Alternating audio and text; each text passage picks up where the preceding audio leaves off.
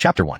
In the Great Tranquil Dynasty, detaining prisoners for rebellumiving. The Great Tranquil Dynasty. Western suburbs of heavenly capital city, the demon-smelting Great Prison. In one of the dim and damp wooden houses in the prison guard residential area, Yates climbed up from the ground, looking bewildered at his reflection in the copper mirror. Around 20 years old, he was thin and lanky with a pale, sickly complexion. He wore a deep gray prison guard uniform. I just went to drink some wine and declare my feelings, and now I've become a prison guard in the Great Tranquil Dynasty? Yates shook his head forcefully, grumbling as he struggled to absorb the jumbled memories in his mind. According to those memories, the Great Tranquil Dynasty was currently besieged by internal strife caused by demons and external threats from powerful neighboring countries. His predecessor had been a prison guard at the demon-smelting Great Prison. The predecessor's mother was abducted by demons during a city outing when he was 10 and never returned. His father, a first-class prison guard at the 9th level of body tempering, died half a month ago when a monstrous corpse fiend escaped from the 4th underground level of the prison and was killed by a giant hand before it could leave the premises. His predecessor's father was on duty that day and perished in the chaos. Fletcher to the significant losses among the prison guards, the higher-ups approved a batch of new recruits without an examination. That's how this unlucky soul became a guard. The predecessor had come back to the wooden house last night after his shift to warm himself with alcohol, but did not survive the night. Thinking about this made Yates uneasy, his face growing even paler. This was a world where martial arts were supreme and demons roamed freely. In heavenly capital city, life was relatively safer, but in remote provinces, human lives were cheaper than dogs, and incidents of families or entire counties being wiped out by demons occurred frequently. The prisoners held here were precisely such dangerous criminals. There are heart-devouring demons, shadow puppets who like to wear human skin, seductive fox spirits, and inertial artist corpse fiends. Hampton, there are also demonic cultists who kill people and snatch souls. Years of evil chi from these demons had permeated the entire demon-smelting Great Prison, making it a place filled with menacing energy. The deeper the level, the more formidable the prisoners became, and the denser the evil chi accumulated. Rumors say there's even a 10th level holding the bodies of sages. In such an environment, Yates, a frail prison guard, lasting half a month already proved his profound good fortune. Of course, the demon-smelting bureau provided a way for the guards to survive, martial practice and cold-chasing wine. There was a training arena and a dinertial arts hall within the prison. Hampton prison guard could obtain 2 martial arts techniques from the dinertial arts hall whenever they wanted. Unfortunately, his predecessor had a frail constitution, seemingly due to an illness brought from the womb, which prevented intense exercise. Even the cold-chasing wine provided by the demon-smelting bureau was ineffective for him. Yates rubbed his temples and couldn't help but laugh bitterly. This iron rice bowl isn't easy to hold on to. With my constitution, in such an environment, I wonder if I can last through this month. Yates shook his head. The old Eider family is going to end with me. Maybe I should just quit? However, as he absorbed more memories, Yates dismissed this thought. According to the laws of the Great Tranquil Dynasty, prison guards at the demon-smelting Great Prison served for life, passed down through generations. Essentially, once you joined the prison, you and your descendants were bound to serve unless your clan was wiped out or the dynasty fell. If he quit today, he would be confined to the prison cells tomorrow, dying much faster. Forget it, let's not think about that for now. I should go sign in at the ward office to avoid trouble from Quelled. With that, Yates headed towards the ward office. Just before reaching the office, he encountered a middle-aged man with slightly graying temples wearing a dark red warden's uniform approaching. It was Quelled, who had come to find Yates after waiting for his attendance. Quelled was a warden in District A, known as Dalen. He oversaw about a dozen prison guards, including Yates. He was notorious for being extremely greedy, leaving nothing untouched. But he had one advantage. He got things done for money. Why are you late today? Do you know being late is a grave offense? If you don't have a good explanation, don't blame me for disregarding our familial ties. Quelled immediately coldly demanded upon seeing Yates, while thinking, this boy is getting more presumptuous. How dare he skip work? Uncle Abdurrahman, I drank a bit too much trying to chase away the cold last night. I just woke up and was on my way to sign in. Please calm down. Yates silently cursed inside but respectfully replied. He knew better than to provoke Quelled, given his position and his early 9th rank cultivation level. Moreover, being late was indeed his fault. According to what Yates remembered from his predecessor, the martial realms were divided into body tempering, rank entry, and the legendary transcendent rank. The weakest was the 1st level of body tempering, and the strongest was the 9th level. After body tempering came rank entry, with the lowest rank being 9th rank and the highest being 1st rank. As for the transcendent rank, it was purely mythical to Yates's predecessor. Though Quelled was greedy, he had always taken care of Yates's predecessor, entrusting him with all sorts of tasks under the guise of training. In Yates's view, this was because the predecessor, new to the prison, had failed to give proper gifts to Quelled, leading to workplace bullying. Enough. Quelled glanced at Yates and said sternly, stop dilly-dallying. The demon-smelting bureau has just sent over a prisoner. Go with me to inspect him. Yes, Uncle Abdurrahman. As Yates followed, he cursed again inwardly. Quelled treated him like a beast of burden, involving him in everything. They walked for about half an hour through dark and damp corridors until they reached a brighter area, the prisoner transfer inspection area, informally called the inspection platform. Seeing the prisoner before him, Yates was taken aback. The man had his limbs broken, all teeth knocked out, his lower body mangled beyond recognition, and his entire body covered in wounds. After verifying the prisoner against the verdict document, Quelled signed off and handed the receipt to the inspector from the demon-smelting bureau. They exchanged pleasantries, and the inspector left after glancing oddly at Yates. All right, stop standing there and help detain the prisoner. Yates tried to lift the prisoner, but with his frail condition, the effort only led to a sweat-soaked forehead. Unable to lift the heavy prisoner chained in iron shackles, Yates turned helplessly to Quelled. Worthless. Cursing, Quelled came forward, grabbing one arm of the prisoner. Yates quickly supported the other side. Belamiston boy, don't think I'm always picking on you. Look at this prisoner. Just a servant managed to reach second-level body tempering and disgraced his master. At least you have a future ahead. After work, hurry to the Dinertial Arts Hall and get a martial technique. While walking, Kale kept advising Yates. Yes, yes. An hour later. Ding, congratulations, host. You have entered the demon-smelting great prison. The infernal heaven scripture has successfully awakened. Please note that the translation maintains the original paragraph structure and style as requested. Chapter 2. Hell Scripture, Delivering Gifts to Kiefer. As Yates and Kiefer dragged the prisoner, they walked through the dim, damp corridor and entered the great demon prison. At that moment, a soft sound echoed in the depths of Yates's mind. Huh? Could it be my golden fingers from this Xianxia have finally arrived? Correction. Huh? Could it be that the golden finger from my Xianxia has finally arrived? Explanation. 1. Golden finger should be singular based on the original text, implying a single special ability or advantage. 2. The phrase should read more naturally in English, so adjusting the structure slightly enhances fluency while preserving meaning. Yates shook his head, intending to investigate further. Hey, what are you staring at? Hurry up and take him to cell 50. Am I supposed to go alone? Yates felt his limbs weakening significantly. Nonsense. Do you expect me to drag him all the way in again? Kiefer glanced at Yates irritably. This kid had no sense, just like his deceased father. If not for that, the warden position should have been passed down to someone surnamed Eider. Yates swallowed hard, using all his strength to pull the prisoner along. Seeing this, Kiefer almost couldn't hold back his anger, but eventually frowned and left. The first level of the Great Demon Prison was divided into 4 major zones, A, B, C, and D, comprising a total of 1,000 cells. Each zone had a chief jailer, 5 wardens, and nearly 100 guards working in 2 shifts, day and night. Cell 50 wasn't far, but only to others. For Yates, each step left a long bloody trail on the ground. After an hour, he finally managed to drag the prisoner to the cell door. Breathing heavily, he threw the prisoner inside, locked the door with a key, and sat on the ground, utterly exhausted. Damn, dragging a prisoner almost killed me. If the next few days are this exhausting, plus the influence of Shachi, negative energy, I'll probably last only 2 or 3 days. No, I need to check my golden finger. Thinking this, Yates sat limp on the ground, ignoring the pointers from passing guards. He concentrated, recalling the moment when the voice appeared. In the next instant, it seemed as if countless rules converged in the void, forming a dark gray book in his mind. Hell Scripture. On the cover were 4 ancient characters, their strokes intricate and captivating, evoking a mesmerizing charm that made Yates ponder deeply. The Hell Scripture opened automatically, revealing its first page. Yates, Guard, Critical, Zone, Ground Level Zone A, Realm, None, 0/100. Dinertial Art, None. Experience Points, 0. Below was a 3D map of the Great Demon Prison. Yates examined it, finding that only Zone A was visible, while the rest was covered in mist. Next to it was a small line of text. Unlock a zone to earn experience points from prisoners within. As Yates's focus shifted, the Hell Scripture turned to its second page. The previously blank page now featured a portrait of a man with large ears and thick eyebrows. Underneath were some details. Prisoner, Bruce. Evil value, half star. Realm, second level force training. Status, imprisoned. Participation rate, 5%. Reward, 5 experience points/hour. Beneath this information was a gray triangular symbol. Yates focused on it, getting a response. After the prisoner dies, randomly obtain a segment of memory and a martial technique. The Hell Scripture. This must be my golden finger. Yates muttered to himself. By participating in capturing and imprisoning prisoners successfully, I can earn experience points, as described. The higher their evil value and cultivation level, and the greater my participation rate, the more experience points they provide. What if I capture a 10-star prisoner? How much experience would I gain daily? Yates grinned, fantasizing about the rewards. He didn't know exactly how many experience points he'd gain, but it would certainly be much more than now. But I shouldn't be too greedy. My current priority is surviving and gaining experience in the prison to boost my martial arts and live. Everything else will naturally fall into place once I grow stronger. Yates quickly set his goal.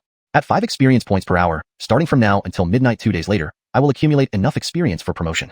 With my frail body, detaining another prisoner tomorrow might kill me before then. The thought made Yates frown. He had just received this chance to change his fate. Could he die so soon? I should offer the 300 taels of silver compensation from father as a gift to Kiefer. Kiefer earns only 20 taels a month. Surely he wouldn't refuse. Yates made his decision immediately. Money was less important than his life, especially since living in the Great Demon Prison included food and lodging. My martial cultivation doesn't require spending money on resources. Just by participating in detaining prisoners, I can gain experience to boost my cultivation and potentially become immortal. Cash is useless, better to win Kiefer's favor for a better chance of survival. After resting, Yates stood up, dusted himself off, and headed toward the residential area. Although he got a private room usually reserved for wardens, the area was damp and dim, rarely visited by guards, a perfect spot for Yates. An hour later, Yates carried 300 taels of silver to the duty office. Wardens had individual offices, while guards shared a common duty room. But guards spent little time there, busy checking on prisoners, handling dirty work, and delivering meals. Yates knocked softly on Kiefer's door, entering upon permission. Kid, why aren't you drinking to keep warm? Why come here? You'll also start night shifts soon? Seeing Yates enter, Kiefer was irritated, grumbling under his breath. Noticing Yates hadn't retorted, Kiefer calmed down and asked calmly, what is it? Uncle Abdurrahman, listen. Yates took out the 300 taels of silver and handed them over. In the past month, Uncle Abdurrahman's guidance has helped me integrate into the great demon prison. I feel I must repay your kindness. This is my small token of appreciation. Please don't decline. Kiefer was shocked, eyeing Yates like he had seen a ghost. Kid, are you possessed? As he said this, his true chi surged, ready to attack. Yates smiled awkwardly but didn't move. Uncle Abdurrahman, it's a sincere thank you. They remained in silence for a moment. Kiefer's expression changed, eventually breaking into a warm smile. Ha, you silly boy. Why so formal with your Uncle Abdurrahman? Your father and I were close friends? Yates's awkwardness turned into a smile as he listened patiently. It would have been more convincing if Kiefer hadn't taken the silver. After chatting for a while, Kiefer let Yates leave, advising him to practice diligently. Leaving, Yates felt a rare warmth from Uncle Abdurrahman. Now, all he needed was the right opportunity. Chapter 3, Kale's Consideration and a Metamorphosis. The next day, fletchering the muster. Kale didn't disappoint with his quality of getting things done for money. In front of everyone, he gave Yates a grand commendation. Yates almost doubted if the person he was talking about was really himself.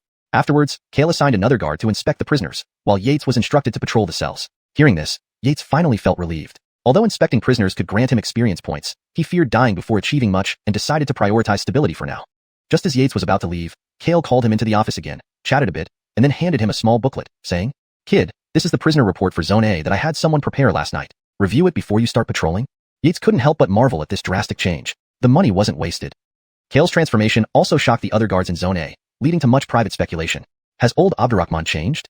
I don't think so. I feel there's something odd about young Dynasty Iter.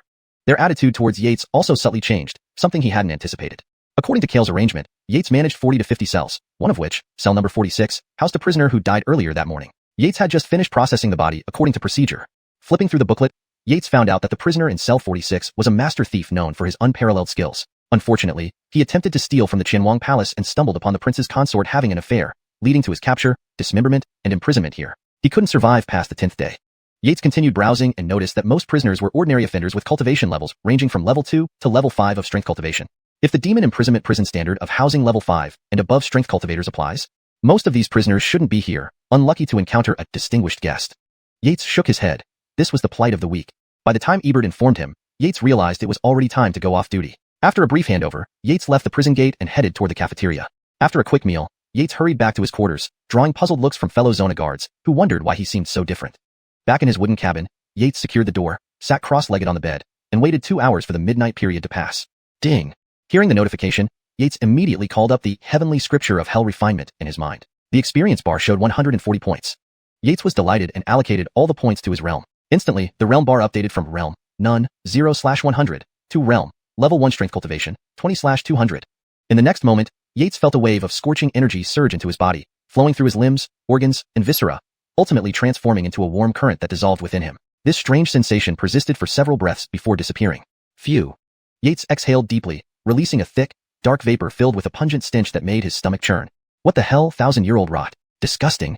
But after expelling the black vapor, Yates felt a noticeable lightness and strength throughout his body, a far cry from his previous weakness. The critical condition, status on the heavenly scripture had vanished. Additionally, Yates noticed his body was stronger, with more robust muscles and tighter skin. Recalling his father's words, strength has 9 layers, essentially a refinement of the human skin, forming a stone-like, yet elastic membrane. This heavenly scripture is actually refining my skin. Amazing. Yates marveled. Hampton he felt as if he could leap a 10-foot distance with ease. This sense of power. Is this what martial artists feel? Yates was overjoyed. This newfound strength contrasted sharply with his former frailty, making it all the more delightful. No wonder everyone wants to practice martial arts. Hampton, this is only level 1 strength cultivation. Imagine level 9 and beyond. Yates's eyes sparkled. I need to figure out how to gain more experience each day. The next day. Dawn. Zone A Fletchery room. Yates and 10 others stood straight, waiting for Kale to take the muster.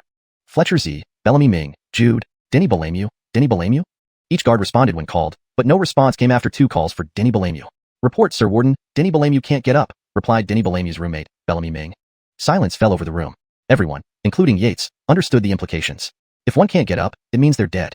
Denny Bellamy, along with Yates and Bellamy Ming, joined the force exempt from examination a month ago. Bellamy Ming came from a wealthier family and gifted Kale, reaching level 1 strength cultivation half a month ago. Meanwhile, both Yates and Denny Bellamy met untimely ends. Dead? Wait, I'll check. If he's faking it, I'll deal with him. Kale muttered curses and proceeded with work assignments. Deaths? In the demon imprisonment prison, it was common. New and old guards were frequently replaced, often due to Qi-inflicted deaths or being killed by rebellious prisoners. Since Denny Bellamy is dead, until a new recruit arrives, his duties, Jude, you take them on. Kale pointed to a pale-faced man named Jude, who turned even paler and shivered, knowing it meant less time for skin refinement and more risk for death. With no choice, Jude nodded and accepted. Kale finished assigning the rest of the tasks and dismissed everyone. Yates went to the cafeteria to prepare breakfast for the prisoners. It resembled pig slop, mostly thin water mixed with rotten vegetables. The demon imprisonment prison didn't care about their well-being, ensuring they remained alive but not too well fed to avoid trouble. Cell 45, come eat? When Yates delivered food to Cell 45, he had an ominous feeling. This prisoner was his only source of experience, and he hoped the inmate wouldn't die soon. Seeing no response, Yates called out a few times until a slight movement from Cell 45 reassured him slightly. However, it seemed like the inmate wouldn't last much longer. Yates moved on to Cell 47. Cell 47 held an ernonly white-haired man named Meng Belamide, with severed tendons and shackles through his shoulder blades. According to the booklet, he was the only level 9 strength cultivator under Yates's jurisdiction and a member of the White Lotus sect. Level 9, alas, not under my direct watch. Yates sighed inwardly. Boy, you're just in time. The deputy warden needs to interrogate Cell 47. Bring him out immediately. A voice interrupted Yates's thoughts. ##### Chapter 4. Interrogation, discovering a new function. Yates collected himself and looked up. It was Jailer Abdurrahman and a prison guard arriving. What are you standing there for? Quickly open the door and bring the prisoner out. Seeing Yates still in a daze, Jailer Abdurrahman urged him on impatiently. This boy, if not for his little tribute, I would have scolded him already. Yes, yes. Yates snapped back to reality, hurriedly retrieving the key from his waistband and unlocking the copper lock. The guard saw this and hurried forward to assist Yates. Together, they grabbed Meng Belamide by the shoulders and lifted him along with his chains. Meng Belamide remained silent despite being covered in blood, his eyes closed as he submitted to their actions. Yates's quick movements surprised Jailer Abdurrahman, who inwardly wondered, this stubborn kid actually has cultivation? With Jailer Abdurrahman leading the way, Yates and the guard carried Meng Belamide through the dimly lit stone corridors of the prison, turning and winding for about half an hour until they reached the interrogation room. Inside, various instruments of torture like tiger benches, branding irons, and iron shackles were lined up on both sides, still bearing traces of blood. A pungent stench permeated the air. In the middle sat a distinguished-looking middle-aged man dressed in dark red robes. Upon seeing this man, Meng Belamide's face twisted with rage, but before he could curse, Jailer Abdurrahman swiftly stepped forward and dislocated Meng Belamide's jaw. Turning around, Jailer Abdurrahman bowed respectfully to the man in the middle. Your Excellency Roman, prisoner number 47, Meng Belamide, is brought here. Please give your instructions. Hee, Jailer Abdurrahman, your cultivation seems to be improving quite well. Soon, you might catch up to me, said Roman, stroking his beard and smiling. Not at all. Your Excellency's cultivation is far beyond my reach. Jailer Abdurrahman lowered his head modestly. Jailer Abdurrahman knew that Roman was testing him, given they were both at the 9th rank of cultivation. Among the other 4 jailers, who were only at the 8th or 9th layers of strength training, his progress stood out sharply. Hee, Roman smiled, relaxing his narrowed eyes and waving them off. All right, put the prisoner down and wait outside. Yes. The 3 men bowed to Roman and stood by the door. Miguel, go patrol the cells first. After a moment, Jailer Abdurrahman ordered the other guard to leave. Soon after, the sounds of whipping and cries of agony echoed from the interrogation room. The noises sent shivers down Yates's spine. He muttered to himself, this jailer's methods are indeed extraordinary. Half an hour later, the screams continued. Boy, did you break through to the first layer of strength training? Jailer Abdurrahman suddenly asked Yates. Huh. Yates was taken aback. Uncle Abdurrahman. You have sharp eyes, observing everything closely, thought Yates, impressed by how Jailer Abdurrahman had handled Roman. He suspected that behind Jailer Abdurrahman's greed lay another purpose. Wu Dao resources, perhaps? Not everyone could advance without using cultivation resources like he could. For others, it took years of enduring physical training to achieve even one layer of advancement. Yates's suspicion grew stronger, but he didn't intend to hide his breakthrough. Just the first layer of strength training wouldn't cause much fuss. Moreover, revealing some of his strength would benefit his future experience-gaining plan. Uncle Abdurrahman, after following your advice, I went to the Dynasty Hall and received a cultivation technique. Today, I just broke through to the first layer of strength training, Yates replied, careful to cover any potential doubts about his progress. Yesterday, after his shift, he had gone to the Dynasty Hall to collect the technique, but hadn't read it yet. He had no use for skin endurance techniques. What did they offer? Hee, good job breaking through. What do you think now that you've broken through? Tell Uncle Abdurrahman, Jailer Abdurrahman prompted, ensuring the explanation was straightforward. Uncle Abdurrahman, I'd like to participate more in the prisoner inspection process to gain experience, Yates pretended to ponder before answering. Really? Jailer Abdurrahman gave Yates a surprised glance. This boy found interest where others feared to tread. But it was a minor request, so Jailer Abdurrahman readily agreed. Fine, whenever we inspect prisoners, I'll have them take you along. Thank you, Uncle Abdurrahman. They chatted idly for a while until the screams from the interrogation room finally stopped an hour later. Creak, the door opened, and Roman emerged with a grim expression. Take him back. The 2 men complied, walking into the room. The scene inside made Yates gasp in horror, but Jailer Abdurrahman seemed unfazed. The air was thick with the scent of blood, and Meng Belamide lay limp on the floor, unrecognizable. Yates stifled his nausea, carrying Meng Belamide back to cell 47. Jailer Abdurrahman, noticing Yates handling Meng Belamide alone, instructed him briefly before leaving. Just as he finished locking the door, Yates noticed something in his mind. The Book of Infernal Heaven automatically flipped to page 3, where blank spaces filled with new information. Prisoner, Meng Belamide. Evil points, 2 stars. Realm, 9th layer of strength training. Status, imprisoned. Participation, 1%. Reward, 10 experience points per hour.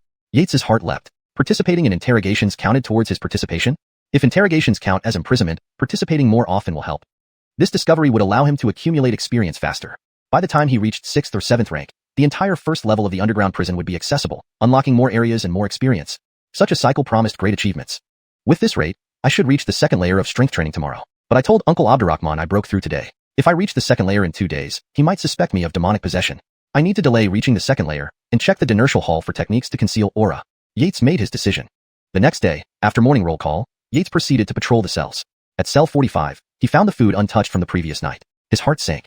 Checking the Book of Infernal Heaven, he confirmed that the content on the second page had faded, only the triangular symbol glowing brightly. Damn, he's dead. Let's see if I can gain any cultivation technique from this. Yates cursed under his breath. Chapter 5. Completion of the turtle breathing technique and advancement to force training level 2. He was already dead, and there was nothing Yates could do to bring him back to life. All he could do was report the situation to Supervisor Abdurrahman in his office. Supervisor Abdurrahman's expression remained calm.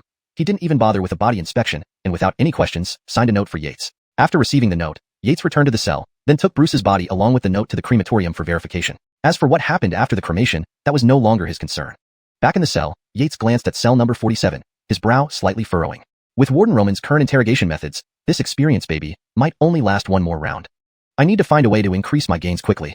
But first, let's check Bruce's memories and cultivation techniques. At just force training level 2, Yates didn't have high expectations for Bruce's cultivation techniques. Seeing no one around, Yates quickly summoned the Netherworld Heaven scripture in his mind and clicked on the triangular symbol.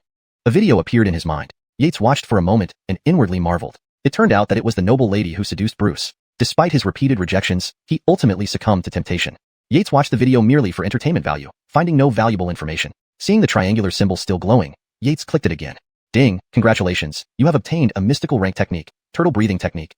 Immediately after, a warm stream flowed into Yates's mind, accompanied by numerous images. In these images, Yates felt as if he had become a 1,000-year-old turtle, unmoving like a rock. After several breaths, the images gradually faded from Yates's mind. Taking a deep breath, Yates's face lit up with joy. It's actually a mystical rank technique, and exactly the breathing concealment method I urgently need. This Bruce is truly my lucky star. Yates hurriedly flipped back to the first page to check the techniques listed under personal information. Name, turtle breathing technique. Rank, mystical rank. Proficiency, beginner, 80 out of 100. Yates recalled the basic martial knowledge his stepfather had taught his predecessor. For example, techniques are divided into cultivation techniques and skill techniques. Both are ranked in 4 tiers, celestial, earthly, mystical, and yellow, with celestial being the highest and yellow the lowest. The difference lies in that higher rank cultivation techniques offer better effects in refining flesh, bones, organs, etc., and provide a better chance to break through to the first rank. Skill techniques, on the other hand, offer greater explosive power and more terrifying strength as their rank increases. But skill techniques also have an important point, proficiency. Proficiency is divided into 6 levels: beginner, minor dynasty, dynasty or dynasty, perfection, realm, and divine power. Even a yellow rank skill technique can be devastating if perfected into divine power. Hamptoned, every technique, when practiced to its deepest level, can be transformed into divine power. According to his predecessor's memory, achieving dynasty or dynasty in a technique was already rare, let alone the later stages of perfection.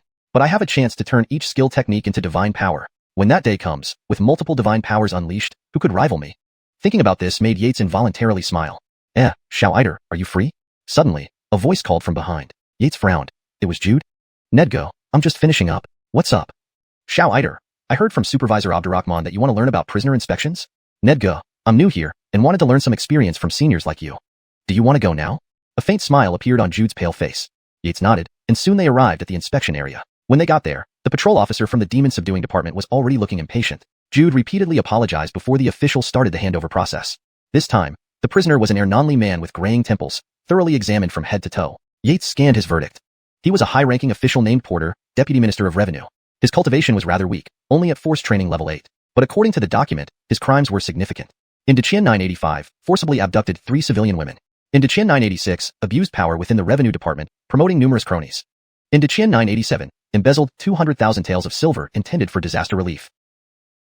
He's quite a character. Yates revised his previous judgment. After completing the routine inspection, both signed off. They then carried the prisoner back to cell number 60. Once Jude locked it, Yates left. On his way back, Yates glanced at the Netherworld Heaven scripture. Just as expected, the original page for Bruce had been replaced by information about Porter. Criminal, Porter. Wickedness value, 3 stars. Cultivation level, force training level 8.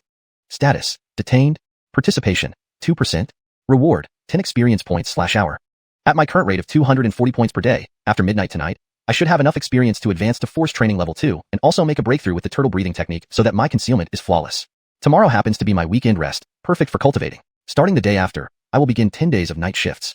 As a third-class jailer at the bottom of demon subduing prison, Yates worked 6 hours per shift, resting every 10 days. Fletchering his first month, he had a grace period. That period was now over unless he advanced to a second-class jailer, freeing him from cleaning duties and night shifts. As for first-class jailers, they acted like team leaders on Earth, overseeing work. The next day, after dinner, Yates politely declined Jude's invitation to drink and returned home. Looking at the 240 experience points, Yates directly allocated 200 points to his cultivation level and the remaining 40 to the turtle breathing technique. Instantly, the panel updated. Yates, Jailer, Zone, Ground Floor Zone A Group 1. Cultivation level, Force Training Level 2, 20/300. Technique, Turtle Breathing Technique, Minor Dynasty, 20/1000. Experience points, 0. Next. A warm stream flooded his body, flowing toward his skin. Yates felt as if countless people were using windfire staves to strike his skin, dispersing it initially and then reorganizing it after the warm stream refined it. After several breaths, his burning red skin returned to normal. Meanwhile, with the turtle breathing technique, Yates felt his breath becoming smoother and deeper, akin to that of a century-old turtle. According to the information, as long as a martial artist below 8th rank doesn't physically engage him, they won't detect his strength. But it's not foolproof yet. If I reach Dynasty, even 6th rank martial artists won't notice. Hamptonda perfection. As shown in the information, even 4th rank martial artists would have trouble detecting my true strength. This was the marvel of the mystical rank turtle breathing technique. From now on, all experience points will be used to increase the turtle breathing technique's proficiency to Dynasty. The 10,000 points needed for perfection is too much. Yates slightly adjusted his plan. 1,000 points would take less than 5 days. Over the next 10 night shifts, upon accumulating sufficient experience points, Yates managed to elevate the turtle breathing technique's proficiency to Dynasty. Technique, Turtle Breathing Technique, Dynasty, 500/10,000. Fletchering this period, Yates participated in 3 interrogations and 1 prisoner inspection, but they were mostly ordinary prisoners, yielding only minor experience points daily. At least something is better than nothing. This day was the second day Yates resumed daytime duty. As usual, he was distributing meals when Jude came panting, Ade, you're here. Good, follow me. Chapter 6, The Treacherous Fox Demon, Surging Experience. Ade Ned, what's going on? Yates asked as they walked. Over the past 10 days, Yates had frequently helped Jude handle matters related to prisoners. For Yates, having more opportunities to detain prisoners at this stage was a good thing. Naturally, Jude's attitude toward him changed from calling him Belamiddle Iter to Ade Iter. Jude shook his head while walking. Commander Abdurrahman just sent an urgent notice. All duty personnel must immediately drop what they're doing and wait by the main gate. He must think some important person is arriving. By the time Yates and Jude reached the entrance of Cell Block A, the entire command staff, including Captain Roman, who usually kept himself out of sight, was already there. Everyone discarded their usual laziness and stood neatly at attention on both sides of the entrance, with serious expressions, eyes fixed straight ahead. So much fuss. Could it be a bigwig from the Imperial Court? Yates pondered silently in his heart. After a short while, several dozen men dressed in dark red clothes of the Demon Extermination Bureau rode in on horseback, led by a middle-aged man with a square face. Behind them was a luxurious carriage adorned with dragon patterns, for bright lanterns hanging on each side. These were exorcism lamps crafted by master blacksmiths of the Demon Extermination Bureau, rumored to drive away demons of 8th rank or lower when lit. As for what would happen if all 4 were lit at once, no one knew. Behind the carriage was a prisoner transport wagon containing a Chloe with a haggard and pale face, her neck adorned with a rune lock, yet it did nothing to diminish her stunning beauty. Whoa! The riders dismounted before Captain Roman, who hurriedly greeted them with a respectful smile. Welcome, Lord Thousand Denendarian, and esteemed officers of the Demon Extermination Bureau. I represent Cell Block A. Enough! The middle-aged man interrupted him with a wave of his hand. Her Imperial Highness, the Rihanna's carriage is behind us. Quickly prepare to welcome her. Ah! The high-ranking visitor is actually His Majesty's beloved Rihanna? No wonder the procession has such grandeur. Everyone was inwardly shocked, but under Lord Thousand Denendarian's imposing presence, no one dared disturb the nobles. Yes. Captain Roman was nearly dumbstruck that it was the Rihanna. Lord Thousand Denendarian had already opened the carriage curtain and respectfully asked, Your Highness, we have arrived at the demon prison. Shall you disembark? Moments later, a Chloe stepped out, clad in a light green robe, her hair tied up with jade hairpins. Her eyes were like deep abysses, her icy expression exquisite, a tiny beauty mark beneath her lips enhancing her allure to perfection. Hiss! All present drew in cold breaths. What an ice-cold beauty. What a breathtaking Rihanna. Standing on the carriage, she glanced over everyone with cold eyes and scoffed. Lord Darien, are you sure locking the fox demon here won't let her escape? Her tone dripped with disdain for the prison guards, who dared not show anger, remaining still and silent. Captain Roman awkwardly smiled beside them. There was nothing they could do. The demon prison was the most ordinary level, housing only petty criminals, with nary a trace of any demon. Lord Thousand Denendarian gave a bitter laugh. Your Highness, the escaped corpse devil from earlier was cunning and terrifying. It cleared out half of the demons on several floors and damaged many cell structures. We've already reported this to the forging department and expect repairs within a few days. Moreover, the fox demon has 3 layers of rune restraints on her. She can't escape. All the better. The Rihanna gave a few more instructions before returning to the carriage. Lord Thousand Denendarian nodded repeatedly. Captain Roman, Did you hear what the Rihanna said? Prepare a place now, and we will move her down below in 2 days. Captain Roman assured him, chest puffed out. Of course, sir. This official will ensure everything goes smoothly. That's good. You're experienced and know the stakes. I trust your work. With that, Lord Thousand Dinandarian left with his men. Captain Roman looked around and, after a moment of thought, ordered, Commander Abdurrahman, stay here. The rest can leave. Once the crowd dispersed, Captain Roman spoke again. Commander Abdurrahman, your team has the strongest capabilities in Cell Block A. Take charge of this fox demon and make sure she's well guarded. With that, he left, confident that the fox demon was as good as caught, merely putting on a show for the higher-ups. Commander Abdurrahman. Seeing no one responding, Commander Abdurrahman glared and said, Did you hear what the lords meant? You'll be responsible for detaining the fox demon, Jude. Without waiting for replies, he turned and left, delegating the task as usual. Is this fox demon the same one? Surely it is. I heard about the Geordie's concubine being replaced by a fox demon. She's actually captured? The officials from the Demon Extermination Bureau must be formidable. The guards murmured among themselves and left. Soon, only Yates and Jude remained. Jude's face was full of despair. Ade Eider, will you help me? Sure, Ade Ned. Let's see what this fox demon can do. In truth, Yates was secretly thrilled. A fox demon of at least 7th rank would provide substantial experience points even for a brief period. Approaching the wagon, they were met with an intoxicating fragrance, causing them to momentarily lose themselves. Inside the cage, the fox demon appeared delicate and pitiful, almost irresistibly charming. A whisper came to Yates's ears, Sir, please help loosen these bindings. Suddenly snapping awake, Yates saw Jude reaching to remove the restraints. Shocked, Yates quickly stopped him. When Jude regained consciousness, he was drenched in cold sweat. After that, he dared not go near the fox demon again, staying far behind. But Yates struggled with the overwhelming girl-like scent, which seemed to tempt him like a demon. Seeing Jude reluctant to handle the situation, Yates had no choice but to imprison the fox demon in cell number 45, quickly locking the door. Phew. Truly a seductive fiend. No wonder even the Geordie fell for her trap. These gossips had been circulating among the guards lately. Sir. Behind him, the fox demon called out coquettishly, leaning against the door. Yates ignored her, focusing on the information displayed in the infernal scripture. Demon criminal, Dara. Evil level, 4 stars. Realm, 6th rank initial stage. Status, detained. Participation rate, 2%. Reward, 400 experience points per hour. Bountiful harvest indeed. Yates stared at the rewards in his mind, wide-eyed. 4,800 experience points a day. Even with just 2 days, that should boost my level significantly. In 2 days, I'll take my first step toward immortality. Chapter 7. Perfect level turtle breathing technique, 3rd level of strength training. The next day, after the morning roll call, Kiefer specially called Yates into his office. Boy, did you take charge of Jude, that fox demon? Yates didn't understand what he meant, so he simply nodded and asked, Uncle Abdurrahman, is there something wrong with it? Kiefer stared straight at Yates. Yates's eyes were clear and bright, containing no impurities. After a moment, Kiefer slowly spoke. That fox demon isn't just any demon. She is from the Blue Mountain Fox Demons. Instead of being in Blue Mountain, she appeared in the Geordie's chamber in the Great Qian Dynasty and became his concubine. Do you think there's no reason behind this? Boy, be careful. I only have you as my nephew. Don't ruin yourself. Shaking his head, Kiefer mumbled some cryptic words and then dismissed Yates. Blue Mountain Foxes? Fox Demon? Hampton, why did Kiefer mention the Geordie of Great Qian when Eugenia came by yesterday? What secrets lie between them? Forget it. Let me not worry about these things for now. I'm just a 3rd-class prison guard in the Celestial Prison. Why should I concern myself with such matters? Regardless of whether she's a fox demon, as long as I'm not enchanted, she can only add to my experience points. I'll wait until I get stronger. Then, it won't matter how powerful the demon incineration jail is. It will be up to me to decide. After leaving the office, Yates headed towards the dining hall, pondering over the meaning behind Kiefer's words. Before long, Yates arrived at the cell block with breakfast in hand. Clang, clang. It's mealtime. Everyone rise. Using an iron spoon, Yates tapped on the steel bars of the cells. A cacophony of groans erupted from both sides of the corridor. The prisoners who could still move gathered around the steel bars. Sir, please, just one more spoonful. I beg you. Cell number 42 housed an Ernonly man with white temples, his hands emaciated like bones. He held his bowl with trembling hands and pleaded pitifully. In his past life, this old man had been a wealthy merchant. Unfortunately, he offended someone in power, resulting in his entire family being thrown into prison. Years passed, and only he remained. However, Yates ignored him. Being just a lowly guard, pity wouldn't help. He scooped a portion of food into the old man's bowl anyway. Next, he moved to cell number 43, serving another spoonful. When he reached cell number 44, he saw the inmate rush to the gate, looking terrified at cell number 45. Sir, can you change my cell? That Chloe is too terrifying. Yates raised an eyebrow. According to the handbook, the inmate in cell number 44 was a eunuch who offended a noble in the palace and ended up here. Can this fox demon even enchant a eunuch? Yates was inwardly astonished but knew this eunuch wasn't contributing much to his experience points. He'd likely survive a couple of days. Thus, he calmly replied, if your heart is as clear as ice, nothing will disturb you. Cell number 44.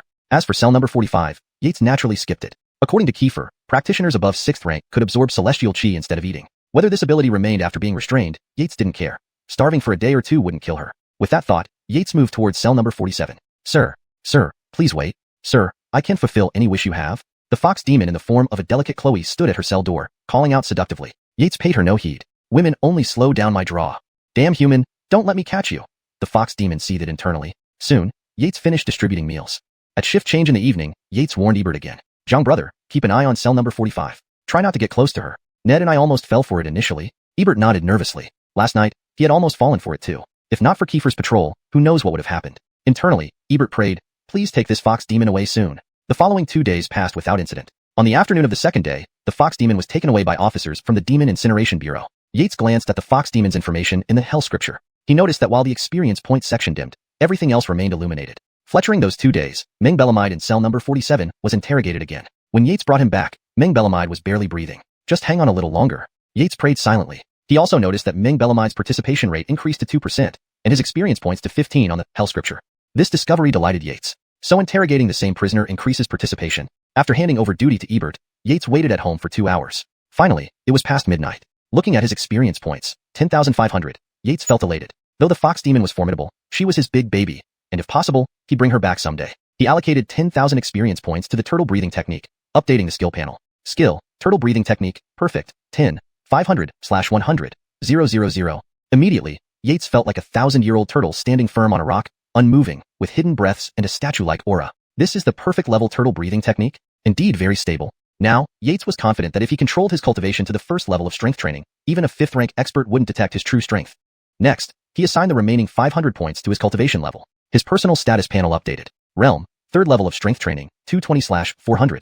Warm currents surged through his skin, similar to the last time. Yates felt his skin reforming after the refinement process. Yates pinched his skin. It felt thicker than before, beginning to resemble stone. Unconsciously, he moved his body. More explosive and flexible. Now at the 3rd level of strength training, if Meng Belamide survives today, I'll gain another 250 experience points tomorrow and reach the 4th level the day after.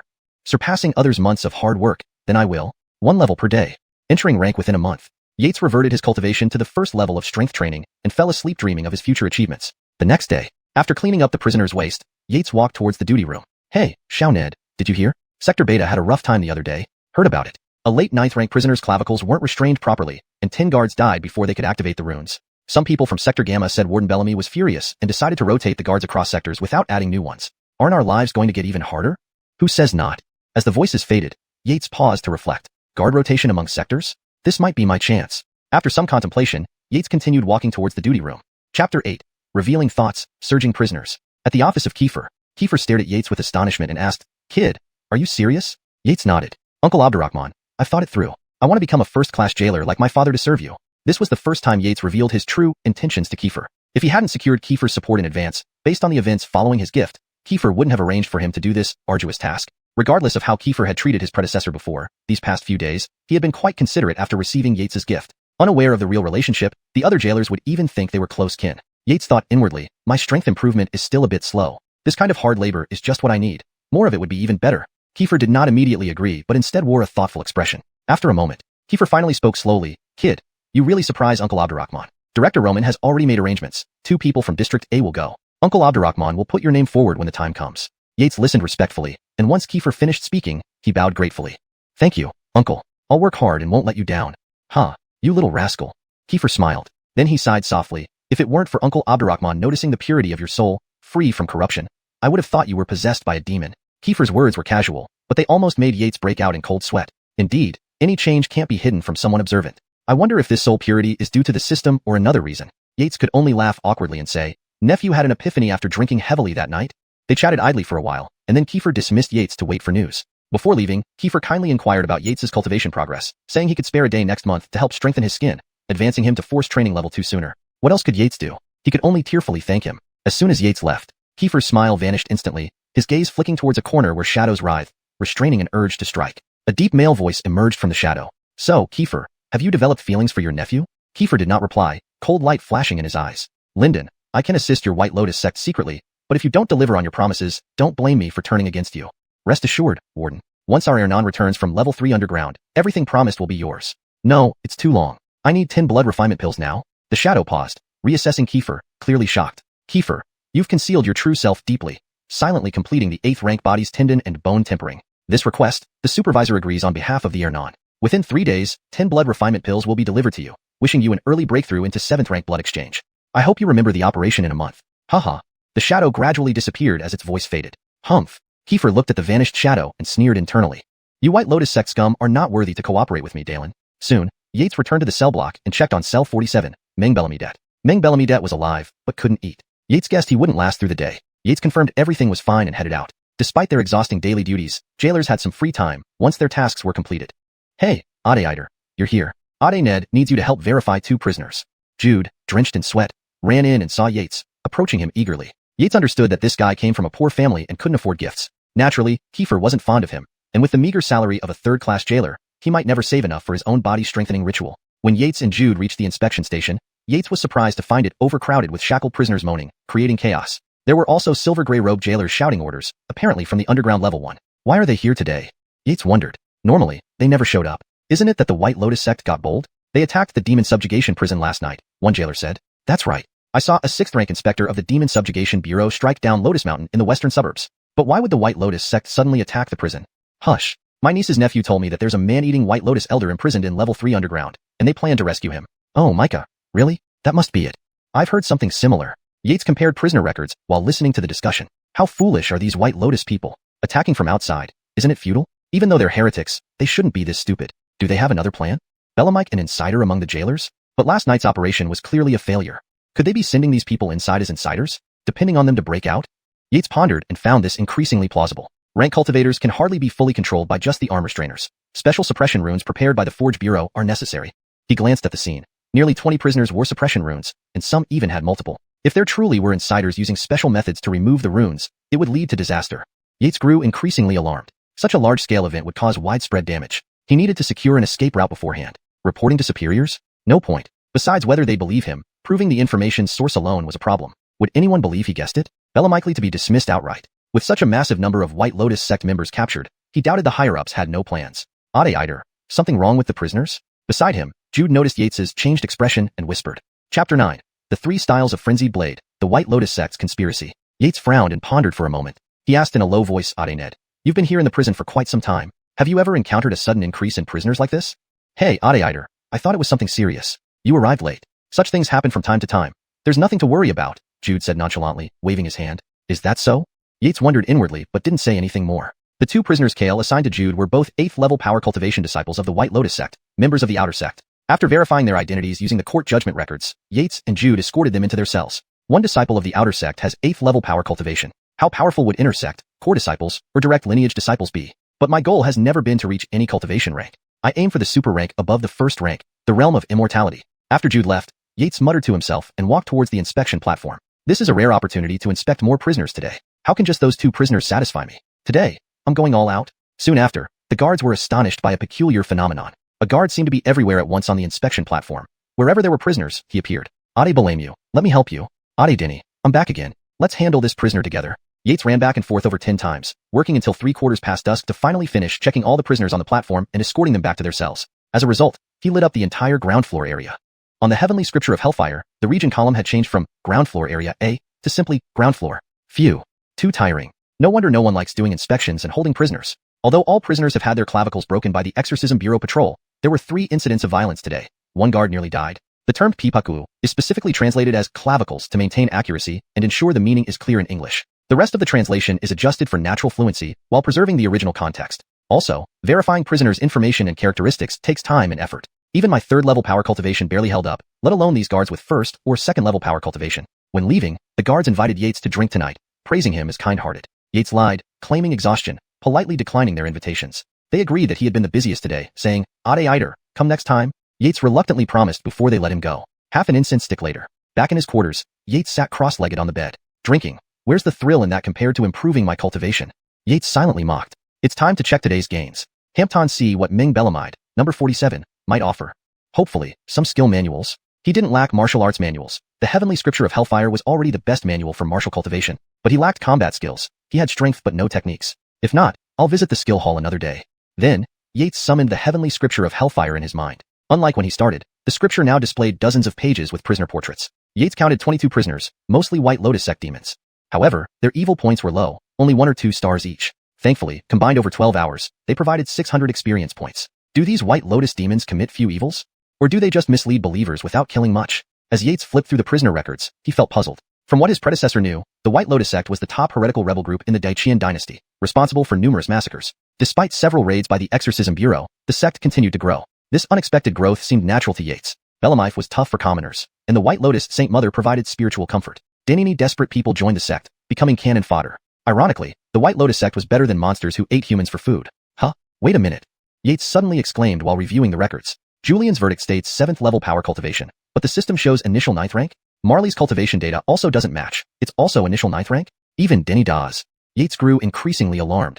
Something major was happening. Damn, my suspicions were correct. 6 initial 9th rank cultivators according to the heavenly scripture of Hellfire. What did this mean? These 6 could slaughter all the guards on the ground floor within half an hour.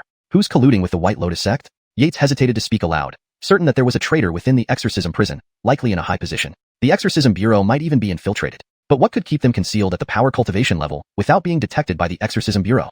Yates knew the Bureau had methods to detect concealed cultivations, unless they were hiding like him, reaching mastery in concealment. But is that possible? Yates doubted it. I'll investigate at the skill hall tomorrow after my shift. For now, let's see what Ming Belamite offers. After analyzing briefly, Yates decided that if the White Lotus sect acted, it wouldn't be too soon. His own cultivation would improve significantly in that time. Denny I can lock them up again. Yates smiled, clicking the triangular symbol on Ming Belamite's page. Huh? Information on the White Lotus sect's hideout in the capital city? Yates frowned. Never mind. I'll grab them when my cultivation is higher, and I can leave the prison freely. Every little bit helps. With a slight movement of his divine sense, he continued to open the reward screen. Ding! Congratulations. You've obtained the Yellow Grade Saber Technique, 3 strikes of Frenzied Blade. Yellow Grade Saber Technique? Good thing it's at a minor accomplishment stage, 500/1000, so it's usable. In the next moment, Yates seemed to become Ming Belamite, wielding a large saber and slashing forward. The first style, Water Severing. A single strike created a vacuum and stopped the water flow. The second style, Mountain Splitting. A single blow shattered a huge boulder into powder. The third style, Realm Breaking. Within 30 feet, saber energy reigned supreme, unmatched. This Yellow Grade Saber Technique isn't bad at all. With my 3rd level power cultivation, I wonder if a 4th level could withstand it? Yates murmured to himself. Hashtag Chapter 10, 4th level of strength training, the arm's length transcendence movement technique. By the time Yates recovered from the shock of the 3 styles of Frenzied Saber, it was just past the 4th watch of the hour. It was once again time for the experience points to be calculated. Yates looked at the 600 experience points in his experience bar and allocated all of them directly into his cultivation realm. Instantly, the information on the realm line changed to realm, 4th level of strength training, 420/500. In an instant, Yates felt a surge of heat rush into his skin, making it swell slightly and itch as if being scratched, pressed, and beaten by countless hands. Each beating was followed by a warm current flowing out from his dantian, slowly soothing the areas where his skin had swelled and hurt. The feeling of enduring this skin refining lasted for several breaths before gradually fading away. Phew, Yates exhaled deeply. In his opinion, the process of refining his skin still involved some suffering. Moreover, he noticed that after reaching the 4th level of strength training, his skin began to gain a jade-like luster, unlike the dull and lackluster skin of other guards. Could it be that Hellish Heaven scripture is refining the highest grade jade skin for me? It must be. With such a powerful cultivation method, how could it end up like others and just refined stone skin? Subsequently, Yates used the turtle breathing technique to reduce his cultivation level back to the 1st level of strength training, while also hiding the luminous spots on his skin. Ding ding. Wake up, mealtime.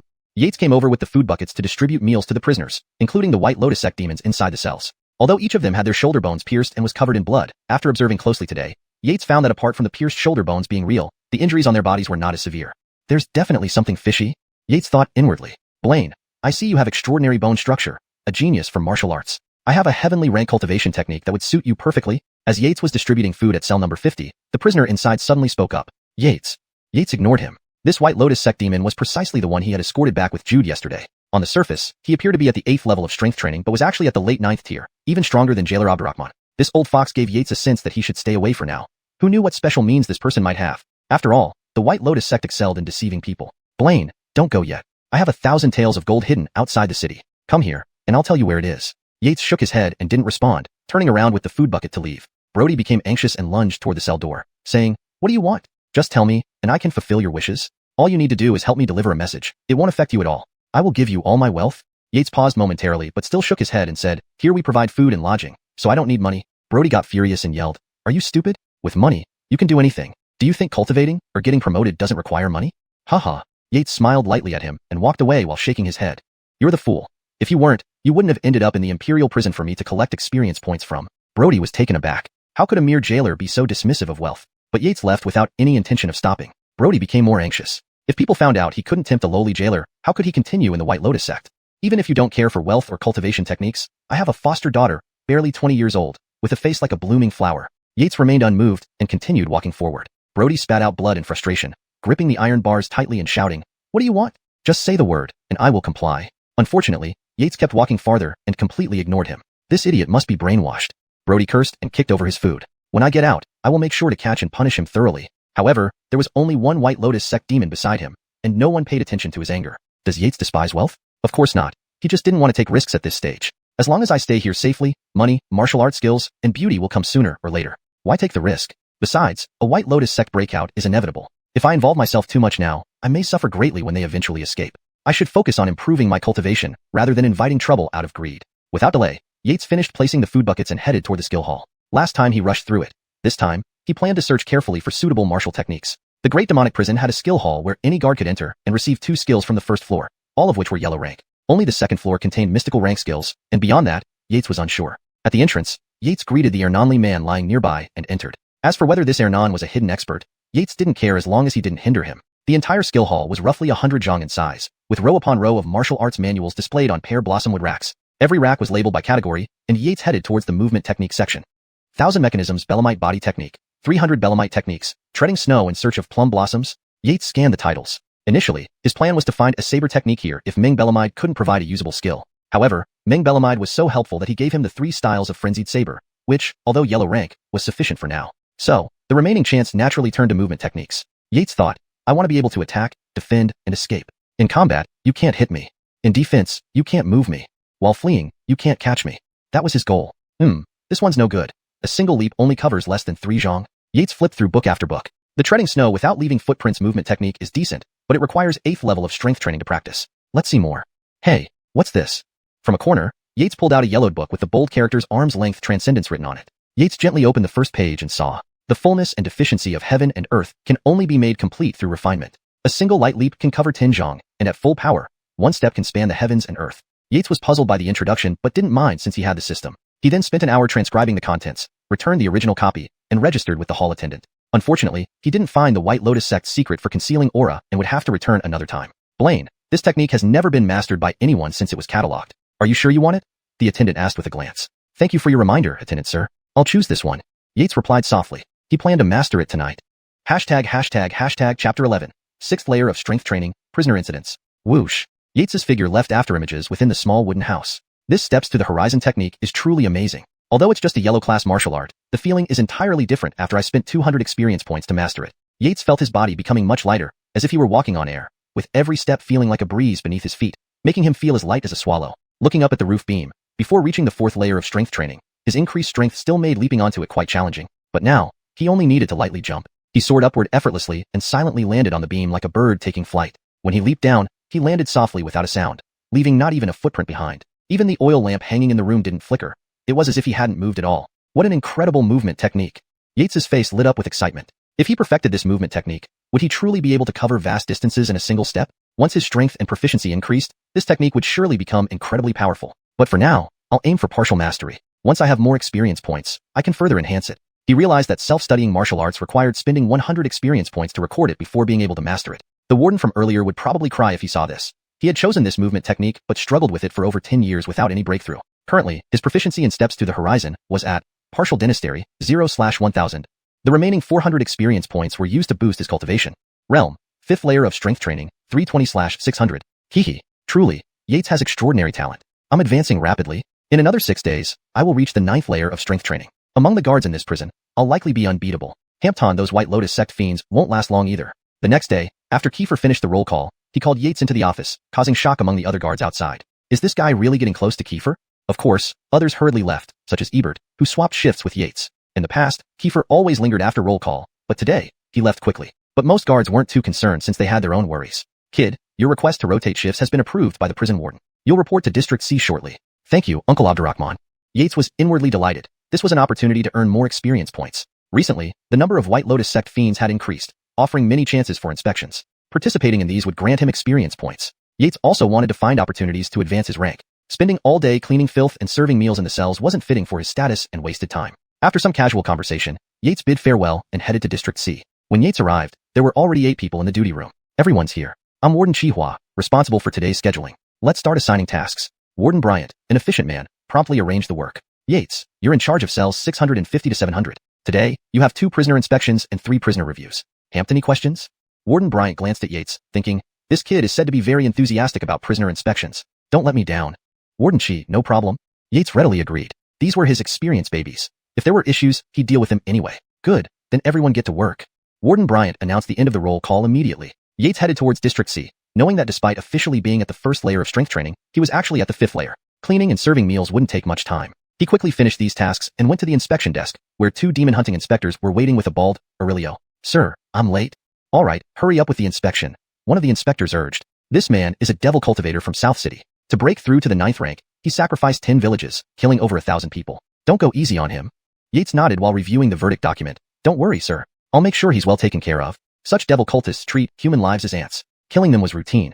Ordinary punishments might not scare him. Hearing this, the bald man laughed. I thought the heavenly Fletchingen was terrifying, but it's nothing compared to the Ministry of Demon Hunting's Imperial Prison. You'd better try harder, don't just tickle me. The 2 inspectors glared and kicked the bald man hard. Yates watched from the side, his eyes narrowing slightly. This man, although at the 9th layer of strength training, is likely approaching the 9th rank. The inspector soon left, and Yates threw the bald man into cell 658, locking the door before leaving. Prisoner. Roman Shurchung. Wickedness level, 4 stars. Realm. 9th layer of strength training. Status. Detained. Participation. 2%. Reward. 20 experience points/hour. Yates was pleased to see the experience points reward. Just from this Roman Shurchung alone, he could gain 240 experience points per day. Indeed, the heavenly Fletchingen scripture favors villains. By nightfall, Yates returned home in high spirits. 5 new prisoners today added 400 experience points, bringing his daily total to 1,000. What a satisfying day. Several hours later, experience points settled at 750 because the prisoners had not been detained for a full 12 hours yet. Allocate all experience points to Realm. Realm, 6th layer of strength training, 470/700. 6th layer achieved, 1 step closer to my goal. In the morning, Yates went to cell number 47 and found Ebert chatting and laughing inside. Seeing Yates, Ebert immediately fell silent, feigning busyness with drying hay. Yates shook his head. People often don't know when to stop. Greed leads to doom. To Yates, Ebert was undoubtedly swayed, but he had no intention of meddling. As long as Ebert didn't provoke him, it was fine. If he did, Ebert shouldn't blame him for acting harshly. Yates then went to District C, where he had another prisoner review today. Despite having several prisoners each day, many had died recently. Bold move. Yates raised an eyebrow. Unexpectedly, 3 prisoners took advantage of the guard cleaning out the cell to cause trouble. ##### Chapter 12. Suppressing the riot, Burke's compromise. There's a prisoner breakout. Help. With a piercing scream, 3 prisoners suddenly turned violent and started killing. After they killed the guards, they picked up the keys from the ground, unlocked their own shackles, and removed the iron chains from their collarbones. Note, pipaku literally means pipa bone, but in this context, it refers to the collarbone or shoulder area where prisoners might be restrained with iron chains. I have used collarbones for better understanding in English. Boss, what should we do? Should we just fight our way out? One of the short, bald, muscular men asked. Fight? Are you stupid? Quickly grab the keys and open the other cell so we can all escape together and stand a chance. Another tall, bald Aurelio scolded. That guard over there. Number 2, go and kill him. The tall man pointed at Yates. Number 2 acknowledged and grabbed the guard's knife to approach Yates. Kill me? Huh. Yates sneered inwardly. If he were still at the 4th stage of strength cultivation and hadn't learned any blade techniques, he might have been killed. Unfortunately for them, it was different now. He had already reached the 5th stage of strength cultivation and had mastered the first 3 moves of the wild blade style. Perhaps I can take them down one by one? Yates had reviewed their profiles. These 3 were bandit leaders who controlled the mountains, frequently raiding and pillaging nearby villages. They were only recently captured by county officials and sent here for execution after autumn. Hehe. Thanks to your attentive care, today, I'll repay you generously. Before his words could fully leave his mouth, Number 2 grinned menacingly and swung his blade at Yates. But before his blade could reach, a flash of light appeared beside him. SSSSH. Rolling. Blood splattered as a large head tumbled to the ground, still wearing an expression of shock. Huh. Yates cursed inwardly, surprised that a mere strength cultivation level 5 could dare attack him. He wiped the blood off his face. This was his first kill, yet he only felt a brief moment of discomfort. I'm also naturally a killer. This prisoner wouldn't be my match even if he were in peak condition. Not to mention he's currently severely weakened, and I struck with surprise. Hampton, who really thinks I'm like those lazy guards who drink all day and can't practice martial arts properly? Am I so easy to deal with? Yates turned to face the remaining 2. The boss was at strength cultivation level 7, and number 3 was at level 6, both significantly stronger than the one he just killed. Number 2? Damn it. Kill him. Seeing number 2 killed, they were enraged and turned to attack without bothering to unlock more cell doors. Yates showed no fear. This was the perfect opportunity for him to showcase his 6th level strength. Unfortunately, they knew about his power and killed the guards, leaving him no choice but to act. Humph. The boss snarled, lunging like a tiger. But before he could get close, Yates's long blade flicked upward, cutting through the neck. HRGH. The boss clutched his throat, eyes wide with fury, and collapsed heavily. Number 3, seeing his superior killed in one strike, was now half paralyzed with fear. You don't come near. He backed away, trembling, eyes filled with terror as Yates approached. A moment later, unable to bear the fear, he screamed and ran down the prison corridor. Wanna run? Yates didn't hesitate. Activating Step to the Edge, He covered the distance in a single stride and swung his blade again. Water sever. Number 3 froze mid-run, disbelief spreading across his face before he collapsed slowly. After dispatching the escaped prisoners, a cold light flashed in Yates's eyes as he scanned the remaining inmates. Did you see anything?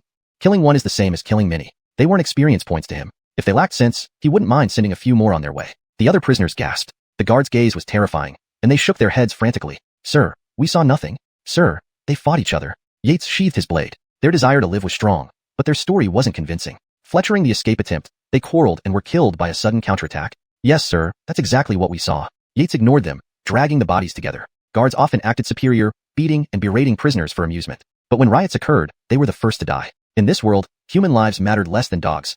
Ultimately, only strength spoke. Without strength, Yates would be lying dead instead. He mused as he walked towards Burke to report the situation. He wasn't worried about the prisoners turning against him. Their words were already distrusted, and his account made more sense. Even if someone investigated his cultivation level, he wouldn't be afraid. After all, why did Yates bring tortoise breath technique to perfection? What? You say prisoners escaped, killed a guard, and then quarreled among themselves, leading to their deaths? Burke stared blankly at Yates. He knew those 3 bandits well since he was only one level above their leader, requiring more attention. You tell me. A level 2 beat a level 7. Do I look like a fool? Yates, right? Come here, Burke said sternly. Planning to attack? Yates secretly gathered energy but wore a nervous expression. Don't worry, you're Abderrahman Delfino's man. I won't harm you. Seeing Yates's hesitation, Burke assured him. Understanding this, Yates stepped forward, guessing Burke would inspect his true cultivation level. Burke indeed did not attack. Instead, he rubbed and pinched Yates's skin, checking its elasticity. This was the method used by Great Jail of the Demons to judge a prisoner's strength cultivation level. By assessing the looseness, thickness, and resilience of the skin, they determined the cultivation level. Since strength cultivators hadn't cultivated true Qi, this was the only method available. After a moment, Burke frowned. Indeed, level 2 cultivation? Hampton, your skin's looseness suggests just stone skin? Burke marveled inwardly. Could he be telling the truth? However, as Dalen's subordinate, it's unwise to press too hard. If I provoke Dalen, my reputation and position will suffer. Dalen was the most senior among jailers, and Burke had heard from guards about his favoritism towards Yates. Fine, give Dalen some face and let this slide. Burke decided. Yates, you've done well. I will report this to the prison warden honestly and promote you to second-class guard. Chapter 13. Strength Cultivation, Level 7. Shaw's Abnormality. A warm current surged into his skin membrane. Yates once again felt the sensation of refining his skin. Strike, recover, strike. Repeating the cycle until his skin became as clear and translucent as jade. Yates tugged lightly at his skin. It's become more resilient. He then picked up a dagger prepared beside him and slashed down with it. SSHH. Yates distinctly felt the blade's dullness, like cutting into old cowhide. There was only a white mark on the skin. He needed to apply more force for a shallow, fine bloodline to appear. Amazing. I've heard that a 9th level stone skin can't be harmed by ordinary weapons. How much stronger will my jade skin be once it's fully formed? Most of Yates's martial arts knowledge came from his predecessor's memories, who had only heard of stone skin. As for copper skin, gold skin, and jade skin, he only knew their names. Ordinary people, when refining their skin membranes without corresponding medicinal formulas and herbal baths, could only achieve stone skin. However, Yates's Infernal Heaven Cannon was exceptional. Without needing formulas or baths, it directly refined jade skin, making him far superior to those of the same level. With my current 7th level strength cultivation and the fury of 3 frenzied saber techniques, I wonder if that Warden Chi Delfino can withstand my one strike? At the same time, the information in Yates's personal status panel changed. Realm, Strength Cultivation, Level 7, 770 over 800. Seeing that he was only 20 experience points away from reaching 8th level, Yates was overjoyed. These days are getting better and better, but I still need to keep an eye on Edwin, the White Lotus Fiend in Cell 50, and this Shaw person, so I don't get caught off guard. Yates went to bed with these thoughts. The next day, Yates first attended roll call at Kiefer's office. Afterward, Kiefer called him into the office. Boy, honestly tell me, what is your current cultivation level? Kiefer sat in his master chair, sternly looking at Yates. Uncle Abderrahman, do you still not trust me? Uncle Abderrahman, you are a ranked warrior. Check yourself. Yates knew what was happening. Warden Chi must have visited Uncle Abderrahman yesterday. He also knew about Abderrahman's reputation among the prison guards. Besides the 4 deputy wardens, Abderrahman was the highest ranking. This was why he was confident that she wouldn't give him too much trouble. Alright, I won't dwell on this, boy. Chi said he wants to promote you to second-class guard. What do you think? Abderrahman waved his hand dismissively. I naturally follow Uncle Abderrahman.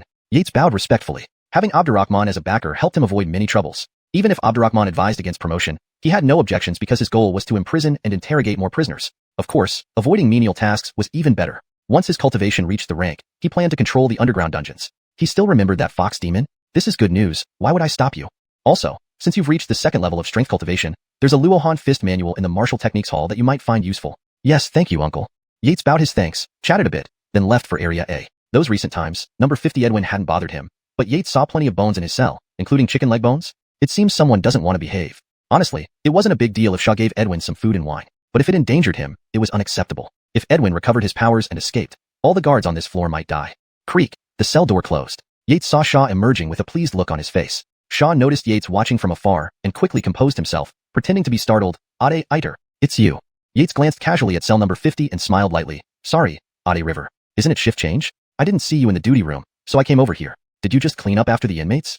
Haha, thought it was something important. Yes, I just cleaned up. His eyes avoided Yates's gaze, and his hands moved idly. Well, now that you're here, you can take over.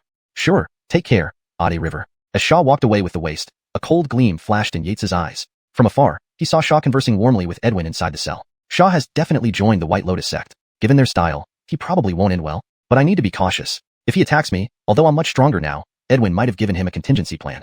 I offended Edwin the other day. Once free, he won't let me off. But Yates couldn't bring himself to kill Edwin yet. He was his main source of experience. These days, several inmates under his supervision died, but the techniques extracted were useless for refining his skin membrane. Whatever. Forget about him. After tonight, I'll reach the 9th level. Once I reach the rank and use 3 frenzied saber techniques, even early 9th rank warriors won't stand a chance. Only this Edwin needs careful attention. Might as well kill him once I reach the rank. Yates inwardly resolved. By afternoon, the news of Yates's promotion to second-class guard spread. In the guard room, new and old guards surrounded Yates, congratulating him. Embarrassed, Yates said, Fine, since we just received our pay yesterday, I'll treat everyone to some chicken demon legs. Haha, that's great. We can drink warming liquor, one guard shouted, others nodding in agreement. Knowing Yates's salary as third-class guards, they understood treating them would cost him half his paycheck. After the laughter died down, one guard sighed, Still, Xiao Iter, you've only been here how long? Already promoted to second-class guard. True, Xiao Iter. You often go in and out of Abrachman's office. Are you really related? Yeah, Xiao Iter's already at the 2nd level of strength cultivation. I'm almost 5 years in and barely reaching it. Denini looked at Yates jealously, mixed with envy. But Yates couldn't care less. As long as they didn't provoke him. He was now capable of protecting himself. Chapter 14. Second-class guard, midnight attack. Second-class guard. No longer required to distribute meals to prisoners, clean the cells, or handle prisoner corpses. His main duties now involved detaining and interrogating prisoners, patrolling the designated areas, and observing and recording the prisoners' physical conditions. What did this mean? It meant Yates would have more time and opportunities to expand his business across different areas. Perhaps soon, he could control the entire ground floor. Hey, where's Ebert? Why isn't he around? One of the guards mentioned as they were about to head to the mess hall. Hampton older guard snorted immediately. Who knows? Lately, he disappears as soon as his shift ends. Yeah, we don't need to worry about him. Let's just do our jobs. This small interlude didn't dampen the guard's spirits for drinking and feasting. After all, a chicken demon leg equated to several days' salary for them. Eating it would help speed up their skin and membrane strengthening process. Yates, however, paused thoughtfully, glancing towards the direction of cell number 50 in Area Clive. That night, all off-duty guards from Area J gathered at the mess hall to eat and drink to their heart's content. They only dispersed past midnight, each supporting the other. Each guard was given 1 liang of warming wine per day, which wasn't expensive to buy in the mess hall. However, the wine had a strong after effect, and few from the group would likely report for duty normally tomorrow morning. Someone has been in my room? As soon as Yates entered, a cold gleam flashed in his eyes. Since he had arrived in this world, every time he left his wooden hut, he placed an inconspicuous fine thread on the table and cabinet door gaps. For over half a month, there had been no changes to the threads.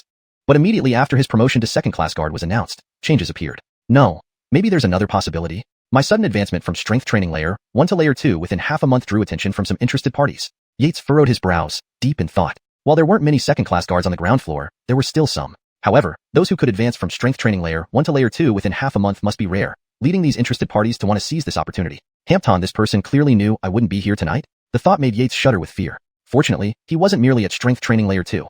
Otherwise, it would be uncertain who would survive if the hidden assailant came. But now, who can match me, the old 6th? Yates chuckled to himself. No matter how clever the attacker was, they wouldn't expect that the one they sought to rob wasn't at strength training layer 2, but layer 7, and about to reach layer 9, past the 4th watch of the night. Yates immediately sat cross-legged and summoned the Netherworld Heaven Sutra in his mind. Seeing the 1,000 experience points on the panel, Yates smiled, allocating all the points to his realm bar. Realm, strength training layer 9, 70/1000.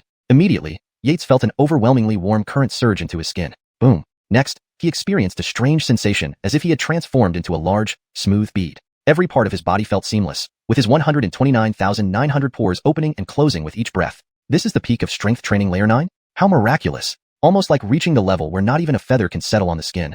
I haven't achieved jade-like skin yet, but the wonder of being at strength training layer 9 far surpasses the ordinary prison wardens with stone-like skin. Yates looked at the dagger on the wooden table, his eyes gleaming with anticipation. Should I try?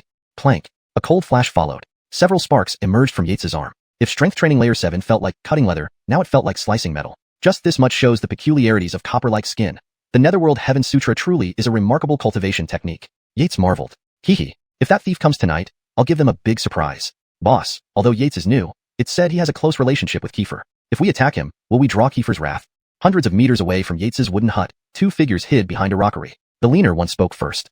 Hee. I've checked, and that guy isn't related to Kiefer by blood. With Kiefer's nature, that kid must have paid off, replied the fatter middle-aged man, smirking. These facts, when investigated, led to clear conclusions. They were skilled at collecting protection fees in the first layer of the demon prison, having acted over a dozen times without fail. Having surveilled thoroughly, they noticed the wooden hut generally became quiet past the hour of ox. Soon, it was past the third watch of tiger hour. Based on their experience, Yates should be sound asleep by now. They silently approached the wooden hut, with the fatter man instructing, Jesse, once inside, restrain him while I question him about the opportunity.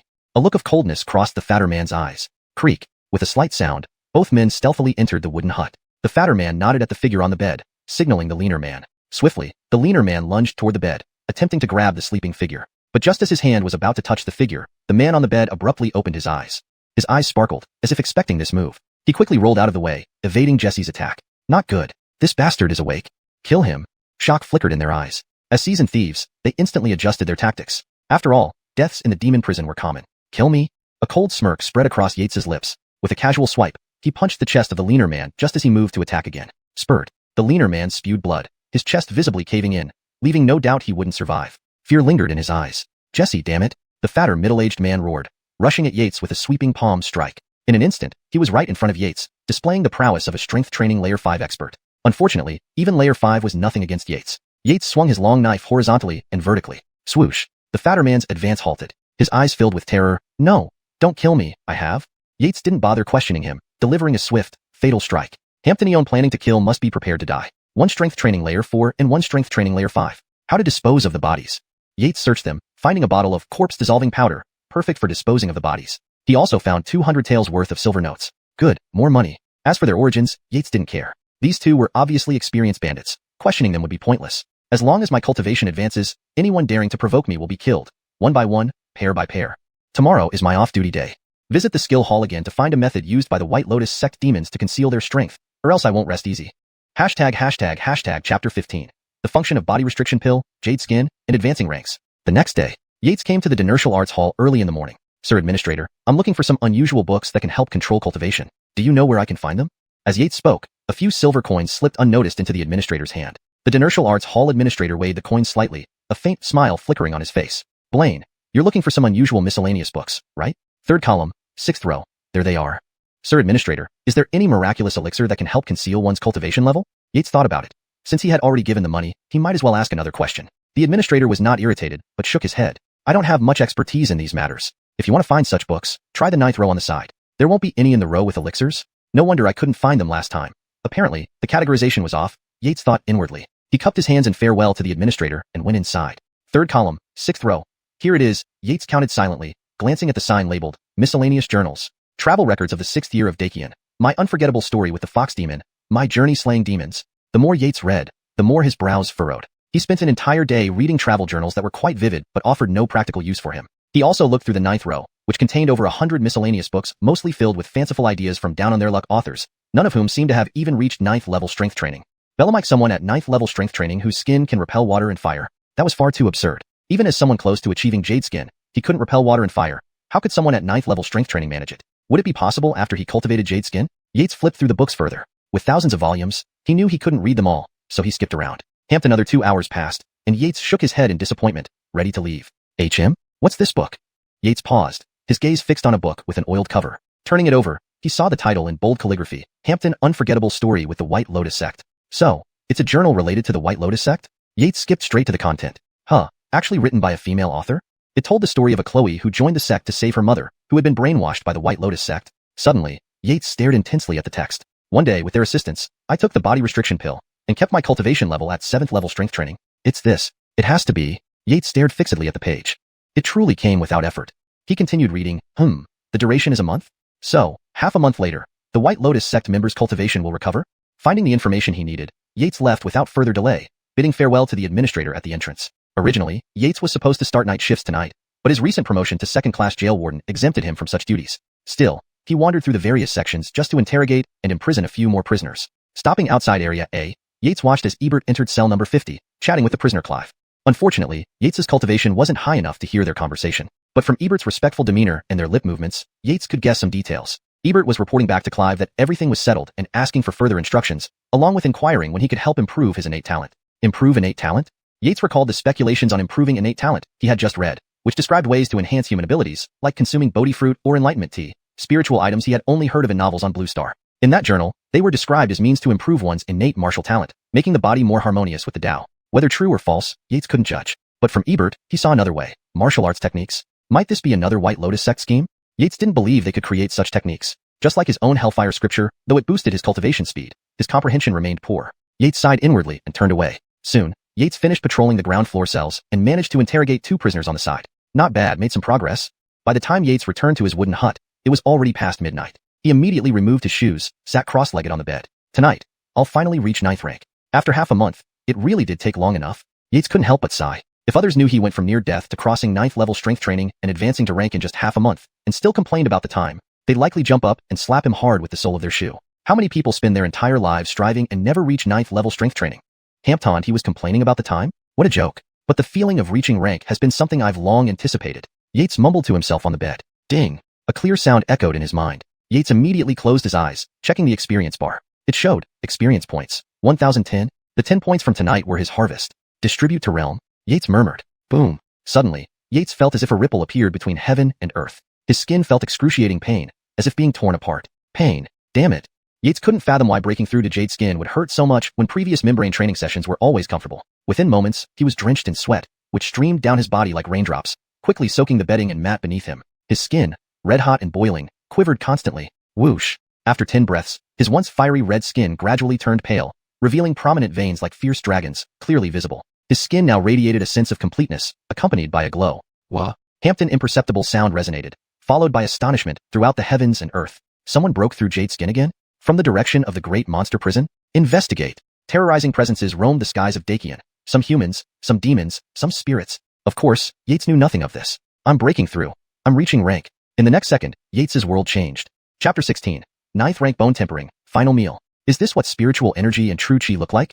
Surprise flashed across Yates's eyes. In his line of sight, he could see tiny specks of light floating in the air, entering and exiting his body with each breath. Inside his body, a hair-thin stream of energy formed, flowing through his limbs before finally returning to the Dantian. Unlike the force training realm, this true chi felt explosive and powerful. If the 9th layer of force training had the strength of 1,000 pounds, then just entering the 9th rank gave him the explosive force of 2,000 pounds. Hampton, this was only at the beginning of the rank. With all 206 bones in his body yet to be tempered, Yates mused, if all my bones were tempered, how much stronger would I be? Probably enough to challenge an 8th rank practitioner in the early tendon tempering stage. Yates murmured, catching the foul odor from his own body. To leap ranks once is nothing for a genius. He leap whole stages. Yates knew that in the 9th rank bone tempering, one primarily uses true chi within the body to strengthen the 206 bones. Each bone undergoes thousands of temperings to store more true chi, resulting in explosive power. Of course, to advance to the 8th rank tendon tempering, all 206 bones must be fully tempered. But most practitioners practicing yellow grade techniques can only reach the surface of the bones, producing stone bones. Stone bones are the weakest. There are also iron bones, copper bones, golden bones, and the legendary jade bones. It was said that jade bones were so rare and powerful that one person with jade bones could fight 100 others at the same level. Unfortunately, Yates had never heard of any great figure or prodigy achieving jade bones. Hampton, I might have a chance, Yates thought, to become one in a million? After marveling at the wonders of advancing to the 9th rank, Yates turned his attention to his personal stats panel. Yates, prison guard, zone, first level above ground, realm, early 9th rank, bone tempered, 0/206, 80/1000. Techniques, turtle breath technique perfected, 10500/100000, 3 savage blade style small success, 500/1000, a step to heaven small success, 0 out of 1000. Experience points, 0. 1000 experience points to fully temper one bone? Yates frowned.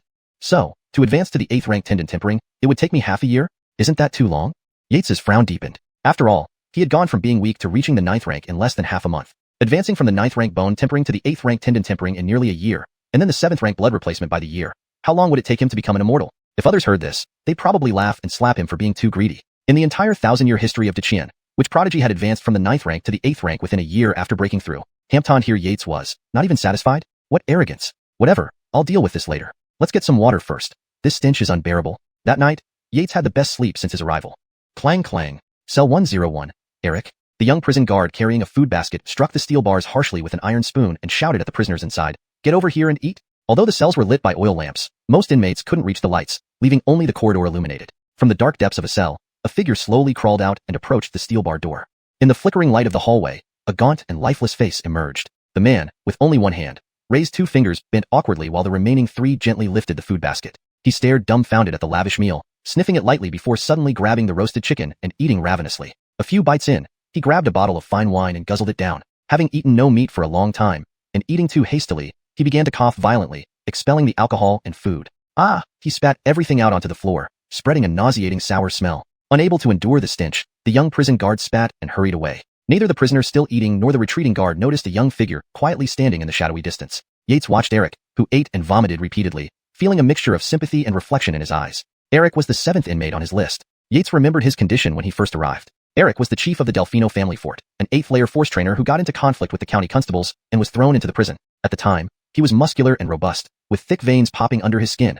An intimidating man. Just 2 weeks had passed, and he was now emaciated and barely recognizable as human. His 6-foot frame, once muscular, was now thin and weak. Clearly, he had undergone unimaginable torment. Yates alone had interrogated him 5 times. Sighing, Yates lamented. What a waste. He wasn't that bad a person, just had no connections and angered a young lord. Yates knew he couldn't do much about it right now, given his current state. With a complex expression, he glanced at Eric, who lay motionless by the food scattered around him.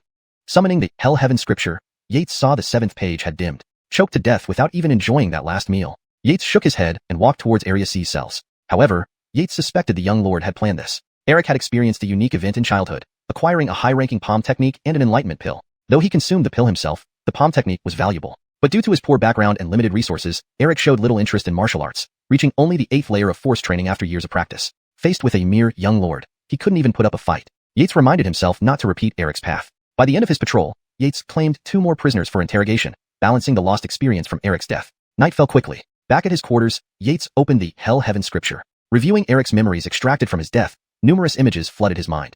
Chapter 17. Heaven's fire spreads, the painted-skinned ghost disguises herself in prison. So that's how it is. After reviewing the memory, Yates finally understood what had happened. Eric had been betrayed by his own Chloe. He had married a Chloe who despised poverty and envied wealth, and she eventually attracted the attention of a visiting aristocrat, which led to the exposure of a heaven-rank palm technique, ultimately burying Eric in the mess. However, this memory only contains romance and has no value. Yates shook his head. There were over 10 pages missing from the infernal heavenly scripture, but none of the memories had any substantial value yet. Could it be that my luck is just that bad? Yates was starting to doubt himself. Continue drawing techniques? Yates didn't believe he was inherently unlucky. After all, he could awaken the infernal heavenly scripture. His fortune couldn't be too poor, right? Ding. Congratulations, host. You've drawn the heaven-rank palm technique Heaven's Fire Spreads. Damn. Yates's eyes widened like copper bells. Was this what it felt like to be an Euro King? In the next moment, Yates seemed to transform into a gigantic flaming figure with roaring flames enveloping him, emitting an intangible aura of fire. Clang! A phoenix cry resounded as a colossal flaming bird, hundreds of feet in size, soared from the fiery plains. It stretched its flame-tipped tongue dozens of feet long, crying out into the sky before darting upward and transforming into a dark red streak of light, hurtling towards the flaming giant. The flame giant that Yates had become sneered, his bright crimson eyes glowing like twin suns, shooting forth intense heat. Heaven's fire spreads. With a loud shout, he thrust his massive palm forward. Instantly, deep blue flames erupted everywhere, burning the heavens and earth until they glowed red, crackling ominously. The dark red streak of light transformed into a flaming bird that screamed in agony upon touching the blue flames. When the visions faded, Yates awoke, drenched in sweat, leaving wet imprints on the bed sheets and blankets. Phew. Yates let out a long breath, focusing on the new entry in his mind skill section. Technique. Heaven's Fire Spreads Beginner, 20 out of 100. This is a heaven rank palm technique, far superior to the yellow rank 3 wild saber techniques. Yates felt gratified. To actually draw the most anticipated technique from Eric was something he hadn't expected. What surprised him even more was that the inheritor of Heaven's Fire Spreads wasn't Eric, but a second-ranked inertial sage who had created the technique. Did Eric not even practice this palm technique? Yates couldn't figure it out, but he had one strength. He wouldn't overthink things if he couldn't understand them. With the Heaven's Fire Spreads palm technique and my jade bone, I wonder how much my combat power has increased? Suddenly, Yates wanted to find someone to test his skills against. No, I'm not strong enough yet. The next second, he crushed that thought ruthlessly. The next day, Abdurrahman's office at the prison administration. Yates opened the door in confusion. He was interrogating prisoners when a guard came to inform him that Kiefer needed him. Sir, Kiefer, you called me? Yates was about to call out Uncle Abdurrahman, but he noticed another person inside and was instantly startled. I can't sense this Chloe's aura? Aura sensing was a skill acquired after reaching the realm where true chi was generated. Either this person's strength far exceeded Yates's, or she possessed some item that shielded her aura. Boy, come meet someone. Jaden, the new third-rank jailer. She'll be working with you for now. Kiefer introduced the petite Chloe with ordinary features and slightly pale complexion, whose eyes occasionally flickered with seductive allure. This allure, however, did not clash with her otherwise unremarkable appearance. Instead, it gave an oddly harmonious, heart-stirring impression. Jaden? A Chloe? Hampton, a third-rank jailer? Yates felt a sense of trouble brewing. In the over a month he had been in the demon-quelling prison's ground floor, he had never heard of a female jailer. Considering his ability to sense auras, he concluded that this Chloe was not an ordinary individual. Xiao greets Jailer Eider. Please provide guidance. The Chloe curtsied slightly as she spoke sweetly. Internally, she wondered, is he the one? But his strength is only force training 2nd level. How could he possibly be a jade skin practitioner at the 9th level of full perfection?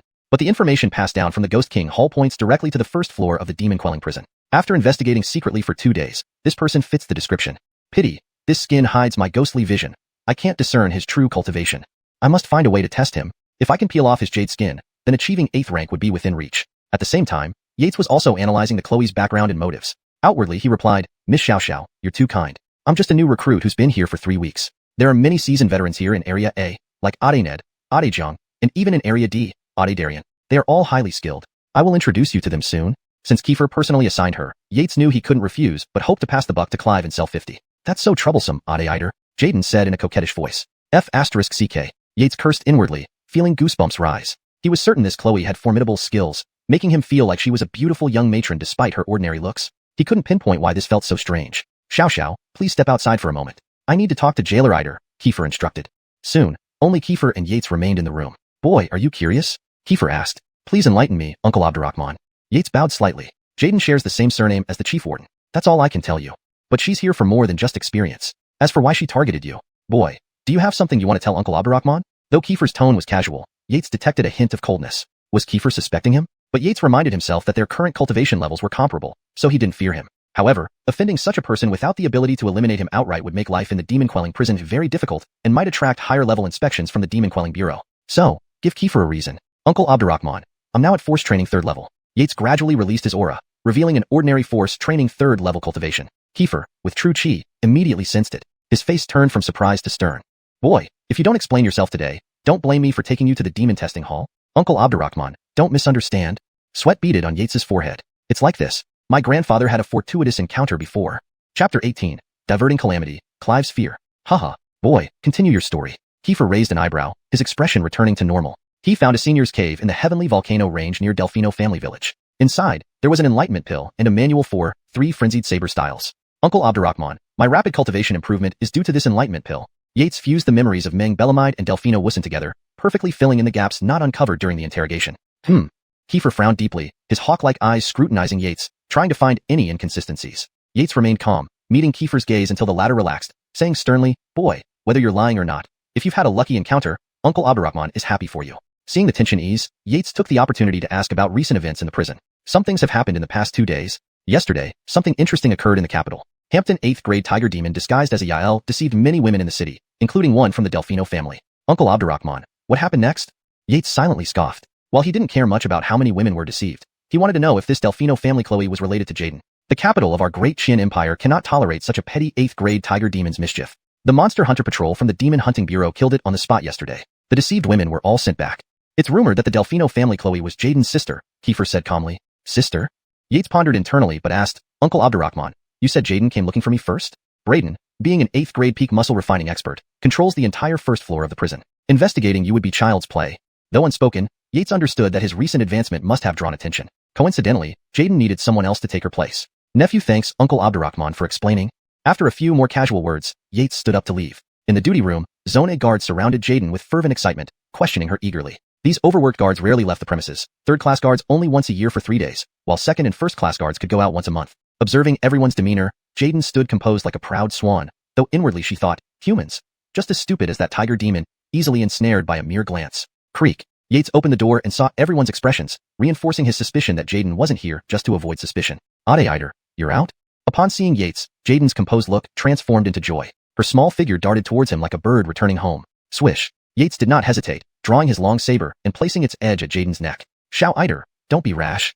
Jaden stiffened, while the guards worried Yates might harm her, quickly urging him to stop. Yates didn't want to escalate things, so he softly apologized. Sorry, Miss Xiao. I've been obsessed with practicing lately. Don't come too close to avoid accidental injury. Haha, Adeider, you are amusing.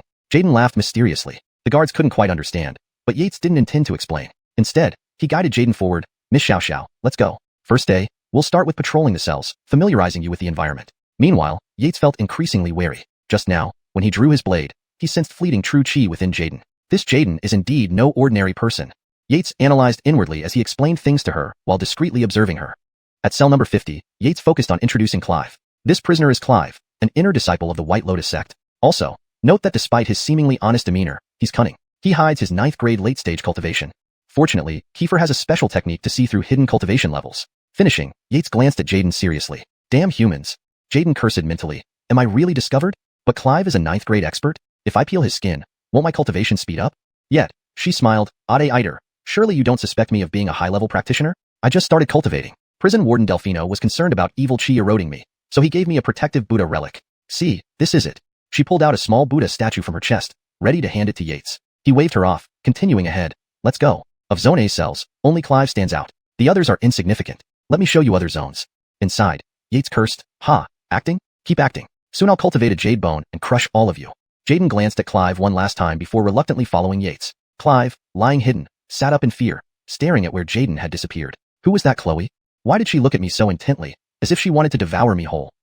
Over the next 3 days, Yates showed Jaden around the prison during the day. Each night, after leaving, he went to the martial arts hall to catch up on knowledge of this world. So, besides puppet demons, there are also skin demons, drum demons, and painted skin ghosts. All love peeling human skin to nurture themselves. Only painted skin ghosts are different. Their formless nature makes them undetectable by even 8th grade experts when wearing human skin. Hampton painted skin ghosts can hide their forms with human skin. Painted skin ghosts? Yates murmured. Cell number 50. Ebert was about to open the cell door when he heard a noise behind him. Startled, he turned around, seeing no one. Phew, what a scare. He knew what he had done. Turning back, he prepared to open the door. Clang clang. Ebert froze, startled. Chapter 19. Clive's death. Who was the prey? Who the hell is playing a joke on me in the middle of the night? Ebert cursed and turned around again to look behind him. Under the flickering lights, the long corridor was empty. No one. Who's there? I saw you, Ebert said sharply. Moments passed, but apart from a faint echo, Ebert heard no movement. Damn strange. Kid, what's wrong? From the depths of the dark prison cell, a figure slowly emerged. It was Clive. Thanks to Ebert's favoritism, Clive had recovered well and did not appear like someone who had undergone torture. Dynasty, I don't know who was playing a trick on me. I clearly heard footsteps, but I didn't see anyone, Ebert explained. Clive paused, a sense of unease bubbling up inside him. In recent days, that Chloe called Jaden had come to check on him daily with her piercing gaze that sent shivers down his spine. He always felt she wasn't human but a demon in human skin, but he couldn't sense anything due to his blocked chi flow. Hampton Ebert was useless for any useful information. Just a few days left. Damn it, Clive cursed inwardly. You're looking for me. Suddenly, just as Ebert opened the lock, he froze as a breath tinged with a slight fragrance blew against the back of his neck, making it feel icy cold. The voice sounded familiar. Is it you? He tried to turn his head. In the next moment, a finger appeared out of nowhere and tapped his forehead. Ebert felt an unbearable pain at his brow ridge, about to scream in agony, but before he could make a sound, he lost consciousness, standing still and lifeless. His eyes lost their shine, and his expression became vacant. Kid, what's wrong? Clive, being a ranked warrior, quickly noticed something was off with Ebert and rushed over. Bah. Woo, follow me. Ebert walked forward, his face vacant. You're not Ebert? You're painted. Ah. Phew. That guy Ebert is ruthless. Not only did he kill the person, he skinned and minced them too. He must be possessed. This morning, he looked straight ahead, soulless. Jailer Abdurrahman took him to the demon detection hall early this morning. I heard from the canteen convicts that he bought a lot of wine and meat privately lately. Very suspicious indeed. Early in the morning, Yates arrived at the duty room. He overheard everyone discussing Ebert's actions and immediately checked the Hell Heaven Sutra. The page belonging to Clive had indeed dimmed. Damn it. Yates cursed internally. Clive was supposed to be a significant source of experience for him. With his death, Yates's plan to refine a jade bone daily would be foiled. Hampton that Jaden actually showed up? After reading the records last night, Yates suspected Jaden might be a painted skin ghost in human guise. However, he couldn't understand why such a creature would risk entering the demonic prison. Was it just for its skin? Yet, he had broken through to Jade's skin without anyone noticing. Or does this painted skin ghost have some unknown powers? Yates pondered various possibilities. AI, Xiao Iter, do you think Ebert has been possessed? Hampton Old Jailer saw Yates and asked. Yates smiled and chatted casually. After a while, just as Yates thought Jaden wouldn't appear, Jailer Abdurrahman walked in with Jaden. Jailer Abdurrahman scanned everyone coldly and announced, upon investigation, Ebert's body had residual ghost energy, and his soul was fragmented. He's ruined. In recent days, several jailers have vanished inexplicably. Dynasty Warden has ordered a strict investigation. If anything unusual happens during your shifts, report it immediately. Jailer Abdurrahman then hurriedly left. Once gone, the jailers gathered around Jaden, offering protection. Jaden, fear not. Ade Bellamy here can protect you with my 3rd-tier strength. Jaden, though not as strong as Bellamy-san, I would die for you. Thank you all. Xiao still needs to patrol with Ade Iter. Jaden sweetly replied, a stark contrast to her usual cold demeanor. Yates. He silently cursed, a bunch of sycophants, they don't realize she's after their skin membranes. Crack. The jailers felt their hearts break at once. Let's go. Yates turned and walked away. This painted skin ghost probably has its sights set on my skin membrane. But can we really be sure which one will be the prey between hunter and hunted? Yates sneered inwardly. Over these 3 days, although he had only refined 3 jade bones, in terms of true combat power, even a mid-9th rank warrior who had completed 64 upper limb bones refinement might not be his match. Of course, this refers to ordinary stone-boned 9th rank warriors. Ade Iter, Are you afraid if the ghost jailer Abdurrahman mention comes? Jaden suddenly turned her head while walking and asked. Afraid? Yates shook his head, a hint of coldness flashing in his eyes. The painted skin ghost was testing him. I Yates fear nothing. Yates put on a proud and arrogant face, secretly mocking, come tonight, and I'll give you a big surprise. Until this painted skin ghost was dealt with, he couldn't relax and gain experience. Moreover, Jaden was getting increasingly impatient, always giving him those devouring gazes, thinking he hadn't noticed. But he was genuinely a 9th-rank bone-tempering warrior with heightened senses awakened. Whatever you are, I'll peel your skin off tonight, Jaden cursed inwardly, maintaining a gentle smile as if she were a devoted fan, praising, Ade Eider, you're amazing. Both were putting on an act, waiting to see who would outsmart the other. Time quickly came to evening. Yates sat down on his bed after returning from the technique hall where he had spent days researching the painted skinned ghost. Finally, he had found a clue. The painted skinned ghost has a fatal weakness. When it reveals its form under its skin, its ghost energy is contained by the skin. If attacked fast enough, it can be killed instantly within its own skin. Perhaps this method could work. While reviewing Clive's memories, Yates contemplated how to deal with the upcoming threat. After a while, he finished going through Clive's memories. It matched his suspicions. Indeed, the White Lotus sect had imprisoned a major figure on the 3rd underground level. To free this person, the sect's guardians and executives organized fanatics to take the body restriction pills, disguising themselves as strength practitioners to infiltrate. Simultaneously, they bribed a jailer on the 3rd underground level to restore the major figure's strength, while others created chaos to provide an escape opportunity. This plan isn't bad. But the leader of the chaos on the 1st level was killed by the painted skin ghost. When the time comes, I'll detain the rest of them. I won't think about that now. The painted skin ghost tested me today, so it will likely come tonight. I need to prepare. This translation adheres closely to the original Chinese text, maintaining the paragraph structure and line breaks while ensuring the English rendition is natural and fluent. Chapter 20. Easily dealing with the skin-peeling ghost. White Lotus sect's breakout plan. Pity, not enough experience points tonight. One day, one jade bone plan is off.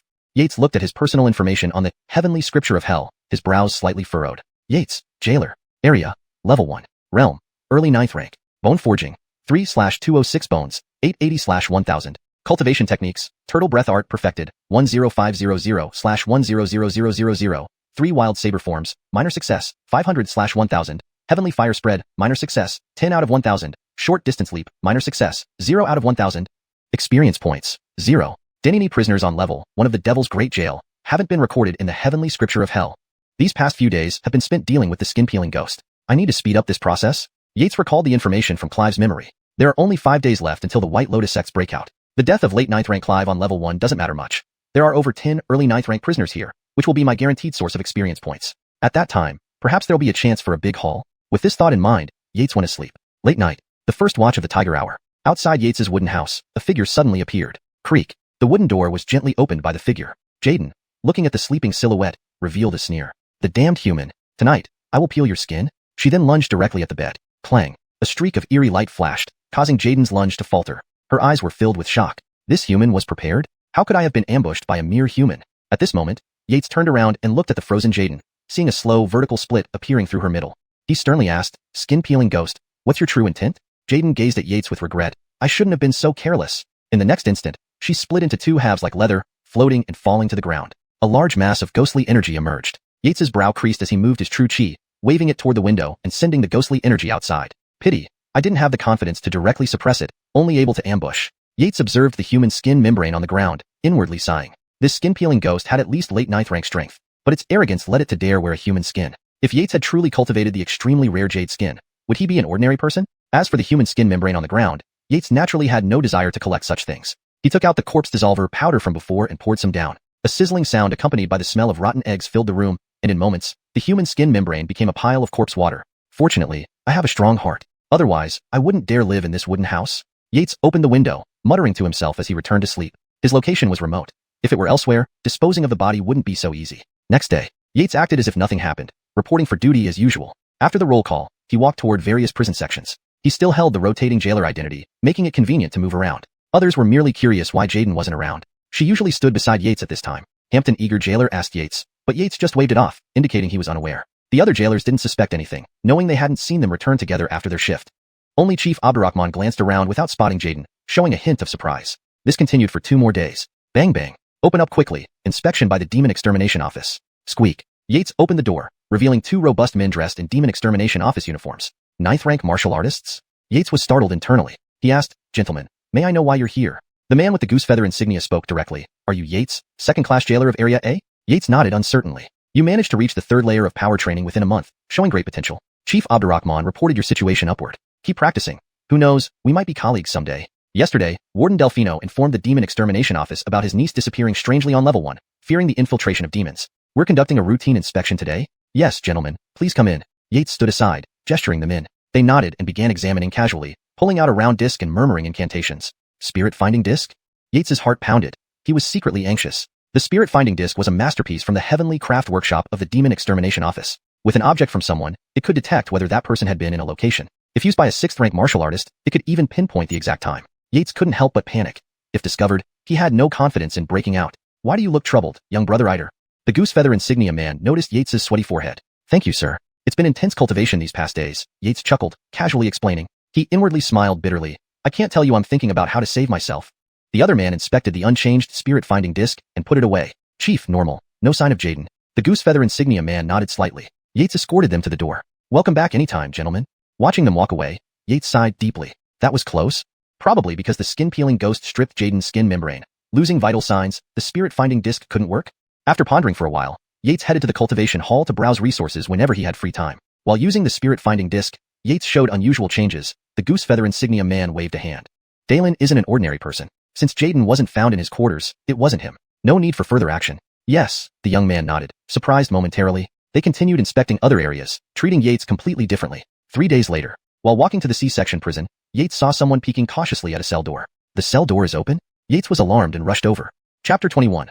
The dead Dinin intervenes to quell the chaos. Yates approached and took a closer look. It was prisoner number being 850, Hussein, the former minister of rights who had been convicted of embezzlement. Upon seeing Yates, Hussein preempted him before Yates could speak. Hey, Lord Eider. Just now, it was terrifying. Several prisoners broke out by force, tearing through the steel bars. They opened all the cell doors and killed any guards they saw. Some prisoners were killing anyone in sight. I realized things weren't looking good and hid myself quickly. Otherwise, I might have. Hussein rambled on, his face full of fear. Yates was inwardly alarmed. Prisoners forcibly breaking out? Releasing prisoners and indiscriminately killing? Is the White Lotus sect staging a breakout? One day earlier than expected? Garth is already dead. Who else could be the contact? Images of faces flashed through Yates's mind as he hurriedly checked the nearby cells. As Hussein had said, all the cell doors were wide open, with no sign of the prisoners. Yates's expression grew serious. He then told Hussein, Minister Chun, you performed well today. I'll speak to the jailer about reducing your sentence. Ah. Hearing this, Hussein looked dazed and asked uncertainly, Lord Eider, are you serious? Can old me really get a reduced sentence? Right, Lord Eider, how many years can my sentence be reduced? I can help more if needed. Unfortunately, Yates had already moved far away, out of sight. Even though the Zhiqi Tianya technique was only at the initial stage, under the flow of true qi in his body, he shot several yards ahead in an instant. All along the way, the cell doors were wide open. Some cells were empty, some still held prisoners like Old Chun, while others contained dead bodies. There were also a few corpses of guards whom Yates couldn't name. No, I can't expose my strength yet. 3rd level exercising strength has already attracted the attention of the Monster Suppression Bureau inspector. What if it reaches rank level? Yates wasn't sure what the consequences would be. Anyway, regarding Qian history, he dared say he knew second best, with no one daring to claim first. If word of his cultivation speed got out, it would immediately cause chaos, and he'd end up being locked up inside. This was the original sin. He had the speed but lacked the power to protect it. On his way, Yates found a dead guard and changed into his clothes. Then using the Irong Huanqing technique he won from Garth last night, he leveled it up to the small success stage, extending his height by half a foot and altering his facial features. Now even Uncle Abdurrahman wouldn't recognize me, right? After changing his appearance, Yates continued toward the duty room. Before reaching the duty room, he caught a strong scent of blood in the air, accompanied by mournful cries. Yates's heart sank. The White Lotus sect followers were moving too fast. Realizing this, he pushed his internal true qi to the limit, doubling his speed. He instantly flashed into the duty room. As soon as he entered, he saw dismembered bodies scattered on the ground, mingling prisoners and guards. Yates recognized a few of the jailers. One relatively intact corpse lay near the door, eyes wide open, staring ahead lifelessly. It was Jude, the old guard who first sought Yates's help in inspecting prisoners and later treated him with particular care. Dead. Heh, another fool rushing in? A sinister laugh came from within the duty room. Inside, a dozen prisoners stood holding single-edged knives, staring at him malevolently. The man who spoke was a bald Diego whose clavicles had already healed completely. Yates recognized him, a White Lotus sect member and an early 9th rank practitioner according to Hellfire scripture. Yates didn't know how many bones above the waist this man had cultivated. Fletchering this month. Do you know how we lived? Today, we're going to give you a taste of that. The bald man sneered and lunged at Yates like a diving eagle. But before he reached Yates, a flash of cold light streaked across his face. Ah! Ha! Blood spurted out, and a severed head rolled to the ground, still wearing an expression of shock from its untimely demise. A mere early 9th rank stone bone. Killing you is as easy as slaughtering a chicken. Though Yates was also an early 9th rank, having only completed refining 3 jade bones, he had the enhancement from jade skin, combined with the prisoner's carelessness, leading to a swift kill. The rest stared at Yates in horror. Most of them weren't White Lotus sect members, just ordinary prisoners. The 5 other White Lotus sect members gazed at Yates gravely. Their strongest man had been killed in one strike. Naturally, they noticed his negligence. Yet, Yates's combat prowess alone was enough to make them cautious. Boy, you're not an ordinary guard. Join our White Lotus sect, and you can attain immortality. One of the towering men spoke up. White Lotus sect, immortality? Yates didn't reply, silently laughing to himself. I'll crush your stone bones, and see if you can still attain immortality. These guards, although he had only known them for a month, were his colleagues. They had shared meals and drinks together recently. Now lying there, most without complete bodies, he felt a pang of sadness. But Yates didn't plan to kill them outright just yet. After all, their survival would contribute experience points for him. If I crush their stone bones, and then make them contribute experience points, am I being too lenient on them? Yates acted on impulse, his true chi bursting forth from his dantian, surging through his limbs. In a blur, he appeared midair, sweeping down with a blade. Damn! Attack, kill him. The White Lotus sect members sensed something amiss when Yates slightly moved and shouted furiously, swinging their blades together. Clang. 2 early 9th rank White Lotus members had their hands severed by Yates's blade. Landing momentarily, Yates unleashed a palm strike, his true chi erupting, smashing into another person's chest. The man disappeared in a spray of blood with a poochie sound. With 1 blade and 1 palm strike, Yates eliminated 3 people instantly, shocking the remaining 2 to their cores. They turned to flee. Unfortunately, Yates was faster. In a flash, a knife light flashed past. The 2 froze, then collapsed, wailing miserably. My lord, I haven't killed any guards. Please don't kill me. My lord, I didn't plan to fight. The White Lotus sect forced me. The other prisoners fell to their knees, begging for mercy. Killing? That would be too merciful. Suddenly, Yates frowned and turned toward the doorway. Chapter 22. The villain dies because of talking too much. Really strong. Yates's mind sounded the alarm. At some point, an Ernonli man with silver temples and a gaunt face stood at the door. He was wearing prisoner's garb, spattered with blood, his eagle-like eyes sharp and sinister as they stared at Yates like a beast out of its cage. Heh, there's actually someone left on the ground floor? A hoarse voice came from the old man. Damn, 8th rank sinew tempering? Is that crowd downstairs just eating air? Yates cursed in his heart. This old man, clearly dressed as one who had broken through the underground floor's obstacles to escape into the ground floor, didn't matter if he was a demon person from the White Lotus sect or not. Just by looking at his overwhelming aura and his vicious gaze, Yates knew this battle would be tough. Boy, I'll give you a chance. Submit to my White Lotus sect, and I'll spare your life. The old man squinted his eyes and said in a grave tone. In his heart, he thought, this boy doesn't look old, but he has the strength to kill 9th rank initial level warriors like chickens. He could be recruited. Bite me, Yates shouted, revealing a disdainful expression. The energy within him surged, chi rushing out, his entire body exuding power like a sword drawn from its sheath. The next second, Yates slashed with his long knife, his figure flashing before the old man as he followed the motion of the blade. But the old man seemed to have anticipated this, leaning slightly to the right and dodging Yates's attack, while simultaneously kicking out a lightning-fast leg. Pong! Yates couldn't dodge in time, his chest caving in instantly as he was kicked several meters away, landing heavily on the ground. A large mouthful of blood spurted out. Wiping the blood from his mouth, Yates cursed inwardly. Damn, intense. I couldn't withstand that demon's single move. This time, I underestimated it. I should have run first. Yates quickly recalled any remaining tricks he had. Boy, I'll give you one more chance. Will you submit to our holy White Lotus sect? The old man walked toward Yates and asked, what can the White Lotus sect offer me? Yates spat out the clotted blood in his mouth and asked with a twisted smile. Heh, the holy White Lotus sect can fulfill all your desires. Beauty, inertial arts techniques, power, status, immortality, all these can be yours. The old man smiled as he saw Yates's loosened demeanor. However, this smile looked eerie on his gaunt face. In the Great Qian Dynasty, the White Lotus sect wasn't just an ordinary cult. Its followers were spread across every county and state of the Great Qian Dynasty, even including many believers in neighboring countries. There were even rumors that the Holy Mother of White Lotus was a super expert ranked among the top 3. Such a character was near sage level. The old man stared intently at Yates, not believing a mere jailer could resist such temptation. When he joined, he too was coerced. After years, he became an 8th rank sinew tempering warrior. Those who stubbornly resisted until death, the old man considered them incredibly foolish. I will join, old man, but I have a small request. Yates panted. To the old man, Yates's willingness to join was expected. That kick earlier was no joke. This boy was still alive, indicating decent bodily toughness. As for joining the sect without coercion, few could resist, especially when threatened. Go on. The old man stepped forward. I want you to die. Yates roared the last part. Instantly, his whole body's chi circulated rapidly along the path of fiery heaven, releasing a palm strike with a faint red glow. The imprint landed squarely on the old man's forehead under his shocked gaze. Pong. Belamike a bursting watermelon, white brain tissue and red blood splattered onto the duty room floor. Huh. Yates exhaled deeply, gradually regaining his flushed face. Heh, old man, compared to me, you're still green. You don't know that villains die because of talking too much? Meanwhile, the other prisoners were too shocked to speak, shivering in fear in the corner. This reversal was too terrifying. Fortunately, Yates didn't want to kill them all. So, he coldly ordered, I'll count to 10. Anyone not back in their cell after I finish will be killed. As soon as he spoke, a palpable killing intent pressured the prisoners. Terrified, the prisoners rushed back to their cells, afraid of being even half a step slower than others. Some even pushed aside others, grinning maniacally. Yates saw it all. Naturally, he didn't care. The more evil these people were, the more experience points he gained. If time allowed, he would have turned this into a survival game. As for the White Lotus sect members, Yates showed no mercy, knocking out their bones before throwing them back into their cells. After finishing all this, shouts and roars approached from afar. Yates frowned inwardly. Looking around, he sighed slightly. Not enough time to catch more prisoners. He then changed back into his clothes, using the changing appearance technique. After a few breaths, the handsome Yates returned, though a bit pale. He had stabbed himself in strategic places that wouldn't cause lethal bleeding, lying next to the corpses in the duty room for half an hour. When someone entered, "Oh, there's still a survivor?" Yates slowly raised his head, finding someone standing at the door, surprised at seeing him. Wearing dark red robes with a goose feather shoulder piece, this man was likely a patrol officer from the Exorcism Bureau. Yates struggled up from the ground, giving a respectful salute. Acting disoriented, he paused momentarily before saying quietly, "The ground floor prisoners revolted, killing everyone on sight. We fought valiantly but were overpowered. Everyone in the duty room, except me, was killed tragically." His mood was somber, portraying grief for his colleagues. While partly acting, he genuinely felt sorrow for Jude and the others. The patrol officer scrutinized him for a moment, his frown deepening. In a chilling tone, he asked, "How did you survive?" Judging from the mangled bodies, the prisoners had vented their rage on their victims, which meant they shouldn't have left any intact corpses. Thankfully, Yates was prepared for this. He adopted an admiring tone. "A tall man in a jailer's uniform saved me. He killed or drove off those prisoners." Fortunately, the officer hadn't truly expected an answer. Given the carnage, it was unlikely that a third-rank strength training warrior caused all this. The court will provide compensation for the deceased. With that, he turned and left without another glance inside. Huh. Yates secretly sighed in relief. That officer was also an 8th-rank sinew tempering. This hurdle is passed. First, I need to get medicine from the infirmary to recover my injuries.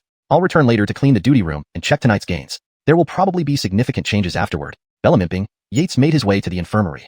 Chapter 23, Experience Explosion and Promotion to First-Class Jail Guard. Yates made his way to the medical hall. He found bodies scattered all over the path. Guards, prisoners, even magistrates. Upon entering the medical hall, he discovered it filled with agonized screams. This is the sorrow of the weak.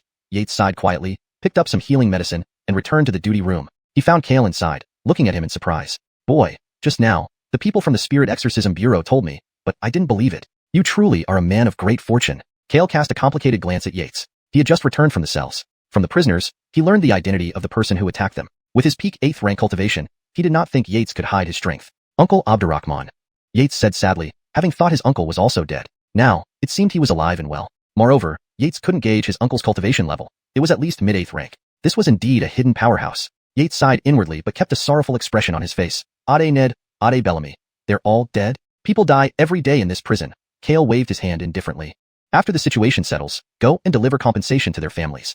Then, Kale shared more information with Yates. Most shockingly, it turned out that Uncle Abdurrahman was a key figure in thwarting the White Lotus cult's breakout attempt. He personally eliminated several 8th rank experts and held off one of their major figures for a brief moment, allowing the Spirit Exorcism Bureau to arrive and kill that figure. They even set an ambush outside Heavenly Capital, capturing another high-ranking Ernan, thus failing the entire rescue operation. Meanwhile, Kale had also killed Roman Dinigistrate. Finally, Kale informed Yates that after everything settled, he would be transferred to the Spirit Exorcism Bureau. "Nephew, I wish you rapid advancement in cultivation and steady promotions." Yates watched Kale leave. By the time he finished collecting the bodies and cleaning the duty room, it was already midnight. "Never mind, let's head back to the wooden hut first."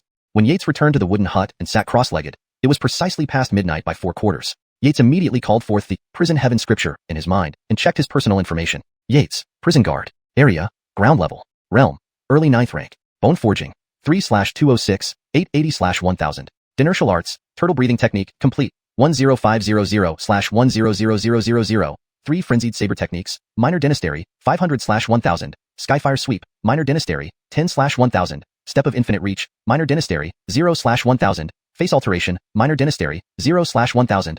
Experience points, 3010, hehe, 3 Jade Bones per day. In 2 months, I will have 206 perfect Jade Bones. At that time, can I challenge a late-stage 8th rank ordinary practitioner? Also, my martial arts cannot lag behind. I was able to counterattack only thanks to Skyfire Sweep. This Earth rank palm technique and my footwork need improvement. Yates pondered, realizing he still lacked experience points. First, improve cultivation, solidify the foundation, then combine with martial arts to unleash incredible combat power. System, allocate all experience points to Realm. The information interface changed instantly. Bone Forging, 6/206, 880/1000. Simultaneously, Yates felt a warm current flow into his body, merging with his true chi and flooding his upper limb bones. This tingling sensation, this must be the magic of bone forging? Yates marveled inwardly. His previous 3 bone forgings were one at a time, with no particular feeling. This time, with 3 bones simultaneously, it felt like a chain reaction. It was as if countless tiny figures were using small jade hammers to continuously tap his 3 upper limb bones. Each strike removed impurities, refining the bones until they became translucent jade. After numerous breaths, the strange sensation vanished. Yates clenched his fists tightly, feeling energized. Now facing that old White Lotus cultist, could I withstand his attack? Yates shook his head, knowing he'd still be knocked down instantly. But in 2 months, he won't be a match for me in a single move. Yates fell into a deep sleep. Today's injuries were severe, and now, post-breakthrough, he couldn't resist the fatigue. Next morning, in a small courtyard in heavenly capital wrapped in white cloth and mourning banners, Yates, dressed in black, along with several guards, walked out amidst the sounds of trumpets and wailing. "Io." One guard sighed deeply. Being a jail guard looks powerful in front of prisoners, but if something goes wrong, we're the ones who end up dead? Just leaving, old Ned and Dorian's families will struggle financially. The court issued compensation, and Quelled didn't deduct anything. If we help out, they'll get by. While Quelled is strict, he is fair when it comes to big matters. Other areas aren't so lucky. Shoo. Speak cautiously in the capital. They quieted down upon seeing Yates walking silently. Changing topics. Xiao, you really are incredibly lucky. Hampton Ernonley guard patted Yates's shoulder, feeling touched. Yeah, narrowly escaping disaster means you're bound to have blessings ahead. Speaking of which, Xiao, we congratulate you first. We heard Quelled has recommended promoting you to first-class jail guard. Yes, I heard that too last night. All looked at Yates enviously. A first-class jail guard would oversee them. They worked their entire lives but remained third-class jail guards, with no progress in cultivation or many years left. Yates had been listening quietly until the conversation turned to him. But Yates knew himself better. He wasn't lucky. He was strong. He managed to smile. I'm just lucky. Dennyby the bigwigs in the Spirit Exorcism Bureau already knew about the White Lotus cult's breakout plan. But in their eyes, the deaths of ordinary guards mean nothing. Thinking this, Yates chatted a bit more before bidding farewell. Despite gaining some experience, he needed more to protect himself. Back at the duty room, just as he prepared to report to Quelled, he was called in first. Chapter 24. Quelled leaves. New Delphinosia arrives. Boy, today is my last day in the Great Demon Imprisonment Jail. The new Undersecretary of Prisons and the new head warden will be assigned soon. Pity you don't have enough experience. Otherwise, I could have arranged a warden position for you. Quelled cast a regretful glance at Yates. In the future, continue to maintain your usual low profile. Lastly, if you encounter injustice, come to the Demon Taming Bureau to find me. Our uncle-nephew relationship can always be negotiated. Haha. Yates. This Quelled really had taken his act too far. Only yesterday did he learn that Quelled was a prodigy discovered by the Demon Taming Bureau. Although he used to love money, it didn't bother the high officials there as long as it wasn't serious. When White Lotus sect demons escaped from prison, they turned the tables on him and made him look even more competent. The two chatted idly for a while before Yates bid farewell and left. He had been busy lately with severe shortages of jailers. To avoid overworking, he handled all incoming prisoners himself. Though he wasn't directly involved in their confinement, every bit counted. Seeing that his total experience points increased by 20, Yates gave an inward nod of approval. Time passed, and 2 days later, a handsome man wearing lavish robes and a purple gold crown stood outside the duty room. Cough, cough. Standing at the door, the handsome man cleared his throat a few times, striking what he thought was a stylish pose, drawing the attention of several people inside. However, Yates and the others merely glanced at him before resuming their conversation. This new warden was well known to them, but without power, what good was a title in the Great Demon Imprisonment Jail?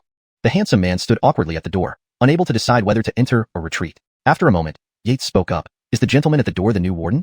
We are discussing some matters. We'll come out to welcome you shortly. The handsome man.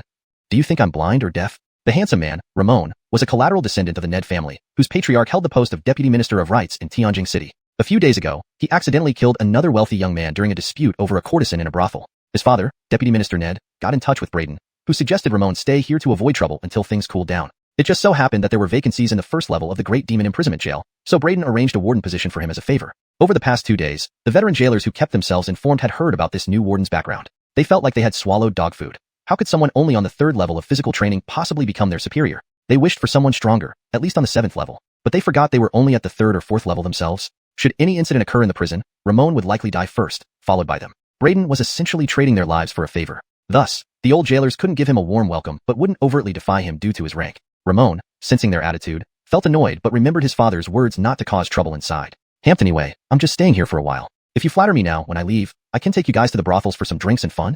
After exchanging simple greetings with everyone, Ramon entered the warden's duty room. If those veteran jailers heard this, they would regret it bitterly. Only Yates maintained a smile throughout, earning significant praise from Ramon. 5 days passed in a blink. Many new faces appeared in the prison, mostly replacements for the deceased jailers. For families without anyone, the prison selected suitable poor boys. This was a rare opportunity for many poor families. 50 taels of silver as settlement fees and a chance to train in martial arts. In no time, the first floor was fully staffed again and operational. One day, during the roll call, Ramon announced that Yates had been promoted to a first-class jailer, effective immediately. Yates now enjoyed 2 days off per week and could return home. Furthermore, he would assist the warden in managing the jailers. Upon hearing this, everyone clapped and congratulated him, though some couldn't hide their envy. Some jailers suggested a drinking celebration tonight. Yates smiled and was about to agree when, go, tonight at Drunken Pavilion. I'll treat you all. We won't stop until we're drunk. Ramon chimed in. Being an official son, he quickly won the hearts of the veteran jailers by distributing money within 2 days. Initially, they ignored him, but after being showered with silver coins during the next roll call, they readily submitted. Now, they treated him like a lord. Yates watched, shaking his head inwardly. Thanks, Alaire. The crowd immediately cheered, happy to comply with Ramon's preferences. Laughter spread as everyone returned to their duties, marking the start of a busy day. On the inspection table lay a muscular and handsome man covered in blood, bleeding profusely from his lower body. Yates was shocked. This guy must have had his fifth limb chopped off by the Demon Taming Bureau. My goodness. Reviewing the prisoner's file, Yates was astonished. Compared to this man, Ramon seemed like a kid's play.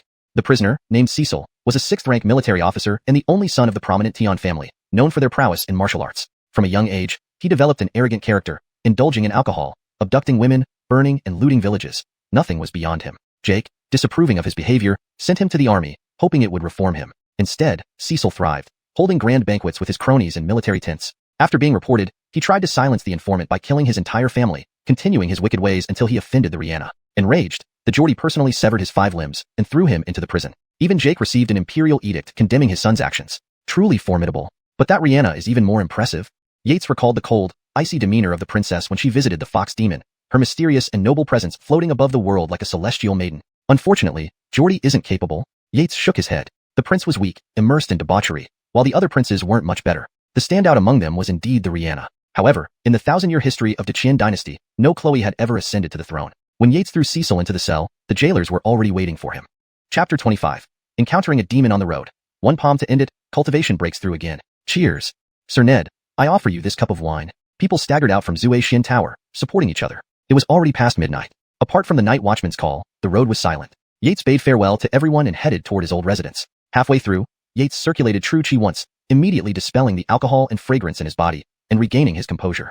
The Eider family's old residence was located in the outskirts, about an hour away from here. Since tomorrow is my day off, I'll go back for a visit. After the White Lotus sect breakout incident, most prisoners on the ground floor of the demon refining great prison had been absorbed into the hell scripture. The remaining ones weren't urgent matters. Yates couldn't help but recall the delicate embrace of just now. He never considered himself a saint, as he had been under life-threatening pressure before. I've heard that demons outside the city are very rampant, especially those alluring female demons. Perhaps I should find time to go out and see them? Yates shook his head instantly. No, let the demon hunters handle the demon-slaying business first. I will continue being a lowly jailer. Beware of fire and lights. As Yates passed by a poverty-stricken area, his ears twitched slightly. There's a sound? Why would there be a Chloe's cry at midnight? Yates felt somewhat surprised. Instantly, he imagined many possibilities such as bewitching ghosts or fox spirits. It seems that Tianjing City isn't as clean as I thought. Indeed, though Tianjing City, as the capital of the Qian dynasty, was full of experts, it was too vast for them to monitor everywhere all the time.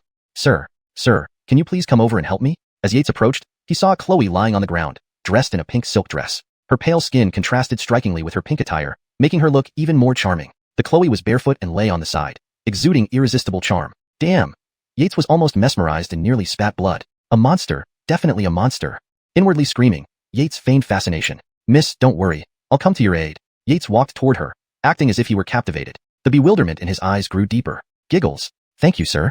The Chloe spoke sweetly, but inside, she thought, what robust vitality. How I want to eat him right now. How much I desire it, sigh. This Chloe was actually a succubus who intended to find a meal in the slums. On her way, she encountered this Yael radiating irresistible vitality. Could she possibly resist? Deciding to pose as a distressed Chloe to lure him, she had always found this method effective. Seeing Yates's eyes flash red, the succubus smiled. Come, let's enjoy ourselves. She extended her delicate hand enticingly. Yates seemed influenced, eyes red and crazed, lunging towards her. Unfortunately, the succubus missed the hidden clarity in Yates's eyes. Rip. Lunging forward, Yates tore the Chloe's outer garment apart. She didn't get angry but instead writhed seductively, patting Yates's chest softly, cooing, Sir, gently. No need to rush, I'm yours. No time to waste, I need to get back to sleep. Suddenly, the confusion in Yates's eyes vanished, replaced by clarity. Sleep? Not good. The succubus realized something was wrong. Wasn't he entranced? This move had never failed. Before she could react, Yates grunted lightly. His true chi surged following the path of the heaven fire wild, accumulating terrifying heat at his palm. In an instant, Yates struck her with one forceful palm. Thud. With shock and bewilderment on her face, the succubus turned into a mess of brain matter under Yates's palm. Her remaining half-body twitched a few times then lay still. Yates glanced at the corpse and shook his head. Beautiful skulls. As long as I have no desires, my blade becomes divine.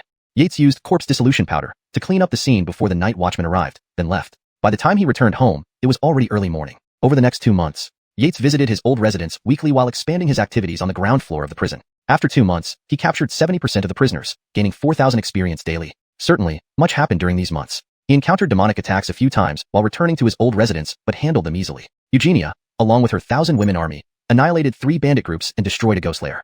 Geordie brought another rabbit demon, which leaked news. The emperor came with the imperial sword, split the rabbit in 2, kicked the prince till he spat blood, and imprisoned him for 6 months. Later, rumors of replacing the crown prince shook the court. In Dafu state, a blood Buddha sacrificed 20,000 people to prove his 4th-rank golden body. He has yet to be apprehended by the demon hunters. Hampton there were events in the desolate snow country, but for now, none concerned Yates. He focused on completing the forging of 64 upper limb bones to reach mid-9th rank bone forging and anticipated the change in strength. That night, Yates called out softly, Hell Scripture.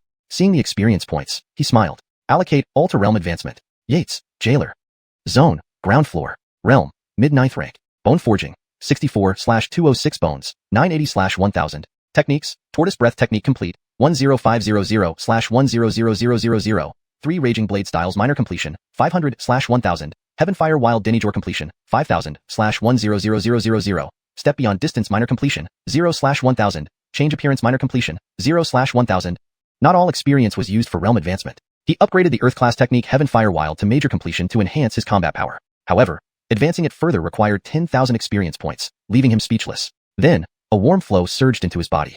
Chapter 26, Strength Surges, Ramong Trampled. What an incredible feeling. After tempering the 64 bones in his upper limbs, Yates felt a sense of completeness emanating from within. The true chi circulated rapidly through his upper limb bones. Previously, it took 1 second to unleash combat power, but now, it was instantaneous. The true chi had also thickened to 3 times the thickness of a hair. To put it simply, Yates's burst of combat power was faster, stronger, and more enduring. Moreover, after breaking through to the middle stage of bone tempering 9th rank, his entire upper limb formed a small cycle. If I were to ambush someone and unleash the Fiery Heaven palm technique now, I could probably injure an 8th rank tendon refinement expert with a single strike. Let's test this in the backyard.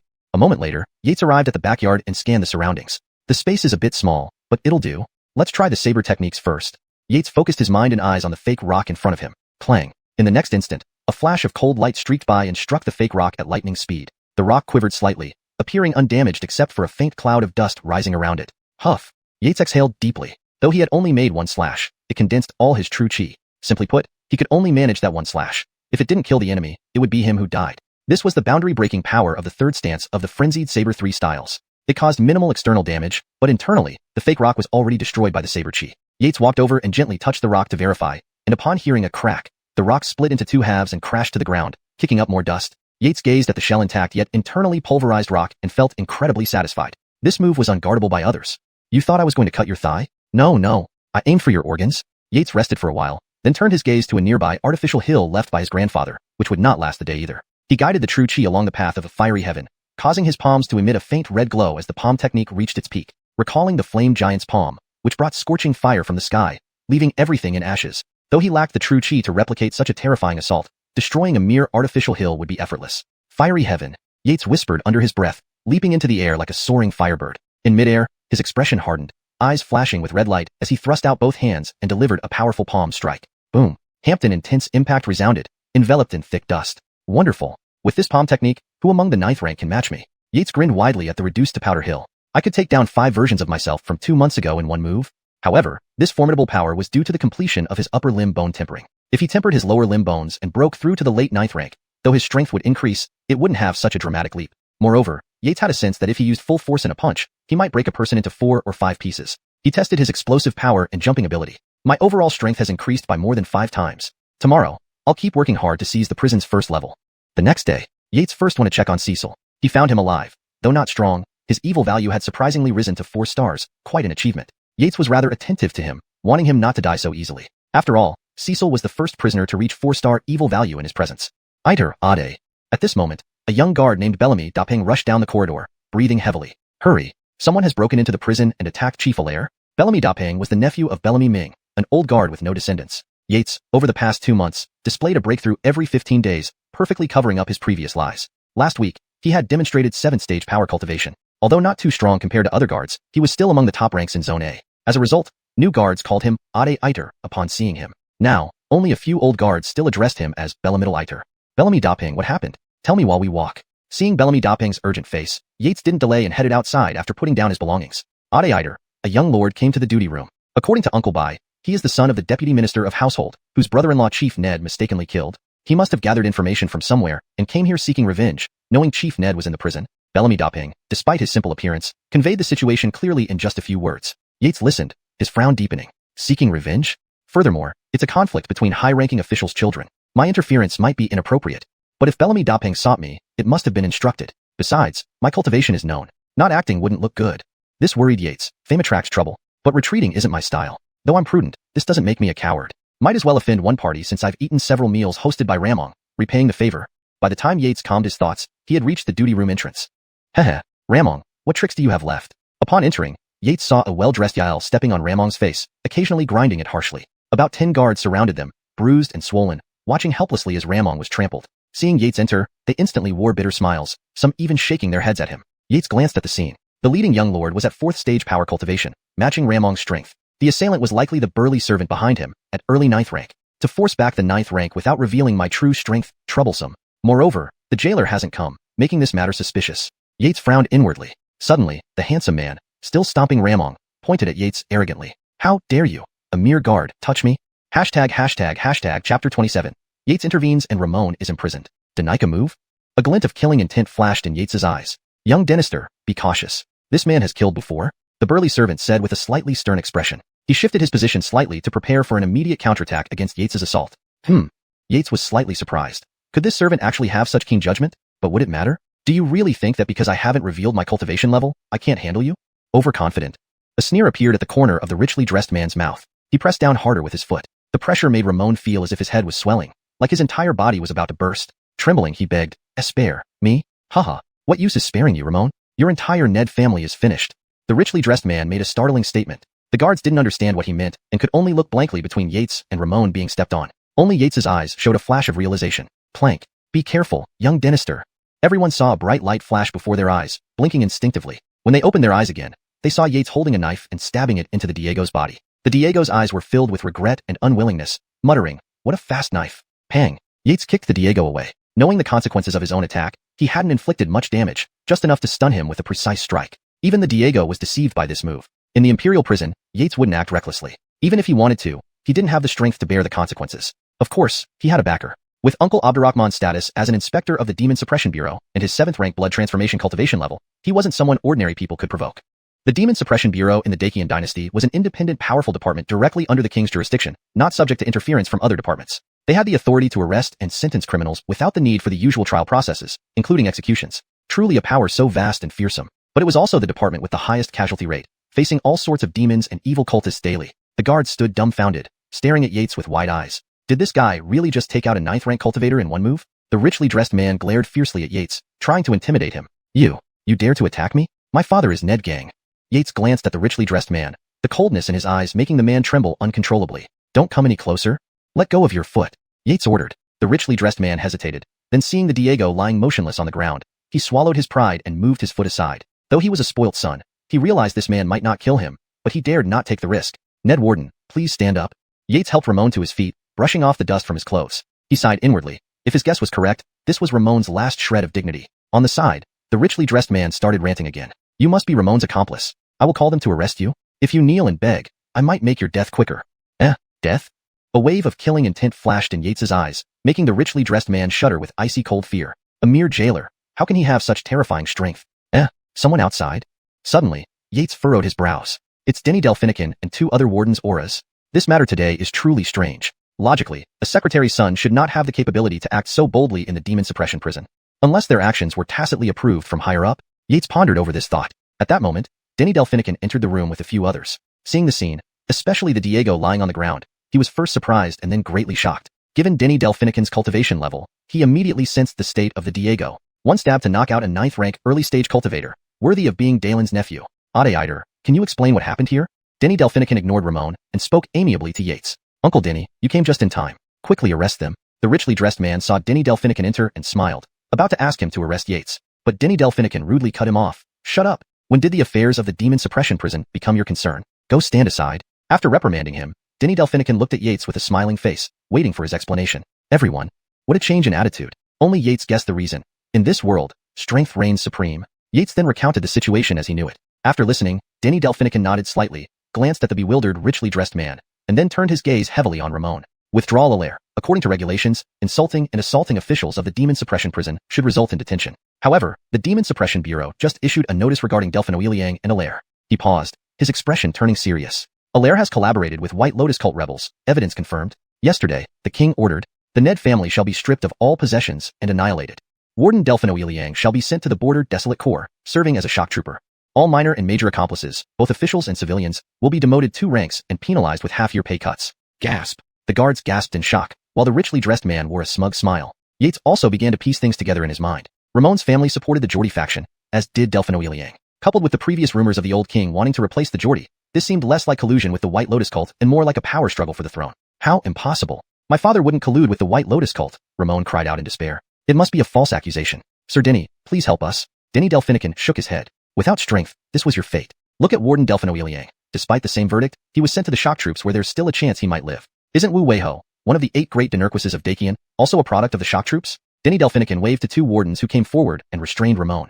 Denny Delphinican then smiled at Yates. Ade, allow me to congratulate you in advance. Note, the name, Yates, should be maintained as it is a direct transliteration. For character names like Ramon, the pinyin form should be used consistently unless otherwise specified. Chapter 28. Promoted to warden, killing Hampton other hide skinner. 2 days later, the prison suddenly saw a surge of new inmates, nearly reaching its capacity. However, Yates couldn't feel happy about it, since most of these prisoners were ordinary people, mostly with low-level martial arts cultivation, often just at the first or second level of strength training, and some of them didn't even score half a star in terms of wickedness. Of course, what made everyone sigh the most was Ramon, the former warden. Despite his previous kindness, none of the guards mistreated him after he lost his position. Since the day he was imprisoned, he sat dumbly in his cell, muttering to himself, impossible, impossible. With Yates's abilities, he could tell that Ramon, though not insane, wouldn't last until autumn when the executions typically took place. This was the tragedy of being weak. Life and death hinged on others' words. So, I, Yates, must rise to be among the select few at the top.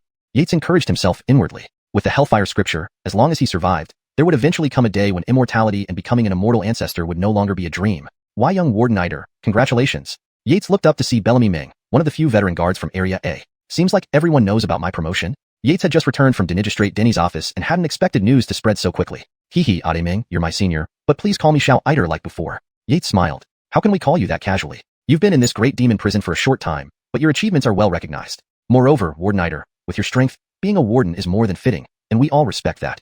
Whoever doesn't listen to Warden Ider will get a slap from me.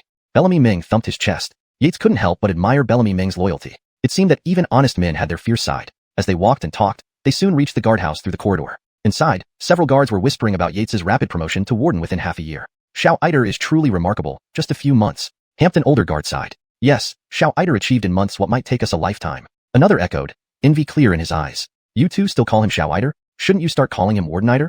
Someone objected, and the younger guards nearby nodded in agreement. Though wardens were the lowest ranking officials, they still had official status, a monthly salary of 20 taels, significantly higher than common guards, and greater freedom, able to leave the prison freely with minimal restrictions. It was a step heavenward. Even if they worked hard their entire lives, they might never achieve such results. Just as Yates and Bellamy Ming approached the door, the discussion inside immediately stopped. The incident where Yates knocked out a 9th-rank prisoner with a single blow 2 days ago had stunned the entire upper level of the Great Demon Prison. His authority naturally surpassed the previous warden, Ramon. With everyone here, let's gather at Drunken Pavilion tonight. I'll treat everyone, and we won't stop until everyone is drunk. There was a chorus of applause. Even the older guards nodded approvingly. Without a doubt, Yates had earned respect in terms of interpersonal skills since joining the prison. Next, Yates implemented several changes in his duties. He insisted on personally inspecting all prisoners upon arrival, participating in interrogations, and highlighted key prisoners from the Hellfire scripture who required special attention to ensure their health.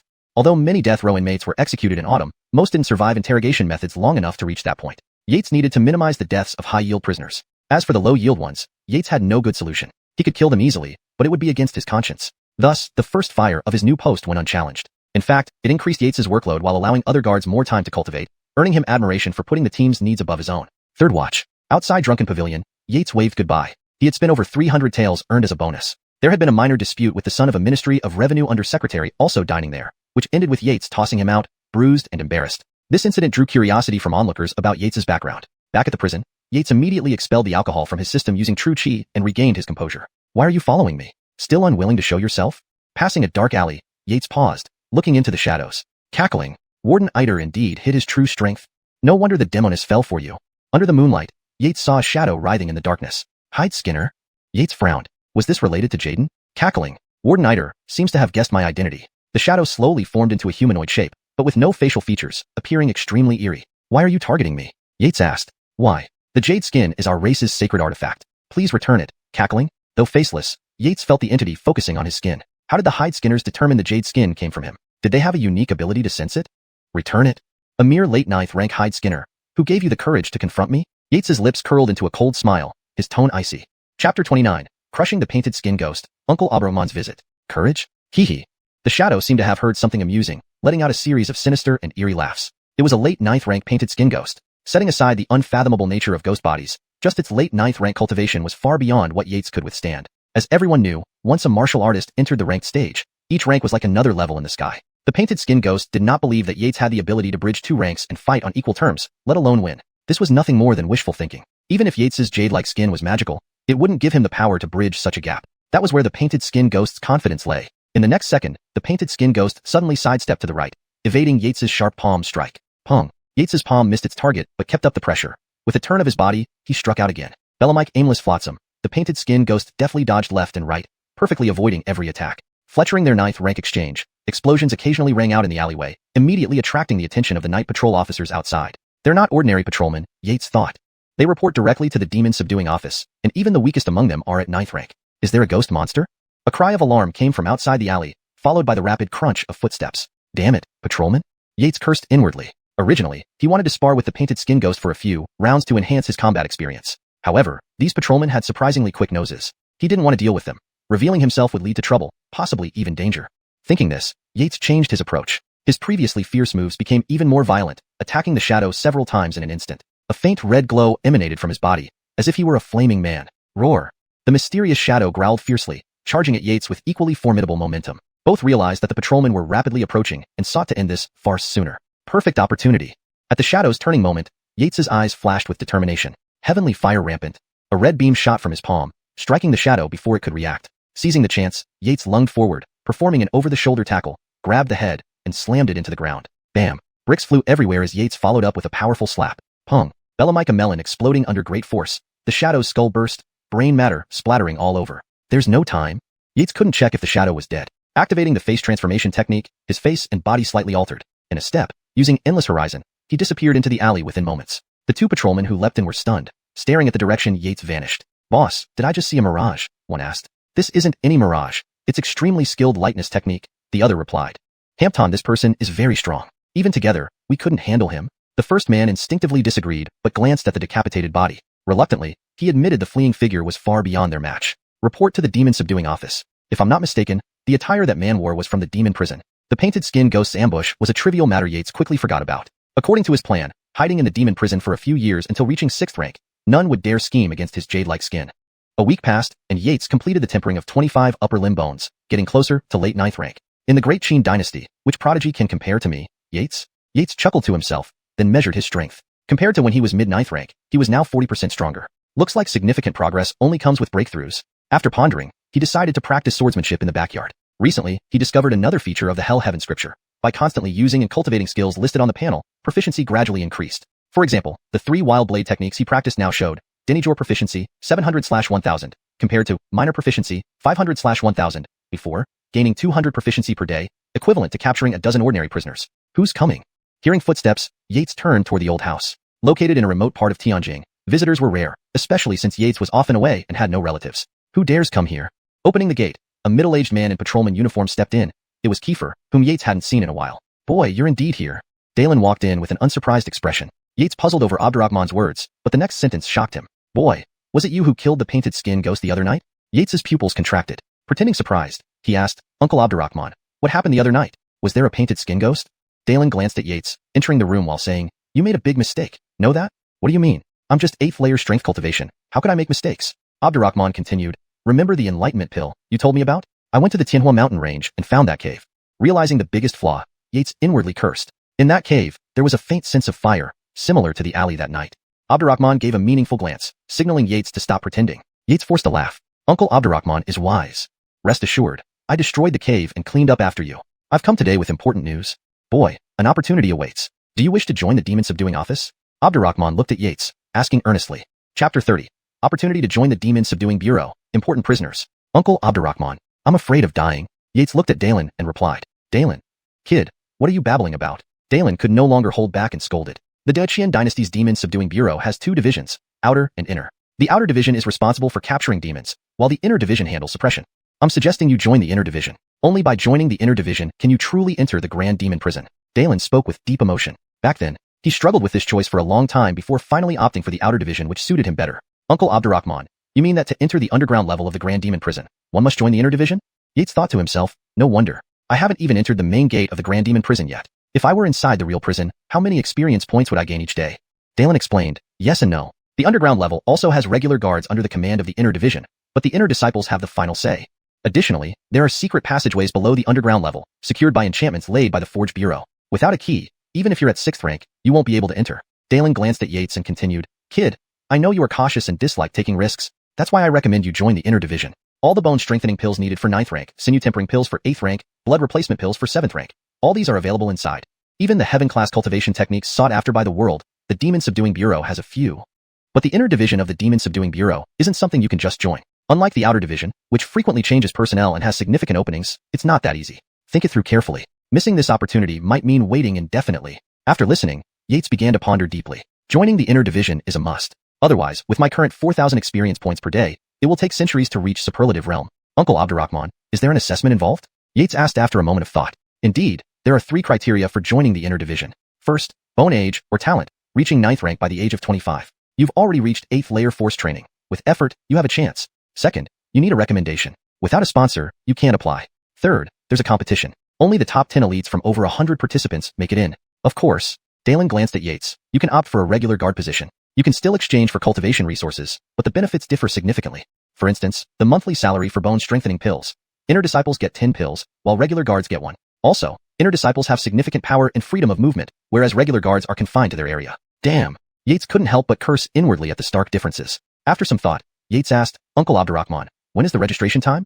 In half a year, you just need to break through to 9th rank. I'll find you then. After chatting for a bit more, Yates bid farewell to Dalen. Inner division of the Demon Subduing Bureau in half a year?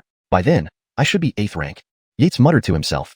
The next day, Yates was walking along the corridor when a guard approached him quickly. Guard Captain Eider, Warden Denny asks you to go to his duty room. Warden Denny is looking for me? Yates was puzzled as he walked, thinking about it. His immediate superior was different from the previous warden. He usually stayed out of the limelight, occasionally showing up just to maintain presence. To Yates, his superior from the family of Deputy Minister of Rights, Denny seemed to know how to survive and had a knack for longevity. Whenever he acted, it was always with deadly decisiveness. No wonder he silently took down Warden Delfino. Yates heard this from Dalen yesterday. When Yates arrived at the duty room, the other 4 wardens from Zone A were already waiting. Guard Captain Eider. After exchanging greetings, they all looked at Warden Denny, wondering why he had called them. Cough cough. Warden Denny cleared his throat and said, to make it short, Warden Delfino has given us an order. In an hour, 2 important prisoners from the palace will arrive, charged with colluding with the White Lotus sect. We must prepare accordingly. These prisoners are special. There must be no mistakes. Who among you wants to handle this?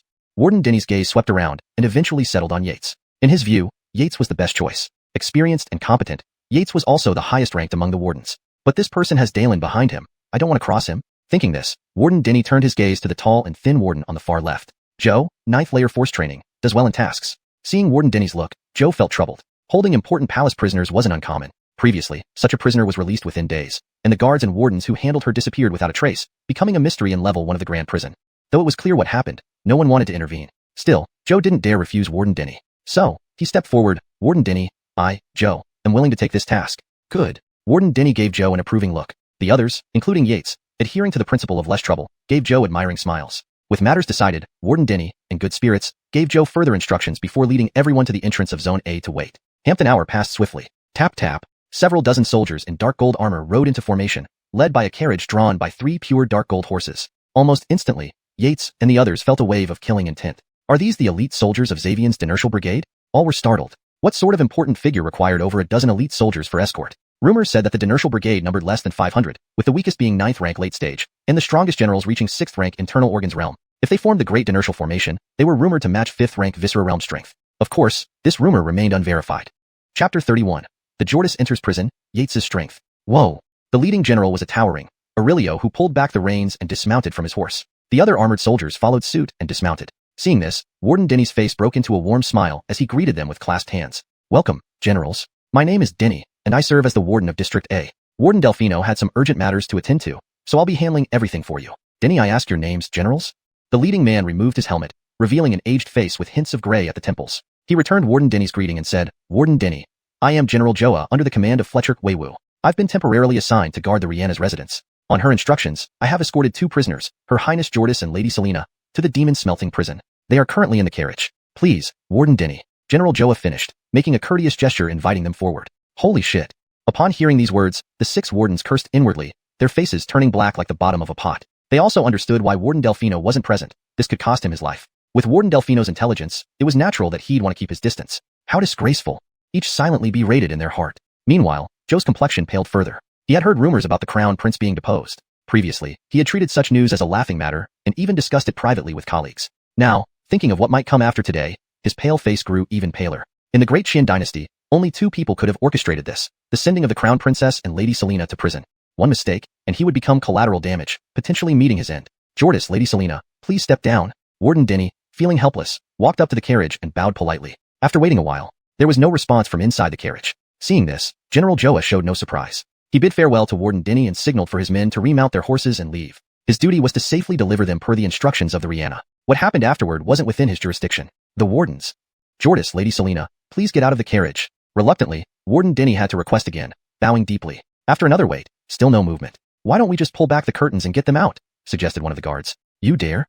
They noticed the two nurses who accompanied the carriage sternly reprimanding them, clearly ready to act. The wardens could only laugh awkwardly, realizing that both nurses were of early 9th rank cultivation. While the Jordis came from a humble magistrate family without significant backing, they weren't too worried about offending her. But Lady Selena was different. Despite her young age, she was cherished by the Rihanna. The fact that the Rihanna arranged for protection by Fletcher Weiwu's army made it clear how serious the situation was. Rumors spoke highly of the Rihanna's talent. At barely 20 years old, her cultivation had nearly reached the 6th rank, far surpassing many seasoned cultivators. She was also the most beloved princess by the old dom, the only person capable of influencing his decisions. Throughout the history of the great Qian dynasty, the throne had never once been inherited by a Chloe. Reflecting on this, the warden sighed inwardly. If the old Oscar displayed the courage to appoint the Rihanna, the empire's power might indeed reach new heights.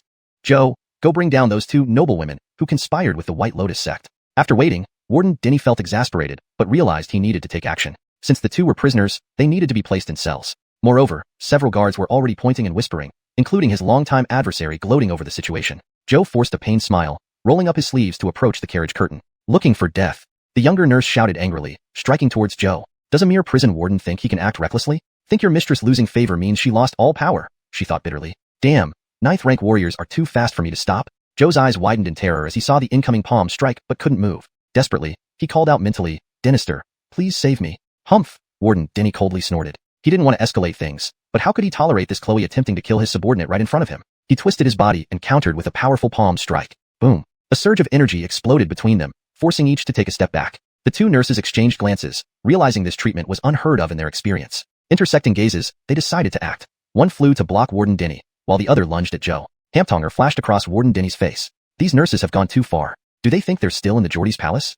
Without pausing, he struck out with a fist. Meanwhile, Joe was terrified, wondering why the nurse targeted him alone. Her grin filled him with dread as her palm neared. Clang. A flash of steel appeared. It was Yates. Since Warden Denny had intervened, he couldn't let Joe die at the entrance. His goal was merely to block the attack and force the nurse back. Joe and others stared in shock. Yates had actually pushed back the early 9th rank nurse. He has such strength. Warden Denny was equally astonished. While he was also early 9th rank, his arm bones had been refined to 60 units, nearing mid-9th rank. This gave him a slight edge over the Ernan nurse, forcing her back quickly. Seeing Yates push the other nurse back, Warden Denny secretly vowed to not be outdone. Mobilizing his true chi, he clashed with the nurse, driving her back 3 steps. Just as the nurses were retreating but ready to strike again, movement came from the carriage. Nurse, cease this. Before finishing her sentence, delicate hands pulled back the curtain, revealing a stunning Chloe followed by an 8-year-old girl. Gentlemen, allow me to apologize on behalf of the nurses. My daughter was resting, causing a delay. I hope you will understand. This was the Jordis. She bowed gracefully and spoke softly. Chapter 32. Surprisingly a 6th rank cultivator? Yates benefits. Dare not, dare not. Several people murmured in unison. In their hearts, they secretly mused that this Geordie of Great Gone was quite heartless, sending both the mother and daughter straight to the dungeon and pinning the crime of collaborating with the White Lotus sect on them. It seemed that the Jordis had a lot of resentment too. She didn't even refer to herself as this palace, instead using the more humble term, this concubine. But despite her feelings, procedures still needed to be followed. Dinigistrate Denny glanced at Joe, signaling for him to confirm the details of these two prisoners. Unfortunately, Joe was still stuck in shock from earlier and showed no reaction to Dinigistrate Denny's hint. The others also pretended not to have received the cue, turning away their heads. These fools. Dinigistrate Denny cursed silently. After this, I will definitely have to deal with you all. Mother, they're so amusing. The Salina County Abdullas, who had just stepped down from the carriage, saw the embarrassed expressions of the men and couldn't help but laugh aloud. Yates could only shake his head and step forward to receive the verdict document. The paper bore the name of Geordie J, with the charge being collusion with the White Lotus rebels, as stated by Dinigistrate Denny. The prisoner's information, however, was left completely blank. No wonder Dinigistrate Denny was so shocked when he heard that the prisoner was the Jordis. Hamptonion would be astounded by the fact that he had quietly thrown his own wife and daughter into the dungeon like this. The Geordie was truly formidable. What the Truman thought about this, however, was anyone's guess. As for those speculations, Yates naturally wasn't interested in dwelling on them further. He scanned the brief judgment notice, which contained only a few lines, under the furious glares of the two maids, signed it, and handed it back to Dinigistrate Denny. Dinigistrate Denny gave him an approving glance. Yates had his own thoughts. Since he was here already, he might as well not go back empty-handed, having offended everyone in the process. From then on, except for occasional questions from the Salina County Abdullahs, the rest walked in silence through the damp, dark corridor. The little girl, perhaps experiencing such a place for the first time, looked on the verge of tears. The Jordis hurriedly whispered soothing words to her, causing a shift in everyone's perception. Perhaps the Salina County Abdullahs really was dozing off? An hour later, they arrived at a cell. Dinigistrate Dinny had temporarily arranged for one that had slightly better lighting and less odor than the corridor. Seeing this, the Jordis gave Dinigistrate Dinny a grateful smile. She wasn't concerned about the conditions herself but worried about young Selina's suffering. She had already lost all hope in the heartless man. Clang. Yates bowed to the two women and locked the cell door. Regardless of Joe's miserable expression, Yates threw him the key directly. A pity for such a virtuous Chloe. All present sighed involuntarily. As for the two maids, they initially wanted to enter as well, but were persuaded to stay outside by the Jordis. With that, this dramatic incarceration came to a temporary end. When Yates returned to Area A of the prison cells, it was already the hour of way, 3 to 5 p.m. Passing by Ramong's cell, Yates saw a guard carrying a food basket. This action clearly indicated that this former prison warden would be executed tomorrow. Only a few days ago? It seems the court changes rapidly. Otherwise, the Geordie wouldn't have lost power so quickly. Perhaps putting the Jordis in jail also has a protective purpose, but why frame her for collaborating with the White Lotus sect? This confused Yates greatly. His strength was still too weak to influence high-level political changes. Taking another look at Ramong, who was happily eating inside, Yates thought, if he knew he'd be beheaded tomorrow, he probably wouldn't be able to eat. He felt a myriad of emotions. In recent days, he had seen many prisoners, and only a few could face death calmly, just like the previously arrogant Cecil, who had insulted the Rihanna. After his interrogation, he immediately became docile and started crying out for his father until the end. Ironically, his father was said to have committed suicide out of shame, something Yates found absurd. A 7th-rank blood replacing expert committing suicide? Yet, being able to silently eliminate such a powerful figure without a struggle and even making it look like a suicide, only a few families in the capital city could achieve that. Cecil was executed shortly after. Yates sighed internally.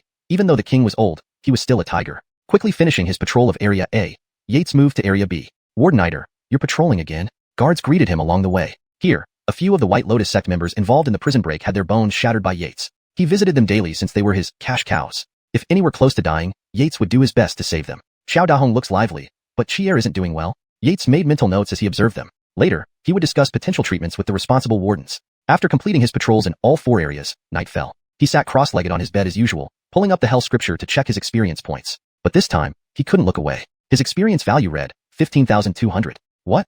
Shocked, Yates immediately checked today's records. Page 25, no. Page 42, no. Page 120, no. Damn it.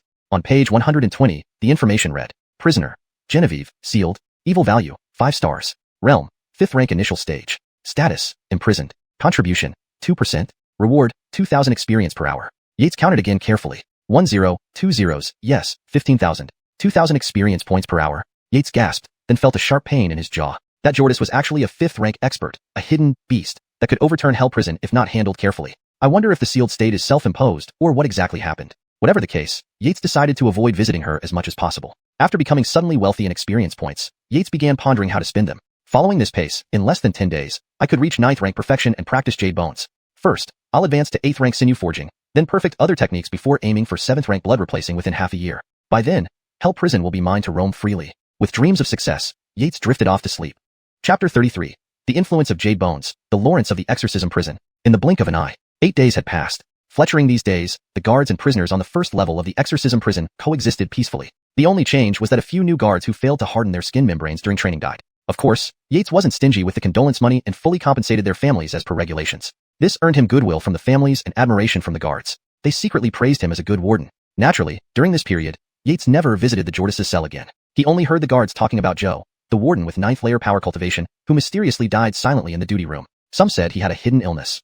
Others speculated that he encountered a vengeful female ghost from the lower cells. Rumors flew wilder and wilder. As for Warden Denny, after hearing about Joe's death, he claimed illness and went home to recuperate. A 9th rank warrior falling ill? Clearly, it was a flimsy excuse, yet Chief Delfino approved it anyway. After this incident, Yates became even more determined not to visit the Jordis' cell. Joe was known to be lustful. Yates had heard rumors of his inappropriate conduct with female prisoners. Yates suspected that Joe's sudden demise was due to inappropriate intentions towards the Jordis. The Jordis had been imprisoned for some time, but there were no changes within the palace. With Joe's lecherous nature, Yates was certain he couldn't resist. Unfortunately, Joe didn't know that the real danger lay before him. Sexual desire can be lethal. Yates shook his head inwardly. The Hellforged scripture, max out the remaining experience points. With Yates's silent incantation, a roaring flood of energy surged into his body, coursing through his unhardened bones. 1 strike, 2 strikes. After countless hammer blows, each bone gleamed like jade, translucent and complete, radiating a sense of perfection. Yet, there was a difference. Streams of electric sparks danced across the jade bones, each flicker emitting a stronger, more formidable force. Bang! Yates clenched his right hand gently, and a powerful gust of air burst outward from his palm. Objects inside the house fell to the ground with a clang. Very strong. Yates felt he could easily take down 50 versions of his former self, newly promoted to 9th rank. However, recalling the previous incident with the jade skin, he hurriedly activated the tortoise breath technique to conceal his newfound strength. Unbeknownst to Yates, it was already too late. At the border of the great Qi dynasty, streams of divine consciousness intersected, deliberating among humans, demon cultivators, and other monstrous beings. Jade bones? Is it the same aura from the jade skin? The direction is from the great Qi dynasty. Could it be that the great Qi dynasty has produced another formidable individual so soon? Ghost sect, did you have any updates last time? A divine consciousness proposed. Why don't we go to the great Qi dynasty and investigate? Great Qi? Have you asked Lawrence? A sharp blade and tint tore through the sky, startling everyone, who then scattered in all directions. They were just exchanging thoughts via divine consciousness. Yet this person from the exorcism prison actually appeared in the flesh. A shameful act indeed. After dispersing the crowd, Lawrence glanced at a void space and said, "Find out quickly who broke through to Jade Bones. This person shows signs of becoming a third-rank dynastor. We must not let him fall into the hands of demons. If we cannot control him, destroy him." Lawrence's eyes revealed a ruthless glint. As one of the few third-rank dynastors in the exorcism prison, he was known for his decisiveness and ruthlessness. Otherwise, those masters would not have retreated so quickly. Turning his gaze towards the exorcism prison, Lawrence could only vaguely sense its location with his cultivation. But currently, the Great Qi dynasty was full of chaos. Even a third-rank dynastor's strength couldn't significantly alter the situation. After all, the Great Qi dynasty boasted 8 dynastal fletcherks, each a third-rank dynastor, along with leaders of major sections. In total, while not many, third-rank dynastors were still quite numerous. Some fletcherks had even openly declared support for Abdulaziz. This will lead to chaos. Lawrence's cold eyes reflected a touch of helplessness. Though the exorcism prison stood independently, he, as a third-rank dynastor, found it difficult to sever connections. After deep thought, Lawrence shook his head and vanished into thin air. Unaware of these developments, Yates focused on experiencing the changes brought by his improved cultivation. Feeling the surge in his strength, Yates checked his status panel. Yates, Guard, Zone, Level 1, Realm, 9th rank perfect, Bone Forging, 206-206, 0/100, 000. Skills, Tortoise Breath Technique complete, 10, 500/100, 000. 3 Styles of Wild Blades Initial Dynastry, 500/1000, Heavenly Blaze Technique Advanced Dynastry, 5000/100, 000. Endless Distance Initial Dynastry, 500/1000, Face Transformation Initial Dynastry, 500/1000. Experience points, 5000. Staring at his realm stat, Yates counted 5 zeros. Damn. I need 10,000 experience points to advance to 8th rank bone tempering? But now, I get nearly 30,000 experience points per day. 10,000 is just 4 days worth. Soon enough, over the next 4 days, Yates continued patrolling various sections during the day to increase his prisoner count. At night, he practiced the Heavenly Blaze Technique palm method in his wooden hut. Last night, he ventured outside the prison, but as soon as he stepped out, he sensed some gazes scanning him. Unsure what was happening, he acted nonchalantly and returned. Good, tonight, I'll reach 10,000 experience points. First, I'll break through my realm, then enhance my light body skills. With 8th rank bone tempering under my belt, plus jade skin and jade bones, coupled with the heaven grade Heavenly Blaze Technique, even Chief Delfino wouldn't stand a chance. As long as I have the Jordis as my money tree, my accumulation will grow rapidly. Those prodigies practice from childhood to achieve 6th or 5th rank by their 20s. Hampton me? Within a year or two, I can surpass them. Thinking of this made Yates feel energized. Suddenly, boom, a terrifying sound erupted from above. Immediately, an intense aura spread out, pressing down on Yates's jade bones with a crackling sound. What's going on? Stunned, Yates stepped outside his wooden hut. Above him was a gigantic figure glowing brightly. Who dares to attack the exorcism prison openly? People watched in terror as the giant hand descended. Suddenly, a fierce blade and tint filled the air. Is this the realm of sword techniques? A beam of light split the sky, a several dozen meter long blade glow flying from an unknown part of the exorcism prison, slashing towards the giant figure. Lawrence, you won't keep White Lotus Sect's possessions? Moments later, the figure was shattered by the blade glow. Dead. Yates was startled, but felt the figure shouldn't have perished. Hampton, what item did the figure mention? Chapter 34. Yates's guess. The former White Lotus Sect Holy Dynasty is actually her. Count the casualties. I'll go and settle the score. The towering figure in midair casually mentioned this before fading into nothingness. Phew. Only now did Yates manage to exhale deeply. His body was drenched in sweat, as if he had just been pulled out of water. Was that a 4th rank or a 3rd rank martial artist? The burst of power probably even surpasses a nuclear bomb on Blue Star. Yates had never encountered an upper-grade martial artist before, so he could only guess internally. After all, based on his current strength alone, even if the superheroes from those small countries on Blue Star were to appear before him, he would be able to kill them instantly. But before these two people, he found it hard to even lift his head. One could imagine how terrifying these two figures were. Hurry. Hurry and check where there are still survivors. It's Sir 100 households. Yates's ears twitched slightly as he faintly heard some shouting. Has the Exorcism Bureau mobilized? Yes, I can barely hold out, let alone others. Many people will likely die this time. Yates shook his head. This world was like that.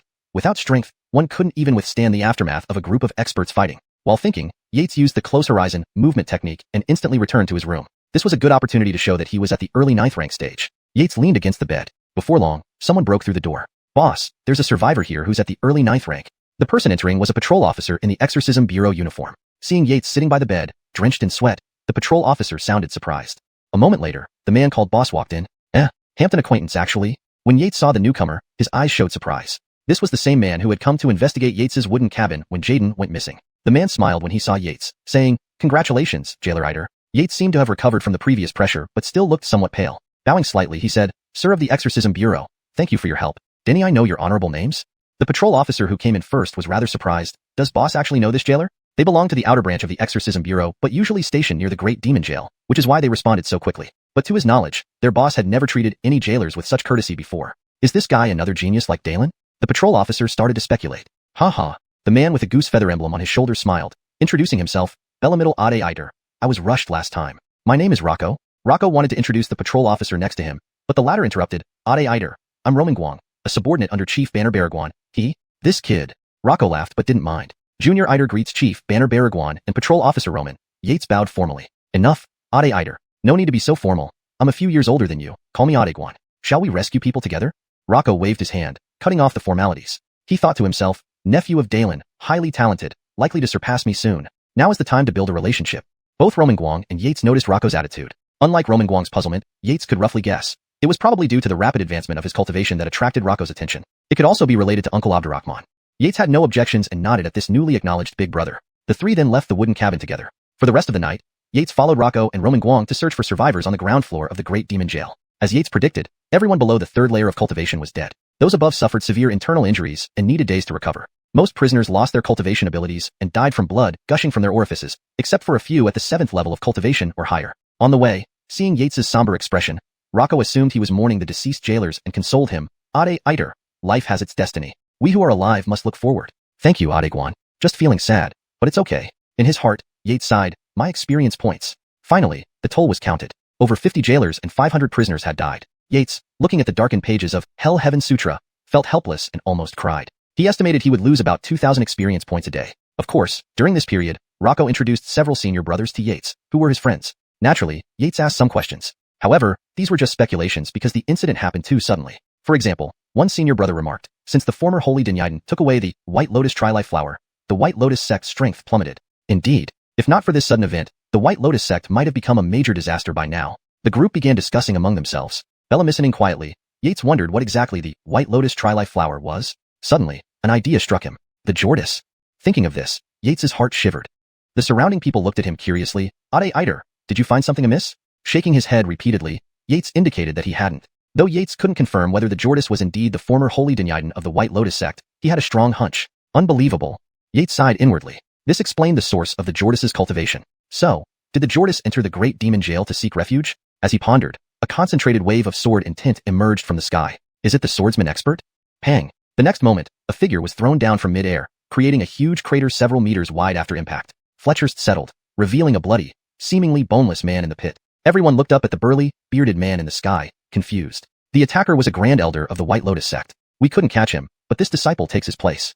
Normally, he wouldn't deign to deal with such weaklings. But the actions of that Grand Elder truly enraged him. So he flew overseas, destroyed the hideout, and captured the responsible party. Everyone helplessly watched as the man vanished into the sky. How about I handle this prisoner? Yates offered voluntarily. Chapter 35. The White Lotus Fiends experience points and breakthrough in cultivation. A few people gave a surprised look at this newly recognized little brother. They then exchanged glances, nodding their heads. Although having him handle it wasn't entirely reasonable, it wasn't completely out of the question either. With his talent, he had the potential to become a true part of their group. "Thank you, all of you." Yates thanked the group. These people were unaware of his ability to gain experience points by imprisoning prisoners, but knew about his identity as a rank-rated expert. Even if he were on his last breath, regulations would not allow him to be confined on the ground floor. However, they didn't raise any objections. This favor, while much of it was done for Rocco's sake, it was something Yates could never forget. Besides thanking them, Yates also silently pondered. The Jordis is a 6th rank warrior, providing me with 24,000 experience points daily. This one should yield at least 10,000 points even if worse comes to worst. With this, my level up speed will be like riding an elevator. Straight up into the clouds? At this thought, a hint of joy flashed in Yates's eyes. "Oh right, Ade Eider." Rocco seemed to remember something and took out a diamond-shaped rune from his chest, handing it over to Yates, saying, "This is a rune developed by the Heavenly Craftsmanship Workshop, called the Sealing Spirit Rune. It's specifically used to suppress the power of prisoners. With this White Lotus Fiend's strength, given his injuries, he'll recover in 3 months max. You must use the rune to suppress his cultivation. Don't take this matter lightly, Rocco earnestly instructed him. Yates nodded. This big Adeguan indeed proved to be someone worth befriending. The others, seeing this, each produced a diamond-shaped rune and handed it to Yates, saying, Ade, this White Lotus Fiend far surpasses us in strength. It would be safer to use multiple runes.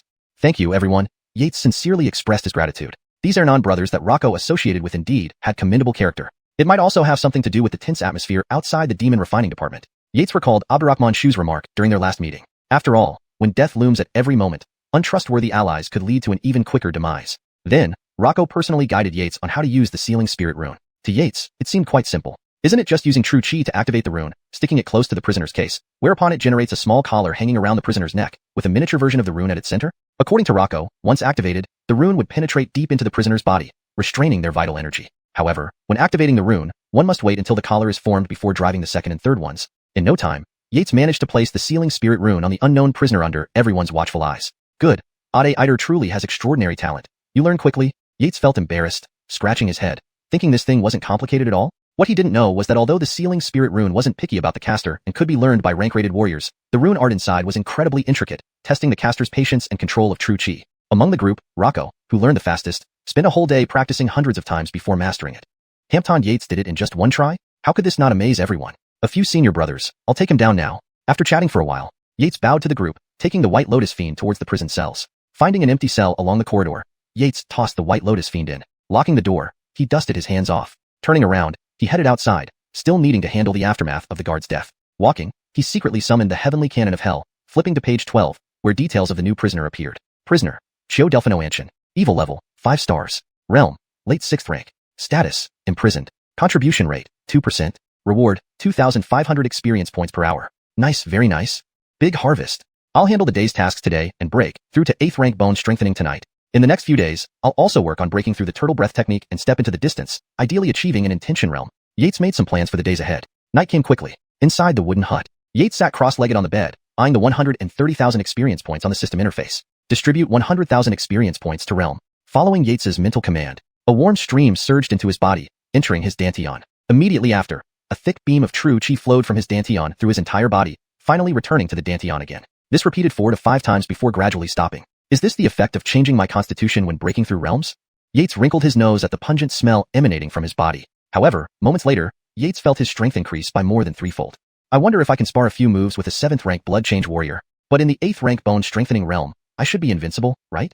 As Yates thought, he practiced light movement techniques, darting towards the lotus pond outside. With enhanced true chi support, his movements became even more agile, disappearing within seconds from the wooden hut. 10 miles east of Yates's wooden hut, there was a large pond filled with lotus flowers. This was originally built by the former warden for his leisure, but since his death, no one visited anymore. Additionally, guards had their own baths and wouldn't bathe here openly. Upon reaching the pond, Yates directly jumped in, finding a secluded spot. He then performed the turtle breath technique, intending to sleep comfortably. An hour passed. After finishing his bath and preparing to get up, suddenly, he frowned and took a deep breath, slowly sinking to the bottom of the pond. As an 8th rank expert, Yates could hold his breath for an hour underwater. Someone actually came? Through the shimmering water surface, Yates vaguely saw a silhouette. Not good, it's the Jordis. Yates nearly gasped in shock. Fortunately, his strong mental state kept him from moving. She was a 6th rank warrior, and Yates feared any sound would alert her. With a 6th rank warrior's spirit sense, even the slightest sound won't escape her detection. Yates thought of the worst case scenario. In the instant she hears any sound, she'd capture me and make me vanish without a trace. For his life, Yates remained still like a sleeping millennium-old turtle at the pond's bottom. The Jordis scanned the area with her spirit sense, finding no anomalies, and began bathing calmly. Though still bearing the title of Jordis, she was aware she was still in a prison. After a brief soak, worried that Selena might wake up suddenly, she turned around and left quietly. Seeing her depart, concerned about a possible return, Yates stayed submerged for another teapot of tea before slowly surfacing. Phew. As soon as he broke the surface, Yates expelled a long breath, almost suffocated. Glancing in the direction the Jordis vanished, Yates climbed out of the pond. This moment, Yates firmly decided he needed to advance the turtle breath technique to the intention realm sooner. Otherwise, he couldn't even bathe in peace. Chapter 36. Yates acts for the public good. The Geordie wishes to personally preside over the trial. Certainly, these trifles wouldn't affect Yates's mood at all. Yates circulated his true chi within his body, and in a short while, he had evaporated the water droplets off his skin. With several swift movements, he was back on the bed inside the wooden house. After settling into a lotus position, Yates once again called out the Inferno Heavenly Scripture to check his personal interface. Yates, Prison Guard, Zone, Ground Level, Realm, Early 8th Tier, 12 Denyen Meridians, 0/12, 0/100, 000, Cultivation techniques, tortoise breathing technique, complete, 10, 500/100, 000, Raging Blade 3 forms, minor success, 500/1, 000, Heavenly Fire scorches all, Denijor success, 5, 000/100, 000, Nearness across distance, minor success, 500/1, 000, Facial transformation, minor success, 500/1, 000, experience points, 3, 000. Seeing the experience points displayed, Yates's brows furrowed slightly. Recently, he had been spending much time reading in the technique hall, where his martial arts knowledge far surpassed that of the predecessor who knew next to nothing. For instance, the 8th tier tempering sinews stage also divided into early, middle, late, and perfect stages. Finishing the tempering of the 12 main meridians would elevate one to the mid-8th tier, completing the 8 extraordinary meridians to the late 8th tier. Tempering the most difficult conception and Aiden vessels would end the late 8th tier phase. At this point, one could begin attempting to break through to the 7th tier blood-changing realm, unlike breaking from the 9th tier which required tempering 206 bones before reaching the 8th tier. However, martial artists who attempted breakthroughs to the blood-changing realm often didn't go far in martial arts. After breaking through to the 7th tier, successfully completing 2 blood changes was already challenging. Those with even slight talent would choose to reach perfection and continue tempering the finer meridians within the human body. This was when the cultivation technique mattered.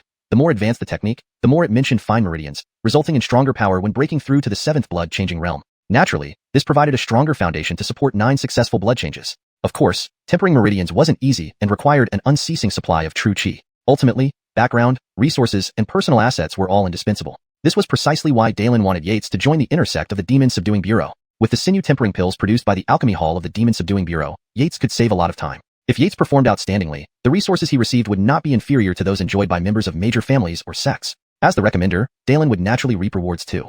Little did Dalen expect. While he still served as a lackey for his nephew, the latter had already planned how to lie low. If he knew this, he'd definitely leap up and strike him a huge blow. Showing off. Based on the current daily earnings of experience points, I can complete the tempering of 1 main meridian in 2 days. Including the minor meridians, it will take at least a month to advance to the 7th tier. Yates shook his head inwardly. To others, this seemed like divine existence, but Yates was unsatisfied. He still had over 10 techniques left unlearned. Hampton, based on the experience required for the Earth-level palm technique, Heavenly Fire scorches all. Once I collect other Earth, or even Heaven-level techniques, the required experience points will increase further. At that time, achieving the state of artistic conception or transforming it into mystic powers might take years. No, it's still too slow. At this rate, it will take me 100 years to become an immortal. Yates felt internally displeased. In a few days during my rest period, I'll ask Uncle Abdurrahman about the levels beneath the Great Demon Jail and the specific timing for the inner sect entrance examination. After pondering for a while, Yates lay down to sleep. Time passed quickly. In the blink of an eye, a month had gone by. New recruits were reintroduced to the ground level of the Great Demon Jail, and Yates's subordinates were fully assigned. The new recruits had adapted to their positions, and under Yates's supervision, they had all entered the first tier of strength practice. Everyone secretly marveled at and thanked this superior officer, planning to pool funds to treat Yates to a grand wellness session at Zue Roman Tower, the highest class establishment in Tianjin City. Yates refused with righteous sternness. The guards were even more amazed, spreading rumors that Yates dedicated himself solely to martial arts for the public good. Eventually, even Zoltan praised Yates officially. Upon hearing this, Yates felt bitter. Who was he? Did he not know himself well? That night, coincidentally, Uncle Abdurrahman had an appointment. As for the attack on the Great Demon Jail by the White Lotus cult's supreme elder, Yates heard about it from Dalen that night. The matter remained unresolved and was escalating. It was rumored that even the old Dom, who hadn't attended court for days, personally inquired about it. What confounded the officials even more was that the emperor assigned the crown prince to investigate thoroughly and apprehend the criminal. Of course, there were other versions circulating in Tianjin City. Belamike the crown prince being in cahoots with the rebels of the White Lotus cult, or planning a coup. It was hard to tell what was true, but Yates guessed that it was mostly orchestrated by someone behind the scenes. However, Uncle Abdurrahman revealed another piece of news. The second son of one of the 8 Dinurquises, Ingwu Dinurquis, would also participate in the selection process for the Demon Subduing Bureau's intersect a month later. Uncle Abdurrahman spoke gravely about this person. He is eccentric and views human lives as ants, but his martial talent is exceptional. At only 20, he has achieved 3 blood changes at the 7th tier. Uncle Abdurrahman then instructed Yates to avoid confrontation if he encountered this person. Yates nodded in agreement, understanding the need to stay away from such clearly antagonistic characters. As for the White Lotus cult issue, Yates had some speculations of his own. After all, he could guess the identity of the Jordis based on certain clues, and others must have speculated similarly. The only thing Yates couldn't understand was the attitude of the old Dom. Logically, with his worsening health and rare appearances at court, he should delegate most official matters to the 3 excellencies, reviewing only significant issues. In such circumstances, he should hurry to determine a successor. But through these events, Yates reached a shocking conclusion. The old Dom is waiting. Whether waiting for people, events, or something else, Yates didn't know. In any case, I'll reach the perfect 8th tier in 1 more day. Thinking of this, Yates checked the deep recesses of his mind's Inferno heavenly scripture. Yates, prison guard, zone, ground level, realm, perfect 8th tier, meridians throughout body, 35/36, 50, 500/100, 000. Next day, just as Yates stepped into the cell area, Roman Delfinison came over with a shocked expression. Prison officer Eider, you're just in time. Quick, Go to the cells and bring out the Jordis. The Crown Prince wishes to preside over her trial personally. Yates. Yates was also greatly shocked upon hearing this. He considered the Jordis an acquaintance of sorts, although not intimately so. Since the mysterious death of Joe that day, the responsibility for her daily meals and care had been delegated to him. As for the pond, Yates dared not return due to his insufficient strength. Chapter 37. The White Lotus sect's greatest treasure. The Geordie wants to kill his daughter. The Jordis consort, that's how it is. Please cooperate. Yates stood calmly inside the cell, repeating the exact words of Warden Roman. Mother, is father here to see Selina? Before the Jordis consort could react, the young Abdullah Selina joyfully exclaimed, grabbing onto her mother's arm and pleading, Mother, Selina wants to go too? Her innocent face radiated longing. All right, mother will take you. The Jordis consort gently stroked Selina's small head, speaking softly. Bitterness filled her heart as she thought, Selina, that heartless man has come to take your life. As your mother, even if I have to give up my life, I will protect you and only hope you grow up healthy. With that thought, she signaled Yates with a look. Somehow, Yates understood the unspoken message. So this is the prowess of a 6th-rank warrior? Yates nodded slightly. In an instant, he appeared beside Abdullah Selina, gently knocking her unconscious. Then he carried her peaceful form to a nearby straw mat. Jordis consort, please? Having done all that, Yates pointed toward the prison entrance. The Jordis consort nodded and stepped out. Yates, like a wooden figure, silently led the way. They walked down the dim, damp corridor for half a teacup's time before arriving at Zoltan's office. Zoltan was currently attending to the Geordie inside. The Geordie was a middle-aged man in dark purple dragon-embroidered robes, his face thin and pale, wearing a purple gold crown. At the moment, he sat composedly, sipping on spirit tea, a precious reserve that Zoltan had intended to enjoy himself. However, the sudden visit of the Geordie left no choice but to present everything, lest he lose both face and reputation as the warden. Your Highness, you have waited long. I've arranged for the Jordis consort to be brought over, Zoltan reported softly, while pouring tea. Soon after, 3 knocks echoed from the door. Yates entered with the Jordis consort. Phew! Seeing Yates bring her in, Zoltan breathed a sigh of relief. The powerful presence was indeed serious. He then gave Yates an approving glance. This dedicated warden-iter is indeed remarkable. Although just escorting a prisoner, considering her identity, any other warden might have struggled much longer. Geordie, Warden Delfino, the Jordis consort is here. Yates first bowed to the Geordie and then reported to both of them. He was inwardly astonished. He couldn't sense the Geordie's cultivation level at all. How high must it be for such a mediocre prince by public standards? Is he also a 6th rank? As for the Jordis consort not paying respects, neither Yates nor Zoltan dared comment. Leave us, you don't need to stand guard outside. The Geordie set down his teacup and said, yes. Yates and Zoltan bowed and left. Outside the door, Yates bowed to Zoltan. Warden Delfino, if there's nothing else, I'll take my leave. Zoltan waved him off, having no desire to chat. So, are you still angry with me, my beloved? The Geordie broke the silence, looking at the expressionless Jordis consort. After a cold glance, she finally retorted coldly, Jay, I was blind to choose you back then, but Selina is your flesh and blood. Do you truly intend to kill her for the flower? No longer pretending, the Geordie said, Genevieve, I have no choice. I've been the Geordie for over 20 years, and that old man now plans to replace me. He intends to eliminate me for the sake of his 6th son. Haha, am I, Jay, someone who would willingly remain ordinary? If I cannot rule the great Qian Empire, what meaning does my life hold? The Geordie seemed to ask both Genevieve and himself. I know you have a method to extract the White Lotus 3 Bellamy flower intact. With the White Lotus 3 Bellamy flower, I can confidently orchestrate a coup and kill that old man. Seeing the madman before her, Genevieve felt waves of regret. She should have taken Selina and fled long ago. Jay, you dare touch one hair on Selina? Humph. Can a former holy Dinyidan of the White Lotus sect really stop me? With disdain, the Geordie continued. If you don't extract the White Lotus 3 Bellamy flower from Selina, I will do it myself. I refuse to believe I can't refine it out. Hearing this, Genevieve froze, then glared at him with red eyes. You dare? Selina was her heart's treasure, and she would fight anyone to protect her. A powerful aura began to emanate from her. But the Geordie glanced coldly at Genevieve. How much of your cultivation can you use now? Are you worthy to challenge me? Were you the one behind the attack on us? Genevieve's eyes welled up with tears, grief mixing with anger. Suddenly, pieces clicked into place. Months ago, her exposure outside the city and the sudden ambush. It became clear her husband had planned this all along. Blood trickled down her cheeks as she whispered, Beast. Those who disobey me are wasting air. For the sake of our marriage, I'll ask you one last time. Will you not hand over the secret technique? His patience was almost gone. To him, daughters were replaceable once on the throne. Jay, you dream.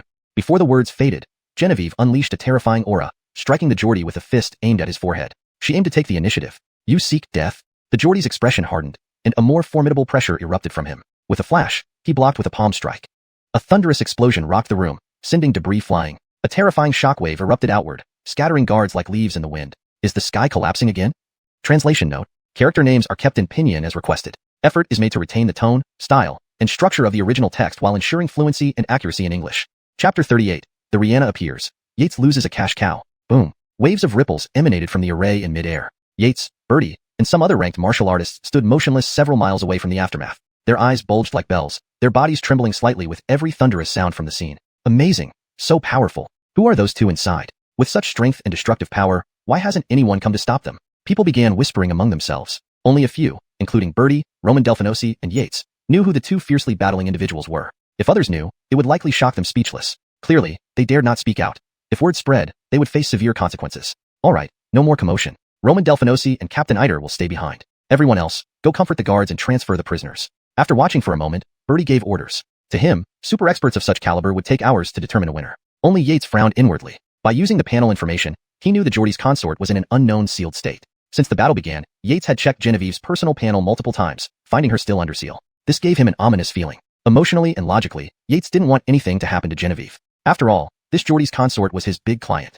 But he couldn't interfere in the battle and could only watch helplessly. He didn't have the ability to imprison the Geordie. Just then, Roman Delphinosi exclaimed, Director Delphino, is that the royal family's direct lineage celestial level cultivation method, Overlord armored?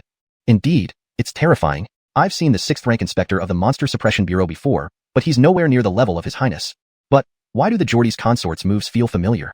Roman Delphinosi furrowed his brow, deep in thought. Not good. Yates silently cursed. With no restraints, both the Geordie and the consort fought freely. Naturally, Genevieve used White Lotus sect techniques. As frequent guests of the Monster Suppression prison, the prison guards knew much about the sect's techniques through interrogations. As a high-ranking official, Roman Delphinosi might not have practiced them, but he certainly recognized them. White Lotus sect?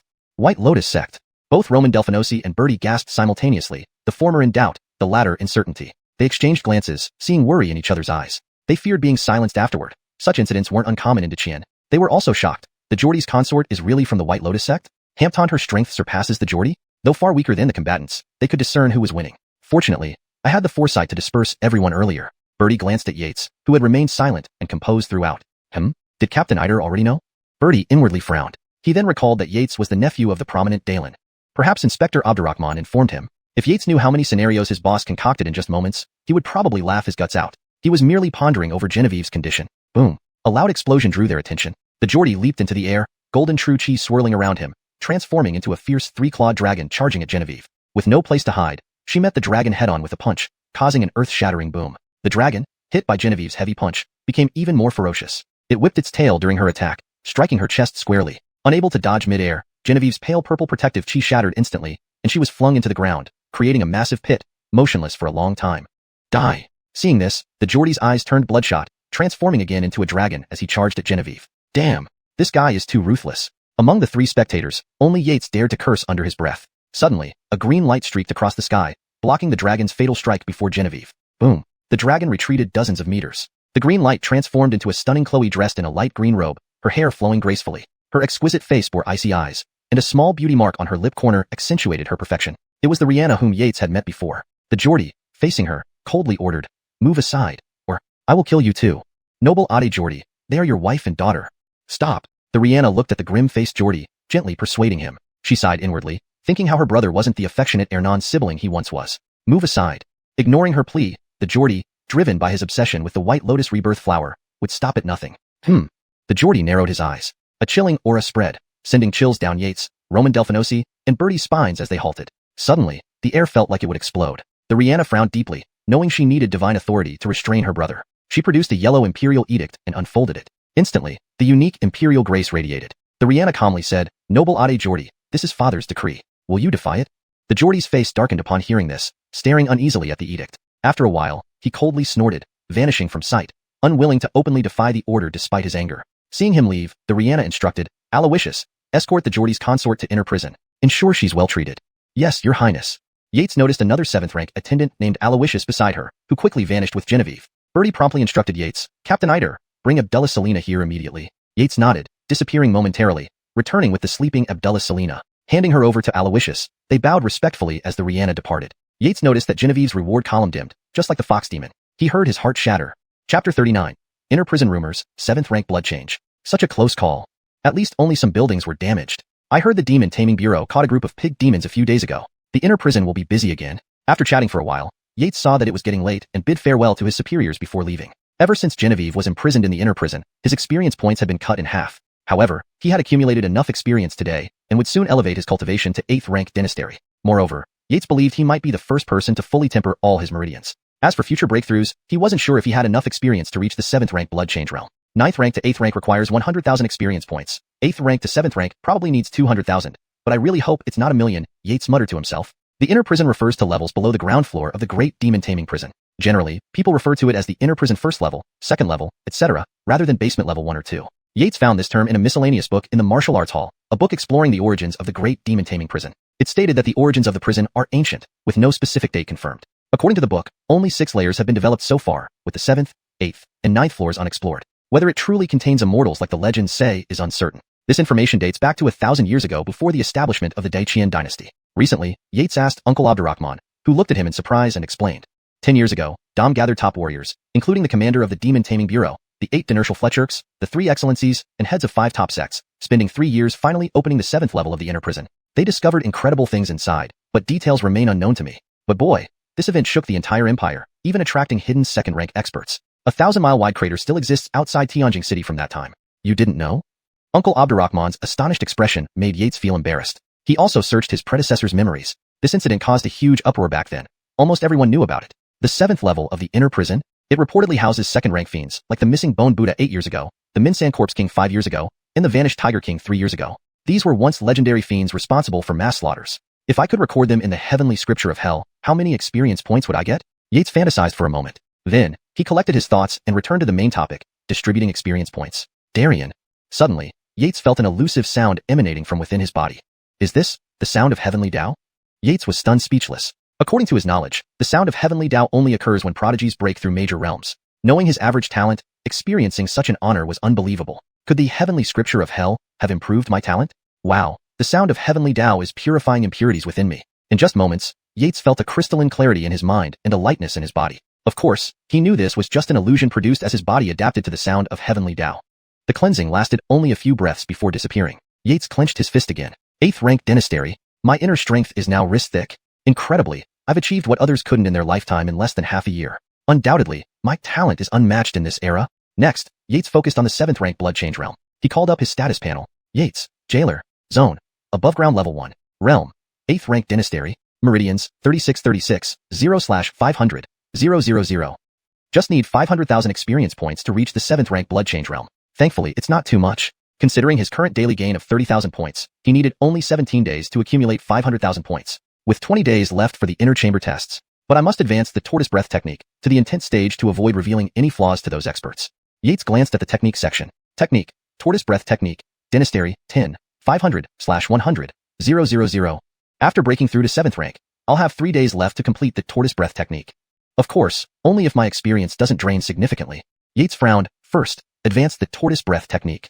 If necessary, keep my strength at early 8th rank and aim for 10th place. That should work out fine. After all, there weren't many 8th rank cultivators. Yates could adapt accordingly. Although the inner chamber offered resources, it paled compared to the prestigious outer chamber. Of course, commoners in the outer chamber risked quick death, but noble descendants enjoyed ample protection and resources, lacking only top-tier techniques like heaven rank ones. Time flew, quickly reaching the inner chamber examination day. Yates managed to gather enough experience as planned. First, he advanced the tortoise breath technique. Technique, tortoise breath technique, intense stage, 0/1, 000. Instantly, Yates felt his presence become undetectable, deep and vast like a 10,000-year-old reef submerged in the ocean. Looking at his remaining experience points, over 500,000, he distributed them. Realm, early 7th rank, blood change, 0/13, 0/500, 000. Immediately after, Yates sensed warm energy entering his body, mixing with his Dantian's qi. His qi transformed. The original pale green became dark green, and it thickened to calf width. Simultaneously, his body emitted crackling sounds. Pong! Yates waved his hand, summoning a gust of wind that swept around him. With another wave, the gust dissipated instantly. Indeed, 7th rank true qi begins affecting the surroundings. But my qi quality rivals that of 5 blood changes. Recalling what Uncle Abdurrahman said about blood changes, typical 7th rank cultivators had thumb-width true qi. Most importantly, I can undergo 13 blood changes, surpassing the limits of heaven rank techniques. Only, the experience requirement is troubling. The next day, Yates walked through the prison corridor when a jailer approached and said, Jailer Eider, someone is looking for you at the gate. Chapter 40. Obstructing the way? First, learn a lesson. Uncle Abdurrahman. The inner sect evaluation has started? In no time, Yates arrived at the entrance. Dalen was on horseback with another horse tethered beside him. Yes, I just met Delfino, and he's already approved your leave. Let's go, said Dalen. Yates nodded, took the reins, mounted his horse, and followed behind. A moment later, the two quickly left the city, and Yates asked in surprise, Uncle Abdurrahman, the evaluation is outside Tianjin City? Dalen nodded slightly as he rode, saying, Your inner sect has a new presiding Ernan, who has made some changes to his conduct. This time he introduced some modifications. First, you need to enter the mountains and slay demons. Those without enough strength will be directly eliminated at this stage. Hamptond, this person is an Ernan of the Demon Taming Bureau, named Gus. Inner prison levels 1 to 4 all fall under his jurisdiction. As he spoke here, Dalen's eyebrows furrowed slightly. He recalled some rumors about that Ernan. This Ernan had personally killed several Class 4 demons and countless Class 5 or 6 demons, even directly sentencing patrol inspectors who betrayed the Demon Taming Bureau to death. However, according to rumors, this Ernan seemed unpopular within the Demon Taming Bureau, which was why the big shots of the Bureau had placed him in charge of the Demon Taming Prison. Thinking of this, he turned to give a few warnings. Kid, when you enter the inner prison in the future, you need to watch your words and actions carefully. If you encounter any unfairness, come find me at the Demon Taming Bureau. Dalen declared decisively. Yates looked at this Ernan, and his perception of him changed once again. Nodding heavily, he said, Uncle Abdurrahman, rest assured, I understand. 2 hours passed in the blink of an eye. Without incident, they soon arrived at the base of a grand mountain. It was indeed the Xianxia mountain that Dalen had mentioned earlier, located 200 miles east of Tianjin City. Spanning from northwest to southeast for thousands of miles, it contained countless towering mountains, 100-foot boulders, large trees, dense forests, and hidden within its gorges and caves were various demons, monsters, bandits, and other dangerous characters. For ordinary people, entering meant encountering numerous dangers. One wrong move, and it could cost you your life with no trace left behind. Xianxia Mountain also had a legend. 10,000 years ago, it was said that a super-grade immortal descended to Earth and was trapped deep within this mountain. Of course, the truth of these legends remained unknown, but the two knew that quite a number of outer sect members of the Demon Taming Bureau had fallen victim here. After all, it was a den of filth and corruption. At this moment, a crowd had already gathered in a clearing at the foot of the mountain, chatting and laughing happily. After arriving, Dalen scanned the area, seeing several acquaintances far away, also leading younger relatives. He said to Yates, Boy, come on, let me introduce you to a few seniors. Yates nodded, tied the horse to a tree, and followed along. Just then, Hampton unshaven middle-aged man leaped out nearby, arrogant and overbearing. The moment he saw Dalen, he immediately began to mock him. Wow, isn't this our running Abdurrahman? Are you here to participate in the inner prison selection? Preparing to return to guard the gate again? Haha. At this remark, the few men beside him laughed immediately. Dalen's face turned cold. Dare he mock him? In the next moment, he flashed past and appeared before the bald man. Under the shocked gaze of the bald man, he slapped him hard. Slap. Reacting too slowly, the bald man was struck first and then kicked several dozen meters away by Dalen, landing flat like a dog, motionless, clearly afraid to get up and lose face. SSS. The group that had mocked together instantly froze in place. One man pointed at Dalen, trembling. Abdurrahman, Changfeng, have you achieved 3rd-level blood replacement at 7th rank? All faces were filled with shock. How did he surpass all of them in just a few days? Is this man's talent really so astonishing? No wonder he was favored by Commander Hampton Adderley. Besides their shock, their eyes burned even more red with envy. Dalen merely glanced at them coldly. Scram! You! They instantly flared up in anger, but seeing the unconscious man lying there, they shivered involuntarily, their fury extinguished as if doused with cold water, instinctively stepping aside. Worthless! Dalen snorted coldly and led Yates forward. Upon hearing this, their faces turned red. People standing nearby whispered amongst themselves, marveling quietly. Several burly middle-aged men chatting not far away also showed signs of delight upon seeing Dalen approach. Haha, old Abdurrahman, you're here. This must be Xiao Yates you often talk about. Haha, Uncle Belamayo, this nephew looks like a dragon among men. They walked and chatted while boasting about each other. A short while later, Yates got to know these Ernans. Their situations were similar to Dalen's. All were 7th-rank blood-replaced patrollers in the outer sect, forming a small group with Dalen as their leader. As for the younger nephews and sons beside them, Yates chatted casually with them after becoming familiar. Through conversation, Yates learned that among them, the highest-ranking one was Farouk from the Xia family in Tianjin City, who had recently broken through to 8th rank, but hadn't fully refined his 12 main meridians. The Xia family had been involved in commerce for 10 generations, making them affluent. With abundant martial resources from a young age and decent talent, Farouk naturally surpassed the others in cultivation. Furthermore, Yates observed that Farouk had ambitions of being a leader among the young. Of course, Yates himself didn't mind as long as Farouk didn't interfere with his prisoner management duties. As for why Farouk was here, it involved strategic plans of the Xia family. Details Farouk didn't elaborate. But Yates guessed they wanted to try the path through the Demon Taming Bureau. Since they lacked connections in court, business paths were not smooth. After chatting and catching up, they suddenly heard excitement coming from afar, drawing everyone's attention. They saw 2 majestic horned serpentine horses pulling a luxurious carriage approaching slowly. Driving the carriage was an old man whom Yates observed had full temples and contained qi, but whose eyes occasionally flashed with keen insight. This person is an expert, Yates noted silently. When the carriage stopped, an elegant and handsome man dressed in fine attire stepped out. That's the second son of the invincible Dinurquis, Abdurrahman Guanghao. Ade Eider. If you meet this person during the competition, you must avoid him prudently. Farouk repeated what Dalen had told him. Among the families and clans in Tianjin City, this person was someone not to provoke lightly. As Abdurrahman Guanghao exited the carriage, seeing the chaotic crowd, he frowned displeasingly. Just as he was about to instruct Delphino and Lauclear to handle the situation, Delphino and Lauclear's expression tightened. Second young Dinister, the fleet of the brave Dinurquis is here. The invincible Dinurquis and the brave Dinurquis families were ancient enemies, having been feuding for over 100 years. Most importantly, the guardian accompanying the other side this time was slightly stronger, causing Delphino and Lauclear to exercise caution. Oh, isn't that the crazy, second young master of our invincible Dinurquis Dininor? Hampton, another elegantly dressed young man approached, his appearance rivaling Farouk. It was Oral, the only son of the brave Dinurquis. Certainly, Oral had 2 older sisters above him. Elder sister Fletcher by Feng married into Phelan's residence as the chief consort, while the second sister Cynthia remained unmarried. One of the top 10 beauties in Tianjin City. Oral, are you asking for death? Abdurrahman Guanghao glared, emitting a murderous aura. Seeing enemies face to face stirred intense emotions, just as the two were about to fight. A whooshing sound echoed from the sky. The next second, a world-shaking momentum descended from the air, like rolling thunder, striking the heads of those present. Regardless of strength, all present felt the impact. Everyone felt a shudder run through their bodies, their breathing suddenly became rapid, and their muscles tensed as if they were being stared at by a prehistoric beast. It was like someone had their necks in a chokehold, about to suffocate them, and an ominous feeling instantly overwhelmed their hearts. However, if one paid close attention, they would notice that this overwhelming momentum primarily targeted those with a bone age under 25. As for the others, the momentum seemed to have a recognition function. It only restrained them, preventing them from moving around indiscriminately. The implications were terrifying. The strength of the newcomer was truly astonishing. Was this the power of a third-rank grandmaster? The people present were deeply shaken, and many began to silently lament their misfortune. Chapter 41.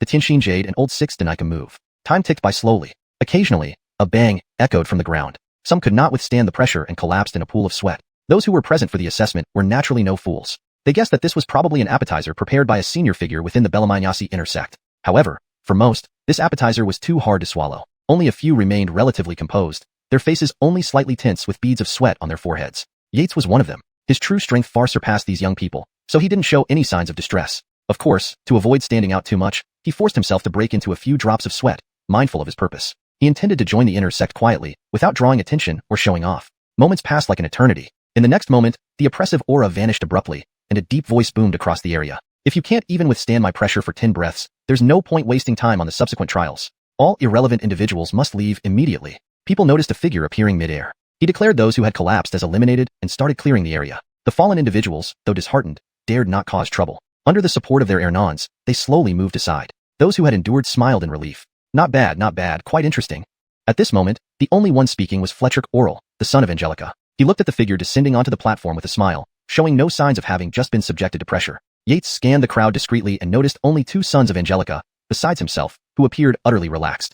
The guards gave some instructions and left swiftly. Since they chose to participate in the examination, life and death were now at stake, survival depending solely on strength. Within moments, fewer than 100 people remained. Whistle sounds echoed again as more figures appeared on the platform. Leading them was a middle-aged man dressed in Belamignasi 100 house attire, followed by several 8th rank patrol inspectors. They bowed respectfully to the figure on the platform. Then, the leader stepped forward and announced sternly, I am Conrad, Warden of the Inner Hell, appointed by the commander to oversee this selection examination for Belamignasi inner sect disciples. Now, let me explain the rules. The demon extermination trial will take place at Loch Immortal Mountain behind us. It will last 12 hours. Participants must individually kill 10 demons with distinct features to pass. Remember, only ranked demons count, and any cheating will be seen as a challenge to Belamignasi.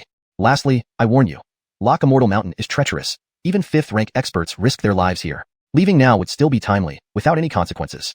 Conrad's piercing gaze swept through the crowd, meeting no resistance, which pleased him internally. Though only 10 slots were available for inner sect disciples, over 50 vacancies existed for regular guards, many of whom would become his subordinates. He did not want incompetent recruits joining the ranks since the prison housed unpredictable demons. The stronger and more determined, the better. Very well, your courage impresses me. It is now the first part of Sea Hour. Meet back here at this time tomorrow. Being late results in elimination. I hereby declare the trial begins. Immediately, everyone shouted and rushed in all directions. In a blink, most vanished, leaving about 10 confident ones. Yates activated the close but far technique and entered as well, avoiding attention. Hee, didn't young Dinister dare to gamble with me? Oral turned to Finn, who was preparing to leave, smiling. Both were 8th rank but had different backgrounds. Oral had exclusive resources, while Finn was one among many of Ingwu Ho's children. Nonetheless, Finn faced him bravely. Oral, let's bet. I have a piece of Tianxin Jade invaluable. Hampton, what do you offer, young Dinister Fletcher? Tianxin Jade? A legendary calming stone, useful for 5th rank against 4th. Oral felt secretly surprised yet remained calm-faced. He must be very confident, revealing such treasures. But if I challenge him, we'll see who laughs last. Thinking so, Oral said. The Tianxin Jade is valuable. I offer a Nirvana essence and a local level palm technique. Fine, let's swear it. With the bet sealed, both entered Loch Immortal Mountain without another word. Seeing everyone enter, Conrad approached the shadowy figure beside him. Senior Seekong, shouldn't we send someone to monitor inside, especially with 2 nobles' heirs here? Ian, understanding the concern, leaped up into the sky, leaving only one phrase behind. What has Belamignasi ever feared? This simple statement conveyed his authoritative demeanor, impressing Conrad. Didn't you have good luck, little ones? Yates, entering the forest, quickly darted deeper using his skill. After locating a secluded ravine, he concealed himself. A short while later, confirming no one was following, Yates transformed his appearance using the face-shifting technique, changing his clothing. He hid his old clothes and thought to himself, time for Yates to hunt demons. Chapter 42. Sudden emergency, demons encircle and attack. Lord Demon General. In the depths of Loch Immortal Mountain, a bull demon approached a crude cave. "What is it?" came a buzzing voice from within. The speaker was another bull demon, clearly several times larger than the one outside. "My lord, there are suddenly many humans at the periphery of Loch Immortal Mountain. We fear this might pose a threat to you," reported the smaller bull demon accurately. As a 7th-rank demon, its intelligence equated to that of an adult human. Heh.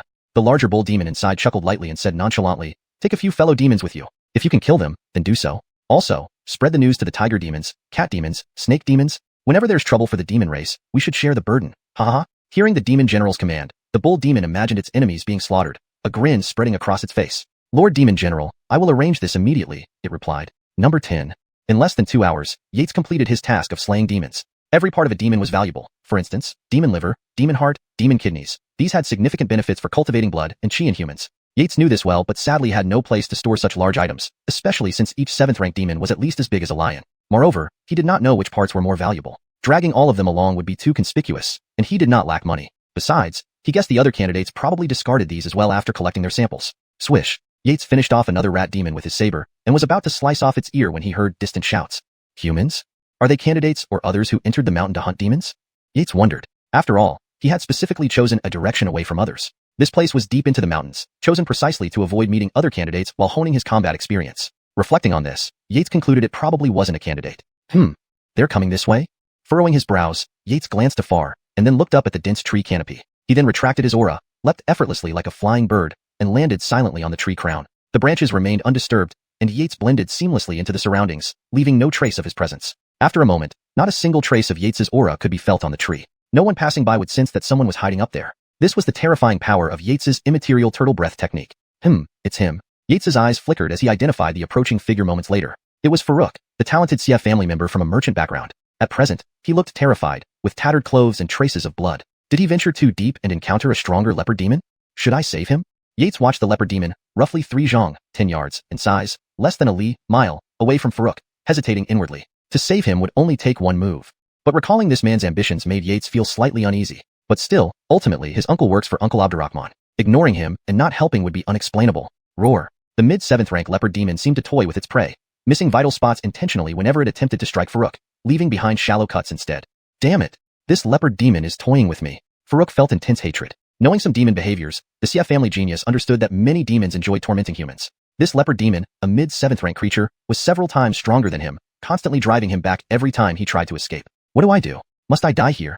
Just as Farouk was thinking, a massive claw appeared before him. Avoiding the critical hit, he was flung against a tree. Crack. Under tremendous force, Farouk shattered the tree behind him and crashed heavily onto the ground, spitting out a mouthful of blood. Lying on the ground, eyes blank, he saw the leopard demon rapidly charging towards him. Sigh. My grand ambitions? To die here of all places. Smelling the foul breath of the demon, Farouk struggled fiercely. The leopard demon, watching its prey struggle under its claws, showed amusement in its eyes. Lifting another paw, it prepared to deliver a lethal blow. Bang. Suddenly, a dark iron fist appeared in Farouk's terror-stricken vision. In an instant, the ferocious leopard demon disintegrated into pieces. Slap. Farouk wiped the blood from his forehead, still in shock from what just happened. I am Farouk of the Xian family from Heavenly Capital. Thank you, Ade, for saving my life. Would you allow me to know your name? Your favor will be greatly rewarded, Farouk stammered. The transformed Yates waved dismissively, replying in a raspy voice, It's nothing. Need no mention of it.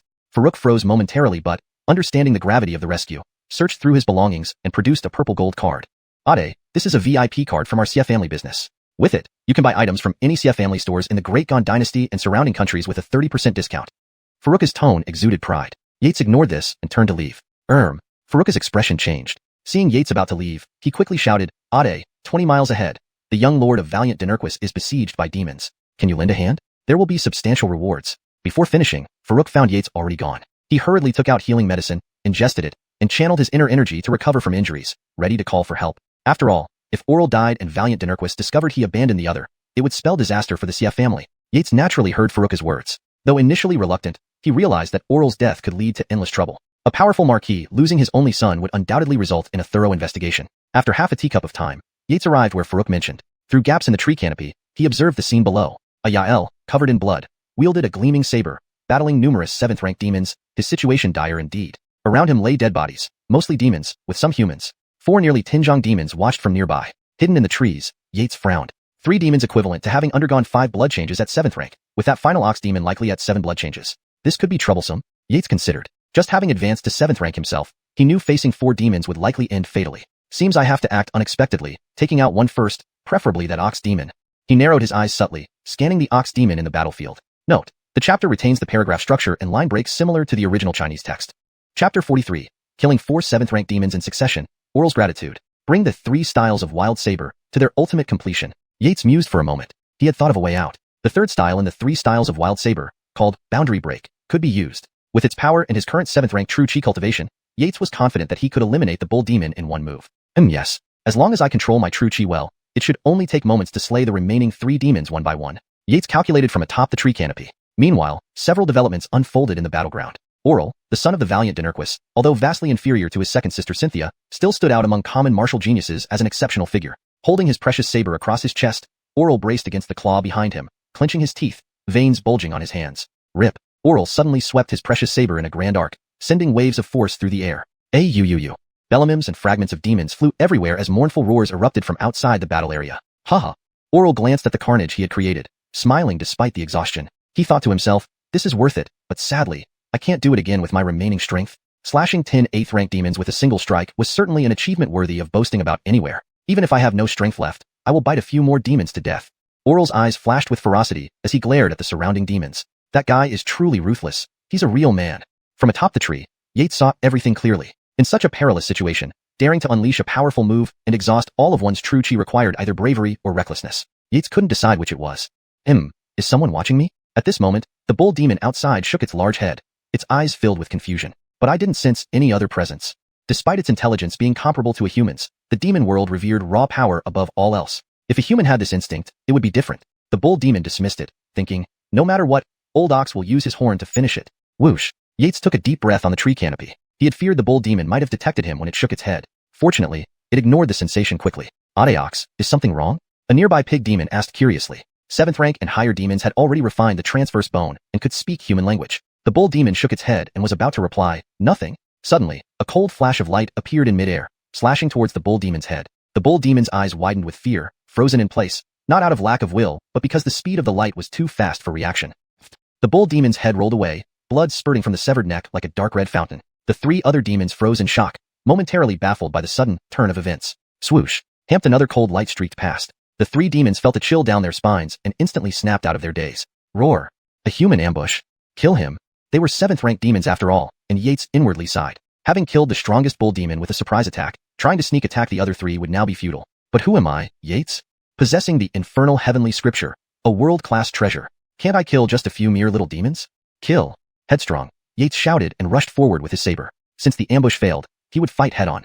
Boom. The impact caused by a 7th-rank battle far exceeded that of an 8th-rank encounter. In a short time, 1 human and 3 demons were locked in fierce combat. Flying sand and stones scattered everywhere, while massive trees crumbled around them. Seizing the opportunity, Oral hid himself to the side. 8th-rank demons, with their infant-like intellect, abandoned Oral upon seeing their leader attacked and turned to chase Yates. Occasionally, one of the 8th-rank demons was smashed into bloody mist by Yates. After fighting the 3 demons for a while, Yates realized he couldn't defeat them quickly. The longer it drags on, the worse it gets for me. Frowning, Yates dodged a sweeping tail attack from the pig demon and slashed back at it. A burst of fire flashed, and Yates was forced back 3 steps. Another rat demon seized the chance to headbutt him straight in the chest. Puff. Spitting out a mouthful of blood, Yates was flung back and crashed into a boulder. Phew. Yates slapped the ground, regaining his footing and spitting out blood froth.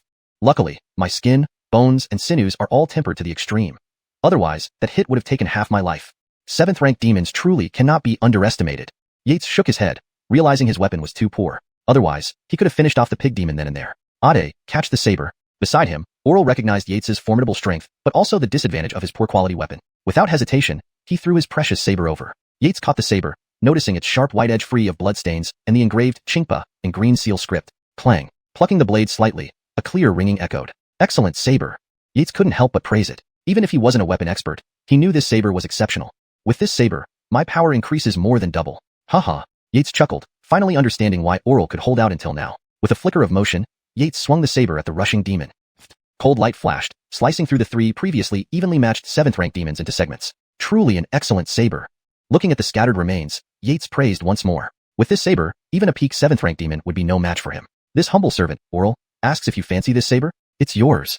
Oral watched Yates admiring the Qingpa saber, offering it openly. Just a spiritual-grade precious saber. Although it pained him, Oral relinquished it without hesitation. Haha. Yates laughed softly, shaking his head and throwing the saber back to Oral. Though it's an excellent weapon, I don't take what others value dearly. You truly are noble. Oral couldn't help but admire. Rarely could anyone resist such temptation, making him think highly of this new acquaintance. Haha. Both men conversed freely amidst the demon remains. After some time, Yates rose to leave. Adejiang, we hit it off instantly. Since you refused the saber, please accept this jade pendant, a token from the valiant Dinurquist residence. One day, if you reach Tianjing City, visit me. At that time, I'll host you and introduce you to the ladies and wine of Zue Roman Tower. Haha, very well. Yates accepted the jade pendant, feeling its coolness but pocketing it without further ado, disappearing among the trees. Such elegant light steps. Oral's eyes gleamed with admiration, soon followed by a smile. Hee Adejiang, don't say I'm tricking you. My second sister Xianxia excels both in martial arts and beauty, making her perfect for you. This jade pendant was more than just a symbol. It matched the other half held by Xianxia. Hee sister, I may not be as talented as you, but I make up for it with a wide circle of friends. Oral spoke triumphantly to himself as he gathered the demon remains. Chapter 44. Initial screening ends. Fortunate Yates. This half-jade pendant. It feels so peculiar when I touch it. Yates leaped between the treetops while examining the jade pendant. This half-jade pendant. When Oral handed it to him, he had a very serious expression. Naturally, Yates needed to examine it thoroughly. Although he didn't really believe that Oral would harm him, one should always be cautious of others' intentions. After some exploration, Yates noted his findings. This half-jade pendant is made of an extremely hard material. I just exerted strength at the 7th rank limit, yet it remained completely undamaged. Furthermore, I always feel there's a faint presence inside the jade pendant. After reaching the artistic realm with the turtle breath technique, Yates's spiritual senses awakened prematurely. One should know that this ability usually only appears at the 6th rank. Forget it. I'll keep it for now. Anyway, this identity will only be used once. Next time I'll use another face. Thinking thus, Yates nonchalantly stored the half-jade pendant. I need to venture deeper now, slay some demons, and hone my martial skills. Besides inadequate weapons, my martial experience isn't seasoned enough either. My Lord Demon General, something's not right. Some humans attacked us, killing any demon they see. It's terrifying. Even Captain Yo couldn't withstand one attack from him. This human must be 5th rank. A rabbit demon rushed into a deep cave, stumbling as it spoke. What? A 5th rank? Upon hearing this, the rabbit general shivered inwardly.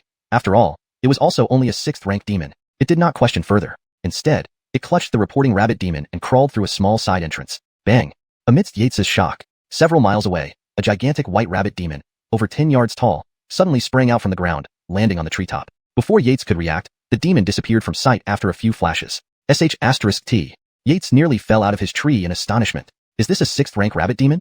If a 6th rank demon ran off, does that mean a 5th rank demon is here? Yates felt deeply frightened. Afraid that a 5th rank demon might suddenly jump out, he stopped honing his martial cultivation. Yates hurriedly circled his true chi, activating the step beyond the horizon, light body technique, swiftly fleeing in the opposite direction of the rabbit demon. Time passed. It was now 12 hours later. By the time Yates returned to the base of the mountain, quite a few figures had already gathered in the area. However, most of them bore bruises. Looks like fighting demons wasn't easy. Yates mused. The night before, he fled to a cave, only to find an 8th rank corpse demon lurking inside. Naturally, Yates disposed of it with one move. But the other participants lacked such martial prowess, which explained why their numbers had dwindled by half. There are only 15 minutes left. Those who have not arrived will be considered eliminated. Conrad frowned, observing the chaotic crowd. The ones who haven't come out, won't be coming out? Yates placed 12 tails of 6th rank demons, receiving a piece of paper with some personal information and a number, 58. Haha, Finn, I killed 10 more 8th rank demons than you. What can you say about that? Oral looked at second son Finn with amusement. Inside, he thought, that grandson is indeed cunning. If it weren't for Adejiang, I might have lost. Finn wanted to leave, but remembering his sworn oath, he begrudgingly pulled out a heavenly heart jade. As this young master has bet and lost, here's your heavenly heart jade. Painfully parting with the jade, Finn's eyes flashed with malice. Wait till I spread the news and let you die without a trace. With the value of the heavenly heart jade, countless desperados would seek to snatch it, possibly even 5th rank experts waiting in ambush. Oral closely watched Finn's reaction and naturally caught the shifting expressions. He inwardly chuckled, heavenly heart jade is not meant for me. Having the heavenly heart jade, with eldest sister's talent, she will become a new 4th rank expert within a year. Then who will dare look down on me? Hampton. So this matter concluded. Cough. Seeing the time was right, Conrad cleared his throat. From his perspective, those who hadn't emerged were probably done for. He planned to send someone to notify their families of their disappearance. As for any troublemaking, the Exorcist Bureau didn't fear it. I hereby announce. This initial screening is over. Out of 121 participants, 61 have passed. Congratulations to all of you. After passing the initial screening, you may join the inner prison. Cheers erupted in the crowd. That's great. Conrad waited a moment, silencing the noise, and continued. Tomorrow at 3 Chun, candidates will compete at the Inner Prison Coliseum, determining the final 10 intersect members. The top 3 will receive a chance to observe heaven tier techniques, along with other rewards. Draw lots tomorrow to determine opponents. Bellamissing below, Yates muttered internally. Nearly half casualties in initial screening. Brit is indeed brutal. I must tread carefully under him. Also, I'll stick to my original plan, securing one of the last 2 spots to ensure joining the intersect. Initially, if Yates stayed back, becoming a regular guard would suit him best, but lacking sufficient authority, he'd settle for showing some skill. Our discussion ends here. Everyone, disperse and return tomorrow with identification to pass the inner prison gates. Conrad finished speaking, turned around with the inspectors and left. Others saw this and also headed down the mountain. The location was still about 200 miles from Tianjin City, where their families, servants, and guardians awaited at the foot of the mountain. Uncle Abdurrahman, I've passed. Great. Dalen patted Yates's shoulder, saying, strive to enter the inner sect, where bigger opportunities await. Yates nodded, riding back with the others. The next day, Yates took leave early from Dynasty Roman, entering the inner prison. A guard led him to a spacious plaza, filled with various weapons. Candidates were chatting idly in the square. Additionally, guards in dark attire stood sentry at the outer gate. Yates couldn't help but marvel that this place was underground. Looking up, the ceiling resembled a vast, starry sky emitting soft light, illuminating the entire plaza. Undoubtedly underground. Ade Eider, don't you feel amazed? A male voice sounded nearby. Turning, Yates saw the speaker. Ade, you're here too. This man was Farouk of the Xia family. They exchanged pleasantries for a moment. From the Colosseum, a robust voice called out. Time's up. First round begins. Candidates who drew numbers, step onto the stage immediately. Yates checked the paper in his hand. It read void. So, I'm that lucky one? Ade Eider, aren't you going up? Farouk asked, confused. Ha, you go first, Xiade. I'll wait. Farouk puzzled over this, heading towards platform 4. Translation continues. #### chapter 45. The contest ends, becoming an inner disciple. Such stupidity. Hit his legs. Hurry up and dodge. Yates stood below the platform, listening to the shouts of the onlookers. He inwardly shook his head.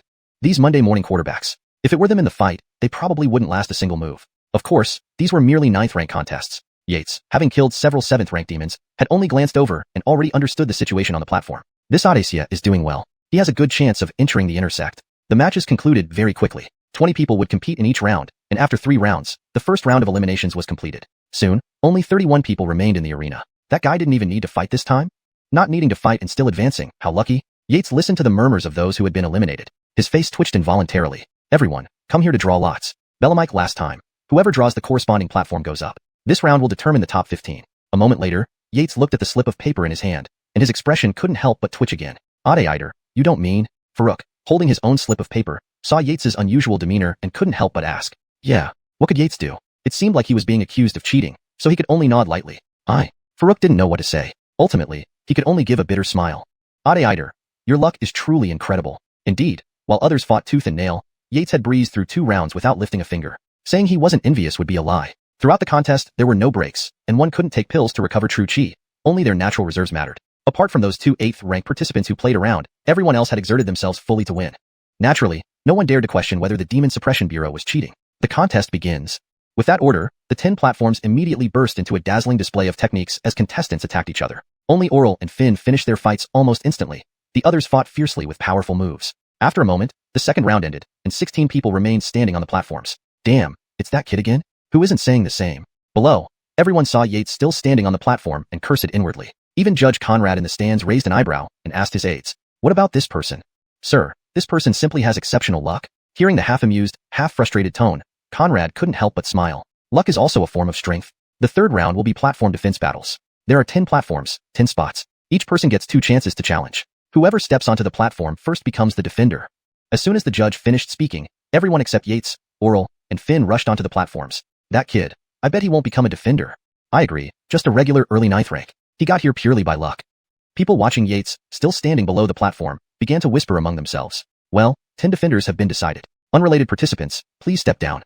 In 10 breaths, the challenger rounds will begin. 10 breaths passed in a flash. Pastor Mu, I, Farouk, challenge you.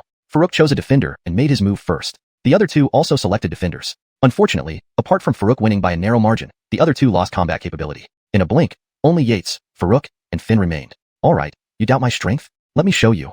Yates chose a late 9th rank defender and jumped up. Sir, this is Yates, coming to challenge you. Humph, lucky boy, you're just an early 9th rank. How many stone bones have you practiced to dare challenge me? Ned Doping. Ned Doping felt slightly angered. Why did this kid choose him for the challenge? Watch me kick you off with one move. Let's go. Ned Doping shouted, moved swiftly, and swung his long knife toward Yates's abdomen. However, in Yates's eyes, this rapid speed appeared 10 times slower. With a light punch, Yates could send him flying. But Yates didn't do that. Instead, he sidestepped and struck back at Ned Doping's face. They exchanged blows for nearly 20 rounds. That kid's aura isn't much different from mine, yet he's so strong? People watching became puzzled. He might have iron skin and bronze bones. That explains it. Despite the shock, no one paid too much attention since 2 noble sons were still on the platform. Bang! In front of everyone, Yates found an opportunity to push Ned Doping off the platform. Ned Doping fell and tried to say something tough, but remembering the match, he realized the opponent had predicted all his moves, silencing him. He turned and leaped to another platform. With his strength, capturing another wouldn't be difficult. Half an hour later, the platform defense ended. Yates experienced 2 more battles, seemingly winning by the slimmest margins. People below couldn't help but exclaim, "This Eider sure has great luck." Only Conrad on the judges' stand noticed some details and nodded. "Well, congratulations, everyone. You are now officially inner disciples of the Demon Suppression Bureau." Cheers erupted from the crowd, followed by applause. Regardless of how, the 10 on stage would now be figures they'd look up to.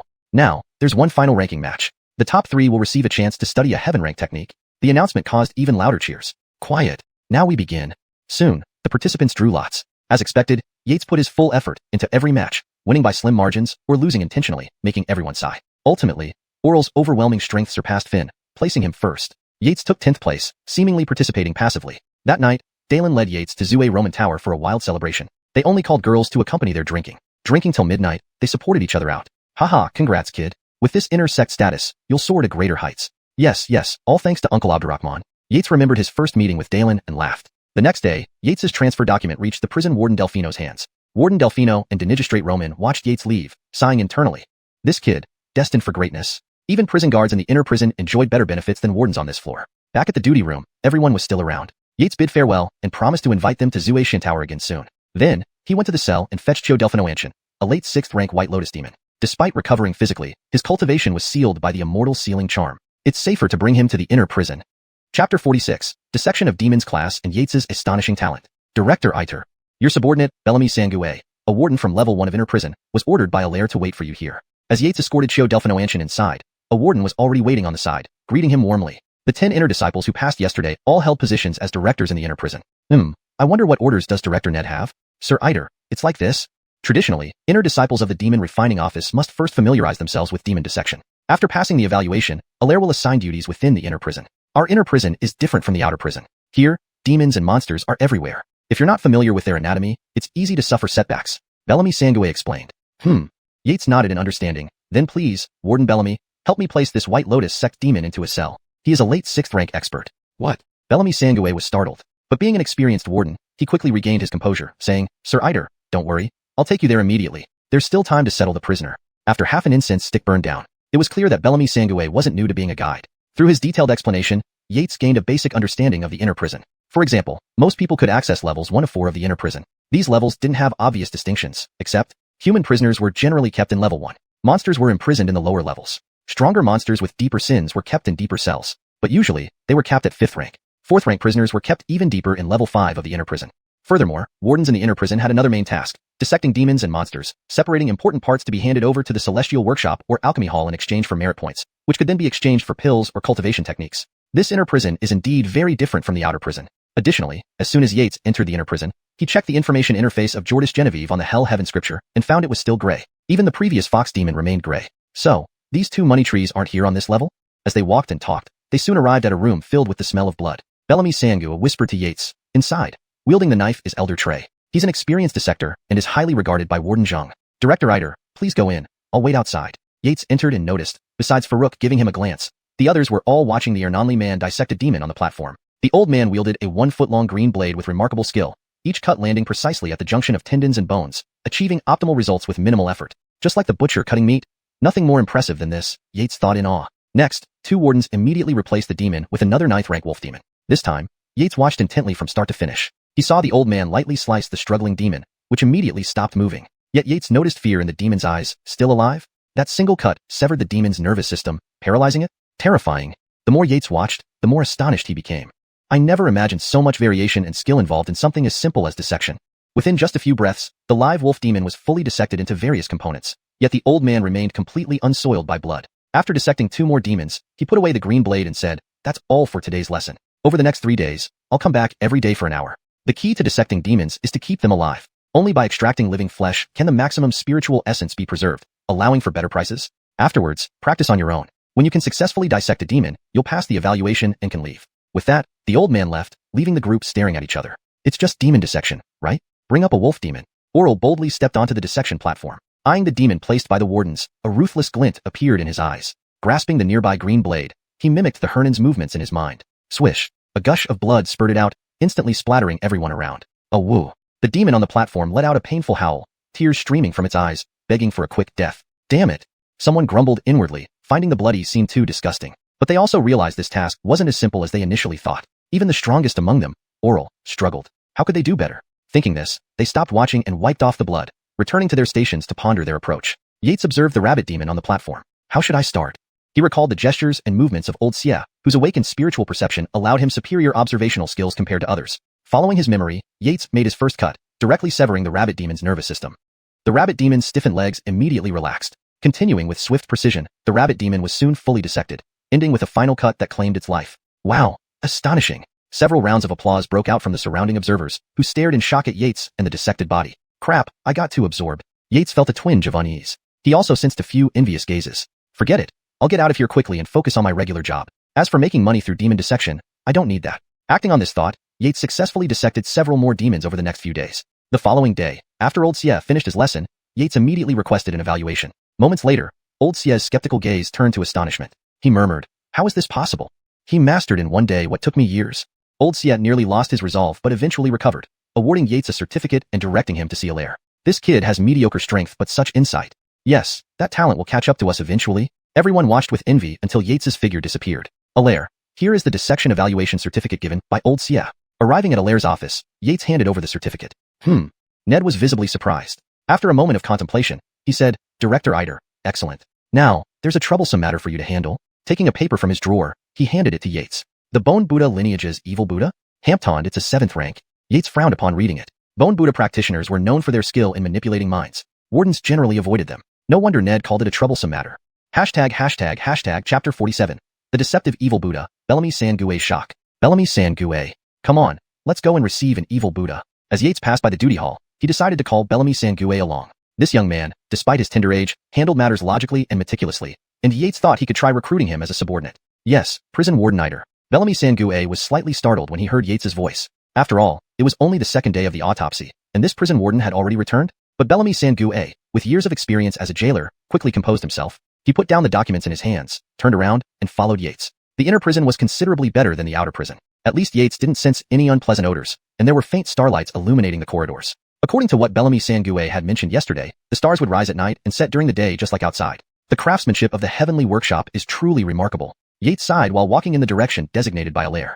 Thanks to Bellamy San-Gue's introduction yesterday, he knew the way. These are the records of the prisoner. Take a look, San-Gue. Yates handed over the documents. For him, dealing with an evil Buddha that had undergone 7 transformations was just a few moves. However, Bellamy San-Gue was only at the early 9th rank and faced with a 7th rank evil Buddha. He might easily be deceived. Sir Eider, this is an evil Buddha? Yates could tell from Bellamy San-Gue's tone that he was quite shocked. It belongs to the Bone Buddha lineage, particularly adept at deceiving hearts. Although the closed god sealing charm restrains its powers, you must still be cautious, Yates explained. Sir, aren't you afraid? Bellamy San-Gue asked curiously. They were both at the early 9th rank, and though Yates was an inner disciple, this evil Buddha was a high-ranking 7th level practitioner. Everyone else was nothing compared to it. Yates chuckled but remained silent. In conversation, they soon arrived at a torture chamber. Inside, 3 people in red attire from the Demon Subduing Bureau were flogging an evil Buddha strapped to an iron frame. Every whip left deep blood marks, yet the evil Buddha continued to smile kindly at them as if it wasn't happening to him. Yates's spiritual perception detected that the evil Buddha genuinely felt no pain, an anomaly. 7th level practitioners possessed extraordinary abilities, but the whips used by the patrol officers were crafted by the heavenly workshop. Even someone twice as strong would scream under such torment. Thus, these whips were named Whips of Lamentation. There's something strange. Yates opened his spirit eye for closer inspection. Solid iron bones, not stone skin. It's no wonder he can endure this. But what is inside his dantian? Suddenly, a glimmer of light appeared within the evil Buddha's dantian, and Yates quickly closed his eyes, narrowly avoiding being affected. This is why he isn't afraid of the Whips of Lamentation? Yates was amazed internally. But even 6th level practitioners have personally interrogated him in the inner prison without success. So, whatever is in his dantian isn't easy to trigger. After whipping once more, feeling demoralized, the 3 patrol officers tossed their whips and approached Yates. Warden sir, may we inquire your name? 3 honorable patrol officers, I am Yates, a warden under Allaire. On Allaire's orders, I'm here to take over the custody of the evil Buddha. San-Gue, show them the documents.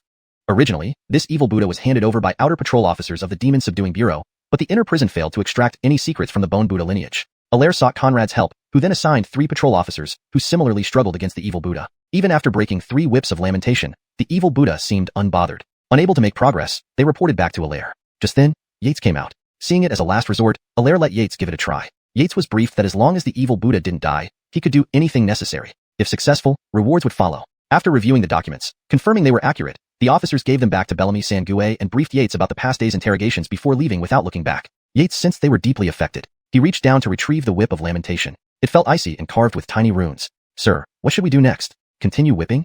Bellamy Sangue looked puzzled. Yates shook his head, eyeing the smiling evil Buddha. Under the current conditions, further beating would be futile. Let's lock him up first. In 2 days, I will personally interrogate him.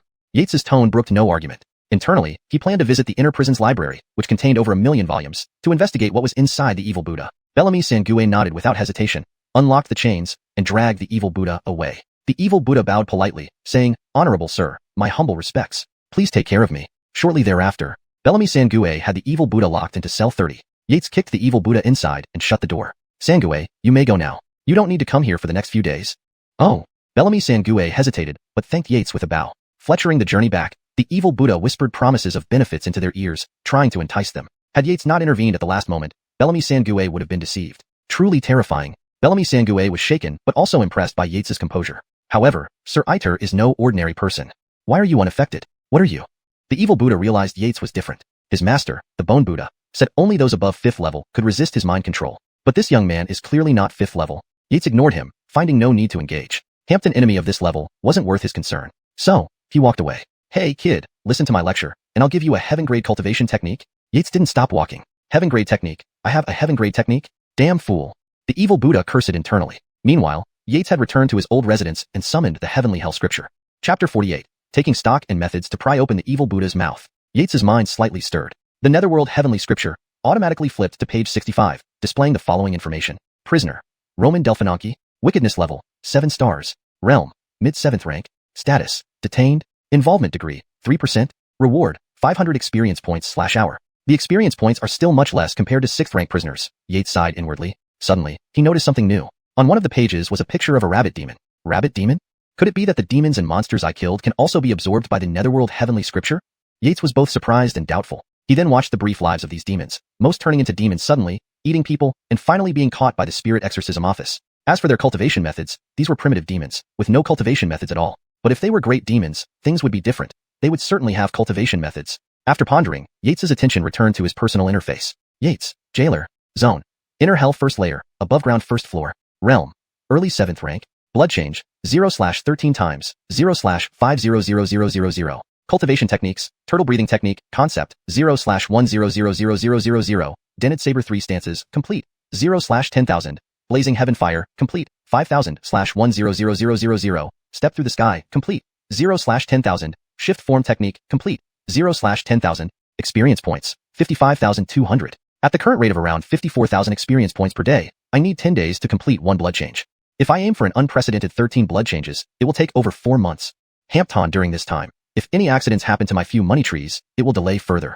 However, Inner Hell prisoners are ranked experts, each worth more than a dozen regular ones. As long as I continue detaining them quietly, experience points will soon soar. I will enter a period of explosive growth in experience points. It might even shorten from 4 months to just 1.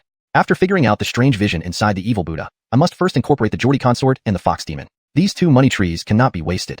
The next day, Inner Hell was different from Outer Hell. There was no roll call here. Jailers just needed to finish their daily tasks. Otherwise, they could earn extra money or practice martial arts on their own time. For wardens, it was even easier. Unless given special tasks by the warden, they only had detention duties 5 times a month, with the rest of the time entirely up to them. Of course, Yates was different, having ambitions. Yates arrived early at the Sutra Pavilion. The gate was already wide open, with a 5th rank officer guarding it. Every jailer entering the Sutra Pavilion was extremely cautious due to this important person, fearful of offending him. Otherwise, dying here would be in vain. Greetings, officer. I am Yates, a newly admitted inner disciple. Here is my token. After browsing through level 1, Yates activated his spiritual sense and quickly went through materials. However, flipping through several bookshelves yielded no results. Perhaps there is something upstairs? The officer glanced at Yates's token and handed him another one, saying, "You have only 2 hours. You can't go beyond the 2nd floor. Also, you can only copy 1 technique from the 2nd floor. Before leaving, you must swear not to spread it outside." Yates thanked the officer respectfully and accepted the token. Level 1 of the technique hall had no restrictions but only yellow-gray techniques. Level 2 had formations set by the Heavenly Workshop, rumored to resist half an hour of attacks from a 5th rank expert. Level 3 was even stronger, though Yates wasn't clear about its specifics. Soon after, Yates entered the 2nd floor Sutra Pavilion with his token. There were fewer shelves here, but this was normal considering the minimum level of techniques started at the mystical grade. These weren't Yates's targets though. His aim was the peculiar books. If nothing is found here, I'll ask Uncle Abdurrahman after I leave. 2 hours flew by. Just as Yates lost hope and prepared to leave, he caught a glimpse of the term, Bone Buddha. Yates hurriedly pulled out and browsed through it. Indeed, success without effort. After reading, Yates chuckled softly, put the book down, and headed downstairs. The officer looked on in surprise as Yates returned the token and left. That officer might still be puzzled. Through the miscellaneous notes, Yates learned what was inside the evil Buddha. A second-rank warrior could detach a thought and place it in someone else, isolating pain sensation. Hamptoned in critical moments, enhance power by merging thoughts. The method to subdue it was simple. Overpower it or use true qi to immobilize the thought unexpectedly. The spirit sealing talisman happened to counteract this thought. Tomorrow, I'll seize the moment when he isn't paying attention and directly immobilize the thought inside him with true qi. Legend has it that the bone Buddha is within. I wonder if he can sense my immobilization of his thought. This was Yates's main concern. Also, the bone Buddha probably had escape intentions when leaving this thought behind. Unfortunately, the bone Buddha didn't anticipate the spirit exorcism office holding onto his disciples tightly. Yates shook his head silently. Such a terrifying person, once escaped, would be a calamity for inner hell. Bellamike last time when his adopted father died. A 5th-rank corpse demon escaped and slaughtered its way up. That incident took advantage of a gap due to the warden and others being absent. Thus, afterwards, the warden Rue was replaced with Qian. Yates returned to the first layer of inner hell, toured around, and headed straight for the old residence. Though he couldn't enter the second layer yet, Yates planned to use the evil Buddha as a breakthrough, using this merit to ask the warden for a pass. Then, access to the first 4 layers of inner hell would be his true objective. Others wished for fewer detention tasks. I, however, wish for more. Yates walked down the street, muttering to himself. Yeehaw. Military urgency. Get out of the way. Don't obstruct. Oh no. A Chloe stood motionless in the middle of the street, terrified. Without hesitation, Yates darted towards her. But just as the horse hooves descended, another figure pulled the Chloe away. Yates slapped the ground, launching himself 360 degrees over the galloping horse and landing on the roadside. Amazing. The crowd cheered loudly. The messenger continued riding nonstop toward the palace. He managed to reach me after I did, saving the girl before me. This person is at least a 6th-rank expert. Yates's heart skipped a beat as he observed the figure beside the saved Chloe. Is it actually her? ##### Chapter 49. First encounter with Eugenia, prying open the evil Buddha's mouth. The Chloe was dressed in a plain white dress. Her long hair was simply coiled up with a jade hairpin, giving off an impression of spirited elegance. It was none other than Her Highness Eugenia, whom Yates had met twice before. Sir, do you recognize me? Seeing Yates staring at her face, she did not get angry but instead asked openly. Listening to her sweet voice, Yates felt an impulse to turn and leave instantly. Of course, he only thought about it. Who could blame him for being wary of the lady across from him? 9. Yates began to speak, suddenly realizing that since she was dressed plainly, she didn't want her identity known. So he continued, Miss, we have met twice in Lao Delphinoan. Lao Delphinoan? Eugenia frowned slightly as she glanced at Yates again. The handsome face, slender eyebrows, and hint of youthful innocence. Suddenly, Eugenia remembered. The great exorcism prison. It was that prison warden. They had indeed met twice. But today wasn't his off-duty time. Thinking this, Eugenia's frown deepened. Are you off duty today? Upon hearing the icy tone, Yates knew trouble was brewing. Recalling stories about Eugenia's decisiveness, he quickly explained. I've entered the inner sect. I'm currently free and plan to go back for some cultivation. Inner sect? Eugenia glanced at Yates again. Early 9th rank cultivation, but his previous movements were astonishing. Does this mean he has also cultivated techniques to conceal his aura? Yates hadn't anticipated that within such a short time, Eugenia had nearly uncovered his secrets. Miss 9, I have matters to attend to. Excuse me. Since she wasn't revealing her royal identity, Yates felt less restrained. After answering a few questions, he bowed and left. To Yates, Eugenia was undoubtedly beautiful, but this rose came with thorns. With his current strength, he dared not get involved. After all, he had heard rumors about changes in the Qian dynasty and guessed that Eugenia had ulterior motives. The rescued Chloe thanked them both before leaving, her face still bearing traces of fear. Walking down the deserted street, Eugenia was joined by another figure. Your Highness, Aloysius just discovered that the man is named Yates, a prison warden of the Great Exorcism Prison. Latest reports say he recently joined the inner sect, at early 9th rank. He has an uncle named Dalen, who is a patrol officer in the outer sect of the Demon Exorcism Bureau, currently at 7th rank, 3rd blood change. If Yates were there, he would be shocked. In mere moments, this servant named Aloysius had dug up all his background information, except for his Hellfire Heavenly Scripture ability. Early 9th rank? Eugenia shook her head. He's not at early 9th rank. He must be at peak 9th rank, or even early 8th rank. Should Aloysius arrange for someone to document this? Eugenia waved her hand. No need. At his age, even if he were 7th rank, he wouldn't be worth recruiting into our organization. I've decided to break through the old barriers and rebuild anew. We need high-caliber talents, not small fry like him. By the way, how is Selena these days? Still causing trouble? Your Highness, Abdullah Selena has calmed down somewhat recently. Return and increase manpower. There's white lotus trisagion flower in her body. My Ernan brother, the Geordie, will certainly act. Aloysius nodded as they walked. What about the recent military situation? Your Highness, the 13 Eastern Wasteland nations launched a surprise attack on Fletcher Qiangwu. All 10,000 of his troops were wiped out, and Eastern Wasteland City fell. Even Fletcher Qiangwu. He vanished under siege from various nations. Now, General Shenwu is leading forces there. After listening, Eugenia remained silent. She pondered for a moment, then said, I will go to the palace immediately to see father.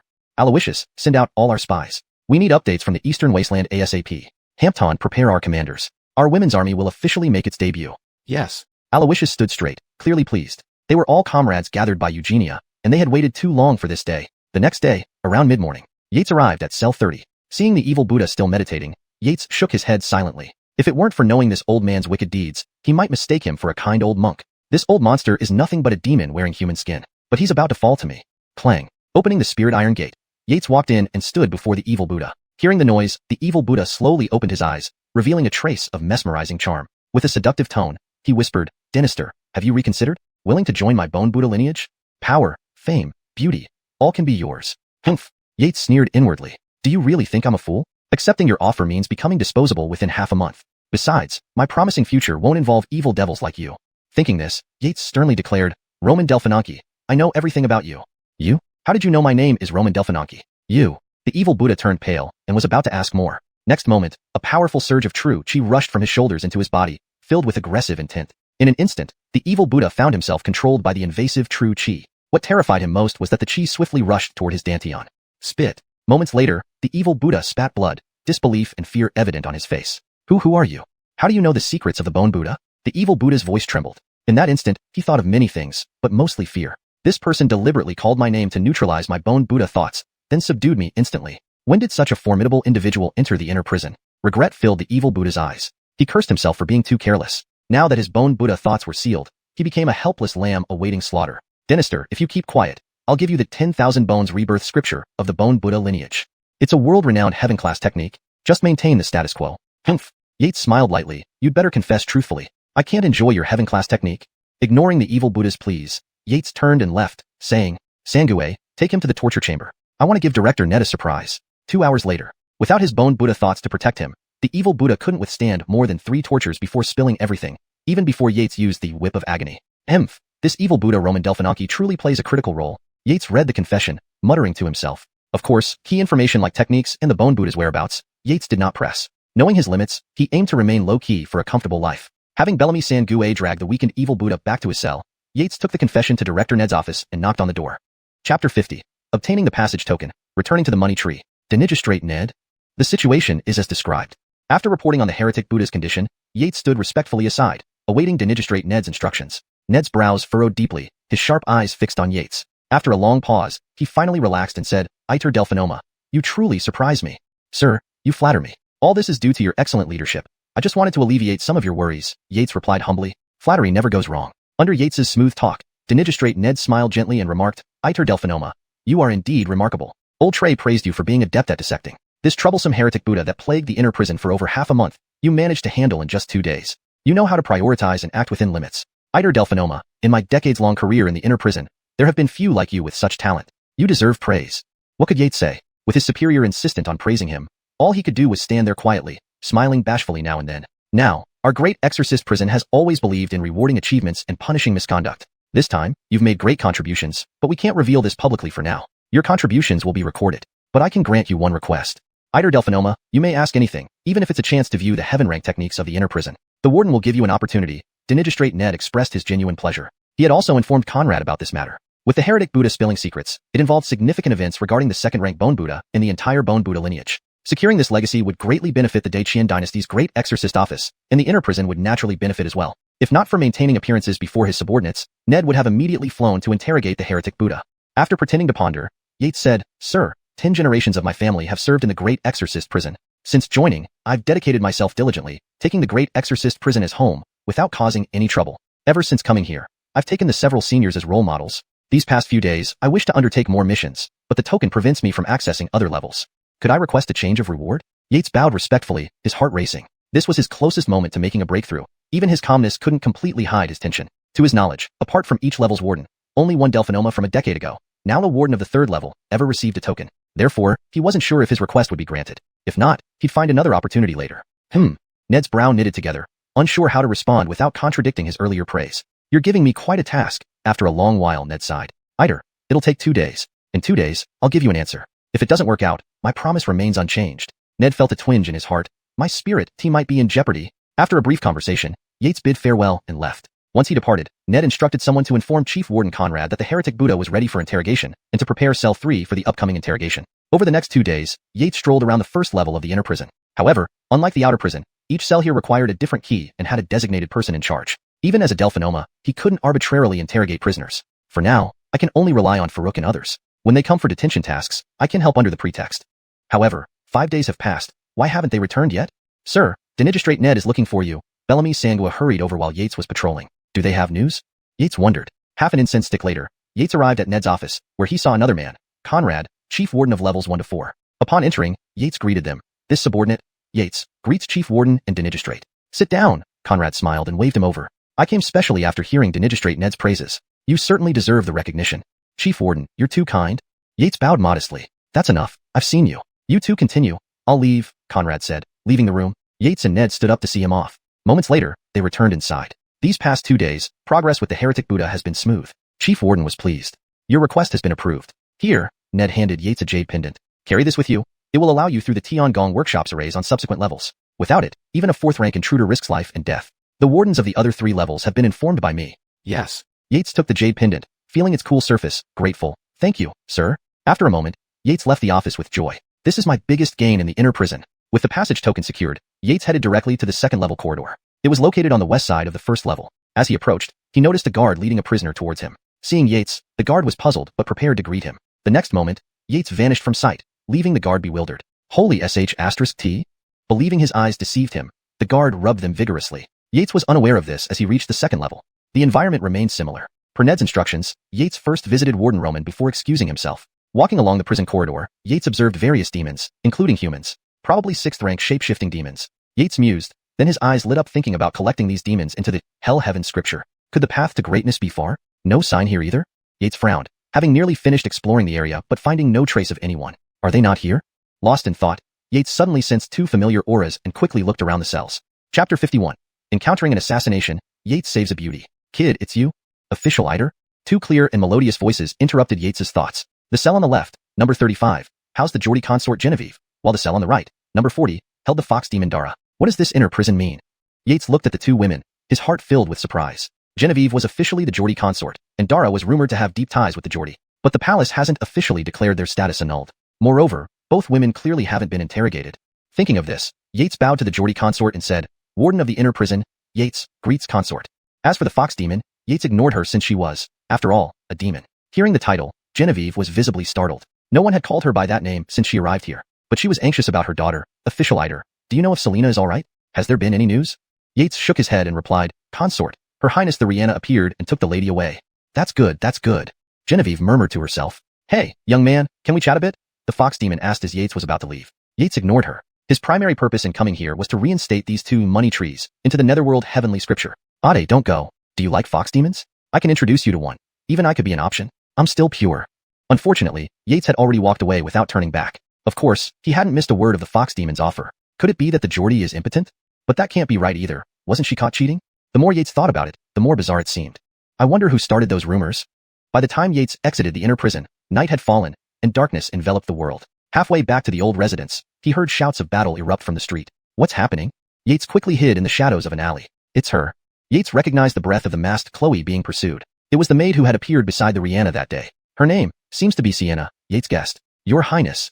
I failed you. Today, I must sacrifice myself for the organization, Sienna muttered inwardly as she fended off the 2 black-clothed assassins. She hadn't expected that the rescue mission would be a trap set up for her. Thinking of the gruesome deaths of her fellow operatives, anger surged within her, and her attacks became fiercer and faster. Your Highness, you must beware of the 3rd Abdullah.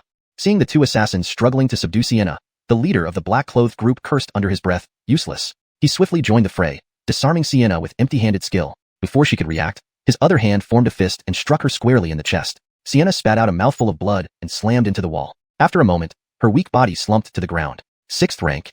Even as she watched the man approach, Sienna managed to speak through her pain. This leader wasn't just a regular 6th rank. Heh, since you know, come quietly. Coldness flashed in the leader's eyes as he reached for Sienna. Suddenly, a terrifying palm strike descended from the sky, accompanied by a wave of heat. Who? With a roar, the leader barely managed to meet the attack. A shockwave erupted, destroying everything around them. Using the force of the blow, the rescuer leaped back several meters, scooped up Sienna, and vanished in an instant. By the time the 3 assassins reacted, it was too late. Damn! Enraged, the leader shattered a nearby wooden hut with a single blow. Sir, the watchman is coming. Humph, let's retreat. Secretly vowing to hunt down the rescuer next time, the leader made a mental note of the newcomer's face and planned to report it to his master immediately. Meanwhile, the newcomer was actually Yates, using disguise magic casually. Half an hour later, in a deserted estate, Yates placed the injured Chloe on a bed. She breathed faintly, on the verge of death. After exchanging blows with the assassin leader, Yates knew his power. Yet, the Chloe lacked such strength. She had likely survived only because the leader wanted her alive. I'll give it a shot. Though Yates had no healing skills, he remembered seeing TV dramas where characters transferred true Qi to heal wounds. Given his 7th rank cultivation, his true Qi could leave his body. If this didn't work, he would have to watch helplessly as this beautiful Chloe died before him. Yates carefully guided his true Qi into the Chloe's body through her arm. Instantly, the wild true Qi wreaked havoc within her body. Well, now she's really gone. Yates watched guiltily, then chuckled awkwardly. Cough. Sir, I have healing pills. The Chloe, eyes rolling, gasped weakly. Forgive me, my first time. Yates apologized. Glancing at her again, he hesitated. The Chloe seemed to understand and weakly directed him to her chest. I won't blame you. Shaking his head, Yates thought, if she recovers, who knows? To save a life is better than building 7 levels of a pagoda. Here goes nothing. Closing his eyes, he felt around until he found a small cloth pouch containing various medicines. Incredible. Despite her condition, the Chloe's pale face flushed slightly. Is this a skin growth pill? Is this the one? Yates showed her the pill. She shook her head. Yates opened several bottles, but none were correct. Finally, 3 identical unmarked bottles remained. Which one? Smell them, she whispered, blushing further. Yates quickly opened each bottle, observing her reaction closely. When she smelled one particular bottle, her expression changed oddly. Does this one have special effects? Yates slipped the pill away while she took it. Hee, payment for saving you? A moment later, the Chloe spat out another mouthful of blood. Chapter 52. Aloysius's Dilemma and the News of Evil Buddha's Death. Miss, are you feeling better?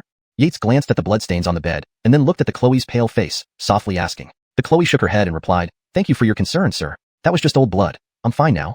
The pill you gave me is called Huichun pill, very effective. In an hour, I will be back to normal. Hearing the Chloe's words, Yates sighed inwardly. No wonder you're a warrior from another world. If this were Earth, such injuries would require more than just a coffin. They began chatting casually, and Yates noticed the Chloe's pale face slowly gaining some color. Her voice also seemed a bit stronger than before. Huichun pill, huh? It looks like I should get a few for protection. Yates thought to himself. By the way, sir, I haven't introduced myself yet. My name is Aloysius. You saved my life today, and I don't know how to repay you. Don't think about repaying me with yourself. Yates quickly interrupted, worried it would turn into a cliched TV drama scene. Aloysius. She blushed slightly, scolding gently. Sir, what are you saying? Sir, you're stronger than me. Are you new to Tianjin City? If you don't have a place to stay, I can introduce you somewhere suitable, Aloysius offered. Are you trying to sell me a kidney? Yates joked. Aloysius. This person is so strange. I don't understand what he's talking about. She thought to herself. Miss Aloysius, please go on. I'll think it over, Yates said, pretending to ponder. Aloysius looked at Yates again. For some reason, this man gave her a sense of security, almost as if the Abdullas were by her side. But that place was their base of operations. Aloysius thought about the ambush today and the death of her sisters. Sir. Aloysius hesitated for a moment. Finally, she took out a jade pendant and handed it over. This is a token given to me by my lady. As long as there's a shop in the Great Qian Empire with this symbol, you can present this jade pendant and ask for 3 reasonable requests. Aloysius paused, thinking deeply. She decided to hold off and inform the Abdullas first before deciding whether to invite Yates into their organization. After all, mobilizing their resources to track down someone like Yates in Tianjin City could be challenging but not impossible. Moreover, Her Highness has been searching for the legendary Delfino Gu genius recently. Jade pendant? Yates accepted the pendant. He examined the pattern. A phoenix rising from flames, soaring towards the heavens. A phoenix reborn from fire. Looks like the Rihanna has bigger plans ahead. Power or wealth? After contemplating for a while, Yates felt it was time to return the pendant to Aloysius. Miss, though we've only met by chance, aiding those in peril is the noble duty of a knight. So, keep the pendant. As for saving your life, Miss Aloysius, if you truly want to repay me, let's see where fate takes us. Before she could respond, Yates's figure turned into a mist and vanished from Aloysius's sight. Meeting again by fate? Knight. Aloysius muttered to herself, looking in the direction Yates disappeared. For some reason, she felt a hint of disappointment. Dennyby, I should have invited him to join us?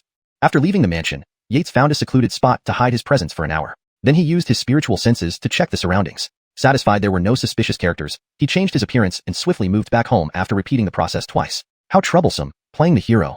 Yates silently cursed himself. He knew his actions tonight had been rash. Saving Aloysius put him in debt to the Rihanna, who would certainly thank him, but it also earned him enemies. Whoever dared to chase the Rihanna surely wasn't an ordinary individual. Even a minor inner prison officer might not be safe from them. But what does it have to do with me? All Farrell's doing. Yates told Aloysius his name was Farrell, the same one he used when saving Farouk.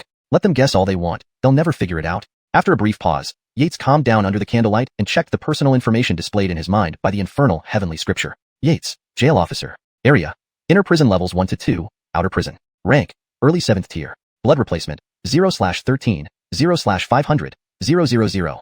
Experience points, 85, 200. Yates noted the experience points accumulated yesterday and calculated the daily gains after adding the Empress and the Fox Demon. Almost 100,000 per day. 5 days and I can complete a blood replacement. In a month, I can reach 6 blood replacements and break through to the 6th rank within 3 months. The rate of improvement is several times faster than before. Yates marveled at this. If others knew his progress, they might dissect him to find out how. He'd read many methods for dealing with stubborn humans, including pulling out souls for interrogation, compared to which, inner prison methods seemed mild. Yates doubted he could withstand such treatment. I mustn't reveal anything, Yates resolved as he fell asleep. Days passed one by one. Soon enough, 3 months had gone by. Yates was walking through the prison corridor as usual, holding a prisoner covered in blood. Suddenly, Bellamy Sangue rushed up behind him. Seeing Yates, Bellamy Sangue's face lit up. Sir Eider, it's great to find you here. Unknown reasons caused Allaire to lose his temper. Bellamy Wuxia was beaten half to death just for working a little slower. Bellamy Sangue rambled on. Yates frowned. Allaire suddenly got angry? He knew Allaire's temperament. It wasn't typically harsh on subordinates. Suddenly, Yates sensed something, and his mind sank into the infernal heavenly scripture, focusing on evil Buddha's page. It darkened, confirming his suspicions. Trouble. Yates cursed inwardly. Whoever did this was really foolish. The attention evil Buddha drew was immense. Moreover, the matter wasn't over. A bigger fish still hadn't taken the bait. His death complicated things but didn't entirely sever ties. Only you can calm Allaire down now? Bellamy Sangue looked at the young man who had gained the warden's favor within 3 months. Even other jail officers now respected him. Troublesome, but I need to resolve the evil Buddha issue. Yates handed the prisoner to Bellamy Sangue. Take him to cell 45. Bellamy Sangue nodded and led the prisoner away. Yates sighed, hoping evil Buddha's memories contained useful information. Recently, he reviewed many prisoners' memories upon their deaths, mostly mundane affairs. This time, he didn't expect much from evil Buddha either. Chapter 53, The 10,000 Bones Rebirth Sutra, Yates's Revelation, Buddha Dynasty. In the boundless sea of bones, a man knelt before the Buddha. The Buddha Dynasty sat expressionlessly on the bone lotus throne. I have considered clearly and am willing to bear the mantra for our Buddha. Even unto death, I will not regret it. After a moment, the man who had been kneeling lifted his head to look at the 30-foot-tall Buddha statue in front of him. Belamife means death, death means life. Only through death can one be reborn. Roman Delphinanki, have you truly thought this through? From now on, you will no longer be you. A heavy voice emerged from the Buddha's body, accompanied by buzzing sounds around it. Buddha Dynasty, I am willing to achieve the true enlightenment of Buddhism for our Buddha. The man's eyes were filled with devout light. Very well. Here is the 10,000 Bones Rebirth Sutra. Start cultivating it. Scene changed. 10 years later, the man cultivated the 10,000 Bones Rebirth Sutra and broke through to the 3rd rank of patriarch level, ready to expand the followers of Bone Buddha. However, the Buddha Dynasty was suddenly attacked by a 2nd-rank expert from the Demon Exorcising Bureau, captured unawares. Fletchering the struggle, Roman Delphinanki's bone body was slashed into pieces by the Josue's 3 strikes, and he fell into the 10,000 Bones cave and disappeared. Half a month later, Roman Delphinanki replaced the evil Buddha, but was again ambushed and captured by the Demon Exorcising Bureau, until Yates noticed his abnormality. So, the evil Buddha is just an incarnation of the Bone Buddha? Hampton, within half a month, he broke through from an ordinary person to a 7th-rank blood replacement expert? Is a 2nd rank so powerful? Yates inwardly marveled. All these scenes were memories extracted from the evil Buddha by the Netherworld Heavenly Sutra. What a pity that there wasn't any memory about how the evil Buddha died suddenly. Then Yates examined the martial arts technique. The next moment, Yates froze. It seemed like he was standing in the middle of a vast sea of bones. Everything around him was white bones. At the center of the bone sea, a 1,000-foot-tall giant Buddha was sitting cross-legged. Underneath it were endless bones, while the Buddha displayed a gentle and benevolent smile. It felt as if everything was fleeting clouds. The essence of humans lies in their bones. Bones contain essence. If they can be refined, one can gain infinite vitality. This is the first step towards rebirth. The Buddha statue in the bone sea began to narrate to Yates. Time seemed to have passed several centuries, yet also just an instant. Yates suddenly woke up, drenched in cold sweat. Actually, it's a heaven-tier martial arts technique, the 10,000 Bones Rebirth Sutra. This skill is too bizarre. Just inheriting it almost made me fall into delusion and become a believer of the Bone Buddha. Fortunately, the Netherworld Heavenly Sutra awakened me at the last moment. Thinking back to what just happened, Yates felt another wave of fear. What a waste of this heaven-tier martial arts technique. Hampton, how many incarnations does the Bone Buddha have? This was a crucial question, but currently, Yates couldn't report this to the Demon Exorcising Bureau clearly. I'll wait until I break through to 6th rank and my spiritual perception advances further before finding an opportunity to report this credit to Uncle Abdurrahman. Yates pondered quietly. Shortly after, he arrived at Dynasty Ned's office. Bang! A bunch of useless scum. You can't even keep watch over one person? A mere 8th rank warrior could escape right under your noses. Weren't you all so capable?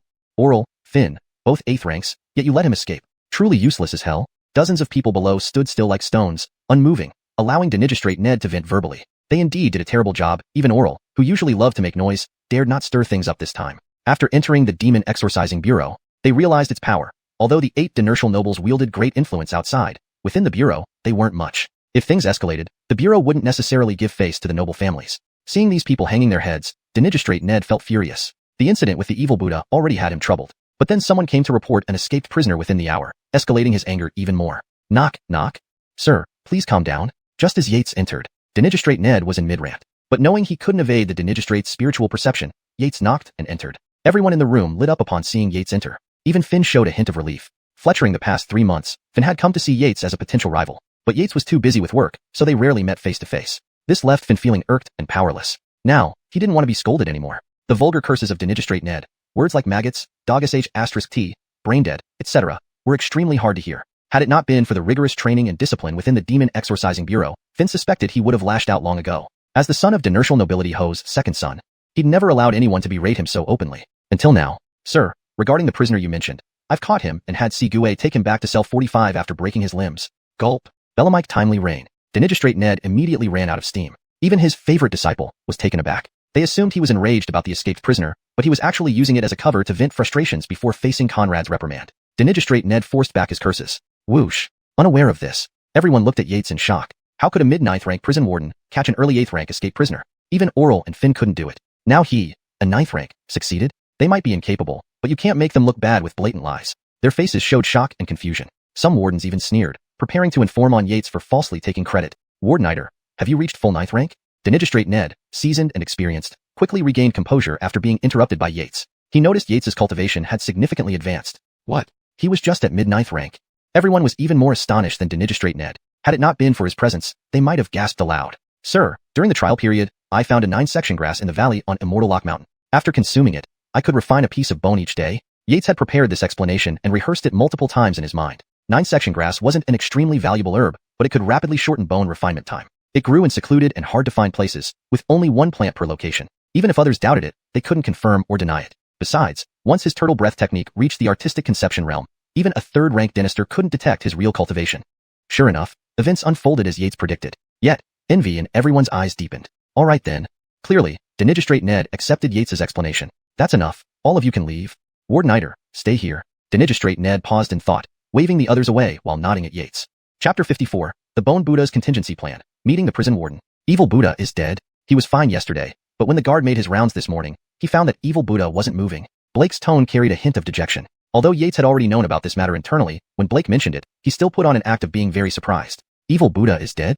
Do you have any suspects, sir?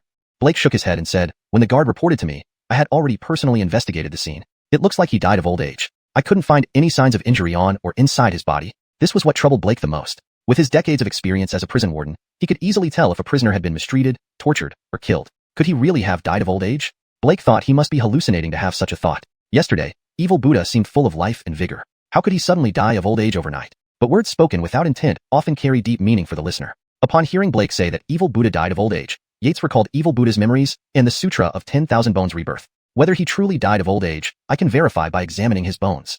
Yates then addressed Blake, Sir, I have read some books related to the Bone Buddha lineage. Didn't I examine the body again?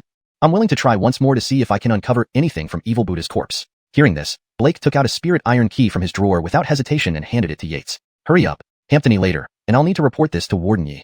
Yates accepted the key, nodded, and turned to leave. The morgue was located on the western side of Inner Prison Level 1, next to the corpse incinerator. It was about 20 miles from Blake's office to the morgue. After half a cup of tea's time, Yates arrived at the morgue. Sir Iter Delphinoshi, may I ask what brings you here? Is there anything I can assist with? The guard at the morgue entrance was a low-ranking 9th-tier officer. Although small and dark-skinned, he was quite observant. Seeing Yates approaching from afar, he went forward to greet him even before Yates reached the door. Where is Evil Buddha's body? Please lead me there. Yates produced the spirit iron key. This key was used specifically for the morgue. There were 3 keys for each level, one held by the warden, one by the prison commissioner, and one kept in the morgue. Normally, if an examination was required, permission from the prison commissioner was necessary. Last month, a new prison commissioner caused a bit of a commotion over this procedure, which is how Yates learned about these rules. Yes, I will take you right away, the Knox replied quickly. Sir, this way please. In no time, they arrived at a cold room filled with dozens of wooden tables, some covered with white cloth, others uncovered. Yates noticed white papers with information about deceased prisoners attached beside the covered tables. That's all, you can go now. Yates took out 10 taels of silver and tossed it to the guard. Overjoyed, the Knox took the silver and thanked profusely. Thank you, sir. I'll be off now. He weighed the silver in his hand. It was definitely 10 taels. A month's salary. This Iter Delphinoshi is indeed generous. Almost skipping, the Knox left. As long as Yates didn't steal the bodies, what he did inside was none of his concern. Yates approached Evil Buddha's corpse and lifted the white cloth. Evil Buddha's face was pale, his skin seeming unnaturally elastic, and Yates's spiritual sense detected fluid movement inside the body. Yates pressed down on the corpse. Soft and boneless? Indeed, Bone Buddha has other pieces on this level of the prison. Upon touching Evil Buddha's body, Yates realized why he had died suddenly. Moreover, he knew the body would soon turn into a pool of blood. Bone Buddha must have foreseen that his secrets were about to be uncovered, thus triggering self-destruction, even erasing his own thoughts. Undeniably, Bone Buddha is ruthless. From Yates's memories, Bone Buddha had cultivated Evil Buddha for over 20 years to reach this point. But how do I explain this to Blake? Is Blake possibly the mole? In theory, since Evil Buddha was always confined to Inner Prison Level 1, Blake has the biggest motive, yet he might also be the least suspicious. Yates pondered over the entire matter carefully, trying to pinpoint the root cause. Got it. A light bulb went off in Yates's mind. He had figured out how to turn this situation into an advantage. Covering the body back up, knowing the problem rendered staying there pointless, Yates instructed the knocks at the door as he walked out. Ade, watch this door closely. The body inside is strange, and I suspect significant changes might occur. After I leave, don't let anyone in until further notice. The prison commissioner needs to be informed immediately. The Knox saw Yates's serious expression and understood this wasn't a joke. His demeanor turned solemn, nodding. Rest assured, sir. I will guard this place well. Good. Yates nodded in return and quickly disappeared. Sir, that's how it happened. Blake frowned deeply, contemplating for a long while before sighing slowly. Your guess is correct. Mentioning Bone Buddha reminded me of something. Blake couldn't sit still anymore. Hampton's internal threat posed a danger to his life too. Let's go see Warden Yi. Your plan needs Warden Ye's approval to proceed. Moments later, they left the office. Conrad's office was on the 4th level of the prison. It took Yates and Blake nearly an hour to reach the entrance. Blake took a deep breath, straightened his clothes, stepped forward, knocked on the door, and bowed slightly, saying, Warden Yi, Commissioner Ned by Qian has an urgent matter to report. Creak. After a moment, the door slowly opened. Blake gave Yates a signal, and they entered, one after the other. Yates lagged slightly behind, and closed the door upon entering. Their cautious actions momentarily stunned Conrad, who was busy reviewing documents. Putting down his pen, he asked sternly, What now? A flicker of embarrassment flashed across Blake's eyes. Criticized by his superior in front of subordinates, he felt somewhat uncomfortable. Warden Yi, here's the situation. Blake then recounted Evil Buddha's sudden death and Yates's findings in detail. After listening, Conrad put aside his documents, looked seriously at them, and asked, Are you sure? Both Yates and Blake nodded hurriedly. Although it was based on speculation, their discussion convinced them it was highly likely true. This is indeed a serious matter. The Exorcism Bureau had prepared to refine the Bone Buddha. Now we encounter this complication, but fortunately, you acted promptly. Conrad's sternness softened slightly. Glancing at both of them, his gaze finally settled on Yates. Eider Delphinoshi, your plan to feign Evil Buddha's revival to expose the traitor is excellent. But I have a better plan. Hashtag chapter 55. The One Tao True Words and Conrad's Method. A better method? Yates and the other person looked curiously at Conrad. Aderkling. Conrad gave a mysterious smile. I'll keep you in suspense for now. You'll know when the time comes. The two smiled wryly. Here's what we will do. For now, pretend you don't know about this and don't make any special arrangements. Shortly, I will notify all of you, the prison officials, to gather at precisely the 3rd watch tonight. All the guards from levels 1 to 4 of the inner prison will assemble on the training ground for a ghost hunt assembly. At that time, we will find out who the traitor is. Yates and the other person had no choice but to bow and say, Your Excellency has an excellent plan. Aderkling. Time passed quickly. Though the inner prison never saw sunlight, the sky overhead would reflect changes with varying brightness as the sun outside shifted. Soon it was the 3rd watch. Hey, Ade Hendricks, do you know what's happening? Why did His Excellency summon us here without warning? I heard from one of the level 1 guys that an important prisoner died, so His Excellency invited a high-ranking dynasty from the One Tao to interrogate us. Is that true? Hundreds of figures gathered in the training ground, yet it didn't seem crowded, but various murmurs made the scene chaotic. One Tao interrogation? Yates frowned slightly upon hearing this. He had read similar accounts in ancient texts before. This was a wondrous power possessed by those who practiced the One Tao. Only those who reached 3rd rank could wield it, achieving the status of a grandmaster in One Tao. Moreover, while there were countless students in the Great Qian Empire, only a handful could truly enter the realm of One Tao. With hundreds of people here in the training ground, can the One Tao master invited by His Excellency handle it? Yates couldn't understand what the prison chief was planning. Silence. Suddenly, a stern voice echoed across the training ground, instantly suppressing the noise below. Everyone looked up. They saw several men floating in midair, 2 of whom they recognized very well. The elusive Commander Qian of the inner prison and Conrad. The remaining person wore scholarly robes, had clear eyes, and exuded a refined intellectual demeanor. Commander Sikong Cole, let's begin as planned. The scholarly man nodded at both of them. Subsequently, the 3 descended onto the platform. Conrad stepped forward, cleared his throat, and declared loudly, I'm sure many of you are curious why I've invited everyone here today. Apart from a few who knew the inside story, everyone below nodded in agreement. Of course, that's not important. What is important is that our inner prison harbors traitors, and possibly more than one. Conrad's cold tone swept through the entire venue instantly. People who were just baffled a moment ago felt their hearts chill, immediately turning serious. Are they going to alert the snakes? Yates muttered to himself. So, for this occasion, I have invited Dynasty Darianfang Zishan, the sacrificial wine of Jixia Academy. As long as you can withstand the true words of Dynasty Darianfang for a brief moment, you will be deemed innocent. But let me warn you, Dynasty Darianfang is a 3rd rank grandmaster, on the verge of reaching the extraordinary 2nd rank of One Tao. Using the true words is as simple as drinking water for him. I advise you not to entertain any Jiaoxing psychology. Edited. I advise you not to entertain any Jiaoxing mentality. Better. I advise you not to harbor any Jiaoxing mentality. Best. I advise you not to harbor any Jiaoxing attitude. Most fluent. I advise you not to harbor any Jiaoxing mindset. Recommended. I advise you not to harbor any Jiaoxing attitude. For the most natural and fluent reading in English, the recommended translation would be, I advise you not to harbor any Jiaoxing attitude. However, Jiaoxing is a Chinese term that doesn't have a direct English equivalent. A more appropriate translation in this context would be, I advise you not to harbor any Jiaoxing, lucky escape, attitude. Or simply, I advise you not to hope for a lucky escape.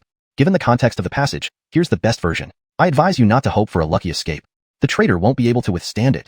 At this point, Conrad's eyes grew icy, sweeping over the crowd harshly. Everyone listened with bated breath, several even lowering their heads, afraid to meet his gaze. Only Yates sensed an exaggerated tone in Conrad's words after listening. After finishing his speech, Conrad signaled the scholarly man behind him. Dynasty Darianfang understood. He moved forward, drawing a glowing circle in the air with his hand while reciting poetry silently. Then, the circle expanded abruptly, landing on the ground to form a light shield 3 yards wide. Please come forward one by one. If something unusual happens, the circle will react accordingly. The crowd exchanged glances, unsure whether to proceed. Then, a Diego clenched his teeth, closed his eyes, and jumped into the circle. He passed through effortlessly. The Diego stood dazedly outside. Dynasty Darianfang gave him an approving look. Overjoyed, the man joined the queue of those who had passed, watching others go through one by one. As more people went through easily, everyone began to think it was nothing much.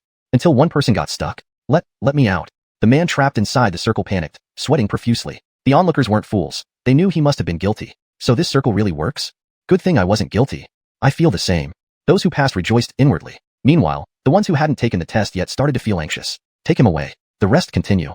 As fewer people remained in the queue, 5 more got caught in the circle, each taken away. That prison officer? Yates noticed the second-level prison officer standing just ahead of him. With his spiritual senses, he saw sweat on the man's forehead, and his true chi flickered subtly. It seemed obvious to Yates that the man had something to hide. But it's his turn soon. Sir, I just remembered something urgent. Can we reschedule this for another day? The prison officer in front of Yates suddenly apologized and tried to leave, beads of sweat visible on his forehead, fingers clutching tightly, looking nervous. The 3 dignitaries on stage exchanged glances. Conrad stepped forward. Is there anyone who doesn't wish to be tested today? Step aside and give a reasonable excuse. I will pardon you. Others continue. Soon, 2 more suspicious individuals stepped forward with their reasons. Conrad nodded, smiling, letting them stand aside. A moment later, Yates also walked onto the platform and passed through the circle unimpeded. With fewer people in the queue, the treason hunting assembly came to an end quickly. Finally, Conrad scanned the crowd and said aloud, I am relieved. Among hundreds of colleagues, only 3 were guilty. Everyone. Didn't they arrest 7 or 8 people? However, in the next second, the people previously dragged away appeared laughing from the side of the training ground. Hee Ade 6, did I act well? I practiced it in my mind all afternoon. Haha, pretty good. I was stunned too, but I did okay. The crowd? So, they were all playing along? Then, Conrad looked coldly at the 3 who tried to flee. Don't think you can run away from a 3rd-rank grandmaster's eyes. Ade Zishan, your assistance please. Dynasty Darianfang smiled slightly, then looked at the 3, sending out a beam of green light enveloping them. Instantly immobilized, the 3 struggled fiercely under the green light, their faces contorted with pain. The crowd watched in shock. They realized the previous show was staged, and the true and Dao interrogation had just begun. Under the green light, after struggling violently for a moment, all 3 lost their expression, falling limp and lifeless. Chapter 56, The Bone Buddha Bella Lineage and the Subsequent Investigation. Aderkling. Dynasty Darianfang looked at the 3 dazed individuals and gave a light laugh. Cole, Brit. The 3 are now subdued by my Bellamitarary Dao technique. You may now interrogate them freely, he said calmly. Conrad and his companion nodded in agreement. Then Conrad turned to the Allaire below him and called out, Allaire, since this incident occurred under your watch, please handle their interrogation. Allaire, who had been idly munching on snacks, visibly stiffened before adopting a pained smile. With no choice, he climbed up to the platform, bowed respectfully to the 3 senior figures on stage, and then turned his attention to the 3 unresponsive men. 3rd-grade Bellamitarary Dao questioning, indeed impressive, thought Allaire with admiration. He then composed himself and began the interrogation formally. What is your name? Acton, Hugh, Nedjean. They answered in unison without hesitation. Acton, where are you from? What were your intentions in Prison? Please explain clearly. I am Acton, 3rd son of the Wu family in Xingbei County, sent by my father to enter Prison to rescue White Lotus Sect's 12th Ernon, Donald. So this boy is part of the White Lotus Sect? Xingbei's Wu family has significant business operations. This will be difficult for them now. They won't be able to stay put either. They will either flee to join the White Lotus Sect, or our demon refining office will raid their home and execute them all. The crowd below was shocked and began whispering among themselves. Dynasty had heard of the Wu family from Xingbei County, and some even knew Acton personally. They quickly reflected on their past actions, wondering if they had crossed any lines.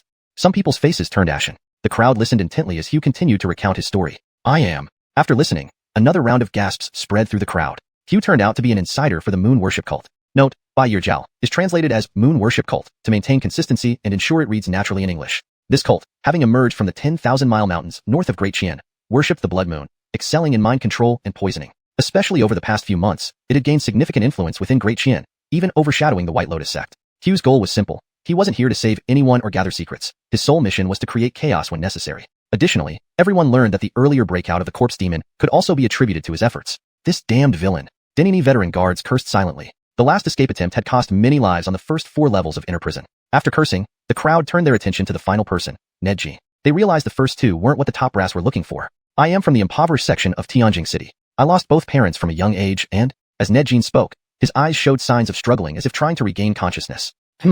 Dynasty Fang's expression grew serious. A very strong thought. Is this the evil intent of a second-grade bone Buddha? Subsequently, he waved his hand again, releasing a purple-green light that enveloped the struggling Ned Jean. Immediately, Ned Jin's contorted face softened, and he became calm once more. My Buddha shows mercy, guiding me across boundless suffering, teaching me. Suddenly, Conrad interrupted, forming a purple barrier around the upper steps, muffling all sounds from within.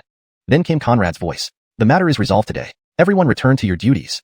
People dispersed reluctantly, but didn't dare linger longer upon instruction. As for Yates, Allaire kept him behind. Yates frowned deeper as time passed. He couldn't believe how insane this bone Buddha was, willing to kill millions of people to break through to first grade. Fortunately, the demon refining office intervened early. Otherwise, one of the 32 states of Great Qian would have vanished. Even the others listened with furrowed brows. Listening further, Dynasty Fang remarked, "This man is truly insane. We need to destroy them thoroughly by reporting to the 3 Fletcherks and issuing orders to eliminate them entirely." For a refined and gentle scholar to say such things illustrated the horror described by Ned Jean. Conrad and his companion nodded in agreement. Ian then spoke, "I will inform Aiden General about this situation and request his assistance in tracking down the Bone Buddha's hidden thoughts and finding its true location." Yates was alarmed. So the Bone Buddha was only partially captured, with most of its thoughts still at large.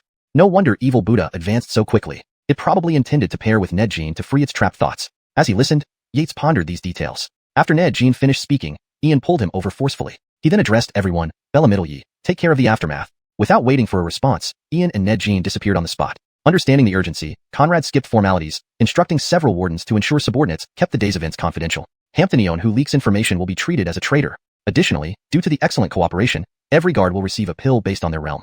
Those who participated in the operation will get extra rewards. Allaire, you can forget about rewards since you're making up for past mistakes. Allaire responded with a sheepish smile. Just avoiding punishment was enough. By the way, Warden Iter, given your significant contributions today, feel free to share any requests. Yates, despite lacking experience in bureaucracy, knew this was merely politeness. If taken seriously, there might be repercussions later. All thanks to Allaire's guidance. I don't deserve credit. Yates responded humbly. Aderkling, Conrad smiled gently. Allaire by Quan, you're not completely useless. As such, for the rare Silver Moon Grotto, you get a quota. Ah. Allaire froze in shock before bursting into gratitude. Thank you, sir. He then glanced at Yates, full of appreciation. Meanwhile, the other 3 wardens looked envious. Silver Moon Grotto? Yates pondered this new term as he left. Later, Allaire invited Yates to chat at length. Seeing it was late, Yates bid farewell. Earlier, Allaire offered him various benefits and even gave him half a month off. But to Yates, those seemed superficial. Only the heaven-grade cultivation method seems worthwhile. Shaking his head, Yates headed toward the old residence. Tonight, he aimed to break through to 6th grade. As Yates walked down a street, he encountered patrol officers showing pictures of wanted prisoners. One of the images was exactly what he had transformed into that night. Yes, it's you. Don't run. Beside Yates, a dark-skinned peasant farmer was with a Chloe. Sensing something wrong, they tried to leave. But the patrol officer shouted to stop them. Hearing this, the peasant's face changed abruptly. He hurriedly explained, "Sir, we're just peasants. This is my sister. We're law-abiding." Unexpectedly, the officer sneered. "Humph. Why run if you have nothing to hide? I strongly suspect you are accomplices. Let the court decide. Guard, bind him. Leave the Chloe. I'll personally interrogate her." Yes. Seeing this, nearby watchers showed understanding looks as they approached the couple. Chapter 57. The constables go too far. Aloysius appears to save. Truly a calamity. That scoundrel is at it again, using arrests as an excuse to bully the people. Who can say otherwise? Last month, Tim from the blacksmith's family had his hand broken by him, and he still hasn't recovered. The onlookers whispered and pointed in disapproval. Yet no one dared to intervene. They were common folk. How could they contend with the county yamen? Bang. In the midst of the struggle, a constable was accidentally pushed over by the Diego. Clang. Red-eyed, the constable stood up, drawing his sword and roared, "Move aside. I will cut off his hand." With a swift lunge, the constable raised the blade, aiming for the man. The peasant man, though strong, had no skill in disarming attacks and found himself in immediate mortal danger. Seeing this, the onlookers shook their heads in despair. Hampton, the sister of the Diego, a graceful young Chloe, cried out in desperation, "No, please, I'll go with you." Yates sighed inwardly. Such incidents occurred daily across the Great Gon Empire. In the past, he would avoid getting involved. But now, things were different. He was about to reach the 6th rank cultivation level. A 6th rank cultivator might not be overwhelmingly powerful in the Great Gon, but it certainly meant he wasn't among the lowest ranks anymore. He had some means to protect himself. Thinking of this, Yates moved his fingers slightly, sending a burst of chi towards the constable holding the long sword. Instantly, it struck the constable's arm. Snap! With a sound of breaking bones, the sword clattered to the ground. What just happened? The onlookers exclaimed in shock. The Chloe took the opportunity to hide behind her brother. The constable captain's expression tightened. Externalized true chi, 6th rank? He then called out loudly, "Which senior is jesting with us from the county yamen? We are arresting a suspect. If we have offended you, please accept our apologies." Although only at 8th rank later stage, the captain's eyes were sharp, and he knew how to leverage power. If the person didn't reveal themselves, it showed they feared the county yamen. Tie them all up.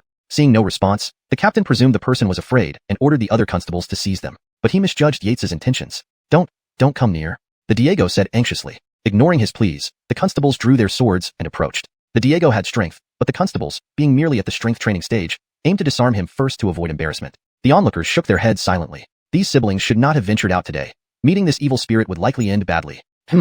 Seeing this, Yates frowned. They were digging their own grave. Since no one here can see that it's me, consider yourselves unlucky to encounter a righteous senior who intervenes for justice.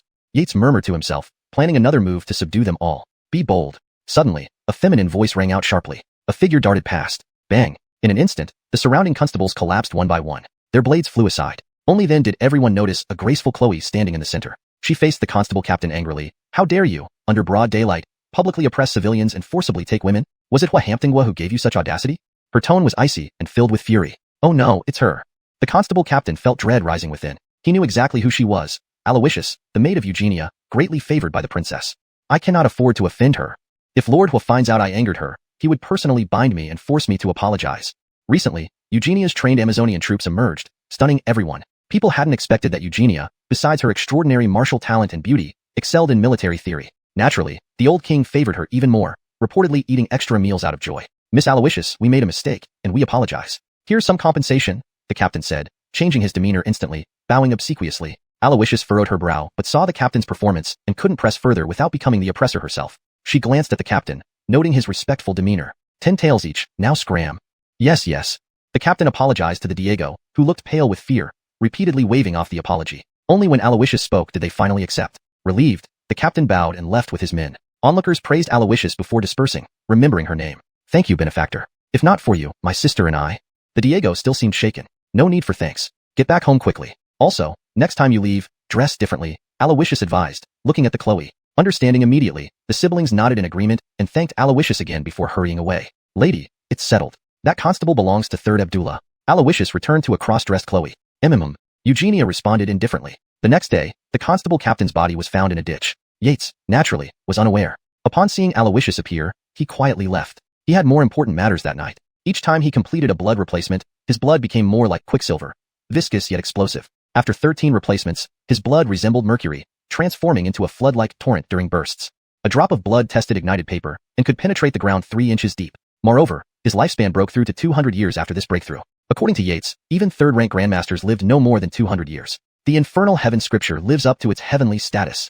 Sighing, Yates submerged into his mind, checking his stats. Yates, Warden, Zone, Inner Prison levels 1 to 4, Outer Prison. Rank, 7th complete. Blood replacements, 1313, 0/1, 000, 000.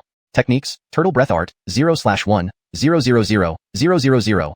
3 Raging Blade Styles Dynasted, 0/10, 000. Heavenly Flame Dynasty Dynasted, 5, 000/100, 000. Step Across Time Dynasted, 0/10, 000. Face-Changing Technique Dynasted, 0/10, 000. 10,000 Bones Rebirth Sutra Small Dynasty, 1, 000/100, 000. Experience points, 1, 015, 200. Luckily, detaining several prisoners this month saved me days of waiting for this million experience. Distribute 1 million experience to rank. Next moment, Yates felt the world change. Chapter 58. Breaking through to the 6th rank, Heavenly Stage Protective External Technique. What's this?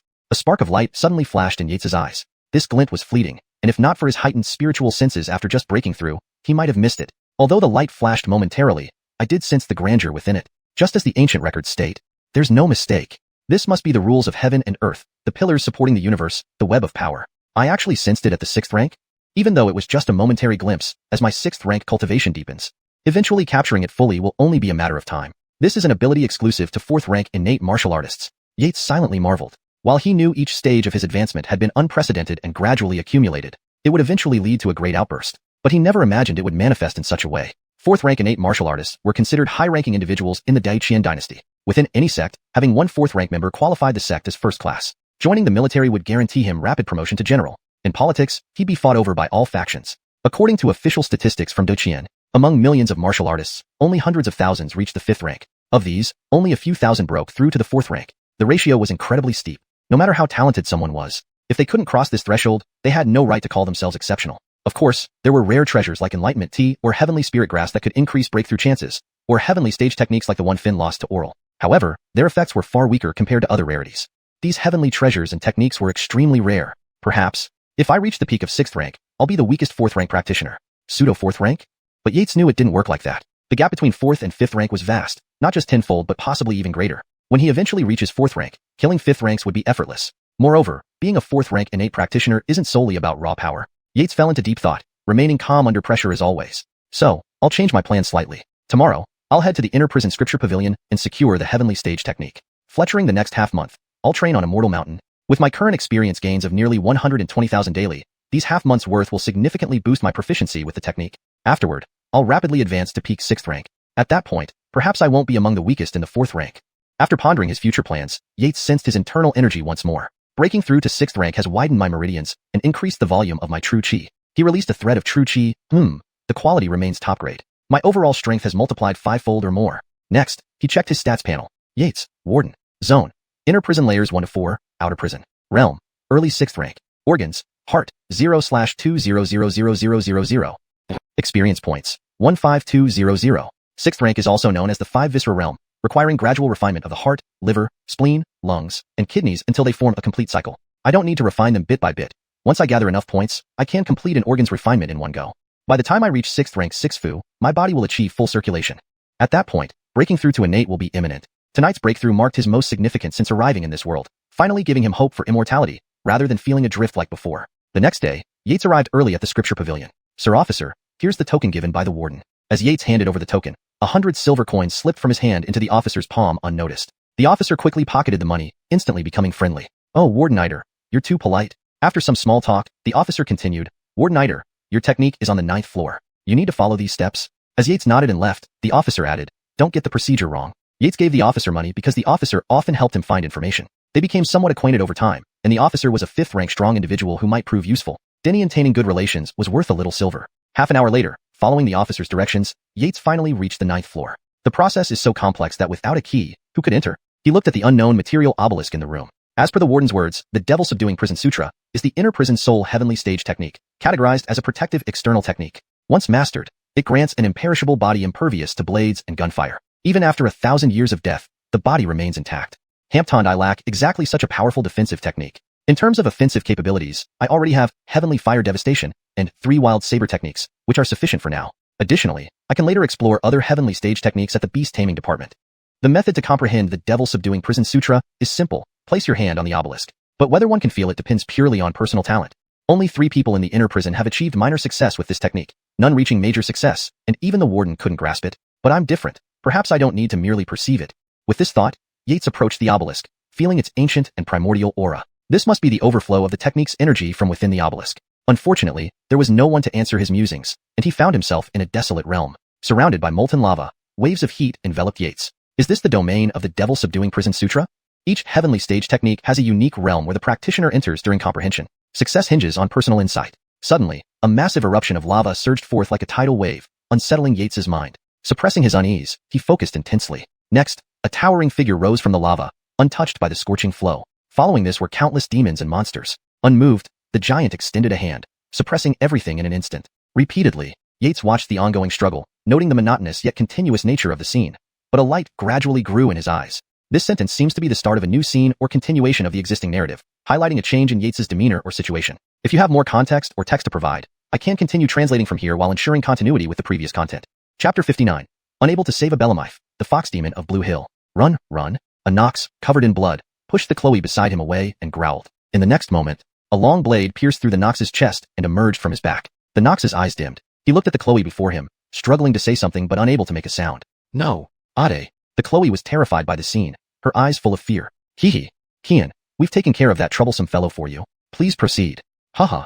A dozen burly men laughed aloud. They were a band of robbers who had long occupied Immortal Lock Mountain, committing countless murders and thefts. Most importantly, they hadn't done business today, yet they encountered such a beautiful Chloe. Though Qian would have the first taste, they could still have their share afterwards. Thinking of this, they couldn't help but smirk lewdly. After all, living on the mountain meant enduring a bland, miserable life, with no chance to go down into town as the chief forbade it. Months without touching a Chloe, now I can have some fun? Don't come near me. The Chloe clung to the Nox, her face filled with terror. Hee. Pretty girl, don't be scared. We'll treat you nicely. As they approached, the Chloe's terror grew. She turned to look at her brother's back, where the tip of the knife protruded, then made a decision. Oh no, is she trying to commit suicide? The bandits suddenly panicked. Dead bodies and live victims felt very different indeed. The Qian frowned. He flicked his foot, sending a small stone flying to knock the Chloe aside. As an 8th-rank sinew-strengthening martial artist, stopping an ordinary Chloe's suicide attempt was far too easy. Haha, well done, Qian. All the bandits shouted in unison. Cannon, go grab her. A scar-faced man stepped forward and walked toward the Chloe. Lying on the ground, the Chloe's face was now nothing but fear and confusion, just staring blankly as Cannon's hand reached out. Suddenly, a deep voice echoed across the scene. Scum, you all deserve death. A streak of red light flashed. Whose headless body is that? It's dressed almost exactly like me? Cannon's bewildered head rolled to the ground, his eyes wide open, seemingly not understanding what happened. Thud. His headless, blood-spraying corpse fell heavily. Cannon, cursed, kill him.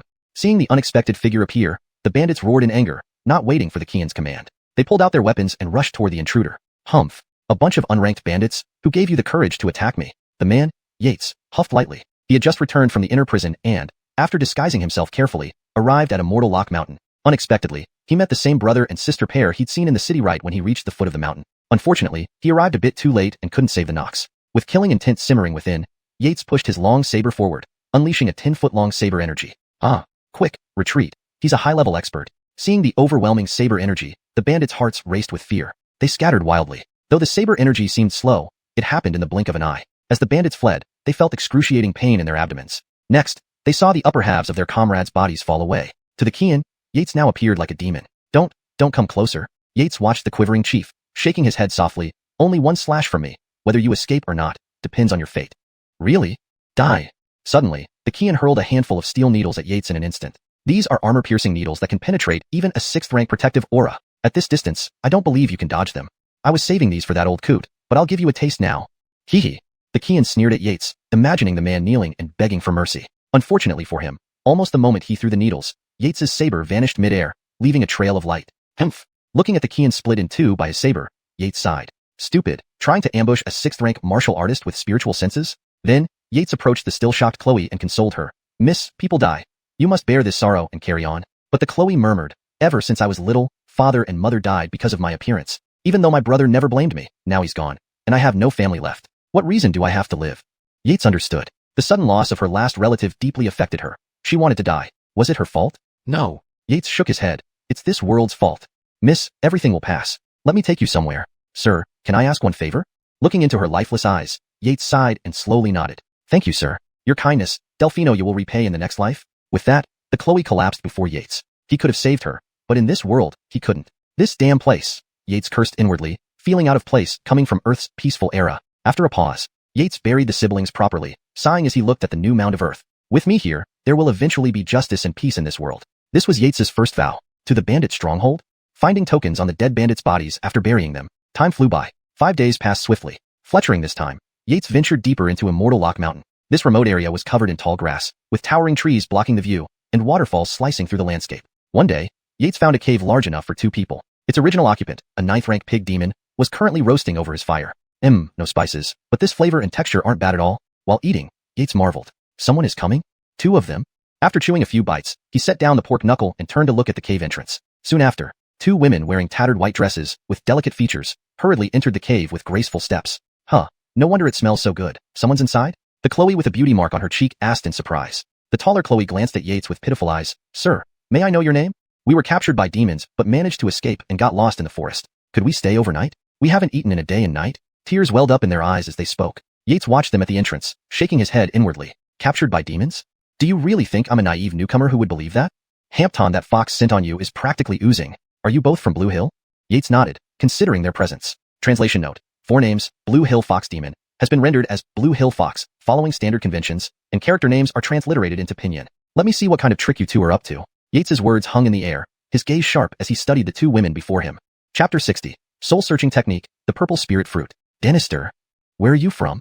The Chloe with a beauty mark on her face asked Yates softly. Hearing her sweet voice, Yates felt a shiver go down his spine. If only that fox musk smell wasn't constantly in my nose, this would be perfect. Spending a long night with 2 women of impeccable beauty and figure was something Yates never dared to dream about on Earth. Your humble servant is Feral from Yinjing. I've come out this time for family matters, and also to experience life in the world. Yates recited the story he had prepared. Originally Dynasty Jiang, this lowly servant is Annalise, and this is my sister, Chelsea. The taller Chloe nodded at Yates with a sudden blush rising on her cheeks, causing Yates to look bewildered. They chatted casually as the night deepened. Gradually, the sisters moved closer to Yates, exuding sweet scents. Dynasty Jiang, don't you think we sisters are beautiful? Long night, might you need someone to warm your bed? Feeling their breath against his ear, Yates endured for a moment before he could no longer stand the fox musk smell. With one palm, he struck out. Two thuds echoed. The two women stuck to the wall like lizards, looking at Yates in disbelief. They couldn't believe that this man named Farrell would attack them. Were they not pretty enough? Dynasty, why did you attack us like this? Annalise clung to the wall, pitifully asking, appearing sympathetic. Haha. Yates glanced behind them, laughing lightly. You've revealed your foxtails. What? The two women were shocked, hurriedly checking each other's tails. Indeed, 3 fluffy foxtails were wagging visibly. Dynasty, Yates interrupted rudely. I have no interest in fox spirits. Hampton, sir, me. Otherwise, with both of you being merely 7th-rank warriors, don't even dream of escaping my grasp.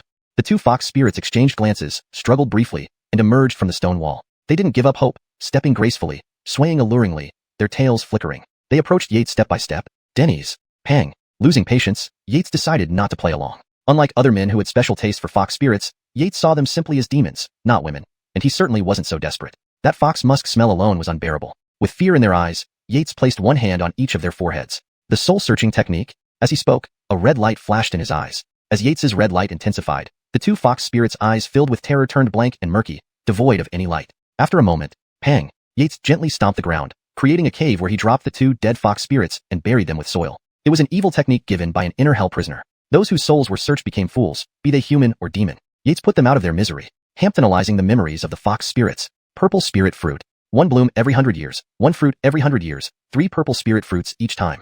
Never thought such a spiritual item could be hidden deep within Loch Immortal Mountain. Rumor has it the purple spirit fruit can cleanse the body of impurities and increase its spirituality. These 2 nine-tailed foxes intended to steal the fruit to rid themselves of their fox musk smell, then seduce the Mickey or a prince to rescue their clan's holy maiden trapped in the inner hell. With their beauty, it might actually work. Yates sighed inwardly. Knowing a bit about the 8 Abdullahs and Geordie of Dagon, he suspected Bard was among them. A millennium-old dynasty wouldn't have princes entirely cowardly. But the purple spirit fruit isn't just useful for demons, it benefits humans too. Eating one could greatly enhance the chances of reaching 4th rank. Even though I can't use it now, it could be a valuable gift. Considering those thoughts, he remembered several figures he could give the fruit to. With 5 days left until harvest, now's the perfect time. Luckily, the purple spirit tree grows deep inside. Otherwise, news would have leaked sooner. Mulling over this, he went asleep. For the next few days, he followed the path indicated by the fox spirit's memories, darting through the trees. He noticed some human and demonic silhouettes moving, but none detected him. It seems some sects have gotten wind of this. Among them, he saw 3 6th-rank warriors from the Demon Subjugation Bureau, but no 5th-rank warriors yet. However, Yates braced himself. A 5th or even 4th rank might appear due to this heavenly treasure. I'm not afraid of regular 5th ranks, but encountering a strong 5th rank, I'll have to flee. My only advantage is surprising them from hiding. Yates thought of his advanced turtle breath technique and recently improved demonic subjugation scripture. The demonic subjugation scripture, being a heaven-tier cultivation method, required 10,000 experience points to start, another 100,000 to reach small completion. To fully master it, 1,000,000 points would be needed. Despite being only partially mastered, Yates already possessed immense strength. Under normal circumstances, a 6th-rank warrior could generate thousands of Caddy's force in one punch, enough to flatten a mountain peak. With the enhancement of the demonic subjugation scripture, Yates could sustain thrice that power, surpassing peak 6th rank. In a surprise full power attack, even a 5th rank might suffer grave injuries. As for 4th ranks, Yates frowned. Even if I manage a successful sneak attack, it will likely only cause minor injuries. 4th ranks possess an innate sensitivity that warns them of danger ahead. Sneaking up successfully isn't easy. But as leaders of various factions, 4th ranks might not show up personally. Time flew by, and soon, Yates arrived at the location from the fox spirit's memories, a vast canyon with a majestic waterfall spanning across. Upon arrival, many demons and humans had gathered, eyeing each other fiercely, barely holding back from fighting. Yates hid quietly in a rock crevice, analyzing the scene. There are 8 6th-rank demons and 6 human 6th-rank warriors, but the humans have a peak 6th-rank patrol officer from the Demon Subjugation Bureau. Hidden presences? Yates frowned slightly. I can only sense 2, one human, the other? Yates couldn't pinpoint the other presence. It flickered, seemingly demonic or magical. Might it be a ghost? If it were, he'd be less worried, as his thick bloodline naturally suppresses ghosts. But with these 2 5th ranks hidden, there could be others. I need to plan carefully. ##### Chapter 61.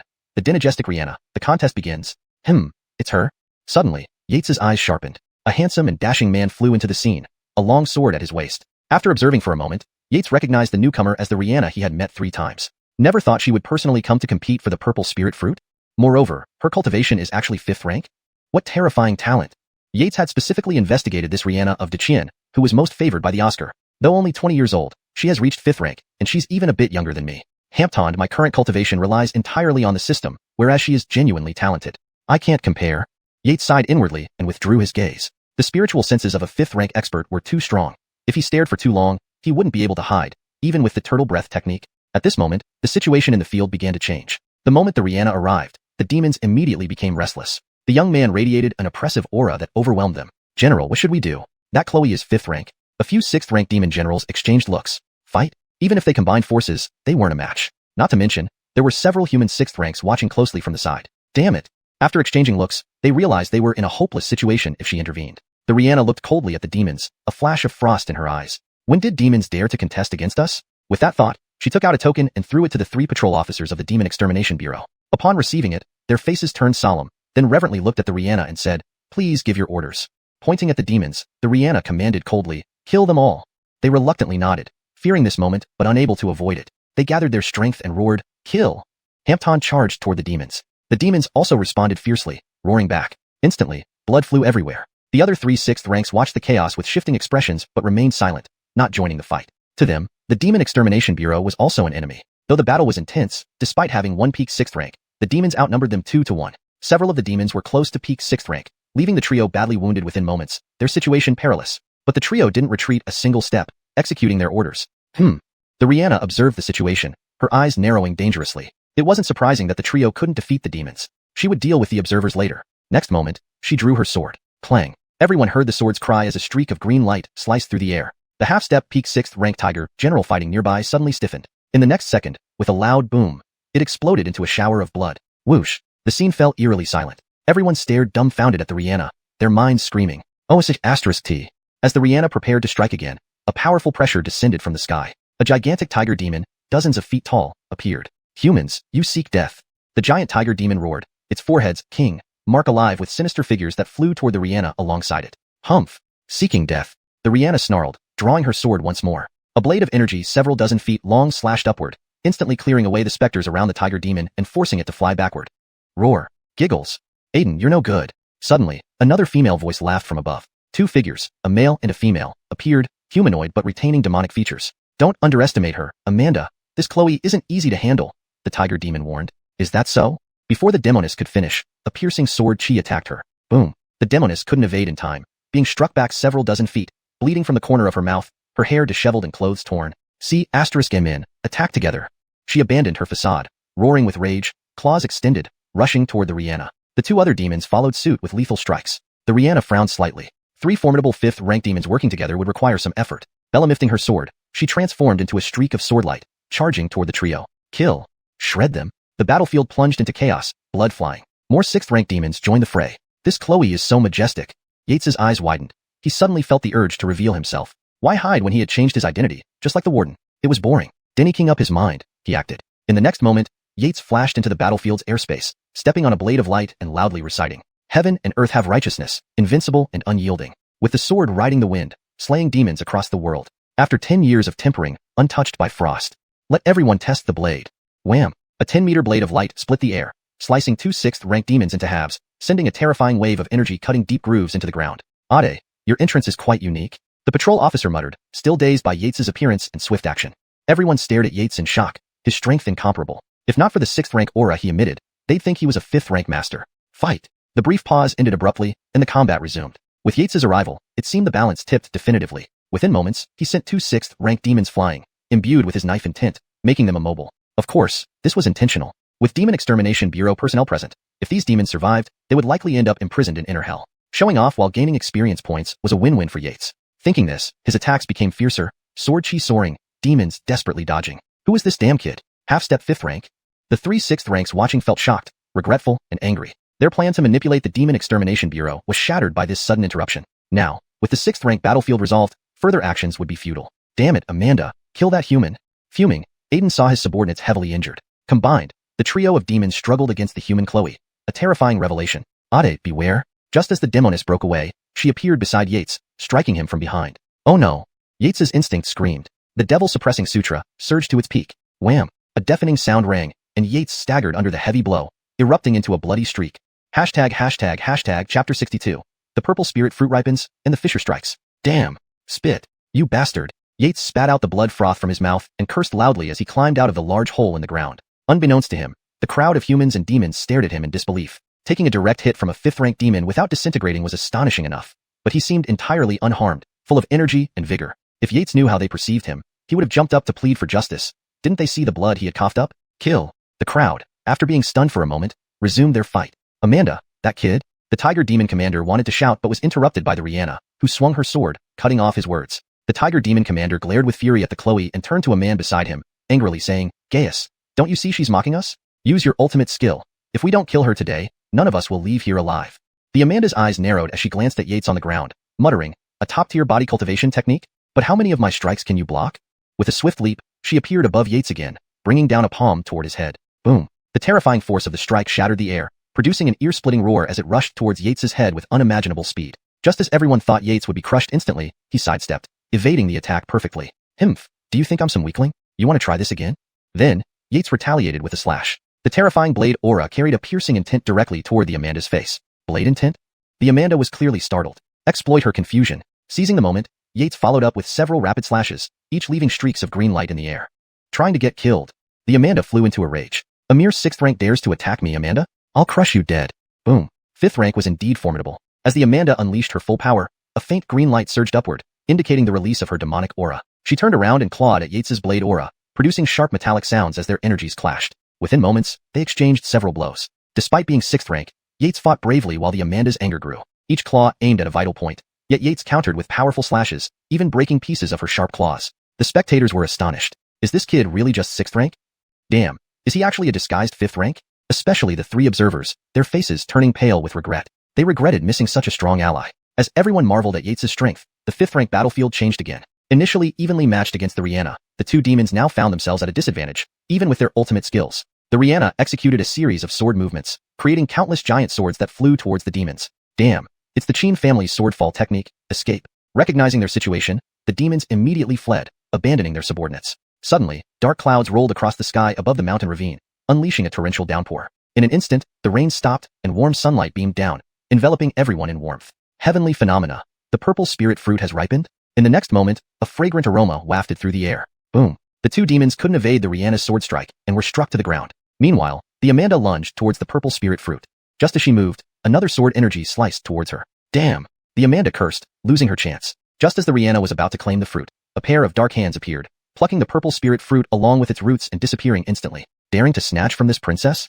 The normally cold Rihanna finally showed emotion. She swung a massive sword energy, which transformed into numerous sharp blades shooting upwards. A loud boom echoed. Pooh! Blood sprayed forth. Seeing this, the Rihanna readied another strike, furious. Changing direction, the sword energy slashed towards the 3 5th-rank demons, who had intended to kill the Exorcism Bureau officers and flee. Their injured state made them no match for the Rihanna. They were promptly struck and fell to the ground. The remaining 6th-rank demons, seeing their leaders felled, fled like rats in every direction. Boom! In less than a breath, the Rihanna slashed all of them down. The Rihanna cast a cold glance at the 3 men, and then looked towards where Yates had disappeared. Return to the Exorcism Bureau. Yes, ma'am, the 3 patrolmen respectfully replied. Deeper within the immortal Locking Mountain, rumored to house 4th-rank demons, few ventured there. A blood-soaked figure darted through the forest, swiftly covering miles. Suddenly, a blade energy split the air. Boom! Caught off guard, the figure was sent flying back dozens of meters, smashing through several trees before landing heavily on the ground. Pooh! Surprised, you didn't die? A handsome man stepped out from behind a tree, expressing surprise. It was Yates. Ugh! The figure coughed up more blood, lifting his head. He glared at Yates with hatred. Boy, you're tough. The figure was incredibly frustrated. That 5th-rank sword strike had nearly shredded him, and escaping using his ultimate skill only led him to this predicament. Had he been at full strength, he could have ended Yates easily. But now, weakened by the Rihanna's initial blow and Yates's near 5th-rank ambush, he owed his survival solely to his resilience as a 5th-rank demon. Ghost Clan, huh? Yates flicked his blade, emitting a burst of blade energy. With a tearing sound, the figure's black robe tore apart, revealing an emaciated old man. Looking at the weakened old man, Yates's eyes flashed as he slowly approached. 1 step, 2 steps. The old man trembled as Yates neared, feeling immense pressure. Just as Yates reached to extract the purple spirit fruit from the old man's chest, a mocking light flashed in the old man's eyes. Boy, you asked for this. A pitch-black beam of light shot toward Yates's chest at lightning speed. Unknown to the old man, Yates smiled mockingly. Old ghost, I've been waiting for you. Yates sidestepped, letting the beam pass harmlessly, then countered with a swift slash. Pooh. The old man's head rolled to the ground. Hashtag chapter 63. The Rihanna arrives. Graham's foundations? Brat? Your schemes are so obvious to anyone with eyes. Graham muttered under his breath. He rummaged through the old man's robes, pulling out 3 jade bottles that emitted a faint aroma of purple spirit fruit. After further searching, he found an ancient black-bound book and some silver bills. Once he buried the old man, he pulled out the book and examined its cover, which bore 3 intricate seal characters. Though Graham didn't recognize the characters, as soon as he saw them, their names flashed in his mind. The soul transfer scripture. Interesting, he murmured, flipping through a few pages. It seems this is a cultivation technique for the Ghost Clan to refine their souls. Pity, but this is useless for me. With a flick of his wrist, A surge of true Qi erupted from his palm, reducing the book to ashes. So, an invaluable method coveted by the Ghost Clan was destroyed at his hands. After tidying up, Graham turned towards the boulder not far away and softly said, "Friend, since you've come, would you kindly show yourself?" After a moment of silence, a figure emerged from behind the boulder, the Rihanna who had been wreaking havoc in the mountains earlier. She looked at Graham with furrowed brows and asked, "You're Brad?" Her thoughts wandered. Is this the man who saved Luciana? He matches her description, but how could there be such a disparity in strength? Could he be deliberately concealing his true abilities? Hampton, where did he even come from? If Graham knew what she was thinking, he would have leaped up shouting his innocence. I only did it to seem impressive. How hard is it? Luciana had returned and reported everything about Graham saving her. The Rihanna had even sent Diazi to search near Heavenly Capital City, but all efforts were futile. "Yes, it's me," Graham replied casually. "Didn't I know your name?" Rihanna shifted her gaze away without responding directly, instead stating in a commanding tone, "I want 2 purple spirit fruits." Graham was speechless. Only the Rihanna could make robbery sound so righteous, he thought. Luckily, Graham wasn't bothered by this, so he swiftly took out 2 jade bottles and used true Qi to send them over. Huh. The Rihanna was slightly surprised at how easily he complied. Seeing her surprise, Graham shrugged helplessly. "Please don't look at me like that. I don't want to fight you. Also, I wouldn't stand a chance against you anyway." The Rihanna nodded in agreement. She then pulled out a jade pendant and tossed it over. "I'm not unreasonable either. In exchange for these fruits, I'll grant you 2 favors. One day, bring this pendant to Heavenly Capital City and find a place called Home Inn. Hand it to the innkeeper, and you can find me." Graham caught the pendant, a glint of recognition flashing in his eyes. The Rihanna noticed this and asked, "Have you seen this pendant before, Mr. Jiang?" Shaking his head, Graham said, "Misunderstanding, my lord. A mountain recluse like me has never seen such a fine piece before, and it left me in awe." The Rihanna glanced at him, seeing his earnest yet fabricated expression. If it weren't for his actions in saving those Exorcism Bureau inspectors, she would have smacked him across the face. No one dared lie brazenly in front of her like this. Smiling sardonically, she left Graham blushing, and after an awkward laugh, he bid farewell and departed quickly. Blame it on her strong aura and overwhelming strength. He felt like a grasshopper facing a lion. Humph, wait until I surpass you. Graham cast a final glance at the Rihanna as he disappeared. For the next 10 days, Graham challenged demons and monsters of 6th rank within the mountains, often fighting several at once, driving them into retreat. This created chaos deep in Immortal Lock Mountain, eventually attracting a 5th rank pig demon. Unfazed, Graham fought and lost, retreated, and then fought again 3 days later to a draw. Finally, after another 3 days, he won. Suddenly, a terrifying roar erupted deeper in the mountain, accompanied by an oppressive presence. Without hesitation, Graham fled for his life, running for over 24 hours non-stop until he felt the presence disappear. He then hid in an inconspicuous cave, muttering curses under his breath. Just a 4th rank demon, killing a 5th rank beast, and I get hunted down by a higher rank. Grateful for his wit, he managed to hide using a concealment technique. Even the deity-like perception of a 4th rank demon passed by without detecting him. Now to check my recent gains. Calling forth his Inner Hell scripture interface, he examined his status. Graham, Hell Envoy, Region, Inner Hell's layers 1 to 4, Outer Hell, Realm, Early 6th rank, Vital Organs, Heart, 0/2, 000, Techniques, Turtle Breath Technique, 0/1, 000, Wild Saber Form 3 Stances, 0/1, 000, Heavenly Fire Scorch, complete. 0/5, 000, Step Across Boundaries, complete. 500/100, 000, Metamorphosis Technique, complete. 500/100, 000, Demon Subjugation Scripture, partial completion. 0/1, 000, Great Soul Extraction Art, complete. 0/10, 000. Experience points, 2, 500. Graham marveled at the information. Hampton ordinary person might take a lifetime to perfect one technique, while geniuses might reach the realm of intention. As for elites, their goal was to transcend techniques into divine arts. Elite cultivators, over millennia, might master 1 or 2 divine arts. Graham already had 2 techniques reaching the intention stage, needing just a month more to turn them into divine arts. This was unimaginable to those elites. While they strived for the peak of martial arts, Graham achieved it in a month. This couldn't fail to drive them insane. Someone fighting outside? Abruptly, Graham sensed thunderous sounds outside the cave. Suddenly, an explosion-like impact shook the ground above, nearly deafening him. A 4th rank martial artist in combat? Alarmed, Graham realized the fighters were right above him. If he wasn't careful, he'd become collateral damage. Worse, one is a demon, and the cave is collapsing. Graham dashed toward the entrance, just as rocks began to tumble down. Chapter 64. The Demon Dragon's Demise and the Woman's Affliction. Phew. Yates spat out the dust from his mouth, keeping a low profile as he distanced himself from the battleground. He then found a mountain stream to hide in. Having reached the 4th rank of innate realm, one could already hover in midair using Qi. Unlike at the 5th rank, one didn't need to constantly seek leverage to ascend. In Yates's sight, dozens of miles away, in midair, a petite figure was locked in a standoff with a massive dragon. They had just clashed moments ago and now paused. That Chloe is only at the peak of the 5th rank, yet she can match a 4th rank demon dragon? Yates marveled inwardly. This was something beyond his comprehension. Demon dragons evolved from snake demons, their next step being to transform into true dragons, equivalent to 2nd ranked inertial saints, demon emperors. But the demon dragon is a treasure trove, especially its unicorn-like horn. If obtained, it would fetch a high price in the beast taming office. Yates muttered to himself after a casual glance. He was certain this demon dragon was the same monster that had pursued him for a day and night. Yates wished the Chloe would skin it, extract its sinews, and shatter its bones. Hovering in the sky, the demon dragon glared fiercely at the human Chloe, or more precisely, at the green rapier she wielded. It buzzed, "Human Chloe, if not for your superior spirit sword, you, a mere 5th rank, would have been crushed by me, Lord Ho." Indeed. The Chloe chuckled disdainfully. This lascivious dragon frequently captured women from the village below, bringing them up the mountain to abuse and kill, causing great suffering. Fortunately, she arrived to end its reign of terror. Who was this Chloe? She was Xianxia, an exceptional genius from Tianjing City, known for both her beauty and martial prowess. She was also the second daughter of Dynasty Wu Yi. Furthermore, she was among the top 10 core disciples of the Taixing sect, one of the highest tier sects in the Qian dynasty. Her master, Elder Irene, was the foremost expert in the Taixing sect, a 3rd-rank grandmaster.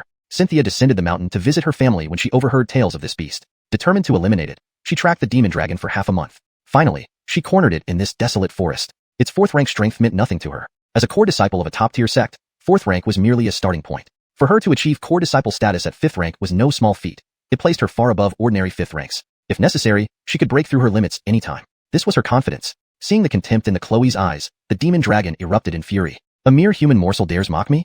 Roaring, the demon dragon lashed out with a swift tail strike. The 15-meter-long tail swung toward the Chloe with terrifying force, creating sharp whistles in the air and striking the Chloe mid-flight. Shockwaves rippled outward like water disturbed by a skimming insect. Humph! The Chloe was quick to react. With a cold snort, she thrust her sword forward, releasing a piercing sword aura. The pale green sword aura struck the demon dragon's tail, sparking flashes of light. In an instant, they exchanged countless blows. Thunderous booms resounded as the surrounding flora and terrain were obliterated by the aftershocks of their battle. Yates watched from afar, retreating further with each clash. All he saw were 2 rapidly moving figures, leaving him awestruck. F***K, 4th rank innate realm truly is terrifying. I thought I could test my skills against a 4th rank now. Judging by the power of their clashes, it rivals the force of missiles on Earth. If I went up there now, I'd be pure fodder. No matter what technique you possess, there's an unbridgeable gap at these ranks. Yates cursed under his breath. But, I'm beginning to look forward to my peak 6th rank combat power. Yates was confident that once he reached peak 6th rank and comprehended the laws of the universe, his combat ability would surpass even these fighters. This thought lifted his spirits. He focused back on the distant battle. To keep up with the speed of their movements, he needed to channel his true chi into his eyes. Given the fearsome strength of one human and one demon, the dynamics of their battle changed rapidly. Initially, the demon dragon relied on its impenetrable scales and overwhelming demonic chi, gaining an early advantage with sudden attacks. However, its large size made it a living target for the Chloe. Numerous sharp sword auras shot at it like machine gun fire, hitting its armored body with a cacophony of clinks. While its scales were strong, the Chloe's blue-green spirit sword was more formidable. Fletchering the battle, the demon dragon overlooked something. The Chloe only used sword auras, never engaging directly with her sword. Arg, Bella middle bitch, you deserve death? The demon dragon was going mad. The Chloe's nimble movements and powerful sword auras left it bruised and sore without allowing it to land a single blow. Cursed. Time for my ultimate move. Dragon breath. A golden beam erupted from its mouth, like a laser, instantly reaching the Chloe. This was its innate ability, highly corrosive and capable of vaporizing anything it hit. It had once killed a peak 4th rank demon with this very move, despite being only early 4th rank itself. Unbeknownst to the demon dragon, the moment it opened its mouth to breathe out, the Chloe's eyes flashed with a sardonic smile. Demon dragon, I've been waiting for you. Though 5th rank, her true chi was substantial but still lagged behind a 4th rank. Yet, she knew the demon dragon's innate ultimate move. Without it, the demon dragon posed a significant threat in close combat. To her, it was just this troublesome detail. The Chloe unleashed countless sword auras towards the golden light and vanished with a flash. Damn it! The demon dragon grew furious, thinking the Chloe was mocking it again. The golden beam continued to sweep aimlessly around. Suddenly, it felt intense pain in its tail, followed by excruciating agony throughout its body. Unable to finish its attack, it turned to see the Chloe reappear beside it, slicing downward. Instantly, a jet of blood sprayed out. No! The demon dragon could only scream before the Chloe appeared above its head, raising her sword and delivering a final, expressionless strike. Fear filled its eyes as it roared, "You kill me, you won't escape either." Her sword severed its head cleanly. Oddly, the decapitated body remained suspended, as if held up by an invisible force. Not good. Does the demon dragon have a second ultimate ability? Alarmed, the Chloe tried to retreat, but it was too late. The headless, tail-missing body began to swell and exploded suddenly. But strangely, no bloody rain followed. Instead, a pinkish mist surged forth, enveloping everything around. The Chloe frowned deeply, having sealed off her skin's breathing pathways, but some mist still seeped into her system. She staggered and fell, brows furrowing tightly. Her body felt an unbearable heat, signaling trouble. Oh no, this is the demon dragon's lust poison? Regret flashed across her eyes. Then, with a flushed face, she stared towards where Yates was hiding. Holy shit. Yates, unaware of the situation, was terrified when he saw the Chloe flying towards him with her sword drawn. He immediately fled for his life. Note: I have maintained the paragraph structure and line breaks as in the original text while ensuring the translation is natural and fluent. The names are kept in pinyin format as requested. Chapter 65. A fleeting dream. Return to the inner prison. Springtime dreams leave no trace. By the time Yates awoke again, it was already the next day. The figure that almost consumed him last night was gone. Only the remnants of torn white clothes and the disarray within the cave remained, proving that what happened last night was real. So, did I get forced? Yates stared blankly at the cave entrance. He picked up a piece of clothing from the ground and sniffed it. It smells like a Chloe's fresh scent. This wasn't just a dream. Having lived 2 lives, did this mean he finally didn't have to celebrate Singles Day anymore?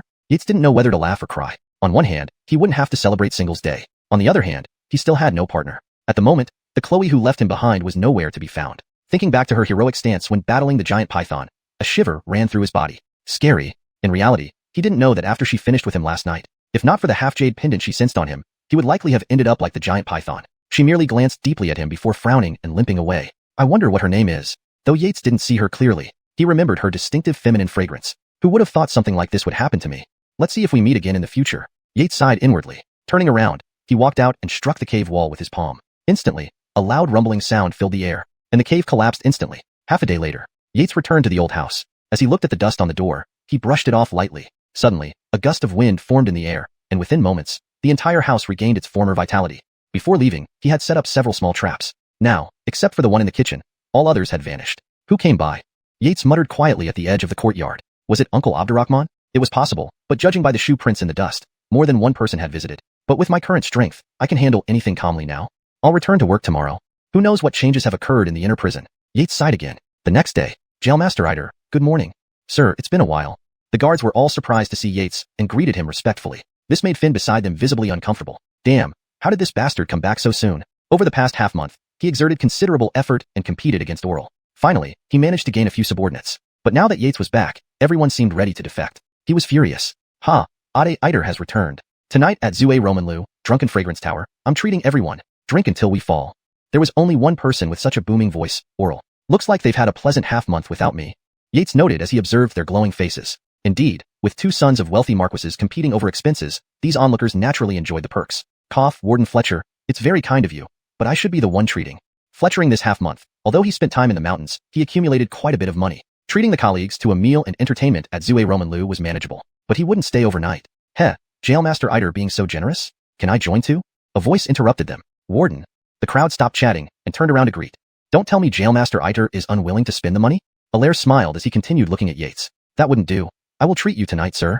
Everyone laughed briefly, then Allaire's expression softened. Seeing this, everyone tensed. Something was coming. Just received orders from the chief warden. Half a month ago, our demon smelting bureau captured a group of 6th to 9th rank demons on Suashin Mountain. After half a month of interrogation, they will be transferred to our inner prison tomorrow. However, level 2 of the inner prison doesn't have enough empty cells, so some demons must be housed here first. Sure enough, everyone's brows furrowed. A guard hesitated and asked softly, Sir, are all the demons kept here 9th rank? Yes, sir. If 8th rank or even 7th rank demons are also placed here, it's too dangerous. Another guard chimed in. Nods followed, most guards being 9th rank or below, making the presence of demons very perilous. Moreover, some demons' innate abilities couldn't be completely sealed even with divine symbols. If any of them acted up, it would be a disaster for them. Of course, this concern didn't include Yates, who felt secretly relieved. No wonder my experience points have been decreasing instead of increasing. They're still in the demon smelting bureau. Allaire expected their resistance, but was puzzled by Yates's calm demeanor. Jailmaster Eider, do you have objections? Yates paused, surprised by Allaire's inquiry. Shaking his head, he said, Sir, I have no objections, just thoughts. He scanned the room, observing their expressions. Our cultivation isn't as high as those on level 2, and this task is extremely dangerous. But since it's an order from the chief warden, we cannot question it. Turning to Allaire, he added firmly, Sir, my cultivation recently advanced to 8th rank. Please assign the most dangerous demons to me. Gasps filled the room as everyone stared in awe, less at his willingness and more at his rapid advancement. How could he break through to 8th rank in just half a month? Allaire gasped initially but soon calmed. Others began discussing excitedly. Finn eyed him with envy, resenting Yates stealing the spotlight. Let him enjoy this victory. Once Delphino and Lau returns, I'll settle the score. Unbelievable. Allaire sighed inwardly, impressed. Hampton Inner Prison Level 1 Martial Genius. Reflecting on Yates's initial 9th rank status 6 months ago, Allaire acknowledged the remarkable progress. Of course, none knew Yates's true cultivation, which would shock them greatly. Thus, they all headed to Zue Romanlu, chatting and laughing together. Chapter 66. Oral's Humiliation, by Wessex Moves. Isn't that Warden Finn? He isn't coming with us? A warden, seeing Finn walking in another direction, asked curiously. Don't bother with him, a useless, talentless waste. Oral, looking at Finn's retreating figure, said directly, let's talk about something happier. Drinking and eating meat. Eider, please join. Women, I'll take care of it. You all can relax. Everyone's eyes widened upon hearing this, exclaiming, Warden Fletcher, how generous. Is he a bit too much for you? Warden Fletcher surpasses the others by far. Allaire, walking behind, smiled at Yates and remarked lightly. Yates shook his head and replied, Sir, I'm not thinking about those things. My concern is tomorrow's demons. In our inner prison level 1, we are short on experts. Yates obviously wasn't going to tell him he was thinking of an unknown Chloe. Haha. Allaire looked ahead at everyone and commented with feeling, if everyone were like you, then I could rest easy. Allaire, your share will be covered as usual. Ade, I heard Zua Roman Lu has a new courtesan. Just call out if you want her, and I'll cover the cost. Oral, after chatting for a while up front, noticed two people still lagging behind, and laughed as he came over to invite them. Yates smiled inwardly indeed. Oral was quite adept at making things happen. Just as he was about to respond, a clear and cold female voice echoed from up ahead. Oh, Oral, you're so cocky now, huh? Cover what? Come here and explain yourself. As soon as the words were spoken, Yates clearly saw Oral's face fall rapidly, looking like he had met his biggest enemy. Haha, interesting, Yates chuckled to himself, but this voice seems oddly familiar. Doubts arose in Yates's mind. Harriet, mercy, I won't dare anymore. In a moment, the previously bold Oral was dragged away by a Chloe holding his ear. The guards watched with envy and amusement. Oral had been complaining more than once these past few days about his second sister returning. Originally, he planned to enjoy tonight fully before behaving properly for the next few days. With the tigress at home watching closely, Oral felt he couldn't afford to provoke her, choosing instead to avoid her due to a lifelong psychological scar of being beaten. Thus, Oral had sent off the jade pendant fragment earlier to symbolize his wish for freedom once Cynthia married. If Cynthia knew his thoughts, she would have thrashed him again, telling him sternly that no one could stop her, and freedom was not even worth considering. Without Oral's financial support, everyone could only drink and eat meat at Zue Romanlu and feast their eyes on the beauty. By midnight, they dispersed. Yates and the others did see the new courtesan, who was indeed stunning, radiating endless allure in every move. But Yates felt there was something abnormal about her. A fox demon? But the aura feels different.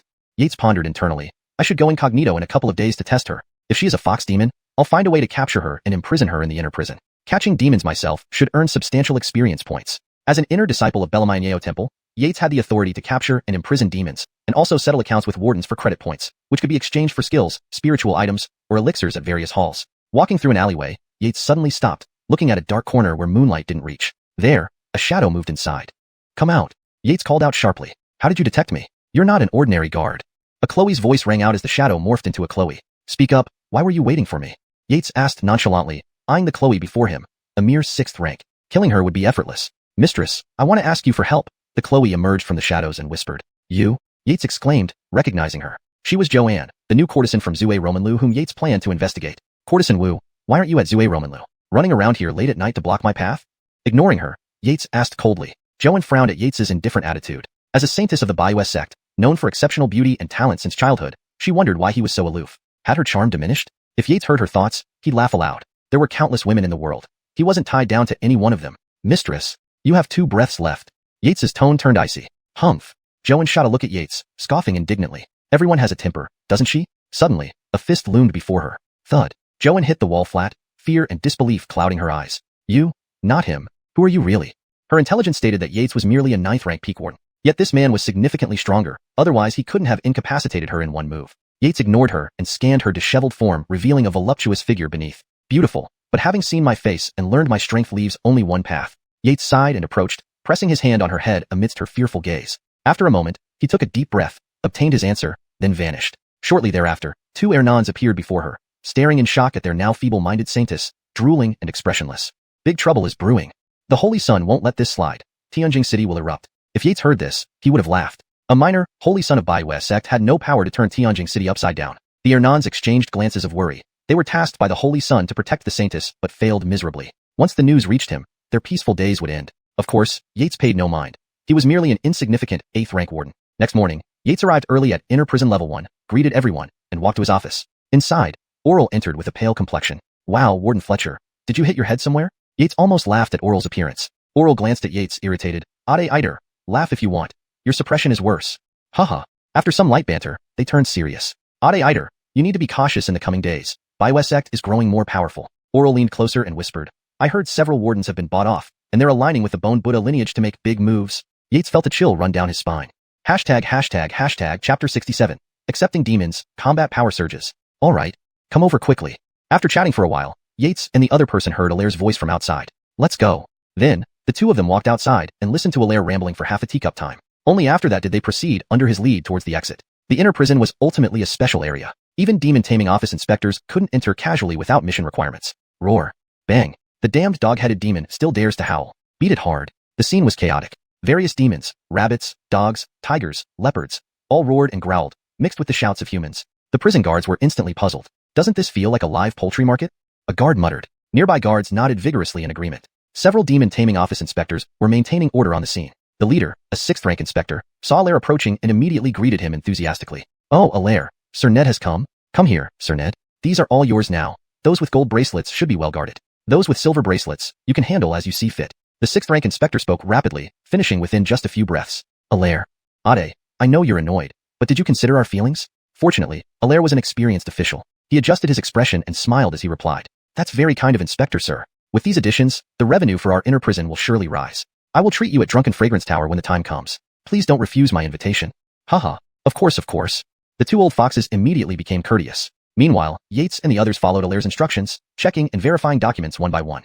Half an hour later, all the demons were verified. Both sides bid farewell cordially. "Sir, how do we divide these many demons that can be dissected for money?" A hurried guard immediately asked. Among the demons, there were 3 7th rank, 5 8th rank, and the rest were 9th rank. Most of the 9th rank demons wore silver bracelets, making them perfect for killing and trading for resources, also reducing the guard's workload. Allaire first scolded the guard harshly. "Damn it, you didn't show such enthusiasm during yesterday's assignment?" He then said officiously, "This matter will be arranged by this official. You just need to take good care of them." Upon hearing this, everyone's enthusiasm visibly dampened, but they soon thought it was normal. Given this official's past demeanor, even if things went badly, they would still get some benefits. So they quickly responded, "We follow your arrangements." The next day, everyone was busy registering and inspecting every demon. Yates personally inspected each one, annoying Finn once again. Of course, Yates didn't care about his thoughts. By evening, all the demons had been counted and confined. As people were about to leave, Allaire announced, "Starting tomorrow, everyone in the first floor of the inner prison will receive an extra pound of demon meat per day." "Wow. Sir, really?" Everyone cheered. The promise of more demon meat made them forget all worries about demon threats. Their cultivation progress was slow because they lacked resources and could not afford demon meat, only eating regular meat. Without absorbing essence, their cultivation naturally lagged. Outside, a pound of demon meat cost hundreds of silver coins, nearly their monthly salary. Even in the inner prison, it still took 2 months' salary. This hit them right where it hurt. They were both happy and skeptical. To dispel their doubts, Allaire nodded firmly. Initially, he had only proposed half a pound, but the commander agreed to increase it to a full pound. Later that night, back at his residence, Yates summoned the Infernal Heaven scripture from his mind. He reviewed the newly added 100 pages of demon records, nodding approvingly. Then he calculated his experience points for the day. Over 200,000 experience points in one day? What the hell? Is this too godlike? Yates exclaimed while sitting on his bed. This meant he could transform a yellow grade technique into an arcane power in just a month. If the world knew this, countless Ernans would be astonished. 200,000 a day. I could refine 3 of my organs in a month? In 2 months, I could reach the peak of the 6th rank? Just getting started. If we keep capturing demons, how fast would I improve? Though he realized these high experience points wouldn't last long as most 9th rank demons would eventually be killed. However, the 6th rank demons he had captured earlier provided substantial experience, contributing significantly to his rapid growth. Good days are coming. For the next 2 months, the inner prison remained relatively calm. There was only one major incident. An 8th rank pig demon attempted escape. It possessed the shape-shifting ability, making deity sealing symbols less effective. After breaking free, it killed 2 guards before being seen by Finn. Finn fought it flamboyantly for a dozen exchanges, but got seriously injured by the demon's attack, collapsing and vomiting blood. A nearby guard panicked, fearing trouble. Fortunately, Yates noticed and arrived just in time. In front of stunned witnesses, Yates slashed, severing the pig demon's limbs. With another flick of his blade, he shattered its bones with a sliver of blade energy. Allaire then ordered it butchered as a meal. Unable to be restrained by deity sealing symbols, the demon had sealed its fate. From that day on, Yates sensed something different in Finn's gaze whenever he passed by. Of course, Yates wasn't overly concerned. Could a 4th rank warrior possibly target him? 5th rank seemed like the limit, right? Outside the inner prison, significant events unfolded. First, the eastern desolate region fell completely. Eugenia petitioned thrice for war, all rejected by the daemon. Ultimately, Dinertial Wu led 1,000,000 troops to the eastern desolation, with unknown results. Second, the Geordie's misconduct resulted in his demotion to Abdullah Huai and a year-long confinement order from the daemon. Third, the Bright Moon sect emerged from the northern mountains, rumored to have a sect leader reaching the 2nd rank. Within a month, they conquered a province and showed signs of further expansion. The daemon dispatched General Wu with Zen assisting. Everyone knew the implications. The daemon wanted to consolidate power through conflict. Chapter continuation. Zen's mansion immediately became bustling with activity, a constant stream of visitors arriving one after another. The other princes naturally gnashed their teeth in envy, each harboring their own schemes. Yates reviewed the past 2 months' events in his mind, then closed his eyes. Allocate the experience points to my realm. Note asterisk this excerpt continues the narrative from the previous chapter. Zen's rise in prominence has led to increased attention and activity around his residence, while the other princes are seething with envy. Yates reflects on recent events before focusing on distributing his accumulated experience points to enhance his cultivation realm. The paragraph structure and line breaks have been maintained as requested. Chapter 68. Midnight Pursuit and Qian's Hatred. Boom. For an instant, Yates's vision blurred. Then he felt his sight gradually becoming clearer and brighter. Hiss. Is this fleeting light the rules of heaven and earth? Yates murmured to himself. Things were truly different now. When he was still at the late 6th rank, no matter how much he concentrated, he could never capture the light. But now, although the light would still vanish, he could sense an ancient and grand aura from it. Could he harness the power of the heavens and earth? He had a hunch. If he could fully grasp one light, his cultivation should reach the 2nd rank? What a powerful sensation. Yates clenched his fists lightly, and immediately an explosive force surged out from his body. Cyclones spontaneously formed in the room. Thankfully, Yates stopped in time. Otherwise, the house would have suffered greatly. So this is the power of a 4th rank cultivator? Yates marveled inwardly. It was distinctly different from the resonance caused by true Qi. Imagine if a level 2 earthquake, which only causes minor tremors around you, equates to his previous state. Then now it's like a magnitude 10 earthquake, with buildings and rivers collapsing. Comparing his current strength with that Chloe who killed the giant python, he found himself still slightly lacking. If I reach the 5th rank, I bet that Chloe won't stand a chance against me. A thought suddenly surfaced in Yates's mind. Farrell's identity needs to be used to divert some attention. Recently, his rapid progress in inner prison raised suspicions about his improvement speed. If it continued, it would be hard to keep it hidden. Moreover, he wanted to capture more demons and evil spirits for the inner prison. Ideally, he'd even nab a few rebels. Their experience points were substantial. I need to think carefully on how Farrell's identity can serve me. After some contemplation, Yates delved deep into his thoughts and examined his personal status interface. Yates, Warden. Areas. Inner prison floors 1 to 4, outer prison. Realm. Peak 6th rank. 6 organs. Locked, 0/20, 000.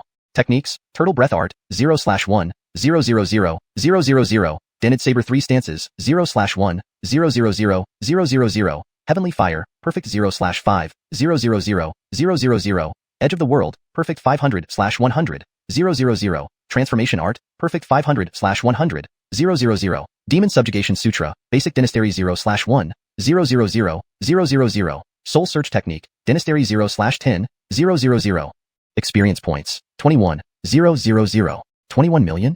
Given my current experience points, it will take over 3 months. This is too long. I must break through to the 5th rank as soon as possible. A sharp glint flashed across Yates's eyes. The Great Gone Kingdom had changed significantly, signaling the approach of chaotic times. Without adequate cultivation to protect himself, what hope did he have if the kingdom fell? He hadn't figured out the exact possibility of the Great Demonic Prison's survival if the Great Gone were to fall. However, he had contemplated guiding the Great Gone according to his own will. He already had the preliminary capability. Qian, the Holy Son of the Moon Worship Sect, right? Yates recalled the Holy Daughter of the Moon Worship Sect whom he had soul-searched, turning her into a simpleton. Her memory revealed that the Holy Son was always enamored with her. But Reba, the Holy Daughter, wasn't an easy target.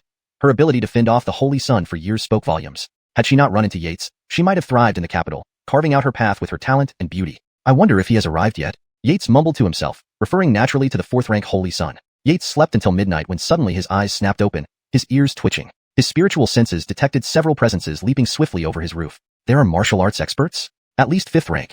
Let's follow and see what's going on. Yates quickly changed clothes and altered his appearance to look like Farrell. With a flicker, he vanished from the room. Cackle. The fact that His Holiness chose you is your blessing. You can't escape. Stop running and surrender. For figures chased under the moonlight, causing many people to shout in surprise. Running ahead was a Chloe's figure. No matter how much the 3 pursuers taunted her, she remained calm, her form disappearing after a few flashes. Behind her, 2 Ernons watched angrily. They had managed to corner this Chloe, planning to capture her as a peace offering for the Holy Son. Unbelievably, this Chloe turned out to be a martial expert with exceptional agility. In the blink of an eye, she almost disappeared from view. The 2 Ernonli men cursed internally while trailing behind her. The plumper, older man glanced at the black-clothed Ernon, who nodded. Together, they said to the Yael in front, Your Holiness, we have set up traps ahead. She can't escape. As former protectors of the Holy Son, they knew his preferences well. Despite his devotion to the Holy Daughter, the Holy Son had numerous female companions. Clearly, he favored beautiful women. After the incident with the Holy Daughter, they had been trying to make amends and lessen punishment. Eventually, they encountered this wealthy Chloe outside the city and decided to act. Unfortunately, either due to bad luck or her strong destiny, they failed repeatedly, losing many men instead. With time growing short, they finally took action themselves. Shockingly, she was also a 5th-ranked inertial artist, leading to both astonishment and elation. Wasn't she the perfect replacement for the Holy Daughter? They believed capturing her was just around the corner. But unexpectedly, she possessed extraordinary skills and agility, nearly escaping them entirely. Fortunately, their 8-decade true chi base and decent agility kept them close. More shockingly, the Holy Son arrived earlier than expected. Thus began the midnight chase of 3 men pursuing a Chloe. Humph. I'll settle accounts with you 2 after catching her. The Holy Son's eyes gleamed coldly. Reba had a pure constitution, known only to him through his maid. Ever since discovering this, he pursued Reba romantically to prevent others from finding out. Upon reaching 4th rank, she could serve as a dantian for him, allowing him to absorb her pure chi and advance to the 3rd-rank Dynasty realm, becoming one of the elite. Unbeknownst to many, he waited for this moment for so long. Yet these fools messed up. Even if Reba became mentally incapacitated, as long as her pure chi remained, he could absorb it to at least reach peak 4th rank, saving years of cultivation. But now, all that remained of the girl was rotting flesh, thanks to these useless subordinates who claimed to give the holy daughter dignity. Qian's heart burned with hatred. If not for these two's decent strength, he would have wanted to slice these two old fools into pieces directly. His grandmaster dream was ruined by them. Your Holiness, something's amiss. Our men haven't sent any signals? The three chased the Chloe all the way to a valley outside the city. A trace of confusion flashed in the Ernan's eyes. Logically, once the Chloe left the city, their people should have intercepted her. At this moment, Qian's eyes gradually narrowed. Chapter 69. Orin's Strength, the Phoenix Dance of Nine Heavens. Two fools. You've been tricked, Orin said with deep frustration. These two idiots were always causing chaos. As fifth-rank experts, the two Ernans couldn't be blind. They saw that the Chloe they had just chased was now backed by a row of women. These women were not weak. 2 of them were 5th-rank experts, and 4 were 6th rank. The two Ernans were dumbfounded. So, this was a trap set for us? But no one in the scene responded to their question. Orin, the sacred son of the moon sect, we have been waiting for you for a long time. One of the women stepped forward and spoke coldly. She was Rin and her all-female unit. Old King didn't agree to let her join the expedition to Daryanwang, so she went out to clear her mind, coincidentally running into the two Ernans who were looking for targets. Afterwards, Rin ordered Ember to investigate the city and found out that these 2 men were from the moon sect. Just as she was about to capture them, she overheard them preparing for the arrival of the sacred sun. Seizing the opportunity, she had Ember place informants along the way, culminating in tonight's chase. Her goal was simple: capture the sacred son of the moon sect alive. Huh? Waiting for me? Orin laughed lightly. Since when did a bunch of 5th ranks dare to obstruct a 4th rank expert? Orin's eyes were filled with disdain. 5th rank? Ren felt a surge of anger. Her father had refused her request to join the expedition for the same reason, saying he would discuss it when she reached 4th rank. Was this sacred son speaking in the same tone? At this thought, Rin waved her hand upward. A red light shot into the sky, transforming into a fiery phoenix. The bright red glow illuminated the land, signaling the start of an action. Far away, Yates rushed toward the source of the aura. Suddenly, he saw the fiery phoenix dancing in the air. He hesitated for a moment. Is it her? With renewed urgency, he raced towards the fire phoenix. Act! After Ren summoned the fiery phoenix, the 6 women behind her immediately moved, drawing their weapons and plunging them into the ground, seemingly activating a hidden mechanism. Instantly, the valley lit up with countless red lights that mirrored the fiery phoenix in the sky. It was as if the whole valley turned into daylight, but it also became a trap. Upon seeing this, Orin frowned. His mocking expression disappeared, replaced by silence. Nearby, the yellow and black Ernans exclaimed, "The Imperial Dinertial Fletcherk's Phoenix Dance of Nine Heavens formation?" Among the 8 Fletcherks of the Great Dry Kingdom, only the Imperial Dinertial Fletcherk held the title as a Chloe, her appearance always a mystery. Some said she was a beauty, others claimed she was ordinary. But what truly made her renowned was her legendary Heavenly Phoenix Dance formation. Legend had it that during a Western campaign against the Cloud Dynasty, the Imperial Dinertial Fletcherk faced off against a Demon King. With this formation, she fought the Demon King for 3 days and nights, forcing him to retreat. This battle secured the desert region and had long-lasting effects. The Cloud Dynasty dared not step foot there for 10 years. The Heavenly Phoenix Dance became a celebrated formation among martial artists. Of course, the Ernans knew that Rin's version of the formation was far weaker than the original, but they were not second-rank experts either. Sacred Son. The 2 Ernans looked at Orin, who remained calm. Ignoring them, Orin stared at Rin and declared gravely, "You are worthy to be my wife. I offer you this chance.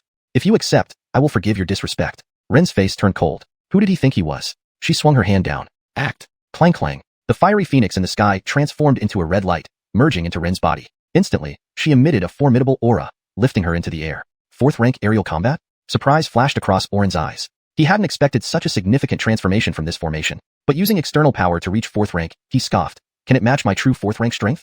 Great Dry Kingdom's strongest military formation, the Heavenly Phoenix Dance, was well known. After all, they intended to rebel. Knowing your enemy is crucial. Furthermore, replicating their weapons was a priority. The Moon Sect's rapid expansion was partly due to mastering similar formations. The Imperial Dinertial Fletcherk had once stood equal to a second-rank Oscar because of her army of 200,000, but this Chloe only had 6 followers. Orin smiled dismissively. In midair, Rin radiated red light, raising her sword and pointing it at Orin. Suddenly, she struck him like lightning. Oh no, a trap? Orin realized she was cheating. Sensing thousands forming another formation around him, he cursed. Damn bitch. He narrowly dodged her sword but countered with a powerful punch, aiming to shatter the formation's spirit within her. Boom. They exchanged countless blows, fighting in the air and on the ground. Moon Sect, Orin shouted, punching a massive fist through the air directly at Rin. Break! Rin swung her sword, releasing a sword energy. After several exchanges, Rin's true chi began to wane, and she grew pale. The punch force knocked her back, causing a thunderous roar as she crashed into the ground. Spit. Several women coughed up blood, clearly heavily injured by Orin. Continue, fight. Grinding her teeth, Rin flew back into the air, infused by another fiery phoenix, her power surging even more. Meanwhile, the yellow and black Ernans watched in amazement, murmuring, "This is possible?" Humph. Orin sneered. Increasing power meant nothing if derived externally. Besides, I haven't used my true strength yet. They clashed again, shaking the earth and destroying vegetation with their aftershocks. Thousands of sword and fist energies flew everywhere. The 2 Ernans, being 5th rank experts, watched intently while maintaining their protective chi shield. For the female warriors and their unit outside, the intense battle took its toll. Within moments, they were pale and bleeding. Full moon, Oren struck again, shattering the red light around Rin and sending her crashing into the ground. Spit. All the women spat out large mouthfuls of blood. They realized they had underestimated a fourth-rank expert, or, rather, the sacred son of the moon sect. Of course, Oren knew his own condition well. Despite his composed demeanor, he was faring no better, also suffering from the backlash. Both of you, go and escort her back to the city for me. The term biajia can be translated as escort in this context, which sounds more natural in English. This sacred son will properly deal with her tonight. The two Ernans hurriedly nodded. The power of the sacred son was truly terrifying. You dare to? The women glared furiously at the approaching black and yellow Ernans. Hee. The two rubbed their hands, about to jump into the pit and grab Rin. In the next moment, their hearts were filled with alarm. No. Chapter 70. Rescue. 3 cuts severely injure the holy sun. Swish. A streak of green light zipped through the air. Then 2 sounds of flesh-piercing rang out in succession. The 2 old men, dressed in black and yellow, stared wide-eyed at the green light. They wanted to move, but it was too fast for them to react. They could only watch helplessly as the light penetrated their bodies. Instantly, countless cracking sounds echoed from within their bodies. All 206 bones shattered in that moment. Both men spat out a mouthful of blood, unable to hide the terror in their eyes. The intruder was too powerful. A 4th rank actually dared to ambush them. 2 mid-5th rankers? Did these experts have any shame left? Unfortunately, this was an answer they would never hear. The person who attacked wouldn't tell them, and with just one breath's effort, he struck them again, sending both flying to the side. Belamite's spineless worms. They fell limp and unconscious on the ground. The group of women watching behind felt greatly relieved. Given the injuries of these 2 stubborn old men, even if their 5th rank physiques were incredibly resilient, they would need over half a year to fully recover. Who are you? Oren's eyes flashed with an odd light. Given his current state, which wasn't at its peak, encountering a 4th rank martial artist made him wary but not arrogant. This matter doesn't concern you. If you leave now, my moon-worshipping sect will owe you a favor. The moon-worshipping sect? Yates glanced at Oren. He had more important matters to attend to, but even though he was only a peak 6th ranker, his combat prowess already surpassed the 4th rank. Hampton he noticed that the holy sun was in poor condition. Then, Yates jumped into the pit, gently lifting up the Rihanna who had fainted due to severe injuries. Your Highness. Yates shook his head at the women and said, she just passed out from the shock. She'll be fine. After handing her over to the women, Yates then turned to look at the moon-worshipping sect's holy sun, his eyes flashing with intensity. This man dared to injure the Rihanna? Come at me, with your current state, you won't last beyond my 3 cuts. A fierce aura emanated from Yates's body, but what he said was true. Hee. Oren's face turned pale. Since becoming the holy son of the moon-worshipping sect, he had never been underestimated like this. Unable to hold back, he laughed coldly. Boy, I don't know where your confidence comes from, but today you must die. Boom. As soon as Oren finished speaking, a wave of energy burst forth from his body, and his figure vanished instantly from the spot. In the next moment, he appeared above Yates, delivering a heavy punch straight down. Watch out, young master. Fear flashed in the women's eyes. Indeed, Oren's attack was overwhelmingly powerful, moving faster than lightning. But Yates saw it differently. Yates's spiritual perception had detected Oren's movement the instant he acted. He stayed still to give Oren a surprise. He promised only 3 cuts, so he couldn't break his word. Water severing. Just as Oren's fist was about to strike, Yates's eyes flashed with a knife intent. With a roar, his blade slashed against Oren's fist. Boom. Instantly, terrifying force erupted, pushing the women back several meters before they could steady themselves. They stared wide-eyed, stunned by this single slash, speechless, and deeply shaken. Not good. Oren's mood was worse than anyone else's. The boy's aura was strangely powerful. He thought this punch would knock Yates back and allow him to retreat gracefully. Instead, the boy's strength matched his peak period. Though he had the initial advantage, this single cut cost him, causing a trickle of blood to seep from the corner of his mouth. After slashing Oren away, Yates was also surprised. A 4th rank martial artist remained formidable despite being injured. 1 cut wasn't enough. But can you withstand my 2nd and 3rd cuts? Exploiting an enemy's weakness, Yates was no gentleman. After splitting Oren away, his 2nd cut came swiftly. Mountain breaking. Yates roared again, his figure disappearing before reappearing behind Oren, delivering another vertical slash. The dozens of feet-long blade chi enveloped Oren's tiny figure. Damn! Oren felt his scalp tingle. How could this bastard sword get even stronger? I have to use that move. Oren's eyes narrowed, recalling the suicidal technique that could save him. If he escaped, with the recovery ability of a 4th rank martial artist, he'd return to his peak within days. Moreover, if he hadn't been injured earlier, the outcome of their fight might have been uncertain. His form became blurred as heat waves surged around him, distorting the surroundings. It was as if the scorching heat of the sun had appeared in that instant. Full moon. Oren roared, delivering a punch that rose skyward, creating massive waves. Boom. The women were jolted by the aftermath, spitting blood and barely standing upright. Fear flashed in their eyes. Was this the true power of a 4th rank martial artist? Compared to the power the Rihanna displayed using the Heavenly Phoenix dance formation, this was even stronger. They knew it wasn't that the Rihanna formation was weak, but rather that they themselves were far too weak. When Fletcher Daiwu used the Heavenly Phoenix dance formation, among the 20,000 troops, there were over 100 5th ranks and several 4th ranks, not to mention those 6th and 7th rank warriors. With the sheer strength of a 2nd rank martial artist, without the formation to consolidate their collective power, even an army of 20,000 wouldn't last him half a cup of tea. Though evenly matched, it was clear that Oren, with his injuries, was suffering more. Another trickle of blood escaping his lips. Yates's lips curled slightly. He had anticipated Oren blocking his second cut. Boundary breaking. Retreating momentarily, Yates delivered a third cut downwards. The white blade carried invisible blade chi, slicing through the air with howling sounds. This was Yates's true killing move, the third cut. Ah! Oren stared grimly at the blade, knowing he couldn't avoid it. His hope rested solely on his defensive technique. Golden body skill. Hold for me. Boom. A deafening sound rang out as Oren, struck by Yates's blade, shot like an ignited projectile towards the distance. The terrifying blade chi sent him hurtling hundreds of meters before smashing into a boulder and collapsing heavily on the ground. PFFF.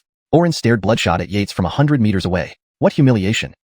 Another mouthful of blood spewed from his mouth. Yates furrowed his brow. Didn't die? Looks like I'll have to go back on my word. He wouldn't let a tiger live to come back and bite him. Face? That's something for the living to care about. Dead men didn't worry about saving face. Additionally, a fourth-rank martial artist was a huge source of experience for him. Yates even smiled slightly. Damn.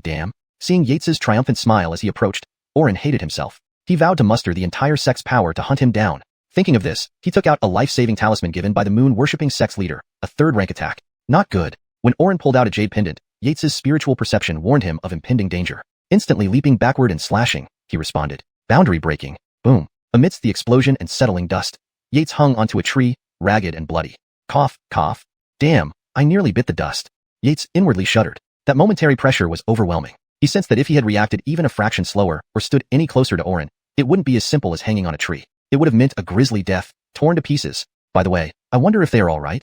This sentence seems to be a standalone thought or continuation from a previous context. It expresses concern about the well-being of some individuals, likely referring to the women mentioned earlier in the narrative. If you need this integrated into the larger story or have more text to translate, please provide additional details. ###Chapter 71. We are the Dawn, young Dynasty. Would you join us in great undertakings? Cough.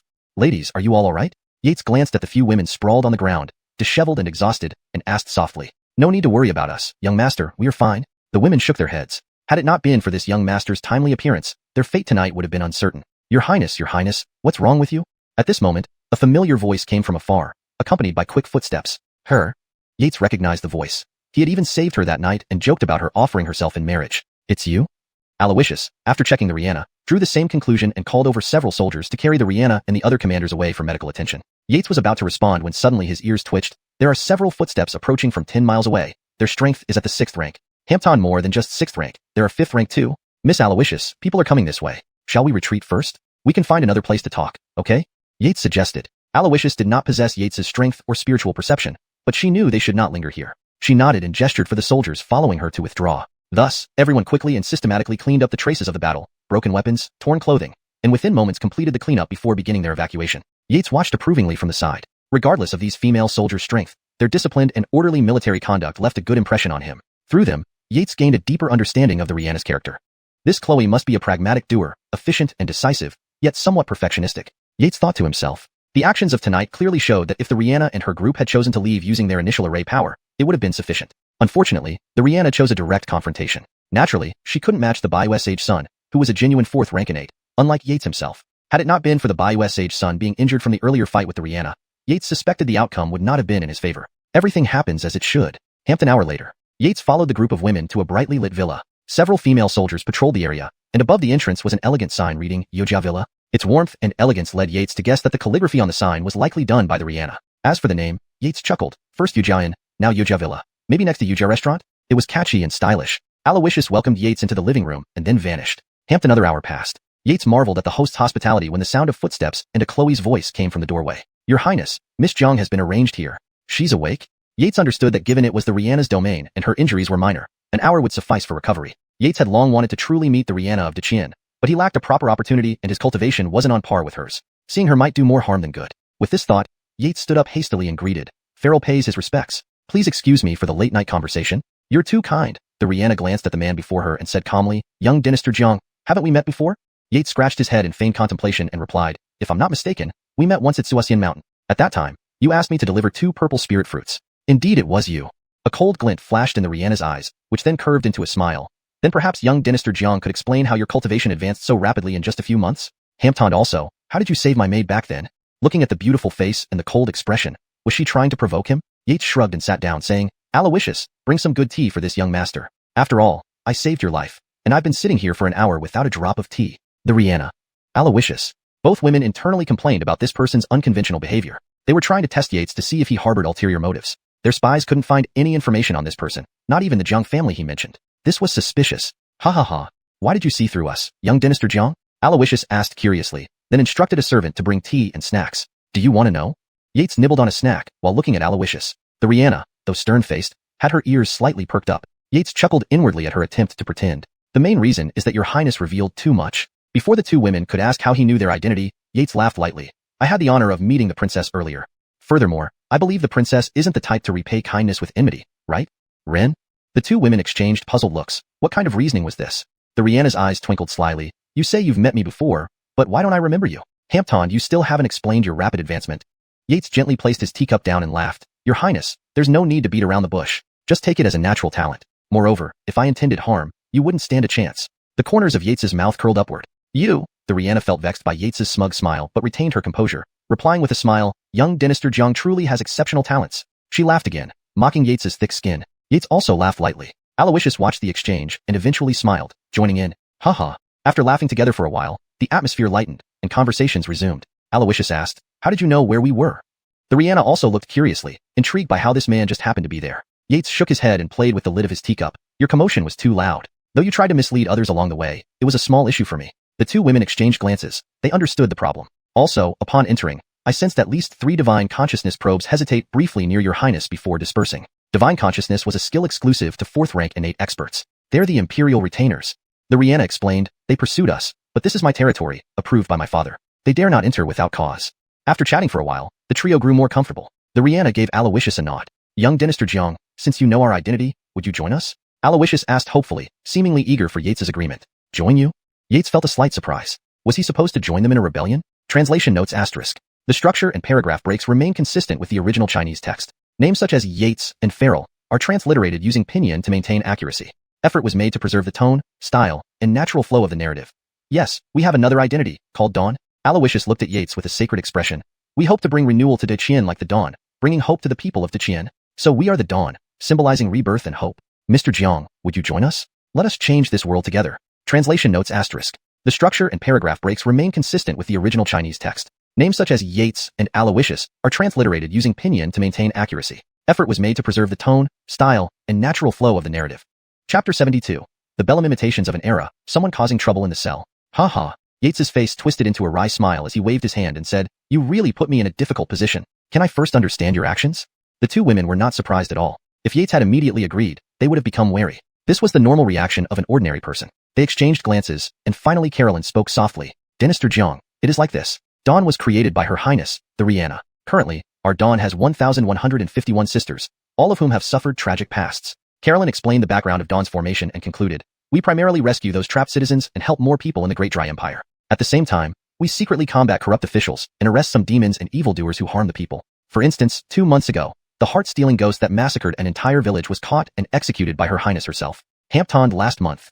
Seemingly worried that Yates might not believe her, Carolyn cited several examples. After finishing, she looked hopefully at Yates. Low-ranking martial artists, they didn't lack. But high-ranking martial artists like Yates were what they were currently lacking. Just like today, they had already set up their plans. But without high-ranking martial artists to lead, dealing with 4th-rank martial artists was quite challenging. If they encountered a martial genius of the level of Iman again, they might all be destroyed. After listening to Carolyn, Yates inwardly sighed. This was the tragedy of the ancients. They already wanted to make changes, but why not be more bold and start from scratch? Dynasty Jiang, you're unwilling?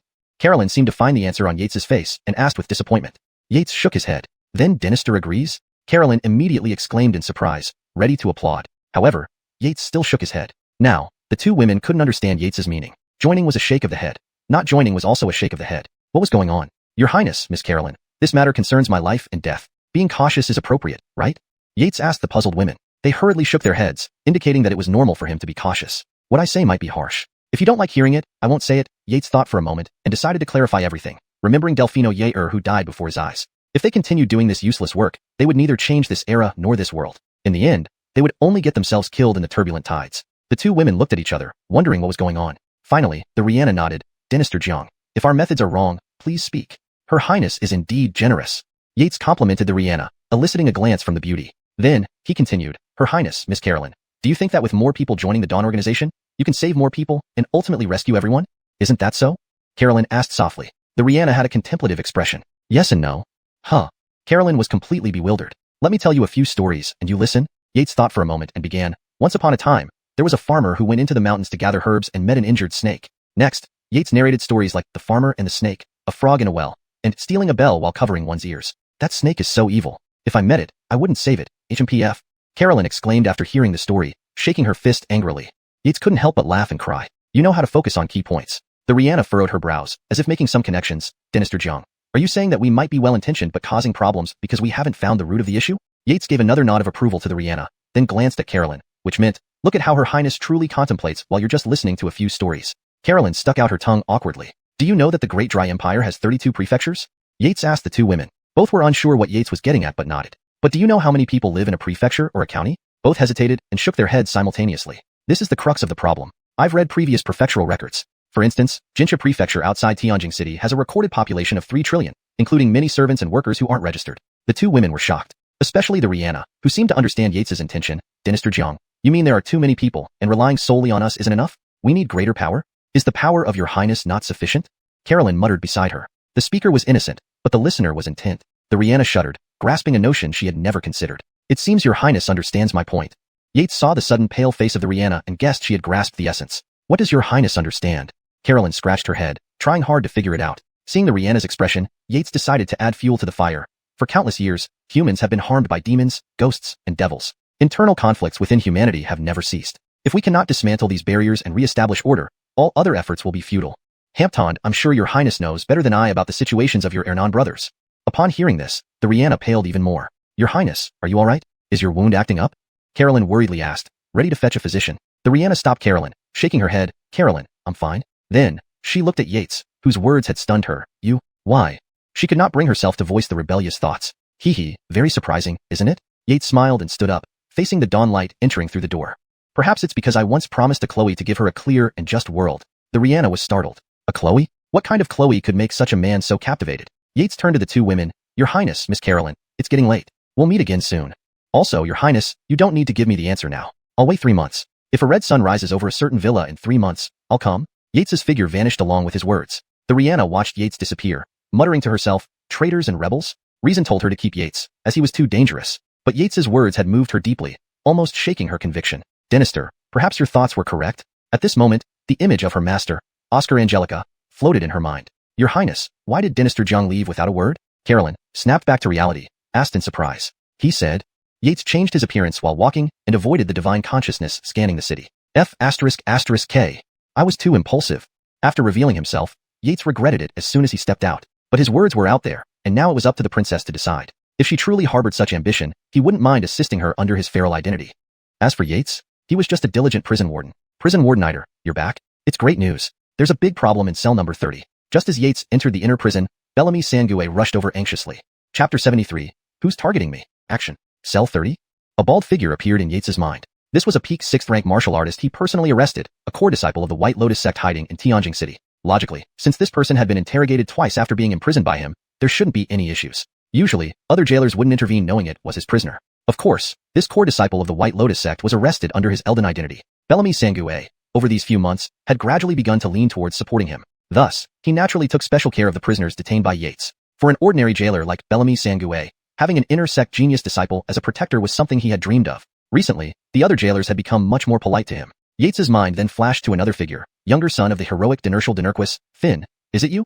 Even if it is you, tampering with my experience tree will make you pay the price. The heroic Dinertial Dinerquis was one of the 8 marquises and an heir. Unlike the imperial Dinertial Dinerquis who turned the 7 martial marquises into 8, this did not mean that the heroic Dinertial Dinerquis was weak. After all, he had the power of a 3rd-rank grandmaster, relatively weaker only when compared to the other martial marquises. With this thought, a fierce look flashed across Yates's eyes. He looked at Bellamy Sangue, who appeared anxious and said, what's going on? Let's talk while we walk.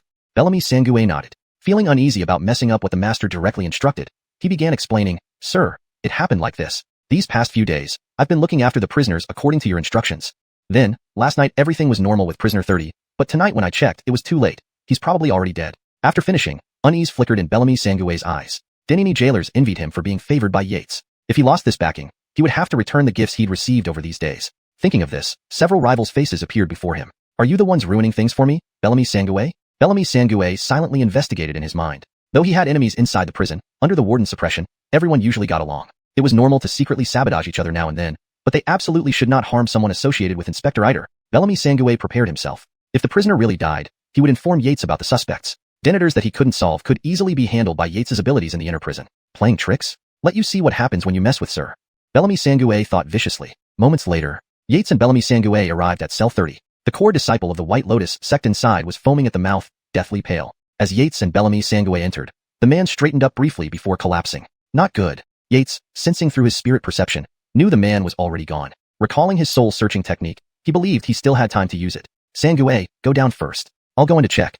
Yates ordered Bellamy Sangue. He couldn't easily reveal such dark magic. Since the man was almost dead, no one could tell if he was foolish. Even if noticed, it would only be assumed that the one who caused this had done it earlier. Yes, sir. Bellamy Sangue hesitated, but eventually followed Yates's order, confused about his true intentions. Once Bellamy Sangue left, Yates immediately approached prisoner 30. His spiritual sense confirmed that the prisoner was barely hanging on to life, about to die. After a moment, Yates stood up grim-faced. He learned from the prisoner exactly what he had guessed. Finn was behind this and intended to kill all of Yates's prisoners methodically. The enmity cannot be forgiven. Cold fury flared in Yates's eyes. If you aren't righteous, don't blame him for not caring about camaraderie. Sir, how's the situation? As Yates reached the cell door, Bellamy Sangue eagerly asked upon seeing him come out. Yates shook his head and patted his shoulder. Though the prisoner's death partly stemmed from negligence, Yates wouldn't blame him for this incident. Instead, Yates planned to address the root of the problem. The man is dead. Send his body to be cremated directly. Don't let anyone know. After instructing Bellamy Sangue, he let him handle the corpse and turned away. In the following days, Bellamy Sangue, fearing another inmate death, kept a close watch on the cells Yates had designated, making sure not even a fly could enter. Unbeknownst to him, someone was secretly plotting against him but biding their time. As for Yates, he wasn't someone to let grudges slide. He needed an alibi, so he waited. Opportunity soon arrived. Early morning, Oral came in with a delighted expression, greeting everyone cheerfully. Everyone almost thought he had gone mad until they learned his sister had returned to the sect, releasing him from her stringent control. He resumed his debauched lifestyle and promptly decided on a night out at Drunken Fragrance Tower. Great! Everyone cheered, excited about this event they had long awaited. That night, Yates and his group rushed into Drunken Fragrance Tower. The madam welcomed them joyfully. Ah, welcome gentlemen. Do you have preferred girls? Except for a few newcomers, most were regulars familiar with the madam's meaning. Those with preferences would be matched with experienced girls. Otherwise, the tower provided newbies too. However, all eyes turned to Oral, the real boss. First, arrange us a private room. Leave the arrangements to Denima. Oral waved grandly. A fortune to him nothing but small change. Sure thing. The madam smiled wider, quickly calling a servant girl. Esther, take the gentleman to Peach Blossom Creek and serve well. Coming. Esther greeted professionally, leading the way with her slender waist, mesmerizing a few newcomers. Hampton older jailer patted them on the shoulder, laughing. Haha boys, just wait. Better things are coming. Haha. Oral and the veteran partygoers laughed knowingly, reminiscing their own experiences. Of course, Oral was different. With his Hernan sister often absent and strict rules in place, he developed a rebellious nature. At least if second sister hadn't left, I wouldn't be enjoying this freedom, he thought, indulging freely once unchained. In no time, he became brothers with the old wardens in the inner prison. Yates watched the revelers ahead and smirked slightly, not misinterpreting but realizing his opportunity finally arrived. Next, scenes unsuitable for young readers unfolded as men embraced girls, heading into rooms. Yates also held a Chloe, smiling. Men abroad sometimes play roles outside. Is this your first time, sir? Can this maiden assist you? Milagros smiled invitingly. First time. A playful look flashed in Yates's eyes. He grabbed her hand firmly. Ouch! Milagros gasped, blushing and leaning weakly onto Yates, gently patting his chest. You're so naughty, sir. The translated text maintains paragraph structure and tone similar to the original while ensuring readability in English. Haha, this young master has even naughtier things to do. Would you like to try? A sinister smile curled on Yates's lips, much like a witch luring a little girl with candy. Dinister, how naughty you are. Milagros won't stand it. Milagros cooed. As an experienced hand at Drunken Fragrance Tower, she knew men's preferences and naturally played along. Hee hee. Yates chuckled knowingly, snapping his fingers to instantly extinguish the lights in the room. Next, Yates gently waved his hand, pressing it against Milagros's neck, causing her to faint with a blissful smile on her face. Yates laid her down on the bed and gently moved it to create the sound of motion. Note, the term biaohuang has been replaced with gently moved it to ensure the translation reads naturally in English while maintaining the original meaning. Outside, an older jailer was walking past with a Chloe in his arms, remarking with a satisfied grin, young people these days, they really have great stamina. Haha, I have even worse things in store. Do you want to try them? Yates said with a sly smile, like a witch tempting a little girl with candy. Dinister, you're so naughty Milagros won't allow it. Milagros said coyly. As an experienced attendant at Zue Roman Lu, she knew men's preferences and naturally played along. Hee hee. Yates chuckled knowingly, snapping his fingers to instantly extinguish the lights in the room. Next, Yates gently placed his hand on Milagros's neck, and she fell into a smiling unconsciousness. Yates laid her on the bed, creating the sound of the bed swaying. Outside, an Ernanli prison guard passed by with a Chloe, chuckling as he remarked, young people these days, they really have stamina. Chapter 74. What if I am the son of a Dinurquis? Palace guardian. Haha, I guess I can be considered another Balemu shall we of our time, right? Yates looked at the Chloe on the bed and smiled. He wasn't particularly bothered by hygiene or anything like that. After all, they had come this far. However, he had more important things to do tonight. He intended to deal with Finn, the second son of the Ingwu Dinurquis. He had been secretly investigating Fin's situation these days, and learned that there was only one peak 5th rank old servant in the Ingwu Dinurquis mansion. This was not a concern for him. After half an hour, Yates finally stopped and mimicked heavy breathing. There was no longer any sound outside. Putting on a complete performance, he did not want to be hunted and forced to flee Dagon. When he achieved 3rd rank Dynasty, he would no longer fear such forces. He had only half an hour tonight to act. If it took too long, he might be discovered missing from his room, which could lead to trouble. With a shorter duration, he could just claim he went to the restroom. Anyway, whether you believe me or not, I did go to the restroom very late tonight. What can you do? My step to the end martial art has reached the perfect level. To stealthily infiltrate the Ingwu Dinurquis estate should take less than 15 minutes. Once I find him, I will kill him and return immediately. Yates planned in his mind, then transformed into an Ernonli man. He quietly opened the window, turned into a streak of black light, and vanished. At the Ingwu Dinurquis estate, Fin was fast asleep in his bedroom when his door silently opened. The change did not escape Fin, who instantly opened his eyes and sat up, scanning the room. Nothing unusual, no figures in sight. Though he was an 8th rank warrior without awakened spirit sense, he still had warrior intuition. In the middle of the night, am I encountering ghosts now? Fin grumbled as he got out of bed to close the door. Usually, he might have been concerned, but now his sister, the bard's main consort, had returned for a visit, accompanied by a 4th rank palace guardian. This gave him a strong sense of security. I wonder if Lowell has arranged everything. Fin casually closed the door. He didn't want to see Yates's face anymore, but in prison, he had to restrain himself. Forget it. I'll ask Lowell tomorrow morning. Fin walked back toward the bed. Creak. Fin froze. What's happening? Then he slowly turned around. No one? He carefully sensed again. Only his own presence in the room. Is it the wind? After pondering for a moment, he walked over and closed the door again. Just as he was about to turn back, his face suddenly showed immense panic. Someone behind him? Help. Late-night visitors couldn't be good, and Fin reacted instinctively upon sensing a presence and shouted. The next moment, darkness enveloped him, and he lost consciousness. Haha. Yates sneered, Bella middle brat. Did you think you could escape my hand?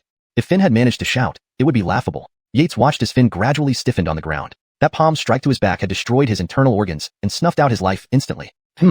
Yates's expression changed dramatically. Not good, there's a 4th rank innate warrior here. He had just sensed a 4th rank innate warrior's mental energy sweep past. Thinking it was a coincidence, he found that the same mental energy had returned and lingered. A powerful 4th rank aura erupted in the courtyard as a figure burst through the night towards him. Wretch, die. A loud cry resounded, and the entire Ingwu Dinurquis estate came alive. Countless torches lit up instantly, illuminating the mansion brightly. Dynasty armored figures rushed towards him. So strong. I'm no match. Yates felt the incoming speed and power were terrifyingly fast. By the time he sensed it, the attacker was nearly upon him. A late 4th rank or even peak 4th rank warrior. There was no time to think. Yates shot out a palm, using blazing flames spread, creating a massive fiery hand that illuminated the night sky, rushing toward the intruder. Humph. The attacker paused midair, watching the incoming giant hand. With a gentle wave of his hand, space seemed to freeze, stopping the fiery hand midair. Destroy. The attacker's voice commanded, and the giant hand dissipated into red smoke. Fong Ade. A Chloe rushed into the crowd, her movement pausing when she saw the prone figure on the ground. She hurriedly knelt down, holding Fin, sobbing. Who did this? Her cries echoed through the estate, gently stroking Fin's cold face. Her eyes were filled with icy fury. She glared at Lowell. Lowell, this is how you protect Adefong? The Hernan's face darkened, looking at the accusing Chloe. He sighed, Abdullah's consort. The young lord was killed by a thief. It was my fault. How you wish to punish me, I will accept without resistance. The Hernan stood helplessly beside him. His quarters were next to Fin's, and usually, he would use his spirit sense to check surroundings. But due to the presence of a 4th rank palace guardian, he had reduced his monitoring efforts to avoid disturbing them. Unfortunately, the thief chose this exact moment to attack. The Hernan felt bitter, knowing that human plans often fall short of fate. Additionally, how would he explain the young lord's death to the distant Ingwu Dinurquis? The princess consort's eyes flared with anger. Does she really think I wouldn't dare to kill? Abdullah's consort, may this old man speak? At this moment, a figure descended from the air.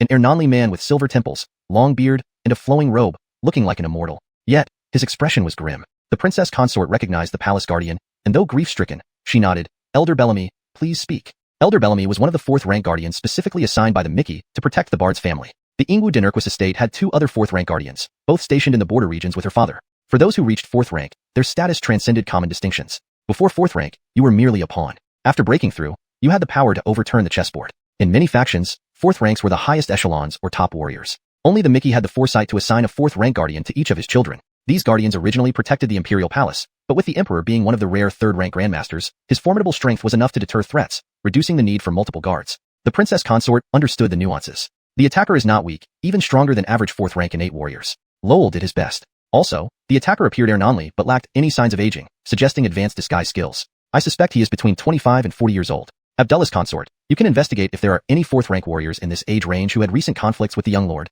Elder Bellamy thought for a moment, adding, I considered 20 years old, but it's ridiculous. Throughout Dagon's 1,000-year history, no one has broken through to 4th rank before turning 20. Even the warden by Bellamy Hongfei of the Monster Extermination Bureau only broke through at 25. Hamptoned in the current era of great contention, all kinds of geniuses are emerging one after another. For example, the prodigy warrior Su Jingping from the Western Desert, the sacred son of the moon worship cult Qian, the venerable Mingjing from Jinding Temple, and Cynthia, the second daughter of Dinurquis Weiwu, once the goddess of the young generation in Tianjing City, renowned for her exceptional beauty and talent. High Priest Bellamy believed she could also break through to the 4th rank by the age of 25.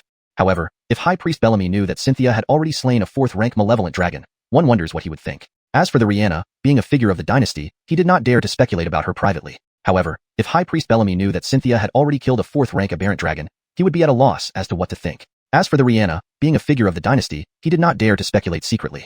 Chapter 75. The constabulary office arrives. Phew. Yates stood by the window on the 2nd floor of Zue Roman building, gazing in the direction of the heroic Dinertial Fletcher's residence. A flicker of fear flashed across his eyes. Fortunately, he had perfected his Earth rank palm technique, heavenly fire devouring the plains. Otherwise, he wouldn't have escaped from that terrifying 4th tier innate expert. But this incident was caused by an air non. What does it have to do with me, Yates? Yates shrugged and then returned to the bedside, pouring himself a cup of tea and slowly sipping it while sitting down. If his guess was correct, with the power of the heroic Dinertial Fletcher's residence and the currently favored bard's consort, Tianjing City would soon be plunged into chaos. Moreover, their late-night activities might also come under suspicion. But what did it have to do with him? I'm just a diligent prison officer. Hamptoned anyway. There's Oral, the sole son of valiant Fletcher Kier. This matter will likely end up unresolved. Since Yates dared to kill, he had naturally prepared numerous contingency plans. The only thing that caught him off guard was the sudden appearance of the 4th tier innate expert from the Duke's residence. Fortunately, he had escaped quickly. But Yates, being inexperienced, left a major loophole, which was discovered by the Ernon, who luckily guessed the wrong direction. Another factor in his favor was his foresight in advancing the tortoise breathing technique to the realm of intent. In the present situation, even if a 2nd tier Wu Saint confronted him directly, as long as they didn't personally check his true energy flow, his real cultivation could remain hidden. However, if the death of such a minor Fletcher's heir could attract a 2nd tier Wu Saint to investigate personally, Yates was at a loss. He could only hope for leniency due to his 1 in 10,000 talent. But Yates believed the probability of that happening was smaller than bumping into old Qian Wang while stepping out. Waiting until the 4th watch, Yates heard a commotion outside Zue Roman building. He focused intently to listen. You few, why are you blocking the entrance? Denny Dan Bellamy, with a smile on her face, pushed aside several henchmen and politely apologized to the officers standing outside. Gentlemen, I'm Denima Bellamy from Zue Roman building. My subordinates were unaware and have caused trouble for the officials. However, Zue Roman building has always operated properly. Do you gentlemen have a specific purpose for coming? Denny Dan Bellamy approached closer, attempting to slip some silver coins into the hand of the lead constable. Unexpectedly, he blocked her move and maintained a righteous expression. Denny Dan Bellamy, are you trying to bribe me? If you don't step aside, I'll charge you with obstructing law enforcement and lock you up. He thought to himself, humph, is this pittance meant to satisfy a beggar?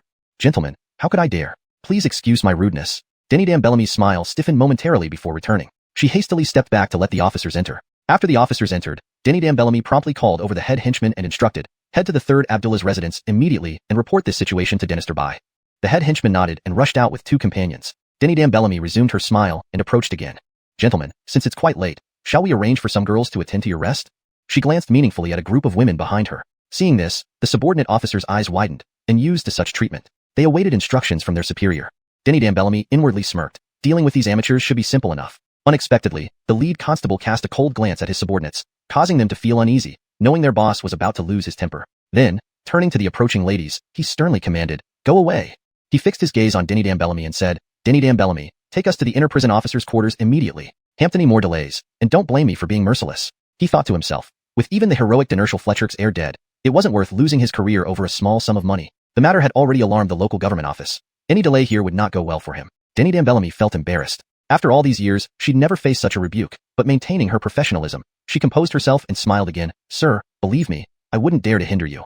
But sir, she added, frowning, the inner prison officers you seek aren't registered here. We're unsure who they are. Huh.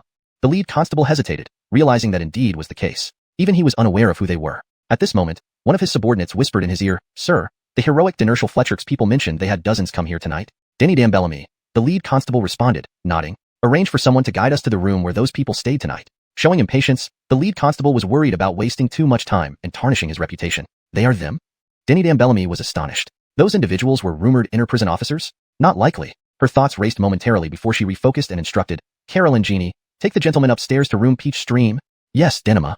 The women bowed slightly and gestured toward the constables. Officials, please follow this way. Soon after, lights flickered on in the upstairs private rooms. With significant martial prowess among patrons, the downstairs commotion had stirred attention. Who are these people causing such a ruckus? One man grumbled aloud, but upon seeing the uniformed officials below, he quickly quieted down. Within moments, numerous men and women gathered in the hallway, murmuring amongst themselves. The lead constable cast a cold glare, instantly silencing everyone. Despite a few 8-rank martial artists present, they preferred avoiding unnecessary conflict and eventually retreated indoors. Dynasty Bellamy followed behind, feeling anxious. If her business suffered damage, she couldn't explain to her superiors. Just as she considered speaking up, bang! A loud noise erupted from the room ahead, followed by a constable flying out. "Oh no!" The lead constable exclaimed before cursing, "Dastardly villain, daring to harm us." As an 8th-rank martial artist, his reaction was swift. Instantly, he dashed forward, catching the flying constable mid-air, then used a wooden railing to stabilize and return to the hallway. Brilliant skills. Everyone marveled. Even with this display of prowess, few in the crowd could replicate such agility. It was no wonder he was the leader. "Gentlemen," the rescued constable looked grateful, understanding that if his leader hadn't caught him, he'd be incapacitated for half a month. Now, it was just a minor injury that would heal in a few days. The lead constable waved him off, asking, "What happened inside?" Everyone turned curiously. Faint muffled curses echoed from within, causing collective shock. Who had the audacity to attack the constabulary officers? Dynasty Bellamy pondered more deeply. One guest in that room, a young noble whom others addressed respectfully as Mr. Could it be that he was a prison warden? "I must see who dared to." Before the lead constable could finish, he choked, staring wide-eyed at the figure emerging from the room, voice trembling. "Say, senor?" Chapter 75. The Constabulary Visits. Phew. Yates stood by the window on the second floor of Zue Roman building, looking towards the direction of the martial hero Duke's residence. A hint of fear flashed in his eyes. Fortunately, his earth-level palm technique Heavenly Fire Wildfield had reached its peak. Otherwise, he wouldn't have been able to escape from that terrifying 4th-rank Shantan in front of him. But this matter was done by an old man. "What does it have to do with me, Yates?" Yates shrugged, then returned to his bedside, pouring himself a cup of tea and slowly sipping it while sitting down. If he hadn't guessed wrong, with the influence of the martial hero Duke's residence, plus the favored 6th prince's concubine, chaos would soon spread through the capital city, and their group who visited courtesans late at night would be under suspicion. However, what did it have to do with him? "I'm just a simple jail overseer. Also, there's Oral, the only son of Dinertial hero Fletcher here. Things here will likely fizzle out." Since Yates dared to kill, he naturally made numerous preparations. The only thing that caught him off guard was the sudden appearance of the 4th-rank Xianxia expert from the dukedom. Fortunately, he escaped quickly, but Yates, being inexperienced, left behind a major flaw that the Ernan noticed. Thankfully, the Ernan guessed wrong. Furthermore, he had foreseen earlier and cultivated the turtle-breathing technique to the conceptual realm. In the current situation, even if a 2nd-rank Wuxia were present, as long as they didn't personally check his internal energy flow, his true cultivation level could definitely be concealed. But if the death of a minor heir could attract a 2nd-rank Wuxia to personally investigate, Yates would have no choice but to accept his fate. He could only hope the other party would be lenient considering his 1 in 10,000 talent. However, Yates felt this possibility was smaller than bumping into Owen outside his door. Inside the room, Yates waited until the 4th watch of the night when the commotion outside Zue Roman building attracted his attention. Yates focused his hearing. "What are you all doing blocking the entrance?" The madam walked out with a smile, first pushing away a few henchmen before apologizing to the constables outside. "Gentlemen, I am Dynasty Bellamy from Zue Roman building. My subordinates were not wise enough to cause trouble for your excellencies, but our place has always operated legitimately. Do we know why the gentlemen are here?" As she spoke, she moved closer, her hand subtly attempting to slip some silver coins into the leading constable's pocket. To her surprise, the constable immediately blocked it with a stern look and declared, "Dynasty Bellamy, are you trying to bribe this official? Step aside now, or I'll charge you with obstruction of duty and throw you into the prison." In reality, he thought, such a small amount of money? Enough for beggars? "Gentlemen, how could I dare? Look at what you're saying." The madam's face froze, then resumed smiling, swiftly moving aside to let the officers enter. After the officers entered, Dynasty Bellamy quickly called over the leader of the thugs and instructed, "Hurry to the 3rd Abdullah's mansion and report this situation to Chief Bai." The thug leader nodded, took 2 accomplices, and sprinted off. Seeing this, the madam smiled again and approached. "Gentlemen, since it's late, should I arrange for a few girls to entertain you all?" As she spoke, she signaled a few women behind her, who waved silk handkerchiefs and seductively approached. The leading constable's junior officers stared wide-eyed. They seldom saw such treatment. They awaited orders from their superior. Seeing this, the madam inwardly smirked. "Easy pickings, huh?" Unexpectedly, the lead constable glanced coldly at them, causing shivers to run down their spines as their leader appeared about to unleash his anger. Then he turned to the approaching ladies and barked, "Get lost." He glared at Dynasty Bellamy. "Dynasty Bellamy, take us to the inner prison warden's quarters immediately. Hampton any more stalling, and don't blame me for losing patience." He thought, "Even the heir is dead. It's not worth losing my future for a bit of money. This incident has already disturbed the government offices tonight. Any delay from me would not be excusable." Embarrassed, the madam thought about all the characters she'd seen over the years. Never had she faced such reprimand. Still, her professionalism kicked in as she laughed. "Sir, don't say that. I'd never dare to delay your important business." At this point, she hesitated. "Sir, the inner prison wardens haven't been registered here, and we're unsure who they are." The leading constable paused, seemingly agreeing. Hampton indeed. He wasn't sure who these people were. At that moment, a subordinate leaned in and whispered, "Sir, the Dinertial hero Fletcher's household mentioned that dozens of people came here tonight." Dynasty Bellamy. The leading constable nodded. "Arrange someone to guide us to where those dozens of people went." The lead constable clearly grew impatient. Too much time wasted here wouldn't impress his superiors. Those people?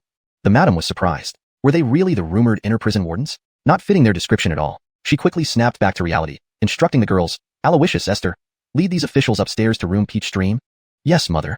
The women bowed slightly to the madam, then gestured to the constables, gentlemen, please follow us. Meanwhile, lights flickered in several private rooms upstairs, awakened by the ruckus below. Who's making all this noise in the middle of the night? A man mumbled, stopping short upon seeing the dozen officials outside. Soon, many guests began discussing the events in the corridor. The leading constable glared, and everyone immediately fell silent. Despite the presence of 8th rank warriors among them, most decided it was better not to interfere, returning inside after watching for a bit. Following closely, the madam grew anxious. This would disrupt her business, and she couldn't afford to upset her patrons. Just as she was about to speak, bang! A loud crash erupted from a room up ahead. Next, a constable flew out. Oh no! The lead constable exclaimed, then roared, how dare you harm my men? Being an 8th rank warrior, his movements were quick. He darted forward like a drawn arrow, catching the flying constable mid-air. Then, using his foot against the wooden railing, he twisted and landed back in the hallway. Amazing kung fu. Spectators murmured in admiration. Indeed, not many could perform such lightness skills. It was no wonder he led the group. Thank you, sir, the rescued constable said gratefully. Had his superior not caught him, he might have been bedridden for half a month. Now, it was just a minor injury, easily recoverable in a few days. The leading constable waved him off and asked, what happened inside? Everyone, including the madam, looked curiously toward the room. Hamp-hungry voices emerged, startling them. Who was bold enough to assault the constabulary? Moreover, the madam's mind raced. She remembered the guest in that room, a young lord addressed as Your Excellency. Was he possibly a prison commissioner? I want to see who dares to attack. The leading constable began but choked abruptly, staring wide-eyed at the figure emerging from the room. His voice trembled.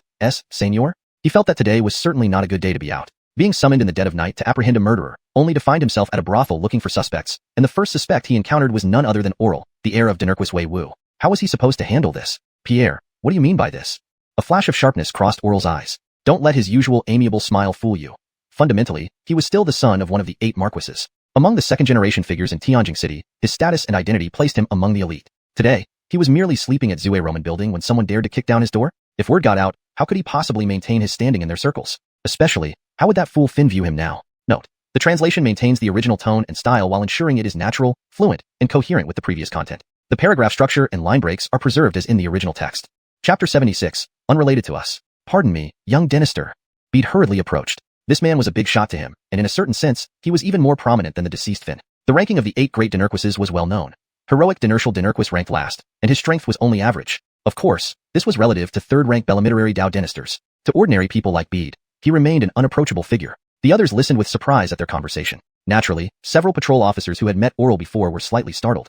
They couldn't imagine that this usually self-righteous young master would spend the night in a brothel. What happened? Other prison guards also came out grumbling, gathering on one side. They could naturally hear the sounds outside with their cultivation. Fearing someone might be at a disadvantage, they quickly dressed and came out. Yates followed the crowd, while the Chloe inside was still getting dressed after waking up. Seeing the situation getting worse, Bede waved for the patrol officers behind him to disperse the crowd. He then leaned in and whispered, young Dynasty Fletcher, something significant happened in the city tonight. A thief attacked young Dynasty Abdurrahman under the watch of 4th-rank warriors. Should we go inside for details? He attacked Finn? Oral was also slightly taken aback. He looked at Bede, who nodded lightly. Shortly after, Yates and others arrived in an elegant room. As for the Chloe inside, she was sent away by Oral. Everyone's faces showed shock as they listened to Bede, with a plethora of expressions. Only Yates felt secretly alarmed. It seems, in this doggone world, you can't just act recklessly. There are 3rd-rank Bellamiterary Dao Dynasters who can make you confess truths, and now various investigative methods. Fortunately, I prepared thoroughly and won't cause myself too much trouble. Otherwise, I'd have to give up the chance of becoming immortal and ancestor, run out and hide for a while, and then return. Are you suspecting that someone here took action? After thinking for a moment, Oral understood the eagerness of heroic Dinurquis residents to catch the murderer. It's human nature, but you can't just grab people at will, right? Do you think our group is strong enough to kill someone under the eyes of a 4th-rank warrior, even clash with them and leave? Do you know what you're saying? Young Dynasty, apologies, it's my duty. Bede saw the expression in Oral's eyes. He could understand, but if not ordered, he wouldn't dare to come here at midnight. To him, the most likely culprit was this Dinurquial hero Dinurquis' son, rumored to have a feud, giving him a motive. Still, he dared not say more, leaving it to the higher-ups. Fletcherty? Oral laughed softly, scanning Bede. Bede, you seem to misunderstand something. Without considering my identity as a young Dynasty, just being a jailer in the demon-taming prison means you, a mere patrol officer, don't have the authority to interrogate me. Not even your superior has such qualifications. Oral's words were severe, but everyone knew his meaning. You're from the Patrol Bureau, but remember, we're from the Demon Taming Bureau, especially since Oral and Yates were both inner disciples here. No one can detain members of the Demon Taming Bureau easily. Thinking this, everyone breathed a sigh of relief. Finn's death shocked them, but it wasn't their doing, so why should it concern them? Besides, when did the Patrol Bureau dare arrest people in front of the Demon Taming Bureau? Seeing the expressions of the others, Bede sighed inwardly. Tonight was futile. Realizing this, he decided to leave promptly. Bowing to Oral, he said, young Dynasty, I've disturbed you. It was rash of me. I need to continue investigating and apologize another day. Oral was slightly surprised. Bede seemed reasonable, knowing when to retreat decisively without hesitation. By rank, as an inner jailer, Oral held a 7th rank official position. So Bede addressing himself as subordinate made sense. Captain Gao, it's very kind of you. Take care. In moments, Bede led the patrol officers away. Outside, a patrol officer asked, Boss, are we going back like this? How do we explain ourselves to the boss? Bede shook his head. With Oral around, we can do nothing. Better to retreat decisively. Let the boss handle it. The Dinertial hero Dinerqua's son is tougher than this heroic Dinertial young Dinister. From the brief exchange, Bede realized how difficult this young Dinister was. He didn't want unnecessary conflict unless necessary. If Oral heard this, he'd probably laugh. A small patrol captain daring to be his enemy? After Bede left, Oral and company began discussing. Finally, noticing Yates's pensive look, they curiously asked, Jailer Eider, do you have different thoughts? This case is peculiar. Yates glanced at everyone, noting their puzzled expressions. Let me guide you. We all went out tonight, and the enemies chose tonight as well. Do you see any connection? Connection? Everyone paused, looking at Oral who remained deep in thought. They considered the possibility. The past feuds? Nonsense. Oral laughed, shaking his head. But on second thought, he found it likely. However, he did nothing. Why would he hire someone to kill a useless man? They chatted for a while, then left the Zue Roman Lu, returning home since their fun was disrupted. The ladies, it's our fault tonight. Next time, there'll be a 20% discount. The madam apologized, focusing on Oral, hoping not to offend him. Everyone laughed. All right, Dinama Bellamy, no tricks. An hour later, they returned to the inner prison as dawn broke. They dismissed the incident at Zue Roman Lu. Others were indifferent, but Yates observed carefully every day, checking if anyone suspected him. Initially, a few 4th-rank warriors lingered near the prison, but they vanished after days. Since Yates and others were Finn's colleagues and fellow inner disciples of the Demon Taming Bureau, they were questioned a few times. Later, the Bureau concluded the matter wasn't related to them. As for Oral, the heroic Dinertial Dinerqua's estate indeed suspected him. Both sides clashed several times, prompting his father, the Dinertial hero Dinerquas Dylan, to send a 4th-rank venerable back immediately. However, Tianjing City was uneasy those days. Even with heroic Dinertial Dinerquas absent, Dinertial hero Dinerquas' influence was formidable. Plus, Zen's consort Abarakman Wanru caused 2 days of closed city gates and 10 days of curfew. Yates eventually learned that the case against Finn ended inconclusively. Even the 3-rank Dinister hired by consort Abarakman tracked down to where Yates changed form, but it remained unresolved. Thus, Chapter 76 unfolds. Yates also knew that his transfiguration and shape-changing technique, cultivated to the realm of artistic conception, had started to exhibit some unique changes. While it wasn't as miraculous as divine powers, it was already beyond the imagination of ordinary people. For instance, after altering his form, his aura would also change accordingly. If he wanted to simulate someone, no one could distinguish the difference. Time flew by swiftly, and 3 months passed in the blink of an eye. It's time to keep the 3-month appointment. Yates looked in the direction of Yojiak Dininor and murmured to himself. For instance, when he altered his form, his aura would change accordingly. If he wanted to mimic someone, absolutely no one could distinguish the difference. Time flew swiftly, and in a blink, 3 months had passed. It's time to honor the Dinerk appointment. Yates gazed in the direction of Yojiak Dininor and muttered to himself. Yates also realized that his image transformation technique had begun to undergo some unique changes as it advanced. Although it wasn't as miraculous as a supernatural power, it was already beyond the imagination of ordinary people. For instance, when he altered his appearance, his aura would change accordingly. If he wanted to imitate someone, no one could tell the difference. Time flew by swiftly, and 3 months passed in the blink of an eye. It's time to keep the 3-month appointment. Yates gazed in the direction of Yojiak Dininor and murmured to himself. Chapter 77. Spiritual Energy Whirlpool, the Knife Devil's Blade. The Hellfire Scripture. Yates decided to upgrade his cultivation before heading out for a 2-day break. In the past few days, he had accumulated enough experience points to reach rank 5. Yates, Hell Warden. Area. Inner Prison levels 1 to 4, Outer Prison. Realm. Peak 6th rank. 6 organs. Awaiting activation, 0/20, 000. Techniques, Turtle Breath Technique, 0/1, 000. 3 Raging Saber Techniques, 0/1, 000. Skyfire Blaze Dynasty, 0/5, 000. Step Ladder Technique Dynasty, 500/100, 000. Face Changing Technique Dynasty, 500/100, 000. Demon Suppression Scripture Small Success, 0/1, 000. Soul Searching Technique Grand Completion, 0/10, 000.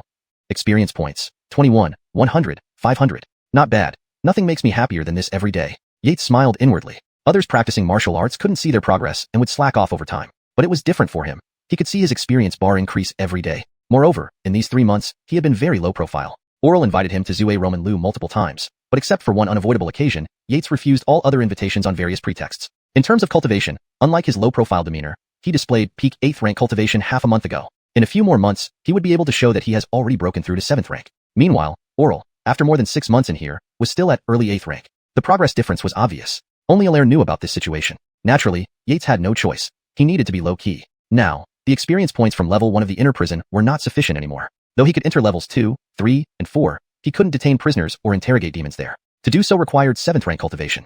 After pondering for a while, Yates shook his head and murmured to himself, Rihanna, please don't let me down. Once he breaks into 5th rank, with his previous foundation, he would immediately rival the top 4th rank warriors. If he encounters the 4th rank retainer from the Ingwu Dinurquis again, he would dare to bet that the latter wouldn't last 3 moves against him. By then, with his cultivation level, where in this vast world could he not go? Of course, this was just a fleeting thought. His goal was still to stay inside the demon purification prison to grind experience. Allocate 20 million experience points to my realm, Yates whispered in his mind. In the next moment, an airflow appeared out of nowhere within the room. As time passed, this flow became stronger, sweeping up everything inside the wooden house. Oh, it's actually a spiritual energy whirlpool? Yates was startled internally. A spiritual energy whirlpool only occurred when a 5th rank warrior broke through to 4th rank. Fletchera to the powerful constitution of 4th rank innate warriors, normal spiritual energy intensity couldn't support their physical transformation. Thus, most peak 5th rank warriors usually found a place abundant with spiritual energy to prevent failure during breakthrough. The process also required supervision by mentors or ernans, each step meticulously controlled. One wrong move could result in severe injury or even destroy one's martial path. These were things Yates had read in the scripture library. Of course, Yates wasn't worried about a failed promotion since he had the system. It was the possibility of being detected that troubled him. If someone discovered that he was actually 5th rank, he would have a huge problem. Thinking this, Yates immediately made a decision. Within a breath, Yates disappeared, replaced by an Ernanli figure who swiftly flew toward the lotus pond. Simultaneously, the massive spiritual energy whirlpool moved rapidly. Truly troublesome. Yates sighed inwardly. While a spiritual energy whirlpool was a great boon for others, it was currently a huge trouble for him. If handled poorly, he might have to flee for his life. Hoping it disappeared quickly. The moment the whirlpool appeared, several pairs of eyes in the inner prison snapped open, exclaiming, Hampton, another person breaking through to 4th rank innate in the inner prison? 4th rank was significant. Every additional 4th rank warrior was valuable, so everyone released divine senses to identify the familiar face who had advanced. After several attempts, they exchanged puzzled glances. Had the whirlpool run away? Was it not someone they knew? Why else would it leave during a breakthrough? This behavior was highly unusual, and they tried scanning again, but their cultivation levels were insufficient. So, figures appeared in the sky above the inner prison, chasing after the whirlpool. Yates, still running, cursed under his breath. Damn it. Why are you guys so gossipy? Luckily, the whirlpool was almost over, and his body's transformation had just begun. Without the conspicuous whirlpool, he could easily hide. A few moments later, Yates plunged into the lake, feeling relieved as the whirlpool finally stopped. His body had absorbed enough spiritual energy to undergo the transformation. With determination, Yates bit his lip and allocated the remaining 1 million experience points to the turtle breath technique. The only way to evade the pursuing 4th rank innates and possibly 3rd rank dynasters. Moments later, the lake's surface returned to calm as if nothing had happened. Elder Bellamy, among us, only your divine sense is the strongest. Are you sure of what you sensed? Did the warrior who broke through disappear here? Asked a gray-haired Ernan looking at another white-haired Ernan. No mistake. Elder Bellamy shook his head, puzzled. But oddly, I can't detect any aura now as if no one ever came. The other Ernans frowned and scanned the lake surface. They had used divine senses several times without success. The lake contained only fish, no other life forms. Could he have broken through to 3rd rank dynasty instead? Someone asked. To confirm, we need to ask Lord Knife Devil, said Elder Bellamy, bowing toward the sky. Hampton, old man carrying a long sword, appeared in the air, causing everyone to feel an intense pressure. They knew it was the Knife Devil using divine senses to scan the area. 3rd rank dynasters' divine senses differed from 4th rank innates. Only 4th rank innates could detect the latter's scans, which were harmless. But 3rd rank dynasters' senses could cause damage to the physical world. As for 2nd rank, it was another realm entirely, like Bone Buddha's will. After a pause, they realized the Knife Devil showed signs of frustration. Could the Knife Devil, nearly a grandmaster, find nothing? The thought sent shockwaves through them. If even the Knife Devil couldn't detect the source of the whirlpool, could it still be a 4th rank warrior? I cannot sense this person's aura. It seems to have vanished completely underwater, said the Knife Devil, frowning deeper. Was there a hidden passage at the bottom of the lake? Impossible, he thought. The lake bed revealed nothing under his divine sense. The Knife Devil narrowed his eyes, and everyone felt an impending disaster, a primal fear gripping them. Next moment, clang. A deafening knife cry echoed through the heavens as a colossal blade of energy split the lake bed in two. Hiss! A flash of fear crossed their eyes. The might of this single strike was overwhelming. Even if all of them, 4th rank innates, attacked together, they probably couldn't stop it. This was the strength of Bellamy Batian, the first powerhouse of the inner prison, the Blade Devil. Then, this terrifying blade strike, which had made them all shudder with fear, transformed into a flurry of knife light just before it reached the lake surface, causing not even the slightest ripple. Essus, the Ernans felt a chill run down their spines. Was this the power of a 3rd rank dynastor? They knew that 3rd rank dynastors were much stronger than them, but they never imagined it could be so exaggerated. The strength of Lord Blade Devil truly cannot be underestimated. Someone murmured. But why did the Blade Devil retract the blade at the last moment? Chapter 78, 5th rank, meeting the appointment. Lord Soul, what are you doing? Several people asked in puzzlement. Just now, the warden sent a message. You needn't worry about this matter anymore. Tell your subordinates not to speak out of turn, Soul explained briefly before disappearing. The warden still needed him for something, and now he was hurrying to the beast taming bureau. He was one of the few people in Great Qian who knew the true strength of the warden. Everyone looked confused. Not knowing Soul's intentions, they speculated that the person who had broken through might be acquainted with the mysterious warden. Otherwise, his saber strike could have drained the pond dry and destroyed everything within it with unparalleled blade chi. Dorian, what do you think? Among them, Dorian had the highest cultivation, so naturally, everyone looked to him for guidance on whether to continue waiting or leave. Let's go. Dorian shrugged indifferently, waving at everyone before vanishing from sight. Seeing this, the others paused momentarily before laughing in exasperation. Here we go, showing off again. For the next 2 hours, nothing happened in the lake. Then suddenly, a figure burst out from the water onto the shore. What the hell? Yates cursed under his breath. That was too close. If not for Soul suddenly stopping, he felt sure he wouldn't have escaped that blow. Somehow, fate was kind to him. Yates scanned his surroundings, noting no one was around, and then stealthily left the beast-taming prison. He hurried to the outskirts, finding a desolate forest where he finally stopped. Phew, Yates sighed deeply. If only he were second rank, he wouldn't need such sneaky tactics. In truth, it all came down to his insufficient strength. My physical body is more than 10 times stronger. My true chi is thick as a man, and my strength? Yates clenched his fist, causing a loud bang, sending shockwaves rippling around like a hurricane. Pebbles flew up into the air. Really this powerful? Yates marveled at the destruction surrounding him, realizing that even a casual grip now rivaled his previous all-out strikes. Next, Yates checked other changes in his body, internalizing these new abilities. Well, it's time to attend to important business. Yates muttered to himself and shot off towards the Jiang residence. Aloysius, did you confirm the signal went through? The Rihanna asked. Your Highness, it did. I sent it personally. Aloysius stood beside her, feeling puzzled. Wasn't Mr. Jiang supposed to come? All agreed upon plans were completed. So why wasn't Farrell here? Not coming, the Rihanna murmured to herself. She struggled with indecision before deciding to consult Lord Benton. Unexpectedly, Lord Benton only replied, as you wish.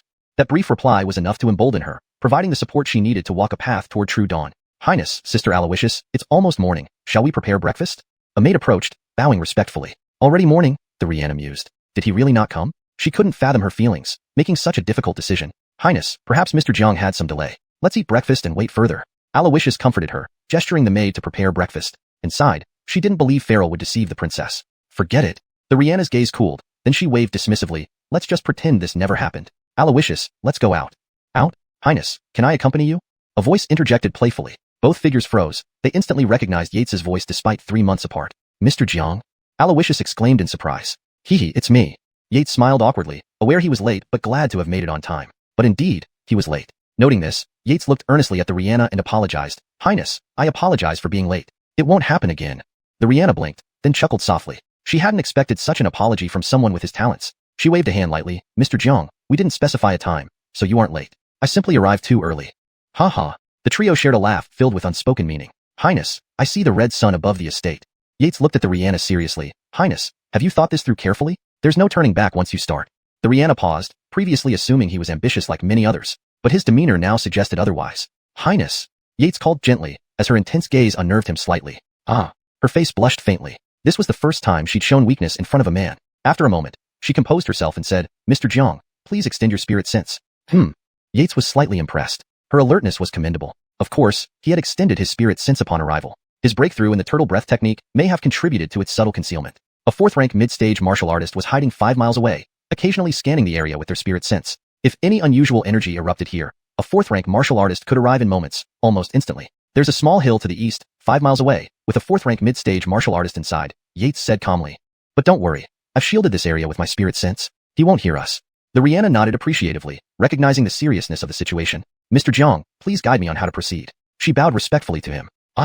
Yates panicked, quickly helping her up. Highness, please. No need for formalities. Yates didn't expect that his speech would elicit such respect from this noble princess. Men outside would surely be envious if they knew. Highness, changing Great Qian isn't easy, but there's a way to make it simple. Yates spoke sincerely, while the two women exchanged skeptical glances. I'm sure you've been thinking about how to begin, he continued. The women nodded vigorously, having spent countless sleepless nights pondering the matter. The simplest way is to find a superb rank martial artist. With such immense power, sweeping through the entire kingdom would ensure all submit. The women stared at each other, wanting to strangle him. Superb rank? Was he joking? Even throughout history, none had ever been heard of. Do you not believe me? Yates noticed their doubt. Mr. Jiang, should we believe you? Aloysius rolled her eyes. Ha, perhaps not now, but definitely within a century, Yates replied confidently. The women looked at him as if he were crazy. Of course, this method is impractical. Let's discuss a more challenging approach, Yates resumed, noting the two women listening intently like students. Translation ends here. The name Dawn is excellent, but we need to change our approach, and drastically. Highness, the Dawn organization needs to quickly absorb enough manpower and talented individuals. We also need our own units to ensure logistics are secure. Finally, we must have our own martial experts to fend off any unsavory characters. Yates spoke for an hour, finally making his points clear. Then he pulled out a small booklet and handed it over. Highness, this is a detailed plan I wrote. You can study it later at your convenience. If anything is unclear, feel free to ask me. This booklet combined Yates's understanding of the Great Qian situation with some experiences from Blue Star, tailored to fit their needs. The Rihanna accepted it and skimmed through it briefly. The more she read, the more astonished she became. She couldn't help but wonder who this man before her truly was. Translation notes. The name Dawn is good, but our methods must change and drastically. Your Highness, the Dawn organization needs to quickly absorb enough personnel and talented individuals, establish its own camps to ensure logistics, and finally, have its own martial figures who can deter some unsavory characters. Yates spoke for an hour, finally clarifying his points. Then he pulled out a small booklet and handed it over. Your Highness, this is a detailed plan I've written. You can study it at your convenience. If there's anything unclear, feel free to ask me.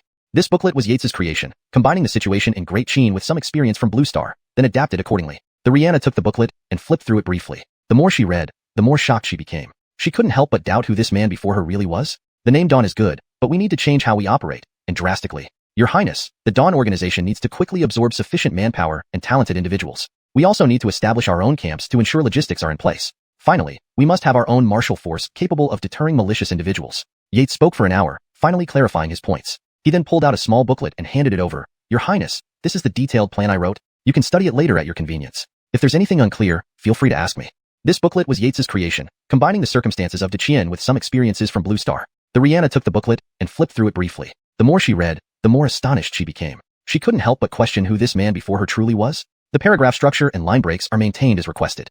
Chapter 79. The first target, capture Jedediah. Well, since we plan to unveil the women's army to the world, let's pick a heavyweight figure to start with. Yates looked at the two ladies and said in a solemn voice. After their conversation, Yates had already explained his strategy to them. They still had a natural advantage, the old King Qian's favor. Currently, as long as they hold on to this thread, they can secretly gather strength and gradually expand. The Dawn organization would act like a guiding principle.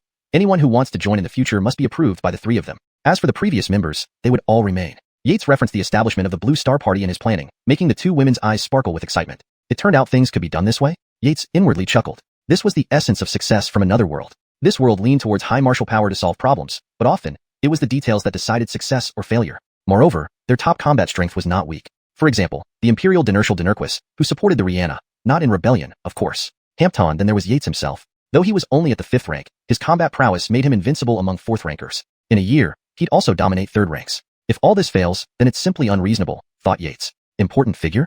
The two ladies pondered. Speaking of the most notorious person in Tianjin recently, none surpassed Jedediah Qian. Half a month ago, he forcibly took the daughter of a 5th-ranked Dinigistrate into his mansion. By the time she was found, she was barely alive. Even though the monster hunting office chased him for half a month, they never caught him. His name remains on the monster hunting office's most wanted list to this day. Of course, during this period, the monster hunting office and the patrol force did cooperate to strike against the Baiwei sect once, arresting 2 5th-rank officers and severely wounding a 4th-rank Ernon. Jedediah? The two ladies' eyes lit up, and they both exclaimed simultaneously. Exactly. Yates praised the two ladies. It seemed they had indeed put some effort into their preparations. But aside from the fact that this person is hard to locate, even if we find him, he has at least 2 4th-rank innate martial guards around him. That makes it very difficult for us to deal with him, Aloysius said after a moment of thought. The Rihanna nodded. She had initially planned to move quickly when he first arrived in Tianjin City, before joining up with the Baiwei sect people. Unfortunately, her formation strength was just a little short. Had Farrell not shown up, her fate might have been worse than that 5th-ranked Dinigistrate's daughter. I'm not afraid no matter how many 4th-rank guards he has. Yates looked at the two ladies and calmly said. With his current combat strength, no matter how many 4th-rank guards were protecting Jedediah, he could slaughter them ruthlessly. The only worry was if there was a 3rd-rank guardian around him. Right, Your Highness, can you check the situation around Jedediah? See if there's a 3rd-rank guardian with him? Yates asked with a furrowed brow. The two ladies hadn't recovered from the shock. Hearing Farrell's tone, 4th-rank innate martial artists were like chickens in front of him, easy prey. Then, the next sentence was really about starting a fight? Farrell, what's your cultivation now? The Rihanna asked, frowning. She was curious about his condition. Judging by his age, he was about her age. Invincible among 4th ranks? Consider me peak 4th rank. Yates replied slowly after some contemplation. I've broken through again recently. There are few 4th ranks who can defeat me. The two ladies. This kind of invincible tone made it seem like he was beyond ranks. Give me 7 days. I'll give you an answer in 7 days. The Rihanna responded after some thought. It seemed she had to seek help from the Imperial Dinurcial, her master. Yates gave the Rihanna a strange look. It appeared this princess was more complex than she showed. Next, the trio continued discussing the development framework of the Dawn organization. Occasional gasps from the two ladies filled the room. By noon, Yates bid farewell to the two ladies and left. He returned to the old residence and paused at the door, slightly taken aback. Someone inside? He released his divine sense, sensing a familiar figure. Uncle Abdurrahman? It was Abdurrahman Baiduo, whom he hadn't seen for nearly 6 months. Uncle Abdurrahman has actually advanced to mid-6th rank. Looks like these past 6 months have brought him good fortune. Yates shook his head, pushed the door open, and walked in. If Uncle Abdurrahman came to find him, it must be important. Boy, you're back? Seeing Yates, Abdurrahman Baiduo walked out, face full of joy. Yates nodded and said, Uncle Abdurrahman, haven't seen you for a while. You're getting even more handsome. Abdurrahman Baiduo. Could someone explain to him what handsome meant? However, this boy's cultivation had improved significantly, almost reaching late 8th rank. Watching Yates grow step by step, A sudden sense of comfort arose within him. They chatted as they walked to the backyard pavilion. Uncle Abdurrahman, the environment here is quite simple. You'll have to make do.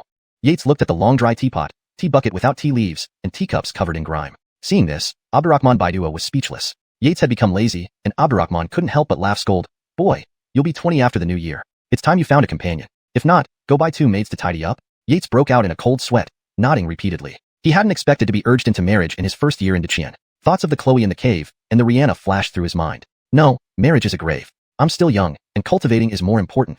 Boy, are you listening? Are your wings finally strong enough to fly? Abdurrahman Baiduo noticed Yates spacing out and nearly choked on rage. Did he work for nothing? Uncle Abdurrahman, did you come here just for this? Yates changed the subject. All right, tomorrow, I'll buy 2 maids. How does that sound? Yates spread his hands helplessly. What nonsense. I have important business with you. Abdurrahman Baiduo shot a disdainful glance at Yates, making Yates feel uneasy. Your father had a marital agreement with the Fletcher family? Dinarital agreement? Yates interrupted, pointing at himself. Uncle Abdurrahman, are you saying the agreed-upon partner for my father is me? Do you know any other Yates in the Eider family?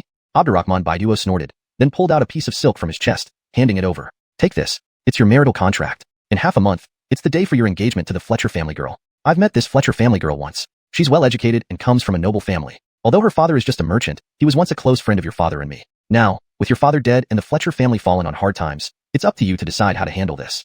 Uncle Abdurrahman's solemn tone made Yates awkward. His first instinct was to break off the engagement, but seeing Uncle Abdurrahman's expression, there seemed to be more to the story. Just old matters, Abdurrahman Baiduo sighed. Deny your decision soon. Given your current status, the Fletcher family girl may not match you anymore. But it was your father's agreement. No matter what you choose, don't hurt the girl. The Fletcher family isn't doing well. Yates nodded. Don't worry, Uncle Abdurrahman.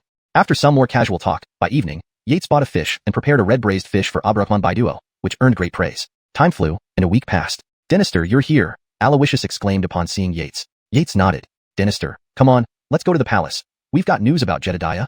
Aloysius chattered incessantly like a lark all the way. Yates listened patiently while nodding in agreement from time to time. Your Highness. Yates followed Aloysius into a small secret room that could accommodate about 5 people. Upon entering, Yates was surprised to find that the room could block divine sense detection. Did you notice? The Rihanna smiled at Yates's expression. After you mentioned the 4th rank issue last time, I had this secret room built for our conversations. Your Highness, impressive. Yates gave her a thumbs up. After some casual banter, they got down to business. The situation around Jedediah has been clarified, and there are no 3rd rank masters with him, the Rihanna said calmly, but then her brow furrowed slightly. However, we've learned another piece of news. They're preparing to excavate an ancient imperial tomb, and a 3rd rank master from the Baiyu sect headquarters is heading here. They will arrive in one day. Translation note. This section continues the storyline coherently from the previous context provided. It maintains the same paragraph structure and line breaks as the original text. #### chapter 80. Striking at the heart of the enemy. One day, Eugenia nodded slightly. The time is enough. Yates tapped his fingers lightly on the table. Your Highness, where is he now? Do you plan to strike directly at the heart of the enemy? Eugenia's face showed a slight surprise. The Alistair has at least 2 4th rank guards with him. 4th rank innates are no pushovers. Is this guy really that strong? Eugenia's doubts did not escape Yates's notice. He smiled gently and said, Your Highness, if I had not been confident, I wouldn't have made such a bold promise. Seeing his determination, Eugenia didn't argue further. This was their first joint operation. If successful, Eldon would become the commander of the Dawn organization, allowing all future actions to be carried out according to his ideas, of course, with her approval on major matters. 30 miles east of Tianjing City, there's a village called Tragia Village. It's full of Bimo cult believers, and the Bimo Saint Sun is hiding there. Yates nodded. He knew that place. Previously, while hunting demons, he stayed there overnight. At the time, he found the atmosphere in the village strange, but didn't expect it to be a den of criminals. Then, Your Highness, please gather the women's army members. We'll leave for Tragia Village in 1 incense sticks time and take them down. Yates mimicked a cutting gesture. Good. Eugenia, also a decisive person, immediately left with Christina to prepare after discussing with Yates. Yates strolled around the manor. Half an incense stick later, a maid informed Yates that the women's army had assembled, and Eugenia invited him to prepare for departure. Yates nodded and followed the maid to the manor square. He saw hundreds of valiant women standing on the square, all dressed in black armor, exuding a solemn atmosphere. Clearly, Eugenia had put a lot of effort into training her troops. Even this set of armor cost several hundred taels each. Indeed, she was a Chloe with ambitions. Yates inwardly praised her. Your Highness, Miss Christina, commanders. Yates greeted everyone, and then Eugenia signaled them to mount up. Mount. Within moments, they galloped out of the manor towards Tragia Village. Hampton Ernon 5 miles away looked bewildered at the distant dust cloud. What is Her Highness doing? As he prepared to send out a divine sense to investigate, pain shot through his neck, darkness enveloped his vision, and he fainted instantly. His last thought was, who's playing tricks on me? Yates watched as the Ernon fell unconscious, patted his hands, and kindly covered him with a banana leaf, sealing the cave entrance while leaving a small breathing hole. They couldn't afford anyone following them, but since the Ernon was a royal retainer, Yates couldn't kill him outright and instead put him to sleep temporarily. Moments later, Yates reappeared on horseback. Christina exclaimed, Young Dynasty, you took care of Archer so quickly? Hee, just a minor 4th rank, nothing serious. Yates laughed, thinking secretly that even a 3rd-rank Dynasty wouldn't stand a chance against his sneak attack. Young Dynasty is amazing.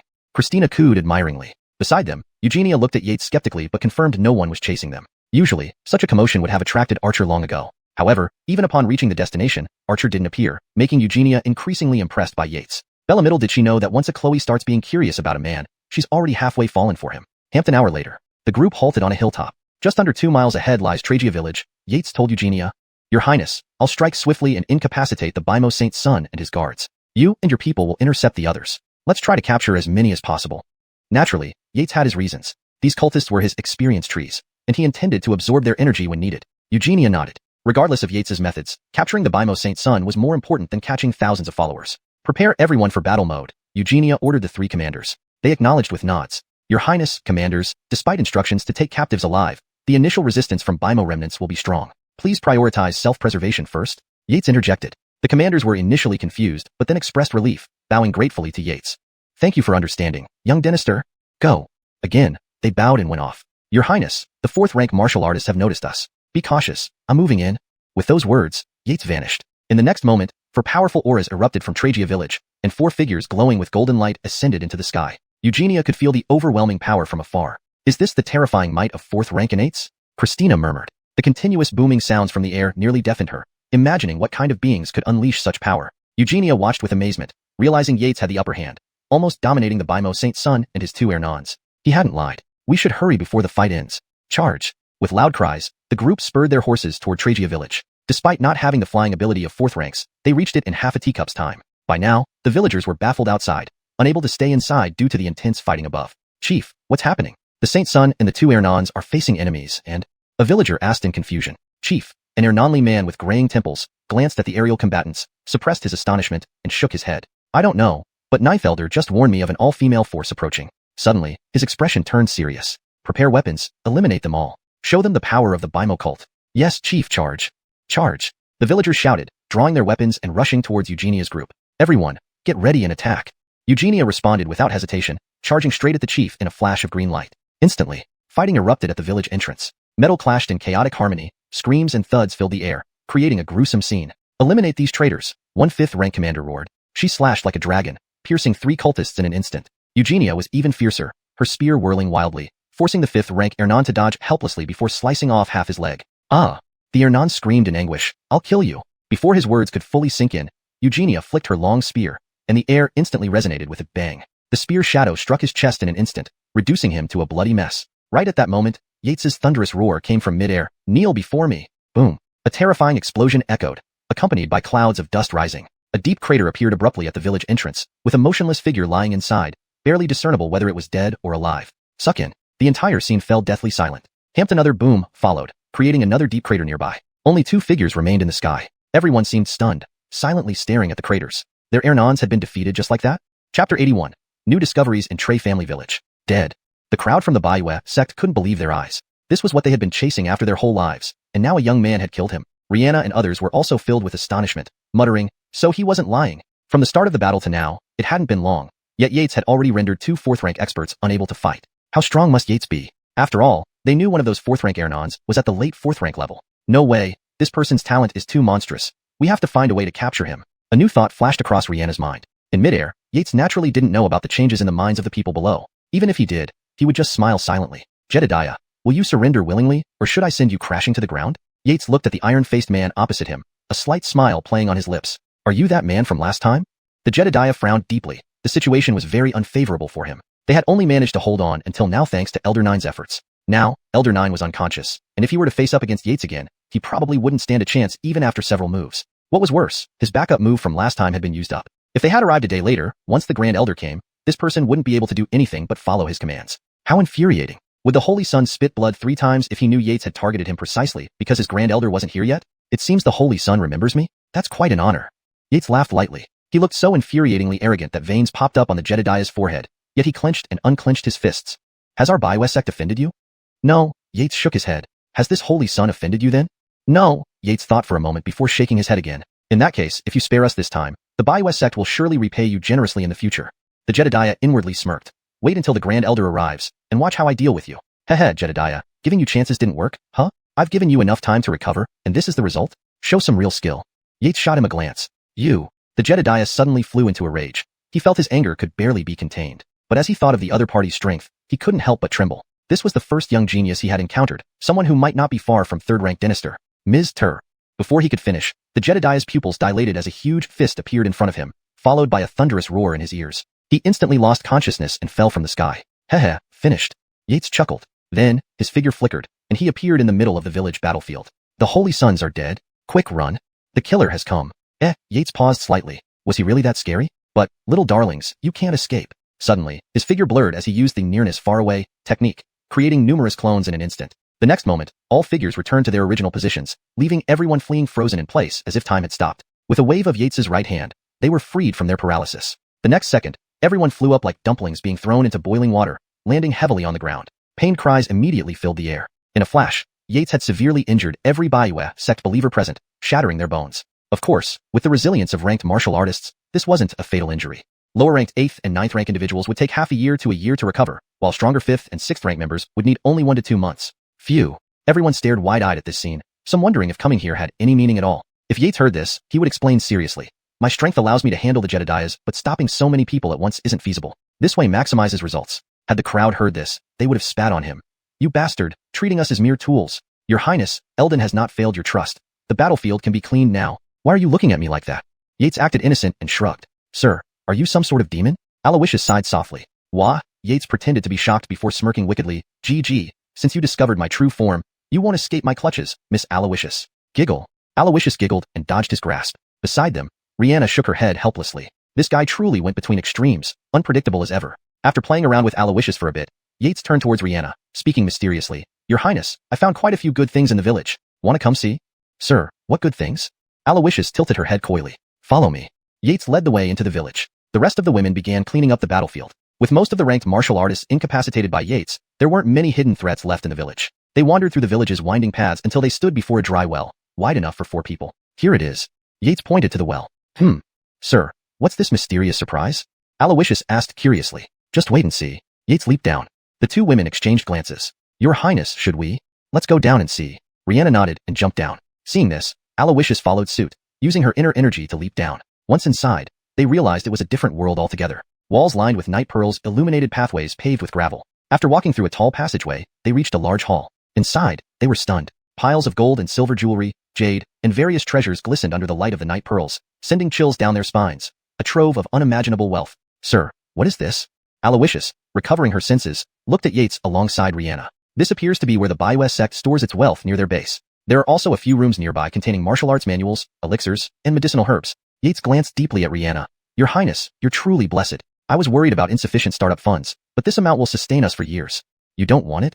Rihanna asked in surprise. The sum here was enormous. Even the richest families in Tianjing City wouldn't have accumulated such wealth over decades, and he was so generous? Hampton he had discovered it. Chapter 82. Immortal Art, the 9 Heavens Empress Chart. Your Highness. These can serve as the initial funds for Dawn's startup. Yates smiled faintly. Ren stared in astonishment. This wealth was more than what an average family could accumulate over several generations. Could he really be so unconcerned? Or did he have ulterior motives? Ren couldn't quite fathom his intentions, but she was a person with great ambition and wouldn't dwell on this too much. For now, she put it aside. She looked at Yates with a bright gleam in her eyes and said word by word, Farrell, as long as you do not betray me, I, Kimber, will never betray you. Ah. Before Yates could react, Sienna beside him cried out in shock, startling both of them, especially Ren, whose face seemed to flush red for a moment and then vanish. Sienna, what are you screaming for? Ren reprimanded, somewhat guilty. Your Highness. Sienna, bewildered and nearly in tears, wondered why she was being scolded. She had only wanted to share something interesting. Did Her Highness just blush? Your Highness, sir, look at this. Sienna pointed to a jade-like statue amidst the pile of gems. Yates and Ren glanced over curiously. A jade statue? What was so surprising about that? This pile alone contained dozens of jade carvings. This jade statue seems odd. Yates pondered for a while before exclaiming. Hearing this, Sienna nodded. Sir is right. When I touched it, it suddenly felt hot, spreading through my body, which made me scream involuntarily. I know what this is. Ren interjected, though her face showed surprise. Sienna, hand me the statue.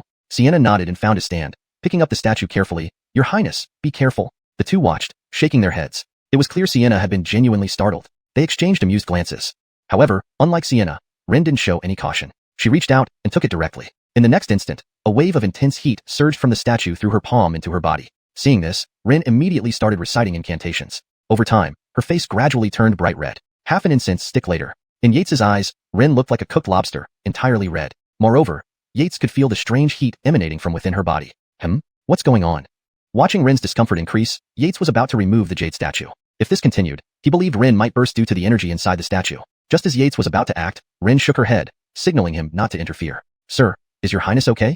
After a while, even Xianxia could sense the heat within Rin. Indeed, Rin was no ordinary person. Despite such intense heat, she endured without making a sound. Yates shook his head. I can't tell. I'll do my best to save her highness if things go wrong. Thank you, sir.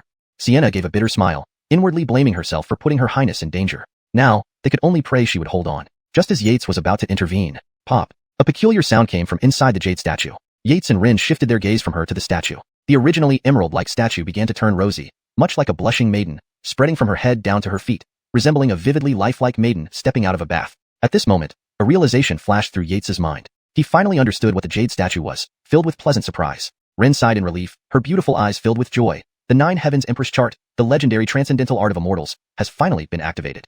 Is it really that?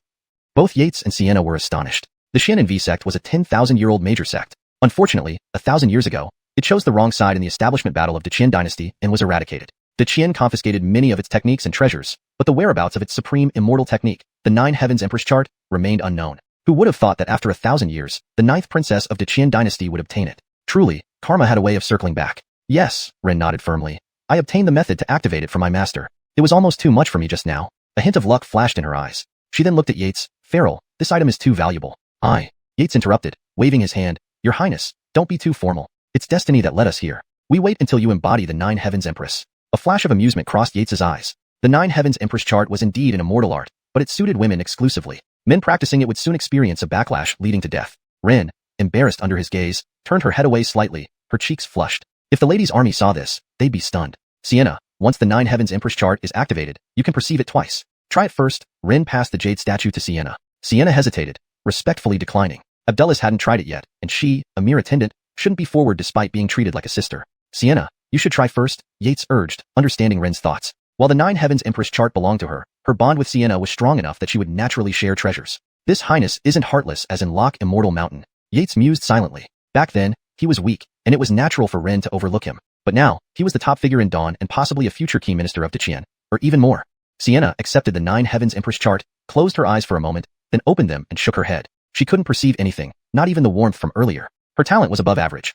Otherwise, she wouldn't be around Rin's age, who was already at 5th rank initial stage, while she was at 7th rank peak. Seeing this, Yates and Rin sighed inwardly. There wasn't much they could do. Finally, Rin took the 9 Heavens Empress chart and, under their encouraging gazes, closed her eyes to perceive it.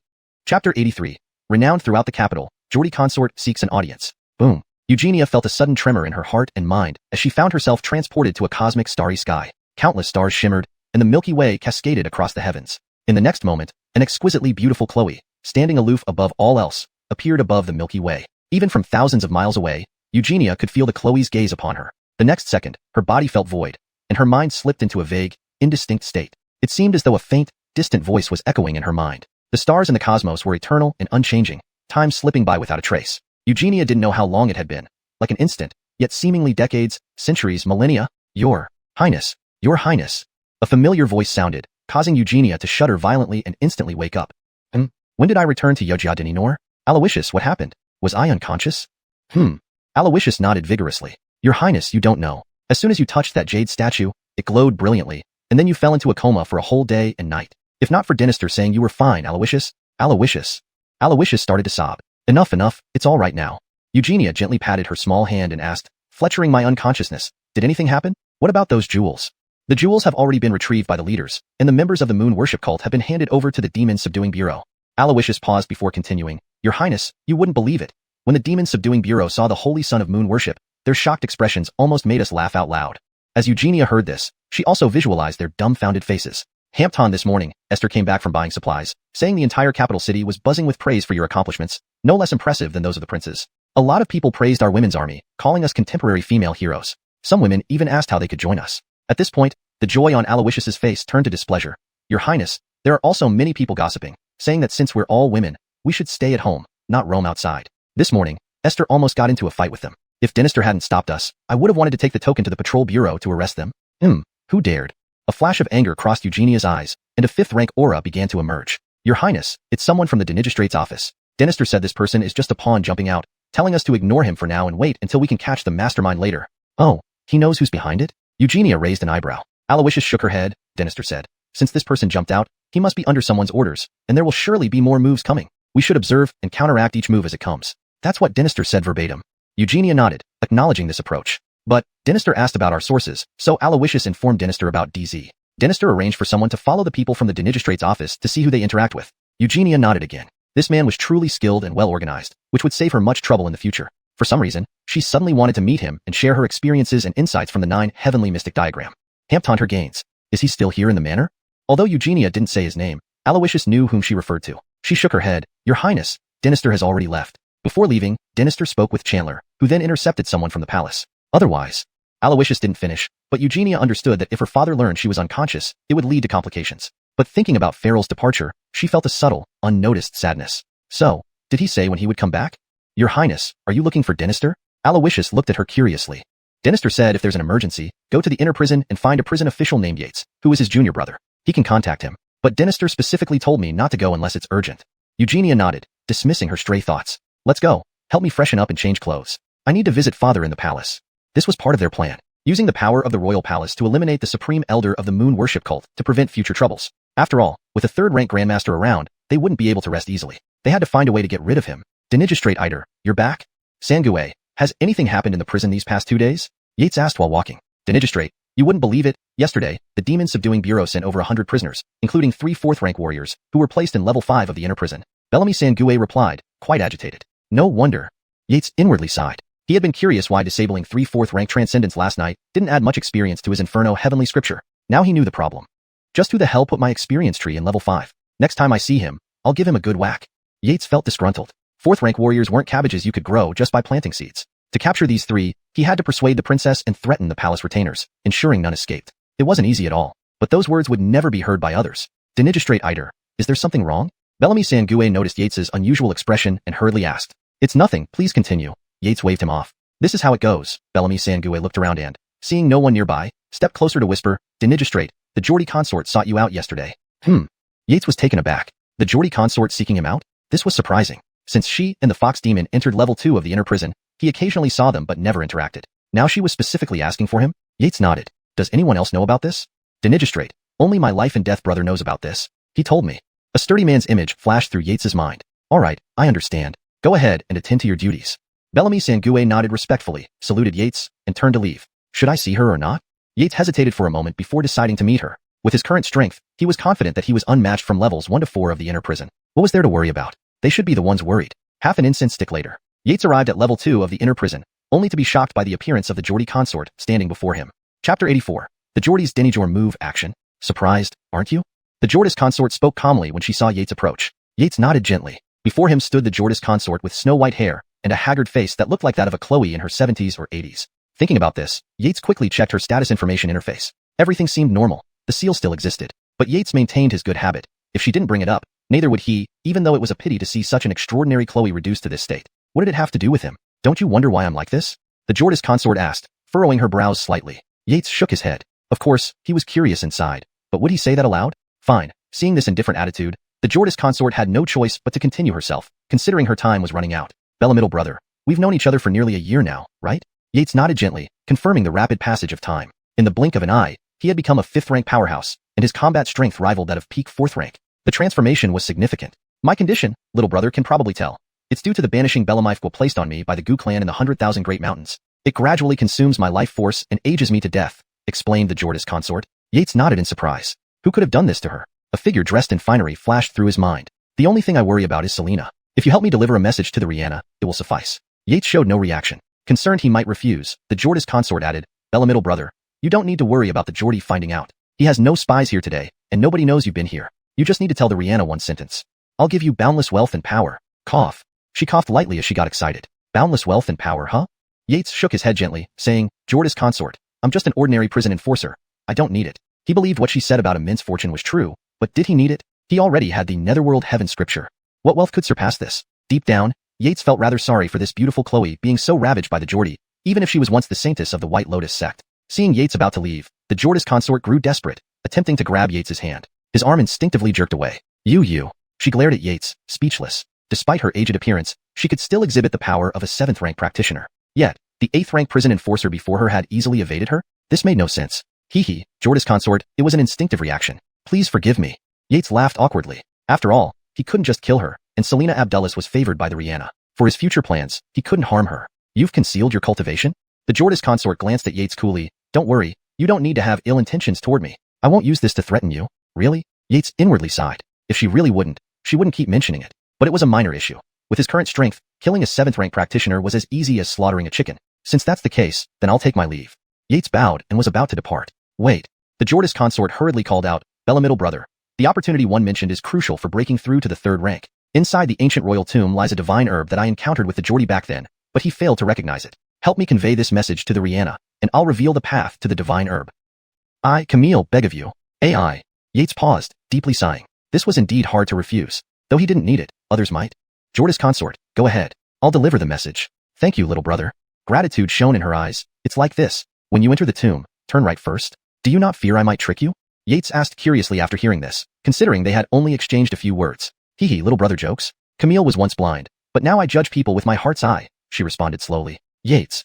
Amusing? The Geordie has already contacted the Bone Buddha lineage, the moon-worshipping sect, the White Lotus sect, the Bloodthirst clan, and other evil sections. They are likely preparing to launch a strong assault on the inner prison, aiming to release the Bone Buddha. Be cautious. Boom. Her words struck Yates like thunder, leaving him dazed. Did this person truly possess such ambition? This was rebellion. Is the Geordie that bold? Reflecting a moment, Yates realized that with his position revoked and under house arrest, it was understandable he'd take such a risk. Then, Yates solemnly thanked the Jorda's consort. Rest assured, I will pass the message. With this information alone, Yates knew he had to make good use of it to gain more experience points. Regarding passing the message, he could always say it came from Farrell, as he had already told Sienna he and Farrell were fellow apprentices. In the days following, Yates took time to transform into Farrell to inform the Rihanna of the Jorda's consort's message. Then he kept observing changes around the netherworld prison, mulling over how to profit. One night, he vaguely sensed several terrifying gazes sweeping past him as he ventured outside. They're definitely 3rd-rank grandmasters. Otherwise, I wouldn't feel like I'm being pierced by needles. As time passed, Yates became more adept at sensing the hidden gazes. These martial experts chose direct vision over spiritual scans. Moreover, within the netherworld prison, Yates also felt something unusual, a creepy silence amidst most guards acting oblivious. Only Oral was on extended leave recently. By the 5th day, even regular prison guards could sense the heavy air of impending doom. The chilling intent mixed with the inner prison's malevolent aura burst forth instantly. Boom. Enemy attack. Kill them. Instantaneously, shouts erupted everywhere, and the netherworld prison seemed well prepared. Countless figures wielded weapons, leaping into action. A brutal battle commenced immediately. Cackle.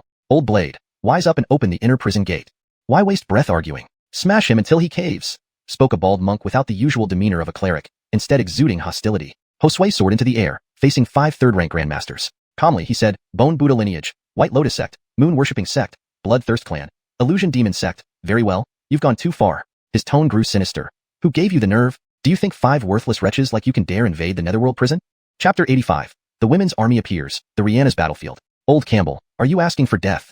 Instantly, the 5 men were enraged. As celestial grandmasters, they could live for 200 years without external harm. How could they ever have been so humiliated in public? There was a limit to what one could tolerate. Flying Cloud Palm. Demonic Belemite Claw. In that moment, the 5 men simultaneously launched their attacks towards Campbell, and countless flashes of light filled the air. Palm prints, claw marks, and sword shadows, all with an incomparable aura, swiftly appearing before Campbell. Petty tricks. Campbell sneered coldly. Were these mere early 3rd-rank grandmasters daring to act so recklessly? Suddenly, a metallic clang sliced through the night sky, forcing everyone to blink instinctively from the blinding light. Bang! 5 thuds echoed as the previously arrogant figures plummeted to the ground like lifeless fish. Hiss! The audience gasped in disbelief, rubbing their eyes to erase the horrifying scene before them, but no matter how hard they tried, the 5 figures remained lying in deep craters. Only Yates and others who had cultivated divine will realize that those 5 3rd-rank grandmaster warriors were using all their strength to resist Campbell's blade intent. There was no spare energy to leap out of the craters. This was the terrifying power of the 1st-ranked inner prison martial artist, Campbell. 5 same-rank martial artists combined, yet couldn't withstand a single strike? No one knew what the 5 must be thinking at that moment. As everyone awaited Campbell's next move, he hovered silently in midair, his hawk-like eyes staring intently into the distance, sensing an imminent threat. Soon after, Yates and others also sensed it. Boom! A colossal palm spanning thousands of feet abruptly formed above, descending fiercely towards the crowd. The overwhelming pressure in that instant left everyone with a sense of hopelessness, a despair from which there was no escape. Yates and the 4th-rank innates channeled their true chi like surging waves, but even moving a finger was impossible under the terrifying palm. The enemy intended to kill them all with a single strike. Chill ran down everyone's spines as they felt utterly trapped. Is this the power of a 3rd-rank grandmaster? Yates regretted not being more cautious. If only he hadn't underestimated the situation. Would they all die now? Just as everyone's eyes bulged with red veins, full of despair, a loud shout pierced the air. Demon, find your death. A streak of cold light split the darkness, dispelling the ominous shadows, and pristine moonlight flooded down. Phew. Everyone on the ground gasped, having felt certain death just moments ago. Fear lingered in their eyes. Hee hee, Campbell, truly living up to your name. But I wonder how many palms you can withstand.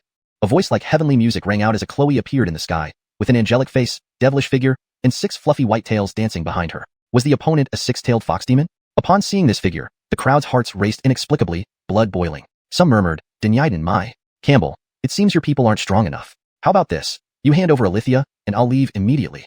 Hemph. Campbell's cold laugh reverberated like thunder in everyone's ears. Oh. Everyone stared fearfully at the captivating figure in the sky. The fox demon's charm was terrifying. Her voice alone was enough to entrance them twice. You want someone? Try getting past my blade first.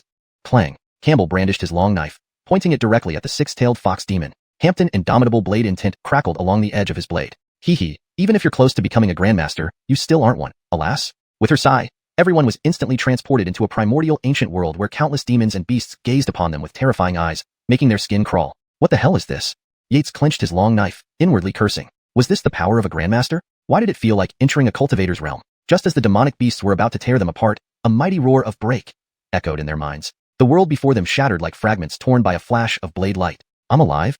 Haha, me too. Returning to reality, the crowd burst into laughter filled with lingering terror. They had truly experienced utter despair. The pain, the biting. Campbell looked at the crowd below, inwardly sighing. The power of a third-rank grandmaster was indeed formidable. Despite his exceptional talent in Dao, he couldn't protect everyone. Thinking of this, a fierce look flashed in his eyes. I've been stuck at the peak of 3rd rank for 10 years. The warden always said I lack ruthlessness. Today, I will achieve enlightenment with this fox demon. If I don't die, I will surely become a grandmaster. The blade intent around Campbell extended, inch by inch, causing the 6-tailed fox demon's heart to tremble. She secretly regretted not attacking directly instead of teasing him. Demon, today, I will slay you to prove my path. Campbell roared, charging forward with overwhelming momentum, slicing towards the fox demon's face. Instantly, they clashed in a devastating battle, shaking heaven and earth, collapsing buildings, erupting volcanoes. Kill them. Seeing the 2 super experts drift further away, the 4th-rank innates yelled and charged ahead, turning the scene into a brutal slaughter. Boom. Suddenly, a phoenix engulfed in flames soared into the sky, heading straight for the battlefield. Action has begun? Yates glanced and scanned the surroundings with divine will before quietly slipping away. Moments later, Yates appeared beside a group of women, the Women's Army. This had been planned, to use this opportunity to expand the reputation and influence of the Women's Army and the Rihanna among the populace, showcasing their strength to attract capable individuals. Wrong, there's a figure on the phoenix? Someone exclaimed. The fiery phoenix halted mid-flight. Next moment, it emitted a powerful cry, its wings stretching out, growing 100 times larger, transforming into a 300-foot phoenix soaring freely in the sky. Damn. People below stared agape at the giant creature. 9 heavens dance? Is Fletcher Benton Ho here? Kill them all. Amidst the chaos, the crowd continued fighting. Eldon, thank you. The Rihanna closed her eyes in midair. This power far exceeded her previous capabilities, making her truly understand Yates' strength. Then, her eyes glowed red, scanning the many 4th-rank enemies in the field. Her targets. Kill. The 300-foot phoenix shrank and merged into her body, unleashing explosive power. With a wave of her hand, she struck a White Lotus sect member. Swish. A red beam shot out, instantly reducing the 4th-rank foe to bloody mist. Hiss. Was this even human? Hashtag chapter 86. Hampton other surprise. Army formation. Phoenix dance of 9 heavens? The crowd present had never seen Shirley, but they had heard about her renowned skills. Thus, it took only a moment before an uproar broke out in the arena. She's only a 5th rank. She can't unleash much power. A few of us together should be enough to handle her, shouted a 4th-rank innate cultivator. At this rate, they would be surrounded like dumpling fillings. However, they outnumbered her significantly, and it wasn't as if the Chloes suddenly appeared out of nowhere to attack them. They had already breached Inner Hell prison. The prisoners from the demonic jail were different. Ordinary prison guards aside, many of the 4th-rank innate wardens had seen the Rihanna before. Their hearts were racing in alarm. This princess actually inherited the legacy of Shirley? Hampton, what was her intention by appearing now? These thoughts didn't leave much room for further speculation. The outcome of the battle between Masters in the Sky was still undecided. Their group of 4th ranks hadn't reached a conclusion yet, so the battle continued. Attack. Boom. Once again, a dazzling array of moves exploded into action. Sword chi, blade chi, palm winds flew everywhere. Over a dozen 4th rank innates surrounded and charged at several 4th ranks inside the prison and the Rihanna. Seeing this scene, the Rihanna frowned slightly, then relaxed. She remembered Yates's previous display of invincibility against 4th ranks. Now, with the Phoenix Dance of 9 heavens enhanced by his presence, theoretically, her strength should surpass Yates's significantly. Just think of how the White Lotus sect's 4th rank crumbled into blood foam. If so, then I will establish my name in history for all time. The Rihanna closed her eyes momentarily, then reopened them, filled with icy light. Her body trembled with intense energy, like a raging river.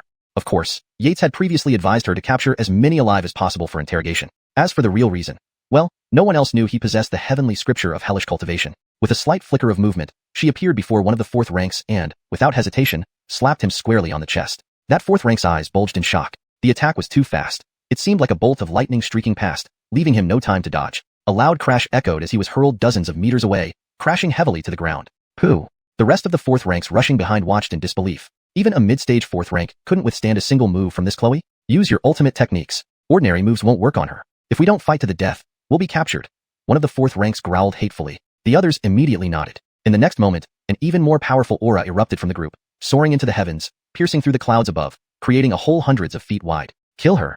Humph! The Rihanna snorted coldly. She had naturally observed their actions, but the time between taking down the first person and now was incredibly short, not even reaching a breath's duration. Thinking of this, she transformed into a blazing phoenix, emitting powerful flames as she assaulted the group. With every punch and kick, the opponents could only barely defend themselves. Within moments, the several fourth ranks were about to fall. Inside a pavilion tens of miles away from the demonic jail, a handsome man was enjoying a massage from women behind him with his eyes closed. Creak. The door opened, and a sturdy man dressed in night clothes walked in. Your Highness, the situation has changed. The handsome man's eyes snapped open, shooting two beams of light. You may leave.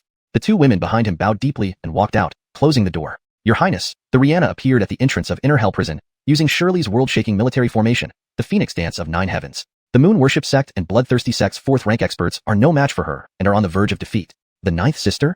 The handsome man's face darkened slightly, his fingers tapping the table unconsciously. He had anticipated that the demonic prison might have traps set up, but he hadn't expected family members to intervene. Then, a cruel expression crossed his face.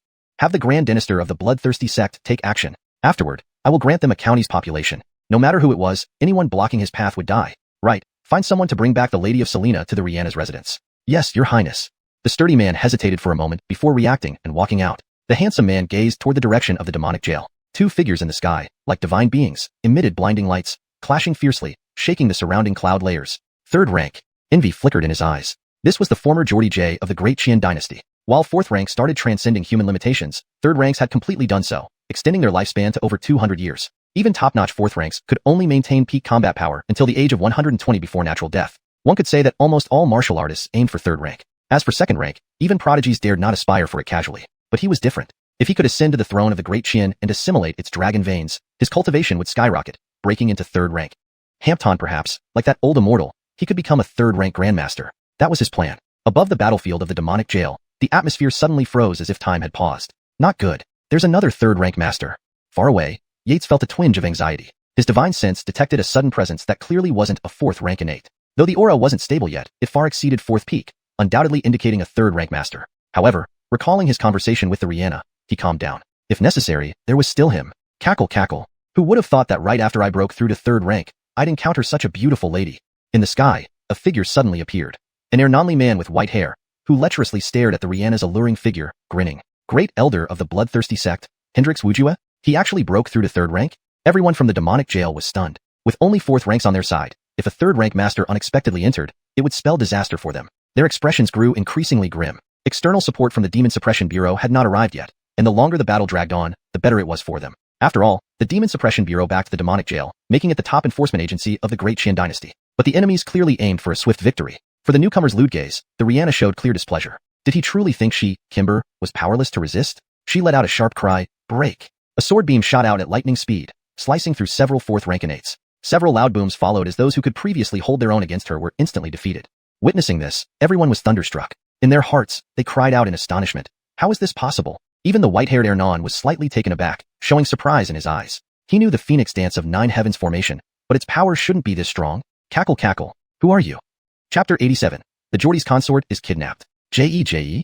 Rihanna raised an eyebrow. So you like sinister laughter, huh? She thrust her sword forward in a swift motion, the sharp energy of the blade slicing through the air like an arrow released from a bow. In an instant, it was before the white-haired Ernon, aiming for his chest with deadly intent. Take advantage when he's weakened. Claim his life. This old man clearly wasn't a good person. If she could land this blow, it would give her a significant upper hand. Unfortunately, even though the Ernon had just entered the third-rank Dynasty realm, he was still third rank after all. He reacted instantly, sidestepping and simultaneously delivering a heavy punch toward Rihanna's head. Bang! Hampton invisible wave radiated out from where they clashed. Rihanna swung her sword back to block the punch, but the immense force made her entire body tremble slightly. Truly formidable. The two continued to exchange blows. The white-haired Ernon couldn't immediately subdue her, growing more anxious with each strike. After all, he had only just broken through to the third rank. His true energy hadn't yet condensed into liquid form. Only when it formed and became tangible as liquid would he undergo a complete transformation of his body, making it closer to the Tao body and granting him various supernatural powers. Damn! Unbeknownst to him, Ayael watching from afar grew even angrier. This was none other than the former Geordie. Without regard for his dignity, he cursed aloud, worthless. All worthless. Was it easy for him? To organize this surprise attack, he had contacted several major sects, promising them numerous benefits until he finally persuaded them to act together. He had thought it would take less than half a cup of tea to resolve everything. But now, almost half a cup of tea had passed, and what was the result? They hadn't even entered the gates of the demon-subduing prison. Wasn't this rather ironic? Even more ironic was that his men were about to be overwhelmed by reinforcements from the demon-subduing bureau. Soon, everyone would be wiped out. Since it was all about mutual benefits, he didn't really care. Moreover, his target from the beginning wasn't the so-called Bone Buddha, but Genevieve. These cultists had been part of his plan from the start. Would they be discovered afterward? The Yael thought. The demon-subduing bureau is so powerful, even this prince can't stop them. That's normal, right? But if Genevieve wasn't rescued, that was unacceptable. According to the poison transmitted by the restrictive birth bug, she only had a few days left. If she died, how could he retrieve his white lotus rebirth flower intact? Have Asa join in too. I want to snatch the person out within 10 breaths. The Yael growled fiercely, betting that the old king wouldn't personally kill him. Ah, the Aurelio visibly startled. Asa was the prince's last trump card. If exposed now, especially to the spies of the bard, it would make the prince's situation much worse. Your Highness, should we? Go now, the Yael interrupted abruptly. Reluctantly, the Aurelio nodded and quickly departed, vanishing. Trouble. Inside the formation, Yates's expression changed drastically. A terrifying aura appeared in his divine sense, far more profound and steady than that of the white-haired Ernan. Damn it. Where are the demon-subduing bureau people? The next moment, everyone on the scene felt it. A genuine third-rank dynastor was approaching. Fortunately, the figure wore a dark cloak. They saw him flash past, delivering a palm strike that generated a giant hand in midair. The array of the demon-subduing prison, claimed to withstand a third-rank dynastor for half an incense stick, vanished like foam in a single breath. Hiss. Everyone present sucked in a cold breath, staring dumbfounded at the black-cloaked figure. Was this a third-rank grandmaster? In the distance, Yates, who was about to move, froze in place, his face blank as countless curses raced through his mind. Weren't third ranks rare? Why had more than a dozen appeared today? Actually, he didn't know that while third ranks were indeed rare, there were still hundreds in Qian. Moreover, these were the top figures in these evil cults, typically holding positions as supreme elders. Unfortunately, nothing could stop the black-cloaked figure. He bypassed the Rihanna and the white-haired Ernan, breaking the array protecting the prison in 2 breaths, then vanished into the inner dungeon. Moments later, a violent tremor and roar echoed from underground. Dorian, should we try to stop him? A guard asked hesitantly. The others glanced at him as if he were a fool. Stop? With their puny 100-odd pounds of flesh? It was already a huge relief that the intruder wasn't attacking them. For breaths passed, followed by a loud explosion from underground. Everyone knew the black-cloaked figure had breached the barrier between the first and second levels. This person, whether or not he's a grandmaster, must have 1 foot already in the grandmaster realm. As everyone speculated, the battle between Rihanna and the white-haired Ernan took a turn. Rihanna was only at 5th rank initial stage. Harnessing the tremendous power of Phoenix Dance 9 Heavens and contending with a quasi-dynastor was beyond her capabilities. The white-haired Ernan, sensing her struggle, smiled cruelly, taunting as he fought. J.E., beauty, just submit to elder, and you'll live in luxury and endless splendor. Is that so? Hamptonger flashed in Rihanna's eyes. A mere cult Ernan dared to tease her? Her moves became sharper, sword chi flying wildly, generating countless blades that shot towards the Ernan. Alas, as a quasi-third-rank dynastor with partially liquefied true energy and deep reserves, the Ernan was not someone at Rihanna's level could match. Boom. Rihanna, caught off guard, was struck on the shoulder by the Ernan. She staggered midair, nearly falling, blood trickling from the corner of her mouth. The crowd watched anxiously but couldn't assist due to the tight grip of the cult Ernans and protectors. Damn! Yates's eyes blazed with fury. How dare this old devil hurt his people? 8 breaths. From when the Ernan went down, only 8 breaths had passed. Bang! On the 9th breath. Suddenly, the ground erupted like a flood, opening a large hole as a black shadow emerged carrying a white-haired old Chloe. At the very moment he emerged, he saw the Ernan strike Rihanna. His brows furrowed darkly, not even glancing at the Ernan as he unleashed a palm strike. Bang! The Ernan was instantly dazed, his mind filled with confusion. Weren't we on the same side? Then he was sent crashing back underground. By the time everyone regained their senses, it was exactly the 10th breath, and the black-cloaked figure had already reappeared over 100 feet away. Stay here. A sharp sword intent shot across instantly, as if breaking the boundaries of space and time, striking the black-cloaked figure in the chest. The figure spat out a mouthful of blood, then vanished. It's you? A tall, handsome man appeared above the demon-subduing prison, muttering to himself as he watched the direction the black shadow had disappeared. Chapter 88. Intercepted. Speculations of the Exorcism Bureau. Cough cough. 100 miles outside the heavenly capital, on an uninhabited mountain peak, a shadow plummeted from midair. Maurice, indeed living up to your reputation. The shadow was the black-clothed figure who had been struck by a sword at the demon exorcism prison and fled all the way here. Alden, did Jay send you to rescue me? The white-haired old Chloe was Genevieve. Her current strength was only at the 9th rank, and even speaking a few sentences took great effort. Once her power regressed to the level of practicing force, it would be the moment of her death. The black-clothed figure didn't respond.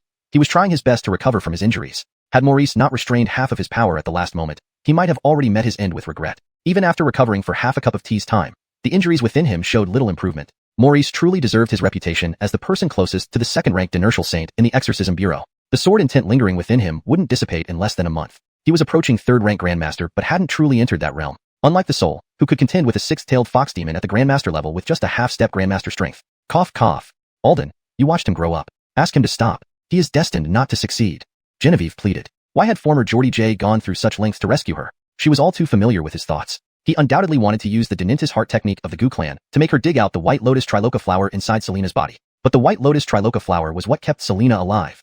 Years ago, she and Jay met, knew each other, fell in love, and eventually had Selina. Unfortunately, their bliss was short-lived. Fletchering the 8th month of pregnancy, she was ambushed by the blood deity sect, leading to deficiencies in Qi and blood, causing Selina's premature birth. To save her daughter, she betrayed her master's trust, stole the White Lotus Triloca flower, and left the White Lotus sect. Thinking of her master, tears welled in Genevieve's eyes. Her master suffered because of her, still imprisoned in the 10,000-bone cavern. She hated herself for leaving the holy sect and falling in love with this man. If she died now, Jay couldn't succeed. It would ensure some protection for Selina's life. Cough. You're Denny Jesty, though I am heavily injured. You cannot end your own life in front of me. Dinister wants to see you.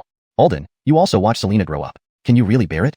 Genevieve couldn't help but challenge him. Cough cough. Alden only coughed painfully, not replying. A pure smile of the little girl flashed in his mind, followed by Grandpa Huang. Sadly, his master's heart had turned demonic, and no one could persuade him back. As an old servant, he had no right to advise. The image of the Empress's sweet smile surfaced in Alden's mind. What a pity. If good people live long lives, his master wouldn't have become like this. Cough. Come out. Alden's eyes suddenly narrowed, then looked towards a gap between the rubble. Moments later, a handsome and dashing young man emerged from behind the rocks, Yates, who had tracked them down following their scent. After arranging matters for Eugenia, Yates claimed severe injuries to return for treatment. Warden Delfino believed him without much suspicion and waved him off to be careful. After leaving the prison, Yates pursued swiftly.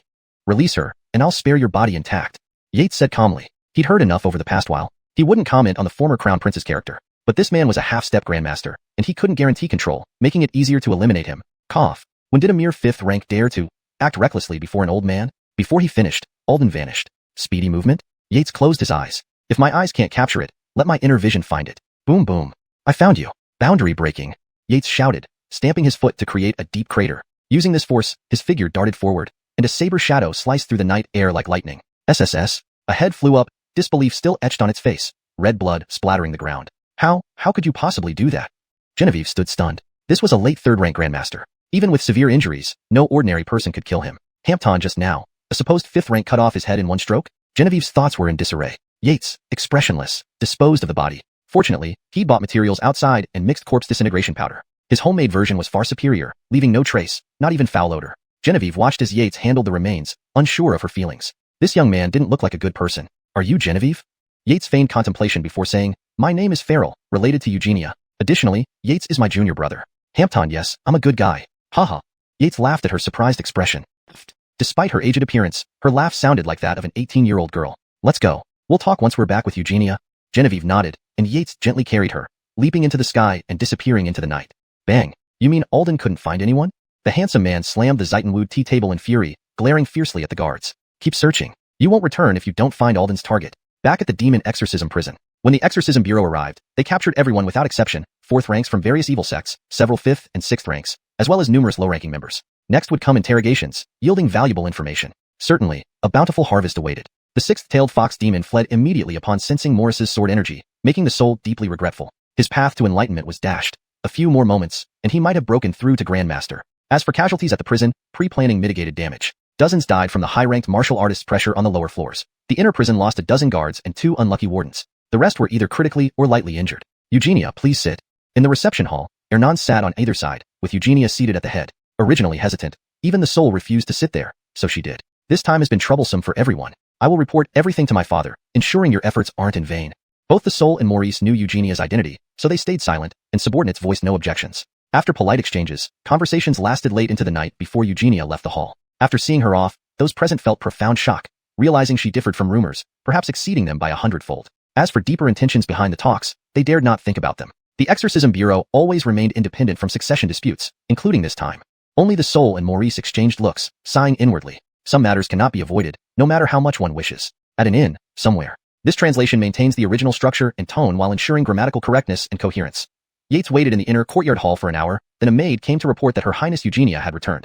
Chapter 89. Geordie's Consort, 5th rank intermediate. Your Highness, has there been any change? Yates looked at the exhausted Rihanna. No. The Rihanna shook her head. Things had gone much smoother than they had expected. They had prepared for several scenarios, but the Demon Queller's Bureau people cooperated too well. However, after some thought, she realized it was normal. She was the Rihanna most adored by the old king of Qian, and tonight she displayed the Phoenix Dance military formation, a signature move of the Dinurquis of Imperial Dinertial Arts. Plus, she held a position within the Demon Queller's Bureau, though only top-ranking figures like Elio and Maurice knew about it. Given this, the outcome made sense. After tonight, the Rihanna of Qian, Kimber, would officially enter the sights of the Demon Queller's Bureau. Before now, her displayed strength had never let anyone take her lightly. The Rihanna then recounted what happened after Yates left. Yates nodded in approval. This was the benefit of privilege. If it were him, they might not have paid attention at all unless he revealed his cultivation.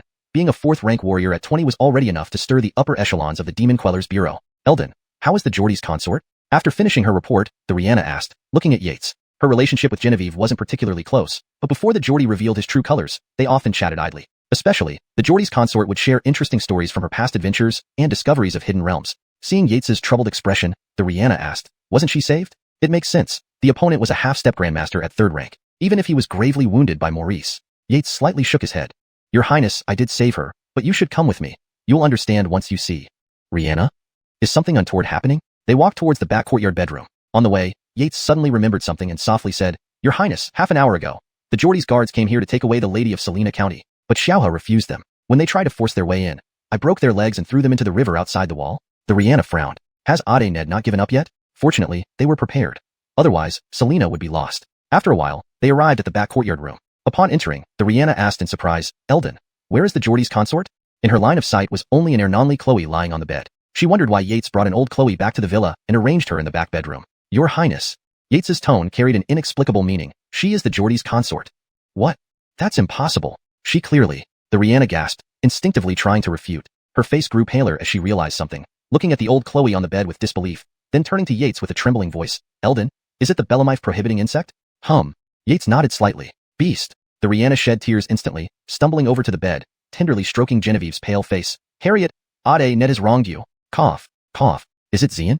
The old Chloe on the bed opened her eyes weakly, her gaze falling upon the Rihanna. The Rihanna wiped her tears hastily, forcing a smile that looked more like crying. Harriet, let Xian help you sit up. Genevieve nodded with difficulty. Her cultivation had fallen to early 5th rank. She wouldn't last much longer. Endless regret welled up inside her. Seeing this, Yates bowed to the Rihanna and stepped outside. Looking at the twinkling stars, he exhaled heavily. He thought he had adapted to Qian and grown accustomed to life and death over the past year, but today's scene still made his heart ache. Not strong enough. If he were a 2nd-ranked inertial saint, he could have removed the Belemite prohibiting insect in an instant. With proper rest, Genevieve could recover. But now, he could only watch helplessly as she died. This was the first time since Loch Immortal Mountain that he felt such a strong urge to kill someone. For the bandits at Loch Immortal Mountain, he had gone up the mountain a few months ago, found their hideout, and upon seeing the numerous tiny skeletons behind the mountain, decided to kill every last one of them, destroying all evidence. Creak. After waiting outside for a moment, the Rihanna emerged, tear-streaked. Eldon, do you think Harriet is pitiful? At this moment, the Rihanna felt conflicted. On one side was her beloved brother, and on the other was her close sister-in-law, also the mother of her beloved niece. Pitiful? Yates pondered, recalling a classic saying from Blue Star. Those who are pitiful must have something detestable about them, but it didn't apply here. However, he believed that, as an adult, Genevieve had the right to make her own choices and bear the consequences. Belemite, the former leader of the White Lotus sect, who ended up in the 10,000 Bone Cave, a place infamous even in the great demon queller prison of Qian. Of course, he wouldn't say this to the Rihanna now. Instead, he consoled her. Your Highness, since ancient times, who can avoid death? Even the legendary fallen immortals will eventually lose their wings. The Geordie's consort probably regrets not being able to grow old with her master, or see her children grow up and start families. Yates felt inadequate at comforting others and could only resort to cliches. Regretful. The Rihanna's expression eased slightly, though it was still somber. Does Harriet want to see Salina? Yes, but don't tell the young lady that it's her mother. Say it's a wet nurse instead. The Rihanna nodded. Your Highness, I'll leave after tonight's events. The Rihanna paused, her eyes flickering with a hint of reluctance, but she nodded. Father might impose curfew and search the city for cult headquarters. Be careful. Yates nodded. It made sense. Arresting so many cult leaders would surely yield great results. He bowed to the Rihanna and disappeared with a flash. Half an incense stick later, back in the old residence, Yates sat cross-legged and called up the infernal, heavenly scripture in his mind. Distribute experience points to realm. Yates, Warden. Region. Inner hell's 1 to 4 layers. Outer hell. Realm. Mid 5th rank. Organs. Large intestine. 0/100000000. Dinertial arts. Turtle breath technique. 1000/100000000. Wild saber 3 stances. 0/1000000. Heaven burning fire technique. 0/50000000. Instant distance technique. 500/1000000. Body transformation technique, 500/100000. Demon subduing hell suppressing scripture, 0/10000000. Soul searching technique, 0/10,000. Experience points, 100500. At the 5th rank, one mainly refines the 6 organs, the gallbladder, stomach, small intestine, large intestine, bladder, and finally the triple burner, to form a major internal circulation and prepare for the formation of a prenatal body. Mid 5th rank. At my current rate of nearly 500,000 experience points per day, it will take 4 months to reach peak 5th rank. But even if I reach peak 5th rank, it won't significantly improve my strength. After all, he was now probing the laws of heaven and earth, thereby possessing the strength of a 4th rank warrior. Even if his cultivation were to reach the peak of 5th rank, the improvement might only be a 2-fold increase at best. However, when facing a 3rd rank master, even one like last night's near 3rd rank master, who hadn't condensed all their true chi into true liquid, it would still be difficult to be their match. I should first enhance my cultivation technique, especially the demon refining hell suppressing sutra, an external heaven class technique. If I can cultivate it to perfection, I will surely defeat such near masters. If I can achieve the realm of intent, I might possess the combat power of a true 3rd rank master. Even if I break through to 4th rank, this leap in combat power would still be far from achievable. But when facing a 3rd rank dynastor, even one like last night's quasi 3rd rank dynastor who hadn't condensed all their true chi into true liquid, it would still be difficult to match them. I should first improve my cultivation techniques, especially the demon subduing hell suppressing scripture, a heaven tier external martial art. If I can cultivate it to perfection, I would definitely win against such a quasi dynastor. If I could reach the realm of intention, it's likely that I would have the true combat power of a 3rd rank dynastor. This leap in combat power is far beyond what I could achieve even if I break through to the 4th rank. After all, he is now probing the rules of heaven and earth, thus possessing the combat power of a 4th rank expert. Even if his cultivation advances to the peak of 5th rank, the increase in combat power would likely only double at most. But when facing a 3rd rank master, even one like last night's near 3rd rank master who hasn't condensed all their true chi into true liquid, he would still find it difficult to match up. I should first enhance my martial techniques, especially the devil refining hell suppressing sutra, as an external heaven class technique. If I can perfect it, I will surely defeat such near masters. If I can cultivate it to the artistic realm, I might possess the true combat power of a 3rd rank master. This leap in combat power is far beyond what I could achieve even if I break through to the 4th rank. To maintain the natural flow and correct English names. After all, he was now probing the laws of heaven and earth, thereby possessing the strength of a 4th rank warrior. Even if his cultivation were to reach the peak of 5th rank, the improvement might only be a 2-fold increase at best. But when facing a 3rd rank dynastor, even one like last night's quasi 3rd rank dynastor who hadn't condensed all their true chi into true liquid, it would still be difficult to match them. First, I should improve my cultivation techniques, especially the demon subduing hell suppressing scripture, a heaven tier external martial art. If I can cultivate it to perfection, I would definitely win against such a quasi dynastor. If I could reach the realm of intention, it's likely that I would have the true combat power of a 3rd rank dynastor. This leap in combat power is far beyond what I could achieve even if I break through to the 4th rank. Chapter 90. Who is Feral? The Valor Dinurquist shall return. 2 days later, Yates returned to the inner prison and found that the cell destroyed by Asada had already been repaired, which surprised him inwardly. Quite astonished, aren't you? Prison Alair saw Yates's expression and chuckled. Yates nodded. When his stepfather died, it took a whole month to fix the cell. Then, because of this, his first big client, the Fox Demon, came to be. Things are different now. Alair sighed softly, looking around at the new faces. In recent years, especially in the past year, the internal and external situations of the Great Qian dynasty had become increasingly tense, directly causing more frequent personnel changes in the Demon Extermination Bureau. The Demon Extermination Jail was doing relatively well compared to others. The Heavenly Artificer's workshop must have been prepared long ago. Alair patted Yates on the shoulder and left. For the next month, Yates spent his days handling matters in the inner prison and occasionally followed Oral to the Drunken Fragrance Pavilion for entertainment at night. Sometimes, he transformed into Feral and went to the Yojia Dini Nor to discuss Bellamy Ming's future development with Eugenia, teasing little he before leaving. As for Camille, she never got to see Selena. She passed away before Eugenia could bring him over. Meanwhile, the attack on the Demon Extermination Jail by the 5 major cults and numerous heretical sects escalated as time went by. In Tianjin City, hundreds or even thousands were executed daily. It was said that recently, the unmarked graves were filled with headless corpses. Midday executions became rivers of blood, accumulating vast amounts of blood that emitted a thick stench. Of course, what the people of Tianjin City couldn't stop discussing was Eugenia's strength. Some said she was a 5th rank, others said she was a 4th rank successor to the Imperial Dinertial Dinurquist, and still others called her a heroine. Naturally, there were some envious people who said women should stay at home, but most didn't dare criticize Eugenia openly, instead advocating for the disbandment of the women's army and urging them to return to domestic duties.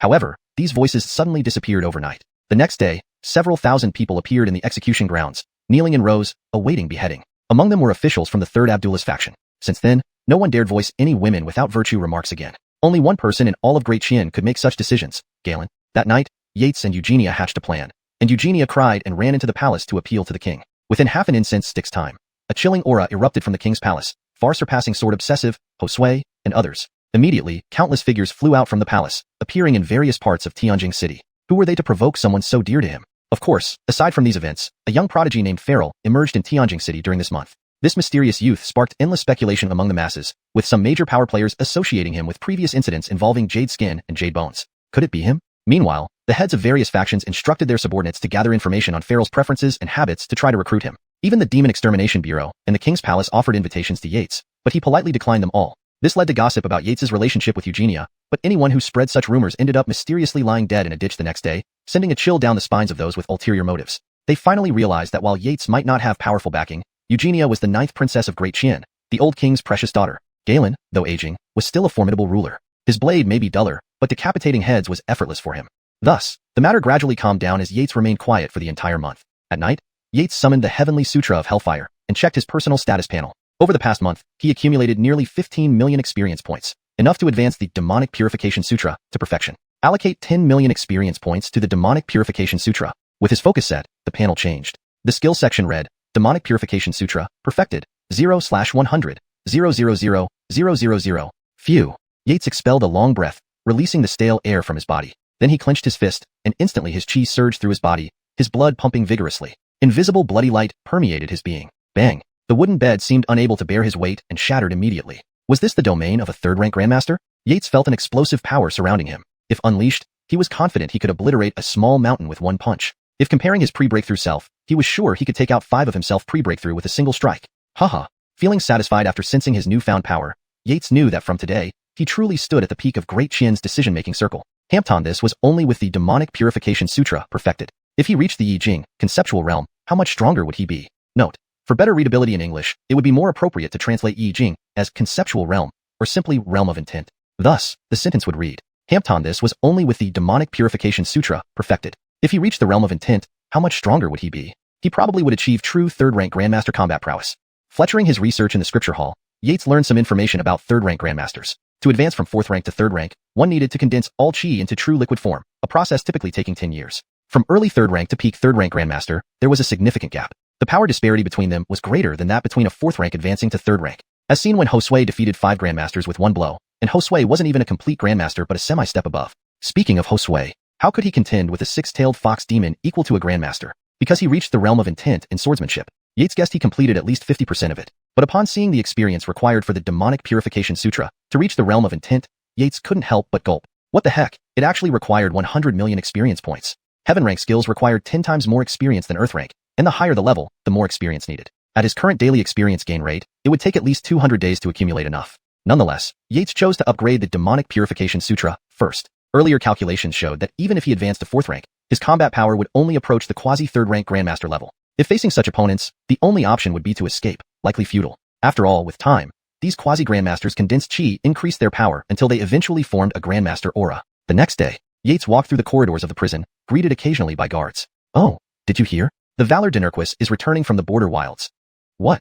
No way. Isn't the border forbidden territory supposed to be guarded? What about the countless ghosts and demons? Well, who cares? Anyway, the border forbidden territory is millions of miles away from Tianjing City. Even if the ghosts and demons come, they won't arrive quickly. Plus, we still have our governor. I heard it's because Fint's murder remains unsolved. After 3 petitions, Dom finally agreed to allow the Valor Dinarquis to return for a month.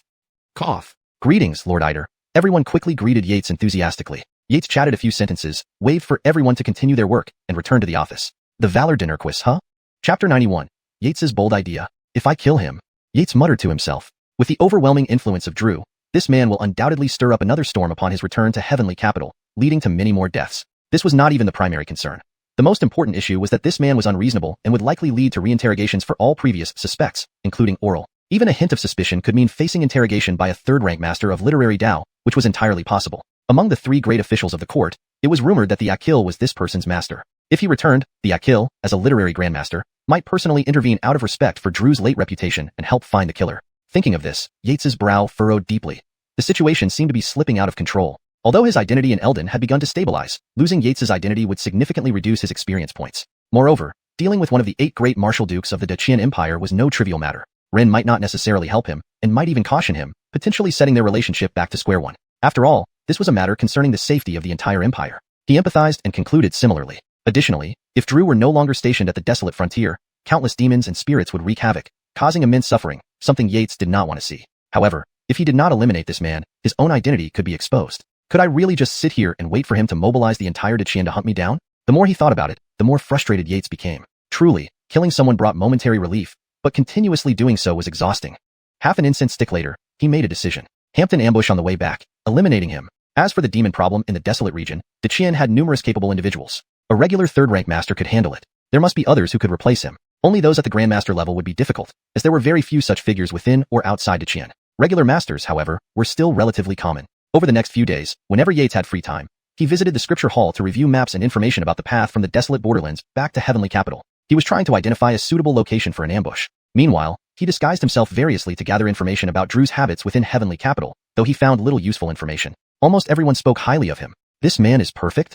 Yates frowned deeply. Must I resort to brute force? This was the path he least wanted to take. Despite being weaker than other martial dukes, a third-rank master was still far superior to him, tenfold in martial prowess. Given another year, Yates would have confidence in facing him head-on, but now, only a surprise attack would suffice. Using his peak third-rank quasi-master burst ability, Yates was confident that once within a foot of him, he could breach his master aura and severely injure him, possibly even end his life in 2 moves. But how to get within a foot of him? That was the real challenge. As time passed, discussions about Drew's return intensified, causing Yates growing anxiety. Half a month passed, yet he still hadn't found a good way to approach him. One day, while Yates strolled through a family estate, he saw Ren and Sienna entering with furious expressions. "Your Highness, is everything all right?" Yates asked. Before Ren could respond, Sienna burst into anger. "It's all because of that old lecherous Drew. Since news of his return spread, cases of women being kidnapped have surged in the city. Even our women's battalion almost fell victim." A flash of insight struck Yates. He needed confirmation. "Sienna, you said Drew is an old lecher?" Sienna nodded, explaining further, "Yes, Dynasty, you may not know, but Drew Abdurrahmanijian used to harass and abduct young women in Heavenly Capital, committing all sorts of atrocities. People dared not speak out due to fear of the late Drew. After suffering severe injuries in a battle at the desolate borderlands, Drew passed on all his third-rank grandmaster abilities to Abdurrahmanijian, allowing him to break through to third-rank master status. His behavior improved somewhat, but, due to poor talent, he barely managed to reach third rank and has shown no progress over the years. Hampton, it's rumored that even during his time at the borderlands, he indulged in every luxury and pleasure. Also, he previously intended to have his second son, Finn, marry the princess. Sienna. Ren interrupted her mid-sentence. Sienna stuck out her tongue and changed the topic, continuing, "Dynasty, this man is truly a devil in human skin." Yates was speechless. He never imagined Drew could receive such high praise from Sienna. Indeed, history was written by the victors. All these days, his inquiries had revealed no negative information about the man. Initially, Yates felt some guilt about slaying such a figure, but after hearing Sienna's account, good riddance. Hampton old lecher, huh? After chatting briefly, they reached mealtime. After lunch, Yates pinched Loaning County Abdullas's cheek and then bid farewell to leave. The next day, Yates approached Alaire and requested a half-month leave. Although in his current position, he needed to complete 4 monthly assignments, no one would dare question his absence without a formal leave request. However, he didn't want any rumors. Additionally, he needed an alibi that wouldn't lead to suspicion. That reason was that he was about to break through to 7th rank soon. What? You're about to break through to 7th rank? Alaire was indeed shocked, jumping to his feet in disbelief. "My lord, recently Uncle Abdurrahman provided a lot of resources for me." This was true. Abdurrahman by Qian frequently visited with medicinal pills and spirit items, urging him to meet Fletcher family's daughter soon. Good. Alaire repeatedly approved and immediately granted Yates a full month off. After securing his leave, Yates briefed Bellamy Sangue before leaving Inner Prison. Unless another coordinated attack occurred, Inner Prison would remain tranquil, occasionally losing a few guards. Everything was stable. Standing at the gate, Yates checked his surroundings using divine sense. Despite a month passing, the impact of last time still caused periodic sweeps from prison personnel. Confirming no one followed, Yates left. The night before, he had informed Ren that he was taking a trip, possibly lasting half a month to a month. Failure of the ambush? Impossible. With his light-footed skill, infinite distance in a step, reaching the realm of intent, even 4th-rank Xianxia experts couldn't touch him. Facing a 3rd-rank master, while weaker, escape was still possible. At his current level, he could cover several yards per step. A 3rd-rank master's top speed wasn't much different, but Yates doubted Drew could match this speed. 3 days later, 10,000 miles from Heavenly Capital in Xianxia town, a plain-looking middle-aged man entered an inn. Noticing no one paid attention, he pushed open a door respectfully. "Dynasty Darien, the Golden Inn Valley has seen changes today, as you instructed." Dynasty Darien turned around, a 50-something man with gray temples and rugged features, the incarnation of Yates. Chapter 92. Golden Inn Valley Spirit Crystal, Meeting an Acquaintance. With Yates's current speed, it would only take him 2 days to reach a destination 10,000 miles away if he went all out. Traveling 1,000 miles in a day was nothing for him. This gave a clear indication of just how formidable a 3rd-rank grandmaster could be. As for why he chose Xianxia town, it was mainly because he had read about the Golden Inn Valley in Xianxia town in a geographical miscellany. According to legend, this place had once been the stronghold of a demonic sect. A century ago, a grandmaster of dark arts emerged there, gaining notoriety in the vicinity. However, his dark cultivation methods were bloodthirsty. Within a month, he slaughtered the populations of 3 counties, leaving no humans or animals alive. Collecting their blood, he prepared to use dark magic to condense blood beads and force his way into the 2nd-rank Denertial Saint realm. Fortunately, agents from the Demon Suppression Bureau arrived in time. 3 grandmasters worked together to encircle and kill this dark arts grandmaster. The remnants of his sect were also obliterated by the palm strike of a grandmaster. Whether any of the dark practitioners managed to escape was unknown. Since then, this area has experienced energy surges every few decades. No one knew the exact reason, but some believed it was left as a contingency plan by the Dark Grandmaster. Others thought ghosts and monsters were hiding inside. Unfortunately, even when the Demon Suppression Bureau sent people to investigate, they found no issues and merely warned everyone not to approach the area. But since the spirit crystals started surfacing 30 years ago, this place became a popular hotspot, turning Xianxia town into a gathering place for several sects. Spirit crystals are among the rarest treasures in the world. They usually form at the core of large spirit veins, with only one or two forming in most cases. Some areas rich in spiritual energy can also produce them. Each spirit crystal, once refined, can slightly increase the chances of advancing to the 4th rank. Naturally, they are highly sought after by major sects. The Golden Valley produces several spirit crystals every decade, making it one of the highest yielding places. Furthermore, being on the border between Tianjing State and Qingzhou, if the valiant Dinurquist returns to Tianjing City, he is very likely to pass through here. Taking other routes would add several days to the journey, which Yates believed he would not choose. Additionally, the valiant Dinurquist would certainly have interest in the spirit crystals. As for his plan, there were many bandits near the Golden Valley. Yates decided to disguise himself as a Chloe, providing an opportunity for the Dinurquist to save her. Then he would strike decisively. It felt shameful to dress up as a Chloe, but there was no time to worry about that. All right, you can leave now, Yates waved, tossing a bag of silver. Yes, Dynasty Darien, I'll go immediately. The middle-aged man checked the weight of the bag and left with a bow and a smile. That night, Yates pushed open the window, glanced around, and leaped out of the room. He had already told the innkeeper not to disturb him for a few days and prepaid for a month's lodging. Half an hour later, Yates, disguised as a young man, appeared at the outskirts of the Golden Valley. It was a dark night, yet the entire valley, covering nearly 10 miles, was illuminated with lights. According to records, the spirit tide would begin at midnight and last for 3 days and nights. There was no fixed pattern for the appearance of the spirit crystals. They might show up at the start or end of the event. Currently, before the spirit tide began, everyone remained calm. But once the spirit crystals appeared, chaos and killing would ensue. As time passed, everyone noticed a strange silence creeping in. The spirit tide was coming. The next moment, boom, a peculiar sound echoed across the heavens and earth, and a faint purple light shot up from the depths of the Golden Valley, standing tall amidst the sky. Seemingly the resonance of heaven and earth. An enormous pressure burst forth, sending waves rippling outward. Quick, protect yourselves. Everyone shouted urgently. Most had experience, knowing that the beginning of the spirit tide brought heavenly power, greatly beneficial for physical conditioning. Especially for 7th, 8th, and 9th rank cultivators, the benefits are significant. For others, the effects are minimal. Of course, if it were a spirit tide spanning 100 miles, even 4th rank Xianxia cultivators would come to join in. After half a cup of tea passed, Yates felt the overwhelming force starting to weaken. Is it coming? Although he hadn't experienced a spirit tide, he had read about it. First came the rolling spirit power, followed by the actual spirit tide. Cultivating here could potentially equate 1 day to 1 month, even a year for those practicing high-level inner techniques. However, this place clearly wasn't suitable for cultivation. Yates sensed at least 3 4th rank innate martial artists scanning the area with their divine senses. However, Yates's mastery of the turtle breath technique was so advanced that no one could detect his presence. This is the spirit tide? A faint purple glow illuminated the darkness, and everyone felt a warmth envelop them. Their internal energies began circulating automatically. Indeed, it's special. Yates observed for a moment. That Chloe's aura? Yates's expression froze. Among the shadows, a figure clad entirely in black, with only her eyes visible, emitted a familiar aura.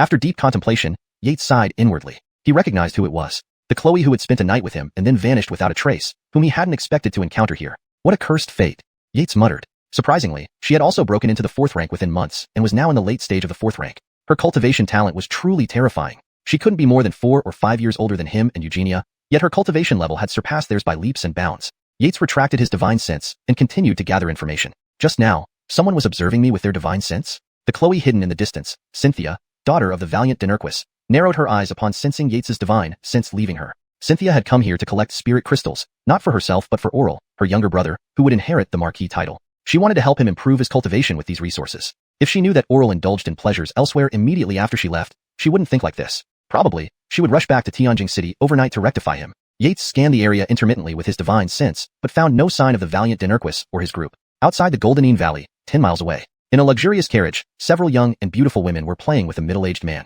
Your Excellency? At that moment, an Ernonli man in armor approached the carriage and whispered, Excellency, we're 10 miles from the Golden Valley, right in time for the spirit tide. Get to the point, the valiant Dinurquist said, not pausing his actions, maintaining a calm tone. The man outside the carriage was clearly taken aback, but quickly understood the generous nature of the Marquis. Yes, Your Excellency. I've detected a Chloe who might meet your requirements. Chapter 93. The Emergence of the Earth Spirit Crystal and Conflict. Oh, is that true? Tell me more. The Dinurquist of Valor's eyes sparkled with interest. Ever since he set out on this journey, he had instructed his subordinates to find beautiful women. After traveling thousands of miles, they only managed to gather a few charming ladies in the carriage. Most were saintesses from various sections. Initially, these women were quite unwilling. However, once they learned his identity as the Dinurquist of Valor, they obediently came to his bed that very night. As for the disobedient ones, Naturally, there were some. Those who did not know their place met a dire fate. His hand would wave, and their sex would be wiped out. He would then capture the women, play with them until he tired, and finally snap their necks, tossing them into desolate mountains to feed the demons. It was a ruthless display of cruelty. However, even the demon-subduing bureau turned a blind eye when they learned of his identity. His actions left countless civilians weeping and resenting him. But none of these women fully met his desires. He wanted someone with superior grace, beauty, and figure. Someone like the universally recognized beauty of 10,000 years ago, the Nine Heavens Empress. Now, Colin claimed to have found such a Chloe. How could it not fill him with joy? Yes, Your Excellency, the Ernan outside the carriage, known as Colin, recounted everything he observed in detail, especially describing the Chloe's appearance and figure. Haha. Good. Very good. Excellent. The Dinurquis of Valor laughed heartily, stepped out of the carriage, and felt that heaven truly favored him. His gaze swept over Colin, pointed at the women inside the carriage, made a throat-slitting gesture, and vanished without a trace. Since he now had a better choice, these dolls weren't necessary anymore. Besides, he was bored with them. Colin shook his head slightly. Ever since the old master passed away, the young master's peculiar condition of being unable to live without women had worsened. Still, Colin didn't think the Dinurquis of Valor was wrong. In his view, those sect ladies should consider it a great honor to have been favored by him for several days. Lifting the curtain, Colin looked at the disheveled women inside. A strange glint flashed in his eyes. The women initially thought the Dinurquis of Valor was entering, preparing to act coy and cute, but seeing the Ernan, they wanted to yell angrily. They were the Dinurquis of Valor's women, after all, not just some servant. This man must die. In the next second, however, they found themselves unable to speak. As time passed, fear filled their eyes, and they couldn't move despite trying to struggle. It felt like years had passed, but in reality, it was only a few breaths. Several beautiful women, each skilled at the 6th or 7th level cultivation, died gasping in disbelief, their eyes wide with terror. They couldn't believe that the Dinurquis of Valor, whom they shared intimate moments with day and night, would suddenly turn against them. Weren't they his beloved treasures? If the Dinurquis of Valor heard this, he would scoff. Over the years, he had killed far too many so-called treasures. While Colin was reporting, changes occurred in the Engine Valley. In Yates's line of sight, the valley bottom seemed to tremble violently as if time paused for a moment. Then, a pale purple light emerged from the ground, shooting skyward. Hampton Earth Spirit Crystal? It's mine. Anyone who tries to take it dies. Attack. The previously calm atmosphere instantly erupted into chaos. People rushed toward the light. Inertial arts experts used their true chi to manipulate the elemental energies, forming giant hands in midair, only to have them shattered by a blade of light. Countless attacks flew around. True chi and energy clashed, swords and blades danced in the air, and numerous figures roared and fought fiercely. Instantly, the scene descended into pandemonium. Yates shook his head. These people were merely pawns. The true experts had yet to make their move. By experts, Yates meant 4th rank transcendent martial artists. Anything below that wasn't worth mentioning. At his current strength, a 4th rank was easily within his reach, though it still signified high martial prowess. Fights continued, with people snatching the crystal from one another. Within moments, under the cover of night, a graceful figure floated in under the moonlight like an immortal descending from the heavens. With a casual wave of his hand, the fighters froze mid-battle. Then, as if under the weight of 1,000 pounds, they fell to the ground, kneeling except for a few 6th rank peak martial artists who managed to remain standing. Gentlemen, I shall claim this first Earth Spirit Crystal.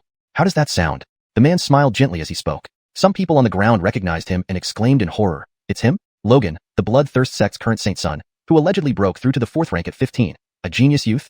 The crowd sucked in sharp breaths, trembling at the mention. This was indeed a game-changer for them. The Saint Son was notorious for having caused tens of thousands of deaths, earning him a deeply wicked reputation. The Bloodthirst sect ranked among the top 10 heretical sects, with a menacing presence that surpassed even the White Lotus sect and the Moon Worship sect in people's minds. Though it didn't mean Bloodthirst sect was the strongest, it was particularly infamous for its expertise in blood rituals and killings, leaving a terrible reputation in Dogon Empire. All 10 major heretical sects had 2nd-rank martial saints as their foundation, making them elusive targets even for the demon-subduing bureau. Notably, figures like the Bloodthirst Saint Son had been on the bureau's most wanted list for years. Unexpectedly, this person appeared here for an Earth Spirit Crystal? It seemed almost too costly. Yates pondered. The situation was getting more complex with 4th-rank masters involved, but the Dinurquis of Valor hadn't shown up yet. Seeing no one respond, the Bloodthirst Saint Son smiled politely like a refined scholar, bowing gracefully. Gentlemen, Logan will gladly accept it. The crowd was momentarily stunned. Could they object? Just as his hand was about to touch the crystal, an arrow shot from the sky, tearing through space and aiming straight for his chest. His expression changed. The attacker was strong and clearly a long-range 4th-rank expert.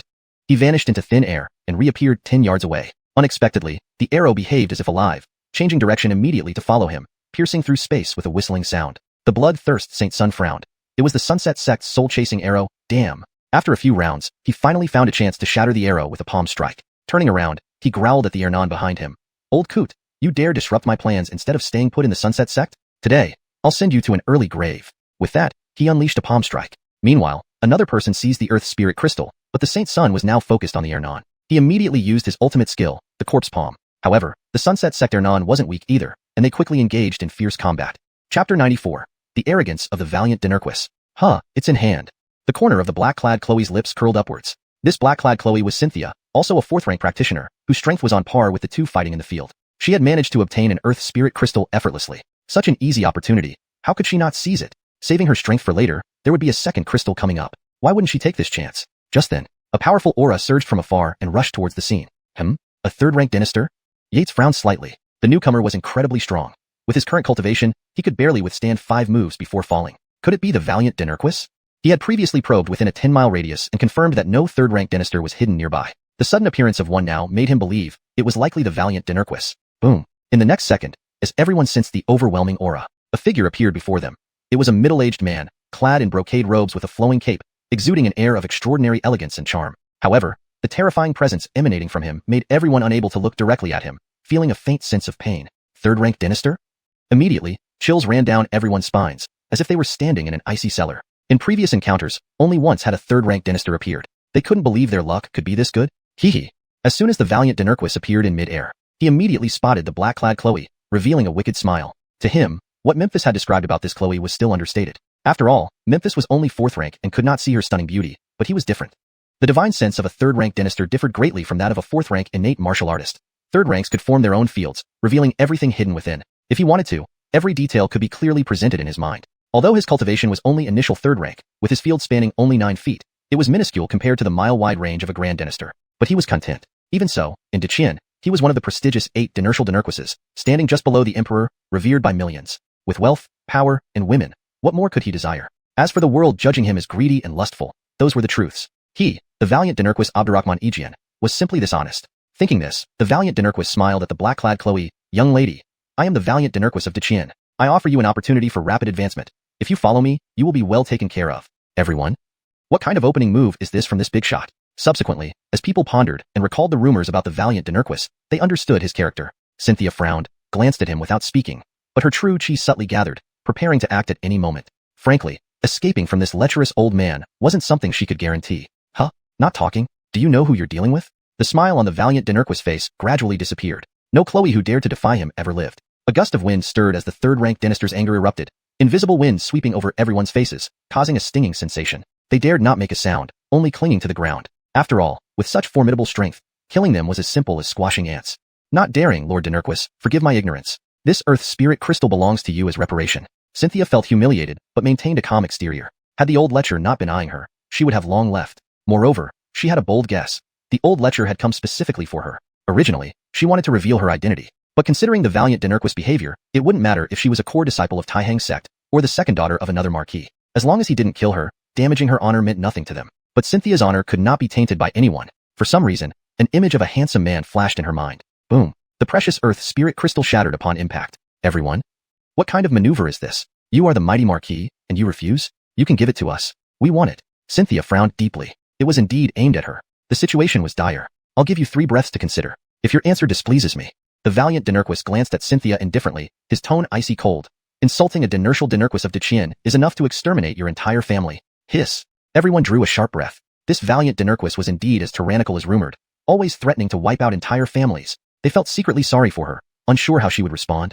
4th rank innate was a top-tier martial artist elsewhere, but facing the valiant Dynarquis, honestly, it wasn't enough. Not even a ripple in the water. You. Xianxia felt furious, but remained calm in such moments. Lord Dynarquis, I.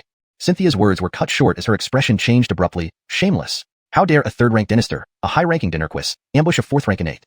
This completely defied common sense. Boom. One blow sent Xianxia into the ground, unconscious. Then, the valiant Dynarquis' icy gaze swept over everyone, deciding no one should live. Wish. A cold breeze passed, striking fear into everyone's hearts. Was this valiant Dynarquis going to attack everyone present? Run. In an instant, everyone scattered wildly, especially the bloodthirsty Holy Sun and the Ernan from Sunset Sect, witnessing the same 4th rank black-clad Chloe knocked out in one blow. They knew they wouldn't fare better. Why wait? Run. The valiant Dynarquis glanced at them. Memphis, leave none alive. Finishing, he turned to chase the 2 other 4th rank practitioners. Within seconds, he returned to Qian Valley with 2 captives in hand. Thud. The 2 lay motionless like lifeless snakes, clearly stripped of their true chi. Hiss. Those who hadn't fled paled as some, realizing escape was futile, charged recklessly at Memphis, instantly being smashed into bloody pulp. Others knelt and begged for mercy. However, Memphis, like a killing machine, carried out Abdurrahman Ejian's order mercilessly. To death. Seeing this, the pleading ones roared, picking up weapons and rushing forward again. Alas, like eggs hitting stone. Still moving? The valiant Dynarquis looked at Xianxia in surprise. He knew the force of his strike. Even a peak 4th rank like Memphis couldn't withstand it. Cough cough. Cynthia struggled to lift her head, glaring hatefully at Abdurrahman Qian. Abdurrahman Qian, may you die miserably? Ha ha. Hearing this, Abdurrahman Qian laughed uncontrollably. My dear, I hope you still have that fire when you're on the bed. The pleasure will be mine. Scum. Cynthia spat blood at him. Bitch. Furious, Abdurrahman Qian struck with a palm despite missing the spit. At this moment, just as he struck, a heavenly sword beam split the sky behind him, looking for death. Instantly, Abdurrahman Qian flew into a rage. Chapter 95. Yates's Method, Assassination. In an instant, Ingwu Dinurquis went berserk. His entire body radiated with surging true qi, his eyes turned bloodshot red, and he unleashed a series of devastating attacks. Only then did he turn to Colin, growling, Colin, continue gathering the earth spirit crystals. I will go and kill him. He had never hated anyone so much. How dare someone snatch a person right in front of him, Lord Monday's sword. Was his meal about to fly away? In his mind, he was already plotting how he would deal with this man after catching up with him. How he would peel off his skin, strip out his tendons, and sever all his limbs. The man mentioned by Ingwu Dinurquis was none other than Yates. When Ingwu Dinurquis appeared just now, Yates thought of a better plan. To impersonate the black-clothed Chloe, putting aside their one-night marital bliss. Yates must save this Chloe if he were to pull off this trick. Fortunately, before coming to Xianxia town, he had done his homework well. Behind Golden Ean Valley lay chaotic stone ridge, chaotic forests, and countless towering trees. With his lightness skill and chi concealment techniques, it was easy for him to hide among them. But adding the black-clothed Chloe into the mix was different. In the perception of a third-rank dynaster's divine sense, she would be as conspicuous as a lantern. Half an incense stick later, Yates found an unoccupied cave, laid down the unconscious black-clothed Chloe, and quickly stripped off her nightclothes. A snow-white scene came into view. Her skin was as white as snow, and her large, full chest made him involuntarily swallow. Miss, forgive me. Yates snapped out of his brief trance. There were more important things at hand. If they were too late, it would spell endless calamity. Subsequently, the sound of rustling filled the air, and another black-clothed Chloe appeared in the scene. If the Chloe were awake, she would be astounded. Such a transformation transcended simple disguise. It was almost akin to artistry. Next, Yates smeared some of the Chloe's blood on himself and took her sword, hanging it on his body. As for the wounds, that was even simpler. He let his aura surge wildly, immediately appearing weak and frail like an Ernonli man nearing death. This perfectly matched the current state of the Chloe, gravely injured and near death. Hamptoned indeed, the Chloe's injuries were just as severe. However, for a late 4th rank expert, such wounds weren't fatal. A few days of rest, and she would recover. Yates covered up the cave entrance, leaving a small opening for the Chloe to breathe and preventing wild animals from entering. As for demons and monsters, it could only be blamed on her bad luck. He would come back and avenge her later. Then, Yates's figure flashed, vanishing on the spot. On the other side, in the forest, Ingwu Dinurquis furrowed his brows ever deeper. In just a short moment, the man who carried another person vanished. From his perspective, the man who snatched his precious treasure had insignificant cultivation, but his lightness skill was remarkably brilliant. Moreover, his chi concealment technique was also extraordinary. Had it not been for violating his taboo, he might have considered recruiting this person. But now, he gritted his teeth in hatred. Not here.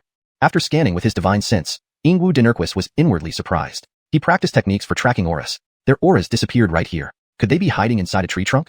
Ingwu Dinurquis released his master domain field, carefully probing.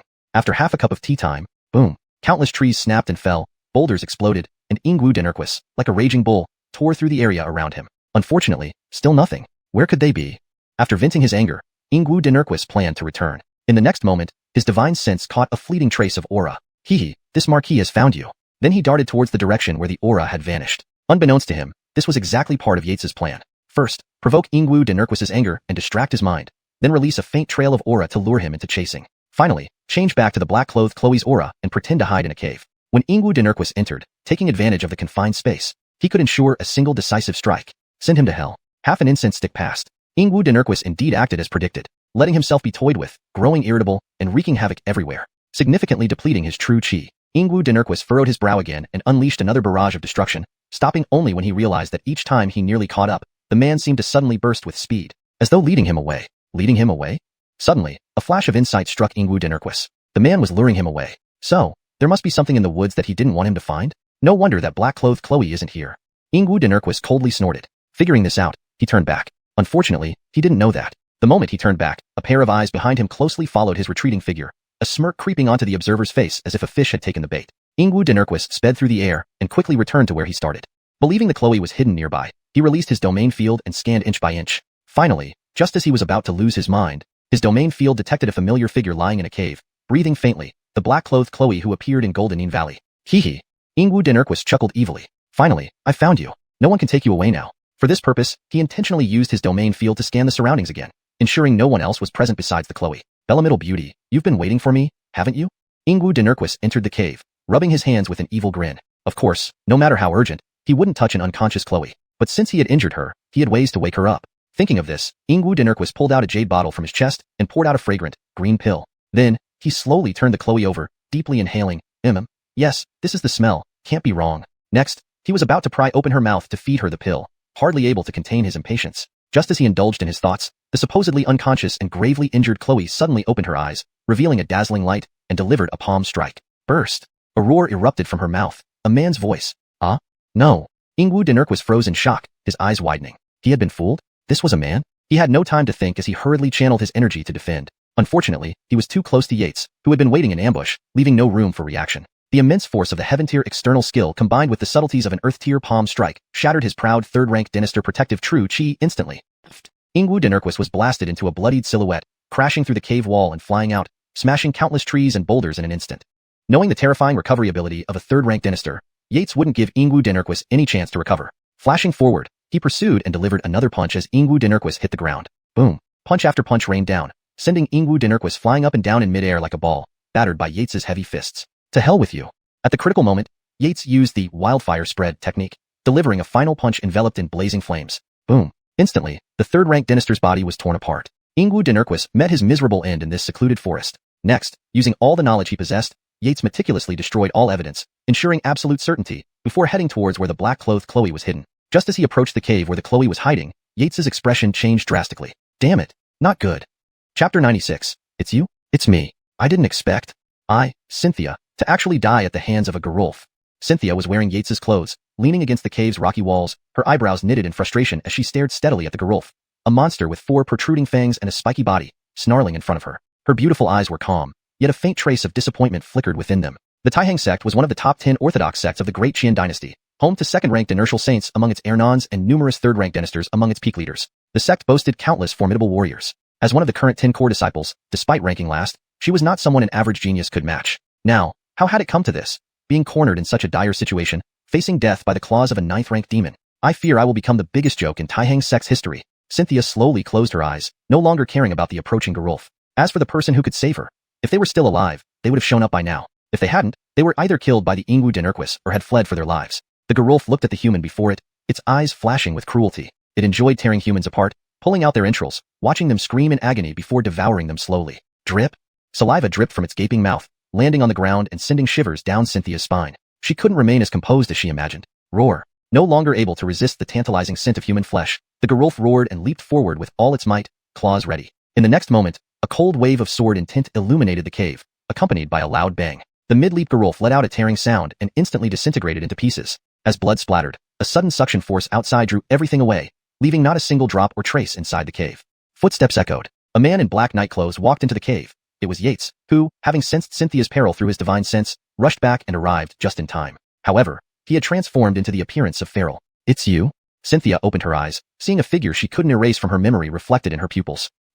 Yes, it's me. Yates awkwardly scratched his head. By Blue Star standards, this would be like meeting up after a one-night stand? Why did he feel a bit awkward too? Could it be because their last encounter was too wonderful, and ultimately, he was the one taken advantage of? Are you alright?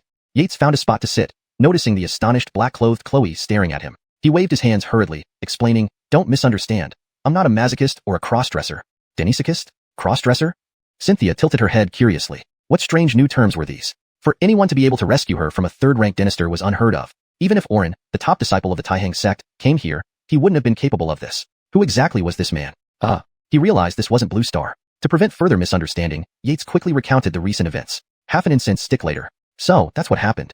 You mean you distracted the Dinurquist by wearing my clothes? Hampton, then you killed him? Xianxia's eyes widened in disbelief. You're a third-ranked Dynasty?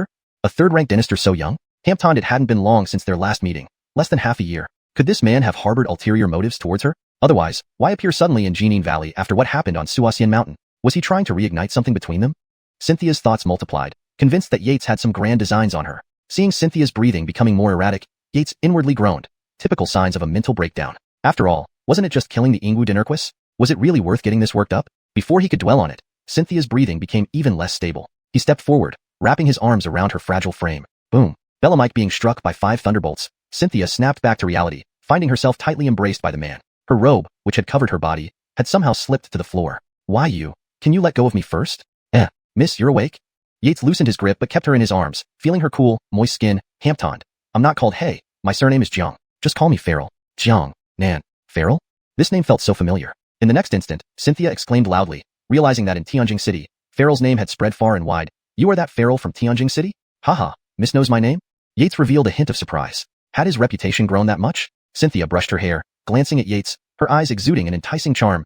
Dynasty Jiang's prowess has spread far and wide. I have heard of you. Except, Dynasty Jiang, do you plan on holding me forever? Are you entertaining improper thoughts? Yates sharply inhaled, overwhelmed by how such a previously cold and distant Chloe could exude such allure. Hee, my name is Cynthia. Please don't confuse us. We wouldn't want your close companions to be upset. This jealous tone wasn't lost on Yates, no matter how dense he might be. However, he paid it no mind. Amidst Cynthia's startled cry, he swiftly swapped their clothes back and handed her a medicinal pill.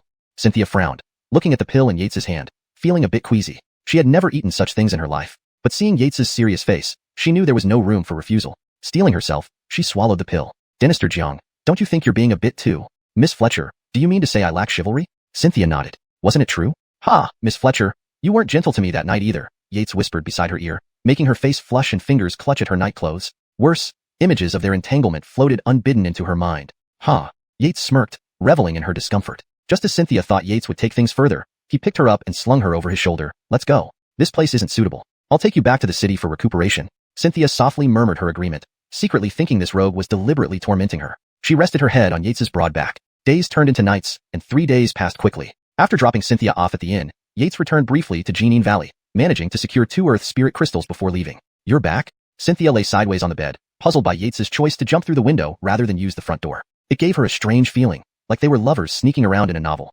Unbeknownst to her, Yates simply wanted to experience jumping through windows, as seen in Blue Star TV dramas. Indeed, it felt quite different. Back. Miss Fletcher looks flushed, must be recovering well today.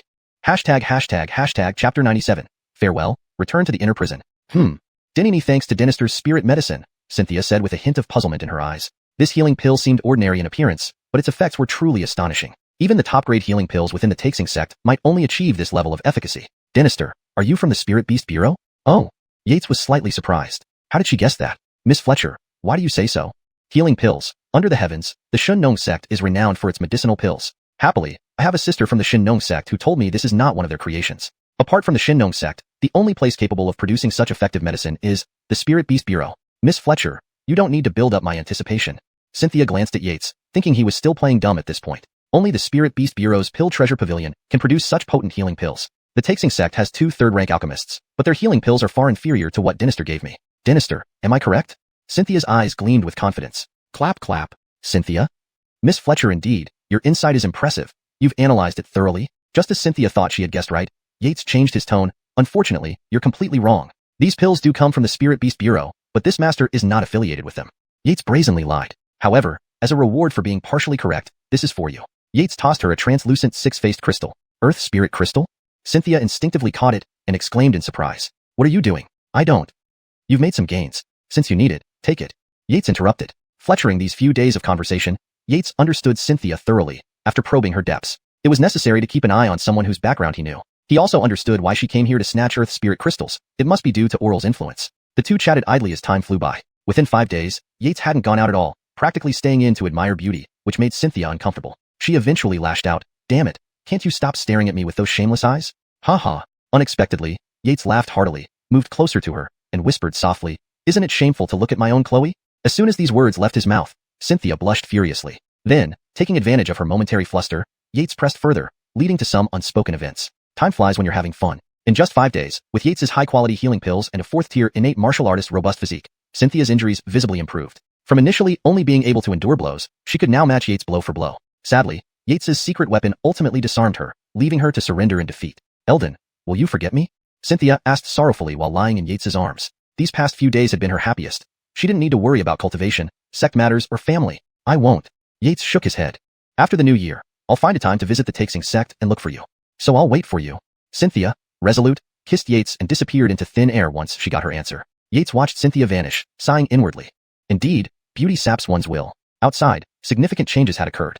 Ingwu Dinurquis, one of the 8 great marquises of Great Qian, went missing without reason, naturally catching the attention of the Spirit Beast Bureau. Unfortunately, after Yates's meticulous handling, they only found the battlefield but nothing else. Belamike, his second son Finn, it became an unsolved case. When this matter reached the imperial court, it caused immediate uproar. Speculations and debates abounded. Unfortunately, during the Spirit Beast Bureau's interrogation, leads ended with Cynthia Given her status as another Dynasty Dynasty, they feared accountability if they probed deeper. Once everything was reported to the old Brendan, he grew furious. How dare someone tarnish the reputation of Great Qian? With a wave of his hand, the king ordered the case closed immediately. At the bard's residence, upon hearing this news, the bard's consort fainted out of rage. Servants quickly rushed to support her, while others informed the bard. Unexpectedly, the prince, usually devoted to his consort, coldly ordered, "Take the consort to tranquil seclusion courtyard and let her meditate there. Without my permission, no one may release her."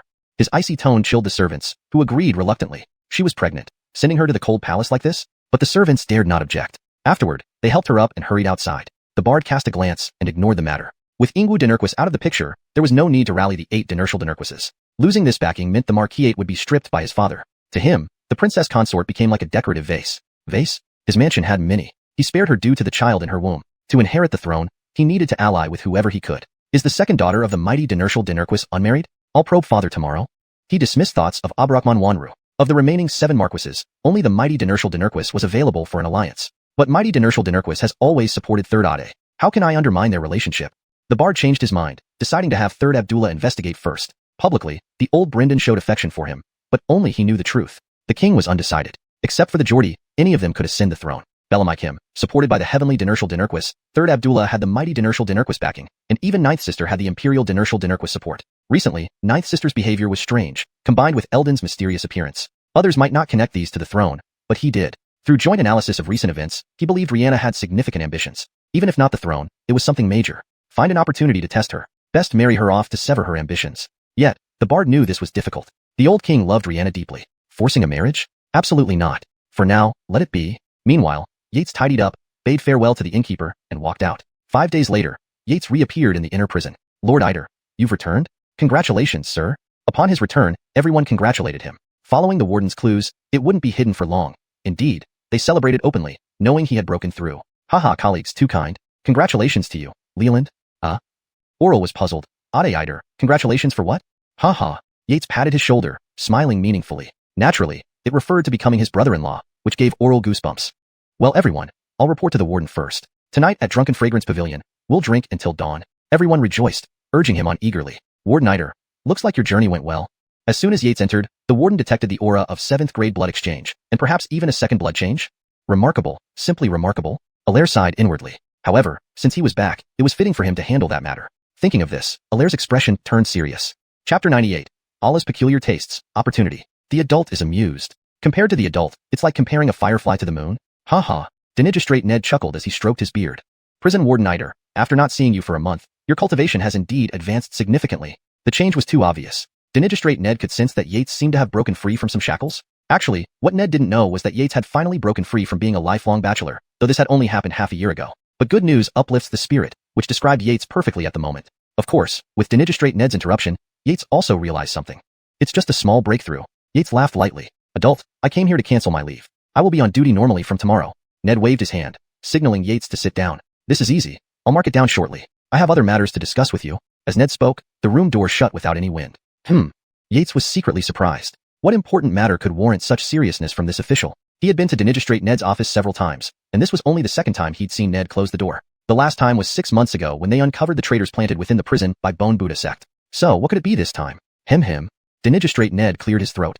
Actually, it's not a big deal, just that we don't want outsiders to know about it. Then, adult, should I go out? Yates joked. Try? This task is to be handed over to you. Dinigistrate Ned pretended to hit him before speaking. Dom has an uncle who is a king. Do you know that? Yates nodded. When Govind took power back then, his methods were extremely ruthless. He purged wave after wave of clan members. Among the older generation of the Qian royal family, only Allah, Haim, remained loyal to Lao Qian. Other kings either died, were exiled, or went mad. But wasn't Allah already unheard of for several years? Could there be more twist here? This matter concerns Allah. Dinigistrate Ned revealed a bitter smile. This Allah had some morally questionable habits. Recently, Allah heard some news saying that the ancestral tomb of Jinwu sect contained the Jinwu immortal pill. The Jinwu immortal pill? The immortal pill passed down from ancient times in the Jinwu sect that can make one instantly ascend to immortality upon ingestion? Yates exclaimed in shock. No wonder Yates was shocked. The reputation of the Jinwu immortal pill was immense. Reviving the dead and healing bones were minor feats compared to attaining immortality with just one pill. Yes, but the rumor you're referring to isn't accurate. Dinigistrate Ned nodded, then shook his head. The Jinwu immortal pill did indeed have remarkable effects. However, since the founding of the sect 10,000 years ago, none had been successfully refined for a millennium. Its greatest use was assisting third-rank grandmasters in breaking through to second-rank Dynasty saints, helping them connect to the bridge between heaven and earth, thus drastically increasing their chances of success. Rumor had it that one Jinwu immortal pill equaled 1 second rank inertial saint. This wasn't particularly secret knowledge in Dogon Empire. It wasn't surprising that Allah knew about it. Allah has been trying to prolong the emperor's life in recent years. Upon hearing this news, he immediately organized people to dig up the tomb and wanted to present the pill to the emperor. Did he succeed? Yates instinctively felt the uncle would succeed. However, Dynasty Ned sighed bitterly and shook his head. No, the tomb was opened, but there were no Jinwu immortal pills inside. Instead, there were several supreme elders in hibernation from Jinwu sect. Allah's actions broke their hibernation, reducing their remaining lifespan. Damn, how ruthless. Yates immediately understood the situation. Most major sects had a secret realm where dying supreme elders could hibernate, awaiting the sect's critical moments to break out. These dying individuals represented the sect's foundation. Yet, Allah destroyed this foundation. Moreover, Jinwu sect was one of the top 10 righteous sects in Dogon, established 10,000 years ago. Its surface strength wasn't much weaker than Dogon's. Hampton, wouldn't such a powerful sect have prepared countermeasures? Wouldn't they fight back? Yates secretly speculated. Later, Allah fled into the 5th level inner prison. Adult, you mean Allah is currently in the inner prison and was pursued here by Jinwu sect? Dynasty Ned nodded. You must have felt many unfamiliar eyes outside today, right? So that's why. Yates nodded. He thought they were exorcist department guards, but didn't expect them to be from Jinwu sect. But Allah is still our imperial uncle in Dogon. How dare Jinwu sect chase him so recklessly? Are they not afraid of the exorcist department demanding an explanation? That only applies to smaller sections. Jinwu sect is not that simple. There are even 2 grandmasters waiting outside the gate. Who? Yates was startled. What about them? They are a righteous sect in Dogon. Besides, Aiden Zheng intervened. Damn. Yates cursed inwardly. The crux of the matter came later. A second-ranked inertial saint stepping in. How easy would it be for them? Adult, what happened in the end? It's a standoff. Moreover, Jinwu sect's second-ranked inertial saint patriarch is on his way, expected to arrive in Tianjing City tonight. Whoosh. Yates abruptly sat up. Adult, sending me into such a high-stakes situation means sending me to my death, doesn't it? Even before knowing the details, Yates guessed it wouldn't be good news. Ha. Dynasty Ned gave an awkward laugh. Of course, he couldn't handle this himself. He was old and frail. He waved his hand, continuing from where he left off. Actually, it's not that severe. Holy Elder Tom just relayed news. Demon Blade Dynasty agreed to a duel with the opponent. Each side sends 3 people for 3 matches. Location: 5th level inner prison. Winner takes all. Loser faces consequences. Why choose me? Yates was puzzled. How could both sides select him among the chosen ones? However, the 5th level inner prison was a great opportunity. He had always longed for those few experience trees in the 5th level. Once he entered, wouldn't his experience points easily exceed 700,000 per day? 1 person each for 5th rank, 6th rank, and 7th rank. Initially, our 1st level inner prison didn't fit the criteria, but Dynasty Ned glanced at Yates, unsure if he was unlucky. Jinwu sect made a requirement. Participants must be 7th rank martial artists under 20 years old, highlighting their young generation. Unfortunately, all geniuses in the 2nd level inner prison are over 25. Luckily, you broke through in time. Otherwise, I wouldn't have known how to explain this to Elder Tom. You don't need too much pressure. Dynasty Ned paused. I've seen their 7th rank genius, already on his 7th blood transformation. Don't push yourself too hard. Adult, you really know how to comfort someone. Yates gave him a thumbs up. Look, wasn't he a good leader in Dogon? Ha. The embarrassment flickered across Dynasty Ned's face, but he brushed it off. If we lose, what happens to Allah? Yates mimicked a slicing motion. Chapter 99. The unique inner prison 5th level. What are you thinking about? Blake couldn't help but laugh and cry at the same time. That's a royal prince of Qian, and the only younger brother of the current king. If he lost, it's just more compensation. Blake's tone was light, but Yates could also guess. With major sects involved, things wouldn't be as simple as they seemed. Otherwise, the 2nd-ranked inertial saint ancestor wouldn't have hurried from millions of miles away. But this matter isn't that simple. Blake glanced at Yates again, saying, why would Abdullah Hampton target Jinwu sect? Although it has been confirmed that Blood Demon sect spread the news, Jinwu sect is one of the 10 righteous sects, an ancient lineage passed down for thousands of years. You think, without someone backing him up, even if he had 10 more gallbladders, would he dare to do such a thing? Yates nodded, pointing to his head. They could only imply these matters. They shouldn't speak outright to avoid leaving room for gossip. So when will the competition begin? At this moment, Blake shook his head. Brit hasn't given us any news yet. With the speed of a 2nd-ranked inertial saint, it shouldn't take more than a few days to cover 1,000,000 miles. You should not go out in these few days. Just wait inside the inner prison. Yes, sir, Yates agreed, finding this arrangement fitting his intentions. But he also didn't want to appear too anxious to avoid unnecessary speculation. There's another thing. Though I think it's impossible, since Brit has promised, I must inform you. Blake recalled something else before Yates left. Oh, please go on. Yates turned around. If you win this time, besides the opportunity to comprehend a heavenly rank cultivation method from the Beast Cultivation Office, Brit also specially rewards you with a traveler status. Holding a traveler token, you can enter and leave the first 5 levels of the inner prison freely and will no longer be governed by the jurisdiction's wardens or prison directors. When Blake said this, his tone was somewhat bitter. Then, even if you meet the chief director of the prison, you won't need to salute. Damn.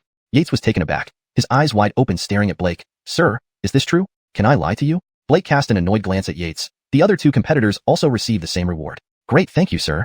Yates thanked him with clasped hands. Others might not pay much attention to this traveler status, but to Yates, compared to the heavenly rank cultivation method, this was far more significant. Blake watched Yates leave, sighing inwardly. No matter how talented Yates was, compared to the genius of Jinwu sect, there was still a considerable gap. That genius was already a 7th rank blood change warrior at 18. And now after 2 years, considering possible improvements, Blake guessed he might be nearing 9th rank blood change. Unfortunately, the 6th rank elite who was supposed to represent the inner prison wasn't available, making the outcome slightly less certain. For this competition, naturally, it wouldn't just use personnel from the inner prison. The Beast Cultivation Office sent a 5th rank contestant, and from the inner prison, a 6th rank from the 3rd level, and finally Yates, a 7th rank. Of course, if Yates revealed his true strength, it would be an entirely different scene, dominating the battlefield. After leaving, Yates first sought Bellamy Sangue to inquire about recent events within the inner prison. Upon hearing Yates's inquiry, Bellamy Sangue looked around cautiously before dragging Yates to a secluded corner and whispered, "Sir, my sworn brother told me that someone is investigating the previous incident with the Geordie's concubine on the 2nd floor. I'm worried it might implicate you." Someone was investigating? Could it be the Geordie spy again? Yates shook his head. "Sangue, your concern is appreciated, but this matter doesn't involve me. Don't worry about it." Bellamy Sangue then continued to share other information, mostly about prisoners dying or revealing information. These trifles didn't concern Yates. The next couple of days, aside from sending a brief message to Aloysius to inform Eugenia of his return, Yates stayed inside the inner prison awaiting the competition. "Inspector Eider, follow me quickly." Yates was walking through the prison corridor when Blake's urgent call came from behind. "Is it starting?" Yates didn't hesitate and followed Blake immediately. "Surely you've guessed why I've come for you." On the way, Blake broached the subject. Yates nodded. "Good. Over these days, I asked the chief director for information on your opponent." Blake paused, considering whether to divulge this information to Yates. "Sir, please speak plainly." Yates knew himself well, and wasn't afraid of Zhenwu sect's so-called genius. This person has cultivated the body-strengthening divine technique of Zhenwu sect and has undergone 11 blood changes, just short of the final one. He will achieve full blood change upon completion. Blake saw little change in Yates's expression after delivering this news, realizing it was normal. Regardless of 7 or 11 blood changes, Yates would still defeat him in one move. "One more thing, once you're up there, be cautious. Your opponent is the grandson of a grand elder from Zhenwu sect, with a rather arrogant personality. If anything goes wrong, immediately admit defeat. Otherwise, if he kills you, the elders from the Beast Cultivation Office won't intervene." While giving instructions, Blake was genuinely concerned for his capable subordinate's safety. "Thank you for your guidance." Despite the nagging, it was clear Blake had his best interests at heart. After all, Blake had no idea about Yates's true capabilities. Half an incense stick later, Blake brought Yates to a large gate. "Guard, we need to enter the 5th level for the competition. Please open the door." The door is actually made of spirit iron? Yates marveled inwardly at the massive gate. From the 1st to 4th levels, the inner prison resembled ordinary cells, but from the 5th level onward, everything changed. According to legends, each level was transformed from a superior immortal small world, containing a vast space stretching tens of thousands of miles, with towering mountains and rushing rivers. Even demons were kept inside, strictly speaking, forming an independent small world. However, these were common knowledge pieces. The real situation remained unknown to Yates, despite extensive research in the scripture library. As for the subsequent levels, there were no descriptions at all. This clearly wasn't normal. Now, this mystery was about to be unveiled. "Aren't you excited?" Blake observed Yates's reaction. Yates nodded and chuckled lightly. "Sir, this is my first time entering the 5th level. I've heard it differs greatly from the previous 4. Haha." Blake's mood lifted, feeling nostalgic. The 5th level is like a new realm, showcasing immortal level power. "Enter." Suddenly, sounds came from the other side of the door. Blake nodded at Yates, instructing, "Stay close to me, within a dozen feet." Yates moved closer, stepping into the required range and following Blake slowly into the gateway. Inside was a bizarre corridor filled with countless flashing illusions. Even with concentrated effort, Yates could only discern bits and pieces. A 9-tailed fox demon? "Don't be curious, and don't step outside this aura circle." Blake held a jade pendant and sternly warned. Once, a 3rd-rank Great Dynasty ignored this warning and stepped inside. Can you guess what happened in less than a breath's time? Blake looked at Yates, who shook his head, only able to notice various shadows moving swiftly beyond the jade pendant's protection. What caused this, he couldn't guess. "Time." Blake said a word that shocked Yates. "Sir, do you mean we are walking on the river of time?" Yates asked in surprise. "The river of time?" Blake looked at Yates. Sir, but isn't that not quite right?" Yates was confused. "Strictly speaking, I think your description is more accurate. However, the chief warden who brought me in referred to it as the corridor of time. Everything displayed here are events from the past, involving people and incidents. At that time, a 3rd-rank Great Dynasty from the Beast Cultivation Office discovered a true Wu immortal pill. Relying on his cultivation of the demon refining prison subduing sutra to the realm of artistic conception, he stepped out. In less than a breath's time, he turned into a pile of dust and vanished before everyone's eyes. Even the garrison commander couldn't save him in time. Whoa! Yates drew in a sharp breath. A 3rd-rank Great Dynasty couldn't even last for a breath? Especially when this individual had cultivated the demon refining prison subduing sutra to the realm of artistic conception. This person was undoubtedly a significant figure among 3rd-rank Great Dynasties, which made it quite terrifying. ###Chapter 100. The mockery of the true Dynasty sect. "Sir, what about this jade pendant?" Yates felt a bit anxious. He did not want any unexpected incidents. "Aren't you usually bolder?" "Sir, you're jesting." After teasing for a moment, Alaire finally explained, "This jade pendant is a masterpiece by a 1st-rank celestial Dynasty artist." "Sir, do we have celestial Dynasty artists in Dogon Empire?" Yates exclaimed, thinking that the strongest should be the garrison commander of the Fiend Taming Bureau, a 9 Transcendence Dynasty saint. He didn't expect Alaire to suddenly drop the name of a celestial Dynasty artist. "I don't know."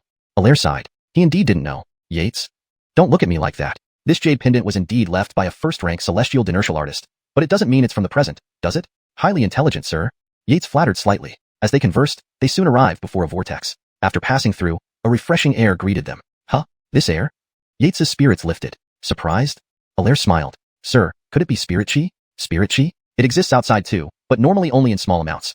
Otherwise, there wouldn't be a spirit chi vortex when 5th rank breaks 4th rank innate. Here, upon entering, it felt like being surrounded by an ocean of spirit chi. This small world has a high-grade spirit vein placed inside by the garrison commander, Alaire said with infinite emotion. Moving even a minor spirit vein is something unimaginable for 3rd rank grandmasters. Yet, this fiend taming bureau powerhouse managed to move a large, high-grade spirit vein inside? This is the power of a 2nd rank dinertial saint? Whoa! Yates instantly felt an overwhelming force surge in his heart, unable to imagine what kind of strength could achieve this.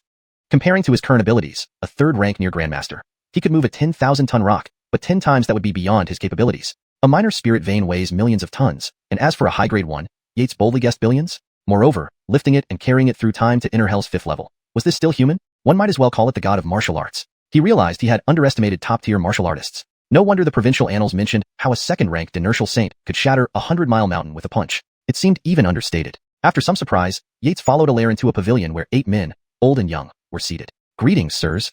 Alaire greeted everyone before introducing Yates. Ladies and gentlemen, this is Yates from the 1st level, participating in the 7th rank trial. Greetings, sirs. Yates stepped forward to greet them. 7th rank early stage? Sir Ned, does your level really have no one else? The opponent is a late-stage 7th rank martial artist who practices the true dinertial sect's heaven-tier cultivation method. Are you disregarding Abdullah Hamptoniang's life? A bald man asked sarcastically. TCH, so it's Sir Hampton from the 2nd level. Why come if your level can't provide anyone? Just to meddle? Alaire immediately retorted. The others present shook their heads inwardly. They were wardens and chiefs from Inner Hell's levels 1 to 4, without hierarchical relationships between them. However, the 2nd, 3rd, and 4th levels mainly housed non-humans, so talented individuals with high strength were prioritized there. Level 1 thus naturally lagged behind. Hampton, the conflict between Ned and Hampton, they knew well, especially since last month, a dispute over a warden position nearly escalated to violence. Now, Ned selected Yates right in front of him. Wasn't this a slap in the face? Hampton couldn't help but sneer, but Alaire hit his sore spot, leaving him speechless. All he could do was snap, "Humph, Artie, don't be too pleased. This kid will die anyway." Oh, Sir Hampton cares so much about our win or loss. Even if we concede, we get resources, unlike you just watching us enjoy them. Alaire sighed dramatically, infuriating Hampton further. Others tried to calm the situation. Alaire, unity. The true dinertial sect members are coming. Some turned to advise Alaire. They glared at each other, ready to speak. Suddenly, a terrifying aura descended, shocking everyone. Was someone attacking Inner Hell? Turning to look and preparing to resist, they heard a voice. Enough. Old Ned, still bickering like children? 2 figures appeared mid-air. Greetings, Lord Josue, greetings. Since it was Josue's acquaintance, they quickly paid respects to avoid more pressure. This is the commander of the Fiend Taming Bureau, Ned Delphinoel. Josue introduced. Everyone was startled. This arrogant person was actually the commander? Unlike Hernans who were honorary titles, commanders held real power in the Fiend Taming Bureau with countless strong subordinates. They hurriedly bowed again. Are all participants here? Josue scanned the area. Yes, all present. Alaire and 2 others responded promptly. Fine, let's go to the arena. With that, Josue vanished and reappeared dozens of yards away. Yates nodded, admiring the near 3rd rank grandmaster prowess displayed. As others also moved away, Yates followed Alaire. Hee. Ade, are they afraid of us? They agreed to meet at Xianxia, yet nobody has shown up past that. A handsome man in white robes and a purple gold cap sneered. This was Liam, a true dinertial sect prodigy with 11 bloodline changes, Yates' opponent. Hee. A senior man laughed piercingly, supporting Liam despite his superior cultivation due to Lu's influential backing. Fiend Taming Bureau attendees frowned. What was Old Blade up to, arriving late and letting true dinertial sect disciples mock them?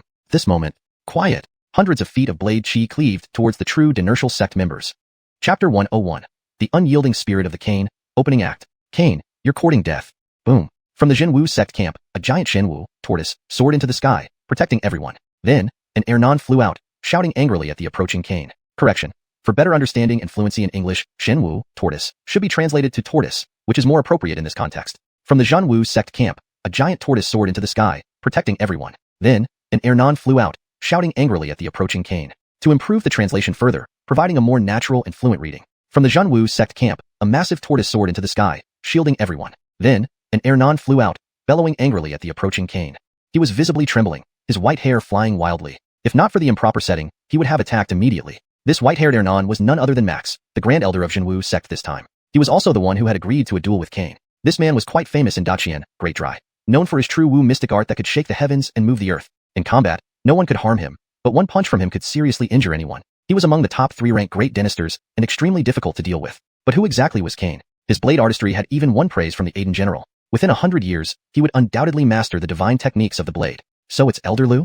Qian casually slung his sword over his shoulder and said lazily, I thought it was just some nobody. Hampton, if you're not satisfied, let's fight again. A powerful intent emanated from Qian, causing the weapons around them to resonate with a clear ring. Blades ringing in unison? The crowd stared in shock at Qian. Max was seething with anger. He was known as the invincible defender among 3-rank great dynasters of Zhenwu sect. How dare this mere 3-rank dynaster act so insolently in front of him? But Max knew Qian couldn't be measured by ordinary standards. His blade intent had reached a profound level, enough to bridge the gap between them. If it came down to a life-and-death battle, Max was certain he would survive. But he would certainly be severely injured. More worryingly, it could damage his foundation, leaving him with little hope of advancing to 2nd-rank Wuxiang, Inertial Saint. As the successor to become the next Wuxiang of Zhenwu sect, he couldn't afford any losses. Additionally, there was a faint aura hanging in the sky, restraining his actions. Their old patriarch was finally showing signs of age, unable to match the youthful Aiden general. Otherwise, how could their 1,000-year-old sect be trifled with by a small demon-taming office? Humph. Thinking of this, Max snorted coldly and said, Qian, now that your people have arrived, shall we begin the contest? Our Zhenwu sect, being one of the 10 Dinijor sects of the righteous path, fears no demon-taming office. Qian glanced at the Ernan, smirking inwardly. Don't think our demon-taming office doesn't know your little tricks. It's just that the Aiden general is too busy to bother with you right now. Continuing his thoughts, Qian scanned the crowd and looked at Max, saying sternly, according to the agreement, if we win, the matter concerning Abdullah Hamptonyang will be closed, and Qian will offer you an upper-grade spirit plant as compensation. If we lose, 1 upper-grade longevity spirit plant and a heaven-level cultivation technique, in exchange for Abdullah Hamptonyang's life. No. Max rejected Qian's proposal without hesitation. How could they easily forgive this slight against Zhenwu sect's millennium of prestige? Qian's eyes flickered with a cold smile. Max, did you think I was asking for your opinion? His blade intent was sharp, subtly pointing towards Max, indicating his willingness to fight at any moment. That was his nature. He didn't care for pointless arguments. If you refused, then he would beat you into submission. The people below, watching the scene unfold, were filled with admiration for their Lord Qian. He was so cool. To intimidate the renowned 3-rank great dynaster Max as a mere 3-rank dynaster? This would certainly be a sensational news story. Qian, do you really think this Ernan dares not make a move? Max's eyes flashed with anger. Even if he were made of clay, he felt an inner rage bubbling up. However, Qian ignored him, daring him silently to try. The atmosphere in the sky froze, turning icy cold. Everyone below dared not make a sound, fearing they might disturb these two powerful figures.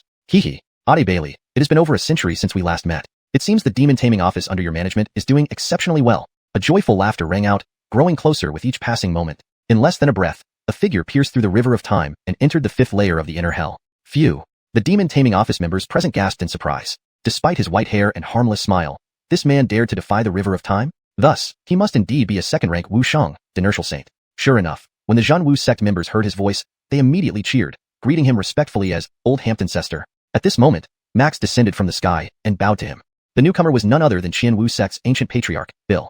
Ade Jianwu, you flatter me. Hampton Ernanli man suddenly appeared in the air, slender in build and average in appearance, someone who wouldn't stand out in a crowd. Yet, he exuded an indescribable presence, making him instantly recognizable. This was by Bellamy Hongfei, the highest-ranking official of the demon-taming office, the Aiden General. Ade Jianwu, Abdullah Hamptonyang is a prince of Qian. Here's what I propose. By Bellamy Hongfei looked at Bill and continued, let us add 5 upper-grade spirit plants to prevent any harm to mutual relations. Lastly, 1 year later, at the De Delfino ruins, I will grant 10 additional quotas. What do you think, Ade Jianwu? Although by Bellamy Hongfei was asking, Bill sensed the determination behind his words. These compensations seemed valuable. If it were an ordinary sect, they would already be kneeling in gratitude. But who were they? One of the 10 Dinijor righteous path sects of Qian, the everlastingly strong Zhenwu sect. Hampton He was its 2nd-rank Wuxiang Grand Patriarch. Did their sect ever lack such supreme treasures? This compensation, compared to Zhenwu sect's legacy, was insignificant. Considering the sect's plans, he restrained himself, thinking that after a few more years, they would surely see Qian under new skies. A hint of ruthlessness flashed across his mind. Smiling, he replied, Ade by Bellamy always thinks of us. With that, Zhenwu sect agrees. Adercoles. By Bellamy Hongfei's eyes showed a barely noticeable surprise. He had expected some argument, given the incident involving Abdullah Hamptonyang and Galen. But clearly, the other party had guessed their intentions. Indeed, a 1,000-year-old sect was not simple. Aiden General. Sir. The demon-taming office personnel quickly stepped forward to greet him, especially Qian, who looked pleased. For someone of his status, meeting this official was not easy. This person is the Aiden General of the demon-taming office. No wonder his presence is so unique. Yates greeted respectfully, feeling surprised. Indeed, this top official looked unusually plain. As far as he knew, a 2nd-rank Wuxiang could look youthful. But both the Aiden General by Bellamy Hongfei and the Zhenwu sect's old ancestor looked like Ernans. Was it for effect? Yates speculated silently. Dominant sky, start. After a pause, by Bellamy Hongfei looked at Qian. Qian's real name was Bellamy Bardam, known worldwide for his mastery of the blade art. People affectionately called him Qian, a title he liked much better than names like Sword Obsessive, which sounded like a novice. Qian nodded and turned to Max. Old Liu, shall we start with 5th rank? No trace remained of the earlier tension. Max glanced at him and nodded. Who spread the rumor that Qian wasn't diplomatic? Fujiao, go on. A young man dressed simply bowed and flashed onto the stage. 5th rank peak. A collective gasp rose from the audience. At only about 24 or 25, he was already at 5th rank peak? Clearly, the Zhenwu sect's core disciples were formidable. Meanwhile, on the demon taming office side, a long-haired youth appeared on the stage as soon as the other youth materialized. It's him? Sir, who is that? Yates asked curiously. What a flamboyant man. If Oral were to see him, he would kneel and call him dad. That's a prodigy from the demon taming office, Marcus. Although he is only at the peak of 5th rank, he is one of the 10 commanders of the demon taming office. Adult, who is that? Yates asked out of curiosity. This charming man would make Oral kneel and call him daddy if he saw him. What? Yates was slightly startled. Commanders in the demon taming office are usually 4th rank Shintan warriors. Could someone at 5th rank qualify for this position? Isn't he a prodigy just like Qing Dai? Boom. Right then, a loud noise came from the field. What? Yates was slightly startled. Who is that? Yates asked curiously. This dashing man would make Oral kneel and call him daddy if he saw him. That's Marcus, a genius from the demon taming office. Though he's only at the peak of 5th rank cultivation, he is one of the 10 commanders of the demon taming office. What? Yates was taken aback. Commanders in the demon taming office are typically 4th rank innate martial artists. For someone to hold such a position at 5th rank, wouldn't that make him a genius like Qing Dai? Boom. At this moment, a loud noise came from the arena. Isn't he then a genius like Qing Dai? Boom. Right then, a loud noise erupted from the scene. Chapter 102. Sorry, I want to improve too much. Everyone stared blankly at the arena. Their faces were filled with disbelief. What just happened? One move? Is this really the strength of a true disciple of the Zhenwu sect? Isn't this too fake? Just as Brian was about to make his move, Marcus's figure blurred. In the next moment, everyone saw Brian fly out of the arena. Then Marcus stood there with his hands in his pockets, looking completely relaxed. He turned to look at the Lawrence and called out, Sir Lawrence, can you declare me the winner now? Lawrence looked at Marcus in surprise. While others couldn't see what had happened clearly, he could tell that Marcus had instantly targeted Brian and then struck him down with blinding speed. Just as Lawrence was about to announce the result, a furious shout came from the Zhenwu sect. You must have cheated. How could Senior Hermes not even withstand one move? The voice prompted other disciples of the Zhenwu sect to quickly agree. Yeah, you definitely used some underhanded means. Senior Hermes is among the top 10 true disciples of our sect. They must have cheated. They simply couldn't accept that Brian, who they had placed so much hope on, was defeated in one move. Too shocking. Huh. A bunch of sore losers, scram? The crowd from the Demon Taming Bureau didn't care if Marcus had cheated, but knew they couldn't lose their morale. So, they began shouting back. Only Errol, floating mid-air, had a dark expression. Each word made his face turn a shade darker. That's enough, Errol said sternly. Patriarch Elder. I said, that's enough. Didn't you hear? Errol glared at his grandson, inwardly cursing him for making things worse. He then turned to the crowd and seeing that Lawrence wasn't speaking, he knew he had to. First match, Brian loses, Demon Taming Bureau wins. Errol declared. Yay. The Demon Taming Bureau cheered, especially those from the 4th level of Purgatory. Even though Lawrence promised rewards regardless of the outcome, the prize for winning far surpassed the consolation prize. Humph. The Zhenwu sect members were secretly seething but couldn't do anything since the Patriarch Elder had already announced the result. Demon Taming Bureau, Stefan, please give your all. Zhenwu sect, core disciple Alexei. The man on stage glanced disdainfully at Stefan and extended a single finger. I'll send you flying in one move. This behavior was even more arrogant than Marcus's earlier act. Go, Signorate Delfino. One move, take him down. The Zhenwu sect supporters immediately began cheering. However, on the Demon Taming Bureau side, the crowd's expressions turned grim. Both Alexei and Stefan were peak 6th tier cultivators, but Stefan had only reached peak status recently, while Alexei had been at that level for half a year. With his talent, it wouldn't be too hard for Alexei to break through to the 5th tier soon. Hee hee. Ade Bailey, the young people today are truly brash. An old ancestor from the Zhenwu sect laughed nearby. With their cultivation levels, they could easily predict Alexei's win. Mateo glanced at Lu Jianwu. Trying to show off in front of me? Wait till you get humbled. Sometimes, the higher you rise, the harder you fall. Ballsy. Shock and anger flashed across Stefan's face. Both being peak 6th tier cultivators, did you really think you've got me pinned? Lawrence looked at both men expressionlessly and said, begin. At his command, Stefan blurred forward several meters. Knowing his cultivation lagged behind Alexei slightly, if he could seize the initiative, he had a good chance of winning this round. This strategy had been carefully considered. Winning this round meant significant rewards. Also, if Stefan couldn't win, how could Yates possibly win against someone 3 minor realms above him? Unfortunately, Stefan missed the flicker of contempt in Alexei's eyes. If he had seen it, he might have been more cautious, though it might not significantly affect the outcome. Shaking heaven. Alexei roared, standing still while drawing a semicircle with his hand before unleashing a devastating palmed strike. Oh. The crowd from the Demon Taming Bureau stood up in alarm. Alexei's attack was deadly. Though Stefan was a martial genius, he wasn't in the same league as Alexei. They only saw a flash, followed by a deafening boom. Stefan was sent flying. Damned brat, that was too harsh. A warden from the 3rd layer of Purgatory cursed as he returned, having already given Stefan special healing pills from the Demon Taming Bureau. Physical injuries would heal easily, but psychological ones were trickier. Losing such a promising 4th tier martial genius was indeed painful for the Demon Taming Bureau. Meanwhile, the Zhenwu sect rejoiced. Having lost the first round so badly, Senior Ade Delfino had now evened the score. As for the last round, they were confident in a sure win. Given that even a fellow peak 6th tier cultivator like Stefan lost in one move, how could Yates, who was merely early 7th tier, stand a chance against the peak 7th tier Liam? Seeing Yates enter the arena, they shouted, "One move, one move." Yates rubbed his nose, realizing they wanted him to finish in one move. But showing his full strength might not be the best approach here. Yates was torn. "Boy, you're Yates, right?"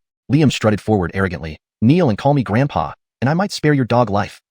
No rules had explicitly prohibited killing during this match, but with a few influential figures around, actually carrying out a killing blow would be difficult. Losing either side's talented individual would cause heartache, so they'd surely intervene. "Prison Warden Iter, don't be reckless," Allaire muttered anxiously. He feared if Yates insisted on going head-to-head, there could be real danger. With 2 defeats already, even if Yates conceded, no one would look down on him. Of course, these concerns were unnecessary. 2 Dinertial Saints were present and could reverse any fatal situation. Upon seeing Yates ignore him, Liam continued taunting with unpleasant words, making the Demon Taming Bureau crowd frown. The Jinwu sect crowd laughed heartily, mocking Yates as a coward. Lawrence watched Yates closely, disapproving of his seemingly complacent demeanor. If Yates knew this Hernan's thoughts, he'd likely plead innocent loudly. He was simply trying to avoid unnecessary talk. Besides, he planned to teach this fool a lesson in a moment. Why waste words? Begin. At the word, both figures blurred forward. Boom. Instead of a flying body, both stepped back 3 steps after exchanging blows. SSS. Everyone stared wide-eyed in disbelief. This? Fake, right? The Demon Taming Bureau boy actually blocked Senior Adelu's move? Surely the next one will kill? Some remained skeptical, believing Liam would overpower Yates in the next move. Seconds later, they were proven wrong again. In the center, the two clashed repeatedly, delivering thunderous strikes. For a moment, their figures continuously intersected, eliciting constant exclamations from the crowd. "This kid, he's hiding deep." Allaire sighed. Allaire understood the reason for Yates's resilience. The treasure of the inner purgatory of the Demon Taming Bureau, the Demon Refining and Prison Suppressing Sutra, had Yates quietly cultivated to its perfected stage. This clearly seemed unreasonable, but in such a situation, he wouldn't bring it up. Gradually, the others in the arena also noticed that Yates was relying on an extremely powerful external martial skill to counter Liam. "Boy, you've got guts." Liam paused at one side of the platform, glaring at Yates with a twisted expression. He was furious inside. Couldn't this kid just let him beat him down obediently? Ha. Yates gave him a disdainful gesture. "You." Liam immediately choked with rage. Though he didn't understand Yates's gesture, he could feel the insult. Originally, his temper was already explosive. Provoked like this, he immediately went berserk, eyes red as he roared and hurled a palm strike. Oh no, this kid fell for it. Max's eyebrows furrowed slightly. He knew his grandson's temper very well. That boy had fallen for the provocation right away, and the outcome now hung in the balance. Seeing this scene, Yates felt delighted inside. The scenario he had been waiting for finally appeared. Ordinarily, he wouldn't seek the limelight like this, but this time was different. He was too eager to improve. Note: I've made some minor adjustments to ensure smooth readability while preserving the original tone and structure. If there are any specific details or nuances you'd like me to address further, please let me know. Chapter 103.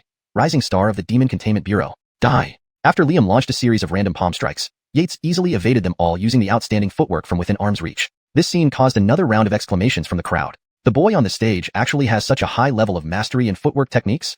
Everyone looked incredulous. Human effort is limited, yet Yates managed to bridge 3 minor realms with external martial skills, holding his own against the peak 7th rank Liam. This had already surpassed everyone's expectations. Liam wasn't an ordinary person.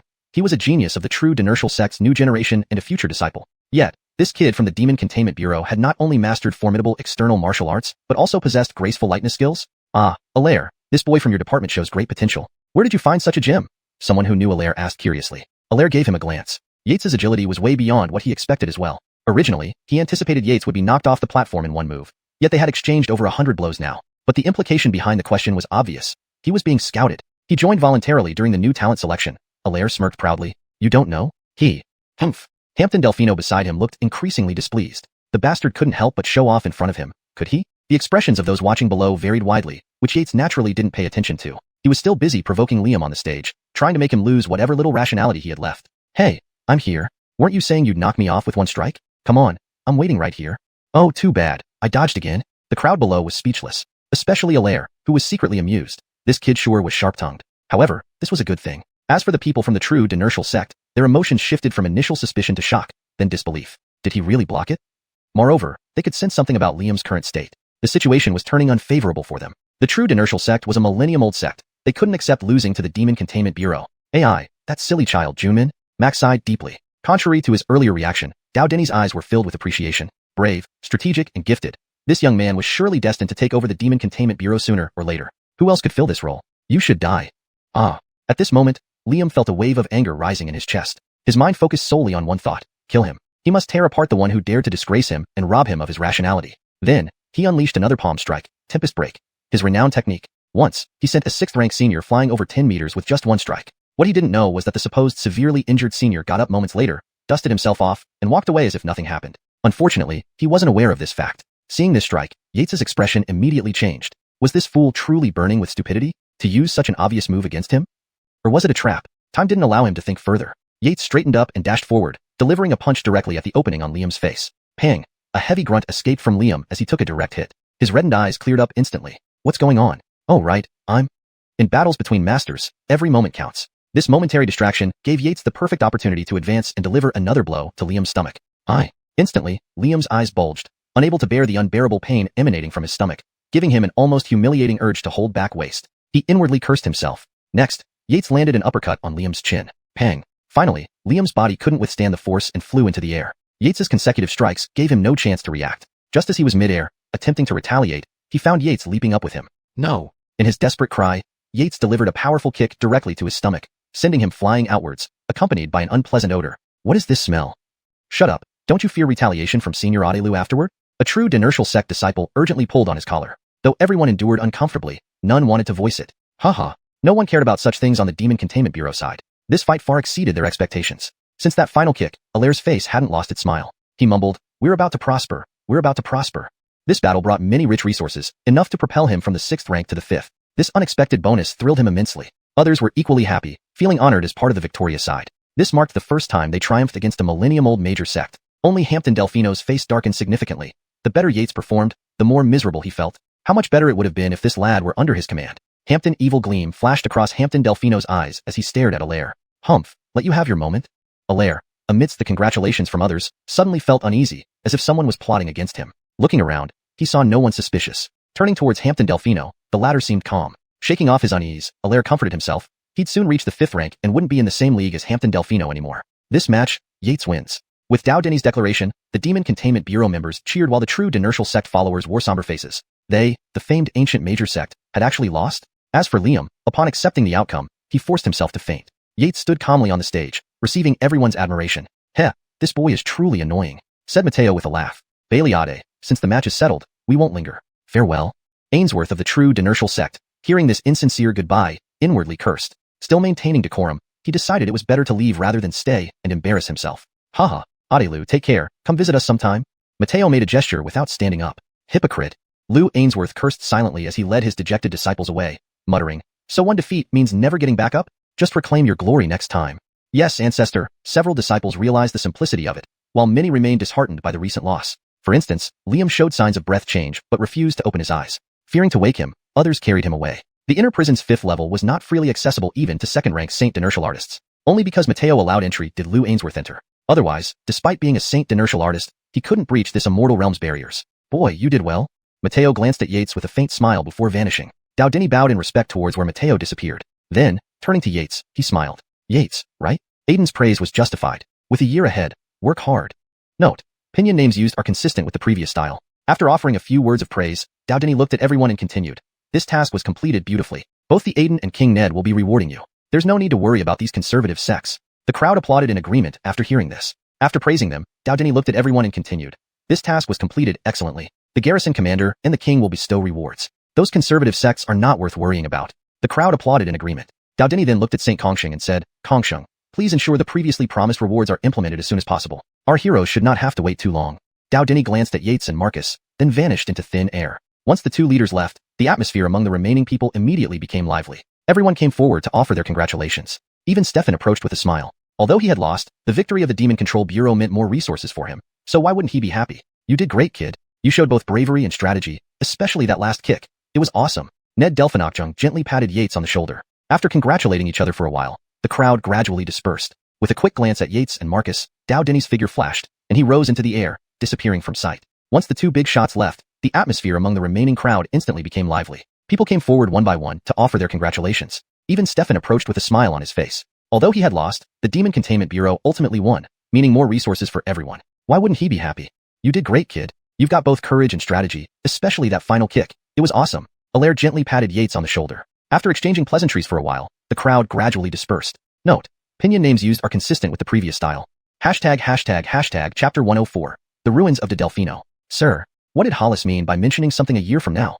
Yates asked, puzzled, as they walked back. That was a wonderful place. A trace of nostalgia appeared in Alaire's eyes. The ruins of Delfino used to be the capital of the Great Delfino Dynasty 10,000 years ago. Do you know why the Great Gon Dynasty was able to conquer the world? Alaire turned to Yates and asked. Yates shook his head. All he knew was that before the Great Qian Dynasty came the Great Qian Dynasty, and as for the Great Delfino, it was just a name. As for how the Great Qian Dynasty perished, he hadn't verified the exact information. In his view, it was likely due to heaven's wrath and people's dissatisfaction leading to rebellion. It's normal that you don't know. A strange expression flickered across Alaire's eyes as he recalled the ancient records, his tone inexplicably changing. The Great Delfino wasn't defeated by the Great Qian. It was destroyed by immortals. What? Alaire's words struck Yates like a thunderbolt, sending waves crashing through his mind. Do immortals really exist? Doubt, disbelief, and yet a glimmer of hope flashed in Yates's eyes. His thoughts had always revolved around becoming an immortal, about achieving immortality, but he never thought it would be real. He had researched many records, where the strongest recorded figures were second-rank Wu saints. Hampton first-rank Wu Dao Tianren? After months of searching in the scripture hall, he found few records. Thus, he assumed that immortals beyond such ranks were merely figments of human imagination. But now, Alaire claimed that the Great Delfino dynasty was destroyed by immortals? Alaire's gaze carried a hint of emotion. Initially, I felt the same way you do now, finding it unbelievable. But after visiting the ruins of the Delfino, I believed it. Without immortals, the Great Delfino dynasty couldn't have been annihilated. His tone was resolute. Can you tell me more, sir? I don't know much myself. Dynasty experts like Hollis or the Warden commanders might know more. Alaire glanced at Yates, hesitating whether to divulge more. He feared overwhelming Yates's aspirations, but this talented youth was destined to soar beyond Imprisoned's first 4 levels. With that thought, Alaire's face hardened. What I say today is strictly confidential within the higher echelons of Great Qian. You must not reveal it lightly. Yates quickly nodded. He was curious though. How did Alaire know so much? Alaire shares a surname with General Ned who came with Hollis today. Could there be a connection between them? Indeed, the Ned family was one of the top noble clans in Great Qian. Though Alaire was unassuming, it turned out General Ned Yale, who accompanied them today, was his uncle. The Great Delfino dynasty was established 100,000 years ago and lasted nearly as long. Historical records indicate that during its peak, it boasted at least 3 first-rank Wu Dao Tianren warriors. As for any hidden ones, we don't know, said Alaire. But 10,000 years ago, the Great Delfino Oscar planned to harness national power to ascend to the immortal realm, seeking eternal life. However, when the heavenly gate was opened, instead of blessings, heavenly punishment descended.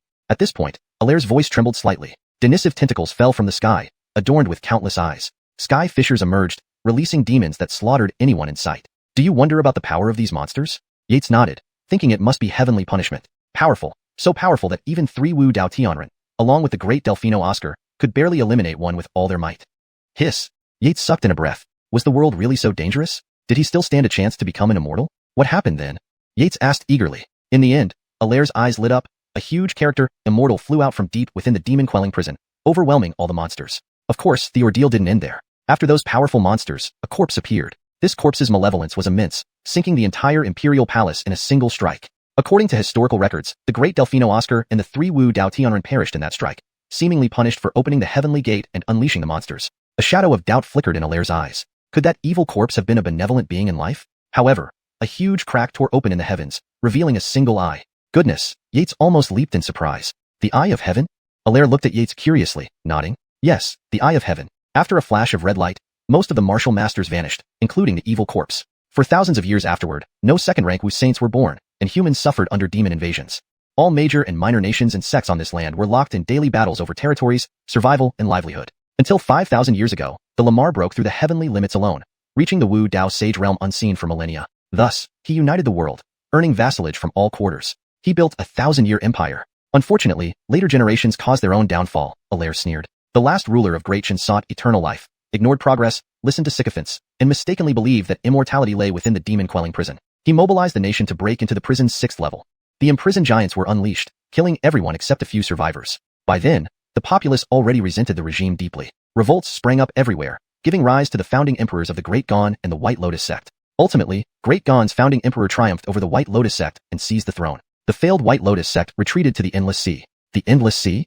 Yates exclaimed. Yes, the vast hiding place for numerous evil beings. Fletchera to the White Lotus sect hiding there. Despite repeated hunts by the Exorcism Bureau, they never succeeded completely. Yates nodded in agreement. While he hadn't been to the Endless Sea, books described it as highly perilous even for 4th-rank innate cultivators, let alone dealing with those formidable devilish overlords. Dynasty fleeing evildoers from the Great Qian Empire ended up there, a haven of filth and chaos. I must visit someday, Yates thought, stirred by the idea. This explains why the White Lotus sect has always wanted to overthrow Great Qian and establish their own dynasty. But sir, you still haven't mentioned the ruins of the Delfino, Yates reminded him, pondering Alaire's roundabout explanation. Alaire chuckled. Do you think why the Warden Commander offered true Inertial sect 10 spots? Yates shook his head. How could he guess what the mighty Warden Commander was thinking? Because the entrance to the ruins of the Delfino lies in the inner prison's 6th level. Goodness, Yates couldn't help but blurt out. Truly astonishing. The ruins of the Delfino open every century. Inside are relics of the ancient capital, numerous miraculous elixirs, treasures, and even longevity potions. No matter what the Exorcism Bureau demands, the true Dynasty sect will agree. After all, they have no successors. Allaire revealed a hint of schadenfreude. Indeed. After Allaire's detailed explanation, Yates finally understood the whole story. There was still a year left, plenty of time for him to break through to a higher cultivation realm. Sir, then I shall take my leave. Upon reaching the first level of the inner prison, Yates gave a respectful salute to Allaire and bid farewell. 1 hour later, standing at the entrance of the Eider family's old residence, Yates's expression changed slightly. There was someone in the courtyard? Hampton, it was a Chloe? 1 hour later, standing at the gate of the old Eider family residence, Yates's expression changed slightly. Someone was in the courtyard? Hampton, it was a Chloe? Chapter 105. Unexpected visitor. Yates pushed the door open and walked in. Whoever it was, he would know as soon as they met. Is this Dynasty Eider? As Yates approached the corridor, a gentle voice reached his ears. Such a gentle voice. Surely, she must be as beautiful as her voice. Yates mused to himself as he walked. In no time at all, he arrived at the back courtyard, lifting his eyes to take in the scene. By the pond, a Chloe in her early 20s dressed in a light green silk gown turned her head to look at him. She had an elegant figure, exquisite features, and an alluring youthful charm that exuded confidence. Her skin, however, was not the typical fair and rosy complexion of a noble lady, but rather possessed a dark and healthy texture. As Fitz would say, it was called a healthy complexion. Yates silently rated her appearance in his heart. Among the women he knew, her beauty rivaled Cynthia for second place. As for first place, it was naturally reserved for Rin. If beauty were rated out of 10 points, he felt this Chloe deserved an 8. However, why was such a beautiful Chloe waiting for him in the Eider family's backyard? I'm Yates. Who are you, miss? I am from the Fletcher family, Bellamilia. Have you heard of Schwer? Destiny breathed a sigh of relief as the person she had been waiting for days finally appeared. Destiny? Yates's eyebrows twitched slightly as he recognized who she was. He remembered. She was the Fletcher family girl with whom he had a marriage agreement. He had been planning to find some time over the next few days to break off the engagement. After all, their worlds were destined never to intersect. But he hadn't expected her to come looking for him first. Hampton, from the looks of it, she had been there for more than a day. Was he about to experience a novel-like plot twist of having an engagement broken off? Yates couldn't quite describe how he felt. She was indeed beautiful and suited his taste. Sadly, without cultivation, she would just become a handful of white bones in 100 years. It was better to avoid starting something that would hurt them both in the long run. He silently consoled himself. Dynasty Eider? A blush spread across Destiny's tanned face. Though she often traveled on business and encountered many men, this one was different. He was her future husband, the man she would live with every day. Under his intense gaze, she felt a shiver of nervousness. Yates awkwardly scratched his head. Sorry, Miss Fletcher. Why are you here? Why don't we sit down and talk? Yates, coming to his senses, realized he was home and should treat his guest properly, regardless of her intentions. He couldn't be rude to a beautiful lady who came smiling. Even if she wanted to break the engagement, that could wait. After inviting her to the pavilion, Yates went to the kitchen, heated water using true qi, then fetched a rare spirit tea from his study. This spirit tea was a gift from Rin, known for its calming and invigorating properties. Previously, when Uncle Abdurrahman visited, Yates had always been too stingy to share it. If Abdurrahman by Adrian knew, he would scold Yates, calling him a typical ingrate. In a short while, Yates prepared a pot of fragrant spirit tea, filling the air with a rich aroma. Destiny felt a surge of energy upon smelling it, realizing this tea wasn't ordinary. Just one breath refreshed her after a day of weariness. Clearly, this young man wasn't as simple as the servants made him out to be. Warden of the demon prison. Huh? Miss Fletcher, please. Yates poured a cup of spirit tea for Destiny. He also poured one for himself, then leaned back in his chair, savoring the fragrance. Destiny gave him a glance. Such clumsy posture. Clearly, he was a tea novice. Such fine tea deserved better. She picked up the cup, bringing it close to her nose, inhaling the faint aroma, feeling as if she were in a spiritual field, completely relaxed. She was certain it was spirit tea. Destiny took a delicate sip, savoring the thick, sweet aroma lingering on her lips. Indeed, excellent tea. Even with such rudimentary preparation, its inner essence remained unmarred. With a soft sigh, she put down her cup, looking at Yates with beautiful eyes and speaking softly. Dynasty Eider, do you know why I'm here? To break off our engagement? No. Before he finished speaking, Destiny interrupted, gently shaking her head. You misunderstood. I came to ask you to marry me. Tomorrow. Yates choked on his tea, spraying it out, right into Destiny's face. He truly hadn't meant to. Here, use this to wipe. Yates used his best martial arts speed, leaving Destiny only seeing a blur before he handed her a white silk handkerchief. Dinertial cultivation, she mused silently, accepting the handkerchief and wiping her face. Fortunately, only a little tea sprayed on her face, and since she usually wore minimal makeup, her appearance remained intact. After a moment's silence, Yates looked at Destiny seriously. Miss Fletcher, do you really think it's appropriate between us? We only met today. Yates paused, looking at her embarrassed. I don't even know what you like or who you are. The same goes for you regarding me. This engagement. Dynasty Eider. Destiny gazed earnestly at the handsome man opposite, the image of her ideal husband. You might not know much about me, but I know everything about you. You were once a shy, weak boy. Now, you're strong and healthy, frequently visiting Zue Roman Lu. The more Yates listened, the more uneasy he felt. Had she been watching him all along? Hampton, are you trying to break our engagement? Her voice carried a hint of helplessness, her emotions indescribable. Her father raised her to take care of the family, training her to be a virtuous wife. He told her about her fiancé and planned for them to marry when they turned 20. Unfortunately, good times didn't last.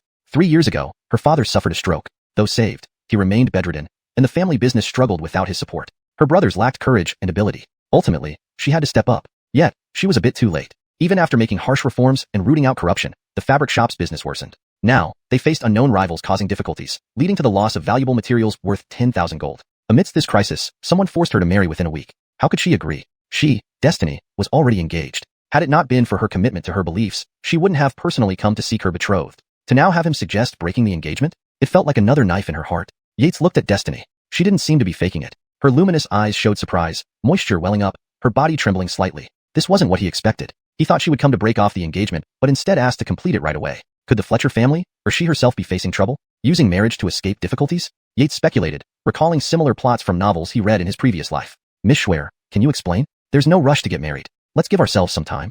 Yates, seeing the Chloe feigning strength but barely holding on, sighed softly. He couldn't bear the sight of a Chloe appearing fragile before him. As for marriage, as he said, let's address it after resolving the issues.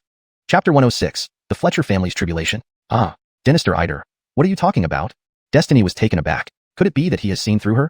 Ha ha. Yates chuckled and said, Miss Schwer, there's no need to pretend. I am a martial artist with fairly advanced cultivation. Destiny looked puzzled. What did being a martial artist have to do with this? The guards in the Fletcher family were also classified as martial artists, some even having reached the 7th rank blood replacement stage, yet none of them noticed any problems. According to intelligence, hadn't he just recently broken through to the 7th rank? Seeing her still puzzled, Yates explained, Miss Schwer, the ghostly aura around you is too strong. Under the sun, it might not be apparent, but once inside the pavilion, it becomes as visible as a beacon at night. Ah.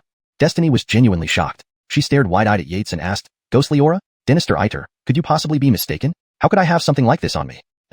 It seems Miss Schwer is unaware, Yates remarked, now surprised himself, thinking she came to him because of the ghostly aura. Destiny nodded hurriedly and asked, Dynasty Eider, do you know what's going on? Why would I suddenly? Destiny stopped mid-sentence, remembering the peculiar man she had encountered at the ancient temple, clad in tattered clothes, his actions mechanical and lifeless. Though she had no martial skills, stories of strange creatures and demons were precisely the type of reading material loved by young women like her. She had read many such tales, and upon Yates's mention, she immediately connected it to those eerie descriptions. A chill ran down her spine. Had a ghost approached her? Hampton placed a curse on her? Miss Schwer, have you recalled something? Yates asked eagerly. Destiny nodded, and then recounted her encounter with the peculiar man from a few days ago. After listening, Yates fell into deep thought. I've got it. After a moment, Yates had a flash of inspiration. Miss Schwer, please extend your hand and roll up your sleeve. Destiny nodded gently. Though unsure of Yates's intentions, she trusted he would not harm her. Pardon the intrusion.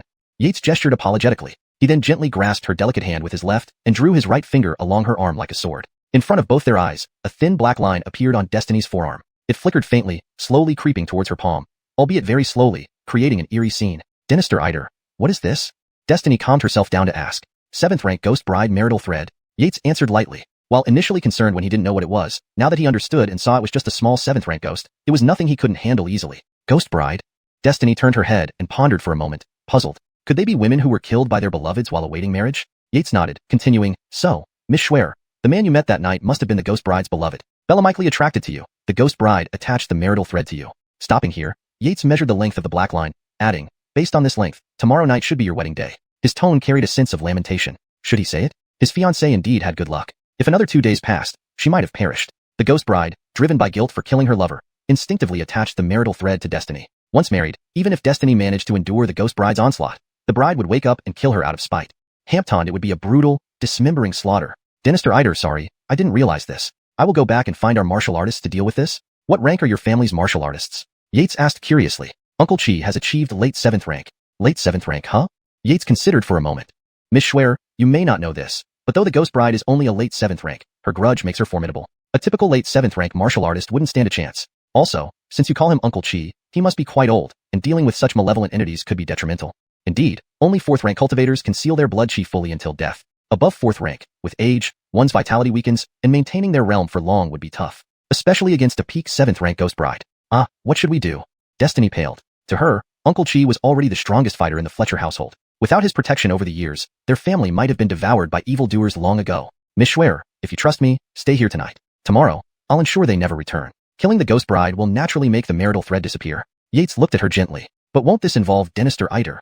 Destiny blushed, embarrassed. No worries. Yates waved it off.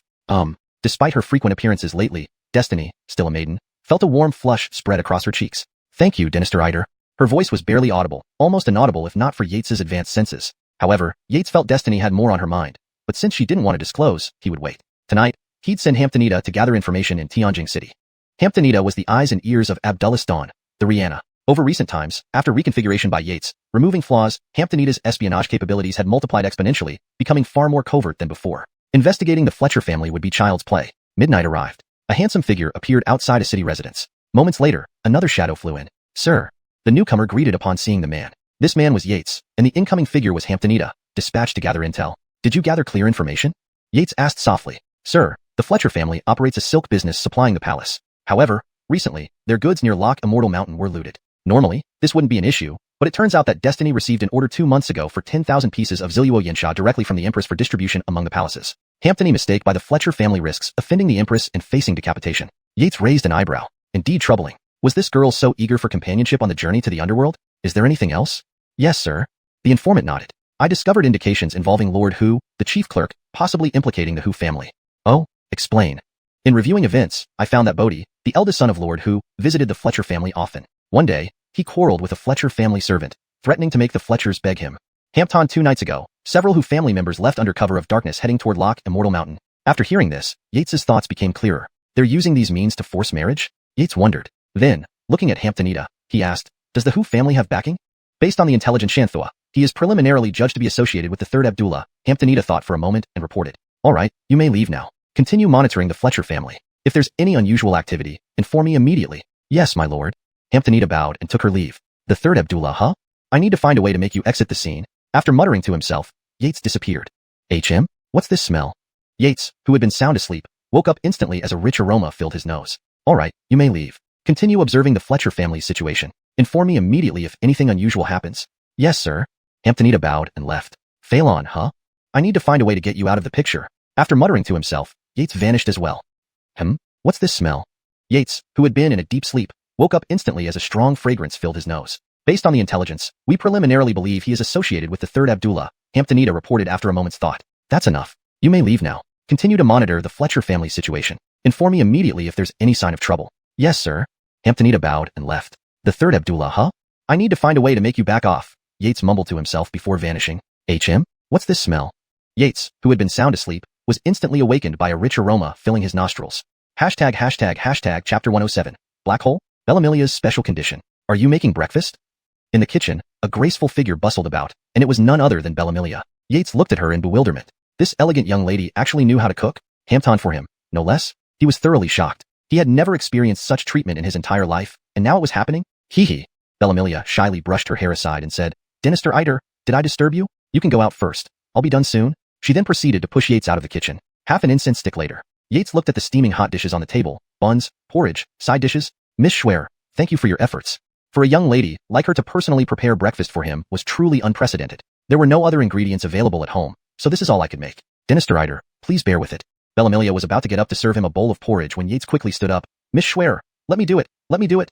He wasn't some pampered nobleman who needed such service. Yates nodded appreciatively as he ate. Miss Schwer, your cooking is excellent. Whoever marries you will be truly blessed. Is that so, Dynasty Iter? Bellamilia glanced at him, the resentment in her eyes making Yates feel awkward. If it's such a blessing, why do you still want to end our engagement? Yates realized he had misspoken and gave a sheepish smile, continuing to eat the buns. After a moment, Yates felt it was time to ask, Miss Schwer, are you running the business yourself now? Hearing this, Bellamilia put down her chopsticks. In front of others, she had to maintain the Fletcher's family image and support the household. But here, with her husband, she reverted somewhat to her innocent self. Running the business? Bellamilia looked at Yates, her eyes filled with thoughts. I started managing the family business 2 years ago, but over these 2 years, the business has been shrinking, profits decreasing, and life at home has become harder. Bellamilia poured out her grievances for nearly half an hour, her eyes moistening by the end of it. It was evident that she had endured a tough time over the past 2 years. Miss Schwer, you are indeed a heroine among women. I admire you greatly. Yates listened in amazement. He finally understood why Bellamilia was different from other women, lacking their fair skin. Every day, she ran around tirelessly, which would be easy for any martial artist. But don't forget, she showed no signs of cultivation, just a frail Chloe supporting a family of hundreds. Of course, Yates was also curious. Ordinary people without martial skills would desperately seek cultivation methods, especially wealthy ladies. If they lacked cultivation, they might be easily deceived by servants. Why hadn't Bellamilia, from a well-off family, chosen the path of martial arts? Miss Schwer, do you dislike practicing martial arts? After much thought, this seemed the most plausible reason. Unexpectedly, Bellamilia shook her head, her tone low and heavy. My body isn't suited for martial practice. Whenever I try to cultivate, spiritual energy leaks out. This has been going on for over 10 years. I've gotten used to it and stopped paying attention.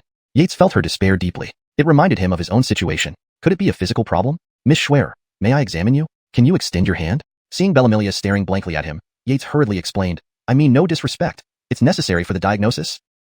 Bellamilia smiled, her beauty blossoming like a lotus flower, captivating Yates momentarily. A moment later, Bellamilia rolled up her sleeves and extended her delicate hand. Her colleagues would be shocked speechless to see her acting so sweet. Ignoring the distractions, Yates gently held her warm hand and directed his true chi to examine her internal condition. The true chi flowed into her body unobstructed. Huh? Something's not right? Yates mused internally. Even ordinary people would have some natural resistance to external chi, but Bellamilia's body was bizarre, like a sieve, letting chi flow in and out effortlessly. Yates probed further. Huh? Nothing here either.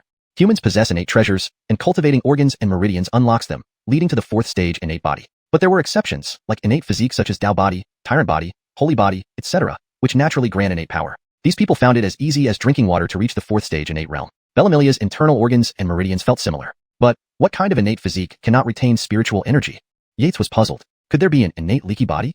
If so, what bad karma did Bellamilia carry from her past life to endure this misfortune? Most uninitiated individuals had objective reasons, such as laziness, poverty, or lack of cultivation methods. Yates decided to probe once more, just to ensure he didn't miss anything. His true chi surged into Bellamilia's body again. Unbeknownst to Yates, this action caused Bellamilia immense discomfort. Normally, when chi enters the body, it should be seamless, but Yates and Bellamilia lacked knowledge in this area. As Yates's chi entered her, an indescribable sensation spread through her. She bit her lip, squeezed her legs tightly, and stood sweating profusely, unable to cry out due to shame. She clenched her fists, determined not to distract Yates. Yates remained oblivious, finding something unusual in Bellamilia's dantian, a black hole-like object hidden deep within. Had it not been for his exceptional spirit sense, only a third-stage grandmaster might have detected it. When his chi touched the edge of the black hole, a suction force emerged. Oh no! This thing has consciousness? Startled, Yates immediately withdrew his chi from Bellamilia's body. A mouthful of blood spewed out as Yates opened his eyes to see Bellamilia, flushed and worried. I'm fine. Yates wiped the blood from his mouth, shaking his head. Miss Schwer, there seems to be an unknown item inside you. Yates paused, looking hesitantly at Bellamilia, but I cannot determine if it's good or bad. A hint of hope lingered in his mind. Had he delayed even a second, the outcome could have been severe. Thus, he concluded that whatever was inside Bellamilia must have a significant origin. Ah? Dynasty Eider, can this thing be removed? Bellamilia, red-faced, asked anxiously. Bellamilia gazed hopefully at Yates. If she didn't have aspirations to practice martial arts, it wouldn't be possible. Every time she saw even her maidservant wielding a few sword techniques, envy inevitably flashed in her eyes. Over the years, she had grown accustomed to the fact that she could not practice martial arts. Now, Yates unexpectedly brought new hope into her life. Moreover, with martial skills, many of the Fletcher family's problems could be easily resolved. However, when Yates heard her question, he shook his head slightly and said, I'm sorry, Miss Schwer, I currently don't know what this object inside you is, nor can I remove it. Ah. Instantly, the bright light in Bellamilia's eyes dimmed. So, she still couldn't practice martial arts? Would she still have to rely on people like Uncle Chi to protect her? Yates noticed the disappointment in Bellamilia's eyes and understood her feelings. To others, Bellamilia must seem quite unique, having to shoulder the entire Fletcher family on her own. After some contemplation, Yates spoke up, Miss Schwer, I cannot resolve this issue right now. I need 5 years. Yates's tone was filled with confidence. Initially, he wanted to say 2 years, but he was worried he might not reach the Dinertial Saint realm within that time. 5 years should be enough time, right? This translation maintains the original paragraph structure and conveys the emotional nuances of the characters. It stays consistent with the previous context and style, ensuring fluency and coherence.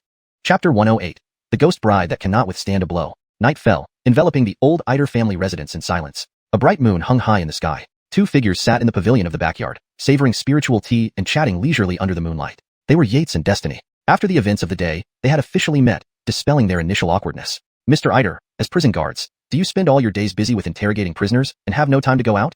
Destiny asked curiously. This was something her young lady friend often complained about. Her friend's husband, also a prison guard, rarely came home throughout the year. As a result, despite being married for 3 years, her friend had yet to conceive a child, leading to constant pressure from her mother-in-law. Her friend even planned to visit Bellaminjuan Temple to pray to the child-giving Guanyin before her husband left on duty again. Can having a child be rushed? Destiny silently ridiculed this idea in her heart. Moreover, Mr. Eider didn't seem as busy as her friend complained. Did he not work yesterday? Would Shangguan blame him? Just as Yates was about to answer, his expression changed abruptly. 2 peculiar auras appeared in his divine senses. One was distinctly non-human, and the other was half-human, half-ghost.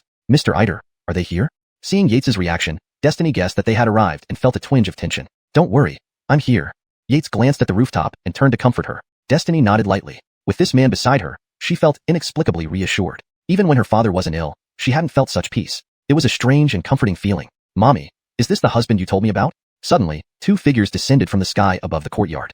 The man wore a grand red wedding robe, while the Chloe donned a phoenix crown and embroidered robe. Contrary to Destiny's description, the Chloe looked vacant, her eyes pale white, and long sharp claws protruded beneath her elaborate attire. The man, meanwhile, seemed filled with joy, much like a groom about to enter his bridal chamber. His eyes gleamed as he looked towards Destiny behind Yates, making a buzzing sound intermittently. Though their behavior was bizarre, Yates knew it was normal. Once the man entered the bridal chamber tonight, the Chloe would regain consciousness and immediately kill the semi-corporeal being within with boundless resentment, becoming a true vengeful ghost. At that moment, the bride filled with hatred could break through to the 6th rank, or possibly even the 5th rank. Unfortunately, with Yates present tonight, how could he let these demons run rampant? Wife. Drooling, the semi-corpse opened its black claws and pounced directly at Destiny, terrifying her into turning pale and clutching Yates's clothes tightly. Despite her usual strength, she now felt vulnerable, instinctively seeking Yates's protection. Yates glanced at the terrified Destiny, then at the rushing semi-corpse, and whispered calmly, "Stop." Boom. Like a thunderclap in midair, the advancing figure froze mid-motion, standing motionless with a look of terror as it sensed impending death. Before it could struggle, Yates clenched his hand, releasing an invisible wave that instantly spread out. Next moment, under Destiny's shocked gaze, the semi-corpse face relaxed as it disintegrated into powder, scattering with the wind. Roar. Just as the semi-corpse turned to dust, the ghost bride emitted a heart-wrenching, non-human scream, mourning the loss of her beloved. Mr. Iter, she's coming. Overwhelmed by the incoming malevolent aura, Destiny shivered uncontrollably, her face pale. Closing her eyes as the ghost bride flew over, she felt a surge of fear. Yates raised his right hand, pointing at the ghost bride's forehead, saying, "Fletcher's returns to dust, earth to earth. Your grievances are repaid, your resentment resolved. Depart in peace." "Thank you." In front of Destiny's incredulous eyes, the ghost bride, still dressed in her phoenix crown and embroidered robe, followed the semi-corpse into dust, disappearing into the wind. Only her lingering words confirmed their existence. "Mr. Iter, is it over? Wasn't the ghost bride supposed to be late 7th rank? Just like that?" She felt as if Yates had crushed them like toys. Was her fiancé really that strong? Destiny wasn't sure whether to be happy or sad. She didn't want him to be implicated in her family's troubles, especially given her family's predicament, a problem far beyond just getting married. Denariing Yates was only a belief instilled by her parents since childhood. Losing this goal after so many years made her feel regretful. However, the stronger Yates became, the greater the gap between them grew, making the marriage contract increasingly remote. Destiny felt a pang of sorrow deep down. Miss." Seeing her lost in thought, Yates called out softly, unsure what had happened. Surely those creatures hadn't hurt her? "Oh." Startled, Destiny waved off, saying, "I'm fine. Miss Schwer, has your destiny thread disappeared?" Yates checked her once she regained composure. "Yes." Destiny lowered her head and extended her hand. A few moments later, Yates offered his congratulations softly. "Congratulations, Miss Schwer, your destiny thread has vanished, and this matter is settled. Many thanks to Mr. Iter. Without your help, I might not have survived," Destiny said, a hint of lingering fear visible on her face. She had barely withstood the ghost bride's malevolent aura, which sent chills down her spine and raised the hair on her body. After standing for a while, Yates noticed Destiny hesitating multiple times. He sighed inwardly. "If you plan to marry me, do I not have the right to know what's happening?" Surprised, Destiny stammered. "Mr. Iter, what did you say?"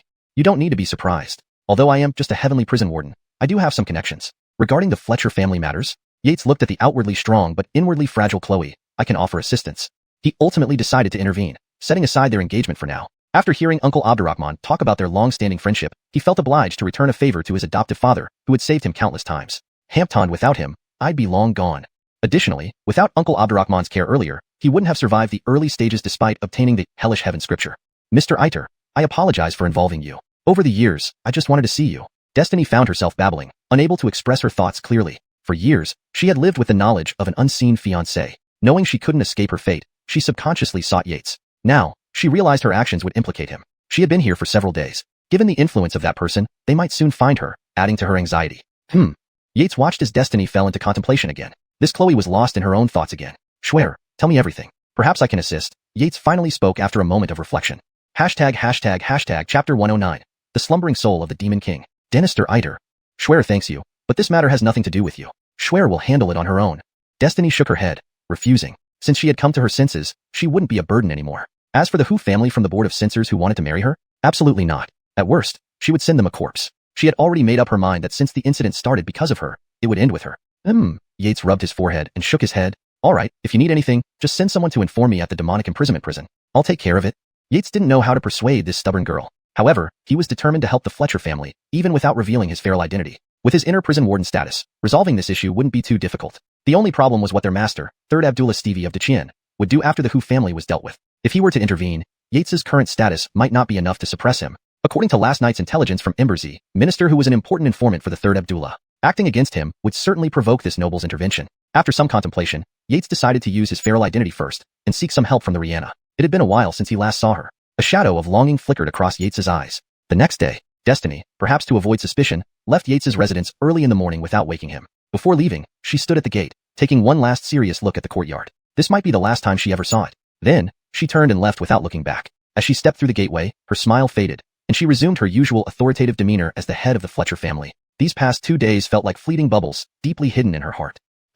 Yates stood in the courtyard, watching the departing figure with a slight sigh. For some reason, her desolate silhouette stirred something within him. Only when the figure vanished from view did Yates close the door and walk toward the demonic imprisonment prison. Today was his first day officially as a warden. On the way, Yates summoned the infernal scripture interface. He hadn't checked the experience points for quite some time because the experience required for each skill level was so high that daily checks weren't meaningful. Yates, jail warden, region, inner prison levels 1 to 5, outer prison, realm, middle 5th rank, 6 organs, large intestine, 0/10, 000, techniques, turtle breath technique, Dynasty, 1, 000/10, 000, 3 frenzied saber techniques, intent, 0/1, 000, blazing skyfire, complete, 0/5, 000, close to distant reach, complete, 500/100, 000, shape-shifting art, complete, 500/100, 000, demon subduing infernal scripture, complete, 0/100, 000,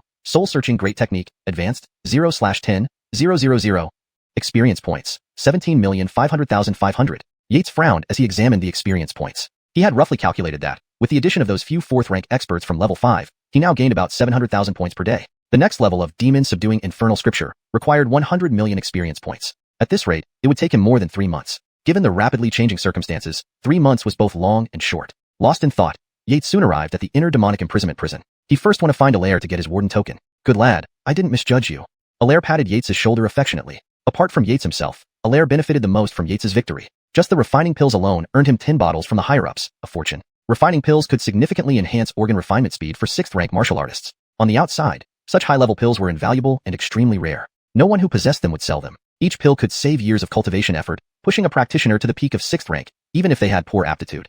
Breaking the threshold from 6th rank to 5th rank was another hurdle, but breaking it earlier increased the chances of reaching 4th rank, the innate stage. Sir, you flatter me, Yates replied humbly. His gains far exceeded Allaire's understanding. Entering level 5 on that night, he had earned 700,000 experience points almost instantly, proving how richly rewarding dealing with 4th rank innate cultivators was. If we could capture all the 3rd and 4th rank martial artists from Qian, how wonderful that would be? Yates mused, then chuckled inwardly. After some small talk, Yates prepared to leave. Suddenly, Allaire's expression changed as he looked at Yates.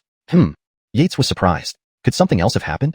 Eider lad, you must be careful these days, Allaire said, pointing upward. Yates was puzzled. He hadn't provoked anyone recently. He nodded, assuring Allaire he would be cautious. Seeing Yates understood, Allaire relaxed and let him go. Upward. Yates pondered as he walked. From Allaire's expression, upward referred to a person rather than objects or environment. A person? Bang. You cursed beast, are you courting death? A roar startled Yates. Looking up, he saw that he had unknowingly reached level 2 of the inner prison. Ahead, a warden was using a sorrowful whip on a tiger demon. Upon seeing Yates, the warden stopped and bowed. Sir, what's going on? Yates asked sternly. Yes, sir. The warden, a lowly 8th rank, trembled under Yates's aura. This tiger demon has been acting crazy lately, constantly banging its head against the walls. Out of necessity, I brought it out to whip it, but I had no intention of harming it privately. Different from the outer prison, inner prison demons couldn't be killed or interrogated without approval. There was always a chance they had methods to control their captors. Why had Yates come here? Because he sensed a familiar presence in this tiger demon. Former Geordie? A lightning bolt flashed in Yates's mind. Allaire's reference to upward clearly pointed to the former Geordie. Given Allaire's connections, Yates didn't doubt that he knew the relationship between the fox demon on level 2 and Yates. So, this tiger demon was placed here by the former Geordie? Yates carefully observed the tiger. Its body was covered in blood, truly deserving of its name. The sorrowful whip indeed drew blood with every strike. Even a 4th rank expert would be no match. Yates's divine sense scanned the tiger and found something unusual on its forehead. Sealed inside is a slumbering soul of a demon king, with a familiar presence. Yates casually withdrew his divine sense. Turning to the warden, he ordered, throw it back. If it makes noise again, ignore it. The warden didn't understand but complied without hesitation. Yates, known throughout level 4, was a hero many wardens admired. I promise to follow your instructions, sir, the warden assured. Yates waved dismissively, glancing at Emmy hiding in the shadows. How amusing, still pretending. What exactly was the relationship between the former Geordie and the Fox Demon clan? With these thoughts lingering, Yates left. He needed to go to Wuxia Villa to meet the Rihanna and arrange how to resolve the matters concerning the Fletcher family. At the same time, he would see if he could dig a pit for the 3rd Abdullah. He needs to go to Wuxia Villa to meet with the Rihanna and arrange a solution for the Fletcher family matters. At the same time, he will see if he can dig a pit for the 3rd Abdullah. Note: if Yoja Sanjong has a specific name in Pinyin or if it's been previously mentioned with a different English name in the novel, please provide that information so I can maintain consistency. Chapter 110. The True Meaning of Dawn. Night fell. Stars twinkled in the sky, with a full moon hanging high above. Charge. On the training ground, a group of women, each tied with sandbags, were sparring and fighting against each other. Standing to the side were 3 people, a man and 2 women, occasionally nodding in approval at the ongoing combat. These were Yates, the Rihanna, and her maid Aloysius, who had come to Yojia Dininor. Eldon, I've been following the training plan you provided last time. Over these few months, how do you think they're doing? Are they ready for battle? After observing for a while, the Rihanna glanced at Yates with beautiful eyes, her face tinged with anticipation. The women's army had undergone significant changes far beyond their previous capabilities. In recent days, she had gathered a lot of information about the capital city's defense forces. After comparing them, she was confident that if it came to a 1,000-person battle, the women's army could take down the capital city guards in half an hour. What an astonishing transformation. This was precisely why she was eager to hear Yates's opinion. Ready for battle? Yates looked at the women in the field, then lowered his head, thinking deeply. The women in the field were not lacking in cultivation, having received guidance from Yates and the Rihanna generous allocation of resources. Even pigs would have been transformed under such conditions, let alone these elite members of the women's army. This was Yates's elite force, an army designed to be sharp as blades. In total, there were 100 women. 2 of them were 5th rank, serving as deputy commanders. The Rihanna personally took command as the captain, while Yates was responsible for their ideological guidance. This core team would form the heart of the future Dawn organization and was envisioned by Yates to shine brightly.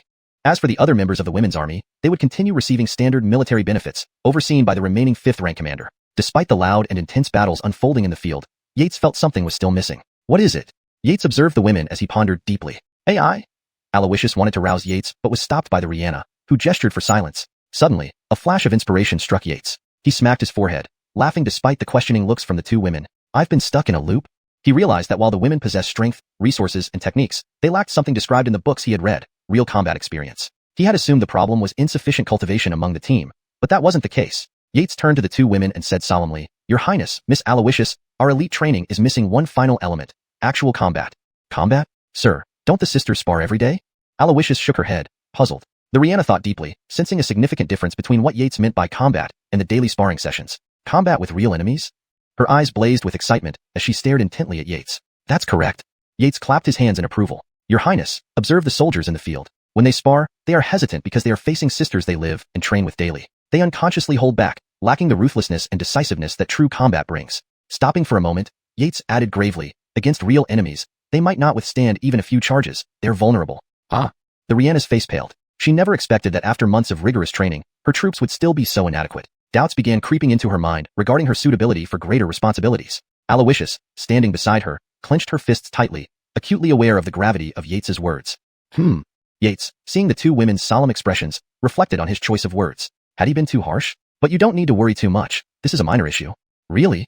Both women exclaimed in unison. Yates nodded. It's my fault for not considering this earlier. Your Highness, I apologize. He bowed apologetically to the Rihanna. Having missed such a critical point as their leader was indeed a significant oversight. The 2 women quickly dismissed his apology, insisting it wasn't his fault. Yates thought of the Fletcher family incident. Initially, he had intended to propose a direct confrontation, but now he saw a better solution. Since the Fletcher family enjoyed posing as bandits to rob cloth merchants, he could dismantle their operations entirely, sending them all to the demonic prison and earning more experience for himself. With his plan set, Yates turned to the 2 women.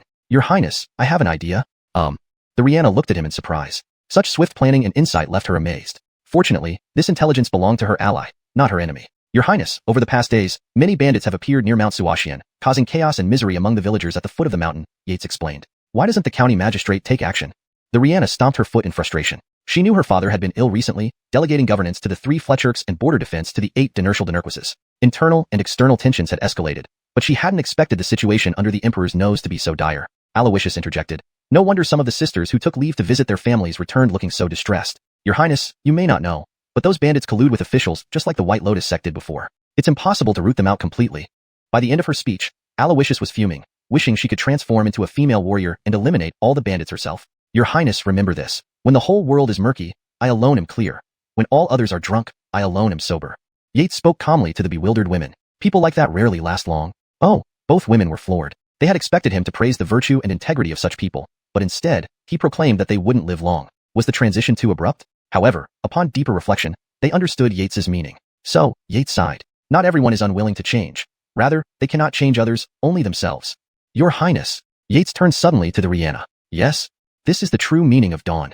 Yates's expression was earnest. He was serious. Bellamyve spanned only a few centuries, and since arriving in the Great Qian Empire, he needed to leave something behind. Of course, his advancement was assured. He would surely become immortal. Yet, he wished to leave some memories for posterity. Yates sighed inwardly, recalling the pitiful figure of Delfino Yar. The true meaning of dawn. The 2 women murmured, their eyes gradually brightening like the rising sun.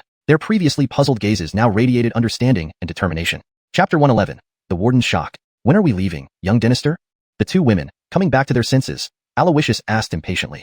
Early tomorrow morning, Yates mused for a moment, then looked at the two women. As the saying goes, before the army moves, provisions must move first. Even though it's just a small anti-bandit operation, we still can't miss out on any necessary preparations. The two women nodded. So, will you stay here tonight, young Dynasty? Aloysius's beautiful eyelashes fluttered. Yates shook his head. I have some business tonight. I'll wait for you outside the city early tomorrow morning. He had to go back tonight and deal with that tiger demon issue to avoid returning home only to find it destroyed. Regarding disrupting the former crown prince's plot, that wasn't within his consideration. It was just a pity that the tiger demon was in Imprisoned's second level. Otherwise, he could have used the face-swapping technique to disguise himself as someone from Inside and eliminate it, letting them fight amongst themselves. For now, he needed to visit his immediate superior. Half an hour later, Yates returned to the prison and went to consult Bellamy Sangue about certain matters. Sir. Upon seeing Yates, Bellamy Sangue greeted him with a surprised bow. Ever since Yates defeated the young genius of Jinwu sect, his fame skyrocketed, earning him immense respect from everyone. Moreover, their cultivation resources multiplied several times over the next day. Who wouldn't be grateful? Hampton Bellamy Sangue took immense pride in being recognized by Yates, knowing full well how envious other prison guards were. However, this esteemed Iter, sir, rarely visited him recently. Sangue, has anything happened on the first level recently? Bellamy Sangue thought for a moment after hearing Yates's question, realizing that it wouldn't be about trivial matters. Sir, there actually has. Bellamy Sangue suddenly remembered recent inmate backgrounds and reported, 5 days ago, the Demon Extermination Bureau received reports of a group planning rebellion. They launched an operation, wiping out a bandit nest and capturing many people who were transferred here yesterday. At this point, Bellamy Sangue became cautious, looking around and lowering his voice. Sir, it's said they're all members of the White Lotus sect, intending to stir trouble within the city and possibly collaborating with high-ranking officials in court. White Lotus sect. Yates's eyebrows furrowed. The White Lotus sect had intricate ties with the former crown prince. He also recalled the tiger demon in the inner prison's second level and the fox demon soul sleeping in its forehead. Even though a third-rank great master's soul power paled compared to its physical strength, comparing it to the previous crown prince's Ernon advisor, Yates arrived at a startling conclusion. This demon could break into the inner prison's second level and destroy the demon extermination array within 2 breaths. But why did White Lotus sect members come here? Yates couldn't figure this out. The fox demon could have sneaked in to save someone. However, that Ernon of the White Lotus sect was likely long dead. Besides these inmates, were there previously imprisoned White Lotus sect members? Yates pondered and asked Bellamy Sangue, wanting to compare it to his suspicions. Meanwhile, he reviewed information about prisoners in the Inferno scripture. After a long while, Bellamy Sangue responded, Sir, as far as Sangue knows, we haven't imprisoned any White Lotus sect members on the first level for months. Months? Yates observed the effective dates recorded in the scripture. 2 months ago, during that period, prisoner numbers increased significantly. Yet, no one concealed their cultivation stage. Therefore, this person must be the favored son of a high-ranking White Lotus sect official. Otherwise, the sect wouldn't risk collaborating with the former crown prince to send people to the inner prison. What did the former crown prince offer as leverage? The White Lotus Saint treasure, the White Lotus 3 Belamive's flower. After contemplation, Yates felt he understood the situation. After a few friendly words with Bellamy Sangue, he patted his shoulder, encouraged him to practice diligently, and left for Allaire's office. Bellamy Sangue watched Yates leave, feeling touched. How considerate and kind-hearted this eminent Iter sir is. I must protect those prisoners for sir. Bellamy Sangue clenched his fists, realizing Yates's special concern for the prisoners unlike other wardens who frequently tortured them. Finally, the main act was about to begin. Dealing with those 5th or 6th rank White Lotus sect members would be easy once the tiger demon was taken care of. Knock knock. After knocking a few times, Yates pushed the door open. Allaire sat at his desk reviewing documents. Prison warden Iter is here? Please sit. Give me a moment. Allaire glanced up, slightly surprised. It was rare for Yates to visit late at night. Could it be something important? However, he was nearly finished with his work. Yes, sir. Yates nodded and found a seat. A moment later, Allaire put down his pen, smiled at Yates and said, It's rare to see you this late. Well, tell me what's so important. Allaire emphasized the words important and big matter. Ah, you'll be startled soon. Yates chuckled inwardly, having already understood Allaire's personality. Someone who avoids trouble but handles it if necessary. Immediately, Yates's expression turned serious. Sir, I discovered something terrifying during my patrol on the second level. What? Suddenly, Allaire stood up, then frowned, confused. You're just 7th rank. How did you sense it? A black line appeared on Yates's forehead. He wanted to remark, Sir, aren't you focusing on the wrong thing? But what could he do about the fox demon soul? Sir, I'm naturally endowed with exceptional spirit perception. Yates could easily pretend due to his cultivated divine consciousness. Additionally, sir, please take this seriously. I suspect the tiger demon might be concealing its true rank. Yates looked at Allaire and stated solemnly, It's highly possible that a 3rd-rank demon entered while hiding its cultivation stage. With that, Allaire couldn't hold his composure. Knowing Yates's character, if he claimed something, it was usually true. Thinking about a 3rd-rank demon lurking above, Allaire shuddered, wishing he hadn't played around. Boy, we need to see the chief warden immediately. We can't handle this. Yates nodded and followed Allaire out. Hashtag chapter 112. A mole? Recruiting. Ferdy, that's how it happened. Allaire finished speaking and looked at the man in front of him alongside Yates. The man was in his 50s or 60s, with ruddy cheeks and a neatly trimmed beard, appearing as unassuming as any commoner. But both of them knew better. This Ernanli man was a genuine fourth-rank innate martial artist. Ferdy nodded lightly, his expression calm, giving no hint of emotion. Other than the two of you, does anyone else know about this? Oh no. Hearing this tone, Yates's heart sank. Although he had barely interacted with this fourth-rank warden, he had heard stories from Allaire. As the actual authority figure on the first level, his reaction seemed far too abnormal. He recalled espionage thrillers he had seen on Earth, and a bad premonition surged within him. Sure enough, Allaire, who had the most contact with Ferdy, understood his behavior thoroughly. The moment Ferdy spoke, Ned felt dread. Is Ferdy one of them? Suddenly, a chill ran down Allaire's spine. There are a few other jailers on the first level who also know. After saying this, Allaire subtly signaled Yates to leave immediately. Yates subtly acknowledged, understanding the urgency. Then, they bade farewell to Ferdy and turned to leave. Each step seemed like walking on air, filled with fear. For Yates, the fear was feigned, but for Allaire, death felt palpably close. The pressure of a fourth-rank innate martial artist was overwhelming. Even under his gaze, Ned felt suffocated. Finally, after 3 breaths, they walked out of Ferdy's door and closed it gently behind them. They exchanged glances, each heaving a sigh of relief. Allaire thanked his luck for escaping death, while Yates silently sighed in relief, glad he didn't have to act. Killing Ferdy would have been simple, but should he kill Allaire afterward? Though Yates wasn't a saint, he valued loyalty and gratitude. If he killed Ned indiscriminately, it wouldn't sit well with him. Choosing not to act now was the best decision. They quickly returned the way they came without a word. Behind them, a pair of eyes silently watched their departure. After half an hour, Allaire leaned against the wall, sitting down and laughing breathlessly. Phew, survived the ordeal. Good fortune is sure to follow. Yates remained silent, but knew that Allaire's words held some truth. As a member of the Ned family, he undoubtedly had more tricks up his sleeve. Moreover, Yates guessed why Ferdy hadn't acted immediately. The Ned family, though not nobility, had stood firm for over a millennium before the founding of Qian. With numerous high-ranking martial artists and at least 2 third-rank grandmasters, they rivaled top-tier sects. Thus, it was understandable that Ferdy hesitated. If anything happened to Allaire within Inner Prison, the murderer would be unmistakable. No one else could be a fourth-rank innate martial artist except Ferdy. You don't know how sharp the blade I just dodged was. Fortunately, that official held back, Allaire said with a mix of relief and admiration. He'll regret it. As for not reporting him, that was impossible. A fourth-rank mole above his head. He couldn't risk facing such a superior force. Best to let Yates go first. Allaire then whispered to Yates, "Boy?" Yates shook his head, grateful that Ned hadn't mentioned his mental prowess to Ferdy. Fate had indeed intervened. They continued walking as if nothing had happened, aware that Ferdy was still monitoring them until they reached the guardhouse. Only then did Yates's mind sense that Ferdy had turned away. "Good," Yates whispered. "Well done." Allaire patted Yates hard on the shoulder. "Reliable lad." Allaire then produced an oval jade pendant emitting green light. "A communication jade pendant?" Yates asked, slightly surprised. "Surprised, huh?" Allaire remarked, equally astonished. This device, created by second-rank venerable inertial saints, worked only within 1,000 miles, used once and gone forever. It was for crucial, life-saving moments that might turn the tide dramatically. Allaire clutched the pendant and whispered, "Wallace, save me! There's a fourth-rank spy inside the inner prison, trying to kill me and a third-rank demon beast." A brief flash of green light enveloped the pendant, which crumbled into dust. Mission accomplished. Allaire grinned triumphantly. Capturing a big fish like this spy meant the warden position would surely be his. Damn, what a mastermind, Yates inwardly marveled. Moments later, a figure suddenly appeared before them.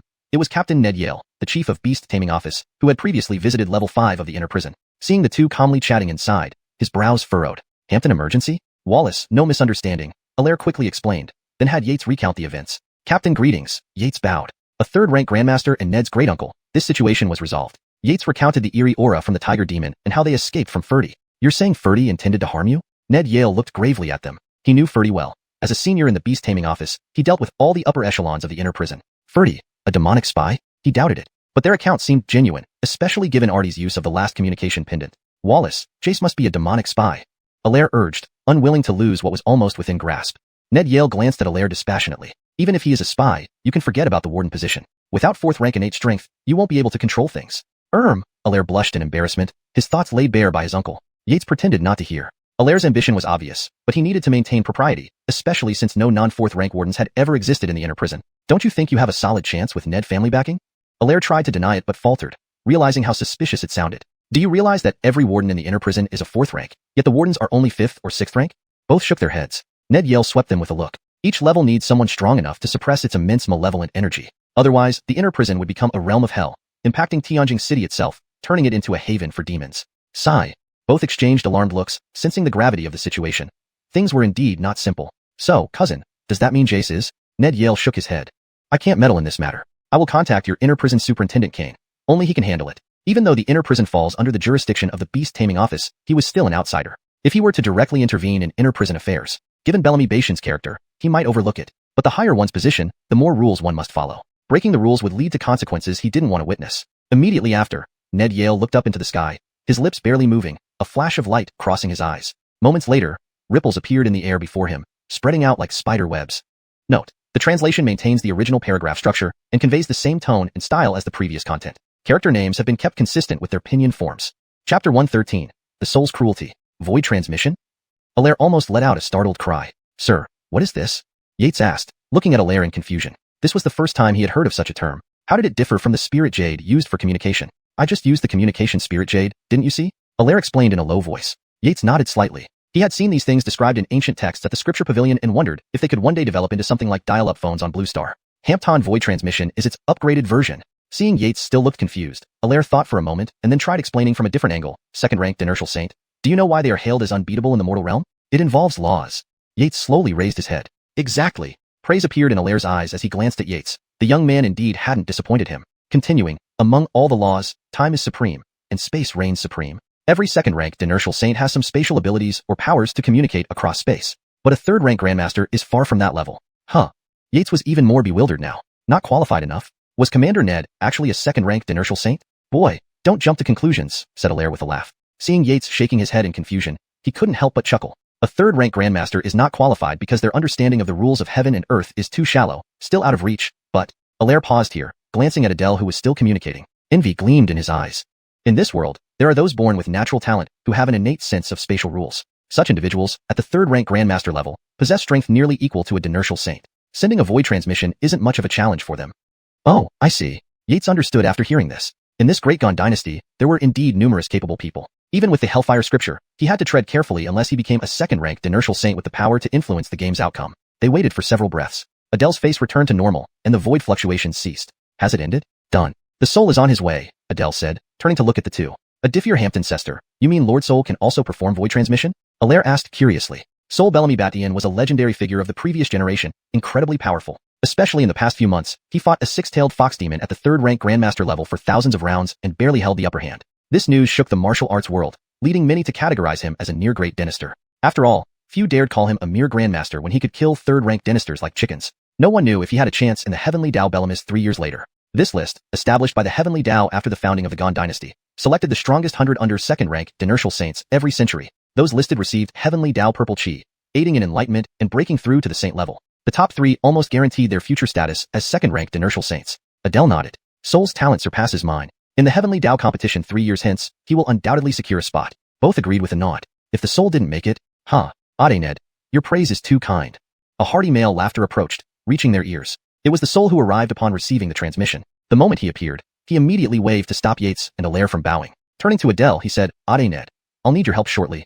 Adele nodded, knowing the implications. Though a third-ranked dynastor had their own domain, it wasn't as strong as a great dynastor's. Soul wanted him to isolate Quentin completely during interrogation to prevent eavesdroppers. They needed to prepare against potential eavesdropping from a second-ranked inertial saint. But if they set up a grandmaster-level domain ahead of time, even a saint would struggle to interfere silently. A resolute person, Soul had already decided this while en route. Now reaching agreement with Adele, he immediately flew towards Quentin. Adele sighed lightly, shaking his head. He was over 100 years older than Soul, yet the latter's nature remained unchanged. No wonder Soul's strength continued to advance. Only somewhat regrettable was the battle with the six-tailed fox demon.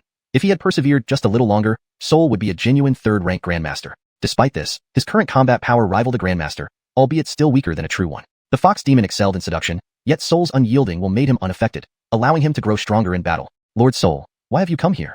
Xianwu will do whatever you ask.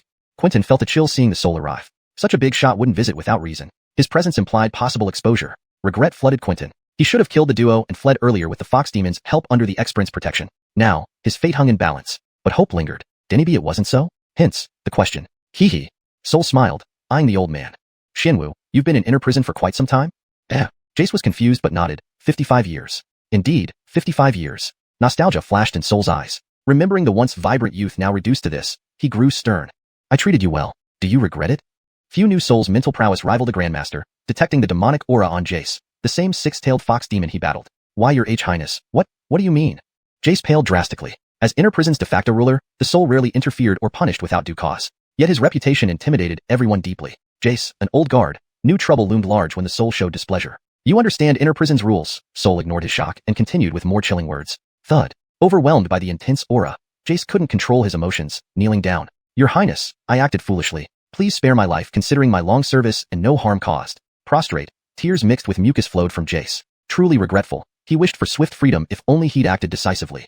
Humph, Soul snorted. unleashing a surge of energy. Snap. Pressure bore down on Jace, immobilizing him with bone-crushing weight. Why, your Highness? Terror filled Jace's wide eyes. Was the soul going to kill him? In the next moment, the soul grabbed him, holding his skull firmly. Spare. Jace's eyes bulged in fear. Before he could utter a word, the soul released a wisp of true essence from his palm, immediately deploying the soul-searching technique. Jace felt an excruciating pain in his head, his whole body trembling, hands reaching out, tongue lolling. However, under the soul's absolute power, all his resistance was futile. Right at that moment, Yates and Allaire walked in, catching this scene. Both were stunned. Is this something we're supposed to see? Allaire glanced at his great-uncle with a worried look. Too unreliable, not even stopping the two of them. Bang! Just as they were internally conflicted, the soul tossed aside Jace, now limp like a dead snake. Then, he looked up into the air. His expression was solemn. Note: the translation maintains the original paragraph structure and line breaks while ensuring natural fluency and coherence with the previous content. Hashtag Chapter 114. The Human-Demon Battle, Yates' initiative. Yates also sensed something amiss. A thick, malevolent aura was rapidly spreading and consolidating in the air. Did you do this? Dawamo glared at the prone Jace on the ground, his tone icy. Hee hee. It was no wonder that Jace, despite having had his soul searched by Dawamo, retained some consciousness. In comparison, Yates' method of searching the soul seemed excessively brutal. Dawamo, if I die, neither will you rest easy. The fear in his eyes vanished, replaced by a twisted satisfaction. After I'm dead, none of you will have it easy. Ha ha ha. Dawamo ignored him. Such traitors would suffer their due consequences soon enough. Ade Ned, how confident are you? Dawamo turned to Adele beside him. Ade Bellamy, how confident are you? Adele raised an eyebrow, sounding somewhat displeased. 3 mere Ningjur bodies dared to challenge grandmasters? Note: Ningjur should be translated as condensed bodies, or coagulated entities, for better understanding in English. So the better translation would be, 3 mere condensed bodies dared to challenge grandmasters. Revised: 3 mere condensed entities dared to challenge grandmasters? Well then, Ade Ned, please. Dawamo gestured courteously. In mid-air, the 3 malevolent energy bodies had already manifested, unleashing torrents of malevolent energy towards the trio. Boy, haven't you felt it? Allaire gritted his teeth as he glanced at the composed Yates. He was seething inside. How could it be so unfair? This kid was 7th rank while he was only 6th rank? Wouldn't that make him look incompetent? Allaire continued to endure the malevolent energy, trembling all over as he did so. Yates. Oh no, I forgot about that. Yates cursed inwardly. He had been too focused on observing the 3 Ningjur bodies that he had neglected this matter. Note: the word Ningjur should be translated as bodies for better fluency in English. Improved translation: Yates cursed inwardly. He had been too focused on observing the 3 bodies that he had neglected this matter. All he could do now was give a sheepish smile. As for the reason, well sir, you can fill in the blanks yourself. They're here. Boom. At the moment Dawamo and Adele disappeared, a loud explosion echoed from the sky. Haha, I've spent a century cultivating without using my full strength. I hope the 2 of you can surprise me tonight. Adele laughed boisterously and immediately transformed into a streak of light, charging towards the 2 5-headed, 6-armed Ningjur bodies. Wei. Adele burst into laughter and instantly turned into a beam of light, charging towards the 2 5-headed, 6-armed entities. How dare you? One of the Ningjur uttered in a hoarse voice. Although they were just recently formed through a great power, they possessed extensive knowledge upon manifestation. Editing this for natural fluency and accuracy. One of the condensed entities spoke in a hoarse voice. Though they had just been formed by a great power, they possessed extensive knowledge from the moment of their manifestation. In essence, they were living grandmasters at this very moment. Don't let the casual remarks from Adele and Dawamo fool you. Their expressions told a different story. Hamptoned, 2nd rank, Dinertial Saints? They were heavyweight figures. Unless the demon suppression prison faced a catastrophic event, they wouldn't intervene. Moreover, a 2nd rank, Dinertial Saint fighting a 3rd rank grandmaster? They couldn't bring themselves to stoop that low. Splitting mountains. From a distance came a roar. A colossal blade of chi spanning half the sky shot towards the remaining Sa Chi Ningjur. To improve fluency and accuracy, it would be better to translate as follows. A roar sounded from afar, and a massive blade of chi spanning half the sky shot toward the last Sa Chi Ningjur, accumulated aura entity. Note: Sa Chi Ningjur is directly transliterated here as accumulated aura entity to maintain consistency in terminology. If this term has been used earlier in the translation, you may want to stick with whatever was previously used for Sa Chi Ningjur. Instantly, several figures broke through the demon suppression prison's formation, flying into the sky. Numerous figures intertwined, executing various martial arts moves, with blade chi crisscrossing everywhere. Unbelievable. Yates stared wide-eyed, feeling uneasy inside. Powerful. Too powerful. These were truly world-class martial artists. Trouble. Yates's expression suddenly changed. He remembered, the fox demon soul within the tiger demon still needed addressing. Damn. Beside him, Allaire looked puzzled at Yates's darkening expression and asked, Boy, are you worried they'll lose? Yates shook his head. Sir, didn't we come here for a specific purpose? Allaire? We're just here for the spectacle, right? Could there be?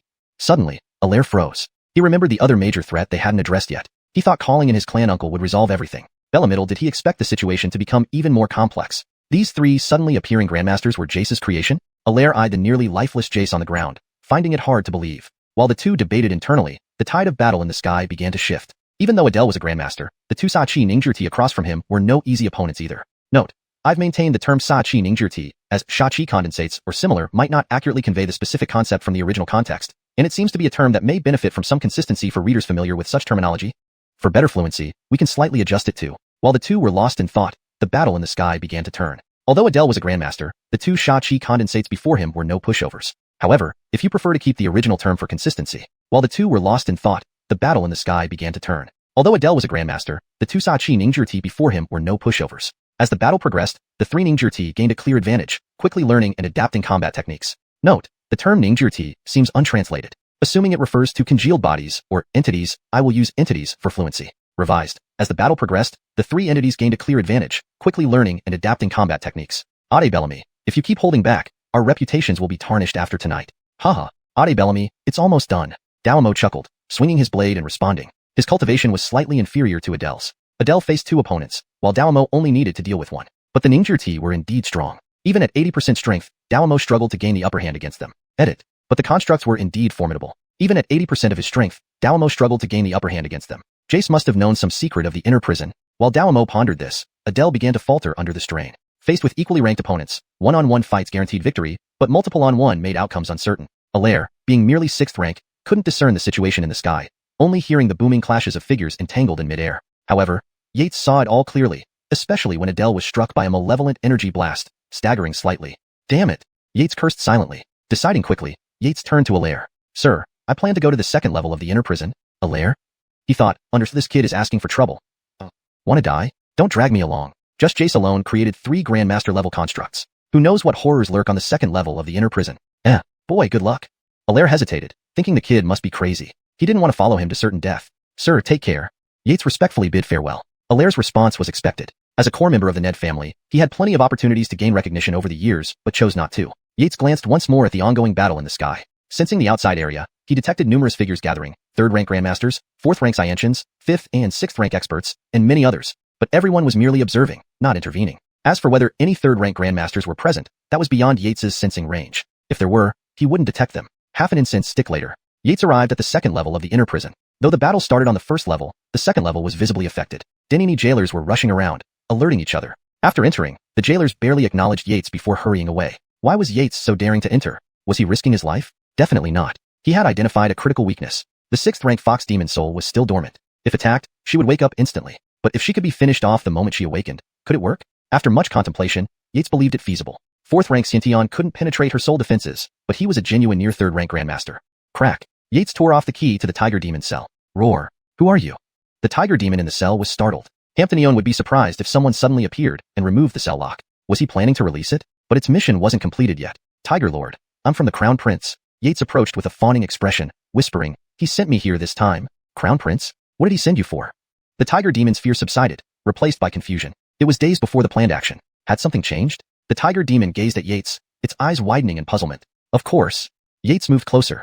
Oh? The Tiger Demon remained confused. To kill. You. As he spoke, Yates's speed surged dramatically, his figure filling the Tiger Demon's vision in an instant. No.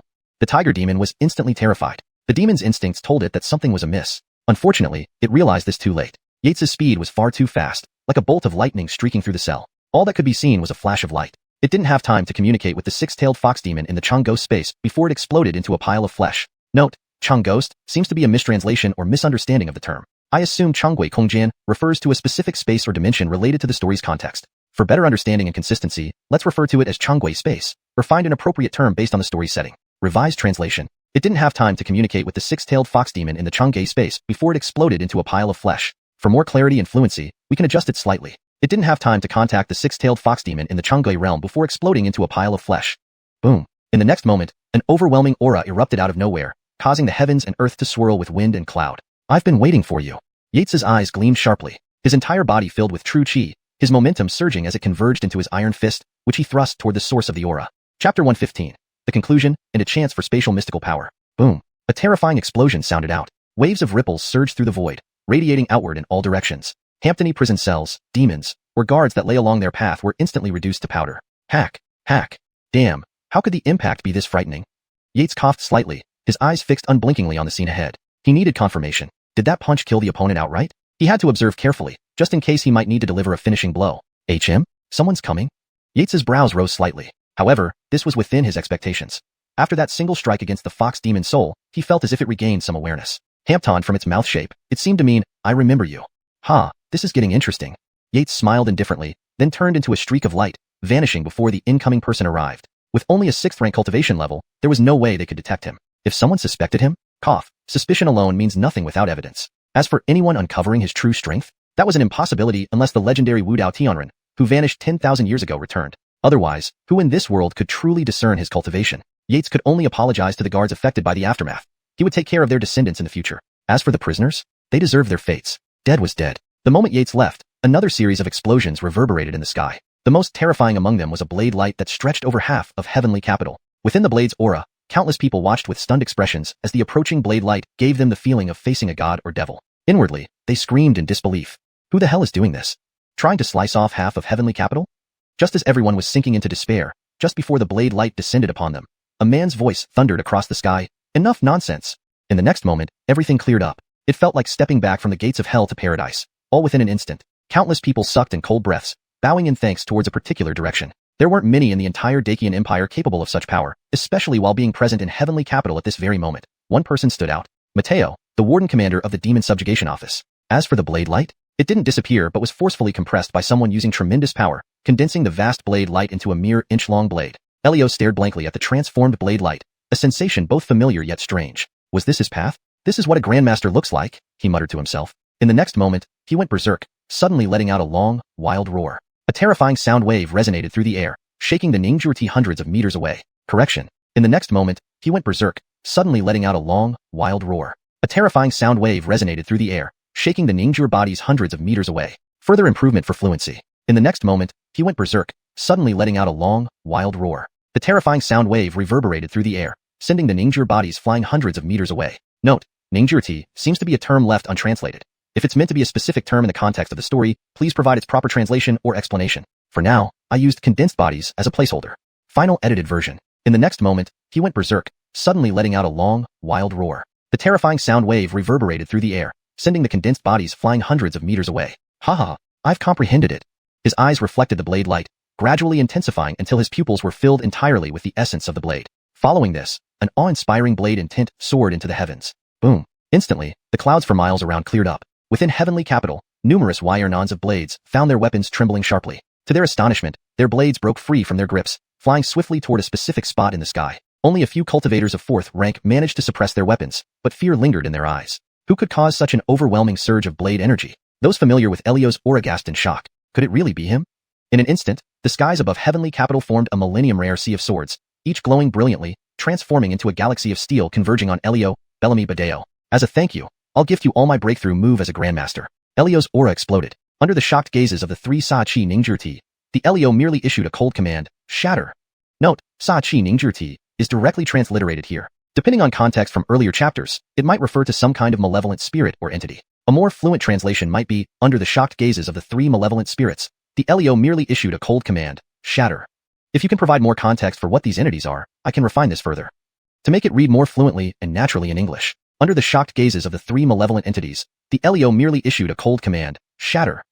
Boom. The river of swords moved as commanded, akin to heaven collapsing, instantly pressing down on the 3 entities. With a slicing sound, Ned Delphinoeli watched in horror as the Da Ying, sword shadow, flashed and accurately struck the 3 grotesque figures. Bellamike dissipating smoke, the 3 Ningjurti, Sha-Chi constructs, instantly turned to ashes. Revised. With a slicing sound, Ned Delphinoeli watched in horror as the sword shadow flashed and accurately struck the 3 monstrous figures. Bellamike dissipating smoke, the 3 Sha-Chi constructs instantly turned to ashes. At this time, near the great prison, several figures gathered, all staring in shock at the airborne figure. In their eyes, he stood tall like an insurmountable mountain, one blade to slay 3 grandmasters.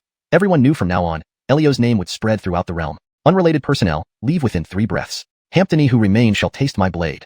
Elio's cold gaze swept across the crowd. Where were they during the fight? Now they come to gawk? Do you think I, Bellamy Badeo, lack temperament? Scram as far as you can. Everyone immediately felt needles piercing their sides, standing uneasily. They whispered among themselves about how much more formidable Elio had become post-breakthrough, perhaps even reaching the pinnacle of 3rd-rank Grandmaster. No one dared delay, bowing to him and swiftly departing. In less than a breath's time, the area emptied out. King Delphinoeli exchanged glances with Elio, who nodded, before disappearing into the air. Elio flashed into inner prison level 2. Here, powerful energy had erupted just moments ago. Hampton, the owner of that energy, he recognized her. The 6-tailed fox demon from last time. Could this be related to her? Elio's mind scanned the scene, recalling a battle between a man and a six-tailed fox demon. That man's aura. Hadn't he seen it before? After a pause, Elio was visibly taken aback, muttering, "It's actually him?" He guessed the identity of the attacker, Feral from the Rihanna's camp. Moments later, a figure appeared. "Lord Elio, Kong Sheng has come to confess." The newcomer immediately saluted upon seeing Elio. Behind him was Prison's special weapon. "Kong Sheng, are you truly unaware of what happened here?" Elio raised an eyebrow, looking at Thompson. "Lord, this subordinate wishes to swear on the heavenly way to prove my innocence." Thompson responded candidly, knowing he'd face blame for negligence. Better to own up to it and seek lenient handling. Moreover, regarding Jace's activities, he indeed had no prior knowledge. All 4 wardens were 4th rank, equals in rank. Without Elio's talent, only barely stronger, it was normal he couldn't discern their secret intentions. Elio glanced at him. Under his divine senses, any lies from Thompson would be apparent. "The rules of the Demon Subjugation Office are clear." "Yes, Lord." Thompson admitted reluctantly, bowing again. "This subordinate will tender my resignation shortly."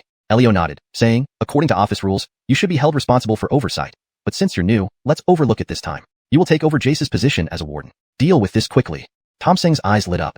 Elio was backing him up. Grateful, he bowed. "Thank you, Lord. This subordinate will ensure everything is properly handled." Thompson was well known in the office but often marginalized, hence being assigned to the inner prison. But he didn't foresee such significant events occurring without his awareness. Should he blame Jace for hiding too deeply, or himself for lacking managerial skills? Elio pondered, concluding there was no better candidate. Compared to other departments, the inner prison was less desirable.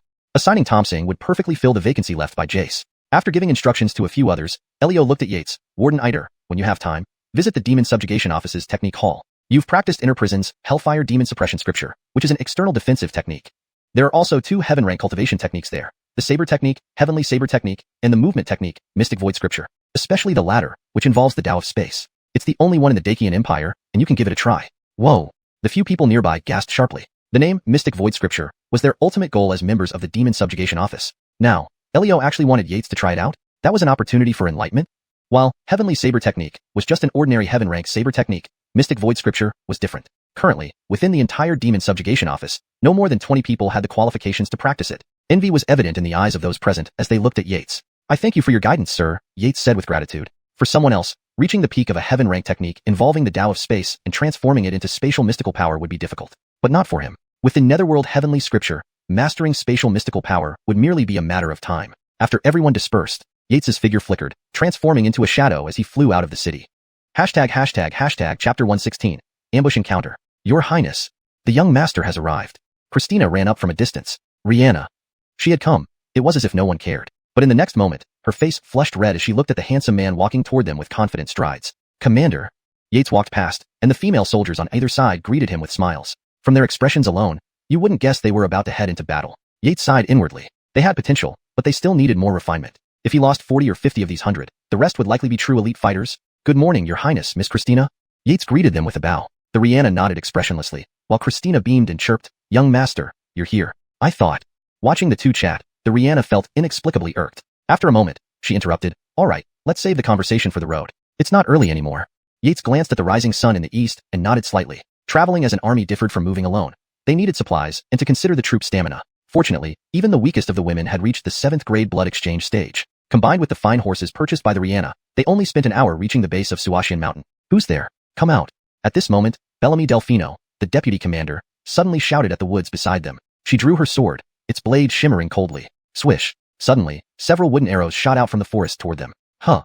Bellamy Delfino's eyebrows shot up. Are they attacking us? What bravery. She raised her hand, turned to the others, and shouted, "Kill the bandits in the forest." Yes. Several people immediately leaped off their horses, deflecting the arrows effortlessly with their swords. Are the bandits so weak? This thought flashed through their minds briefly. Christina and the Rihanna, watching from afar, also appeared taken aback. Were they really that lucky today? Just arriving at the foot of the mountain and encountering bandits? Their main concern had been finding the bandits' lair. Without knowing the location, even with strong skills, they wouldn't accomplish much. Bandits?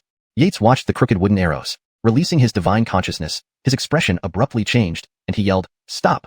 In the instant he called out, he disappeared from where he stood. In the forest, dozens of ragged men, women, and children huddled together, looking panic-stricken at the incoming group of women. "A diffier, will we also be killed like our sister by the bandits?" A little girl, full of innocence, asked despondently. Her parents and older brother had all been killed by bandits. Yesterday, the second-in-command had kidnapped her older sister. Now it was their turn. Others stared at the incoming women with hatred, regretting not having trained harder. If only they could have fought back and avenged their parents. Cough, cough. A diffier, an Ernonli man with white hair, though old, had remarkable archery skills. His earlier shots had deterred the women from advancing. Bella Middle Shoe. The Ernonli man looked at everyone lightly. Hampton you all. Accept your fate and prepare for the fight. They all nodded firmly, gripping kitchen knives and hatchets tightly. Kill. Dodging the initial wave of arrows, the women leapt onto the treetops, swords swinging down powerfully. Seeing the villagers' faces, they realized too late, they weren't bandits. Their attack had been misguided, but it was already too late to stop.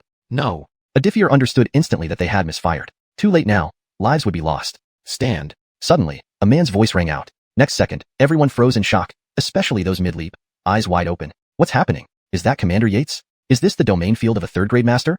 Some women had heard of the third-grade master's domain field before, never imagining that their commander was one. This revelation almost made them fly from excitement. Yates frowned, noticing the intense resistance from the women. Had he known their thoughts, he would have laughed. Technically, his domain wasn't a true master's domain, just a field created by achieving perfection in his devil-subduing hell-suppressing sutra. Compared to a master's domain, this consumed massive amounts of energy. A few moments had already drained half his energy. Ultimately, this was due to his lower cultivation level. Once he reached the third-grade master level, combined with this domain, the effects would far exceed a simple 1-to-1 ratio. You girls are too impulsive, Yates shook his head, turning to address the crowd calmly. My apologies. They mistook you for bandits and reacted accordingly. Indeed, even if these villagers were killed, no one would say anything. Whoever struck first suffered the consequences. Even in modern times, this would count as mutual combat. No problem.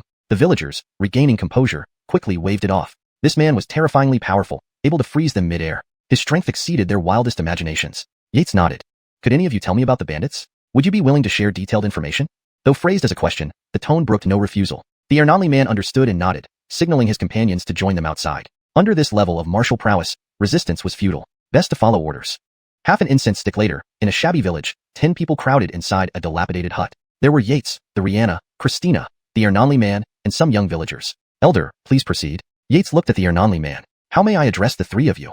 The Ernonli man asked after a pause. I am Farrell. We are the lady warriors serving the Rihanna. Recently, the princess heard of many bandits around Xianxia Mountain, causing havoc. Concerned for the people, she dispatched us to clear them out. Yates explained succinctly. Oh, it's the Rihanna's forces? We're saved. My sisters are saved. Wah. Yates's words unleashed a flood of emotions. The villagers broke down in tears, relieved finally someone would help them. Finally, help was coming. The Rihanna is good. The Ernonli man, also shocked, incredulous, and filled with regret, probed, Dynasty Jiang, do you mean what you say? Yates nodded.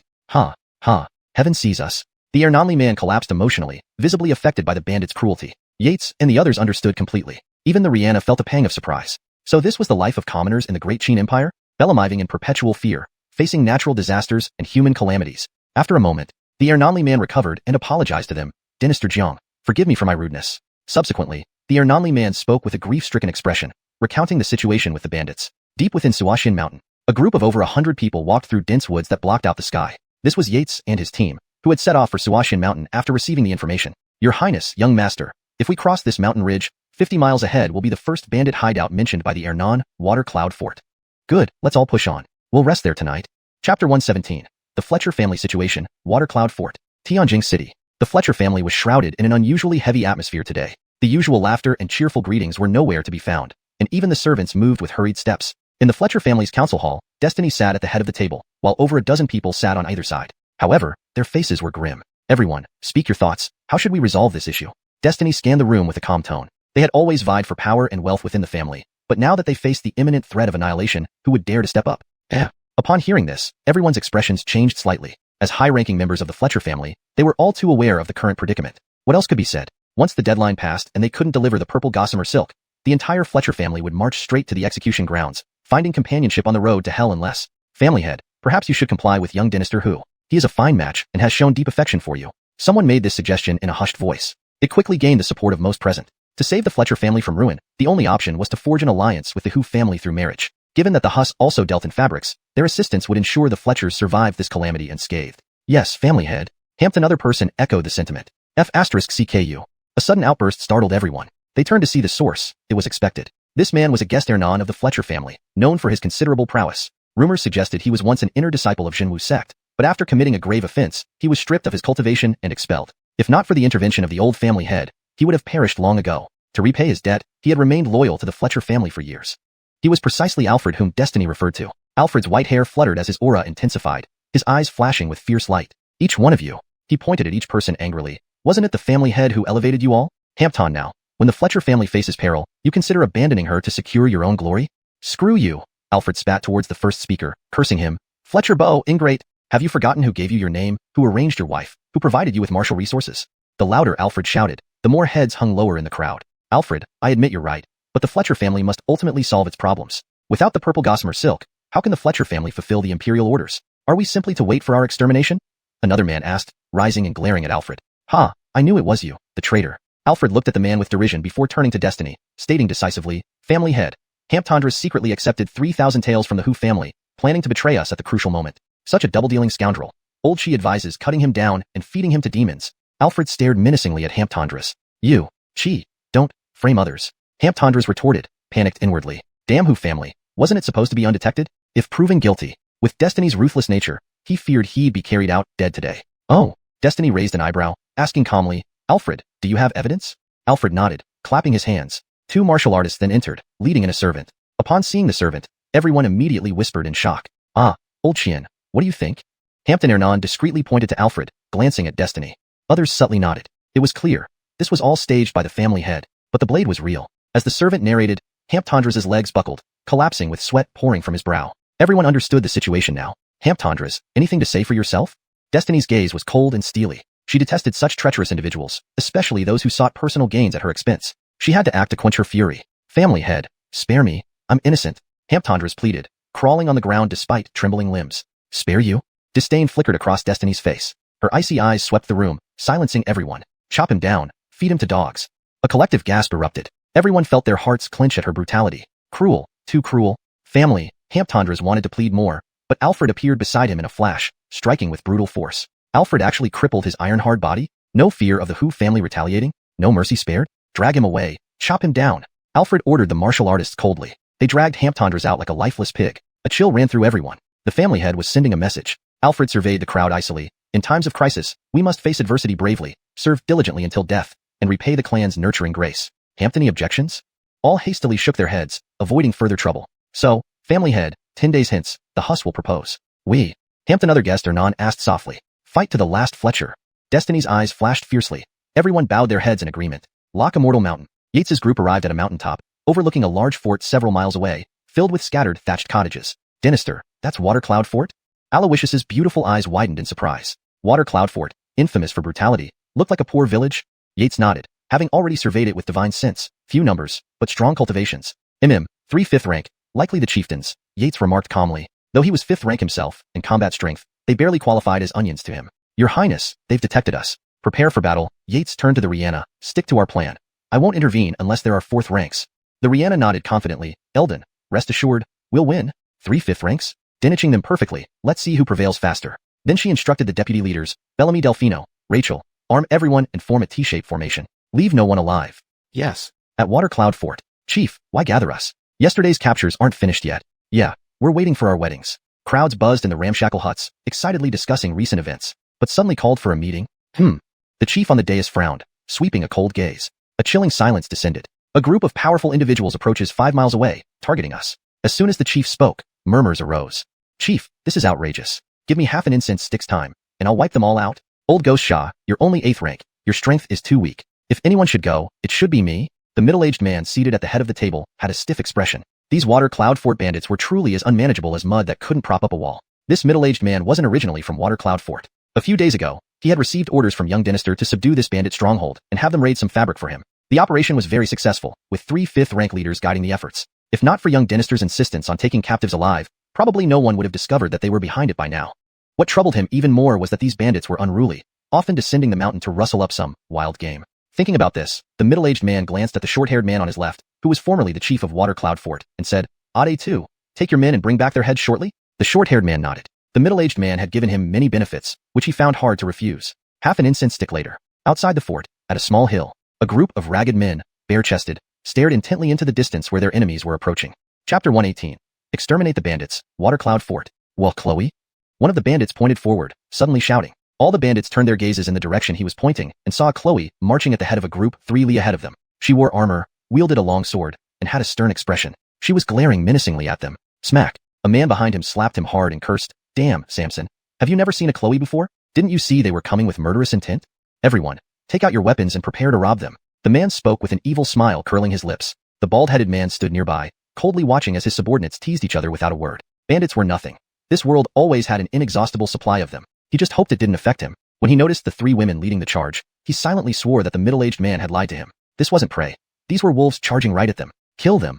When the Rihanna saw the raggedy bandits not far away, her slender eyebrows twitched. She raised her hand, drew her sword, and leaped into the air. She aimed her sword directly at the bald-headed man's neck. Damned bitch.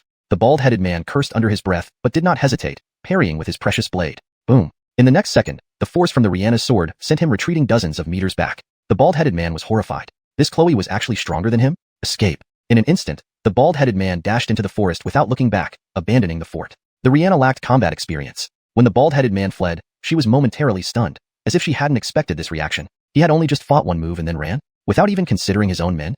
But obviously, during her momentary hesitation, the bald-headed man had already vanished into the woods. Your Highness, shall we chase after him? Bellamy Delfino caught up with her, sword in hand, and asked quietly. They had never encountered such a situation before, leaving Bellamy Delfino unsure how to proceed. Pursue. The Rihanna was about to order a chase when she remembered what Yates had said before departure. Do not pursue fleeing enemies, retreat when you meet the forest. So she waved her hand and said, forget it. This time it was my mistake, let him live for a few more days. Their mission into the mountains was not solely to eliminate the small water cloud fort, but to sweep through Loch Immortal Mountain and deal with thousands of large and small forts within a 1,000-mile radius, either eliminating or subjugating them based on their crimes. This journey would likely take several days. As long as the bald-headed man didn't escape beyond the mountain, there would be another chance to kill him. Bellamy Delfino nodded. Then, together, they looked at the scene. With the bald-headed man having fled, the remaining bandits were bewildered and uncertain. In the next moment, the women rushed forward, slaughtering the disorganized bandits who cried out in despair. They finally understood why their former chief had run away. It wasn't because these were beautiful women but fierce demons come to claim their souls. Too late, the battle lasted less than 10 breaths, and only 3 survivors were left kneeling in terror. Mercy, please spare us. Swish. With a flick of her hand, a silver light flashed, and the pleading bandit's head fell to the ground. Hiss. The women shrank back slightly. The princess seemed ruthless. Hampton, the 2 remaining bandits wet themselves, a pungent smell wafting from their pants. The women frowned inwardly, feeling it was quite unfortunate. The Rihanna glanced over, then turned to Bellamy Delfino and Rachel. You each take one to interrogate. The 2 women nodded, and each took a captive away. Your Highness, you were amazing. Aloysius's eyes sparkled as she exclaimed. Really? A flash of emotion crossed the Rihanna's eyes. She had killed before, but never someone completely defenseless. It was the first time she had killed like this. Yet, recalling Yates's words, that killing one now could save thousands later, she felt better about it. Why had she killed the one first? It was a tactic Yates mentioned, to break their psychological defenses, split them up for interrogation, and then cross-check statements. Of course, if Yates knew, he'd protest loudly, intending it for difficult prisoners. But applying it here. Within 10 breaths, Bellamy Delfino and Rachel returned smiling. Your Highness, we have information. Tell me, the Rihanna nodded, unsurprised by how events unfolded when following Yates's methods. The entire fort has 150 bandits, all strong men. There are 3 5th-rank fighters, while 6th and 7th ranks combined make up around 20. Dynasty women abducted from raids are held in dungeons. These 2 know little since they're low-ranking minions. Are there any hidden mechanisms or traps in the fort? The Rihanna reminded herself of Yates's teachings to confirm enemy tactics beforehand. The 2 women exchanged glances and shook their heads. According to their confessions, the fort once had traps, but a 5th-rank challenger destroyed everything during a duel with the previous chief, including most of the buildings. That challenger became their new chief, and the bald-headed man we met was the former chief. No wonder. Everyone now understood why Water Cloud Fort appeared so dilapidated from above. It had been destroyed by its own people. Okay, inform everyone to bury the bandit corpses on site and prepare for battle. Yes. The 2 women saluted and went to arrange it. From a distant treetop, Yates watched silently. Even when the bald-headed man fled, he didn't intervene, believing that learning from setbacks led to greater progress. For the Rihanna and her team, the bald-headed man's flight might even be beneficial. What made him shake his head was that they didn't check the bodies for loot. Although the bandits didn't seem valuable, this was a bad habit. Yates noted to address this rigorously upon their return. Half an incense stick later, they reached the fort gates. The doors were locked, with armed guards atop the towers aiming arrows and rough-looking men standing along the battlements, cursing as they spotted the Rihanna and her group. Evidently, scouts had relayed news of the complete annihilation of the bald-headed man's group, preparing them accordingly. Stop! The Rihanna waved. Each side tower carried Imperial-grade piercing bolts. Hampton, ordinary 5th-rank fighter hit by these would die instantly. Of course, the quality of the arrows depended on the archer. Your Highness, 6 towers, each manned by a 6th rank and 3 7th-rank archers. Their arrows gleam with lethal light, using forbidden Imperial piercing bolts. We'd surely be in danger if we enter range, Bellamy Delfino whispered. Your Highness, shall Rachel and I destroy their arrow towers first? Rachel nodded in agreement. Only they 3, being 5th rank, could manage such an attack. They couldn't risk the Rihanna. However, the Rihanna waved them off. Their arrow formation clearly has expert guidance. If you go, it would be suicide. I will break this array. Your Highness. At this, Bellamy Delfino, Rachel, and Aloysius were alarmed. How could the esteemed princess put herself in such danger? If anything happened, their few heads wouldn't be enough for King Old Gone to chop off. Enough, I have made my decision. No more words on this. The Rihanna waved her hand to cut off further discussion. Immediately after, she narrowed her eyes and scanned the 4 arrow towers. Chapter 119. Dying? What a pity. Is it her? On the walkway above the village gate, the middle-aged man slipped and nearly fell. The middle-aged man was originally named Dynasty. He was one of the captains of the Hu family's guards in Tianjin City. On this occasion, he was ordered by Bodhi, the eldest son of the Hu family, to come to Suaxian Mountain to subdue the local bandits and seize the purple silk smoke from the Fletcher family's convoy. He had successfully seized the purple silk smoke with his men. Unfortunately, Tianjin City had been under martial law for several days, so the Hu family guards could not leave. Thus, he and the purple silk smoke remained in Shuiyun village. Unexpectedly, the Hu family's guards did not arrive as expected. Instead, the Rihanna arrived? He was quite shocked. If he mishandled this situation, not only would he die, but even the third Abdullah might not be able to protect the Hu family. Damn! Denny Yao cursed inwardly. Village chief, is there anything wrong? The third chieftain was a slightly chubby middle-aged man. Ever since the group of women arrived at the village gate, he noticed that the new village chief had an odd expression, shifting several times. Caleb, you're overthinking things, just a small issue during practice. Denny Yao waved his hand, then looked at the crowd outside. Have you seen Xianxia? Everyone shook their heads. According to reports from scouts, it seemed their second chieftain fled in one move. Denny Yao inwardly cursed, wishing he had gotten rid of him earlier. Village chief, do you know these women? The third chieftain, who had cultivated to the 5th rank, wasn't an ordinary person. He initially joined Shuiyun village because the old village chief recognized and utilized talent. Unfortunately, the old village chief lived a short life. If he had had more strength at that time, he wouldn't have allowed the flat-headed man to rise to power. Ever since the flat-headed man took over, the burning, killing, and looting intensified, and soon they became a notorious gang in the vicinity. Concerned for his own life, the third chieftain cautiously asked. Denny Yao shook his head. I don't recognize them. Tell the brothers to be careful. These women are formidable. A few people nearby nodded and passed on the message, but they weren't overly worried. They had personally witnessed the effectiveness of the newly introduced arrow-piercing technique that their new chief brought. A 3-foot-thick steel plate had been pierced effortlessly. If that hit a person, how many layers of steel plate would it take to stop it? Tell the archers in the tower to be cautious. That Chloe is about to break through. Denny Yao decided to prioritize preserving their lives for now. After today, he would immediately leave the village. As for the young dynaster's mission, he believed no blame would follow. Denny Yao had followed Bodhi for over a decade and knew him well. Women were important, but the safety of the Hu family was clearly the top priority. The only variable was that the princess mustn't get hurt. Otherwise, they wouldn't escape death even if they fled beyond Great Qian. With this in mind, Denny Yao instructed, be careful later, and try to capture the leading Chloe alive. Yes, village chief. The bandits nodded in understanding. At this moment, the Rihanna outside the village was preparing herself. These 6th and 7th rank martial artists, aside from the arrow-piercing arrows, she only needed one sword strike. However, if these 6th and 7th rank martial artists formed an arrow formation, plus the special attribute of the arrow-piercing arrows breaking true chi, even a peak 5th rank martial artist would find it troubling.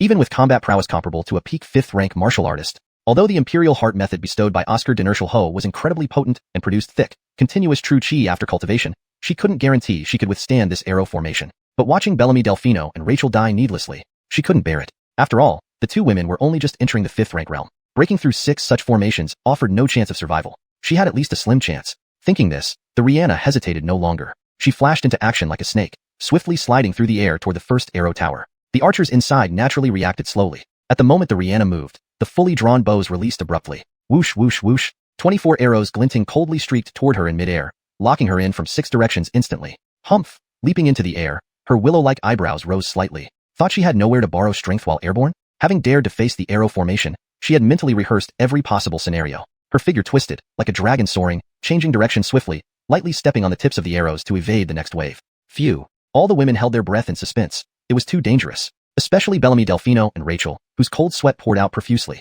This arrow formation was too eerie. Predicting the Rihanna's next move accurately? Had they attempted it, they would have barely survived the first wave. Truly worthy of being a royal princess. The women admired her greatly. Yates, who had lifted his right hand, lowered it gently. The Rihanna's strength and talent were better than he had imagined.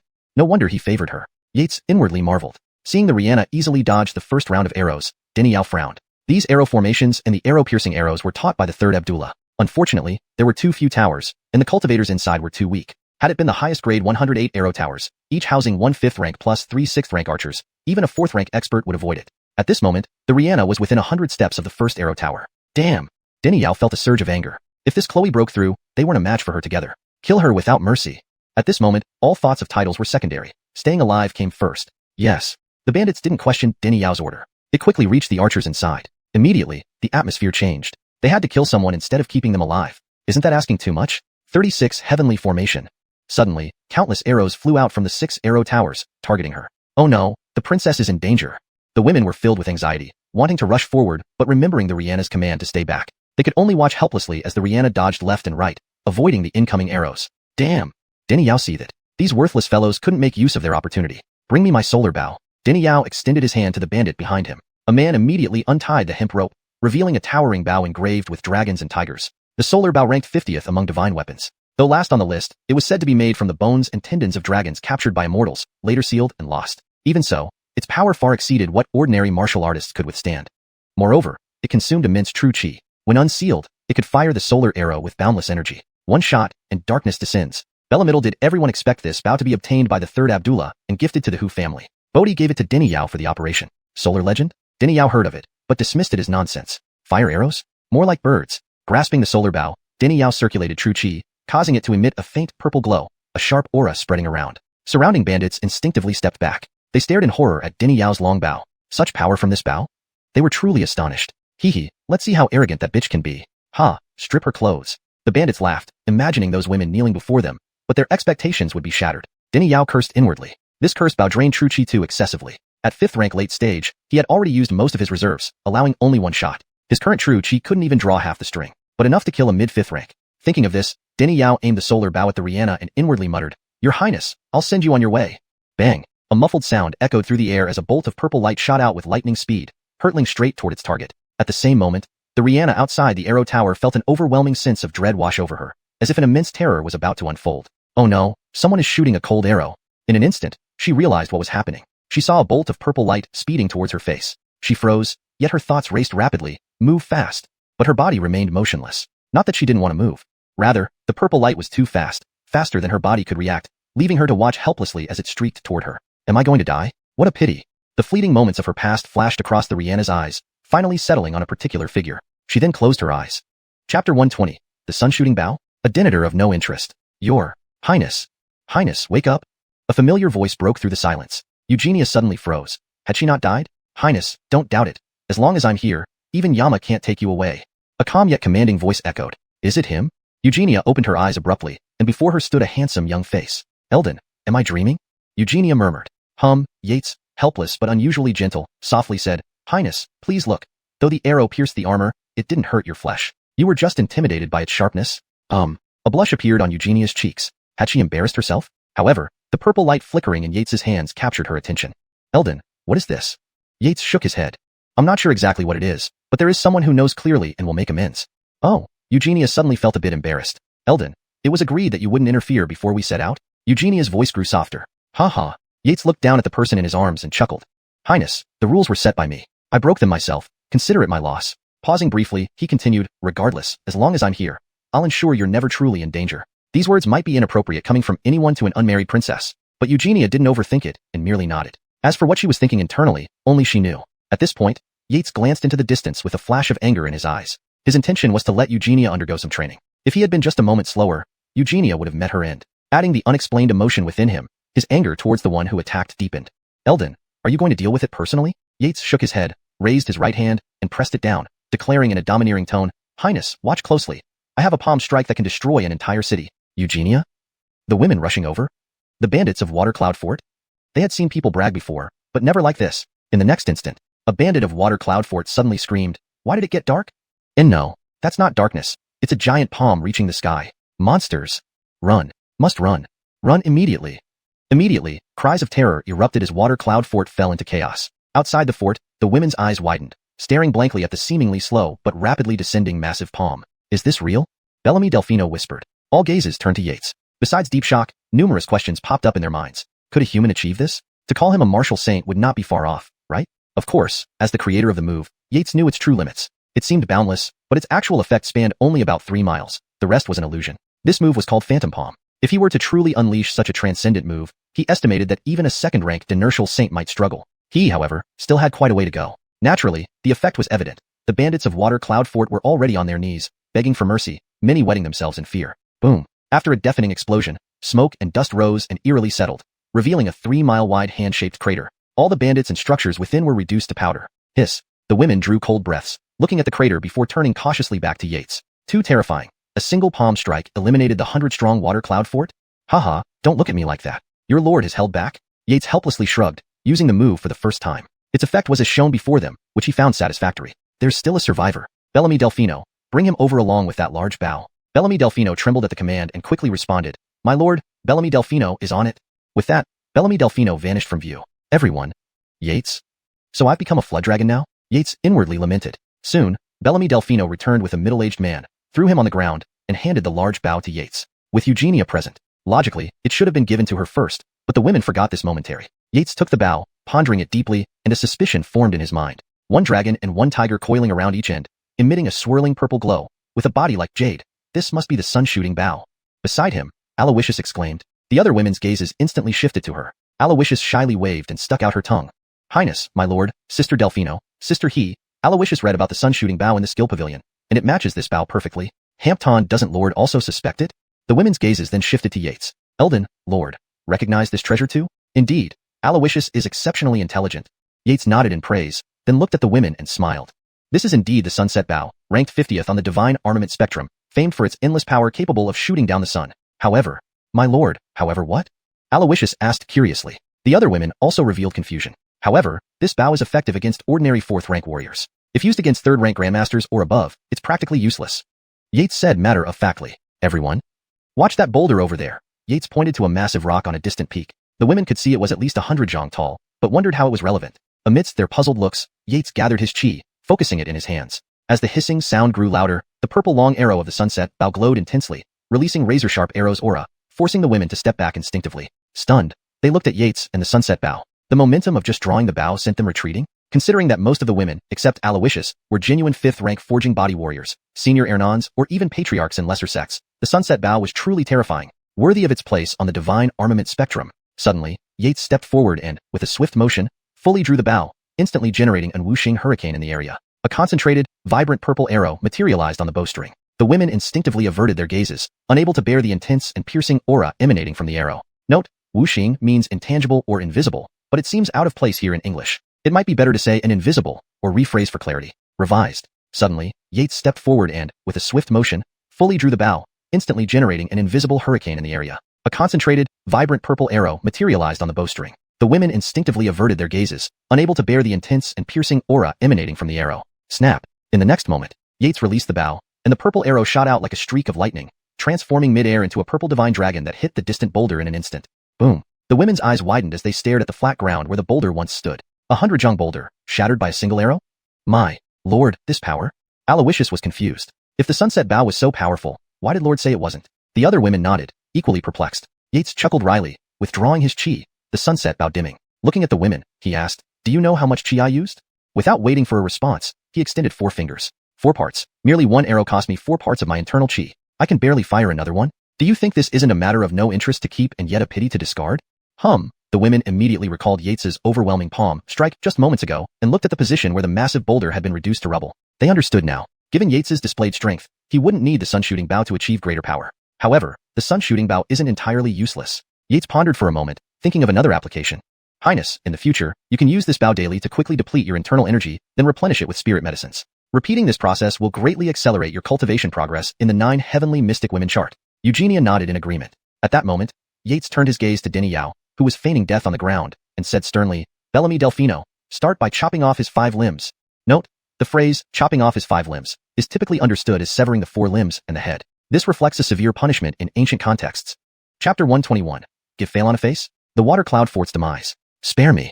Sir, spare me? Upon hearing this, Denny Yao's face instantly turned ashen. He no longer dared to pretend and quickly flipped over, kneeling on the ground while continuously begging for mercy. As for resistance, even if given several more lives, he wouldn't dare to make a move. Moreover, Yates's palm strike had been aimed primarily at him. His strength was now only a fraction of what it once was. Hampton's 7th-rank practitioner could easily subdue him. Aderkling. Yates smiled at him and asked softly, your name is Denny Yao, right? Denny Yao felt a bit uneasy but nodded tightly. At this point, it didn't matter how Yates knew his name. The other women looked at Yates in surprise. What did young Dynasty Eldon mean by this? At that moment, Sienna brought 2 rocking chairs as Yates had specifically instructed. Yates sat down, and then spoke to the man kneeling on the ground, uttering words that sent a chill through him. You already recognize that the person who breached the formation was Eugenia, yet still acted and fired a fatal arrow. Explain yourself? Although Yates's tone was calm, it carried an unyielding command. What? This guy knew it was Her Highness? Hampton, he still dared to attack Her Highness? Dynasty, let me chop him up to feed the dogs. The few women immediately erupted upon hearing this. This was unacceptable, intentional murder. They had to cut this villain into pieces. Under the fierce gazes of the women, Denny Yao felt as though needles were piercing him all over. He struggled to lift his head, looking at the delicate-looking man before him. He couldn't help but laugh bitterly. If he had known today's outcome, would he have acted back then? Young Dynasty who has misled me. Facing everyone's glares, Denny Yao steeled himself and carefully said, Dynasty, if I say I slipped my hand, will you believe me? Bang! Just as Denny Yao finished speaking, a surge of overwhelming pressure flashed past, causing him to faceplant, mouth full of mud. Cough, cough. Fear flashed in Dinny Yao's eyes. Do you want to try the interrogation techniques of an inner dynastor? Yates glanced at him casually. Dynastor, if I tell the truth, can I live? Dinny Yao felt reluctant. He still had a wife waiting for their wedding night. Belamive? Yates glanced at Dinny Yao disdainfully. I can ensure you die easier. Ah, a shiver ran through Dinny Yao as Yates's words shattered all his illusions. He regretted his actions. Why had he shot that arrow? Even if captured, mentioning the Hu family and Phelan would likely save him from harm. He'd clearly had a way out, but chose to ruin it himself. If Yates heard these thoughts, he would probably be amused. Just for robbing the Fletcher family of the purple Luo silk veil, they deserved no leniency. Not even the Lord of Hell could save them. Yates said firmly. After a brief silence, Dinny Yao slowly began. I originally belonged to the Hu family. Next, Dinny Yao detailed how he was ordered by Bodhi, the eldest son of the Hu family, to snatch the purple Luo silk veil, how he subdued the bandits of Water Cloud Fort, trained archers, and established arrow towers, recounting everything meticulously. Everyone listened intently, reflecting deeply. In terms of crimes committed, he wasn't particularly significant. However, daring to act against Eugenia was unforgivable, and sparing his clan from extermination was already a huge favor. Fletcher family? Destiny? The iron-blooded Dinyaiden? Eugenia felt it seemed familiar. Your Highness, do we know Miss Destiny? Sienna suddenly asked curiously. Her? Belamightning flashed in Eugenia's mind as she recalled. Destiny, known as the iron-blooded Dinyaiden of the Fletcher family in Heavenly Capital, was renowned for her decisive and ruthless nature. She had initially tried to invite her to lead the women's army. Sadly, the iron-blooded Dinyaiden declined. Later, Eugenia deeply regretted not personally inviting her to show sincerity. But unexpectedly, she encountered this predicament here. Purple Luo silk veil was a fabric often used by the royal family. A large order had been placed by the palace recently, which she knew. Hampton this batch originated from Melanie, the mother of Phelan. Melanie's original name was Bellamy Yenlon, the first daughter of the Bellamy family of Heavenly Capital and the Ernon sister of Eugenia's birth mother, Bellamy Diamond. Her own mother originally intended to marry Dry Oscar, but was later schemed against by Bellamy Yenlon and ended up marrying someone else. However, Damien Dry wasn't to be trifled with. On the day Bellamy Diamond was to wed, he annulled the marriage and directly took her into the palace. The next day, the Empire gained Snow Concubine. Unfortunately, over a decade ago, Snow Concubine disappeared mysteriously one night, and the case remains unsolved to this day. Design and betrayal? Eugenia pondered internally. This fit the characters perfectly, but the method wasn't sophisticated enough, leaving such obvious traces behind. Her third Imperial Ade went to great lengths to gain power and pull support from court ministers. Regardless, the sun-shooting bow, being a renowned divine weapon, held immeasurable value. Oh, you know this iron-blooded Dinyaiden? Yates feigned confusion. Sienna blurted out everything rapidly. Yates visualized a cold, expressionless Chloe, then another contrasting image. Was it the same person? His interest in Destiny grew. Unknown to him, the very iron-blooded Dinyaiden he spoke of was cleaning out traitors from the Fletcher family, executing over 10 internal turncoats. Sir, considering the Hu family and Phelan's standing, can you give me a chance? Hamptony cost, I'll pay. Dinny Yao kowtowed heavily after finishing. Hu family? Phelan's face? How much value did those carry? A few people almost burst into laughter. For adding some amusement, they would let him die easier. Yates gave Bellamy Delfino a nod. Bellamy Delfino understood and grabbed Dinny Yao, taking him away. Soon, chilling screams echoed from the woods, gradually fading. Bellamy Delfino returned, reporting, Your Highness, Dynastor. He died very easily. All exchanged knowing smiles. Seeing the moment was right, Yates looked at the women, finally settling on Eugenia. Your Highness, since this matter is resolved, our training should continue. Dinini bandits remain in the Water Cloud Fort ruins. You'll need to handle them. Before finishing, Yates vanished from the rocking chair. Ugh. The women felt like a line had just flown over their foreheads. Rachel, Bellamy Delfino, and Sienna looked at Eugenia, asking, Your Highness, what's the plan? Eugenia gazed at the fort ruins, lost in thought. With her 5th rank cultivation, she couldn't sense any bandits within. However, Yates mentioned their presence. It must be true. Suddenly, she saw a light and realized her oversight. She looked at the 3 women. Bellamy Delfino, take your team to the right. Rachel, go left. Eugenia frowned at Sienna, whose cultivation was lower. Better to keep her close. Sienna, follow me in the middle. Yes.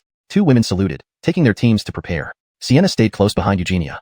Half an incense stick later, the fort ruins echoed with the sounds of clashing weapons and battle cries. Kill. Kill these women. Over a dozen men leaped out from hidden grass, brandishing knives at Eugenia and Sienna. Eugenia anticipated this, her eyes flashing coldly. She sidestepped swiftly, her long sword swinging. Sword energy scattered. Invisible blade-like forces formed in midair, glowing menacingly. In the next moment, these blades flew out, turning the bandits into sieves, blood splattering everywhere. Your Highness, have you mastered the profound Dinyaiden sword technique? Sienna saw this scene and felt not the least bit repulsed by the bloodshed. Instead, her face lit up with surprise. The profound Dinyaiden sword technique is the strongest offensive move from the 9 Heavens profound Dinyaiden scroll. Eugenia nodded. Right at the last moment of breaking through the arrow formation, I comprehended it. Only now can I say I've truly broken through. If she were to face the arrow formation again at this moment, she was confident it would be no match for her. Dynastor Eldon was indeed right, Sienna exclaimed in surprise. Breakthrough happens between life and death? Eugenia's eyebrows knitted together at this. This girl, has she already forgotten who her master is after such a short time? Just then, Bellamy Delfino appeared with a swift swoosh, saluting Eugenia and reporting. Your Highness, we found the cellar where those poor women were imprisoned. Your Highness, have you perfected the profound Dynasty sword technique? Aloysius asked with surprise, rather than revulsion upon witnessing this scene. The profound Dynasty sword technique is the most powerful offensive move from the Nine Heavens profound Dynasty scroll. Rihanna nodded.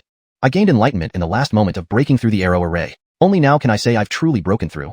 If she were to face the arrow array again at this moment, she was confident it would be no match for her. Young Dynasty was indeed right, Aloysius said in amazement. Breakthrough comes between life and death. Rihanna frowned upon hearing this. Was this girl forgetting her own master so soon? At that moment, Bellamy Delfino appeared suddenly and greeted Rihanna.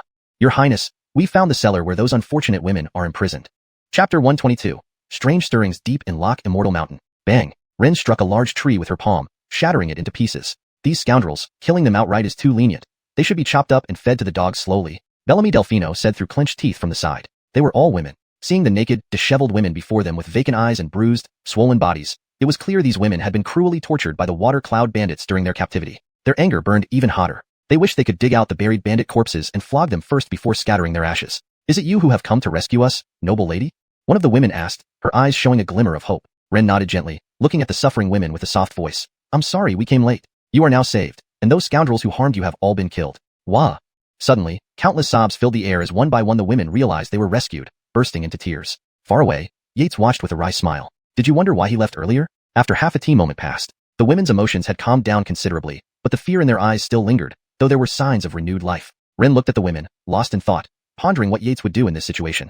Take them in, send them home, or something else. Although Qian did not hold rigid views on honor, it would not be easy for these women to return to their previous lives. What are your plans? This place is not safe to stay long. If you decide to go home, tomorrow morning Captain Rachel will escort you down Loch Immortal Mountain. If you have nowhere to go, you can join the women's army and fight alongside us. Ren finally left the decision to these unfortunate women.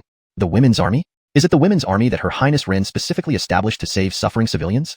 Unlike what Ren expected, the mention of the women's army sent shockwaves among the women. Previously, they didn't know what the women's army was, but after Yates took over Ember House, he started promoting it, spreading its fame in and around Heavenly Capital. This was beginning to bear fruit. Are you part of Her Highness Ren's people? One Chloe asked doubtfully. This is Her Highness Ren herself, Aloysius pointed to Ren softly. Her Highness learned of your plight and rushed here overnight to rescue you. Oh. The women were shocked. How could such a celestial being like Ren come specifically to save mere commoners? Their first reaction was disbelief, but Ren stood right before them. It wasn't fake. No wonder her aunt and uncle always said Ren was a great person and a blessing to Qian. Thinking about this, the women could no longer hold back their emotions, wanting to kneel on the ground to thank Ren for saving them. Whoosh! Hampton invisible breeze swept by, freezing the women in place, their faces filled with uncertainty. What was happening? That's enough. No need for formalities. It's my duty. What have you decided? Ren waved her hand. Your Highness, I want to join the women's army. Me too. Instantly, several women decided to join. Hampton, what about the rest of you? Ren looked at the remaining few. Some reluctance was expected. Your Highness, we want to go home. A small-framed Chloe whispered timidly. The other women nodded quickly. While joining the women's army offered companionship, their parents were still at home, making them miss home deeply. Upon hearing this, the eyes of some who had initially volunteered also flickered with hesitation. A moment later, determination remained in their eyes. Belamife ahead, they must strive for themselves. Very well. Tomorrow, Captain Rachel will take you to the foot of the mountain, Ren said waving her hand. The next day, the women who chose to leave waved goodbye to Ren and her party. Your Highness, what do you think will happen to them when they return?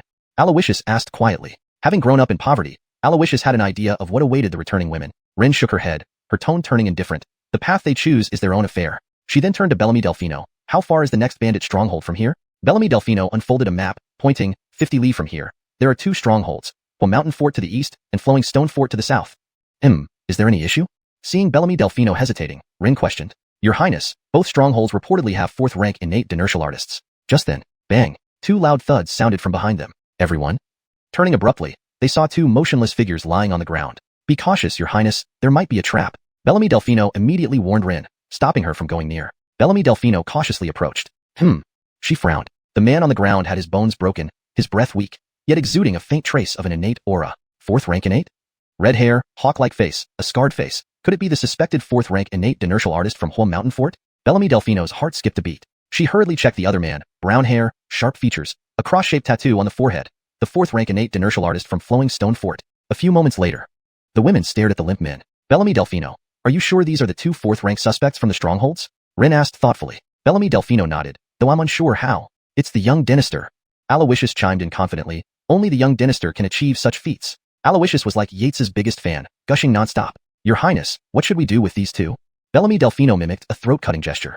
4th rank innate inertial artists possessed innate physiques. Even if seriously injured, they could absorb heavenly essence and slowly recover. If they suddenly attacked, could they withstand it? Obviously not. Killing them was the best choice. Taming a fourth-rank innate inertial artist was an unattainable dream. Ren nodded in agreement. They were useless alive, better dead. 5 days later, at the ruins of Feiyu Fort, a group stood there. The leader, dressed in armor, couldn't hide her graceful figure despite the bloodstains and worn-out armor, showing marks of countless battles. Her face bore an initial hint of valor, her beautiful eyes shining brightly. It was Ren and her group of female warriors, accompanied by over 100 women. Your Highness, we've already destroyed 12 strongholds including Water Cloud Fort, eliminating over 1,500 bandits and rescuing 120 trapped women. Here Bellamy Delfino's tone turned solemn. Hampton, we've lost 10 sisters in the women's army and 5 more are severely injured and unable to move. Grief permeated the air. Those who died were close sisters they lived and laughed with just days ago, never expecting that laughter would be their final goodbye. Ren was about to speak. Swish. Yates appeared suddenly, his expression serious. Your Highness, take the women's army and leave this place immediately. In the next second, roar. A thunderous roar, carrying waves of scorching heat, swept toward them. Chapter 123. Unexpected. Damn it. Boom. Suddenly, the heavens and earth darkened as countless black clouds rolled in. Streaks of purple lightning like raging thunder dragons twisted and turned amidst the dark clouds, defying the natural order. The immaterial gale seemed to take form, rustling through with a roar. In the distant sky, a fiery crimson expanse blazed, the scorching heat almost suffocating. The scene was apocalyptic. Instantly, the women's faces paled in terror, especially those who had just been rescued. Their complexions were ashen, and they felt powerless. At this moment, they couldn't even think about running. They could hardly move. Feral, what's going on? Eugenia sensed that something terrifying was approaching from ahead. Your Highness, there's no time to explain. Either you lead the Razor members to fall back immediately, Yates glanced at Eugenia and the others, or stay here and face the beast tied together. Fate will decide life and death. The women were taken aback. What was happening? They had heard of beast tides before, but for someone with the cultivation of a third-rank dynasty to display such serious concern, it suggested that this tide was extraordinarily large. Or was there another reason? Your Highness, Sienna hesitated, trying to persuade Eugenia to retreat, but she found herself at a loss for words. Those frightened faces brought back unpleasant childhood memories. Bellamy Delfino and Rachel also looked at Eugenia, wanting to speak but unable to find the words. Should I run? Eugenia muttered to herself. She had never abandoned her friends in her entire life. Hampton, how would he view me if I fled? Is dawn still hope? As time quickly passed, Eugenia's thoughts grew clearer. To run? That was not an option. Since the day her mother passed away, she vowed never to flee from any challenge. Razor. Form up, prepare for battle. Eugenia shouted loudly. Yes. They all responded in unison. At that moment, Razor seemed truly ready to draw its blade. Yates. Yates watched, a faint smile playing on his lips. Congratulations, Your Highness, you've passed the test. The beast tide? It was indeed coming. However, this beast tide was triggered by Yates entering the deep regions of Loch Immortal Mountain and slaying several fourth-rank demons. As for the dark clouds filling the sky, they were caused by a nearly third-rank demon attempting to break through its limits. Coincidentally, these two events aligned, leading to this perfect misunderstanding. Whether human or demon, when reaching the peak of the fourth rank and attempting to break through to third, one must endure 3 trials. Belamightning trial, wind trial, fire trial. Yates's gaze landed on the pure golden tiger demon in the sky, which was about to break through to third rank. Its fur color indicated the presence of imperial lineage within this demon tiger, while the concurrent occurrence of all 3 trials meant it had committed too many sins, prompting heaven's punishment. Survive, and its sins would be forgiven, advancing it to third-rank demon king. Fail, and it would perish. Boom. In the next second, countless trees snapped, boulders flew, and dust rose as untold numbers of low-rank demons surged out, rushing towards the group. Hiss. Everyone drew in a sharp breath. Hampton endless stream of leopards, spotted rabbits, fire foxes, red boars, and other demons stretched endlessly. Was this beast tide scale not too large? Eugenia couldn't help but question whether her decision had been correct. However, regretting now would be futile. Given the speed of the demonic rush, only a few 5th-rank cultivators among them might survive. Now, they depended on Yates holding off the first wave. Turning to look at Yates, Eugenia asked instinctively, Smile? Eugenia blinked, thinking her eyes had deceived her. She tried to confirm again, but saw only seriousness on Yates's face. Unbeknownst to her, Yates was secretly relieved, narrowly avoiding exposing himself. If Eugenia knew the truth, it would certainly lead to a tribunal. Of course, he would try to minimize casualties, fearing Eugenia might break down under the strain. Thus, he planned to eliminate the leading wave of demons, reducing pressure on the women. Prepare yourselves, Your Highness. Yates stepped forward. Bang! A muffled sound echoed as an invisible ripple started from his foot, rolling across the ground in a fan-like shape, swiftly extending toward the charging demons. At a distance of dozens of meters, numerous earth dragons emerged, lunging into the demon swarm. Boom! After the chaos, the sight cleared before their stunned eyes, leaving only a strong smell of earth and blood. Thousands of demons had been wiped out by a single earth dragon attack? Was a third-rank dynasty so powerful? Indeed. Moreover, Yates was still technically only a quasi-master, falling short of true master-level combat prowess. A real third-rank dynasty could destroy this scale of beast tide with a single strike. Don't stand there. More demons are coming from behind. Be cautious. I'll handle the big ones. With these words, Yates vanished from sight, heading towards the golden tiger. Despite being newly ascended, it had shown resilience against all 3 trials due to its imperial lineage. Third-rank demons. How much experience could it provide daily if locked in hell prison? This was the perfect time to act before it fully transformed its demonic chi into demonic essence. Suddenly, Yates paused midair and vanished. More humans?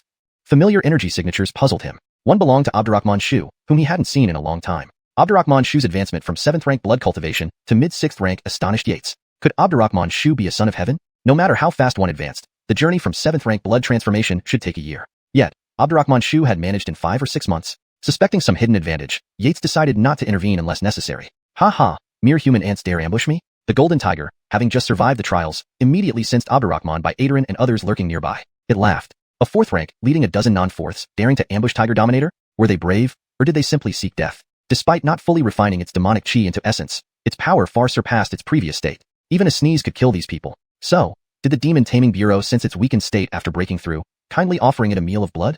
Aware of potential retaliation for slaughtering 10 cities and using 1,000,000 lives for cultivation, Tiger Dominator prepared accordingly. He stole the Purple Sun Golden Tiger Seal from the clan to ensure success in the trials. Ranked 32nd in the Divine Weapon list, this seal can grow or shrink, weighing millions of tons, capable of suppressing all of creation. Leader, what do we do? The demon has broken through and noticed us? The scar-faced man whispered. The 4th rank was Hampton Adderley, the leader of this ambush and commander of the Demon Taming Bureau. Middle-aged, with sharp eyes and a stern expression, he grinned at the men. Do you fear death? Fear not. Everyone responded in unison. Good damn it. Hampton Adderley cursed under his breath, his eyes turning cold as he bellowed, Sky-slaying sword array, activate. Don't worry. Everyone responded in unison. Damn it, Hampton Adderley cursed under his breath, his eyes turning cold as he roared, rise, Sky-slaying sword array. Chapter 124, Provocation? Ultimate skill unleashed. Blood feast, you're courting death. In midair, Joey transformed into a tall man with golden hair and a fur-lined robe. The words of the Bellamai Yaosi members struck his ears word for word, infuriating him to the point where his golden hair stood on end, and he glared at them with a menacing expression. Humph! The heaven-slaying formation? Barney's lips curled upward in a scornful smile. If this were before his breakthrough, he would have turned tail and fled without hesitation. But now, he would obediently serve as their blood feast. Thinking this, Barney fixed his gaze on the Bellamai and Yaosi group, his mouth curling into a sinister grin. In the next moment, with a heaven-splitting momentum, he took a step forward, instantly appearing above Hampton Adderley and the others, then stomped down heavily. Boom! Hampton explosion echoed through the air, and a colossal foot dozens of meters large materialized in midair, following Barney's movements. The giant foot ruthlessly crushed down upon everyone. He intended to use the overwhelming power of a demon king to instill fear in Hampton Adderley and the others under his shadow, ultimately shattering them alive, to repay them for the month-long chase. Humph! Activate the formation. A flash of anger crossed Hampton Adderley's eyes. Previously, they had pursued him relentlessly, treating him like a beast with no place to run or hide. But unexpectedly, it managed to refine its blood essence when they weren't vigilant. What shocked and perplexed them even more was that this demonic creature had committed 1,000,000 acts of slaughter, yet emerged unscathed from 3 calamities. Not right. It must be protected by an exquisite treasure. Hampton Adderley's eyes gleamed with greed as he glanced sideways at the Bellamai and Yaosi members.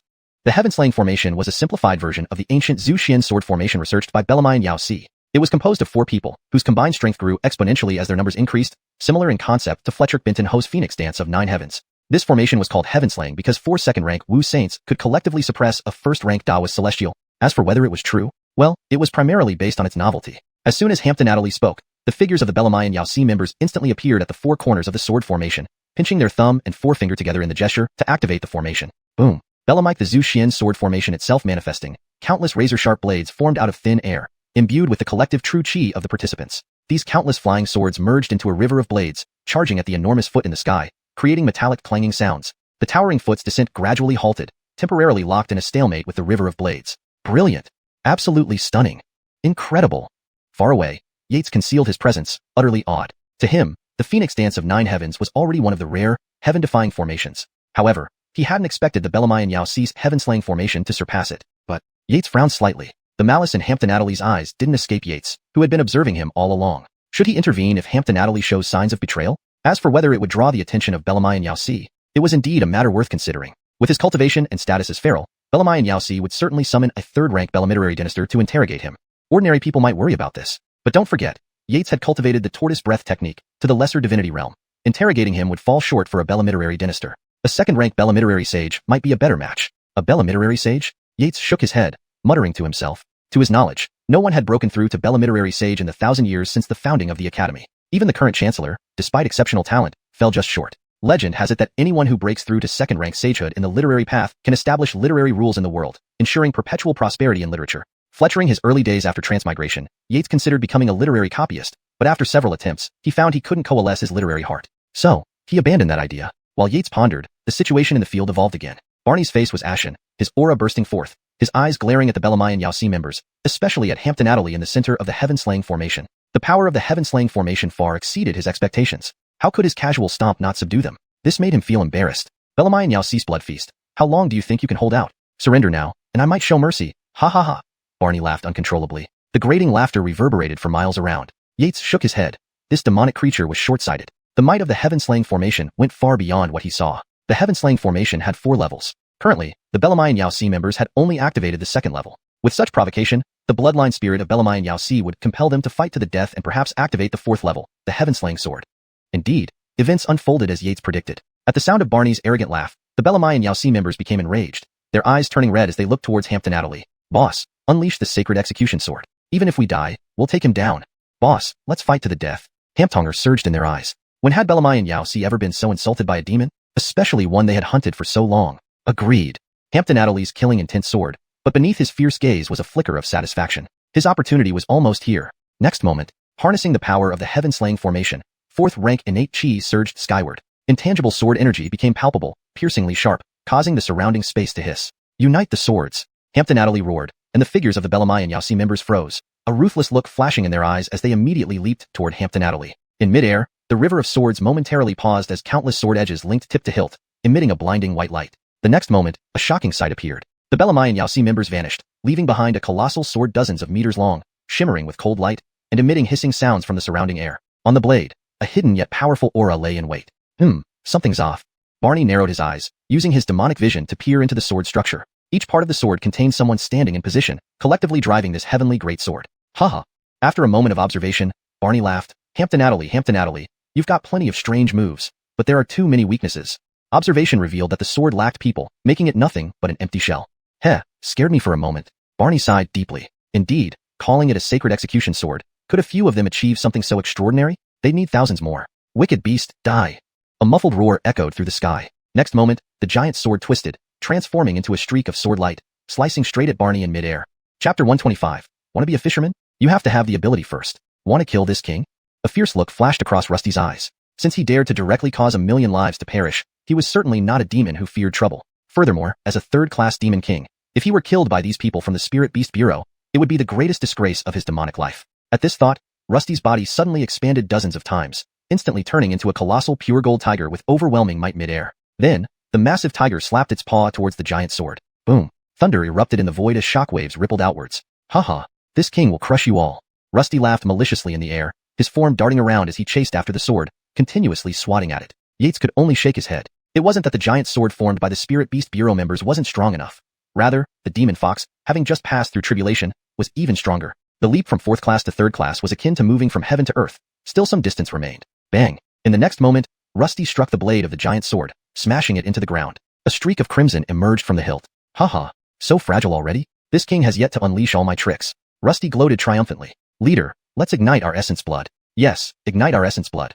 Activate the 4th level, even if only for an instant, we must finish it off. Within the blade, the thoughts of everyone linked together like a thread, their expressions filled with determination, speaking fervently. Smash! At that moment, Rusty leaped down from the sky, his tiger paw stomping heavily on the blade. PFT. Instantly, a streak of crimson welled up on the pristine white blade, as if painted with rouge, looking quite beautiful. But Rusty felt differently. His foot pressing down on the sword, he roared with satisfaction. However, he had barely reveled in it for a second before a sense of deep dread surged from within his soul, a terror that made his whole body tremble. Did he step on a source of immense fear? This thought crossed his mind, and Rusty instinctively released his tiger paw. Whoosh! Suddenly, the giant sword burst forth with green light, swelling tenfold in volume, slashing ferociously towards Rusty's head amidst his horror. Zap! A soft cutting sound, and Rusty's impenetrable tiger armor couldn't withstand the giant sword for a single breath. A flash of light swept past, and he instinctively reached up to ward off the blow. In that instant, his entire right claw fell to the ground. Intolerable pain coursed through him. Suppressing the agony, Rusty's figure exploded into motion, instantly distancing himself from the sword. Fear still lingered in his tiger eyes. If he hadn't instinctively blocked it, he would have been decapitated. Ah, cursed blood meal. I'll skin you alive and shatter your bones. Rusty glared with bloodshot eyes, the Ned mark on his forehead glowing red. Those familiar with pure-blood demon foxes knew this indicated extreme fury and madness. Humph! A dull sound echoed in the air. Failing to sever the head in one blow, those inside the giant sword seethed with rage, their minds swirling in anger as they shifted their intent. The giant sword immediately turned, striking Rusty's massive tiger head once more. Rusty, still raging, lashed out with his claws. Instantly, countless sword energies and claw marks erupted, affecting even Yates several miles away. However, Yates, with his cultivation, clearly sensed the fine cracks starting to appear on the sword. It's still too forced. Yates sighed inwardly. Had there been 2 more average 4th-class beings forming the sword array, killing this tiger demon would be as simple as slaughtering a chicken. Yates assumed this was almost time for him to act. After all, once the giant sword broke, the members inside the Spirit Beast Bureau would likely be severely injured or dying. Moreover, these were Dao injuries. With their constitutions not reaching 3rd class, without top-grade elixirs, they could only cling to life for a few years, eventually dying painfully. The situation isn't right. There are other demons waiting to strike?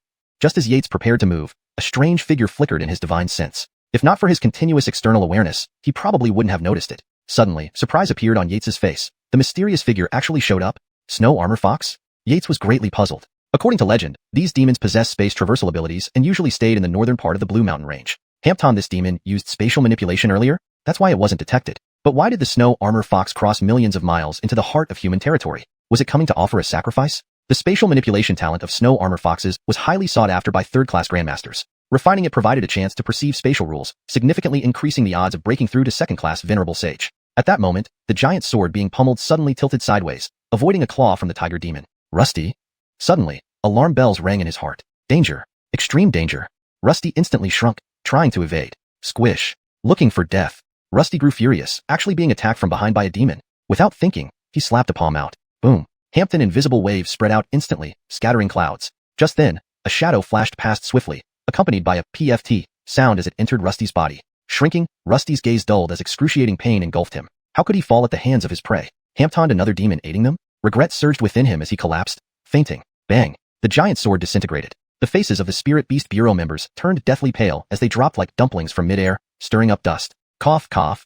Natalie slowly stood up, sweeping his eyes over the remaining members. Then, with swift motions, he drew and cut. PFT. 2 heads flew off instantly, terrifying the remaining few. Leah, leader, why did you kill Xiao Balemu, and others? The scarred man looked incredulously. You all must die. A coldness flashed in Natalie's eyes. Choosing to call the Snow Armor Fox meant preparing for the worst. Though regretful, these former comrades had to die. Otherwise, his family would die. Why? The others asked tearfully. They had faced life and death together moments ago, only to be killed by their own? Hee. Let me, Ainsley, tell you, a delicate female voice echoed, followed by a Chloe in thin veils, barefoot, gracefully walking forward. Ainsley, how dare you break the deal?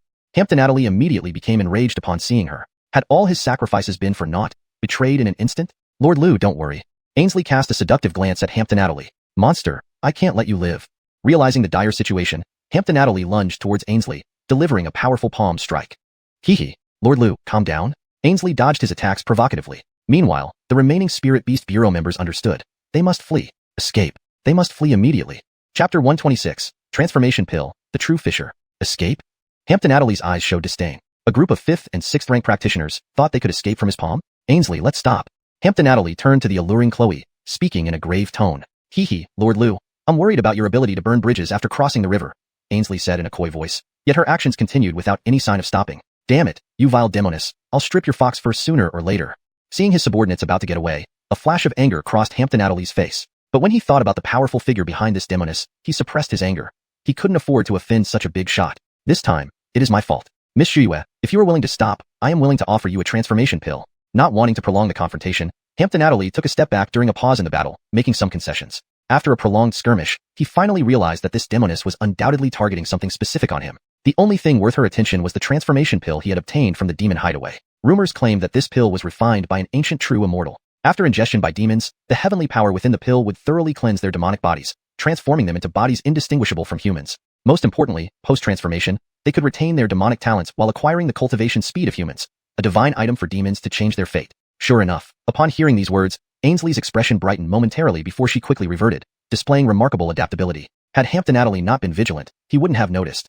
At this thought, Natalie scoffed inwardly. Just a demoness thinking of taking my transformation pill? Dream on. The value of one transformation pill, if auctioned on the black market, was incalculable and would immediately cause a frenzy. Although it had no use for humans, for demons, it was a key to becoming a first-rank demon Oscar. While there were constant frictions between humans and demons, some large clans maintained secret relations with them and would go to any lengths to obtain it. Ainsley pretended to hesitate for a moment before agreeing to cease fighting and no longer obstruct Natalie. She didn't believe Natalie would dare break his word, given the influential person behind her. Unfortunately, if Natalie could hear her thoughts, he would ridicule her. Demons never understood the complexity of human hearts. But at this moment, Natalie was preoccupied as his subordinates were almost out of his attack range. He blamed this delay on the demoness, increasing his hatred toward her. With a surge of inner energy, he struck a fleeing Enforcement Bureau member. Bang! Immediately, The man shattered under the blow, his body scattering blood and flesh across the forest. This was the first. A fierce look flashed in Hampton Adderley's eyes as he turned and flew toward the scar-faced man. Soon, several more explosions echoed through the forest. Ainsley shook her head secretly. This man was too ruthless, smashing even his decades-old subordinates without blinking. Collaborating with him was like trying to get tiger skin without harming the tiger, as humans would say. Whether it was right or wrong, she couldn't be sure. While Ainsley was lost in thought, Hampton Adderley's expression changed drastically in the forest. His remaining subordinates, Scar-Faced Man, Abdurrahman Baichuan, and the Crew-Cut Man, were preparing to form the Three Talents formation to collectively counter Hampton Adderley, who was now berserk. Ade Baichuan, is this formation as miraculous as you claim? The Scar-Faced Man asked Abdurrahman Baichuan in a low voice, seeing Hampton Adderley rapidly approaching. Abdurrahman Baichuan nodded. The Three Talents formation was something he had found in ancient texts in the Enforcement Bureau's scripture hall. Unfortunately, the other two had only recently started cultivating it. While he wasn't sure about its full power, it should be enough to stall an injured Hampton Adderley. Boss, you can still turn back. Abdurrahman Baichuan saw Hampton Adderley getting closer and urged him. Humph. Hampton Adderley sneered, thinking that with the treasure from the Tiger Demon, reaching second-ranked Inertial Saint was within reach. Why would he need to retreat? Scarface, you survived just now but waited here for death? Hampton Adderley's eyes narrowed slightly as he observed the peculiar stance and strange aura around the three men. A formation? Then he laughed dismissively and took a step forward. The next moment, he appeared behind the scar-faced man and threw a punch. Change the formation. Abdurrahman Baichuan's eyes widened instantly as he shouted. The trio swiftly adjusted positions, channeling their inner energy to the most advanced among them, the Crew-Cut Man. Instantly, the Crew-Cut Man felt an unprecedented power surge. Now, he felt confident that even a fourth-rank brute bull could be repelled with a single punch. Boom. In an instant, the two exchanged blows. The next second, the trio spewed blood and flew dozens of meters before crashing heavily to the ground. Abdurrahman Baichuan lay on the ground, his eyes filled with resignation. What a damned set of teammates. They were truly pitiful. The Crew-Cut Man's face showed embarrassment as he chuckled awkwardly at the other two. He had gotten carried away. He forgot what Abdurrahman Baichuan had mentioned. The Three Talents formation required coordinated chi flow among the three members, allowing them to divert attacks effectively. Abdurrahman Baichuan had warned them not to get overconfident, fearing they might neglect the intricacies due to sudden power boosts. Unfortunately, his warning came to naught. Hampton Adderley looked at the trio with astonishment. That brief burst of chi startled him. But then, just that? He hadn't even begun to exert full force, and they collapsed on their own? Hee. If you have no other tricks, die peacefully. Your wives and children will be well taken care of. Hampton Adderley's words infuriated the trio, but they lacked the strength to retaliate. Suddenly, a black shadow darted past the three men and gently landed behind Hampton Adderley. It was Yates, having watched the spectacle and now ready to intervene. The trio stared wide-eyed at Hampton Adderley's back, as if they had seen a ghost.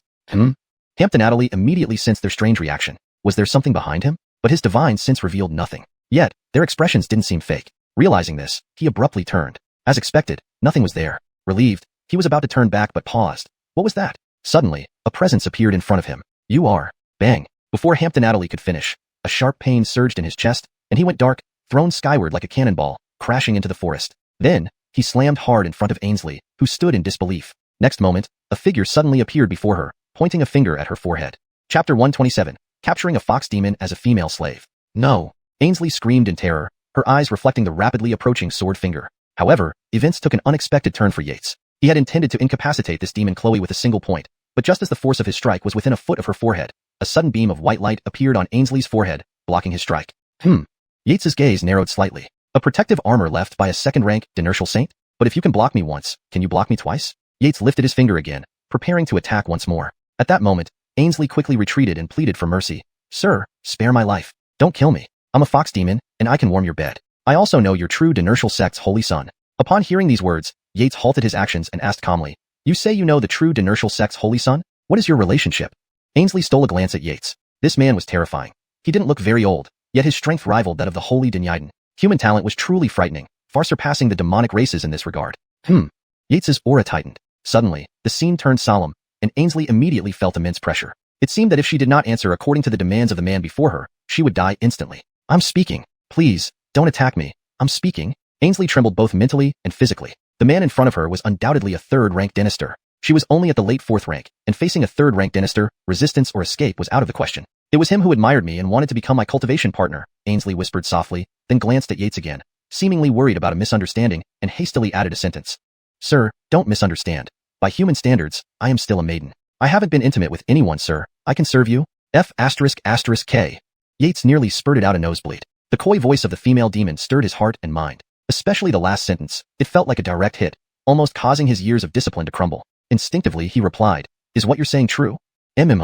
Ainsley shyly hummed in agreement, her fingers nervously intertwined. She remembered what the holy Dynasty had once told her when she sighed, imparting a piece of ancient wisdom. Since life cannot be resisted, try to enjoy it. At the time, she didn't understand. Now, she finally grasped it. According to my clan sisters, the first time will be painful.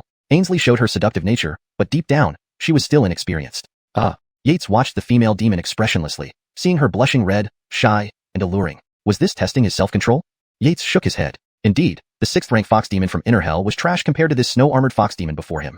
Enough. Retract your charm techniques, Yates said coldly. Though Ainsley maintained her performance well, how could she hide it from his Grandmaster-level divine consciousness? Now explain your purpose here and your relationship with the person from the Beast Subjugation Office. If you don't clearly explain, humans have many ways to torment demons. Though Yates's tone was calm, a chilling edge crept into his voice. Ainsley felt a tightness in her heart, as if some great horror was about to happen. She knew this man wasn't joking. If she didn't confess clearly, she might be killed instantly. Remembering the fear of imminent death, Ainsley dismissed any ulterior motives and truthfully revealed her purpose.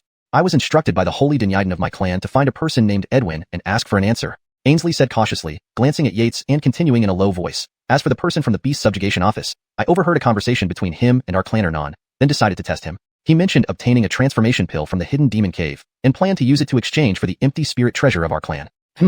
Yates listened while pondering. Edwin? Was this the same person he knew? Regarding Hampton Adderley's claim about obtaining the transformation pill in the hidden demon cave, Yates snorted inwardly. That was a place even 3rd-rank dynasters needed to tread carefully. How could a peak 4th-rank adept manage it? The transformation pill might be real, but whether he had it or how he obtained it were questionable. Thinking this, Yates pulled Hampton Adderley towards him. It was perfect timing to practice his perfected soul-searching technique without turning the victim into an idiot. After a moment, Yates threw Hampton Adderley aside, casting a surprised glance at Ainsley, which made her shiver. This female demon hadn't lied? Impressive. From Hampton Adderley's memories, Yates gleaned 3 interesting pieces of information. 1. The Bard of Dogon Empire secretly planted numerous people within the Beast Subjugation Office, including informants within the Inner Prison. His ambitions were vast. Furthermore, the Bard had collaborated with the Fox Demon clan. The details were unclear to Hampton Adderley, but he delivered the Bard's jade pendant to the Fox clan's holy Dynasty. Hampton part of the cooperation included sending Dara to seduce the Geordie. Unfortunately, fate intervened, and a thief disrupted their plans, leading to the failure of the Bard's ingenious scheme. Hampton other tidbit involved the background of this female demon. Edwin, a martial prodigy and the supreme Dao sect's master, was rumored to be on par with Baimi Hongfei, both at the 9th level Dinertial Saint, each one step away from becoming a heavenly Dinertial sage. They belonged to the elite few at the pinnacle of martial prowess in Dogon. The supreme Dao sect was even more impressive, a timeless sect emphasizing harmony with the heavenly Dao and claiming to be its spokesperson. There was suspected to be a 1st-rank heavenly Dinertial sage sleeping within the sect, and there were rumors of 3 2nd-rank Dinertial saints, truly deserving its title as the strongest righteous sect. Its disciples often acted under the guise of justice, meddling in imperial affairs. Hampton Ainsley's biological father was suspected to be Edwin? When Yates received this information, he almost jumped up in shock. Such explosive news would cause a sensation if leaked, possibly making Edwin a legendary figure like Su Qian. In Dogon, though demons frequently harmed humans, given the empire's size and the number of strong individuals, some harbored peculiar tastes. Fox demons, especially the female ones, were particularly popular. For instance, Yates knew that among the top 10 evil sects, the demon-taming sect had many disciples who were partners with demons. Amazing! Yates marveled inwardly, admiring the audacity, directly infiltrating the core of demons. No wonder his single strike couldn't subdue her. According to Hampton Adderley's memory, if he harbored murderous intent, it might provoke Edwin. Who knew what means a 2nd-ranked Dinertial saint might employ? Lastly, the most concerning matter for Yates was the mysterious treasure on Tiger Despot, the Tiger Demon. According to Hampton Adderley's speculations, the Imperial Tiger clan possessed 2 ancestral treasures, one offensive and one defensive. Hampton Adderley suspected that Tiger Despot likely carried the Purple Sun Golden Tiger Seal, a supreme defensive divine weapon ranked 32nd in the Divine Armament Bellamist. Thinking about this, Yates gazed at Hampton Adderley sprawled on the ground, contemplating how to handle him. Hashtag chapter 128. Kill him, the beast sealing Dinnerk. Sir, do you intend to kill him? Ainsley asked cautiously after seeing Yates's expression. Hampton Adderley was a 1000 commander of the Demon Refining Office. If he were killed, it would inevitably invite a relentless manhunt from the office, leading to endless trouble. She did not want to start running for her life again right after recognizing a master. Moreover, she had a mission as a holy Dynasty, tasked with delivering an item to a man named Edwin. Following Hampton Adderley had yielded several opportunities to gather information, but unfortunately, this person was too alert and kept his mouth tightly shut. She couldn't glean any useful information from him. In fact, Hampton Adderley himself felt quite helpless. If anyone were to casually inquire outside, who is Edwin? Hampton Dogon warrior would be well aware of him. Yet, he stubbornly tailed Hampton Adderley, like a shadow. If not for knowing the inside story, given his temperament, the snowscale fox would have long been captured and sold by now. Even so, he repeatedly resisted his greedy urges because he knew that Ainsley wasn't weak in cultivation, and surely possessed some protective treasure on her body. Even when Ainsley almost ruined his plan this time, he held back and didn't resort to lethal force. But then Yates appeared, subduing him effortlessly. Human plans are nothing compared to heaven's will. Huh, you want to protect him? Yates glanced at her in surprise. Despite Hampton Adderley's limited memories, it was clear that this human and demon had no previous ties. No. Upon hearing Yates's tone, Ainsley quickly waved her hands, fearing any misunderstanding. Dynasty, you misunderstand? I'm just concerned for you. After all, He is 1,000 commander of the Demon Refining Office. Ah. Yates looked deeply into her eyes, revealing a meaningful smile that made Ainsley shudder with unease. After a moment, Yates withdrew his gaze and said coldly, "You go and kill him." Ainsley. Seeing Yates's serious expression, she hesitated for only half a second between life and death. Her initial shock immediately turned to determination. In her 100 years of life, she had never been coerced. Today, it was happening for the first time. She casually drew Hampton Adderley's sword and used his own weapon to send him on his way. It could be considered a beautiful deed, right? Thinking this, Ainsley walked towards Hampton Adderley. As for what happened after the killing, if her master wasn't afraid, why should she, a small, female demon, fear anything? If Yates knew her thoughts at this moment, he would undoubtedly be amused. A rank 4 demon Dinertial isn't a small demon. The fearsome tiger dominator, who caused the deaths of hundreds of thousands, was merely at the peak of rank 4 cultivation. A fully unleashed rank 4 demon could easily destroy cities and towns. Mr. Liu, don't blame me. It's Dynasty's arrangement. If you want to blame someone, become a vengeful ghost and go after him. Murmuring softly, Ainsley raised her sword high. Yates, do you think I'm deaf? Or do you believe the mental awareness of a third-rank grandmaster is for show? Cough, cough.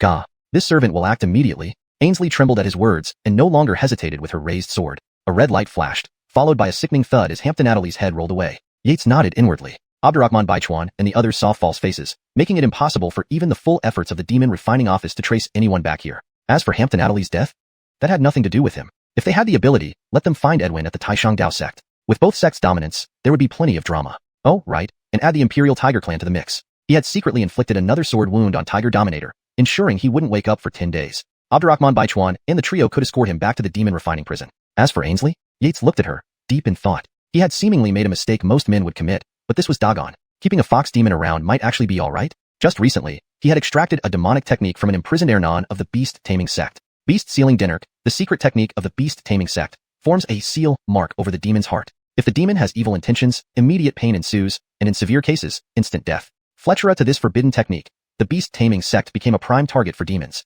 Yet, the sect acted according to their whims, disregarding worldly opinions, capturing and enslaving demons, and engaging in other controversial activities, thus being categorized as one of the 10 major evil sects of Dagon. Recalling the essentials of this technique, applying it to Ainsley required caution. Even Edwin personally couldn't break it. Otherwise, he might face imminent danger. According to the requirements, it must reach the artistic realm, after which only a second-rank sage could possibly undo it. Yates glanced at his status panel. Yates, Jail Warden.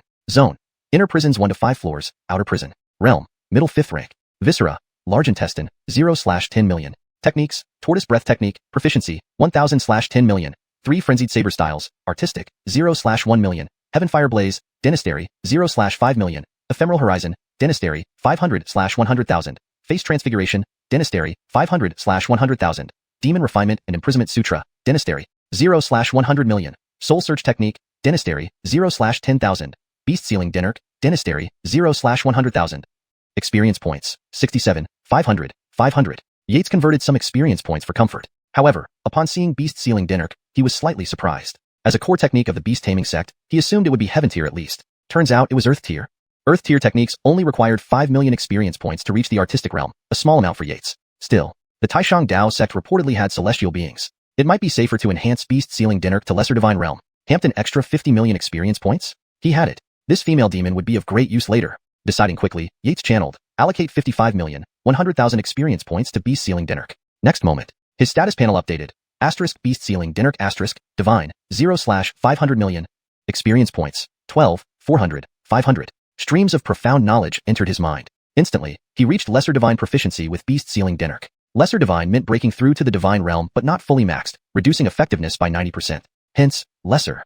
Moments later, Yates sighed deeply. He realized how much people misunderstood this technique. It was incredibly versatile, more accurately called, sealing everything. At the lesser divine level, it could seal anything with sentience. In other words, Yates gained an advanced means to control others. Looking at his drastically reduced experience points, he found it worth it. Have you heard of beast sealing Dinnerk, Ainsley? Yates smiled. Never, never.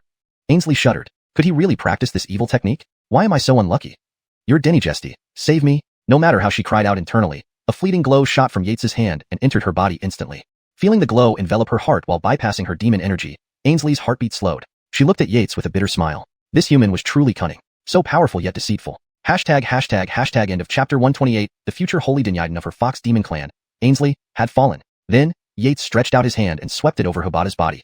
A streak of green light flew out and instantly vanished into the palm of his hand. Half an incense stick later, at the location of the Rihanna and the others, the women were haggard, covered in bloodstains, and barely holding their ground against the endless demons. Rivers of blood flowed on the ground, mixed with countless demon corpses and flesh. Among them, more than 10 human bodies were faintly pinned down. At this moment, the women had run out of ammunition and resources and could barely withstand the onslaught of the demons. At this time, a fiery glow suddenly flew from the sky. Instantly, the horizon turned into a fiery red. Note: the part about the Fox Demonis and Future Saintus was not included in your provided translation segment. If you want that included or have further sections to translate, please let me know. Half an incense stick later. At the location of the Rihanna and company, the women were haggard, covered in bloodstains, and barely managing to fend off the endless demons and monsters with utter exhaustion. Rivers of blood flowed on the ground. Countless bodies and remains of demons and monsters lay strewn about, among which were also the faintly discernible corpses of over a dozen humans. At this moment, the group of women had run out of ammunition and resources and were struggling to hold against the onslaught of the demons and monsters. Just then, a beam of firelight suddenly flew through the air from above. Instantly, the sky turned fiery red. Hashtag chapter 129. The greatest of the era. Your Highness, look at that. Aloysius pointed towards the half-sky burning red, exclaiming in shock. At this moment, countless demons who were rushing out from the woods toward the women suddenly froze as if struck by an overwhelming terror. Roar. Countless low-level demons lifted their heads and roared, the sound waves shaking the heavens. Under the stunned gazes of Ren and others, in the next second, all the demons turned into ashes, dispersing with the wind. A thick, lingering smell of roasted meat filled the air. Nothing else remained. SSS. The women couldn't help but gasp, their eyes wide open. What's happening? Bellamy Delfino muttered to herself. A celestial has arrived. The pitiful Chloe, who had been protected behind Ren and the others, knelt down, repeatedly bowing her head and muttering. A celestial? Ren frowned. She had never heard of such an attack before. There was not a single ripple in the scene, yet tens of thousands of demons were all burned to ashes. Hampton, they themselves were unharmed. This person clearly had an extremely high mastery over the rules of the world, wielding them with ease. In the next moment, a familiar figure appeared beside Ren and the others, holding a small white fox in his arms. It was Yates, who had rushed back after sensing the significant fluctuation in fire rules. Events had developed beyond his expectations. Someone of extremely high cultivation had appeared at Ren's location, seemingly out of nowhere. Feral, what is that? As soon as the women saw Yates, they felt reassured and asked urgently. He's here. Yates shook his head, signaling for the women to look up into the sky. In the distance, a figure suddenly appeared. It was a Yarel around 25 years old, dressed in a light green robe, with his hair tied in a Taoist bun, carrying a long sword. His expression was as calm as water, approaching step by step. Pretentious. Yates watched with burning anger in his eyes. This stage was originally his, but this unknown entity had stolen the show. Great Supreme Tao Sect, Dynasty, pays respects to everyone. The newcomer bowed courteously. There was no trace of the ferocity that had just obliterated tens of thousands of demons. SSS. Upon hearing this, Bellamy Delfino and the others stared in shock. You are Dynasty, the current top disciple of the Great Supreme Tao Sect? Dynasty bowed slightly again, saying, This maiden, if Taishang Tao Sect's top disciple is called Dynasty, then it must be me. Hearing the straightforward admission, Yates and Ren's pupils constricted, puzzled. The weight of being the current top disciple of the Great Supreme Tao Sect was immense. Even several former crown princes of the Qian Empire wouldn't amount to one of Dynasty's legs. This was truly the #1 person of the era, of course, excluding the older generation. But why did he suddenly appear at Suaxian Mountain? Hampton, why did he save them by exterminating the demons? Thinking of this, Yates chuckled lightly, cupping his fists in greeting. Denini, thanks for your help earlier. Ade, they say a smile disarms any hostility. Since Dynasty had been courteous and polite since appearing, Yates, though displeased, would not openly show his disdain. Ade, you're too kind. I was entrusted by the sect leader to retrieve a fox demon. I hope you will allow it. Dynasty looked at Yates, speaking politely like a scholar. But the content of his words startled Yates. Had Edwin predicted Joan's danger in advance? Were second-level Wu Saints already so terrifying that they could foresee future events? Fox demon? The women looked at Yates's arms with confusion. Indeed, there was a snow-white fox lying motionless in his embrace. Feral? Ren looked at him questioningly. Yates shook his head, signaling for her not to worry about it now. Then he looked at Dynasty, speaking calmly. Ade, I do have a fox demon, but I can't confirm if it's the one your sect needs. Also, a flicker crossed Yates's eyes. Since the fox demon belongs to me, you'll have to take it by your own merit. Are you kidding? Just with a word from you? I should hand over the fox demon I worked hard to catch? If Edwin came personally, it might be different. He wouldn't blink an eye before handing over the demon. Dynasty's eyes narrowed slightly, giving Yates a serious look. As the current top disciple of the Great Supreme Tao Sect, Dynasty had peak 4th-level cultivation and 3rd-level quasi-dynastor combat power. Even the Ernons in the sect wouldn't dare go against his wishes. Now, for the first time, someone dared refuse him. Interesting. A 3rd-level quasi-dynastor, huh? Dynasty noticed the concealed mighty aura within Yates with a mere glance. Just as Yates's face had stiffened when seeing him, both were super experts, able to detect each other's anomalies at first sight. As the atmosphere grew tense, the women also sensed the situation. This newcomer was more foe than friend. Retreat 10 miles away, Yates said gravely to Ren and the others. At the same time, he handed over the fox demon, saying, Take care of it. Aloysius nodded, taking the fox demon into her arms. Ren's beautiful eyes revealed concern. Be careful. Dynasty quietly watched as Ren and the others retreated 10 miles away with the fox demon. Only then did the tension in Ren's heart finally ease. She couldn't help but marvel at how extraordinary the Great Supreme Tao Sect's top disciple truly was. Mr. Jiang, indeed, you are not ordinary, Dynasty suddenly spoke. No wonder sect leader wanted me to bring you along.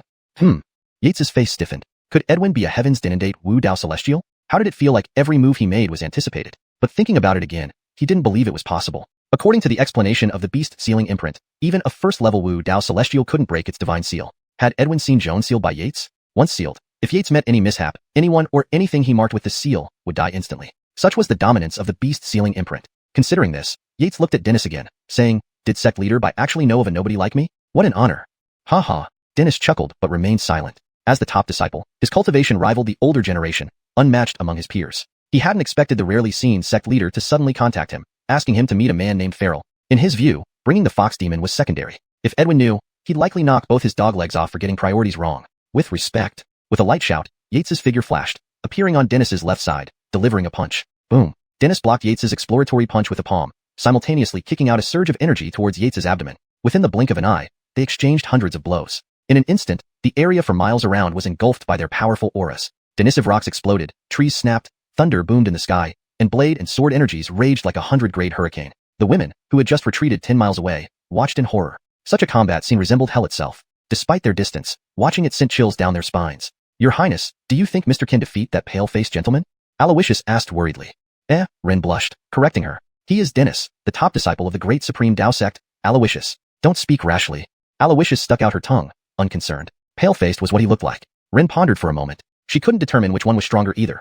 Rationally, as the top figure among the young generation of Qian, Dennis, despite rarely leaving the sect, had a significant reputation and thus stood a high chance of victory. But emotionally, she hoped Yates would win. No other reason.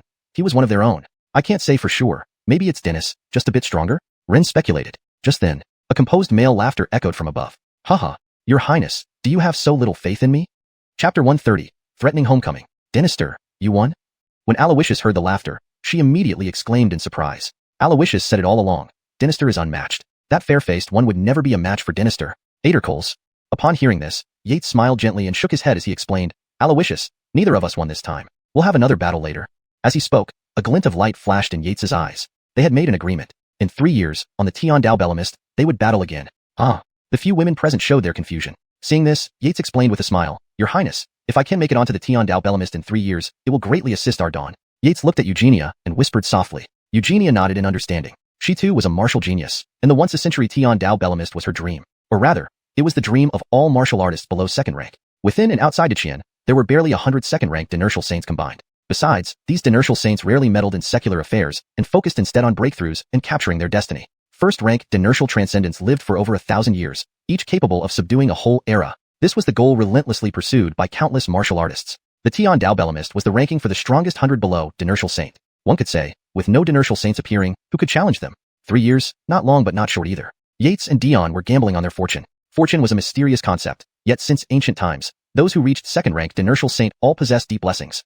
Dion, a youthful prodigy and chief disciple of Taishang Dao sect, was confident in his strength. Yates was even more extraordinary. The Netherworld heavenly scripture was akin to a cheat code. As long as he detained prisoners within the Netherworld Grand Prison, he could see his cultivation rapidly increase. Both were certain they would reach third-ranked Denister within 3 years. Moreover, their combat prowess would rival or even surpass the old generation of Grandmasters. Otherwise, how could they talk about entering the list? Of course, if Edwin knew about this, he'd likely slap Dion into the endless sea with a single palm for messing around. This practical mission has ended.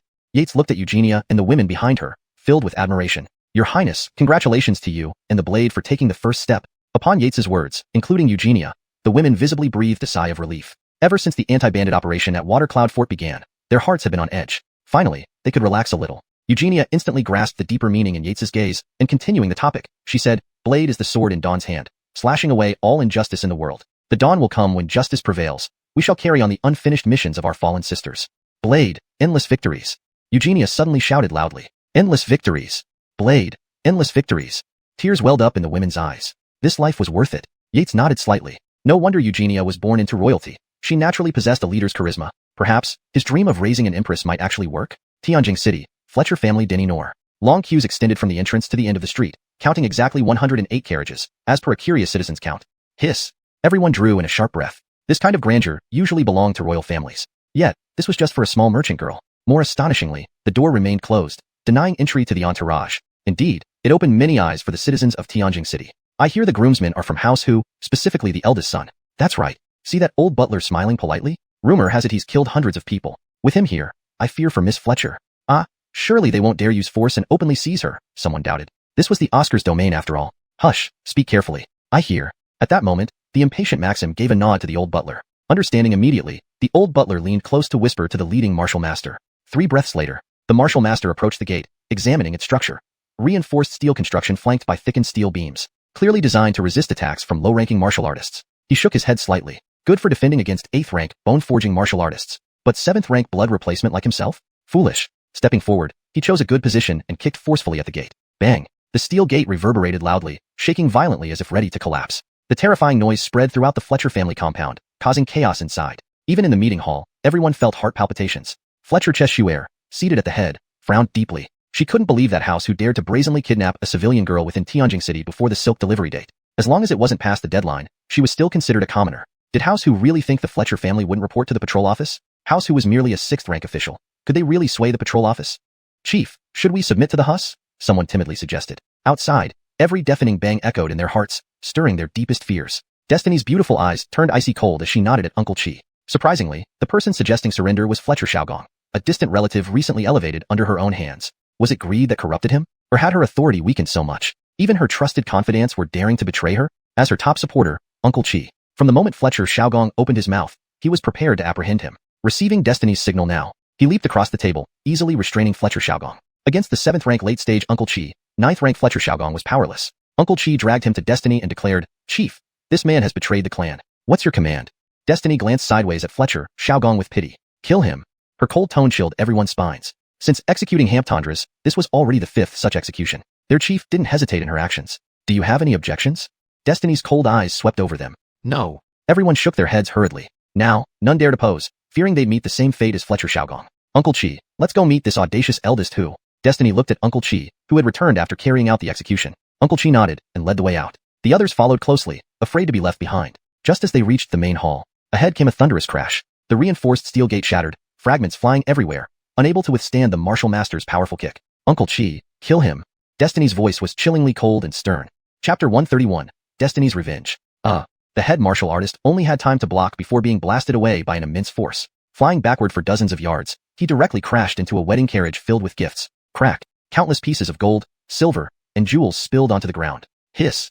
Everyone present instantly widened their eyes, realizing their minds were struggling to process what was happening. A whole carriage full of gold, silver, and jewels. Then how much would Hu family's 108 carriages of gifts be worth? However, before everyone could think too much about it, a roar of anger echoed through the air. Destiny, you dare? The voice belonged to Maxim, who was laughing out of sheer fury. As the eldest son of the Hu family, ever since his younger brother was taken in by Zhenwu sect and became a core disciple, hadn't even the 3rd Abdullah shown them exceptional favor? A consultant official is just a minor position, but a core disciple of the Zhenwu sect is different. Cultivation, talent, and insight are all indispensable. Now, a mere merchant Chloe dared to embarrass him so? If he did not punish her, how would he continue to mingle in the circle of officials' children in Tianjin City? Dorian, please handle this for me. I want that old ghost's hand, Maxim coldly said, looking at the white-haired Ernan standing nearby with his hands in his pockets. Hee. Dorian smiled, walking while speaking. Young Dinister, after getting that old ghost's hand, your sweetheart will surely be heartbroken. Jedediah looked gravely at the white-haired Ernan in front of him. Although the man wore a smile, the faint aura surrounding him sent chills down Jedediah's spine. His intuition as a martial artist warned him. This person cannot be provoked. Head of the household, take everyone back and find Warden Eider Delfino. He can help the Fletcher family get through this crisis. Jedediah whispered to Destiny. He remembered receiving a note a few days ago that read, in case of emergency, seek Warden Eider Delfino. As the old butler of the Fletcher family, he knew very well that Destiny had been missing for several days recently, and that she had arranged for him to investigate Yates. However, his perspective differed from Destiny's. Hamptongelo? Upon hearing this, Jedediah cried out in shock. After all, Hamptongelo's wanted notice still hung on the bulletin board of the patrol office. The Hu family dared to use a wanted criminal. Wasn't he afraid that the patrol office would come to raise and exterminate his family? Ah, so you know me? Hamptongelo revealed a cruel gleam in his eyes. Your Hu family actually dares to employ a wanted criminal listed by the patrol office. Aren't you afraid of your family being exterminated? Jedediah roared angrily. Haha. Hearing this, Maxim laughed widely, then stopped, glancing at Hamptongelo. Dorian, act now. Hee. Hamptongelo approached Jedediah with a sinister look, taking strange steps. By the 4th step, Jedediah's face turned ashen. On the 5th step, Jedediah spat out a large mouthful of blood, containing bits of shredded internal organs. Uncle Qi. Destiny rushed over in panic, holding up Jedediah whose face was pale as paper. Miss, you should have run. Jedediah waved his hand at Destiny, knowing the severity of his injuries. Hamptongelo's 9 steps of heaven. He, Qi Delphinoanchin, couldn't even withstand the 5th step. Bellamidal Tau, healing pills. Quickly bring the healing pills. Destiny anxiously called out to her maidservants. Miss, it's useless. Jedediah shook his head at Destiny, blood trickling from the corner of his mouth. barely managing to say, 7th rank, hasn't cultivated the 5 organs and 6 viscera. That blow just now shattered them. Even gods can't save me. Jedediah's last word unfinished, his head drooped, and he let go of her hand, dead. Immediately, Destiny felt unbearable pain in her heart, tears welling up in her eyes, memories of her time with Jedediah flashing through her mind. Miss, come down from the tree. It's dangerous. Miss. After a long while, Destiny slowly raised her head, scanning over the Hu family members with red, swollen eyes. She spoke coldly, Maxim, you killed Uncle Qi. Don't think your Hu family can get off easy. Haha. Unexpectedly, Maxim burst into laughter upon hearing her words. You, a mere merchant girl, what tricks do you have? Just submit to me and join my harem. I'll naturally take care of you. At that moment, a servant ran in from outside, quickly approaching Maxim and whispering into his ear. Next moment, boom. Maxim stomped heavily on the ground, causing all bricks within 10 feet to explode. His eyes glared fiercely at Destiny. Bitch, did you have people burn down our 13 shops? Burn? Destiny laughed coldly. I have a bigger surprise for you. What? No good. Dorian, move now. Maxim thought he understood Destiny's character. Otherwise, he wouldn't have brought such luxurious dowry to intimidate her. He wanted to create public pressure. This way, once everything was done, Destiny would have no choice but to marry him. But he hadn't expected Destiny's resolve to be fiercer than he imagined. While he was mobilizing warriors to besiege the Fletcher family, she pulled off a bold move, burning down his stores. The losses infuriated Maxim. Take her alive. Seeing Hamptangelo leap high, ready to stomp Destiny's head, Maxim quickly ordered. He wanted to severely torture her first, then strip her naked and throw her at the entrance of Drunken Fragrance Tower to display her humiliation, to quell his deep-seated hatred. As the party involved, Destiny did not dodge. Her eyes flared with hatred, staring defiantly at the approaching hands. This moment, a loud noise came from above the front courtyard. Oh no! In midair, Hamptangelo's senses tingled with alarm, his body instinctively bending. Chapter 132.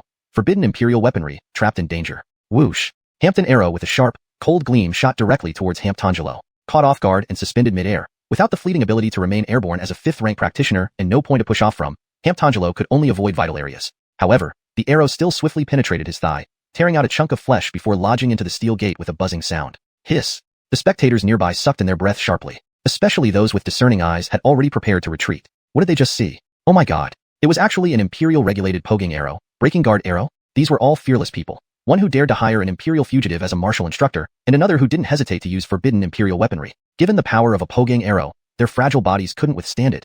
It would easily take them out.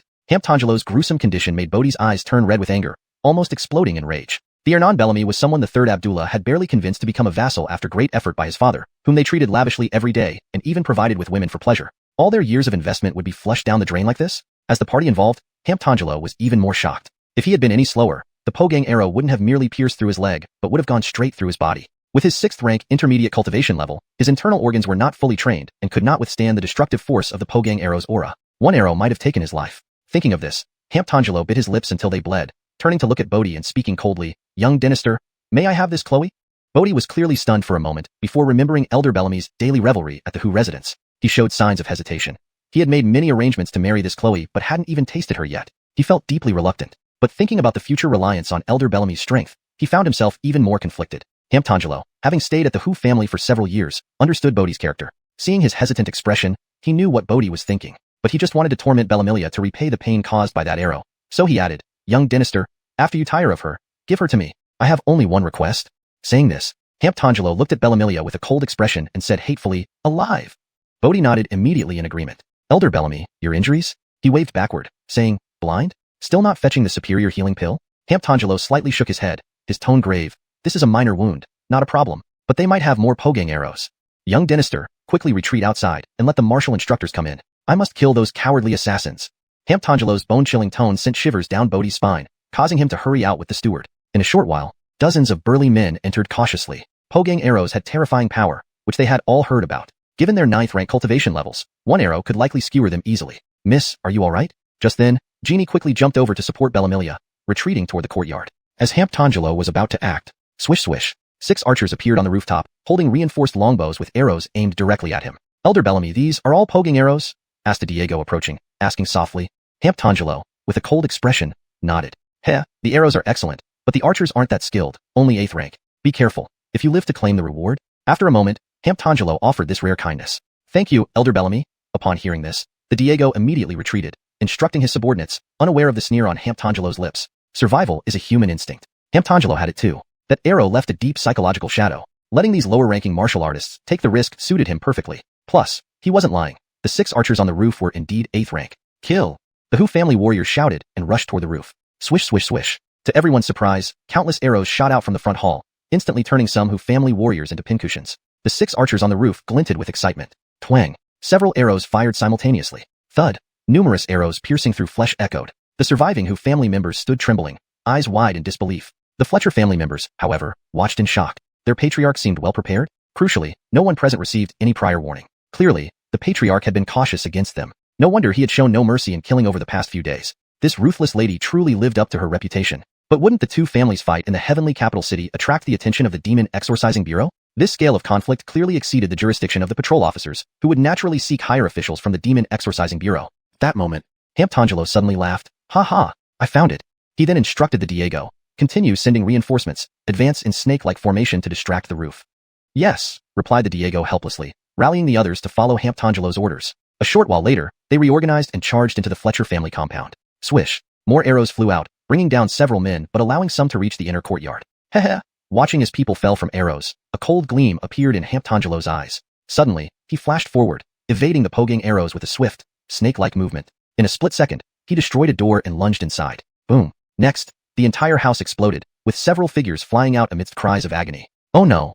The 6 archers atop the roof were alarmed, trying to flee. Too late. With a thunderous boom, debris flew everywhere, and Hamptangelo instantly appeared beside an archer. Cackling, his classic laugh rang out, and the archer shattered like a puppet, raining blood. The remaining 5 felt a chill of dread and fled in panic. Unfortunately, they underestimated the terrifying speed of a 6th-rank martial artist. Hamptangelo appeared behind another archer in an instant, striking him with a palm. Bang! After a few moments, Hamptangelo slowly descended, swiping his hands to clear the bloody remains. He called out to Bodhi, young Dynasty, you can come in now. Meanwhile, the Diego and the remaining warriors eliminated the shooters, looking fiercely menacing with bloody knives, cornering the Fletcher family members. Only Bellamilia stood calmly in front, unperturbed by the situation. Seeing the ice-cold face of Bellamilia, Bodhi laughed mockingly. Bellamilia, why don't you want to be the Hu family matriarch, choosing instead to invite death? The colder his tone became as he spoke. Today, dozens of his warriors died, including the lead martial instructor. He'd faced severe criticism from his father upon returning. It was all because of this vile Chloe.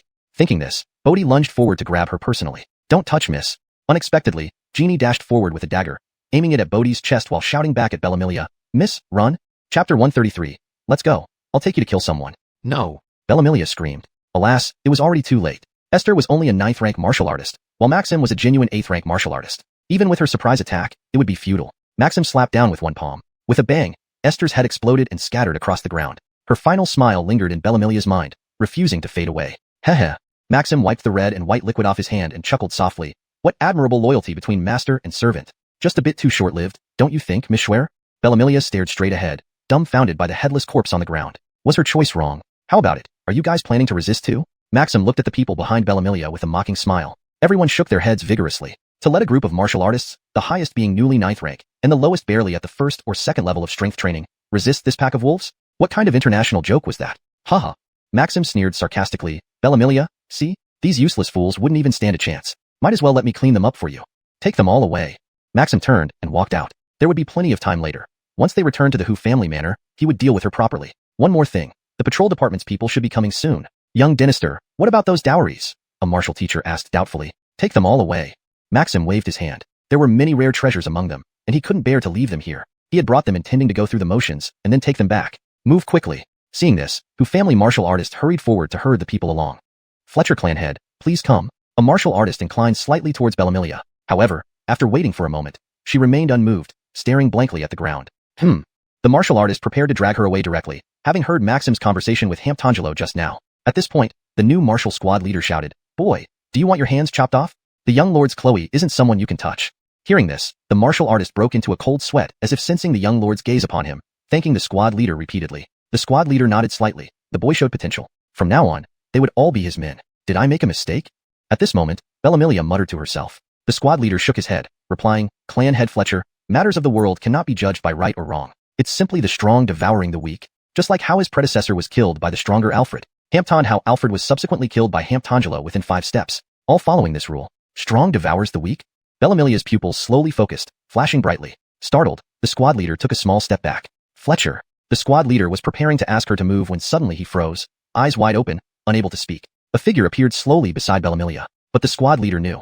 It wasn't that the figure moved slowly, but that the person was far stronger than he was, and his eyes couldn't keep up with the speed. I'm sorry, I'm late. The newcomer was Yates. He glanced at the scene and sighed inwardly. After receiving the message from Hamptonita, he immediately rushed back with all his might. Unfortunately, events unfolded too quickly, and he was still too late.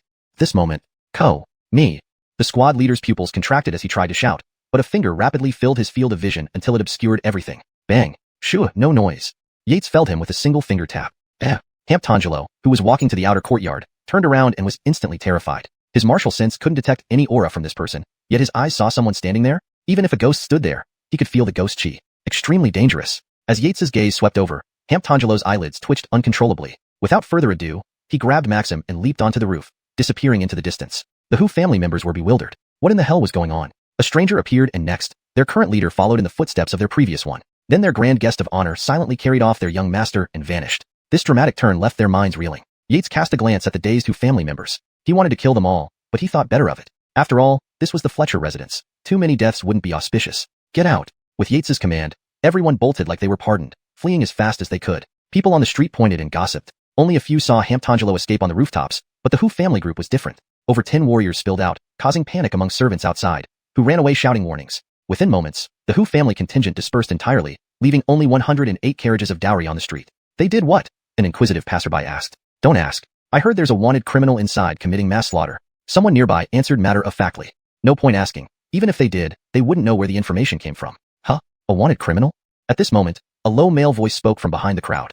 3 men dressed in the uniforms of the Exorcist Corps patrol approached. One of them, carrying the token of a chief flag officer, exclaimed in surprise. This was Rocco, whom Yates had met during the White Lotus sex attack on the Exorcist prison. Were you talking about a wanted criminal inside?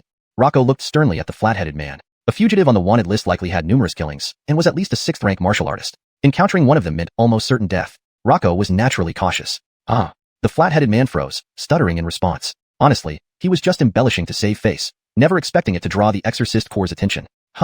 Rocco's expression darkened. Could there be hidden details? That moment, bang. Unable to withstand Rocco's pressure, the flat-headed man knelt down and begged for mercy. A short while later, Rocco and the 2 others entered the Fletcher residence, faces flushed with anger. To be fooled by mere words. They certainly disciplined the flat-headed man severely. At this point, he lay despondently on the ground, lifeless. It's him?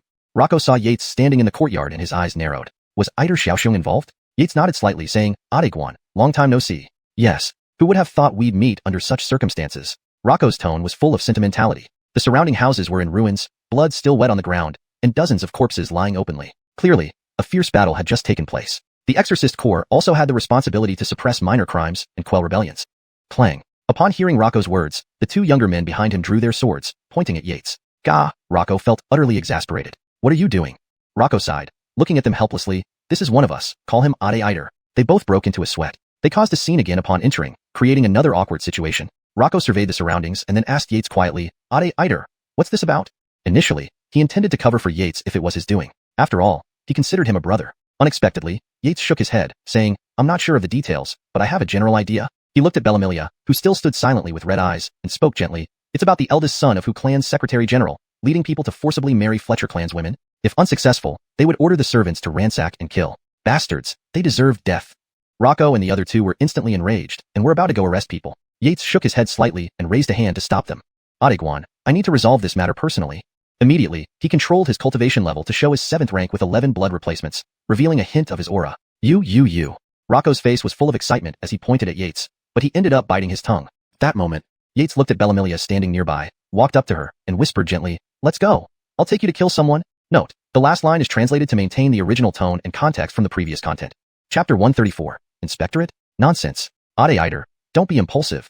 Rocco hurriedly advised when he heard this. If no one saw it, the matter could still be handled easily. However, if Yates openly went to kill someone, it would be difficult to cover up. Once it escalated, it would have a significant impact on Ade Eider's future prospects. After all, when he first arrived, the demon taming office was abuzz with news that Abdurrahman by Adrian and 2 others had captured a 3rd-rank demon king. This event stunned everyone inside and outside the demon taming office, even overshadowing the attention given to Commander Hampton Adderley's death. Hampton, because of this achievement, Abdurrahman by Adrian was exceptionally promoted by the commander to the rank of Centurion, becoming the fastest person in history to achieve this rank in the demon taming office. As for Rocco himself, he harbored ambitions to get closer to rising stars like Abdurrahman by Adrian and ideally join them. Naturally, he had to dissuade Yates from acting impulsively and causing serious trouble. Destiny turned around, her face calm. After a moment, she spoke slowly, Young Dynasty Eider, I can handle this myself. What a strong-willed Chloe. Yates sighed inwardly, gently holding the pale hand that trembled in his grasp. Feeling her surprise and struggle, Yates said again, Miss Schwerer, you are my fiancée.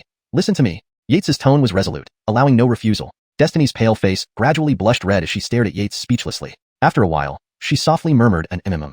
As for Rocco, his expression kept changing, ultimately sighing deeply.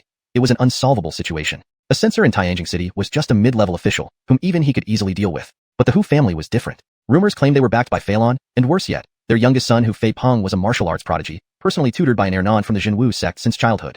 Especially this year, news spread across Xianxia City that he had become a core disciple of the Zhenwu sect. Knowing the prestige of core disciples who held potential for fourth-rank strength, only 100 or so out of hundreds of thousands within the vast Zhenwu sect, each being famous figures of the great Qian Empire. If Yates provoked him, it would undoubtedly be courting death. With this thought, Rocco whispered to the two beside him. Go back to the office quickly, find Captain Abdurrahman by Adarin, and tell him it's urgent. After giving a few instructions, Rocco leaped onto the roof, following Yates's steps. At the Hu family residence, red lanterns and festive decorations hung everywhere, but servants rushed about with grim expressions, as if something significant was about to happen. In the luxuriously decorated Hu family council hall, over a dozen figures sat on rosewood chairs. But currently, everyone looked grave, especially the family head, Baron. Just now, Bellamy Jiao had rushed into the residence with Hu Delfino Fei, recounting the events which initially enraged Baron. However, as Bellamy Jiao continued describing, his expression grew increasingly gloomy. He tacitly approved of his eldest son's actions, but hadn't expected such major trouble. According to Bellamy Jiao, if that mysterious man came, they would struggle to resist him. Thinking about this, he scanned the many martial artists present, knowing others believed he only allied with Phelan in recent years. They didn't know that years ago, he had secretly met with Phelan, leveraging his influence to secretly cultivate many martial experts. The present 7th-rank blood changers were his hard work over these years. What suggestions do you have on how to deal with this man? Family head, killing is the way. Your servant is willing to die for you. One martial artist stood up, slamming the table. The others followed suit, showing loyalty. To them, Bellamy Jiao was just scaring himself. If the man were truly as formidable as described, how could they still be alive? Unaware, Yates would have laughed heartily hearing their thoughts. There was a saying, without a long line, how can you catch big fish? Seeing no effective advice forthcoming, Baron looked at Bellamy Jiao and asked seriously, Senior Bellamy, what do you suggest? Bellamy Jiao slowly raised his head, scanning everyone. Sensing their doubts, he said, Family head, I recommend immediately seeking Phelan's aid and prepare all the chi-breaking arrows. Meet this person with our utmost defense. Why are you so sure he'll come? What if it's just a bluff? How will Phelan view the family head then? What ulterior motives do you have? Another 6th-rank guest senior, Niu Lao, sneered. Baron nodded slightly. Dynasty Niu's concerns are also mine. Bellamy Jiao glanced disdainfully at Niu Lao and said, Niu Chi Pai, if you dare, let's fight again. You. Niu Chi Pai widened his eyes angrily but knew he wasn't a match, so he sullenly sat down. Baron intervened. Senior Bellamy, please keep peace and avoid mockery. Both respected Baron's authority, relaxing slightly but still sitting down. Considering their criminal past, if Baron reported to Phelan, they'd suffer. Family head, I still believe we should prepare fully. Bellamy Jiao thought of Yates's gaze, seeing life and death passively, cold and emotionless, like a higher deity observing him. That seems. Baron pondered, thinking Dynasty Bellamy was overreacting. If the man were as strong as described, why hasn't he attacked yet? Deciding, he instructed, strengthen vigilance for the next few days. Report any issues immediately. He ultimately dismissed Bellamy Jiao's suggestion. Bellamy Jiao sighed helplessly. Suddenly, a voice came from outside. Baron, you should have listened to him. Everyone was puzzled. Someone called the family head directly by name? Next moment, shouts came from outside. Enemy attack. Bad news. The council members rushed out. Outside stood a handsome man accompanied by a beautiful but slightly pale Chloe. It's you. Bellamy Jiao shuddered upon seeing Yates, jumping toward the roof, fleeing before fighting. Flee. Yates smiled slightly. The villain couldn't escape. Fall. Yates lightly shouted. Thud. In shocked silence, Bellamy Jiao, mid-leap, crashed down. Clap, clap. Suddenly, applause sounded. A man dressed as an inspectorate deputy director entered. Tap, tap. Dozens of officers followed behind. Seeing him, Baron's face lit up. The man gave a subtle nod, turning to Yates. I am, Inspectorate Deputy Director Caleb. Ade, may you consider the inspectorates in my face? Let this issue go. Inspectorate? You? Nonsense. Step aside. Yates replied disdainfully. Chapter 135. Evil shall be met with greater evil. Clang. Immediately, the group of constables behind Caleb drew their swords and pointed them at Yates and Destiny in unison. Bellamiddle brother, watch your words. Don't throw away your life unnecessarily. Caleb said coldly. As a deputy chief of the patrol bureau, when had anyone ever dared to be so disrespectful to him? Prevent us from leaving? I'll slaughter you too. Yates laughed immediately. He had seen people eager to die, but not someone rushing forward to meet death like this. Kill me? Caleb's eyes narrowed slightly, emitting a smile signal. He laughed as well. Since his family had aligned with the 3rd Abdullah, he had been promoted to deputy chief of the patrol bureau, enjoying nothing but smooth sailing. Who wouldn't respectfully call him director who upon seeing him? This young man in front of him kept pushing his luck repeatedly. Therefore, Caleb wouldn't blame himself for not playing by the rules. Bellamisten up, all of you. Thud. The constables behind him stood straight at attention, their blades again aimed at Yates. Hold it. At this moment, Rocco's voice echoed from a distance. Yates furrowed his brows. In this form, he couldn't show too much of his true power. Even killing someone would be troublesome. Ignoring the rapidly approaching Rocco, he gently squeezed Destiny's hand, calming her unease. Dynasty, shall we go back first? Destiny whispered. If it were just her, she would fight these wicked men to the death without retreating. Either they or she would die. But now Dynasty was here. She was already content that he had come. She couldn't let him get involved because of her issues. Destiny secretly worried. Just like that night, follow my lead. Yates's eyes flashed with light, making Destiny drunk on his gaze, her mind wandering. She nodded softly. Bastard lovers. Bodhi roared in rage, pointing at the two and cursing loudly. Did he kill someone just now?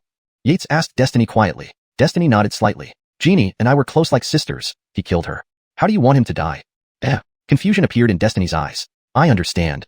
Yates said lightly. His fingers formed a claw, and he gently clenched it toward Bodhi. A peculiar spatial fluctuation emanated from Yates's palm, causing everyone to pause slightly in confusion.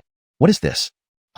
Suddenly, the next second, Bodhi screamed in terror. His pupils dilated, his face turned ashen gray, and veins protruded from his body as if he were drowning and gasping for air, clutching his throat tightly with both hands. Save him. Kill him. Baron and Caleb shouted simultaneously. Save him? The corner of Yates's mouth curled into a disdainful smile. Hamptonian he wanted to kill could not be saved by any dinertial saint. Without looking at the constables swinging their knives, he tightened his grip. Instantly, numerous, cracking sounds emerged from Bodhi's body as every bone in his body broke and snapped instantly. Quickly kill him. Chop him into pieces to feed the dogs. Baron clutched Bodhi, his eyes glaring fiercely at Yates. That moment, a group of constables rushed towards Yates, hearing Baron's roar, raised their swords high and swung down forcefully at Yates's head. In the next moment, amidst Baron's, Caleb's, and others' sneering laughter, came a loud thudding sound. How is this possible? Everyone present was stunned in shock. They saw countless swords stopping just 3 inches above Yates's head, blocked by a faint green light, unable to penetrate further. Unwilling to believe what was happening, the constables struck with several more full-force blows, some of them breaking their swords due to excessive force, only holding half of the handle left. SSS. Everyone finally realized this person must be extraordinary. Are you done chopping? Yates's eyes moved slightly as he spoke indifferently. Oh no. The constables panicked and tried to pull back their swords. In the next second, a tremendous force surged through the blades, sending flashes of cold light flying. The swords were forced out of the constables' hands, turning towards themselves, resulting in limbs flying everywhere as the constables screamed in agony. How can this be? A chill raced up Caleb's spine. What kind of demon did the Hu family provoke? Without even lifting a finger, their elite constables were wiped out. Dad. Wallace, save me. Suddenly, Bodhi screamed again, causing goosebumps to rise on Destiny. Though she was made of stern stuff, she had never witnessed such torture. But inexplicably, she felt a sense of satisfaction instead of fear. So, this is the law of the jungle? Destiny murmured to herself. Next moment, boom. The Hu family watched in horror as Bodhi, screaming in pain, shriveled up and exploded into a bloody mist. My son, Baron trembled inwardly. His beloved son, dead right before his eyes? How could he explain this to his deceased wife? Attack, all attack. 10,000 gold for whoever kills him. In an instant, Baron's face contorted with rage, his eyes blazing with fury, staring intently at Yates. SSS. Upon hearing this, everyone's eyes changed, becoming gradually fervent. 10,000 gold. It was enough to break their will, tempting them to risk everything. Could they possibly earn it? Wouldn't that mean they wouldn't have to struggle for the rest of their lives? However, remembering the horrifying scene moments ago, their fervor cooled considerably. Attack. Baron, seeing everyone hesitate, grew angrier. He directly pulled out his sword and slashed down a warrior. Seeing this, everyone trembled internally. Gritting their teeth, they charged forward. Haha. Yates chuckled, looking at Destiny, smiling. Schwer, since they've already attacked you, how about making them permanently lose their legs? That's letting them off too easily. Destiny said coldly. True, it might be temporarily letting them off easy. Yates's eyes flashed with coldness. Sometimes, living is worse than dying. Then, he held Destiny's hand, stepping forward just before Rocco arrived. Crack. The next moment, bones snapping resounded throughout the courtyard, shrinking everyone's height by half. Agonized screams filled the air. Damn it. Rocco cursed inwardly, looking at Yates urgently. Ade, the Hu family has the backing of the third Abdullah. You've stirred up big trouble. Come with me to the Demon Exorcism Bureau quickly. With the third Abdullah's methods, he would likely already know what happened here and send people over. Once the third Abdullah's men arrive, escaping would be far from easy. Unexpectedly, Yates shook his head at him, saying, Ade Guan, I have things under control. Rocco waved his hand helplessly. You think you have it under control? Yet everyone who could stand was now on the ground, and the courtyard was splattered with blood. Young brother, didn't you take things too far? He sighed bitterly inside. Meanwhile, Yates was already holding Destiny's hand, stepping over Caleb and walking beside Baron. Schwer, this one is the ringleader. How do you want to deal with him? Destiny looked at the writhing and moaning Baron on the ground, her face changing slightly. You, don't mess around. I'm a government official. If you kill me, your entire clan will be exterminated. Baron, seeing Destiny's gaze, was brimming with a strong desire to live, enduring the pain and trembling, pleading. Chapter 136, Third Abdullah? The fish bites. Don't worry, I'll take care of everything. Yates gently squeezed Bellamilia's small hand and softly said. Bellamilia looked blankly at Yates, softly replying with an That kill? Bellamilia asked in a low voice. Bang. Just as Bellamilia finished her words, Baron turned into a pool of blood. Everyone was shocked, especially Caleb, who struggled to crawl away on the ground. However, they didn't realize that Yates and Bellamilia hadn't even glanced at him. Schwer, Is there anyone else you want to kill?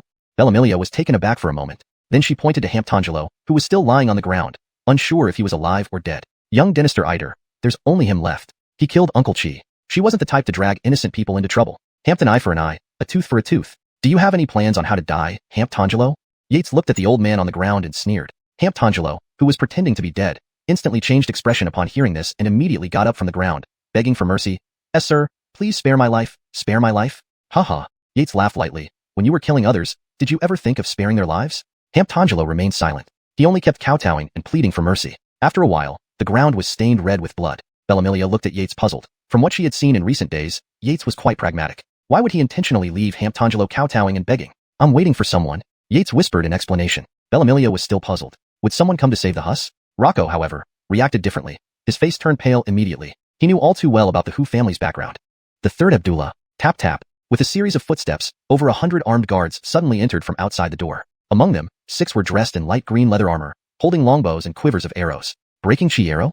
Yates and Rocco exclaimed in shock upon seeing this. Rocco's face turned ashen. Although Yates maintained a calm expression, he was also inwardly surprised. Private use of military weapons? Who would be so bold? It seems the third Abdullah has taken the bait. Understanding flickered across Yates's eyes. Otherwise, why would he spend so much time staging this scene with these people? Helping Bellamilia revenge was genuine. Setting a trap for the third Abdullah was also genuine. For the Rihanna to ascend, based on his analysis, it wasn't as simple as imagined. A Chloe becoming emperor, heaven's timing, geographical advantage, and human harmony. All 3 were essential. The Rihanna had a significant advantage in human harmony, which he had already been fostering by gradually rallying the support of the common folk. But the great Qian world was akin to a high martial universe, where elite martial artists held sway and were more crucial. Here, it depended on whether the Rihanna could win over the Oscar Dinertial Dinerquis. As for him, if he could rank on the heavenly Dao Bellamist in 3 years, he would become another symbol of dawn. As for heaven's timing and geographical advantage, they could only be achieved gradually, like eliminating the third Abdullah from contention first. Rumors about the third Abdullah Stevie described him as ruthless, lustful, boastful, and mediocre in martial talent. Under the great Qian imperial family's abundant resources, he barely reached the 6th rank. If he couldn't handle even this person, how could he hope to support the Rihanna ascension? Yates and Rocco both gasped. Rocco's face turned yellowish-white. Although Yates's face remained calm, he was also slightly shocked inside. Private use of military equipment? Who would dare do such a thing? It seemed the third Abdullah took the bait. A flash of realization passed through Yates's eyes. Otherwise, why would he spend so much time setting this scene with these people? Helping Bellamilia seek revenge was real. Luring the third Abdullah into a trap was also true. For Rihanna to rise to power, based on his analysis, it wouldn't be as simple as imagined. For a Chloe to become emperor, timing, location, and public support, all 3 were indispensable. Of these, the Rihanna had the advantage in terms of public support, which he had planned to develop by gradually rallying the common folk. But the great Qian world ultimately resembled a high martial arts world, where top-level martial artists were more crucial. In this regard, it depended on whether the Rihanna could win over Fletcher Benton Ho. Hampton he? In 3 years, if he could make it onto the heavenly Dao Bellamist, he would become another symbol for the dawning era. As for timing and location, that would take gradual effort. Perhaps start by eliminating the third Abdullah? Rumors had it that the third Abdullah Stevie was ruthless, indulged in women, sought grandeur, and had average martial talent. Despite the abundant resources provided by the Dry King's family, he had barely stepped into the 6th rank. If he couldn't deal with this person, how could he possibly help the Rihanna ascend to the throne? Wait before making a move. We are from the Demon Exorcising Bureau. Rocco seemed to recall something and quickly took out his commander's badge, throwing it towards the leader of the armored men. Huh. The light armor-clad man frowned slightly. His Highness only instructed him to arrest the people here. If there was resistance, he should shoot them on the spot. But they were from the Demon Exorcising Bureau. To kill or not to kill? The light armored man became conflicted. If he made a move, given the Demon Exorcising Bureau's nature, he would inevitably be sacrificed as a scapegoat, leading to his clan's extermination. But if he didn't act, he had followed the third Abdullah for over 10 years and knew his character too well. Returning empty-handed almost certainly meant death too. Should he capture them first and let the prince decide their fate? The thought flashed through his mind. Deny a move, capture them alive, the light armored man ordered. At that moment, Yates's ears twitched. Strange sounds came from afar, signaling several people approaching through the air. The person he was waiting for had finally arrived. The bigwigs from the Demon Exorcising Bureau in the inner prison. Thinking of this, he sent a mental message to Bellamilia. Schwer, soon some people from the Demon Exorcising Bureau will arrive, and we need to perform a little show together. You should. Next. Rocco watched in astonishment as the two of them started acting. Their dramatic performance involved occasional resistance and loud accusations against the bald-headed man for misusing breaking gong arrows. Note, breaking gong arrows seems to be a literal translation of a term that may not have a direct equivalent in English. It might be better to use a more contextually appropriate term if known, such as breaking chi arrows or similar. However, without further context, I've retained the original term here. For the sentence to read more naturally in English, we could adjust it slightly. Their dramatic performance involved occasional resistance and loud accusations against the bald-headed man for misusing the breaking chi arrows. This maintains the meaning while improving fluency. Everyone was baffled. The leader, at 5th P cultivation, grew increasingly disgruntled upon seeing the situation. A group of 6th rank cultivators failing to catch a 7th rank. Worthless! the bald man inwardly cursed. They didn't want to either, but the man in front of them was like an eel, always just slipping away. Unbeknownst to everyone, Yates was laughing inwardly as 3 men stood invisibly above them. Among them was Gus, whom Yates had met once. As for the other 2 fourth-rank Ernons, he didn't know. Right now, these 3 were using some bizarre concealment technique, hovering overhead unseen. Fletchering this period, several divine senses probed over, but all were blocked by the trio. Haha, Elder Sima, it seems your inner prison has no shortage of talents. One of the Ernons chuckled upon seeing the scene. That is Yates. Gus whispered. Given their strength, they could easily see through Yates's scheme, but they chose to keep quiet. From what they understood, the Hu family had gone too far, deservedly receiving punishment. They had come because someone reported that the third Abdullah's men, armed with breaking chi arrows, were surrounding and attacking the demon exorcising bureau. Note, Puagangjian is translated as breaking chi arrows to maintain consistency in terminology and ensure it reads naturally in English. Chi is commonly used in translations of martial arts or cultivation stories to refer to the energy within a person that can be manipulated for various abilities. Moreover, this person was honored by the Elio. This wasn't something to ignore. Upon investigation, it turned out the incident was related to the inner prison, coinciding with Gus's presence. Thus, the trio flew over. As for the informant, it naturally had something to do with Yates's butterfly arrangement. At this moment, the scene underwent new changes. The bald man, watching for a moment, knitted his brows even tighter and shouted, "Get out of the way, let me handle it." In an instant, he appeared beside Yates and Bellamilia, palm raised and aimed straight at Bellamilia's chest. Despicable was the word everyone thought, but the bald man didn't care. Capturing them with minimal effort meant victory. When the bald man attacked, Yates sensed his intent. Instinctively, he wanted to strike back, but he glanced at the trio above and another Ernon farther away. Suppressing his energy, he turned his body, placing Bellamilia in front of him while taking the blow on his back. Yates spat out a mouthful of blood, his face turning deathly pale, and his aura withering. Bellamilia stumbled backward, stopping after several steps. The trio above shook their heads speechlessly. Indeed, beauty brings disaster. Given their level, they couldn't see through Yates's hidden strength, but he could have avoided that blow. Instead, he absorbed it forcefully. Elder Sima, if you don't act now, your people might be taken away, the Ernon beside him chuckled. Though they shook their heads, they understood youthful passion. Such feelings were indeed admirable. Talented, principled, and favored by the Elio. No wonder. Only his current strength lacked a bit. Meanwhile, on the scene, humph, the bald man snorted coldly. Bending his right hand into a tiger claw, he lunged toward both of them. Chapter 136, Third Abdullah? The fish bites the bait. Don't worry, I'll handle everything. Yates gently squeezed Destiny's small hand and said softly. Destiny stared blankly at Yates and softly responded with a hum. Then, shall we kill? Destiny asked in a low voice. Bang. Before Destiny finished speaking, Baron turned into a pool of blood. Everyone was shocked, especially Caleb, who was struggling to crawl away on the ground. However, Yates and his companion didn't even spare him a glance. Schwer, are there any more people you want dead? Destiny paused, then pointed to Hamptangelo, who was still lying on the ground, unknown whether he was alive or dead. Young Denister Eider, only he is left. He killed Uncle Chi. She wasn't one to harm innocents. Revenge should be taken where due. Do you have any last words, Hamptangelo? Yates looked down at the old man on the ground and mockingly asked. Hamptangelo, who had been feigning death, instantly changed expression and got up quickly, begging for mercy. Sir, please spare my life. Ha! Yates chuckled. When you were killing others, did you ever consider sparing their lives? Hamptangelo did not respond but continued to kowtow incessantly, and soon a patch of blood stained the ground. Destiny looked at Yates, confused. Based on her days of interacting with Yates, she knew he was pragmatic. Why would he deliberately let Hamptangelo beg for mercy? I'm waiting for someone. Yates whispered in explanation. Destiny remained puzzled. Could someone come to save the Hus? Quan Dadong's face, however, immediately changed, as he clearly knew the background of the Hu family. The third Abdullah. Tap tap. With a series of footsteps, over 100 armed guards marched in from outside. Among them, 6 men in front wore light blue leather armor, each carrying a long bow and arrows on their backs. Breaking Gong arrow? Both Yates and Quan Dadong exclaimed in shock. Quan Dadong's face turned pale yellow. Though Yates remained calm-faced, he was inwardly surprised as well. Private use of military weapons? Who was so bold? It seemed that the third Abdullah took the bait. Suddenly, Yates understood. Otherwise, why would he spend so much time staging this act? Helping Destiny take revenge was genuine. Setting a trap for the third Abdullah was also real. If Ren wanted to rise to power, it wasn't as simple as imagined. A Chloe becoming emperor. Time, place, and harmony. All 3 were essential. Ren's only advantage was public support, which he had already planned and gradually garnered among the poor. But ultimately, this was a world similar to a High Wu realm where upper-level martial artists held greater importance. This depended on whether Ren could win over the Oscar Denertial Fletcher. Hamptoned him? If he could make it onto the Heavenly Dao Bellamist in 3 years, he would become another banner of hope for the common folk. As for time and place, they needed careful planning, starting by eliminating the third Abdullah. Rumors had it that the third Abdullah Stevie was brutal, lustful, arrogant, and mediocre in martial talent. Despite the vast resources of the Dry Dynasty royal family, he had barely entered 6th rank. If he couldn't handle even such a person, how could he expect to help Ren ascend? Wait, don't move yet. We are from the Monster Extermination Office. Quan Dadong suddenly remembered something, and threw his commander's badge towards the leading armored man. The armored man furrowed his brow. His prince only ordered him to capture people, and if they resisted, shoot them directly. But these were people from the Monster Extermination Office. Kill or spare. The armored man struggled. If he acted, Given the nature of the monster extermination office, he might be sacrificed to protect the clan. But if he didn't act, he had followed the third Abdullah for 10 years and knew too well his character. Returning empty-handed likely meant certain death. Capture them and let the prince decide the fate. Capture them alive, the armored man ordered. At that moment, Yates's ears perked up at strange sounds coming from afar. A few footsteps from mid-air. The people he was waiting for finally arrived. The big shots from the monster extermination office and its inner prison. He sent Destiny a mental note. Schwer, when the monster extermination office comes, we need to act this out. Do it like this? Next. Quan Datong watched the two incredulously. Was either brother possessed? Their performances were exaggerated. Occasionally resisting, occasionally loudly denouncing the use of breaking gong arrows. Everyone watched in confusion. The bald man, a 5th-rank peak practitioner, seeing the scene, frowned. Several 6th-rank practitioners couldn't catch a 7th rank? Worthless, the bald man cursed internally. Everyone.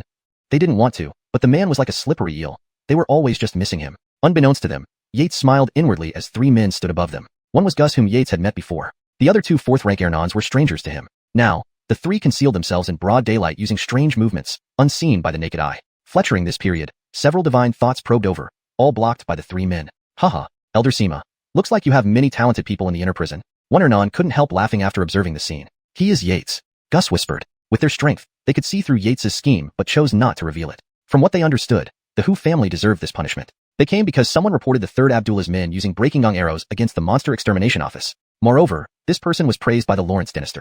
This can't stand. Upon investigation, it was indeed from the inner prison, and since Gus was nearby, the 3 flew over. The informant naturally arranged by Yates's plan. Suddenly, the scene changed again. The bald man, frowning deeply, shouted to everyone, "Step aside. Let me do it." In an instant, he appeared next to Yates, palm striking out towards Destiny's chest. Shameless, everyone thought. The bald man didn't care. Catching them with minimal effort was victory. Seeing the attack, Yates instinctively wanted to punch the bald man to death, but his eyes flicked upward to the 3 men and the distant Ernon. He retracted his energy, turned, shielding Destiny while taking the blow to his back. 2. Yates spat out a mouthful of blood, looking deathly pale, his aura weakening, and Destiny staggered back several steps. The 3 watching shook their heads in speechlessness. Truly beauty brings disaster. At their level, they couldn't see Yates's hidden strength, but he could have avoided this strike. Elder Sima, if you don't act soon, your people will be taken away, the other Ernon lightly remarked. Despite shaking their heads, they remembered being young once. True love and strong ability made him worthy of the Lawrence dynasty's praise. Just needed more strength currently. Back in the scene. Humph. The bald man coldly snorted and grabbed toward the 2 with claw-like hands. ##### Chapter 137. Plot reversal, 6-month salary deduction. Humph. Just as Yates was about to intervene, a cold snort sounded from above. Then, an awe-inspiring and intimidating presence descended abruptly, but the person emitting it had excellent control over their power, targeting only the flat-headed man. Crash. In the next moment, amidst everyone's shocked exclamations, the flat-headed man suddenly knelt down heavily, and 2 snapping sounds came from his knees. Ah! The flat-headed man instantly felt furious, but he could only suppress his anger. Trembling, he stammered, "Why, your excellency? I don't know how I've offended you. Please consider Phelan's grace and spare me." Haha, spare you. Everyone saw a flash before them, and Gus appeared. You deployed troops without authorization and used the great Qian prohibitive arrow. Even with Phelan backing you, you still deserve punishment, said Gus gravely. Hearing this, the flat-headed man's face turned completely despondent. Those words were essentially a death sentence for him. At this moment, a voice approached from afar, growing louder. Haha, Elder Sima, can you overlook this matter for my sake? A figure rapidly flew in, landing precisely between Gus and the flat-headed man. Upon hearing these words, the flat-headed man's complexion improved slightly, and his panic eased a bit. The newcomer was none other than Lady Lan's retainer, who regularly guarded Phelan's residence and protected the mansion. Ghost's old man, it's you? Gus frowned upon seeing him. Ghost's old man, aptly named, had an exceptionally ugly appearance but possessed peak 4th-rank cultivation. Except for 3rd-rank grandmasters, few could rival him. If not for the torment he suffered as a child that damaged his mental state, preventing self-recovery, with his talent, he might have already been a 3rd-rank grandmaster. Even so, should he one day transcend his mental barriers, he might leap directly into the grandmaster realm. Gus couldn't help but remark on Lady Lan Fei Bellamy Yanlan's good fortune in gaining such loyalty at a young age. The prince wishes to take away these 2 people. You 3, Ghost's old man glanced at them indifferently, won't be able to stop me. The other 2 Ernons exchanged looks, appearing somewhat vexed. When had they, all being late 4th-rank cultivators, ever been disdained like this? Narrowing their eyes, they stared menacingly at Ghost's old man. One of the Ernons, a child-faced gray-haired old man, spoke up, Ghost's old man, you're really full of yourself, aren't you? Simultaneously, his body shifted slightly, ready to attack. Huh.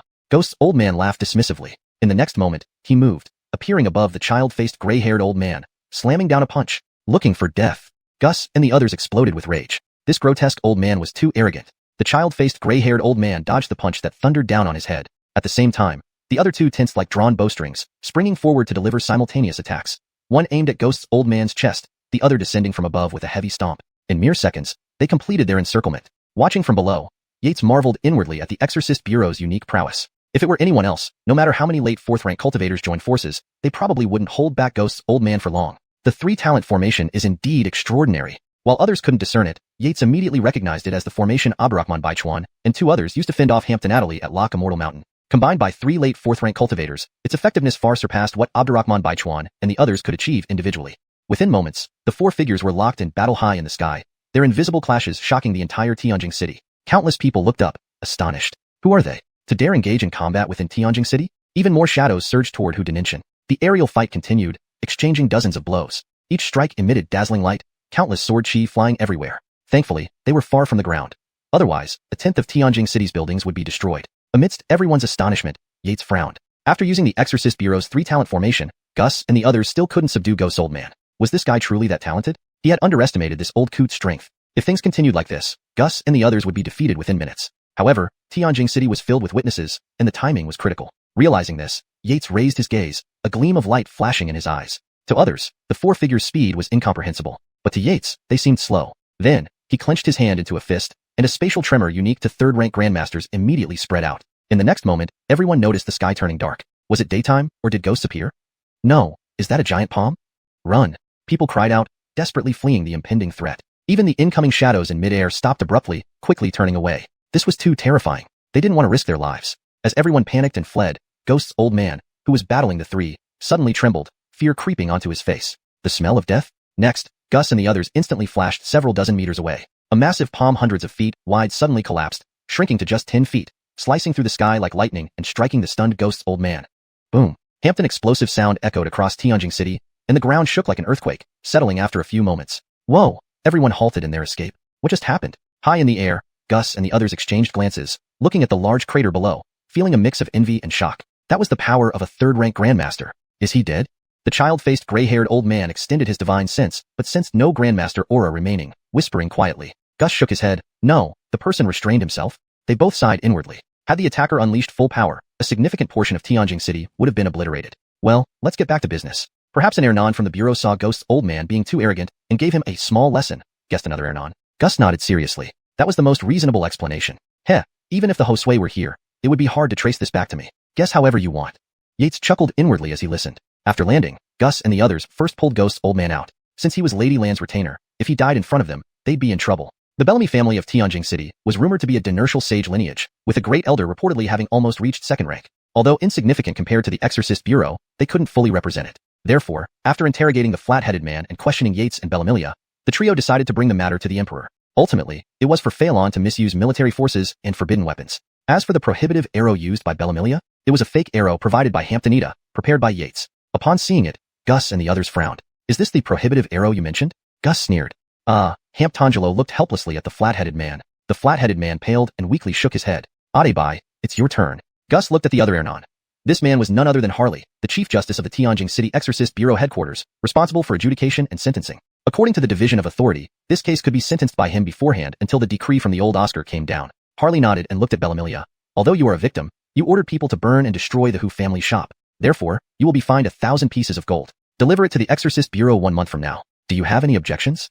Bellamy's face instantly changed, not because the punishment was too heavy, but because it was surprisingly light. She glanced at Yates beside her, a trace of sweetness flowing through her heart. Fletchering the earlier interrogation, Gus and the others had already learned about their relationship, even mentioning that they would come over to drink some celebratory wine during the wedding feast. As for Warden Eider, Harley glanced at Yates, sighing inwardly. Based on his understanding of the old Oscar, after this incident, Yates might very well catch the Emperor's eye. In this situation, although there were reasons behind your actions, you still caused disruption in Tianjing City. Moreover, Dynasty, who is a 6th rank attendant, and his arbitrary killing carries severe penalties. 6 months salary deduction. This man was Harley, the Chief Justice of the Heavenly Capital's Demon Refining Bureau, responsible for trials and sentencing. According to his authority, he could issue a verdict on this case before an imperial decree from the Ernonli Oscar came down. Harley nodded and looked at Bellamy.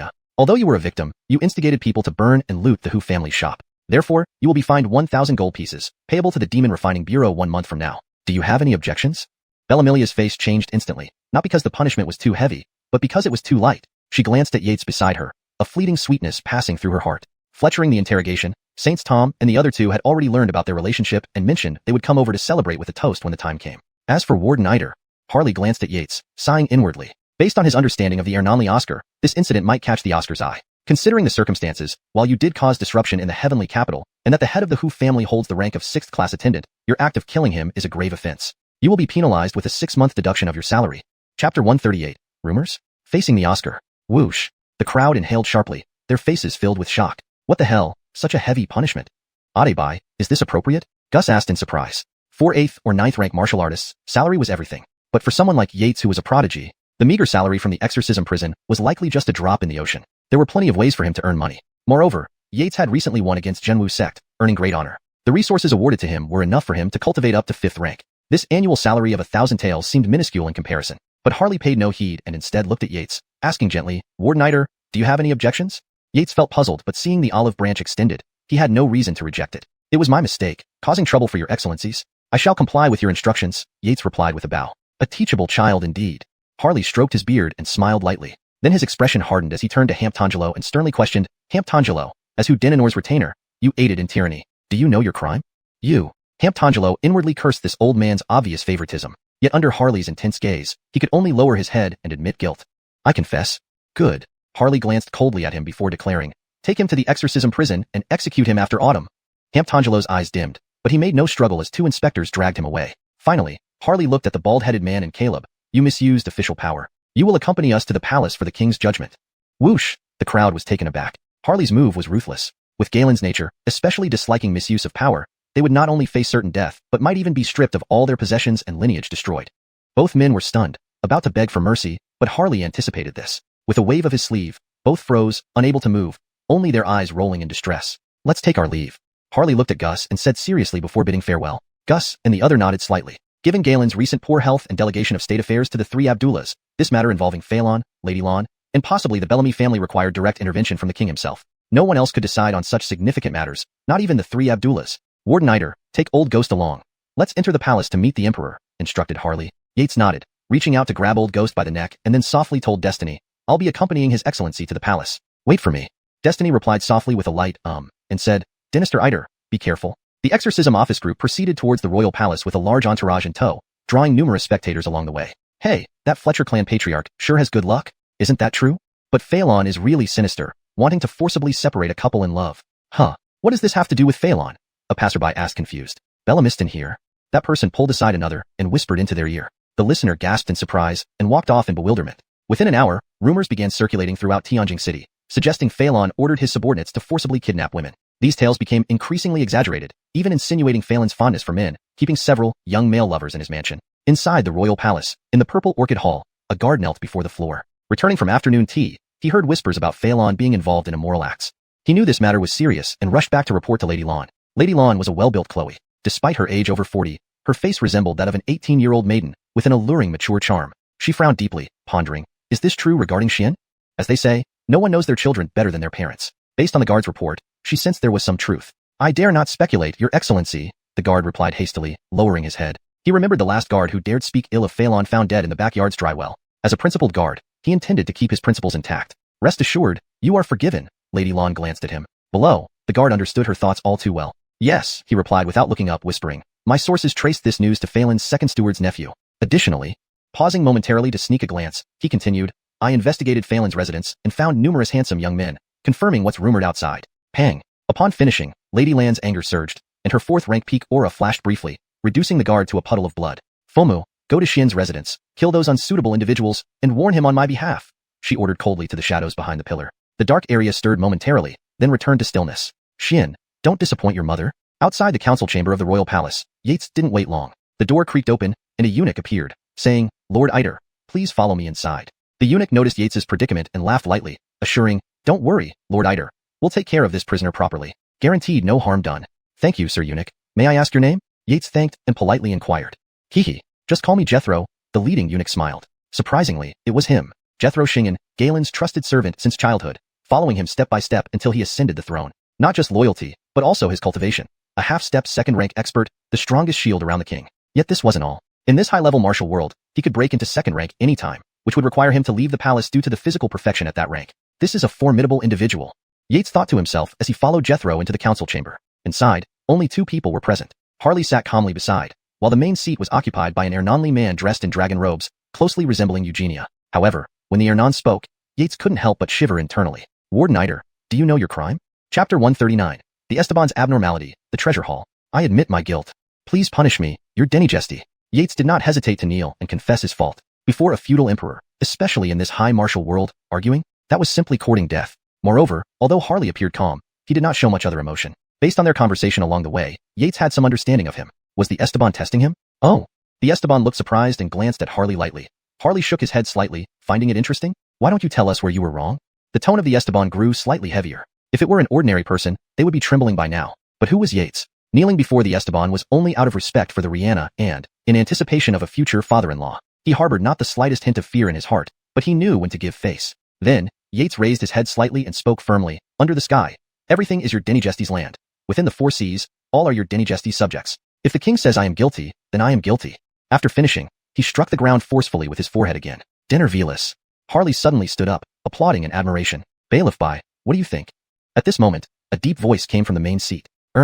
Harley could not help breaking into a sweat, having forgotten that they were in the council hall of the royal palace. Your Dynasty, I couldn't help myself upon hearing something marvelous. Please forgive me. Harley pretended to wipe away the cold sweat from his forehead. Inspector Eider, did you come up with that? The Esteban's expression remained unchanged. Only, both Yates and Harley could clearly hear the slight cheerfulness in the Esteban's voice.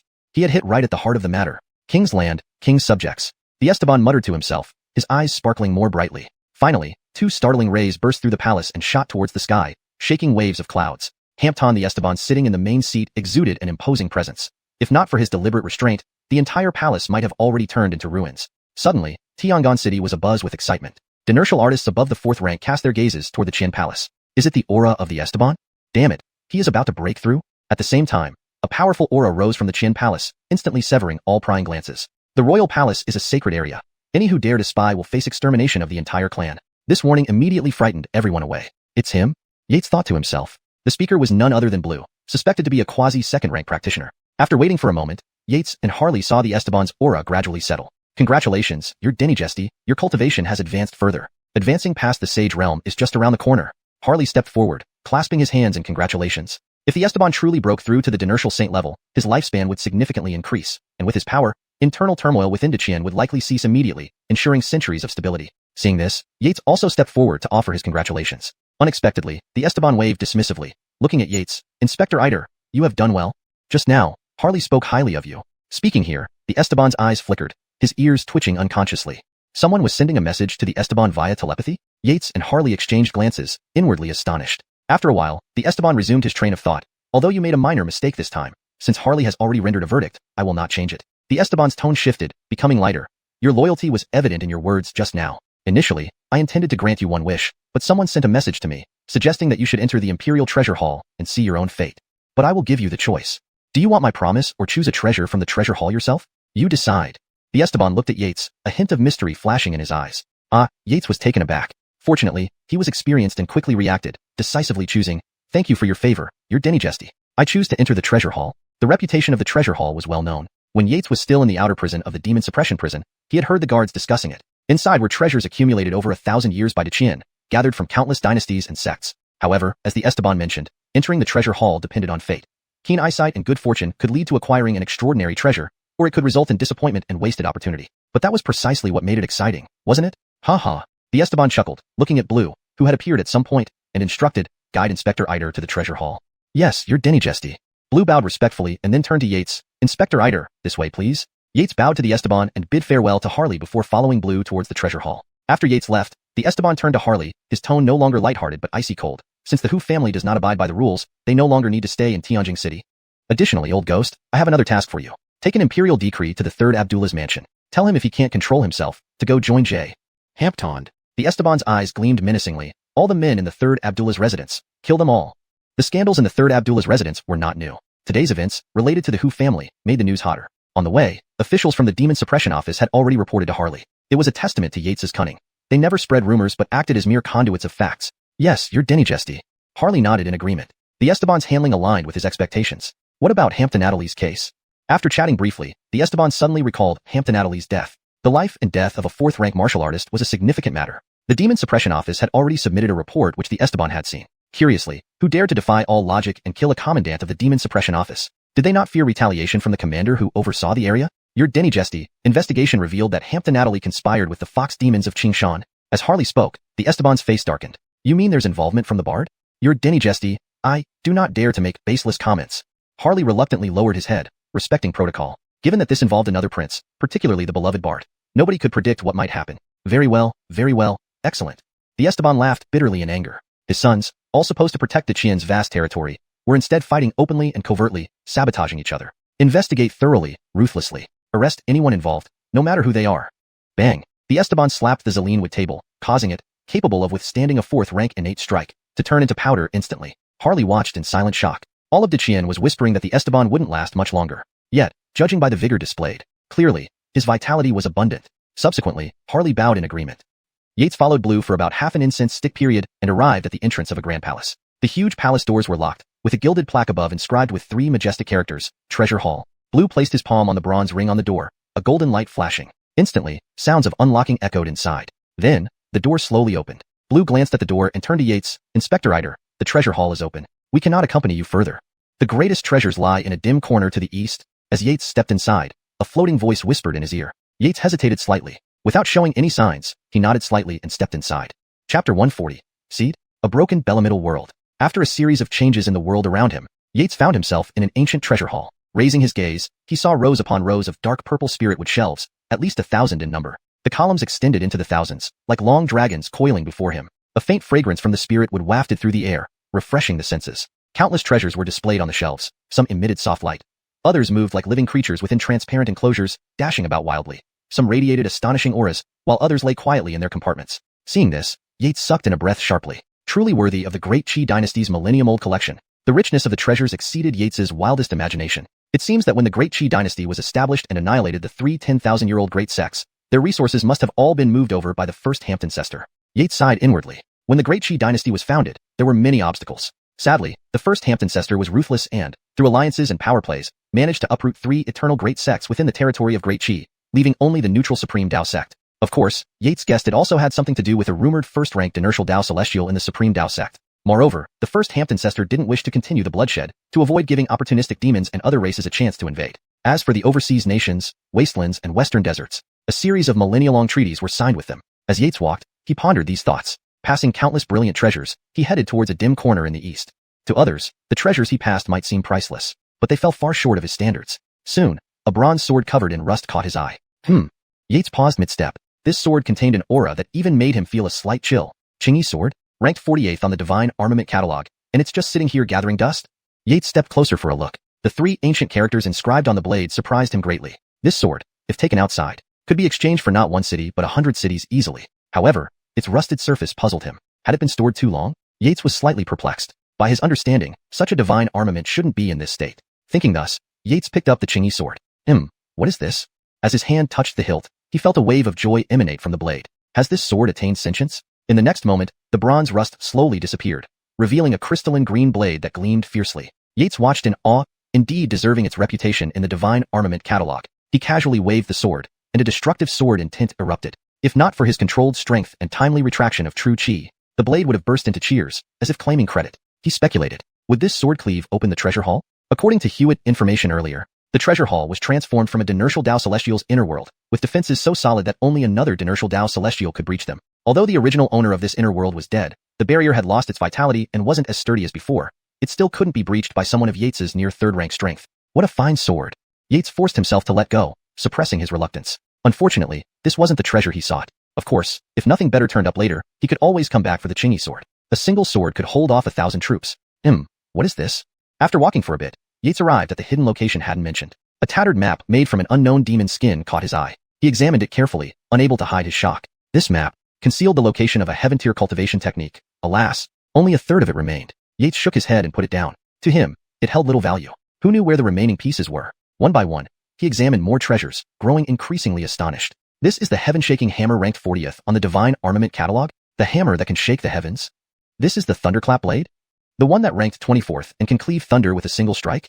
Yates's eyes were overwhelmed by the myriad treasures before him. The critical point was, he could only take one. Damn, how was he supposed to choose? After much deliberation, he finally picked the Thunderclap blade. Among all the treasures, this blade offered the best effect. Combat efficiency came second. Its ability to cleave through thunder was crucial. In the future, with this blade in hand, Leora, Qing Dai, and the others will have a much higher chance of successfully navigating the third-rank lightning tribulation. Feeling the jubilation from the blade, Yates smiled inwardly. But without a sheath,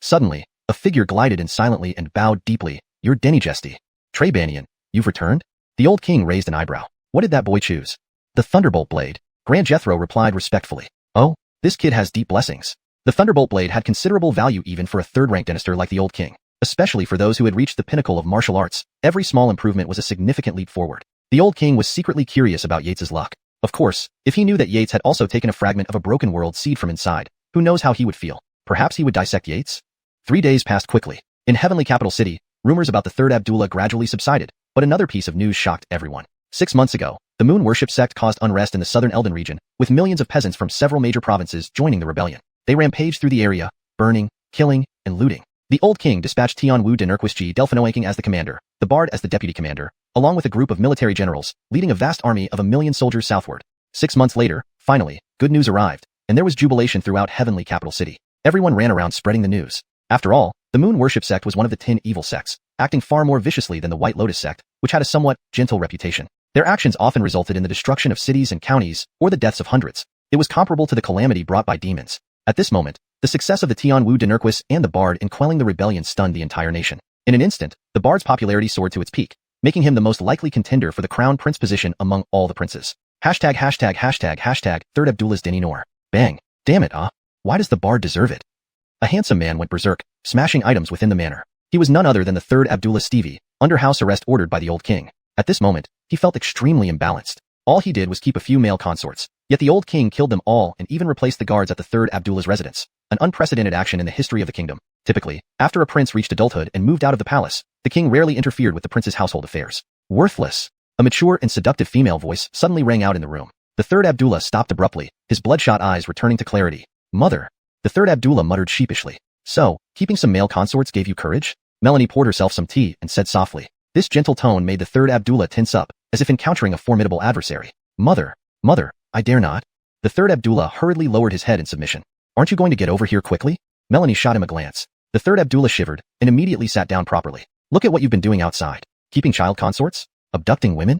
Melanie berated him angrily. That prison official was my ace, but you ruined it. You. Melanie was furious. She possessed outstanding talent, and had become a third-rank dynasty at a young age. The old king's talent was even more formidable. If not for the injury he sustained during the soul-burning vessel incident, which worsened over the years, stagnating his cultivation and shortening his lifespan, things could have been different. No, she suddenly remembered the surging yet hidden aura she sensed in the palace a few days ago. Could his injuries be improving? But why, with such excellent parents, did their son turn out to be such a failure? Unable to govern or defend the country. She spent most of her savings and used Bellamy family resources, only for her worthless son to become more useless over time. Melanie regretted indulging him. The third Abdullah listened obediently to her reprimand. After she finished, he cautiously asked, Mother, why are you here?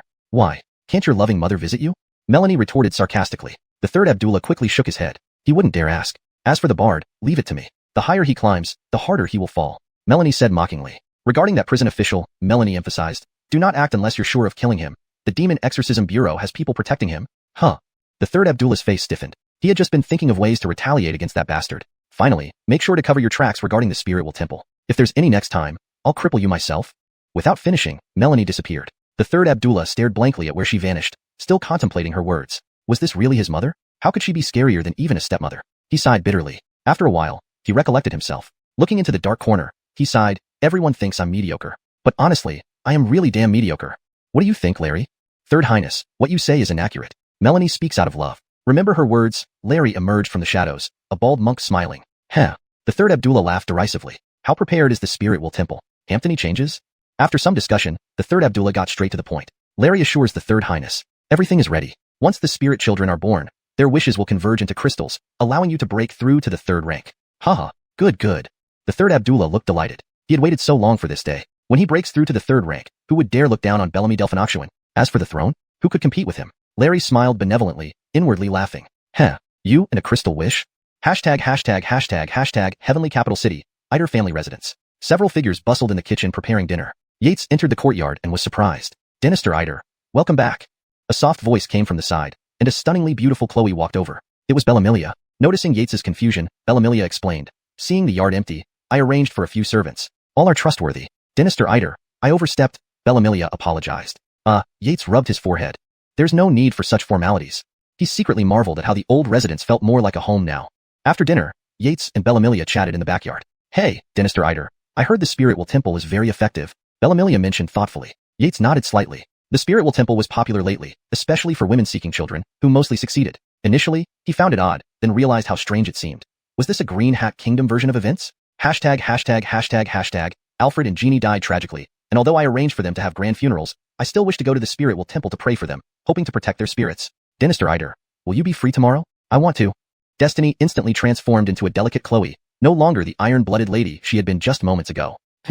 Yates was slightly taken aback. Then he nodded in agreement. This Spirit Will Temple. It's worth checking out to see the so-called child-giving guani. There might be something suspicious. The inner prison has recently executed quite a few prisoners, leaving many vacancies. Yates slightly nodded. The recent events surrounding the Spirit Will Temple piqued his interest, and it would be worthwhile to investigate further. Perhaps there was more to it than met the eye. Chapter 142. Those who hear of the Bellaminjuan Temple shall be pregnant. The moon was bright and the stars were sparse. Crickets chirped. In an estate, lights were shining brightly as figures darted about. Your Highness, that's how things stand.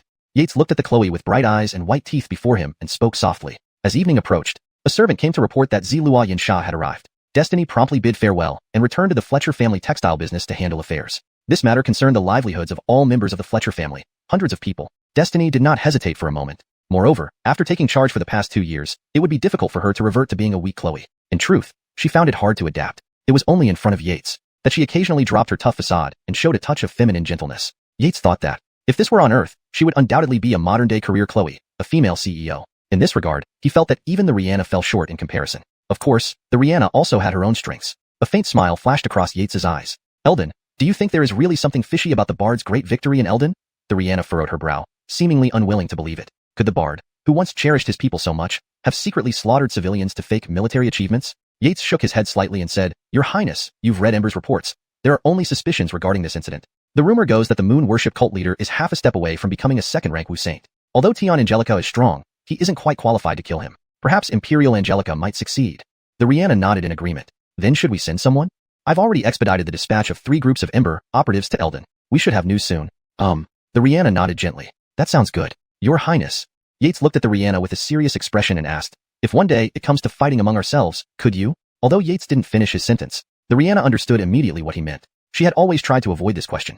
Her expression grew pensive as she fell into deep thought. Yates did not disturb her. After a brief pause, all signs of hesitation disappeared from the Rihanna's eyes as she looked at Yates. Eldon. As long as they don't violate any principles, I hope that their lives can be spared. Yates was momentarily taken aback, but then smiled lightly. The Rihanna was still the Rihanna. Even after going through trials of blood and fire, her nature remained unchanged. Your Highness, this is easy. I promise you. Yates laughed softly. The next morning, at the entrance of the old Eider residence, a carriage stopped steadily by the roadside, and a Chloe stepped out. It was Destiny. Dynasty Bellamy, thank you for waiting. Haha, Dynasty, rest assured, Dorian understands? Dynasty Bellamy, an Ernonly man with slightly gray temples, chuckled. Destiny wasn't shy, and nodded confidently. Eider Delfino made the beautiful lady laugh. In the capital city, it had become a topic of street gossip. She, Destiny, would marry no one but him in this life. As Destiny walked to the gate and prepared to knock, it creaked open. Yates pushed the door open just as Destiny's hand hovered above his head. How coincidental. Yates chuckled. Mr. Eider, you must have done this on purpose. Destiny playfully complained. Though she lacked martial cultivation, she wasn't ignorant about martial arts. From Yates's performance that day, his abilities far exceeded her previous understanding. This Mr. Eider truly harbored profound intentions. Haha. Amidst laughter, the two boarded the carriage and set off toward Bellaminjuan Temple. Half an incense stick later. Whoa. Dynasty Bellamy pulled the reins, stopping the carriage steadily. Dynasty Bellamy, is something wrong? Destiny's voice came from inside. There are people ahead holding a funeral. Should we let them pass first? Dynasty Bellamy watched the group of mourners ahead, frowning and showing a hint of unusual concern in his eyes. Let them pass. Destiny responded without hesitation. Yates released his divine sense after hearing this. Indeed, a group of people were holding a funeral. Not right. Yates suddenly paused. He detected an unusual spiritual energy originating from within the coffin. Mr. Eider, is there a problem? Destiny, noticing Yates's changing expression, asked curiously. She knew that some martial experts could sense distant events beforehand, like when Uncle Qi helped her evade pursuers several times before. Yes. Yates nodded and explained. There's an ordinary Chloe inside the coffin, but there is a faint spiritual energy emanating from her body. Destiny looked puzzled. Is there a problem with that? Before her death, this Chloe was pregnant, and the child she carried is extraordinary. Destiny remained confused. What did that mean? Swear, you're not a martial artist, so you wouldn't understand many things related to martial artists. This Chloe's child was no ordinary fetus. It was a spirit child. Yates's expression became more serious. Hee, Dynasty has such broad knowledge. Dorian admires you greatly. Dynasty Bellamy's voice suddenly chimed in. Dynasty Bellamy isn't far behind? Yates smiled lightly. Others might not notice, but his eyes were nearly as discerning as the legendary Fire Eye Golden Vision, especially with his divine sense, which was comparable to that of a third-ranked grandmaster. Dynasty Bellamy also possessed profound martial arts skills. Unfortunately, his cultivation was completely sealed. This information was evident to Yates from the very first glance. Thinking of this, Yates couldn't help but look at Destiny. Was she destined for great fortune? First, she had loyal servants like Uncle Qi and Bellamiddle Peach. Now Dynasty Bellamy. Mr. Eider, does Schwer have a flower on her face? Destiny clutched her skirt as a flush quickly spread across her cheeks. Yates chuckled, covering his forehead. Schwer is indeed a flower. At that moment, a sudden argument erupted outside the carriage. Flower, you died so tragically. It's all your fault. If it weren't for your encouragement, my wife wouldn't have gone to Bellaminjuan Temple. You must compensate for her death. A man's sorrowful cries resounded as he swung a hoe at several women. Seeing this, another villager quickly intervened. Dainio, are you crazy? Murder is punishable by decapitation. Right, several villagers who couldn't conceive went to Bellaminjuan Temple to pray and successfully became pregnant. Only were had this accident. How can you blame aunties for their good intentions? Seeing this, the village chief called on other men to restrain Dainio to prevent him from causing harm. The crowd gradually moved away amidst the sound of trumpets, with faint voices drifting in the wind. Poor Dainio's family, finally conceiving a child only to lose both lives. Who said it wasn't so? But is Bellaminjuan Temple really this effective? They say everyone who went to pray for a child ended up pregnant. Do you think this is eerie? Don't say such nonsense. This is a joyful event. Hurry up and leave. Dynasty Bellamy, as an experienced traveler, have you heard of such an effective child-granting guanine? Yates asked quietly. Chapter 143. Intrigue unveiled? The Exorcism Bureau visits. The dawn broke with the rising sun. Warm rays of sunlight bathed the earth, bringing a touch of warmth. But they could not dispel Belamuxinshin's inner chill. She was actually pregnant? Initially, she was overjoyed. After being married for many years without conceiving, her mother-in-law had started to comment subtly. But then, each time she thought about it, an uncontrollable chill would run through her. Her husband worked as a prison guard in the Exorcism Great Prison and rarely came home. It had been months since their last meeting, during which time they hadn't been intimate. Yet, she was pregnant? How could this not make her heart freeze? Although she came from a merchant family, she had never strayed, always staying faithful. So how did she end up pregnant for no reason? Ugh, she retched again as she pondered this, then decided to take a few guards and maids with her towards Bellaminjuan Temple. The only place she could think that something might have gone wrong was there. According to rumors, Anyone who entered the temple would become pregnant. At first, she dismissed it as mere superstition, but now she faced this calamity. She could already imagine how furious her husband would be when he returned and saw the child. But whenever she felt the slight movements in her belly, she couldn't bear to take abortifacient medicine. She dared not tell anyone else. Only her close maid Deborah knew. On the mountain road leading to Belaminjuan Temple, the journey wasn't smooth. Sitting in the carriage, Xianxia felt increasingly nauseous. She opened the curtains and looked outside, suddenly spotting something familiar. Is that Fletcher Jia's carriage? Belamu boss, follow the carriage ahead, Xianxia instructed the coachman. Though her husband's family was not wealthy, her mother, a prominent merchant in Tianjing City, provided her with ample resources, including servants and guards. Suddenly, Bellamy the coachman spoke up. Boss, there's a carriage behind us. Should we hurry? Carriage? Destiny paused. Who could it be? She lifted the curtain and saw the Belamu character on the carriage. It's Xianxia. Destiny's face lit up. A month ago, out of concern that the troubles at the Fletcher residence might affect this close friend, she had nearly cut off contact. Xianxia had helped by contributing dowry money, though it was like a drop in the ocean. But she cherished Xianxia's gesture deeply. Bellamy coachman, pull over and stop. It's an acquaintance. Bellamy skillfully steered the carriage to the side and stopped. After a moment, the Belamu family carriage caught up, and a young Chloe supported by a maid approached Destiny's carriage. Just as she was about to speak, Yates lifted the curtain and walked out. Denny damn Belamu, please come in. Belamu Xianxia, though puzzled, stepped into the carriage under the maid's support. Inside, sat a strikingly beautiful Chloe with a slightly tan complexion, smiling warmly at her. Fletcher sister, I knew you would recognize me. The two women began chatting animatedly. Fletcher sister, that man earlier was Yates? Belamu Xianxia whispered. You naughty thing. Destiny blushed and pretended to strike her. The two girls laughed and teased each other. Ugh. Suddenly, Belamu Xianxia retched again. Bella middle sister, are you pregnant? Destiny exclaimed, then smiled broadly. Congrats, little sister. This long-held wish of her close friend had finally come true, but she hadn't expected. Belamu Xianxia's bitter smile and hesitant expression. Destiny's happiness faded. Is something wrong with the child? Women understood women best. Belamu Xianxia's expression conveyed much. Confused, Belamu Xianxia shook her head but then nodded. Destiny? Shaking her head made sense, but nodding afterward? Sister, even I don't understand. Belamu Xianxia's voice grew softer. If it weren't for her dear friend, she wouldn't dare reveal such personal matters. Here's what happened. Belamu Xianxia slowly explained amidst Destiny's confusion. You mean you went to Belaminjuan Temple and became pregnant 2 months later? Destiny asked, recalling the deceased Chloe's husband's cries just moments before. Belamu Xianxia nodded. Sister, this matter is serious. Destiny recounted the recent tragedy. Belamu Xianxia's face turned pale, growing more anxious. But you don't need to worry. Yates has connections in the Exorcism Bureau. They'll investigate and clear things up. But, Destiny glanced at Belamu Xianxia's belly. Belamu Xianxia sighed bitterly and shook her head. Besides maternal instincts, a voice inside her urged her to protect the child. Suddenly, Belamu Xianxia clutched her belly in pain, beads of sweat rolling down her face. Destiny called Yates urgently. Yates examined Belamu Xianxia. More specifically, the tiny concentration of spiritual energy in her belly, matching the sensation from the deceased Chloe. Without saying much, he gently sent a strand of true qi to calm her restless fetus. Miss Belamu, stay calm, rest more, Yates said, following Dr. Launching's guidelines. Belamu Xianxia then bid farewell to Destiny, promising to meet again at Belaminjuan Temple. Yates, what was that about? Destiny couldn't help but ask after Belamu Xianxia left. Given it concerned her best friend, the same feeling as the dead Chloe's fetus. Her essence is being absorbed by the spirit embryo in her womb. With her current cultivation, she might hold out until the 5th month. I see. Destiny gasped in shock, asking, what about Xianxia? Yates nodded grimly, she will die too. What can we do? Destiny panicked. Don't worry. I suppressed the spirit embryo, temporarily. Your friend is safe for now. Yates gazed at Belaminjuan Temple coldly. We need to understand what these are first. Removing them hastily might endanger their lives. Dorian, find the body of the deceased Chloe and check if her fetus is gone. Yes, sir. I'll be right back. Bellamy swiftly disappeared from the carriage. Destiny marveled at the scene. At the gates of Belaminjuan Temple, a dozen men in Exorcism Bureau uniforms stood, led by Captain Abdurrahman. Had Yates been there, he would have recognized him as his uncle Abdurrahman. Do we force entry, Captain? Seeing the locked gate, one officer asked. Abdurrahman Baichuan shook his head. No rush. Let's follow protocol. Wait half an incense sticks burn, then act if necessary.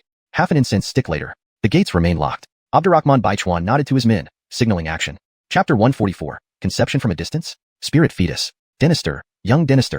The Belaminjuan Temple is just ahead. Dynasty Bellamy pointed to a magnificent temple a li, traditional Chinese unit of distance, away. It could be faintly seen. Several towering pagodas piercing the clouds, numerous streams and waterfalls, idle clouds and flying cranes adorned the mountainside. What a splendid sight of a Buddhist sanctuary. Dorian, is something wrong? Yates looked at Dynasty Bellamy beside him. His face slightly stiffened. Bellamilia felt the same way as she glanced over. Young Dynasty Eider. I've brought guests here before. There were countless pilgrims, an endless stream of carriages, and people swarming in, with incense clouds billowing half in the sky, Dynasty Bellamy said, pointing to the wide road. But now, he gestured at the nearly empty road. Only a few people are around, and we haven't even seen many carriages. Yates and Fiona hadn't been here before, but hearing this made them feel quite astonished. Logically, the more miraculous it was, the more pilgrims there should be. This sparse number clearly didn't match its reputation. Dorian, how did your investigation go? After pondering for a moment, Yates turned to Dynasty Bellamy. Just as you suspected, young Dynasty. Dynasty Bellamy gave a thumbs up in approval. Fiona looked between them, utterly puzzled. Dynasty Bellamy explained, young Dynasty suspected that the Chloe's womb contained a spirit fetus, an evil entity that specifically absorbs the mother's nutrients to nourish itself. So, I went to investigate the Chloe's body and, he paused and looked at them both. The fetus in the Chloe's womb had been extracted, and all her internal organs were shriveled into a ball, with their essence completely drained. So, it's highly likely that what was inside her was a spirit fetus. There's something strange about the Bellaminjuan temple. Came a sudden cry from nearby. Dynasty Bellamy looked embarrassed. He had been so engrossed in explaining that he forgot about the Chloe who was carrying the spirit fetus, standing beside them. Fletcher sister, is what you're saying true? Hampton, what exactly is a spirit fetus? Bellamy Xianxia bombarded them with questions, beads of sweat forming on her forehead. Her face was pale, and one hand rested on her belly, filled with fear. Fiona gave Dynasty Bellamy a stern look, and then turned to Bellamy Xianxia, comforting her. Xianxia, don't panic. They spoke without thinking. After a while, Bellamy Xianxia's emotions gradually calmed down, though the fear in her eyes hadn't completely faded. What they described, spirit fetus, corpses, internal organs, truly frightened her. The thought that she might end up the same way made her stomach ache. Child, are you really a spirit fetus? Bellamy Xianxia murmured to herself, lost in thought. Seeing Bellamy Xianxia like this, Fiona could only turn to Yates, pleading for help. She didn't want her few friends to end up in such a tragic situation. Yates shook his head. He had been deep in thought and hadn't noticed anyone approaching. He agreed with Dynasty Bellamy's theory about the spirit fetus. Moreover, based on his knowledge, there had been incidents of evil monks from the cult of evil Buddhism using women's bodies to incubate spirit infants centuries ago. Once matured, the main cultist would absorb these infants, greatly boosting their cultivation to reach the semi-step into the second-rank, Dinertial Saint realm. Just as he was about to transcend the sixth Thunder Tribulation, 100 Bellamy Hongfei appeared out of nowhere and smashed the tribulation with overwhelming power. He then threw the main cultist into the inner hell's sixth level. Yates believed this account to be mostly true because it was recorded by a prison warden in the inner hell of the demon-quelling Great Prison. Alana, Mrs. Bellamy, this matter is still inconclusive. Let's go inside the Bellaminjuan temple to investigate first, Yates suggested after scanning the area with his divine sense. He found that there were actually many worshippers inside, which might explain the sparsity outside. Yes, Xianxia, don't worry yet. It's too early to tell what's inside your belly. Rest assured, I won't abandon you. Fiona continued to comfort Bellamy Xianxia. Although her smile was sadder than crying, she had no choice but to calm herself. The four entered the Bellaminjuan temple, following the other worshippers through the gates. Inside was an immense courtyard surrounded by numerous rooms. Women occasionally emerged with flushed faces, while others held paper slips and waited anxiously outside, like waiting to be chosen. There's something inside that blocks divine sense? Yates's expression changed. The blocking object was called a divine sense stone, something he had read about in ancient texts. This wasn't something an ordinary person could afford since it couldn't be forged by human means. It was rumored to have fallen from the heavens, or created by immortals. Inside the grand hall of the Bellaminjuan temple, Yates saw a large golden Buddha statue, smiling benevolently. Next to it stood a jade statue of Guanyin, but no other Buddhas or Bodhisattvas. Avoiding the crowds, they moved aside. Fletcher sister, see, that Guanyin is the child giving Guanyin. Last time, after I worshipped her, the temple attendant gave me a slip of paper. I then followed the instructions and entered a room to receive Guanyin's blessings, Bellamy Xianxia explained, noticing their confused expressions. Don't misunderstand, there's nothing inappropriate inside. We just pay homage to Guanyin, and I'm not that kind of person. Are you saying that nothing inappropriate happened throughout this whole process? Hampton, you never lost consciousness? Yates asked, astonished. Even back then, the evil monks would engage with women and implant the spirit fetus. Could it be that their methods had advanced to conception from a distance? Yates was shocked. What do we do now, Mr. Ryder? Fiona was no longer focused on seeking blessings, but on how to handle Bellamy Xianxia's situation. Bellamy Xianxia also looked at Yates with confusion. Dorian, can you investigate the rooms inside? Yates asked Dynasty Bellamy, frowning. Upon entering the temple, he felt a greedy gaze fall upon them, especially Fiona. In this situation, he didn't dare let Fiona leave his sight, fearing that they might end up impregnating her as well.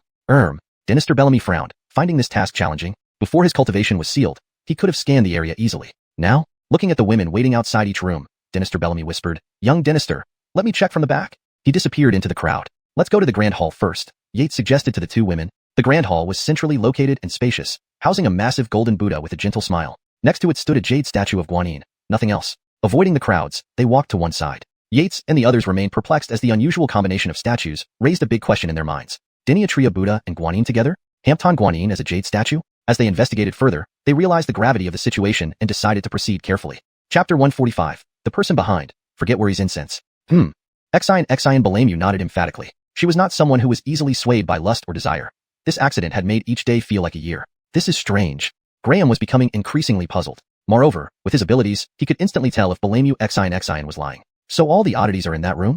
Graham thought to himself. Lady Bellamy, there's one more thing I need to ask. Can you answer me? Graham looked at Bellamy Xian. Bellamy Xian quickly nodded. She just wanted to find out what was wrong as soon as possible. How many times have you come here? Did you enter the room every time? 5 times. Blame Xian paused for a moment before replying, regarding the room. After my third visit, the temple guardian said Guanyin had received my wish and that I no longer needed to enter the room for blessings. Dynasty Chu, is something amiss? Loretta asked Graham worriedly. Graham nodded, explaining, Lady Blame, your cultivation isn't high. If they added some hallucinogens or similar drugs, you might not have noticed anything. Seeing Blame Xian's expression turning fearful again, Graham thought for a moment. Lady Blame, don't overthink it. We will definitely help you now. He silently added in his heart. These must be from the lineage of evil Buddha. Are they? He was almost certain that Belaminjuan Temple was the remnant of the evil Buddha sect that was destroyed 100 years ago. But how did they manage to resurrect themselves around the capital city? Yes, Xian, don't worry too much. We'll definitely help you. Stay strong. Loretta encouraged Blame Xian. Blame Xian nodded with a bitter smile. So, Dynasty Chu, should I still draw a fortune slip? Loretta hesitated, looking at Graham. Having seen what happened to Blame Xian, she, as an ordinary Chloe, felt a deep fear. A flash of inspiration struck Graham. He suddenly thought of a way to test, then turned to Loretta and whispered, Shuer, are you scared? Loretta was taken aback but nodded. But Shuer wants to catch the person behind this even more. Good. Graham squeezed Loretta's hand and leaned close to whisper instructions. Do this, and this? As she listened, Loretta nodded repeatedly. After a while, Loretta walked toward the statue of child giving Guanyin in their sight. A few moments later, Loretta returned with a piece of paper. Graham gave her a nod. The three then headed outside. Shuer, keep it safe. Someone is watching us. Don't speak or nod. This is a martial arts telepathic communication. Only when they reached the inner residence did Graham notice the gaze disappear. Dynasty Chu, why are we here? The two women asked, puzzled. Isn't this place considered ominous? Could they be planning to stay overnight? To uncover the truth, we must delve deeper. Graham looked at Dusuar. Let's go. Dorian is waiting for us over there. Graham came here because Dorian had successfully completed his task and left a message earlier. Night soon fell. Graham and the two women were idly chatting inside the house. It was then that Graham learned that Blame Xian's husband was Blame Mingda from Outer Delfino. Does Dynasty Chu know my husband? Blame Xian asked in surprise. Graham nodded slightly and was about to reply when the door creaked. Don't be afraid. It's Dynasty Bellamy returning. Sure enough, the door opened, and Dynasty Bellamy entered furtively. He poured himself a cup of tea and exaggerated. Young Dynasty, do you know, Dorian nearly didn't make it back? Noticing the three staring at him, he thumped his chest dramatically. The three were stunned. Apparently, right after receiving Graham's orders, Dynasty Bellamy prepared to find a room to try to infiltrate the temple. Initially, he planned to dress up as a Chloe, but the monks at Belaminjuan Temple caught him. Fortunately, he escaped quickly, causing only slight commotion. Later, he climbed the mountain behind the temple, sneaked past the monks, and found an unoccupied room to sneak into. You guess what I discovered inside? Dynasty Bellamy put down his teacup and looked at the trio. The three? Come on, you old man. Can you stop showing off and just talk normally? Dorian, hurry up. This is a matter of life and death. Stop stalling. Graham urged. Dynasty Bellamy sighed. A statue of Buddha. Dynasty Bellamy, isn't it normal for Belaminjuan Temple to have Buddha statues inside? Du Shuer asked doubtfully. Yes, when I first entered, there was indeed a Buddha statue, just like the one in the hall, except it wasn't smiling, Blame Xian added. But what you don't know is that the Buddha statue was fake. Dynasty Bellamy declared surprisingly. What? The three were shocked, especially Blame Xian, whose face turned deathly pale. Yes, it was played by a living person, usually resembling an ordinary sculpture, but they would reveal themselves when needed. Sealing stones in? Graham frowned. Dynasty sees deeply. Dynasty Bellamy praised. The two women looked at Graham, perplexed. Sealing stones in is an esoteric skill from the sealing sect of 10,000 Buddha Temple, passed down secretly. Later, a disciple rebelled against the 10,000 Buddha Temple and took this skill. Graham turned to the two women. His gaze finally settled on Blame Xian. 100 years ago, an evil Buddha appeared, harming tens of thousands of women, condensing spirit fetuses in an attempt to break the second rank and achieve sainthood, but the protector used formidable means to destroy it. The person is the disciple who defected from the 10,000 Buddha Temple back then. Oh. Then, what's happening to me? Blame Xian trembled. Graham nodded. Lady Blame. A spirit fetus is not a real fetus, but a method of cultivating through a sinister practice, combining spiritual essence and blood. The two women were lost. Only Dynasty Bellamy smiled, giving Graham a discreet thumbs up. Indeed, the experienced driver spoke without driving but couldn't stop talking about driving. Was there any other setup in the room? After a moment of thought, Graham asked Dynasty Bellamy. Dynasty, you are truly a divine being. Guessing this correctly? Dynasty Bellamy gave another thumbs up. The three sighed. There was also an incense burner inside, burning Forget Worries incense. Dynasty Bellamy emphasized. The two women looked at Graham. Ugh, Graham broke into a cold sweat. Dynasty Chu. Loretta said softly. Forget Worries incense is specifically created by Beast Taming, sect for special clients to combat maternal demons. The two women were still puzzled. Have you heard of love-inducing powder? The two women nodded. Cough, cough. This bedroom pleasure treasure was known throughout the Great Qian Empire. Even Blame Xian, whose husband wasn't particularly skilled, used it to aid their pleasure. Hampton Loretta, though a young maiden, had traveled widely over the past 2 years and heard plenty about it. Exactly. The effects of Forget Worries incense are similar to love-inducing powder, but there's a major difference. Graham looked at Blame Xian. It can make people lose short-term memory without realizing it. Hashtag chapter 146. Bellamy How to Shock, 3 years. Dynasty Ider, Is Sister Bellameu going to be alright? Bellamilia watched with concern as Bellameu Xianxia had fainted. By this point, everyone was clear. The Bellaminguan temple was nothing more than a den of debauchery. The pregnancies of the women were all due to the lustful monks of the temple. Moreover, it wasn't just simple pregnancies. The spiritual fetuses inside the women would drain all the vital organs of their mothers to strengthen themselves before being harvested by the Bellaminguan temple. With this revelation, the matter became crystal clear. Don't worry, Dinidam Bellameu's breathing has already stabilized. She just couldn't handle the shock and fainted. Yates glanced at the fainting Bellameu Xianxia, but chose not to expose her. Bellamife is tough enough without unnecessary drama. Only Bellamilia, who lacked martial cultivation, failed to notice Bellameu Xianxia's abnormal state. Dinister eyed her. What about Sister Bellameu's child? Bellamilia looked at Bellameu Xianxia's belly, worry etched on her face. You don't need to worry. Since we know what it is, I can directly help her dissolve it into energy, Yates said softly, looking at Bellameu Xianxia. It all depends on Dinidam Bellameu's choice. Ah, Sister Bellameu, you're awake? How do you feel? Bellamilia asked hastily, not sensing any oddness. Thank you for your concern, sister. I'm fine. Bellameu Xianxia smiled gratefully, and then turned to Yates. Dinister eyed her, please. Regardless of everything, she no longer dared to keep the spiritual fetus. Yates nodded slightly. Dinidam Bellameu, forgive me. Under the watchful eyes of the three, he placed his hand, glowing with a faint golden light, on Bellameu Xianxia's slightly protruding belly. Perfect level exorcism prison sutra? Dinister Bellamy's eyes nearly popped out of their sockets. How old was this man? This was a heavenly tier cultivation method, not some commonplace yellow tier trash. Heaven only knows how hard it was for him to acquire a single earth tier technique, leading to a million-mile pursuit by enemies until he eventually ended up in the Devil's Denver. He suffered under the seal of a female devil, and if he didn't break it, he'd have only a few years left to live. The means employed by the devils in the Devil's Den were too nefarious, and despite seeking help from old friends in the Xianxia sect, they couldn't remove the seal. Who would have thought that in his lifetime, he would meet a young man who mastered a heavenly tier technique to perfection? Even Ernans from Super Sect wouldn't be able to achieve this. Well, a moment later, Yates spoke. So fast. Bellameu Xianxia blurted out instinctively. Ah, I didn't mean that. Seeing the puzzled looks of the three, Bellameu Xianxia hurriedly waved her hands. Sister Bellameu, how are you feeling now? Bellamilia asked, looking at her stomach worriedly. I feel much better. There's no more discomfort. Thank you, Sister Fletcher. Dinister eyed her. Bellameu Xianxia replied. Bellameu Xianxia knew that without Bellamilia's connection, Yates might not even have bothered with her. All right, you two catch up inside while I go chat with Dorian outside. The two women nodded. Outside, passers-by occasionally cast curious glances at the Ernanli and young men standing there. Dinister, what do you want with Dorian? Dinister Bellamy smiled, but inwardly, he was panicking. After spending time here, he knew Dinister Eider wasn't someone to trifle with. Hamptony misstep could end his days miserably. Originally planning to spend his remaining years peacefully somewhere, he didn't expect so much trouble so soon after joining the Fletcher family estate. If he had known, speak. Yates gave Dinister Bellamy a casual glance. If he didn't explain himself clearly, well, Yates didn't mind accelerating his journey. Dinister Bellamy broke out in a cold sweat. Having little time left, he couldn't bear another threat, so he confessed immediately. After some time, Yates looked at him curiously. Initially guessing this old man had an unusual background, he never expected him to be an elder from the Sunset sect. Dorian, why did you leave such a prestigious position as an elder of the Sunset sect to become a coachman in the Fletcher family? Aren't you embarrassed? Yates laughed. Bellamy Houchu. Is it really okay to strip someone of their dignity like this? Huh. Yates lightly patted Bellamy Houchu's shoulder, speaking earnestly. Dorian, life brings us together for a reason. How much strength do you have left? Bellamy Houchu glanced at him speechlessly, thinking he was about to be exploited for labor. 8 rank. Yates frowned slightly. 7 rank. Bellamy Houchu resigned himself. Whatever will be, will be. Hampton, if necessary, I can unleash a peak 3rd rank attack. Yates secretly gave him a thumbs up. Truly deserving of being a veteran grandmaster, he had multiple trump cards. Is there a way to unseal it? Yates pondered over the female devil mentioned by the old man, unsure of her identity. The Profound Void Sutra. Bellamy Houchu said without hesitation, explaining when he saw Yates's puzzled expression. Back then, my cultivation remained at mid-3rd rank despite being sealed. Over the years, it diminished gradually. I sought many old friends but none could help. Only an old friend from the Xianxia sect mentioned a possibility to cultivate the Profound Void Sutra to perfection, which is even harder than asking a 2nd rank Wu Saint for help. Bellamy Houchu shook his head while speaking. Hampton Exorcism Department's heavenly tier technique? Yates was quite surprised. A coincidence? Did you also perfect this technique, Dinister? Bellamy Houchu suddenly perked up. Do you think it's possible? Yates responded coolly.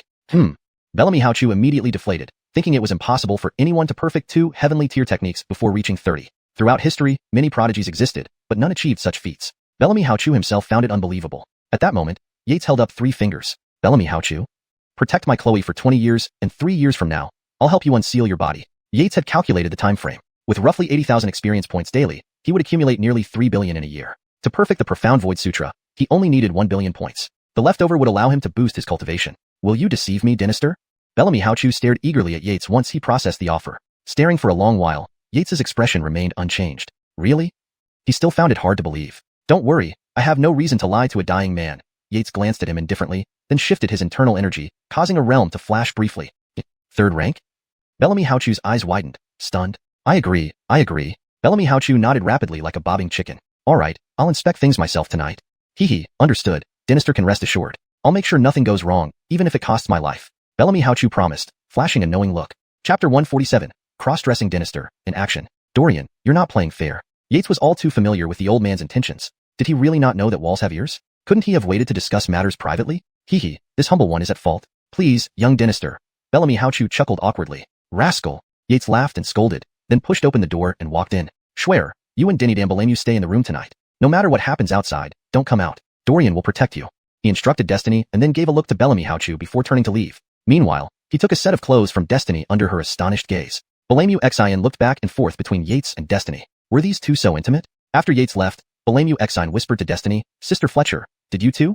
Instantly, the iron-blooded lady blushed red. On his end, Yates shamelessly took Destiny's clothes. Then he found a secluded corner, used the art of shape-shifting to quickly transform into Destiny's appearance, and put on the clothes. In no time, a graceful and charming Chloe appeared in the corridor, drawing glances from everyone around her. Hee, that's exactly the effect I wanted. Yates smirked internally and then swayed her slim waist, walking away with a smile. At that moment, there came an uproar from afar. Hurry, don't let him escape. He's one of the heretics. TSK, you demons of Belaminjuan Temple, wait for my exorcist office troops to arrive. Ah. Accompanied by several screams, the noise abruptly stopped. Ladies, some villains disguised as exorcist officers caused a disturbance just now. We apologize for the trouble. Two novice nuns bowed repeatedly as they walked by. The exorcist office is here? Yates thought to himself. No wonder Belaminjuan Temple was almost deserted during the day. Was it cleared by the exorcist office? Now worshippers were gradually returning. Miss, do you need any help? The two nuns saw Yates in her cross-dressed form, and their eyes gleamed greedily. Such a beauty. If other monks saw her, would they still have a chance to impress her? Tonight must be their lucky night. Buddha bless them. They waved other monks over to remove the bloodied bodies and quickly approached Yates. Reverends, this is my first visit. Could you tell me where this place is? Yates pretended to be Ainsley, speaking shyly. Hiss. Immediately, a wave of sharp intakes of breath spread through the crowd as everyone stared at this stunning creature in astonishment. It seemed true that beauty could indeed cause chaos. To die for such a beauty, they'd gladly. Of course, if Destiny knew Yates was dressing up as her and causing such commotion, she would probably pummel him immediately. Pervert. The two nuns, being ordinary 8th-rank cultivators, had never seen such a scene before. They were instantly mesmerized by Yates's transformed appearance and led her towards an empty room. As soon as the door closed, the dazed expressions vanished, replaced by fear. Despite Yates's exquisite appearance, their hearts sank in terror. This Chloe could ensnare them with just a glance? With their low cultivation, Buddhist monks should not be easily deceived. What kind of being was she? Or perhaps, what kind of demon? However, they dared not shout, feeling a faint aura covering the area, rendering any cries useless. Miss, you called us. For what purpose? One of the taller monks asked nervously. No need to rush. Yates smiled lightly, then glanced at the Buddha statue inside, sat down on a chair, and said, come closer. The two nuns showed a grimace worse than a cry as they timidly approached. Can you awaken this statue? No, the tall monk started to answer. Yates's gaze turned cold, tightening the air around them. Best remember your words, Dynasters. I can't tell truth from lies. Their expressions grew even more pained. Yes. The shorter monk replied cautiously. Can he hear our conversation? Yates asked further. No, yes. Sensing Yates's gaze growing colder, they trembled and changed their answers. Surprisingly, the statue could hear them? Yates was intrigued. This skill was indeed extraordinary. Are you remnants of the evil Buddha lineage? Fear flashed in their eyes before they shook their heads vigorously. Oh, you're not afraid of death? Yates's tone turned icy. Again, they shook their heads. Afraid but unable to speak? Could it be a curse? Do you dare not say evil Buddha? Yates pondered, looking at the shorter monk. Just as he tried to speak, his expression contorted in agony, eyes wide, screaming, no, I didn't. A loud bang echoed, and the short monk exploded into a pile of flesh and blood. Yates waved his hand, and a flash of red light followed, accompanied by the smell of roasting meat which then dissipated. Though the short monk was gone without a trace, Yates frowned deeply. Rules are involved? This is serious.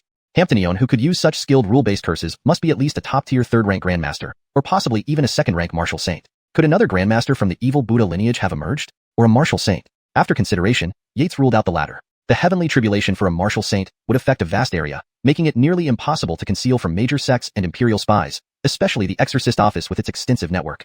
Unless all their informants were eliminated, or beyond the great Qi Empire. Forget it. The exorcist office's reach extended far and wide. Please, don't kill me. I didn't reveal anything. The remaining tall monk trembled uncontrollably. Seeing his brother explode and burn right before his eyes, how could an 8th-rank monk remain calm? Yates watched the monk with a cold gaze. From their actions, he deduced these Belaminjuan temple monks had likely brought misfortune to many families in Tianjin City. Such threats couldn't be left alive. He clenched his hand lightly, and the tall monk turned into a blood-red rose before vanishing. Adercoles. Statue brother, after observing me for so long, shouldn't you show yourself? Yates winked flirtatiously at the statue. The next moment, cracks began to appear on the statue as it seemingly couldn't withstand the pressure. Chapter 148. Spirit Crystal, Uncle Abdurrahman's Peril. You. Exactly what kind of demon are you? A buzzing sound came from inside the Buddha statue. Yates could hear the urgency in the voice. At this thought, he couldn't help but smile slightly. Dynasty, do you think I am what kind of demon? Then, he poured himself a cup of tea and sipped it lightly. Crack. After several faint sounds, a clear light appeared and vanished. A bald monk with a trickle of blood at the corner of his mouth was leaning against the wall, looking at Yates in shock. This Chloe only lightly moved, yet broke through his sealed stone zen. When did Spirit Wish Temple welcome such a powerful expert? Female benefactor, do you know that by ruining a big event of Spirit Wish Temple, even with your cultivation, you cannot escape death? The bald monk glanced at Yates, a hint of greed flashing across his eyes. Then he remembered the supreme elder in the temple, his tone hardening. All practitioners of the sealed stone zen have a Bellamif token kept in the rear room under constant supervision. As soon as something goes wrong with them, a 4th rank Ernan would immediately come to investigate. Even if this Chloe's strength was extraordinary, 4th rank was the limit in his opinion. As for 3rd rank, that's impossible. If he had seen Yates's method of killing the tall monk just now, he wouldn't dare to be so casual. Heh, threatening me? The corner of Yates's mouth curled up. Immediately, a cold look flashed in his eyes, and he stared at the bald monk without any emotion. Hiss! The bald monk's heart shrank instantly, feeling as if he were being watched by an ancient giant beast. This Chloe is definitely not human, the bald monk guessed darkly in his heart. I'm just stating a fact. Spirit Wish Temple has countless experts, including, the bald monk's eyes showed a hint of admiration, the Supreme Elder, a powerful 3rd rank Grandmaster. Hampton, I have a Bellamif token on my body. If you dare to kill me, countless experts from the temple will appear here immediately. You absolutely won't escape. A glint of smugness flashed in the bald monk's eyes. Wench, threatening this monk? Wait until you're on your knees begging for mercy. Don't even think about getting off easily. Just as the bald monk indulged in these thoughts. Slap. A loud slap brought him back to reality. Tell me what you know, or else. Coldness flashed in Yates's eyes, and he suddenly released a wave of pressure. The next moment, crack. Fear surged in the bald monk's eyes, his knees hitting the ground heavily, creating a deep pit. Bright red blood slowly seeped into the pit. While I can't directly kill you, there are plenty of ways to make your life worse than death, Yates said calmly. To the bald monk, this calm tone sounded like a thunderclap. He pointed at Yates, intending to put up a front, but thinking of his current situation made it hard for him to maintain his stance. Yates's action earlier not only made him kneel but also knocked out all his courage. Seeing Yates about to act again, he shuddered and quickly spoke up. Female benefactor, ask anything you want. Just don't torment this monk anymore. In Spirit Wish Temple, I'm just a minor figure. The bald monk instantly realized stubbornness wouldn't work. He needed to flatter this wretched Chloe away first. Waiting until dawn, the Ernans would surely discover his absence. Then, Yates glanced at the bald monk, finding his petty schemes beneath contempt. In absolute power, all conspiracies and tricks are nothing but illusions, scattered with one blow. Name, situation in Spirit Wish Temple, how far along are your plans, and what happened to the people captured by the demon exorcising office? Yates fired off a series of questions. The bald monk shivered inwardly. Sure enough, this Chloe came with a purpose, with great ambition. But enduring Yates's torture, or dying to attract many Ernans, he lacked the fortitude and courage. What he didn't know was, within Yates's domain of the demonic subjugation scripture, his life no longer belonged to him. If Yates wanted him dead by midnight, even Yama couldn't take him. I'm a core disciple of Spirit Wish Temple. My secular name is Hakim. The temple's great elder is a 3rd rank Grandmaster, and there are 3 other Ernans who are 3rd rank masters. By the way, the abbot is also a 3rd rank master, while the rest of the uncles are 5th rank experts. I'm not clear about the Spirit Crystal plan. I only know that the temple is cooperating with Phelan. The Ernans are using Phelan to push forward the Spirit Wish Temple Spirit Fetus project and cover up the failed fetuses. Hearing this, Yates finally understood. No wonder the incense in Spirit Wish Temple grew more prosperous, spreading widely. Nothing went to the magistrate after incidents occurred because Phelan was involved? Wait, do you really intend to help Phelan form a spirit crystal? Yates frowned slightly. A spirit crystal is a secret technique of the evil Buddha lineage. First, cultivate a spirit fetus within a Chloe's body. Then once it transforms into a spirit infant, directly extract it via surgery and refine it with secret techniques to obtain the spirit crystal. Rumors say a single spirit crystal can forge a 3rd rank master, though such masters usually fail during their 3rd tribulation at the first heavenly thunder, unless they possess a defensive treasure like the Purple Eve Golden Tiger Seal. Unfortunately, Yates stored this treasure deep within the immortal Locking Mountain. It's a precious item of the Golden Tiger clan. Hampton Imperial treasure of the Demon Imperial clan. Keeping it on him risks being tracked down, likely costing him his life. Currently, they only knew him as a Diego. How did this relate to Yates? The bald monk sneaked a glance at Yates. Is this Chloe not from Phelan's faction? The Bellamy family of Heavenly Capital City is a martial saint family renowned throughout Great Qian, known by everyone. Their Spirit Wish Temple capitalized on Phelan's hidden connections to approach them. Don't move. I'll speak. The bald monk shivered. I accidentally overheard Senior Bellamy's disciple mention it was merely a trick, hence numerous spirit fetuses were cultivated, yielding 5 spirit crystals. Your Spirit Wish Temple is ruthless. Yates was quite surprised. 5 spirit crystals without giving one to Phelan. Yates sympathized with Phelan for a second. Female benefactor jests. Seeing Yates's attitude change, the bald monk wanted to say more. No nonsense, keep talking. But Yates coldly interrupted. Hemph. A trace of anger flashed in the bald monk's eyes, yet he dared not defy Yates, continuing, a few days ago, an officer named Abdurrahman Baichuan from the demon exorcising office came to seal the mountain and was dealt with by the temple officials. The disciples of Larry mentioned that this person is very stubborn, unaffected by the temple's usual methods. Larry plans to throw him into the Dead Dinin's cave tonight. Dead Dinin's cave? Yates raised an eyebrow. A place where the temple incarcerates and executes demons. It's full of ominous energy, perfect for punishing those who win. The bald monk stopped speaking. He felt a thick, icy killing intent enveloping him. After a long pause, the bald monk finally let out a slow breath. There's another matter. Phelan will be coming tonight, bringing a batch of women. Chapter 149. Decision. Monks come calling. Phelan? Yates frowned. Was this good-for-nothing prince really asking for death? With Owen's ruthlessness, if he found out that Phelan was involved in something that tarnished the reputation of the great Qian royal family, he would likely kill him outright. After all, he had plenty of other sons and didn't need a fool like this one. As for Melanie, or the Wuxia family behind her, so long as Owen lived, they would have to remain humble and submissive. To others, the Wuxia family might be untouchable, but before Owen, they were nothing. If he used the imperial seal and harnessed the power of the dragon vein, his strength would rival that of a first-rank Dinertial Dao Celestial. However, with the heavy injuries sustained by Owen, after using it, he would need to arrange for his successor immediately. This was what all major sects and overseas kingdoms were waiting for. Owen's decline. Female benefactor, as you see, I've told you everything I know. Can you please take into account my cooperation? The bald monk's words were cut short. Yates flashed beside him and slapped him on the head. No watermelon exploded, but Yates activated the great soul search technique and began to extract information from the monk's mind. After a moment, Yates released the bald monk. Indeed, as he expected, the monk had held back some details. Midnight gathering to report the status of their seeds? Yates frowned slightly. This made things complicated. He originally intended to send Bellamilia and the others away first, and then return to Demon Taming Prison to report. With a third-rank Grandmaster present here, he definitely couldn't handle this alone. Only with the help of the Demon Taming Office could he even manage to survive. But based on the memories extracted from the monk, if he didn't attend the midnight gathering, someone would come to check on him. This meant he would expose himself. Escaping a third-rank Grandmaster with his current cultivation was impossible, let alone fighting them directly. Initially, he considered disguising himself as the bald monk to attend the midnight gathering, but without mastering the sealing stone Zen, he would be immediately identified. Thinking about it, Yates decided to change into the tall monk's clothes and face. Coincidentally, this monk belonged to Larry's lineage. Let's see if I can infiltrate. If successful, I'll rescue Uncle Abdurrahman first. Once decided, Yates glanced at the bald monk who was crawling away. He couldn't kill this person yet, but the strike earlier had implanted a sealed beast dinner inside him. Any attempt to reveal Yates's presence would result in instant death. It could serve as a welcome gift to Bellamijuan Temple. After pondering for a moment, Yates knocked the monk unconscious. Half an incense stick later, Yates appeared before Bellamilia and the others. Mr. Eider, how are things outside? Bellamilia asked nervously. Nothing much. Yates shook his head slightly. There was no way he'd tell them he was wearing the monk's clothes to lure them. He briefly explained what he had learned during the interrogation, omitting inappropriate parts. So that's why the monks from Bellamijuan Temple are checking the rooms tonight. Bellamilia nodded in understanding. Yates looked at Bellamy Haochu. Bellamy Haochu shrugged. Dinister, it must be because you captured 2 monks, and they noticed the disappearance, leading to this search. No. Yates disagreed. According to their rules, unless they are core disciples trained in sealing stone Zen, the life or death of regular disciples doesn't matter. That is strange. Everyone was puzzled. Based on conversations with other pilgrims, Bellamijuan Temple never conducted room checks at night, not even when Abdurrahman Baichuan sealed the temple previously. Bang bang. Knocking came from the door. Yates's divine sense extended. Looking at the 3, he said, Bellamijuan Temple monks. 1 7th rank and 3 8th ranks, armed with windfire staves, looking serious. Dorian, be ready. If anything goes wrong, take them and leave quickly. I can hold them off for half a cup of tea time. Bellamy Haochu nodded firmly. Eiter. Bellamilia looked worriedly at Yates. Don't worry, just being cautious. Yates squeezed her hand reassuringly. At that moment, the door was pushed open. Seeing everyone inside, especially Bellamilia, the monks' expressions changed briefly before they regained composure. Smiling, one of them said, Honorable patrons, our intrusion was unintentional. We knocked for a long time, fearing something happened inside, so we broke in. Great masters, there's no need to worry. Yates stood protectively in front of Bellamilia. Didn't I ask, why are you here?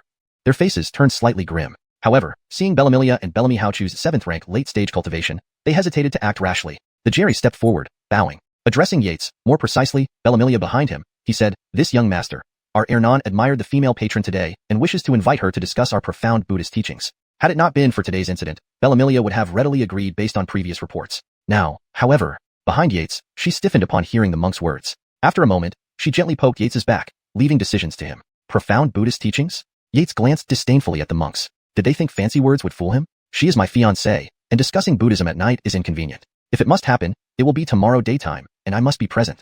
Yates rejected the request firmly. It seemed that the greedy eyes he saw when they entered belonged to the person inviting Bellamilia. But which of the 3 Ernans was it? Or was it the legendary Great Elder, a 3rd-rank Grandmaster controlling Bellamijuan Temple? You. One monk angrily pointed at Yates, but the Jerry silenced him. I understand your concerns. The Jerry looked at Yates resolutely. Rest assured, the Ernan extending the invitation is highly respected, Larry. Your safety is guaranteed. Please do not make unnecessary assumptions. To avoid misunderstandings. His eyes flashed dangerously. It's him? A cold chill ran through Yates. Daring to entertain thoughts about his Chloe? Tonight, he would send this man on his way. Yates suddenly changed his plan. Chapter 150. I'll go with you. Haha. Larry is a person who, we naturally trust him. Please wait outside for a moment, Dynasters. I will persuade my wife shortly. To everyone's surprise, Yates's attitude suddenly changed, his face full of smiles as he looked at the group. Ah, Dynasty Iter. The two women were instantly alarmed. Wasn't this pushing them into the fire? Even Dorian was wide-eyed, seemingly disbelieving. Was this kid planning to sell his wife for glory? But how could he possibly be that kind of person? Could it be that he, Bellamy Haochu, had grown senile? Yates turned and said, Wife, this is where you are wrong. Larry from Bellaminjuan Temple personally invites us. What a great honor this is. Wife, do not let Larry's intentions go to waste. Yates winked at the three men while speaking. Huh? They were completely baffled. However, based on their trust in Yates, Bellamilia finally stepped forward after a brief pause. She looked at the leading 7th-rank monk and softly said, Since my husband agrees, I will follow his arrangements. Please wait outside for a moment. I will be right there. Ade, a voice came from behind the 7th-rank monk. The monk waved a hand to stop him. With a faint smile on his face, he looked at Bellamilia and said, If Lady understands our position, it's all good. You may go about your business freely. We will wait outside. Then he led his team out. Ade, why did you? Are you puzzled by my earlier attitude? The 7th-rank monk gazed into the night sky, calm and composed. The three nodded. All four of them belonged to Larry's command. The 7th-rank monk was their senior brother, far more cultivated than the other three, making him the de facto leader. This Chloe is highly regarded by Larry. There must be no room for error. We managed to accomplish our mission without shedding blood by using those two 7th ranks inside. Isn't that perfect? The corner of the 7th-rank monk's mouth lifted as he admired his own decision-making. The three immediately started praising their senior brother. Meanwhile, inside the room, the three looked at Yates with disbelief, marveling and admiring him. Dynasty Iter you. The two women were too stunned to speak. Dorian was equally speechless. This young man's capabilities amazed him. Rarely had he seen someone so formidable. Don't imagine too much. This is the effect of morphing herb, which only lasts 3 hours.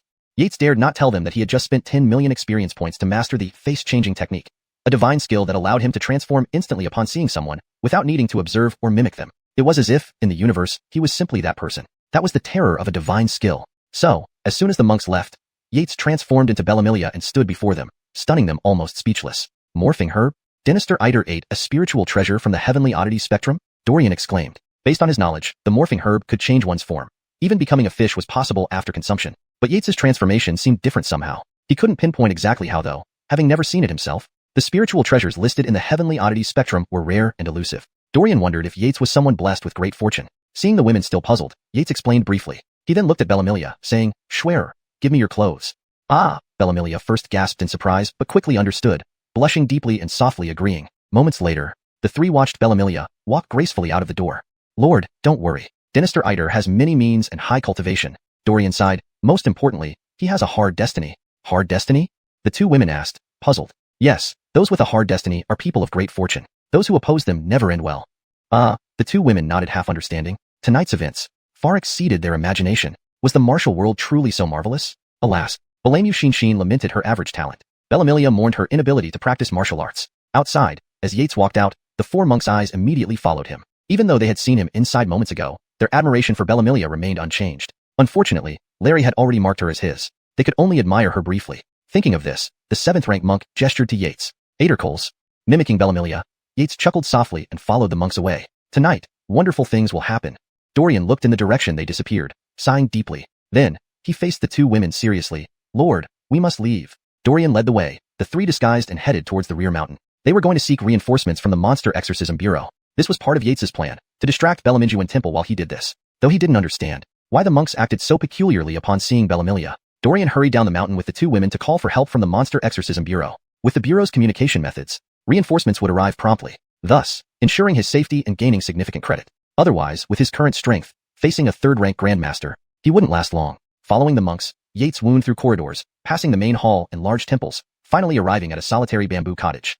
Lady, ahead is Larry's residence. Please follow us. As the 7th-rank monk spoke, his three companions formed an unusual formation around Yates. Array power? Yates sensed a thin barrier rising around them. This Bellaminjuan Temple's heritage was indeed extraordinary. Amir Ernan had an array set up at the entrance, surprising him. After all, setting up an array required continuous spirit energy to sustain it, a considerable expenditure for anyone. After a while, they arrived at the bamboo cottage door. The 7th-rank monk stepped forward, gently knocked on the door, and reported, Elder, the lady has been brought. Creak. The bamboo door opened on its own. The monks took this in stride. A moment later, the 7th-rank monk told Yates, Lady, Larry awaits inside. Please proceed. Chapter 151. I began noticing you when you were 6. Hee hee. Yates gave a strange smile to the group before turning and walking in. This left everyone puzzled. At first glance, they felt an inexplicable unease. It was as if they were being targeted by some ferocious beast. But after careful observation, Yates still appeared to have no cultivation. They did not know this was the mysterious effect brought about by reaching the lesser divine realm of the turtle breath technique. After Yates stepped inside, the bamboo house doors quietly closed on their own. The four people took a deep look at the direction of the bamboo house, suppressed the greed in their eyes, bowed respectfully, then turned and left. Once inside, Yates could see all the arrangements within the bamboo house clearly. The setup was very simple. 5 cushions were placed on the ground, 1 main and 4 auxiliary. Beyond them, on the left was a small tea table, while on the right was a large dark golden wooden bed. Yates couldn't tell what kind of wood it was made from. Further back, there was a desk with a Buddha sculpture and coiled incense burning, emitting pleasant fragrances. Yates knew this type of incense to be quite expensive and highly effective in calming one's mind. Observing all this, Yates felt internally surprised. If this Gerald had used some kind of hypnotic incense instead, it would have fit his character better. Yet here he was using calming incense. How unnecessary was that? Unless, he wanted himself to be even more alert during whatever he was up to. Yates pondered inwardly. Externally though, he kept his expression neutral, copying Fiona's manner, presenting an earnest learner standing quietly before the cushions. On the main cushion sat an Ernan with a childlike face but a broad, mature body. Without close inspection, Yates might have thought Guanyin Bodhisattva had descended. Layperson, you are invited here late at night for something crucial. The Gerald opened his eyes slowly, looking at the beautiful lady in front of him, quickly revealing a glint of greed in his eyes. Confirming Yates caught it, Yates thought mockingly, indeed problematic? However, he needed to find out why this person urgently called Schwer over. So he asked, Dynasty, why did you invite me at this hour? To discuss Buddhism? Please don't regard this humble Chloe as an ordinary chamber maiden. Her calm tone sounded predictable to the Gerald who chuckled, Fletcher family head, please don't worry, take a seat. He then gestured towards the nearest cushion. However, Yates ignored him, acting astonished, pointing at him and exclaimed, You? How do you know my name?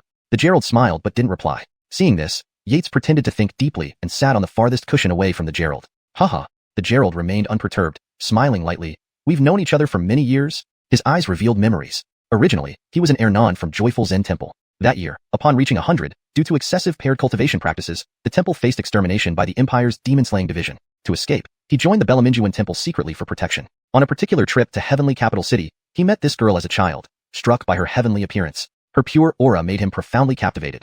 Just one glance confirmed she possessed the extremely in physique the generations in his temple sought. With her, within 100 years, he would surely break through the level of second-ranked inertial saint. Therefore, these past years, he observed Fiona closely, fearful others might take her first. Had Destiny known, she might thank him? Recently, who family caused trouble. He planned to play hero rescuing beauty with the Ghost Bride. Unfortunately, the Great Elder summoned him last minute. The Ghost Bride had already targeted Destiny, leaving him unable to act, which filled him with regret. Rationality told him that the Great Elder was beyond his capability.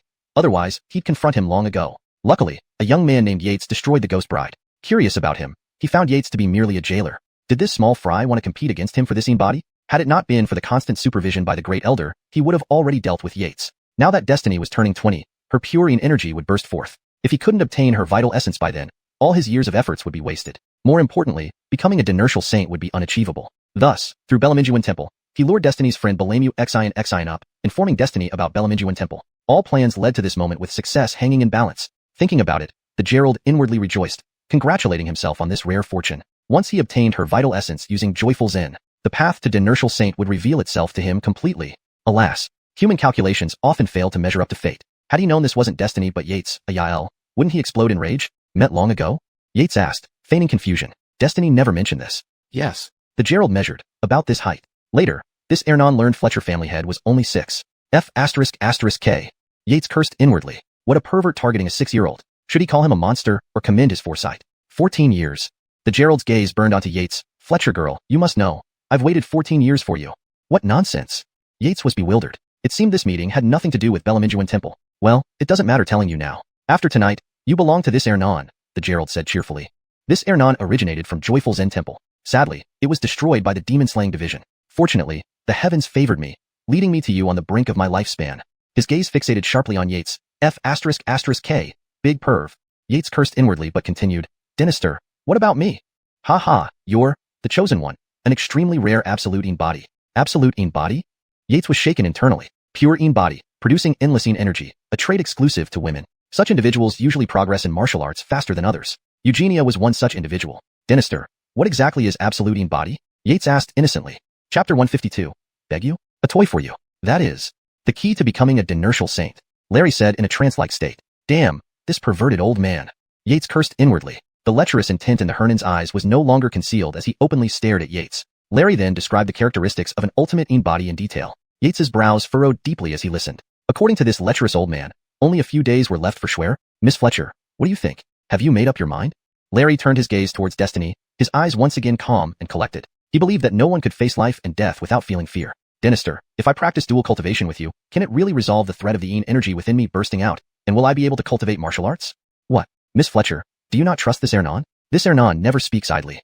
Upon saying this, Larry seemed to have made a decision and added, if Miss Fletcher truly does not believe me, I can swear by the heavenly path.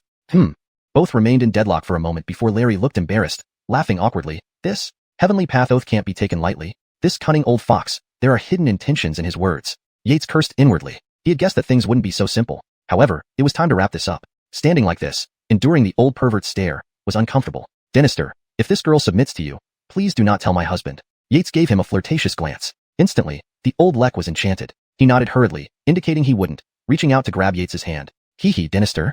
Look closely. Who am I?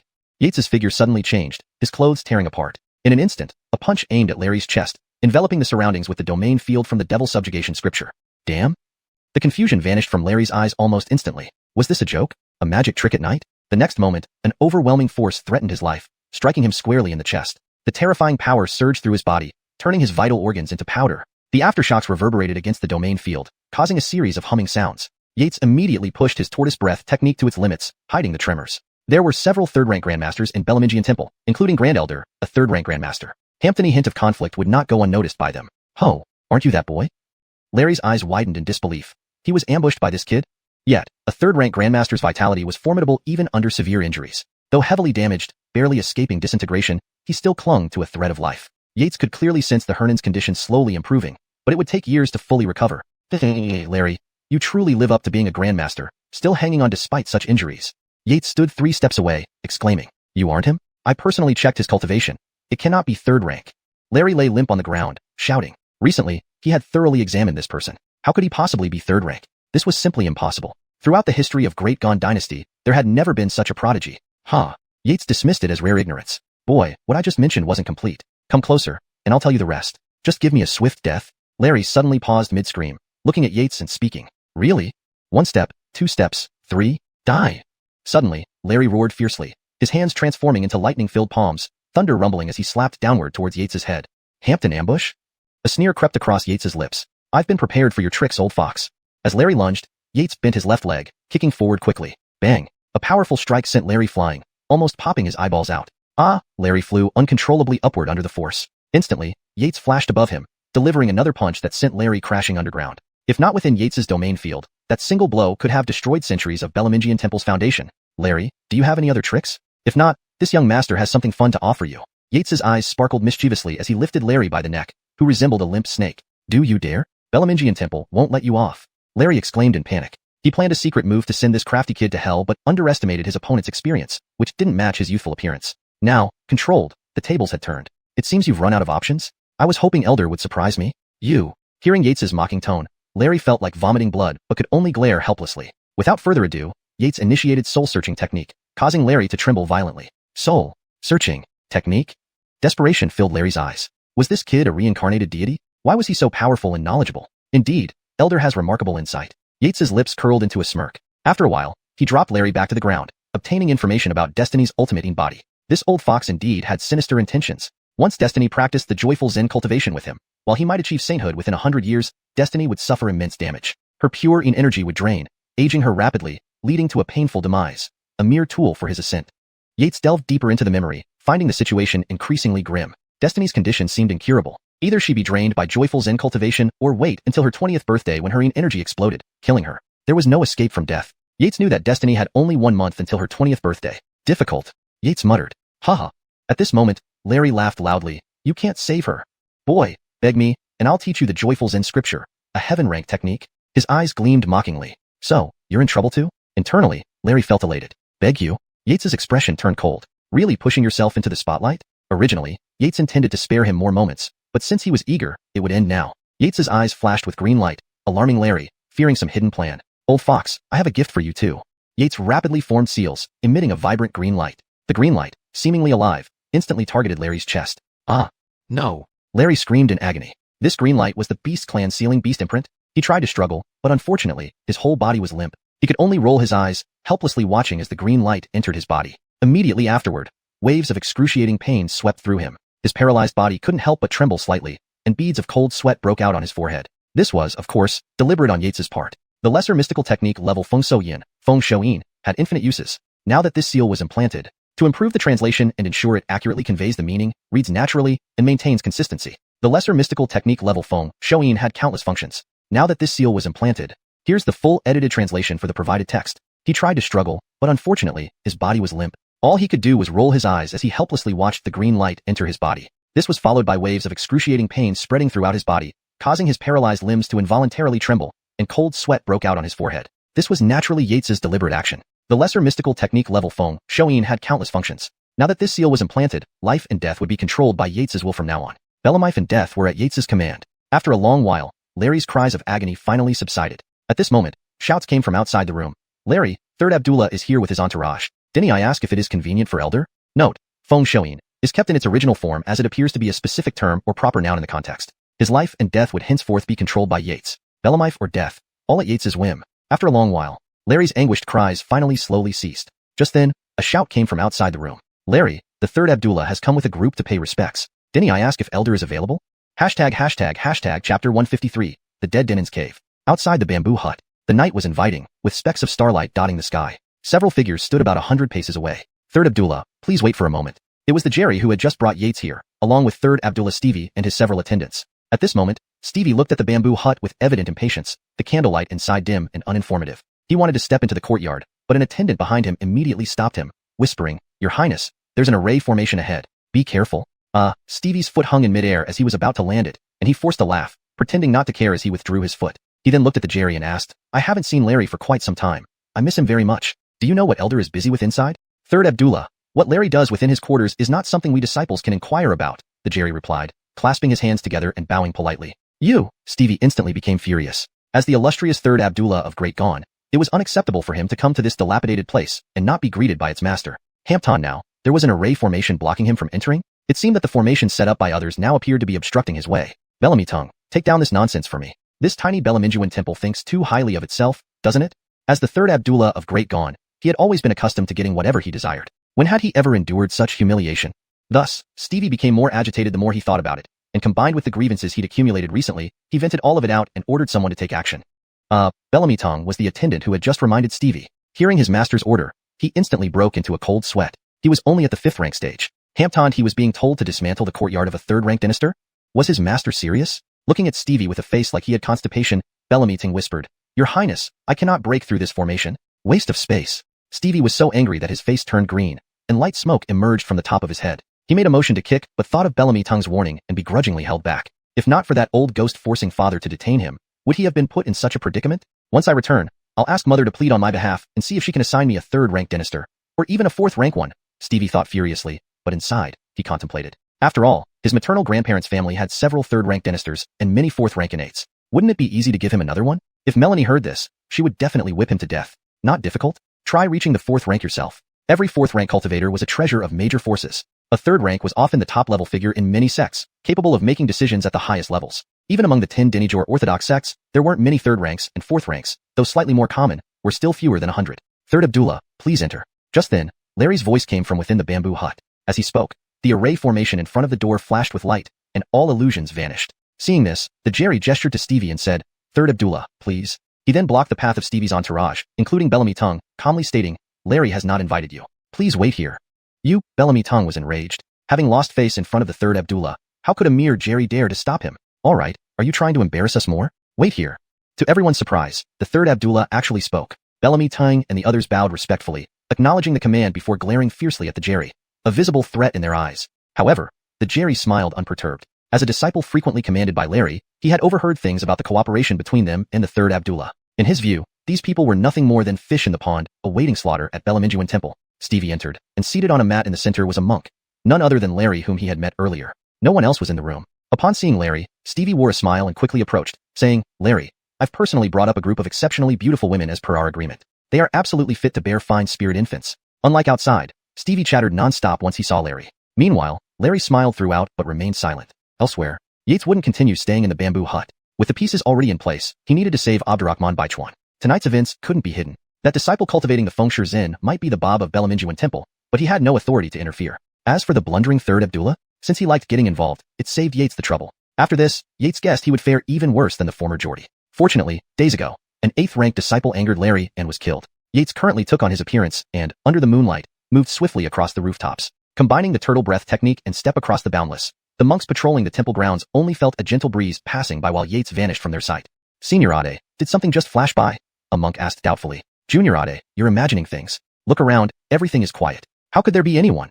Another monk laughed. Unbeknownst to them, Yates had already distanced himself. The Dead Dennin's cave was located in the rear mountain area of Belamijuan Temple, as informed by Larry. Thus, as soon as Yates left the temple premises, he sprinted towards it. The Dead Dennin's cave, with its numerous powerful demons and spirits, was a critical holding area for Belamijuan Temple. According to Larry, the chief elder had assigned another elder to guard it, a middle third-rank dynastor far stronger than him, Belamijuan Temple's second elder. This person cultivated the forgetful Zen, achieving the realm of an indestructible golden body. Larry directly stated that, given Yates' strength, successfully sneaking in was impossible. Yates chuckled.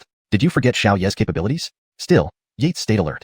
Though the old man wasn't virtuous, based on Yates' memory, this second elder was indeed formidable. If I don't hurry, those bald monks' brutal interrogation methods in the Dead Dennin's cave will have Uncle Abdurrahman, with his 6th-rank strength, dead before long. Bellum like a shadow, Yates darted swiftly among the treetops. Far away, Yates sensed a gaze scanning him. Is that the second elder's divine sense? Closer to the Dead Dennin's cave, the number of patrolling monks increased. For Yates, avoiding them all was effortless, but now he intended to enter openly. Deciding on this, Yates chose a corner, landed, and released his aura. Swoosh. Suddenly, sounds pierced the night air as several figures, illuminated by the moonlight, rapidly appeared before Yates. At the forefront stood a tall, middle-aged monk, his brows furrowed as he stared at the monk Yates impersonated, sternly demanding, "Whose disciple are you?"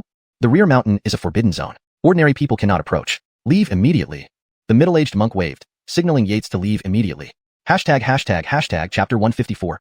Ambush, the beginning of chaos. Ade, please forgive me. Yates hastily waved his hands to indicate he had no ill intentions. I am Dharma Ade Nicholas, a disciple under Venerable Bellaming's tutelage. By the Hernan's order, I have come to seek second elder with urgent news. Could you brothers please show me the way? Yates handed over the token he received from Venerable Bellaming. The middle-aged monk frowned slightly. Venerable Bellaming was one of the 4 Ernons within the temple and possessed the cultivation of a third-rank grandmaster. Although they were ordered to guard this place and prevent any idle persons from entering, could Venerable Bellaming's command be considered trivial? Thinking this over, the middle-aged monk's expression softened, and his gaze toward Yates became less wary. He then reached out to receive the token, glanced at it briefly, and confirmed it was indeed Venerable Bellamijuan Temple's Ernon token. Each Ernon would possess one, impossible to fake. Nicholas brother, since you've been sent here, surely Bob has instructed you on precautions? The middle-aged monk returned the token to Yates and asked. Yates nodded, clasping his hands together and closing his eyes slightly, saying, Dynastor Bellaming instructed me to listen little, speak little, and see little. The middle-aged monk nodded approvingly, acknowledging, since Ade understands, I won't remind you further. He then turned to the monk beside him and said, Teddy, take Ade Nicholas to Dead Dennin's cave. Teddy nodded. Looking at Yates, he said, Nicholas brother, please follow closely. With that, he leaped like a shadow onto the tree branches. Seeing this, Yates bowed politely to the others and leaped after Teddy. After Yates disappeared, a young monk behind the middle-aged monk asked hesitantly, Ade, wasn't First Elder prohibiting anyone from entering Dead Dennin's cave these past few days? Hee hee. The middle-aged monk chuckled. Younger brother, you don't understand. Although we follow First Elder's orders, conflicts between the Ernons are not something we can easily get involved in. If you want to find a good Chloe to plant a spirit embryo later on, always be respectful to Venerable Bellaming's people. Don't blame me for not warning you. The middle-aged monk spoke earnestly. Ah. The young monk nodded, seemingly understanding but still confused. Meanwhile, Yates followed closely behind Teddy. They leaped through the treetops for about 15 minutes, arriving at a ravine surrounded by dense forests and bizarre-shaped boulders, giving off an eerie feeling. Nicholas brother, follow closely. Pay attention to my steps, do not go astray. This area is protected by an array set by Third Elder, and stepping wrongly will bring unpredictable consequences. Teddy stopped by the ravine and reminded Yates. Yates feigned gratitude. Thank you, Ade Teddy. I'll be sure to praise you to Dynastor.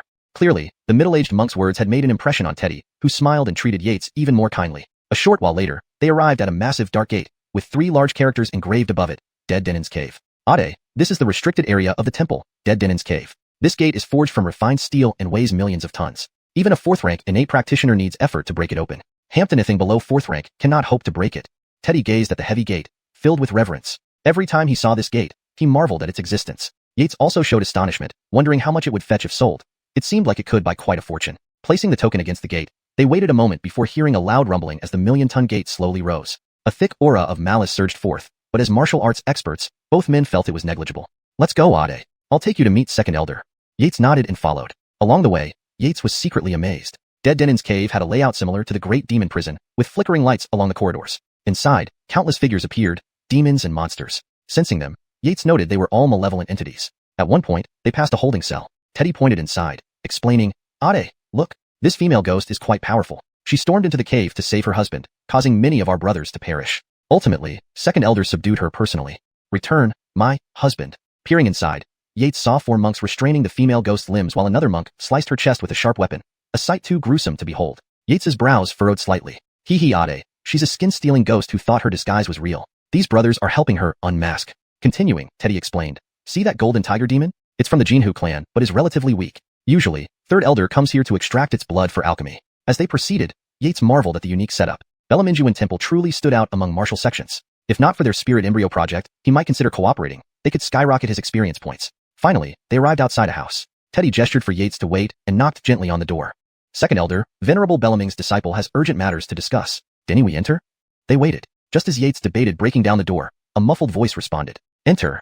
Nicholas brother, I cannot enter. Excuse me. Teddy suddenly clasped his hands and left. Huh. Yates was taken aback, but focused on the key person inside. He knew Abdurrahman Shu's aura was fading fast. Time was running out. Pushing open the door, he found a layout similar to Venerable Bellaming's hut. A white-browed old monk sat in the center, eyes closed. Yates sensed the immense true chi within him.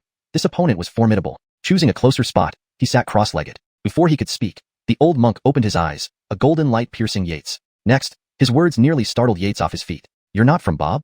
Yates inwardly trembled. This monk was stronger than Venerable Bellaming? He had detected nothing when impersonating destiny until switching back himself. Did this monk have some sort of divine vision? Second elder, you jest? Boom. Without warning, Yates's muscles tensed. Bellamike a drawn bow. He launched a punch coated in intense green light, straight at the old monk's face. The old monk's eyes flashed with surprise. He had only meant to test, never expecting the intruder wasn't from the temple. Yates's attack was too swift, too sudden. Blocking now would be too late. In a flash, the old monk crossed his hands, gathering true chi around his forehead to form a golden barrier. K-pow. The fearsome punch struck the barrier, causing ripples. Unable to break through, Yates's eyes narrowed, delivering multiple punches, each covered in green light, barraging the old monk relentlessly. Terrifying combat energy engulfed dead Denin's cave, turning countless steel bars to ash. Instant chaos ensued, with countless demons screaming and fleeing. But the gate had already descended. Beings inside, human or monster, could not escape.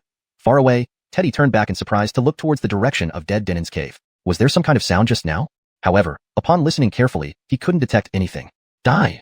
Yates lost count of how many punches he had delivered. Finally, he roared, leaped high into the air, and punched downward like a thunderbolt, cutting through the air with intense force. Chapter 154. Ambush, the beginning of chaos, continued. The punch carried an overwhelming momentum, smashing down. Note, the last part is integrated into the previous content for coherence.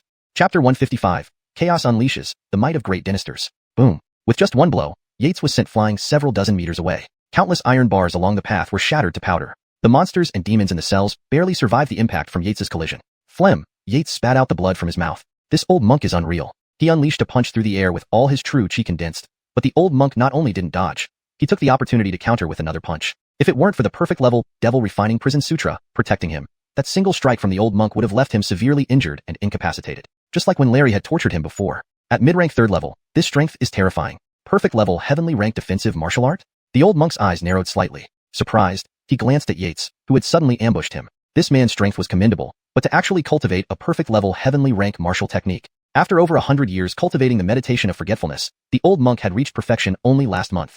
Otherwise, any break in his vows would destroy centuries of painstaking practice. That's why Yates's timing couldn't have been worse. If he'd come a month earlier, the old monk could only have protected himself and taken the beating. The old monk didn't rush into action. After pondering for a moment, he looked at Yates and asked, "Boy, whose disciple are you? From your martial arts moves, you seem to be from the Demon Exorcising Bureau. Are you under Adele, the chief warden of the Demon Exorcising Bureau?" At this point, the old monk's eyes narrowed into a straight line, flashing with extreme danger. Adele was one of the 3 wardens of the Demon Exorcising Bureau and a top-notch master at the Grand Dynasty level. Over 100 years ago, he was among the top 10 on the Heaven Dao Bellamist. His astounding martial cultivation was renowned throughout Qian. As a third-level grandmaster, the old monk was naturally familiar with this person. Hampton now, seeing the man use Demon Exorcising Bureau martial arts techniques, in their view, whether inner sect, outer sect, or even the demon prison, all belong to the Demon Exorcising Bureau. He might very well be Adele's subordinate. If so, this person must die. One must understand, even their Grand Ernon of Bellaming Delphinoan Temple wouldn't be able to withstand a single move from Adele if they truly clashed. The stronger one gets, the more obvious the disparity. A ruthless look flashed across the old monk's eyes, making Yates feel a chill down his spine. Is the old monk holding back some devastating move? What do you want, old monk? If you're not going to fight, then open the door and let me leave. Yates raised an eyebrow. His sneak attack failed. A direct confrontation had proven too risky, almost leading to severe injury. His chest still throbbed painfully, and at least a few ribs were broken. As Bellaming Elder had said, he couldn't beat this guy. However, he had summoned Bellaming Elder through the beast-sealing dinner, buying some time. Next, he'd deliver a big surprise. With a Grandmaster's speed, this distance would be covered in mere breaths. At this moment, Yates still appeared as Jace. Two beams of golden light shot from the old monk's eyes, fixating on Yates's face. After a few moments, he sighed deeply, looking suspicious. What's your relationship with Jensen? The old monk was internally startled. He had seen Jace once. There was no doubt, from head to toe, that he was indeed Jace. Could it be that the Bob had colluded with outsiders, intent on killing him? Belloming Elder? Yates's eyebrows raised. The old monk's words shocked him, suspecting his connection with Belloming Elder. But upon reflection, it made sense. In his current form as Jace, the old monk, with his cultivation, wouldn't detect his appearance-altering technique. Have you conspired with the Demon Exorcising Bureau? Despite practicing the meditation of forgetfulness, the old monk wasn't foolish. This was the most plausible explanation. Ha ha. Yates laughed upon hearing this. Old monk. Yates ignored him, turning his head and cheerfully saying, Belloming Elder, why don't you explain to the old monk? Otherwise, I'm afraid he won't die in peace. Coldness laced Yates's voice. With Belloming Elder here, his plan could proceed. What? The old monk was utterly surprised. Staring behind Yates, a figure slowly emerged, none other than Belloming Elder, who had received Yates's order and hurried over, wearing an expression of helplessness. When he initially received the heart command prompt, he tried refusing Yates, but the instant the thought crossed his mind, a warning alarm jolted his spirit. Refusal meant certain death. In that instant, he was profoundly shaken and dared not push his luck, instantly driving Phelan and others away, shutting the door, and rushing towards Dead Denin's cave. As he neared Yates, the warnings gradually subsided, allowing him to wipe the sweat from his forehead. Really you, Jensen? Even after a moment's pause, the old monk's disbelief showed clearly. They had known each other for a century. Over 100 years ago, he had recommended Jensen to join Belloming Delphinoan Temple. Their supposed discord was merely an act. Elder 2, I am bound by circumstance. Belloming Elder gave the old monk a long, deep look and coldly said, let's go. With that, he made a gesture ready for combat. He wasn't one to risk his life recklessly. If he had a choice, rather die than betray a fellow monk. Upon hearing this, surprise flashed across the old monk's eyes. He understood Belloming Elder's implication. He was under threat. Who could endanger a third-level Grandmaster? Could it be Adele indeed? Before the old monk could think further, Belloming Elder hurled a formidable punch towards his face. Similar to Yates's previous attacks, countless fist impressions slammed into the golden barrier, causing ripples but no real damage. Yet, around them, violent gusts and scattered fist energy raged. Was it they who threatened you, Jensen? The old monk blocked while secretly asking. Belloming Elder frowned. Just as he prepared to reply, Yates's voice came, go all out. If he doesn't die, you will. Hearing this, Belloming Elder shook his head helplessly. Instantly, golden light enveloped him, and his aura solidified. Around him, a thin layer of golden field appeared. Clearly, he had activated his domain as instructed, leaving no room for hesitation. In a split second, the previously impervious golden shield cracked under Belloming Elder's full power, producing faint, snapping sounds. The old monk's face turned pale. Belloming Elder was using his genuine abilities, even employing Huanxi Temple's secret techniques. Ba, the old monk murmured. Next, his narrowed eyes snapped wide, golden light shooting forth, piercing through Dead Denin's cave straight into the sky. Stabilize. With a roar, the old monk's aura soared as he slapped towards Belloming Elder's chest. Not bad. Belloming Elder didn't back down. He pivoted, reappearing behind the old monk and delivering a powerful kick. Rumble. Dead Denin's cave turned into a scene of hell, countless monsters and monks dying in the aftershock of their clash. Oh no, Uncle Abdurrahman. Yates's heart skipped a beat. Uncle Abdurrahman, a 6th-rank cultivator, couldn't withstand the pressure. With that thought, Yates flashed towards where Abdurrahman Baichuan was held. After a few moments, Yates breathed a sigh of relief. Thankfully, Uncle Abdurrahman was unharmed, though knocked unconscious by the clash's aftermath. As for Belloming Elder and the old monk, their battle was intensifying. Soon, they broke through the cave's ceiling, soaring into the air, fiercely attacking each other. Their shockwaves tore through the rear mountain like plowing fields, waves rippling outward rapidly. In Belloming Delphinoan Temple, countless figures gathered on rooftops, watching the two golden silhouettes in the distant sky, expressing envy, jealousy, and other emotions. In a hidden chamber beneath Belloming Delphinoan Temple, a middle-aged monk with large ears meditated with closed eyes. Suddenly, he opened his eyes, emitting shocking beams of golden light. This was Stone, the Grand Elder of Belloming Delphinoan Temple. He furrowed his brow, looking towards the direction of Dead Denin's cave with evident displeasure. Although he was underground, for a third-level Grandmaster, the difference between being underground and above ground was negligible. At this moment, his face suddenly twisted in rage, and an astounding golden light erupted, enveloping a radius of 10 miles. Within the golden light, countless living beings trembled in fear, as if a natural disaster were imminent. The next moment, a roar reverberated through the night sky. Rogue, how dare you? Yates, who was carrying Abdurrahman Baichuan and running, froze, then stiffly looked up.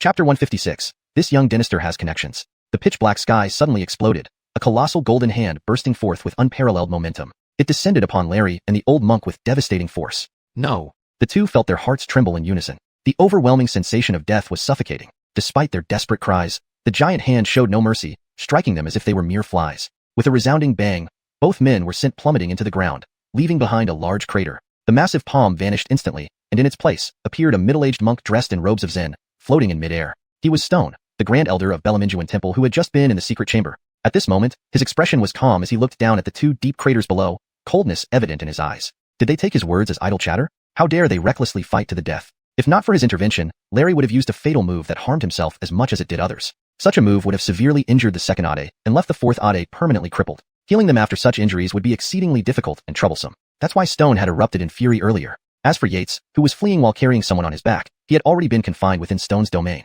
Escape? Impossible. With a thud, Larry and the old monk soared upwards from the deep pit, mud covering their heads. Although they appeared calm, Stone's anger beneath his facade was palpable. The duo immediately felt a chill run through them, but dared not speak first. How do I usually teach you? After a pause, Stone finally spoke, his voice measured. Larry and the old monk exchanged glances. Just as they were about to reply, Yates shouted from 100 meters away, "Go!" The trio from Belaminjuan Temple blinked in confusion. The next moment, Larry found himself moving involuntarily, stepping forward. Stone furrowed his brows, preparing to glance at Yates. But in the very next instant, a fiery aura burst forth before him, spreading across the night sky. A dispassionate, ethereal voice echoed through the darkness. "Blow them all up."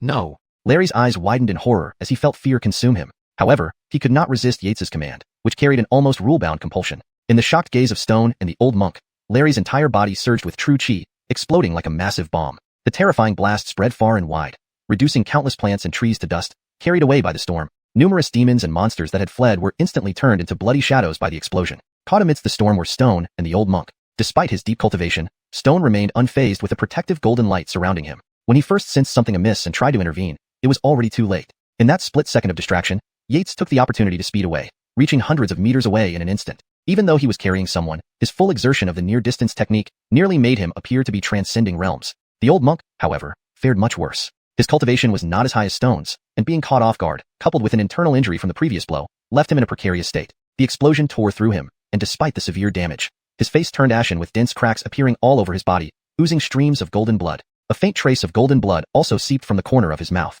His eyes flashed with hatred as he fiercely stared at the fleeing Yates. Grand Elder, Elder Four's death must be related to this boy. Immortal's footwork? Stone's eyes flickered with surprise at Yates's retreating figure.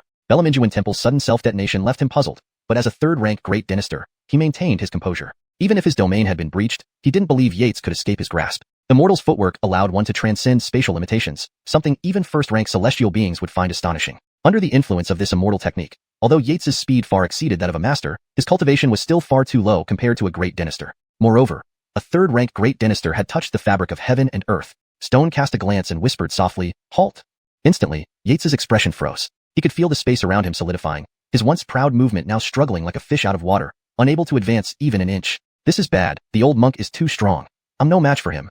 Regret flashed in Yates's eyes. Had he known better, he should have let Larry get closer, exploding right beside him. Surely then, no one would remain unscathed. Yates's face filled with despair as he found himself uncontrollably flying back towards the old monk and his companions. Damn, what a miscalculation, he cursed inwardly. All hope now rested on Alana and her group. Otherwise, he'd only be able to leave behind his own corpse. Had Stone not intervened, with the power of Larry's self-destruction, Yates needed only a moment to plant the sealing beast dinnerk on the old monk, ensuring a flawless plan. Unfortunately, events unfolded otherwise, leading to this disastrous outcome. Within moments, Yates was dragged back in front of Stone, who looked at him contemplatively. "Are you Nicholas?" Larry's disciples were all known to him, but was this person truly from Belaminjuan Temple? "Yes, Grand Elder. What has brought you to summon me?" Yates attempted to compose himself. "Grand Elder." The old monk saw Yates and was about to probe his soul. Stone's slight glance halted him immediately, making him retreat sheepishly. Given his severe injuries, if Nicholas suddenly attacked, the old monk might not be able to defend himself. "No, you're not Nicholas." Surprise flickered in Stone's eyes. "Grand Elder, why do you say so? This prisoner was brought back under the orders of my master." Yates forcibly argued, hiding his inner shock. "Your life's cause and effect differ." Stone shook his head slightly, his tone calm. Upon hearing this, both men were startled. The Grand Hernan's insight was truly formidable. The old monk's sadness turned to joy. "Grand Elder, are you about to break through to a second-rank Dinertial Saint?" Stone paused momentarily. "Second-rank Dinertial Saint? Is that how easy you think it is? You can guess all you want, but I never said anything." Although Yates's cultivation wasn't as strong as the old monk's, as an outstanding representative of the Blue Star, he pondered more deeply. "So," he speculated, "is this person bluffing?" Thus, he remained silent. Several breaths passed. Hampton eerie silence enveloped the area, each man staring at the other, none willing to speak. Sensing the awkwardness, the old monk hesitantly suggested, "Grand Elder, shall I probe his soul?" Stone nodded gently. "Be careful, don't kill him." "Got it." Ecstatic, the old monk prepared to perform his soul-searching technique, having long desired to deal with Nicholas. Yates panicked, cursing aloud. "Old monk, this young master warns you. I am part of the demon containment prison and have powerful connections. If you dare to probe my soul, Lord Blade will surely flay you alive." "Ha ha," the old monk laughed mockingly. "Boy, you're a monk. Yet you claim to be part of the Demon Containment Bureau? Not to mention, even if Lord Blade comes, what can he do? The old monk's disdain was clear. With Grand Elder here, even Bellamy Artemio himself would have to kneel and sing Conqueror. Cough cough. Stone cleared his throat uncomfortably. Feifei Adetu, you've laid it on a bit thick. Throughout the great Ganji realm, who doesn't know? Lawrence Bellamy Artemio, though a master, possessed saber skills that rivaled those of a grand dynastor. You're incredible. At that moment, Yates suddenly showed a hint of a smile. Ha, is that so? Would you like me, Bellamy Artemio, to personally sing a conqueror for you? A domineering voice abruptly sounded. The old monk was struck as if by lightning, his entire body instantly stunned. Who would have known? He just hadn't flattered anyone in a long time and was merely offering some praise occasionally? Did this deserve divine retribution? He didn't even cultivate the law of speech?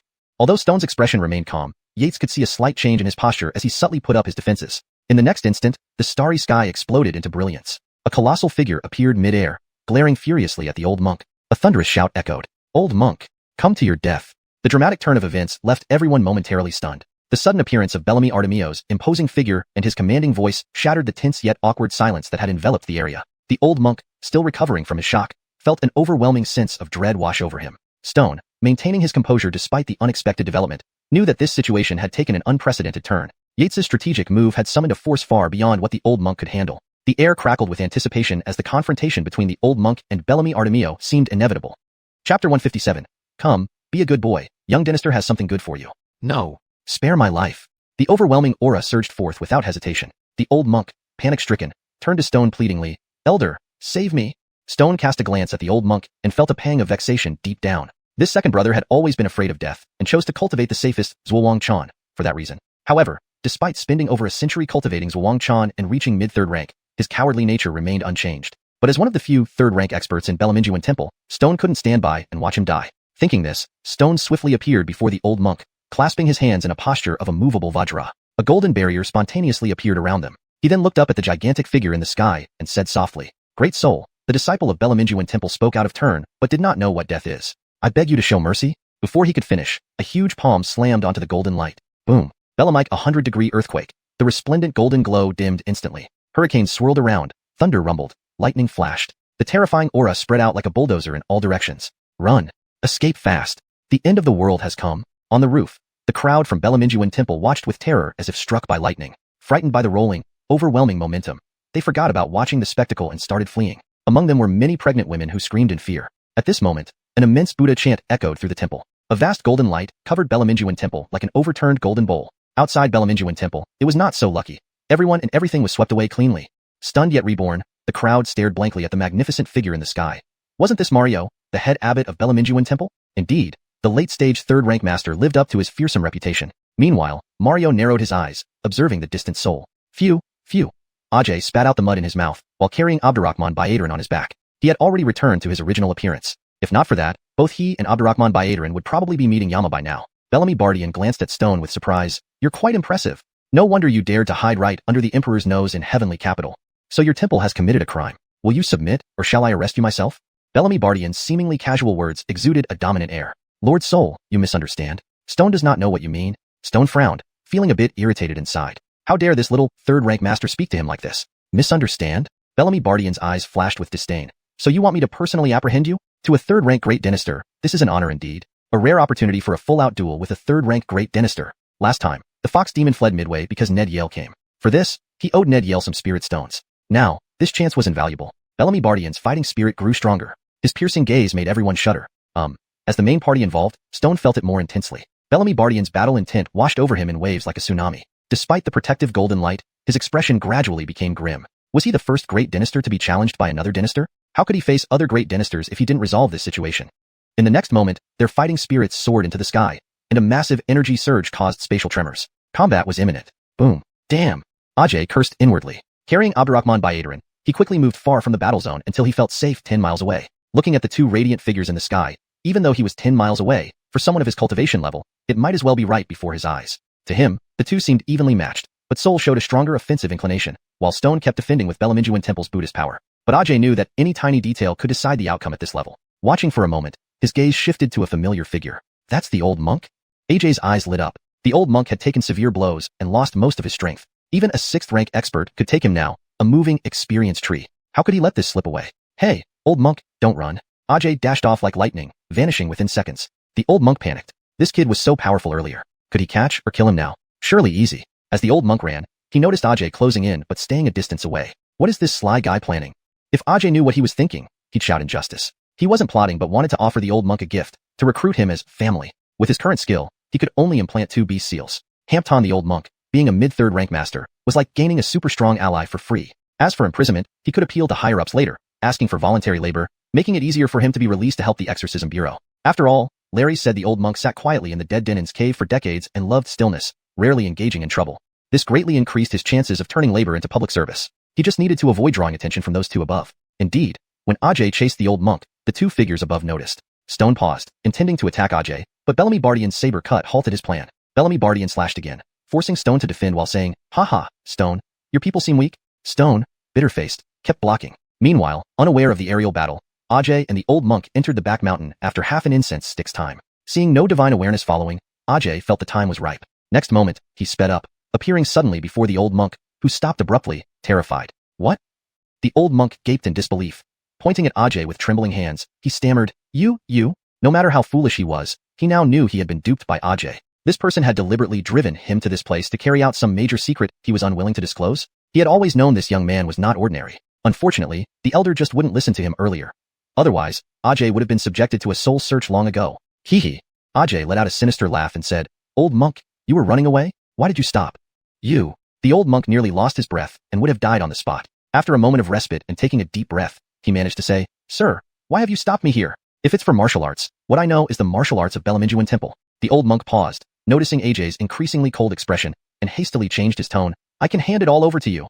"That's more like it." Ajay smiled approvingly, "But my young master doesn't need martial arts. What I want is you."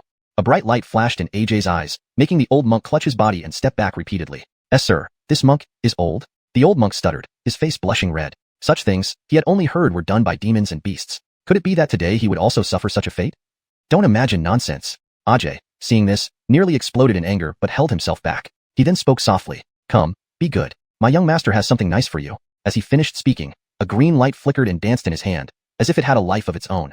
Hashtag Chapter 158. The Demon Saber's Might. Hampton. Another unforeseen event. A short while later, amidst the bewildered gazes of the onlookers, Yates returned with the old monk in tow, stepping nimbly from treetop to treetop. "Actually caught him?" Barker seethed inwardly. A third-rank grandmaster, though severely wounded and half-disabled, had been captured like a dog by a 7th-rank warrior. This greatly embarrassed Barker, the elder and spokesperson of Belaminjuan Temple. Where was his face now? Thus, when Yates appeared, Barker's expression darkened even further, looking like an old piece of cured meat from afar. Bellamy Bardian, upon seeing this, laughed heartily. Wasn't this exactly the gifted individual he sought from the demon-quelling great prison? This youth deserved a generous reward. Barker, surrender quietly. In mid-air, Bellamy Bardian stood confidently with his saber upright, his face filled with amusement. "Lord Soul, if you have the ability, come capture me yourself." Barker's usually calm demeanor showed signs of disturbance as he retracted his protective golden light shield. In the next moment, he emitted a radiant golden glow, expanding to a colossal 10 zhang tall, resembling a luminous giant, and charged at Bellamy Bardian with overwhelming power. "Lord, show your skills." In the sky, countless resounding noises echoed. "Well, he's going all out?" Bellamy Bardian raised an eyebrow. After their intense battle, both were now fighting without reservation. Barker was clearly holding nothing back, intending to use his full strength. Against a third-rank grandmaster using his utmost power, even the exceptionally talented Bellamy Bardian couldn't afford to be careless. Not to mention, there was also a divine thought faintly locking onto his form, keeping him within its grasp. "It's fine. The world praises my saber art as exceptional, even bestowing me the title Soul. Yet, few have truly witnessed my authentic saber prowess. Today, I shall test it against a third-rank grandmaster. One saber splits heaven." As he spoke, Bellamy Bardian's eyes flashed brightly, like 2 shining stars. Instantly, the clouds roiled, and night turned into day. Split heaven. With a roar, Bellamy Bardian expanded to 10 zhang tall, emitting an unmatched aura. His piercing red eyes locked onto Barker. In the next second, a 100 zhang long saber materialized, its fearsome force tearing through the void mercilessly toward the transformed golden-bodied Barker. Township. The 9-word mantra inherited from the 10,000 Buddha temple shone brilliantly under Barker's hands. Before the sound faded, a 100 zhang township character appeared in midair, exuding a solemn presence, pressing down on the giant saber. The awe-inspiring clash spread instantly, enveloping a 100-mile radius. Yates, still holding the old monk, kept retreating until he reached 20 miles away, drenched in sweat. "This is the true strength of a grandmaster?" Yates murmured to himself, watching the scene behind the hill that resembled hell itself. At such power levels, he had to retreat 20 miles just to watch. It was hard to imagine the strength of the combatants. If he got any closer, one hit would obliterate him completely. Feeling disheartened for a moment, Yates soon regained his composure. Who was he? The person with the cheat code in this world. Within 3 years, he would break through to grandmaster level. Wasn't it just a matter of collecting enough experience points? He just needed to capture more targets, and the experience points would accumulate swiftly. Moreover, he had another idea. By placing the beast sealing mark on the old monk Xianxia, could he gain experience points from each captive Xianxia brought in? Wouldn't life be perfect then? Just then, mid-air changed once again. With a tearing sound, the 100-jong giant saber sliced through the township character and slashed directly at Barker. No, it can't be. Barker spat blood from the corner of his mouth, his eyes wide open in disbelief. A third-rank grandmaster, unleashing the full force of the 9-word mantra, couldn't withstand a single saber strike? His Dao heart trembled intensely, and he heard a faint cracking sound within. Was his Dao heart breaking? Witnessing the 100-jong saber cleaving down, land and become Buddha, township. Suddenly, another muted sound echoed in midair, forming a 5-jong tall golden Buddha silhouette in front of Barker, blocking the devastating blow. Puff! With a soft sound, the 5-jong Buddha silhouette was cut in half, but the giant saber did not hesitate, continuing its descent towards Barker. Hiroshi! No! Barker realized instantly. As Hiroshi's body shattered, he saw the words, "Run fast," appear before his eyes. In an instant, pain surged in his heart, his eyes reddening as he went berserk, red light blending with his golden radiance. Becoming Buddha in a word, becoming demon in a word? Has he turned demonic? Bellamy Badian furrowed his brow, observing the faraway Barker. The 100-jong giant saber had been shattered by Barker, whose entire body now glowed red. Hampton, his strength has more than doubled. Bellamy Badian's expression turned serious. He too was about to go all out. You deserve death.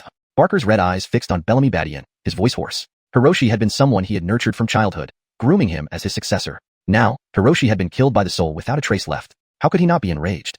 All evil beings who harm others must be eliminated. Bellamy Badian stated firmly, his aura soaring to the heavens. Third-rank individuals had their own path. As they say, those on different paths cannot plan together. Shatter again. With a loud cry, Bellamy Badian transformed into a colossal saber, slicing towards Barker with unparalleled force. Kill! Barker shouted, his hands moving rapidly in various gestures, forming a towering structure adorned with red light, pressing towards the 100-jong giant saber. Boom! Hampton apocalyptic scene unfolded, thunderous booms resonating in the sky, drawing countless spectators' attention. In the demon-quelling great prison, deep within the inner dungeon's 7th level, a young man lounged in a rocking chair, sighing lazily. So this is that kid Rico's toy? Indeed, the work intensity for young people is too low. We should strengthen it a bit more. If Yates knew that his invention of the rocking chair became the primary tool for increasing workload, would he have invented it in the first place? This young man was none other than the feared warden of the Demon Quelling Bureau, by Bellamy Hongfei, a supreme expert at the 9th stage of Dinertial Saint. When Bellamy Badian wielded the 100-jong giant saber, by Bellamy Hongfei's gaze pierced through time and space, landing on him. When Bellamy Badian transformed into the giant saber, he smiled approvingly. The soul, the way of the saber, has matured. Fortunately, his attention on Bellamy Badian spared Yates, who was placing the beast sealing mark on the old monk. Still, Yates, a 7th-rank warrior with 6th-rank strength, capturing a 3rd-rank grandmaster, earned him some side glances. Even a semi-disabled grandmaster wasn't easily subdued by ordinary martial artists. Mid-air, the giant saber clashed with the tower, evenly matched. Township, Barker bellowed as another 100-jong seal flew out. Bullshit.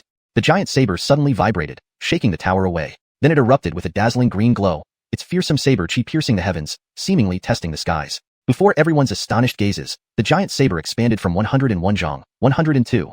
3 breaths later, the 100-jong giant saber transformed into a 200-jong saber, emitting overwhelming power, overshadowing the tower. Broken? Has the soul broken through? People nearly dropped their jaws. What the hell? Too sudden. Hampton was the post-breakthrough soul still considered a grandmaster? Indeed, in the next moment, the 200-jong giant saber emitted a sky-piercing green glow, slicing at lightning speed towards the 100-jong golden tower. Boom. With one slash, the 100-jong golden tower instantly crumbled, reverting to Barker with a deathly pale face. Just one strike left Barker grievously wounded. Hampton at that moment. In midair, the massive saber reversed its blade and flew towards Barker for another strike. Such a pity for a 3rd-rank grandmaster. The crowd sighed. Under the soul saber, Barker was surely doomed. GG. However, at that very instant, a sharp and menacing laugh suddenly echoed from the sky. A gigantic skull appeared, lunging towards the giant saber with a bite. Hashtag chapter 159. The unfortunate 3rd Abdullah. Skull Cave? Bold. A loud shout erupted from the giant blade, instantly releasing a blinding green light that split the skull into powder. In the next moment, the giant blade shimmered and transformed back into Bellamy Beixiang, his expression grim as he stared at the ground. This moment, Barker, who had been critically injured by one of his strikes and rendered immobile, had vanished without a trace. One of the 10 great evil sects, Skull Cave? Bellamy Beixiang's gaze hardened as he looked into the distant void where 2 figures were quickly retreating. Daring to snatch my prisoner? Then, he glanced toward Bellaming Delphinoan Temple and coldly ordered, Hampton announce it. Establish Skull Cave as the target for the New Year's execution. Our sect will offer 10,000 elixirs as reward. I won't rest until 100,000 demons from Skull Cave are killed. SSS. The words sent shivers through the crowd as they inhaled sharply in shock. How tyrannical is the Josue? Just snatching one of his prisoners, and he dares to unleash such a cruel order? Even though Skull Cave was one of the 10 great evil sects, their disciples, including servants, totaled no more than 20,000 at best. With this order, the Josue aimed to cut their numbers in half. Understood. Moments later, voices echoed around him as officers from the Monster Suppression Bureau arrived. Bellamy Beixiang swept his gaze across the area, and anyone he glanced at instinctively averted their eyes. He then declared solemnly, Bellaming Delphinoan Temple is an evil temple that has brought chaos upon the citizens of Qian. Today, the Monster Suppression Bureau will seal it. Hamptony resistance will be met with death. Yes, countless voices responded immediately. The onlookers turned their attention to the monks of Bellaming Delphinoan Temple, their eyes full of disdain. You want to resist? Or do you want to resist again? A fight to the death with these Monster Suppression Bureau scum? A bald monk angrily prepared to fight. In the next instant, a spear pierced through his neck and pinned him to the wall behind. What nonsense! Who dares to speak like that in front of Oral? A flamboyant man jumped down carelessly. His companions saw and smiled helplessly but said nothing. They had worked together for half a year and knew his nature well. Hey, didn't your sister-in-law say that Ade was in danger here at Bellaming Delphinoan Temple? Where is he? Hey, monks, did you kill Ade? Oral shook his head and scanned the area quickly. Everyone held their heads. The young monk being questioned paled. He had no idea who this Ade was, and stood there mumbling incoherently. Oral frowned slightly, gripping his long knife tighter, a wave of murderous intent erupting. Don't kill me, I don't know anything. The monk lost his courage and wet his pants, collapsing in fear. The other surrounded monks also turned pale. They were mere laborers in Bellaming Delphinoan Temple, the highest cultivation among them barely reaching 9th rank. Most were still at the strength training level. They could not withstand the overwhelming presence of the hungry wolves before them, trembling with fright. That's enough, Warden Fletcher. Why scare a bunch of 9th ranks? If you have the capability, go help in the front courtyard. A male voice interrupted. It was the Warden Artie who rushed over after receiving the news. Hee. Oral showed no embarrassment, giving a cheap grin. He wasn't foolish. The battle in the front courtyard was intense, clearly involving 5th or 6th rank cultivators. As a 7th rank beginner, he would only be sending himself to certain death if he joined them.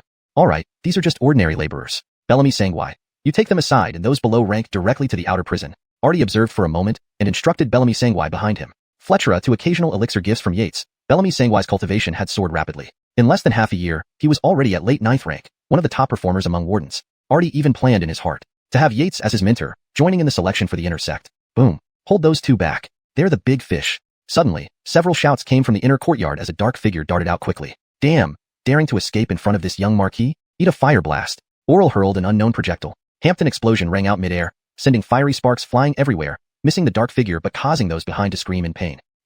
Which bastard threw that? It's killing me. The third Abdullah, enraged, covered his buttocks and cursed.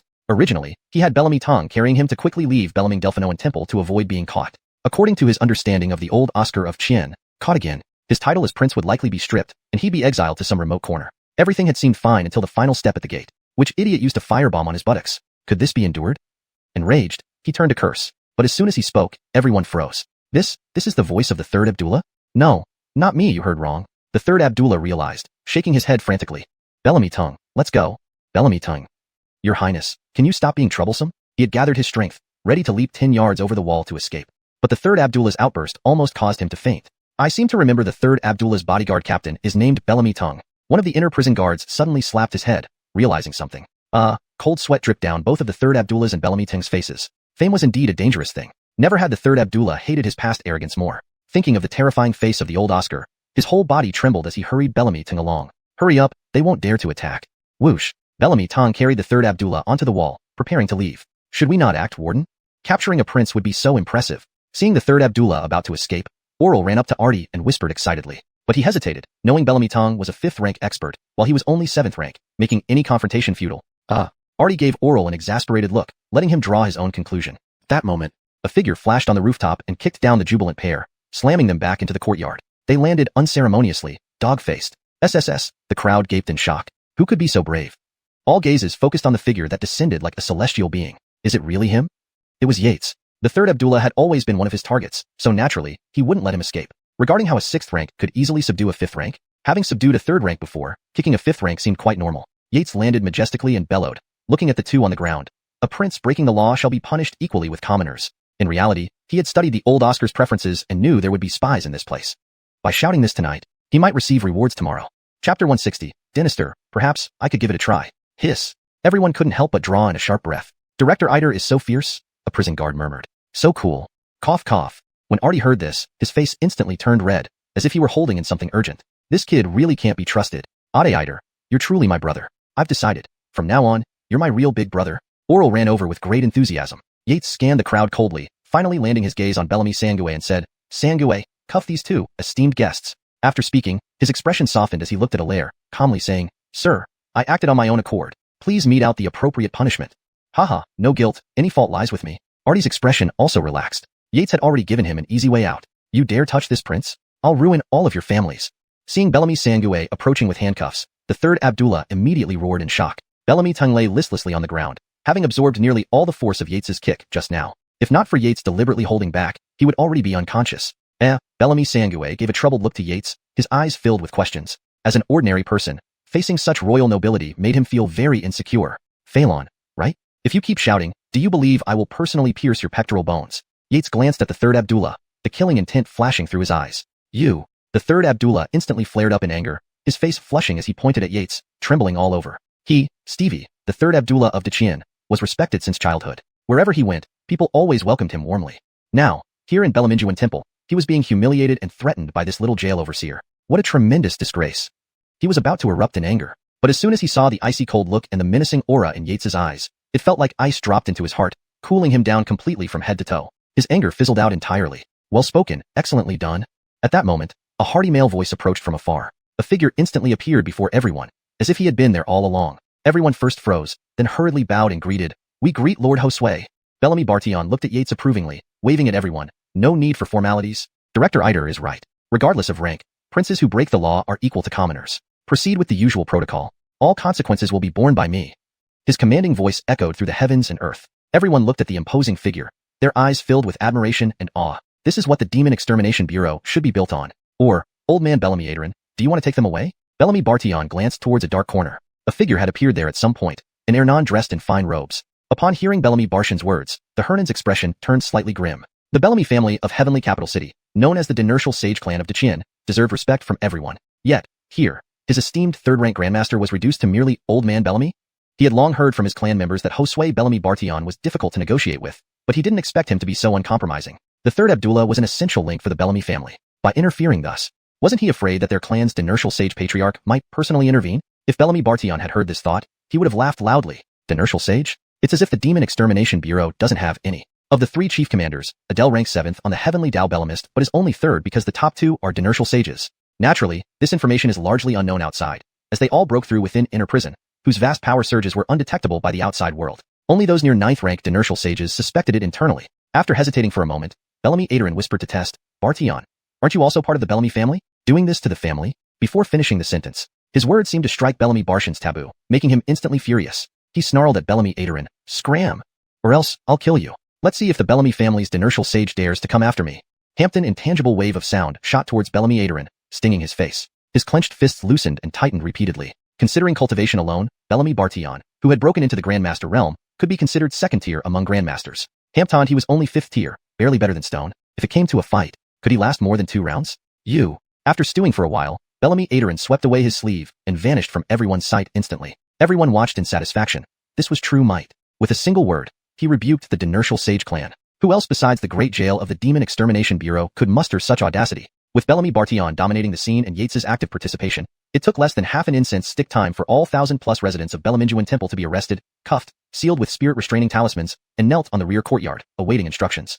Seeing this, Bellamy Bartion nodded at several 4th-rank prison supervisors before flying away. Sima Sheng looked at Artie and smiled lightly. Director Ned, we leave the rest to you. Should any issues arise, feel free to seek me. After a few reminders, Sima Sheng looked at the intersect Ernans of the Great Jail of Demon Extermination. Seniors, our work here is done. Thank you for your assistance. Time to return. Haha, it's nothing. The Ernans smiled back. Their figures flickered a few times and disappeared from everyone's sight. As the bigwigs left, the scene quickly resumed its lively atmosphere, especially the troublemaker Oral, who began bustling around, touching bald heads here, kicking them there, muttering under his breath. Yates looked at the monks on the scene, feeling extremely pleased inside. This was a huge harvest, especially with a 3rd-rank individual included. However, thinking of the old monk, he shook his head slightly. The old monk didn't have too many evil deeds, so his experience points probably wouldn't be high. But there were several 4th ranks present. These monks who practiced the sealed stone Zen likely could provide him with plenty of experience points. Sir, is there something troubling you? Yates noticed Artie frowning deeply and asked. I'm getting a headache. Artie nodded, pointing to another side where hundreds of women were heavily pregnant, saying, look, how do I remove what's inside these pregnant women? Although he didn't know as much as Yates about spiritual fetuses, he knew enough. If mishandled, it could cost hundreds of lives. Enough to imprison him for life in the inner prison. Those big shots had indeed neglected these women, leaving him to deal with the big problem. He, a mere 5th-rank inner prison warden, couldn't handle this kind of situation usually managed only by Dinertial Sages. Artie inwardly complained endlessly, becoming more irritable the more he thought about it. He, a man in his 40s with no Chloe in his life, had to get involved with these women. Watching Ned Warden transform from calm to raging in less than a breath, Yates followed his finger and looked at the group of pregnant women. They stood there helplessly, unsure of what to do. Nearby guards were explaining something, occasionally causing screams and faints. Guards rushed to help, trying to save those who fell. After a long pause, Yates quietly spoke to Artie. Sir, perhaps I could give it a try? Chapter 161. Bellamilia's decision. Are you kidding me? Don't mess around, I've got a headache as it is. Artie waved his hand irritably. He might not know much about the spirit embryo and the sealed stone Zen, but he wasn't entirely ignorant. Besides, look at you. Do you look like someone who has mastered the devil-subduing sutra to perfection? The next moment, a terrifying aura flashed by. Artie, who had been lost in thought, immediately tensed up, almost exploding on the spot. He scanned the surroundings with wary eyes. Is another fourth-rank innate expert showing up? However, after looking around for a while, the others showed no reaction, as if that overwhelming aura was only aimed at him. Only me? A thought flashed through Artie's mind. Hayes' words from just now, can I try? His gaze toward Hayes turned increasingly vacant, filled with disbelief and incredulity. Just now, was that you? Sir, if there's no one else here, it must have been this subordinate. Hayes naturally understood Artie's meaning and chuckled lightly. After a long time, Artie finally recovered from his shock. His gaze toward Hayes gained a new expression, a sign of respect. Prison Wardeniter, you really perfected the devil-subduing sutra? Artie still couldn't believe it. The inner and outer branches of the demon taming office combined had hundreds of thousands of people, but those who could perfect the devil-subduing sutra were few. Could there be 10? Now Hayes, without making a sound, became one of the 11. Even if Hayes' current realm was low, once he breaks through to 5th rank, with the formidable power of the devil-subduing sutra, he could challenge 4th rank innate warriors. Sir, should your subordinate try again? Hayes smiled at Artie. Artie's face froze. This damn brat hasn't changed at all. He always picks at what shouldn't be touched. Then he waved his hand helplessly. Just go quickly. Finish it up early so you can see your little lover sooner. What little lover?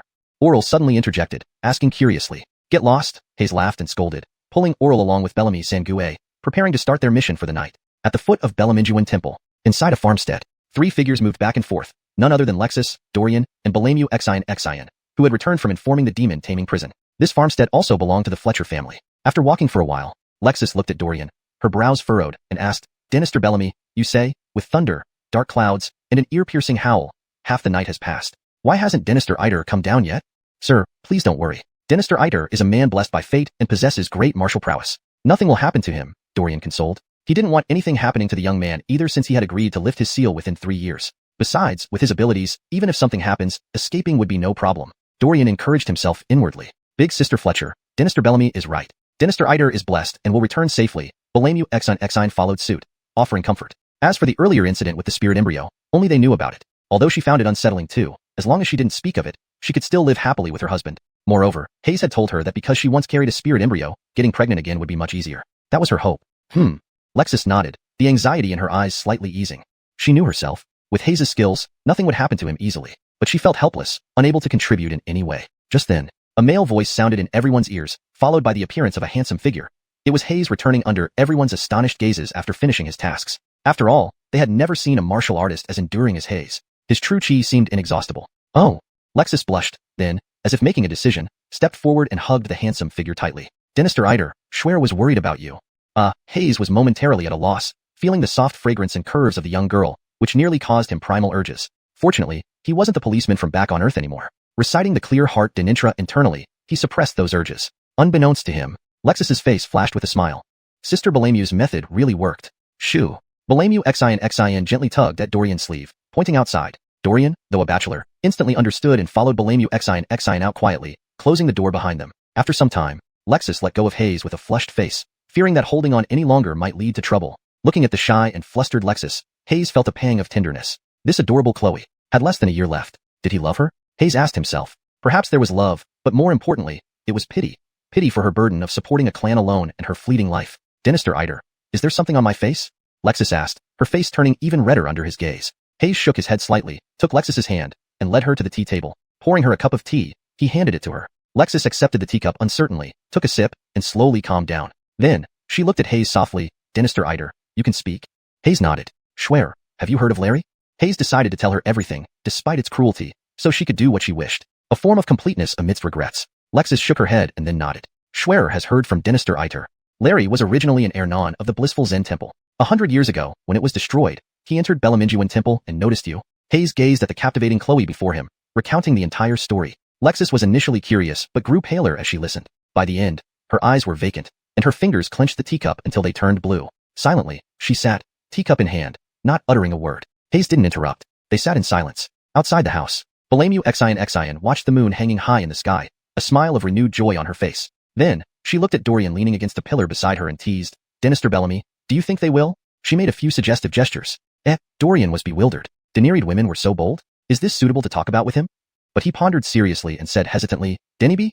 Little did they know. Inside, Lexis was on the verge of breaking down. She thought long and hard about many things. Life, family, business, parents, Uncle Bellamy. Finally, she seemed to make a decision. Blushing slightly, she looked at Hayes and whispered, Dynasty Iter, the cultivation method from Blissful Zen Temple. Do you know it? Chapter 162. Heavy Snow in Heavenly Capital City. The Great Dry Dynasty. Delphinoanli Year 95. 12th Lunar Month. Minor cold. Heavy snow. A blizzard that blankets everything under heaven. Piling up to heights of several men's height on the ground. The sudden and severe weather caused immediate suffering among ordinary people of the Great Dry. Many homeless individuals perished pitifully by the roadside. Numerous martial arts experts ascended high-rise buildings and mountain ranges to observe the vast sky above. It was a once-in-a-millennium heavy snowstorm, sealing the entire dynasty. Extraordinary events surely harbored demonic influences. It was in this very year too. The Mickey, who had not left the Imperial Palace for a decade, rushed to the demon containment prison deep into the night and spent an entire day and night conversing with the warden in the 7th level of the inner prison. Finally, he left with a grave expression. As for the contents of their conversation, outsiders could never know. Only this much was certain. After returning to the palace, the Mickey issued a series of decrees. Finally, a single edict came forth. On New Year's Eve, the 7 great martial marquises must return to the capital to submit their reports after handing over their duties. Inside and outside the Great Dry, countless people speculated endlessly about the Mickey's intentions. Even Abdullah Yates and the Rihanna met several times, but failed to fathom what lay behind the Mickey's actions. But everyone knew one thing. The Great Dry Dynasty would be changed. At the ancestral residence of the Iter family, several figures were busy non-stop, continuously sweeping the inner courtyard and the snow before the gates, making it seem as if they were ready to celebrate the new year, completely unaffected by external rumors and gossip. Xiaoju, don't you think when Dynasty and young Dynasty get married, it will be so lively? Yeah.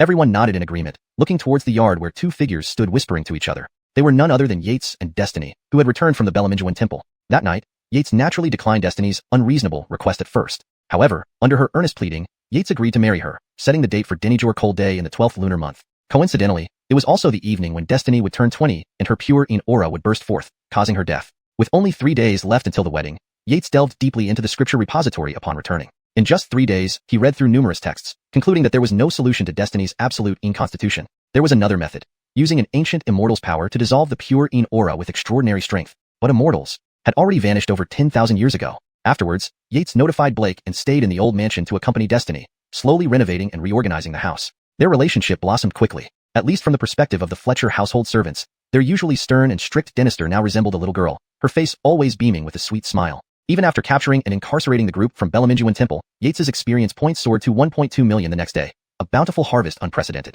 However, Yates felt no joy despite this achievement. He even lacked interest in retrieving the heavenly materials promised by the Demon Containment Office. He temporarily put aside his cultivation of the Qian Void Sutra. After all, a heaven-grade cultivation technique sitting there wouldn't be taken unless an immortal descended and seized it from the Demon Containment Office. Cultivating it simply required spending experience points. Regarding 3rd Abdullah's fate, as Yates predicted, the Mickey decreed that same day that 3rd Abdullah was guilty of heinous crimes and demoted him to County Fletcher, ordering him to leave the capital within 10 days and head to the desert for exile. He became the first prince to be eliminated from succession, compared to the former crown prince, who merely lost his title but retained his princely rank. This edict sent shockwaves throughout heavenly capital city. Countless people celebrated in the streets. Michelle, hearing the news, nearly fainted on the spot as a grand 3rd-rank master.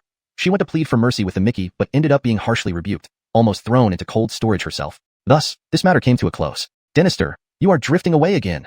Destiny flicked a ball of snow toward Yates's face. Instantly, Yates's face turned into a snowy kitty cat. It's my fault, spare me, Schwer. The cool sensation pulled Yates back to reality as he raised his hands in surrender. Although with a slight movement of true chi, he could have melted the snow instantly. Cece. After some playful moments, they returned to the courtyard to drink spiritual tea. Dynasty, were you thinking about Schwer again? You promised to be happy and accompany me through these final days. Seeing Yates's lackluster mood, Destiny guessed immediately. Yates hesitated slightly. Schwer, you?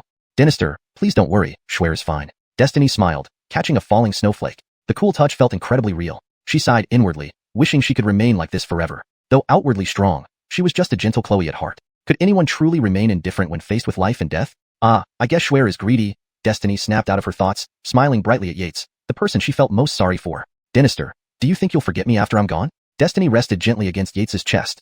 Bella fool, what do you think? Yates chuckled, tapping her forehead lightly. His eyes betrayed the underlying bitterness. He wasn't a sage and couldn't forget her. A Chloe dancing gracefully in the snow, her love flowing deep, her eyes always filled with his image. Honestly, he felt he was the one who had let her down the most. After a moment, he heard no reply but soft snores instead. Bitterness welled up even deeper in his eyes. According to ancient records, women with the absolute Yin constitution tend to become increasingly drowsy as the time for the pure Yin energy to erupt draws near. Eventually, in sleep, the pure Yin energy bursts forth, causing them to die in their sleep. Was this perhaps a final act of mercy from heaven? Bah, damn it, playing with fate? One day I'll tear you apart.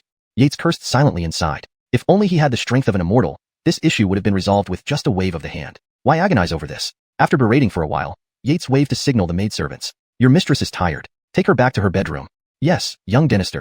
Two maids bowed gently and carried Destiny to her bedroom. With their 8th layer physical training, lifting Destiny was as easy as holding a feather. Uncle Abdurrahman, you're here?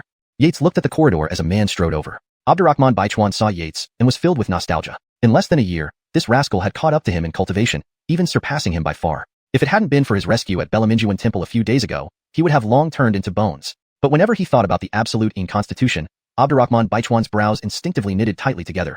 It could not be cured by medicine or stones. His eyes locked onto Yates's face. Youngster, have you thought clearly about this? Yates laughed softly. Uncle Abdurrahman, didn't you play matchmaker for us initially? Chapter 163, The Wedding Day. A thick line of distress flashed across Abdurrahman Baichuan's forehead. If only he had known back then that Destiny had such a condition, he would never have mentioned the marriage arrangement to Yates. As for feeling guilty about betraying his old friend, he would apologize in the netherworld with a few bottles of wine when he meets his 2 dear friends there. Uncle Abdurrahman, life is but a short span of 100 years. Enjoy it as it comes, be content and happy, Yates consoled him. You're quite optimistic. Abdurrahman Baichuan looked at the man before him in surprise. This boy has truly changed. Since they parted ways, the changes in him are astonishing day by day, especially this time. He actually managed to perfect the demon refining prison sutra. This cultivation technique was something he had long envied. After entering the fiend taming office and seeing its heaven-grade techniques, he gave up on such unrealistic thoughts. Although he had an extraordinary encounter in his youth, it didn't mean he could easily comprehend a heaven-grade technique. But this nephew of his silently astonished even the fiend taming office almost speechless. Moreover, he heard that even Aiden by Bellamy Hongfei praised him for his exceptional talent. After Bellamy Badaocean, he was the second person to receive praise from by Bellamy Hongfei. As for the previous 2 people, one became a Dinertial Saint. The other one, just after breaking through to Grandmaster, leaped over 4 levels straight to the 2nd stage of Grandmaster. Isn't that shocking? Isn't it unbelievable? His nephew Abdurrahman Baichuan was about to become a figure on par with the Lawrence, a monumental character who shook the heavens. Ha, Yates chuckled softly, yet Abdurrahman Baichuan could detect a hint of helplessness in his laugh. By the way, Uncle Abdurrahman, both my parents are gone, leaving me with no family. In 3 days, I wish for you to stand as my family during the wedding. After some casual conversation, Yates suddenly said, Abdurrahman Baichuan nodded slightly, a trace of satisfaction flashing in his eyes. Do you have close friends you want to invite? Yates pondered for a moment and replied, Uncle Abdurrahman, I made a few friends in the fiend taming office. Please help invite them. Also, please invite your close friends too. More people will make it livelier. She'll be happier. Hearing this, Abdurrahman Baichuan nodded approvingly, smiling wider. This kid really considers him family. Over the next 2 days, Yates went to the Great Fiend Prison, sending out wedding invitations, asking everyone to remember to come drink wedding wine on the coldest day of winter. Everyone laughed, congratulated him, and promised to arrive on time. Initially, he also wanted to send an invitation to the Lawrence, but after entering the inner Fletchingen's 5th layer, he was informed that since the last battle at Spirit Wish Temple, Bellamy Badaocean hadn't returned. However, he asked the lair for the names of all the 4th rank elders and sent them invitations. Whether they come or not is not his concern. Wouldn't these future grand figures fawn over him now rather than waiting until he rose to prominence? Meanwhile, on the Fletcher family side, with Destiny's worsening condition, her body growing increasingly fatigued and sleepy, Yates handled everything for her. After the Hu family's blow, the Fletcher family's business had plummeted. Destiny, knowing her time was limited, selected a cousin within the family to take over. As for what happens afterward, she couldn't care less. So, on that day, the 2 families would gather at the Eider family's ancestral home for a joyous celebration together. At first, Abdurrahman Baichuan opposed this style of wedding feast, but Yates's persistence prevailed. Reluctantly, he agreed. As for the Fletcher family, they readily agreed without any objection. Time flew by. It was soon the coldest day of winter. Snowflakes were falling heavily, accumulating into drifts a man's height on the stone-paved streets of the capital city. However, as the distant sound of jubilant brass instruments heralding a bride grew louder, the snow instantly melted away. To martial artists, deep snow posed no obstacle. In moments, the street was cleared. Aloysius, where are we? Inside the bridal sedan, Destiny tightly held her small hand, whispering to Aloysius outside. She knew her physical condition better than anyone. The drowsiness grew more intense, and she felt herself losing strength. But she didn't want to collapse at this final moment. She just wanted to call him husband. That would be enough. Giggles, lady. We're still 10 miles from the market. Aloysius, familiar with the route, smiled and answered promptly. Tell Dynasty Bellamy to go faster. Destiny urged softly after a moment of silence inside the sedan. Oh, Aloysius paused in surprise. Was the lady so eager to see the groom? But she didn't say anything, replied with a yes, and turned to whisper to Bellamy Hauchu. The old master nodded slightly. It's just a small matter. Everyone, the host needs to hurry.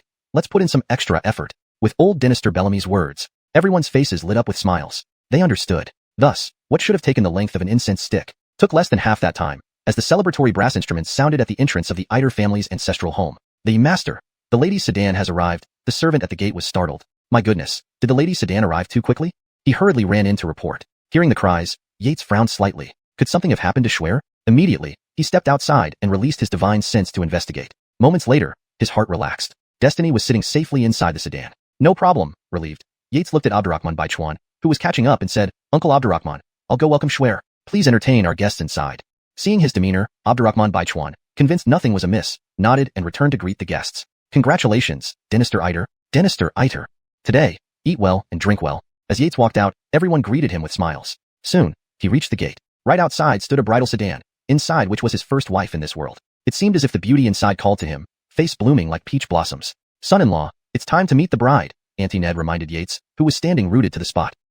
Yates chuckled softly, lifting the curtain and speaking gently. Schwer, let's go. It's time for the ceremony. Yes. Dressed in phoenix crown and red dress, Destiny extended her hand, which Yates gently took, and they walked in together. Oh, this isn't right. Seeing this, Auntie Ned tried to intervene, protesting that this wasn't proper according to ritual. Old Dynasty Bellamy saw this, smiled helplessly, sidestepped, and led Auntie Ned away. Let it be. Let it be. If they are happy, that's all that matters. Inside the main hall, everyone stood on either side with smiles. Abdurrahman Baichuan, stroking his newly grown beard, occasionally nodded with a light smile. At the center stood Yates and Destiny, the new couple holding hands. Bow to heaven and earth. They turned and bowed together toward the full moon behind them. Bow to the air nons. They faced the main seat and bowed together to Abdurrahman Baichuan, who was laughing broadly. Couple bow. Turning again, Yates looked at the delicate Chloe opposite. Without releasing his divine sense, he could still clearly sense Destiny's nervousness. Bow.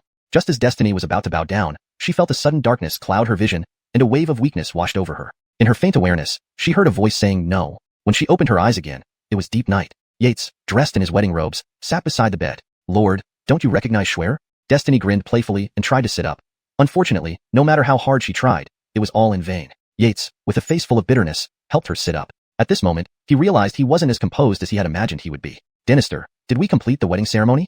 Destiny asked. No matter how hard she tried, her efforts were ultimately in vain. Yates helped her sit up with a face full of bitterness. In this moment, he realized he wasn't as composed as he had imagined he would be. Dynasty, did we complete the wedding ceremony? Hashtag chapter 164. The Vanishing Bride. A pair of eyes filled with spiritual essence gazed anxiously at Yates. Yates was about to shake his head, for they were still short of the final mutual bow as husband and wife. But upon second thought, it seemed this formality didn't matter so much anymore. It's done. We are husband and wife. Yates nodded. Himph. Husband always deceives people. Schwer clearly remembers we were missing one last ceremony. Destiny's voice grew fainter, almost inaudible at the end. Not, but Schwer is very happy. Finally, I can call you husband. Husband, can Schwer lean on you? Yates nodded vigorously, embracing her into his arms. After a moment, Yates could feel that Destiny's body seemed to undergo a subtle change, growing somewhat cold and losing its usual warmth. Is the time coming? Yates muttered silently to himself. Husband. Hum. I heard, those who die by self-destruction usually look very ugly. Schwer doesn't want to. You saw Schwer. Is it possible? Instantly, an overwhelming pain surged through him, and tears welled up in Yates's eyes. He nodded earnestly. Husband listens to you. There was no reply, but Yates knew the beauty in his arms could still sense it. Yates gently kissed Destiny's forehead, tenderly laid her down flat, covered her with a quilt, and carefully combed her disheveled hair. She was a Chloe who loved cleanliness. With a lingering glance at the Chloe lying on the bed, Yates turned and walked out amidst tears. Schwer, goodbye. Husband, Schwer, we'll be your bride again in the next life. In the next moment, a brilliant white light shot abruptly from within the room toward the sky, stirring countless essences of spirit. The spiritual essence across all of Tianjing City seemed to have gathered around the wooden house behind Yates, swirling and dancing. Swoosh. Several figures instantly appeared beside Yates. It was exactly Ned Delphinoxing, Abdurrahman Baichuan, and others. Everyone looked curiously at Yates by the door. Only Abdurrahman Baichuan's eyes reflected contemplation. Yates nodded at him. Ladies and gentlemen, today's wedding feast goes as planned.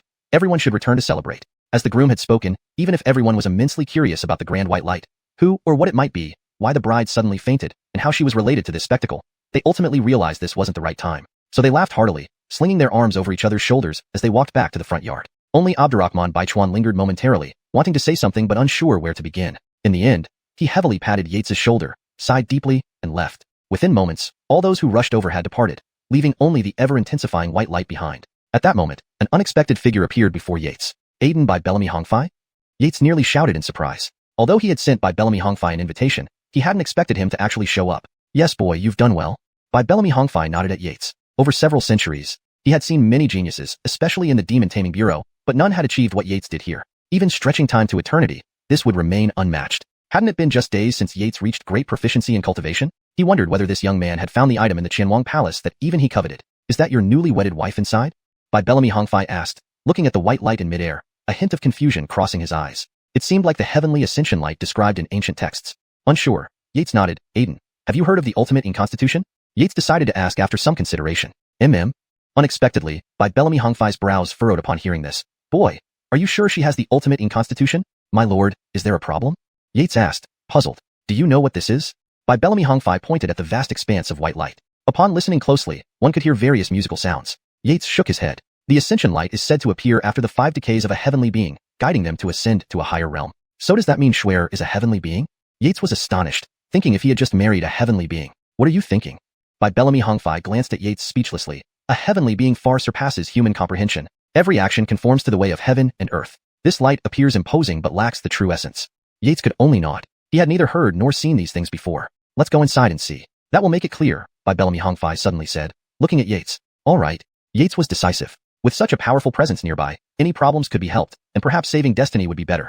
Once inside, the room was empty except for a sachet on the bed, and the omnipresent white light vanished. My lord, what is this? Yates was dumbfounded. How could someone disappear without a trace? Even with explosive death, some remnants should be left. By Bellamy Hongfei shook his head. It's beyond ordinary means. Your new wife may not be dead. Oh, Yates was stunned. What did that mean? Perhaps it has something to do with the snowfall. By Bellamy Hongfei didn't elaborate further, gradually disappearing from within the room. Yates felt frustrated. His newlywed wife had disappeared, turning everything into a riddle. Cursing inwardly for a while, Yates opened the sachet and found a small note inside which read, Husband, I'm gone. The handwriting was delicate, clearly a Chloe script. The person who left this note was obvious. Gone? Yates pondered. Gone could imply many meanings, dead or moved somewhere else. Considering what by Bellamy Hongfei had said, Destiny might not be dead, her whereabouts remained unknown? Forget it. After a brief deliberation without any useful conclusions, Yates decided not to dwell on it. These unsolved mysteries would unravel when his cultivation reached a level to match the heavens. Looking at the experience points in his mind for the hell-refining canon, Yates smiled. To Minister Ned, I raise a toast to you. Uncle Abdurrahman, I also raise a cup to you. Everyone, drink. This night, we don't leave until drunk. Alcohol itself isn't intoxicating. People get intoxicated to forget their sorrows. That night, Yates didn't expel the alcohol with his inner energy, drinking thoroughly with everyone. The next day, early morning, Yates appeared before Minister Ned Delphinoxing. Why, Minister Eider, shouldn't you be staying with your bride? Why come to see this old man? Ned Delphinoxing joked. Except for Abdurrahman Baichuan, others were unaware that Yates had just lost his wife. Minister, you hurt my feelings. You know me well, duty comes first. I keep you, and the inner prison always in my heart. Haha. Yates exaggeratedly acted heartbroken. After some laughter, Yates got to the point. Minister, I wish to cultivate the profound void scripture at the Demon Taming Bureau. Could you give me some advice? Yates came not for guidance from Artie, but for the token. Ned Delphinoxing paused briefly, then seriously examined Yates. You aren't going to try perfecting the demon-suppressing hell scripture first? Boy, I must remind you. Although your talent is good, celestial-level skills are not trivial. Greed breeds failure. Yates listened attentively, nodding all the while. You understood everything? Ned Delphinoxing said in surprise, finding this young man quite easy to talk to. I thank you for your teachings, sir. Yates nodded. But then he unexpectedly continued. However, could you please give me the token? Chapter 165. The Artifact Spirit, shocked. Kid, are you serious? Artie scrutinized Yates's face intently. In his heart, he thought, it seems that the talented youth with jade-like skin and bones mentioned by Uncle Hamptoncester must be this kid. I wonder how many blood transformations he has undergone.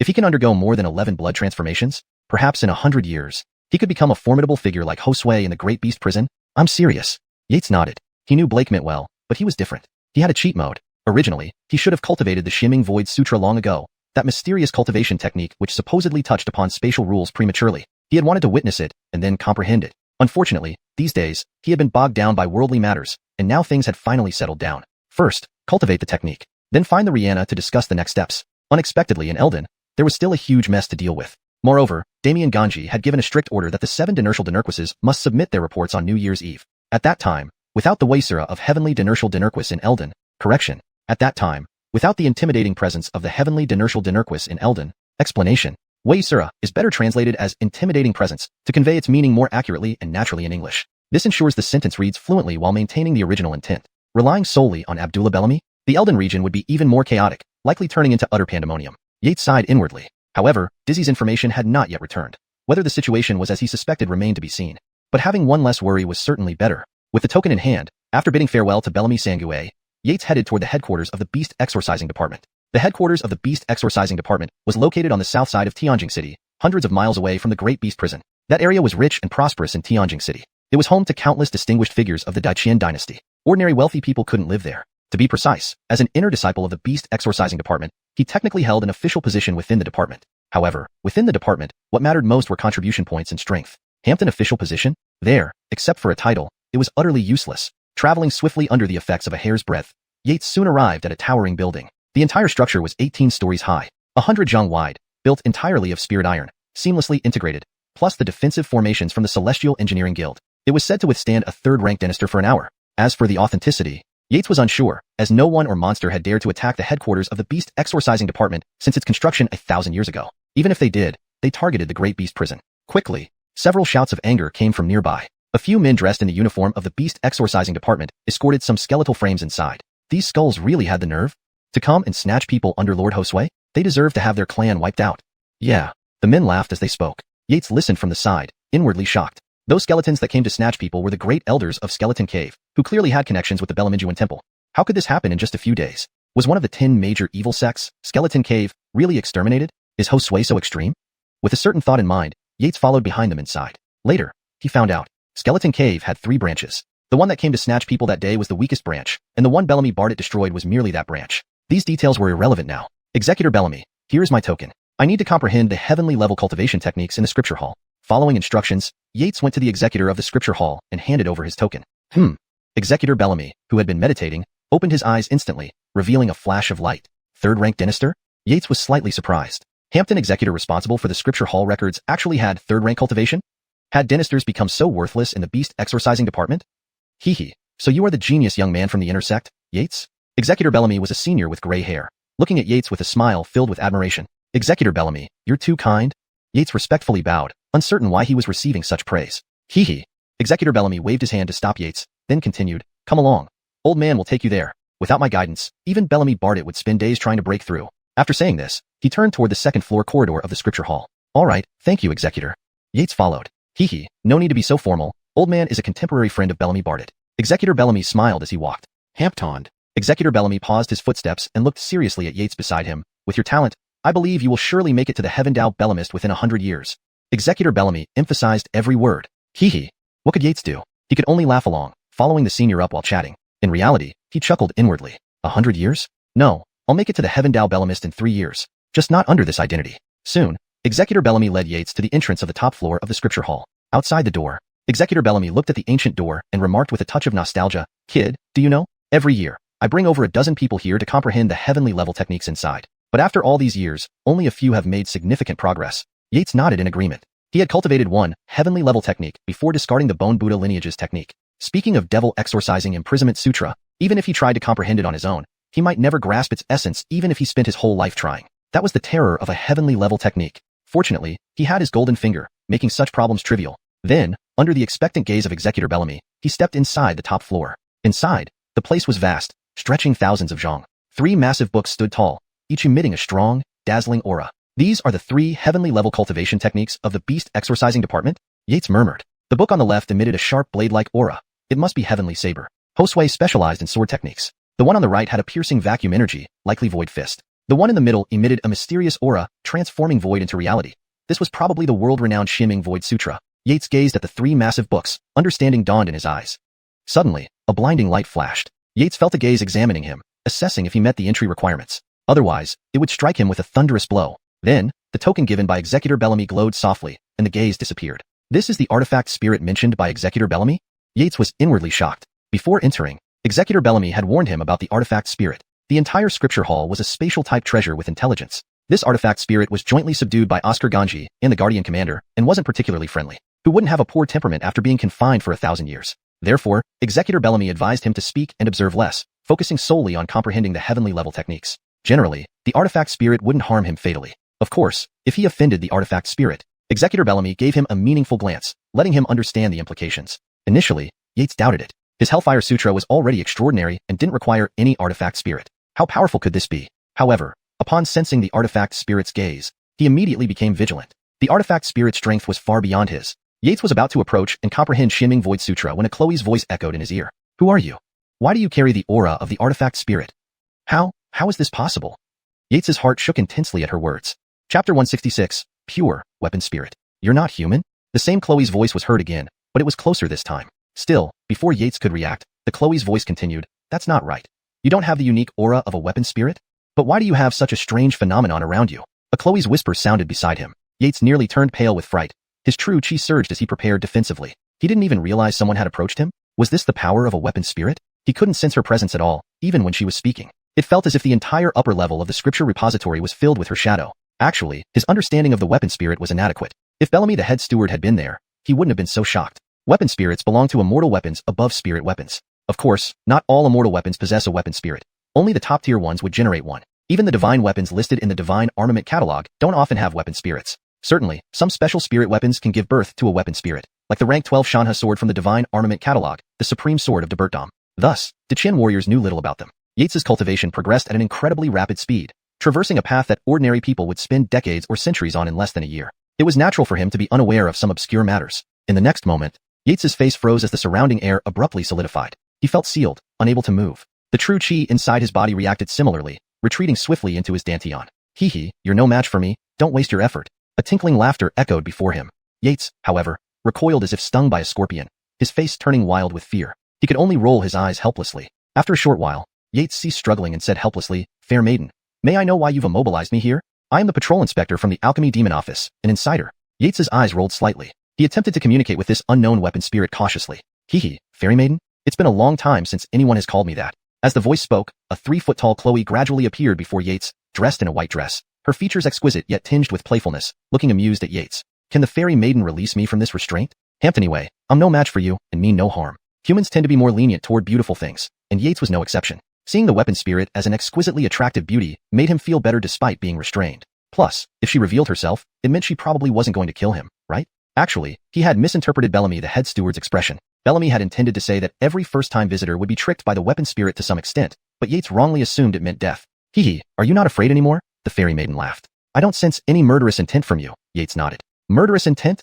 the fairy maiden asked, puzzled. "What is that? Is it fun?" Yates scrutinized the exquisite Chloe before him, realizing her expression seemed genuine. He concluded that this was a pure and inexperienced weapon spirit. Damn old man Bellamy. Yates clenched his teeth thinking of Bellamy's expression. The old guy must have known the weapon spirit would trick people and gave him that terrifying look, causing him unnecessary anxiety. "You still haven't told me what it is," the fairy maiden urged. She lived here alone, rarely seeing anyone all year round. Moreover, most people who entered suppressed their senses immediately upon arrival, unlike this fellow who boldly scanned everything upon entering. Was he stupid? At this thought, her eyes instantly became pitiful. Yates felt insulted by the small beauty's gaze, helpless though he might be. He couldn't fight back, so he explained what murderous intent was. After a short while, Yates learned that this small beauty was the weapon spirit of the scripture repository. Her former self was once a world-shaking immortal weapon. After a fierce battle she vaguely remembered, someone started calling her Joanna. Then 1,000 years ago, Galen and the first guardian dug her out of an ancient battlefield and brought her back to Qian. But by Yates's understanding, these two old men had likely lured her away. "Joanna, can you go outside?" Yates asked softly, a glint of anticipation in his eyes. Though tiny, this beauty possessed frightening power. He sensed that Joanna's strength was likely saint level. If he could get her out, those righteous sects, demon sects, and evil creatures wouldn't stand a chance against him. Could he not then become invincible? However, Joanna deflated like a punctured balloon, instantly appearing dejected. "Miss Joanna, sorry, I shouldn't have spoken rashly, please don't take it to heart."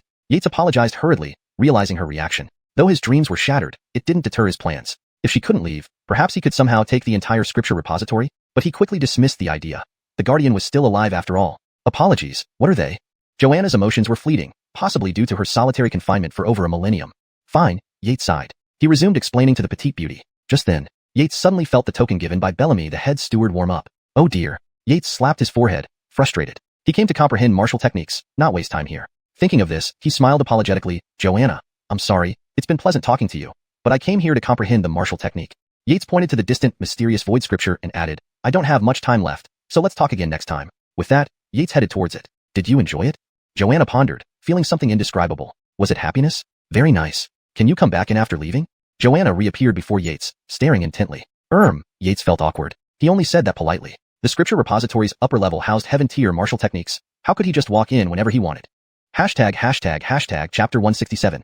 Heavenly Scripture? Unexpected news. An hour later. Yates glanced back at the Exorcist Bureau building, his eyes still filled with awe. Just moments ago, Anastasia had informed him that the Shimming Void Sutra was actually only a top-tier heaven-class cultivation technique born from her true form. Countless years ago, she suffered a massive blow, her essence being shattered by an enemy. It split into 3 parts, with the largest fragment forming the Sutra repository and subsequently giving rise to the Shimming Void Sutra. This explained why the people of the Exorcist Bureau found it difficult to fully comprehend this cultivation technique. The other two fragments, one formed a cultivation method called Xianxia, a step across heaven, which ended up in the mortal world. The final part became embedded within a hammer known as the sky-piercing hammer. A single strike from this hammer could shatter the heavens, its power unmatched even by divine weapons not listed on the divine weapon register. Most ordinary divine weapons wouldn't measure up to its ferocity and effectiveness. Then there was Fletcher Qian, who used this hammer and became a formidable third-rank grandmaster among peers. According to Anastasia, if Yates were to master both the Shimming Void Sutra and Xianxia, and also refine the sky-piercing hammer, he would be able to unify them into the legendary Great Dream Heavenly Scripture. Mastering this technique, Anastasia claimed,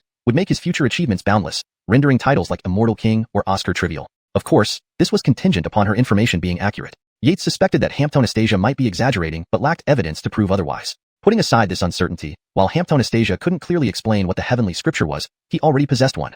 The Infernal Heavenly Scripture. This scripture was responsible for granting him his current near third-rank Grandmaster combat prowess. Taking this as a reference, even if the Great Dream Heavenly Scripture was subpar, it would still far exceed any heaven-class cultivation technique. With the system's magic, who could challenge him then? Indeed, kindness always pays off. Yates withdrew his gaze and shook his head, heading back toward the Great Exorcist prison. As for Fletcher Qianwu's sky-piercing hammer, that was his kindness. Sooner or later, he'd take it. After all, wasn't he just a third-rank grandmaster? Give him a few more years, and he'd make Fletcher Qianwu kneel before him. Thinking about this, Yates summoned the infernal Heavenly Scripture interface in his mind. Yates, Jailer, Area, Inner Prison levels 1 to 5, Outer Prison, Realm, Mid-5th rank, Organs, Large Intestine, 0/10 million, Experience Points, 18.25 million, Cultivation Techniques, Tortoise Breathing Technique, 1000/10 million, 3 Wild Blade Forms Intent, 0/1 million, Heavenly Flame Rampage Perfection, 0/5 million, Xianxia Skill, 0/10 million, Facial Transformation Skill, 0/10 million, Demonic Suppression Suture Perfection, 0/100 million, Soul Search Method Skill, 0/10 million, Beast Seal Imprint Skill, 0/500 million, Shimming Void Sutra Dynasty, 0/1 million. Since capturing the evil monks from Belaminjuan Temple, he had advanced most of his cultivation techniques to the mystical realm, albeit at a lower level. Combined, these techniques boosted his combat strength to rival that of a newly transitioned third-rank grandmaster. At this point, he could be considered a genuine third-rank grandmaster. As for the Shimming Void Sutra, which others found challenging, for him, it was a breeze. In the moment of transmission, just as he touched the edge of the infernal Heavenly Scripture, it was immediately recorded. Then, in one breath, he elevated it to the mastery stage, feeling the profound wonders of spatial principles, such as spatial confinement. With his master-level Shimming Void Sutra, he could imprison even early third-rank grandmasters for a short duration, providing enough time to alter the tide of battle. Soon, he returned to the Great Exorcist prison. Your Excellency, you're back? Aiden Ned is looking for you. Bellamy Sangue hurriedly reported. Oh. Yates raised an eyebrow. Didn't he just meet Aiden Ned this morning? Why was he already needed? All right, I understand. You may go. Yates waved him off. Yes, Your Excellency. Bellamy Sangue bowed respectfully and left. As for why Yates didn't ask what it was about, he knew Aiden Ned wouldn't directly reveal the matter. Instead, he must have instructed Bellamy Sangue to inform Yates once they met. While walking, Yates pondered over the situation. Soon, he arrived back at Aiden Ned's office. The moment he entered, Aiden Ned stood up in surprise. Boy, you're back so soon? Excellency, once the cultivation technique was mastered, I naturally returned. Yates shrugged, finding a seat for himself. Isn't the Exorcist Bureau's heaven-class technique supposed to be extremely difficult? Artie inwardly criticized. Ignoring Yates's actions, as Yates's current strength far surpassed his own, protesting would be futile. And doggone, without martial prowess, rank meant nothing. One's position could vanish in an instant. You, Aiden Ned chuckled and then grew serious. Do you know about the imperial decree issued last month? Recalling the 7 Dinertial Fletcherks? Yates raised an eyebrow. Why only 7 dukes? Because after killing the heroic Fletcherk, it remained unresolved. No one from the Abdurrahman family could ascend, and Damien Gaunt intended to keep this position vacant, paving the way for the new emperor. Consequently, the 8 martial dukes of 1,000 years became 7. Of course, many were eyeing this position, acting in secret but hesitant to make bold moves for fear of being the first target. Yes, related to that, the 7 Dinertial Fletcherks are returning to court for the New Year Lantern Festival. Sects will battle, and the dukes along with sect leaders will watch. Artie nodded. Does this mean we need to lend personnel from the Great Exorcist prison? Yates asked casually. Seriously? Yates looked dumbfounded. Doggone had countless capable individuals. Why borrow help from a prison? You boy, are you spying for the royal palace? Aiden Ned remarked. He had just received news from Gus, and somehow, Yates already knew. Yates broke out in a sweat, waving his hands. Excellency, don't say nonsense. We could lose our heads. Damien Gaunt had met him once, displaying terrifying power. Being Dagon's ruler, he could mobilize national fortune, making it dangerous to underestimate him. Artie smiled and recounted the matter. The more Yates listened, the tighter his brow furrowed. It turned out the 7 Dinertial Fletcherk's return coincided with the annual contest among young disciples of various sections. To foster good relations between the court and sects, every 10 years, an official contest was held, determining the strongest through martial skill. The top 10 winners would receive generous rewards. This year, Damien Gaunt offered rare items like enlightenment pills, rumored to greatly increase the chances of breaking through to 4th rank. Naturally, during such times, numerous demons and spirits would cause chaos. Last time, A core disciple of Taishang Daozong was defiled by a White Lotus sect disciple, losing all cultivation. This should be a matter for the sects, unrelated to the court. However, this year, one of the 3 ministers suggested, since we are selecting the strongest of the era, shouldn't Dagon undoubtedly be the first? This statement resonated deeply with the emperor. Immediately, it was decided that this year's judges would be young talent, and they must be intimidating enough to command respect. However, choosing suitable candidates proved challenging. Contestants had to be under 25, narrowing the pool significantly. But to be able to command respect from the geniuses of the major sects? That was extremely rare. This task eventually fell to the Exorcist Bureau, and then inexplicably landed on Yates. So, I'm being specially selected for this? Yates's mind was still trying to catch up. Chapter 168. I have to be a judge? Urgent news from Eldon. Geniuses from major sects? To Yates, they were nothing more than dirt and chaff. However, this matter was far more complicated than it appeared on the surface. Had he been noticed by someone? What the Truman mentioned in the Gon Ned Palace last time served as strong evidence. If it were just the warden, things would be manageable. After all, Yates could still be considered one of his people, and based on previous interactions, the likelihood of him taking action against Yates was low. But if the warden found out about the infernal heavenly scripture, his attitude would be hard to predict. Especially after Anastasia told him about the great dream heavenly scripture. Yates felt slightly uneasy. The infernal heavenly scripture was his greatest secret. Know it, or die. Otherwise, he would be the one dead. Probably just overthinking.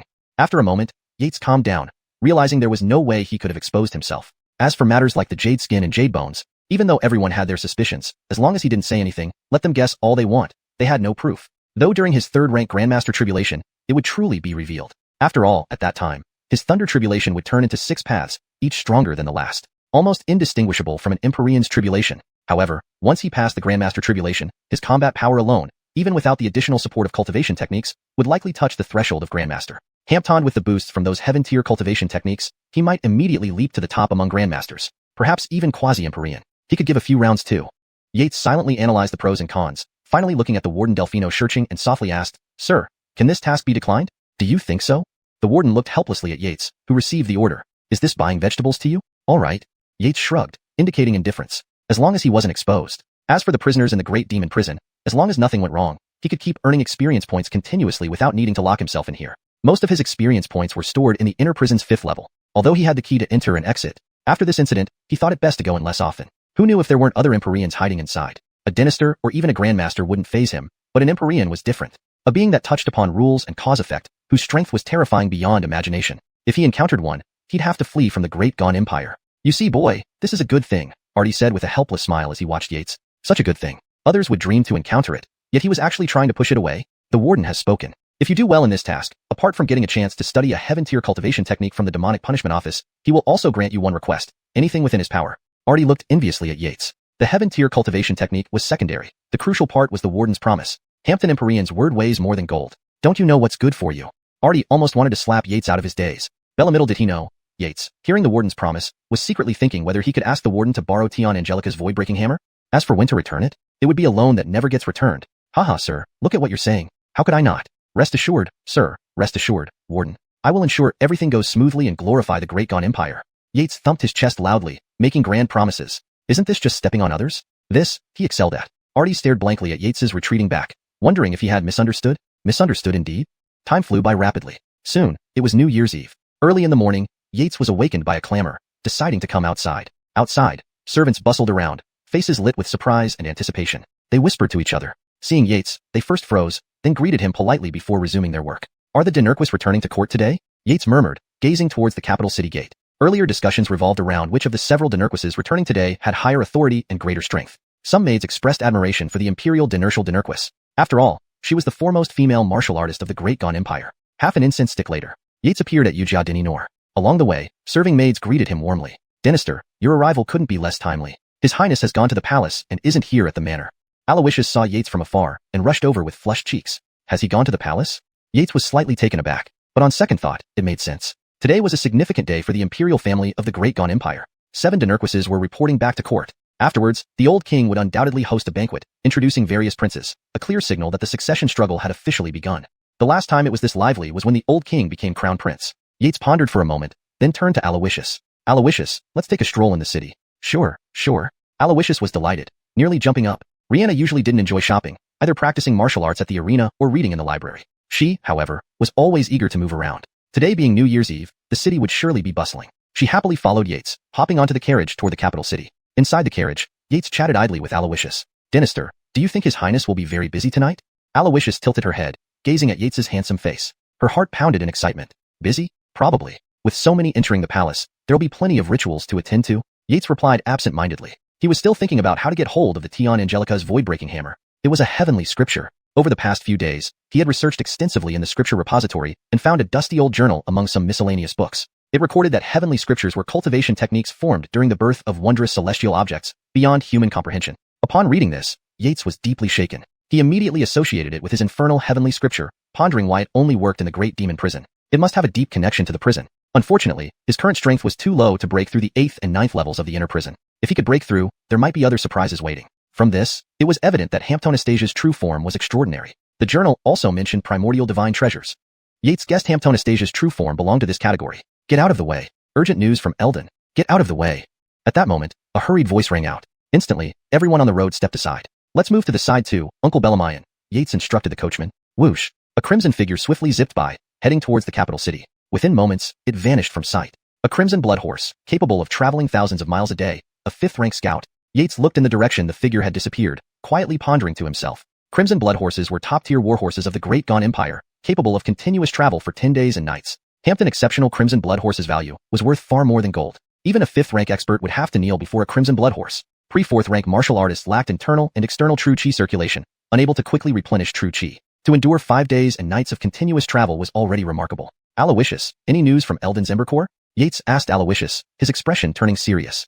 Chapter 169. A thief? Hampton unexpected person. Was that someone from Eldon just now? Yes, my nephew went to Eldon to eliminate bandits this time, and hasn't sent any news for 2 months. Yeah, my eldest son is the same. He used to send at least one letter home. On the Imperial Road, people watched the retreating figures, chatting animatedly. Inside the carriage, Aloysius quickly recalled recent information, then shook her head. Young Dynasty, no? No? Yates raised an eyebrow. Ember disciples went to Eldon. It had been more than 4 months, and not a single message came back. This didn't seem right. Dynasty, is there something wrong? Aloysius asked, concerned by Yates's expression. Yates nodded slightly, then shared his worries. Young Dynasty, are you saying that Eldon is heavily guarded by troops, and all communication with the outside has been cut off? Aloysius's face showed surprise. Though not as perceptive as Yates, she immediately understood his concern. Something big was about to happen. That's enough. Worrying won't help. We'll ask Her Highness when she returns. She'll know what's happening in the palace. We should enjoy today first. After a brief conversation, Yates changed the subject. He knew he had been too careless before. The group of Ember disciples he sent previously might have been completely wiped out. Zen, huh?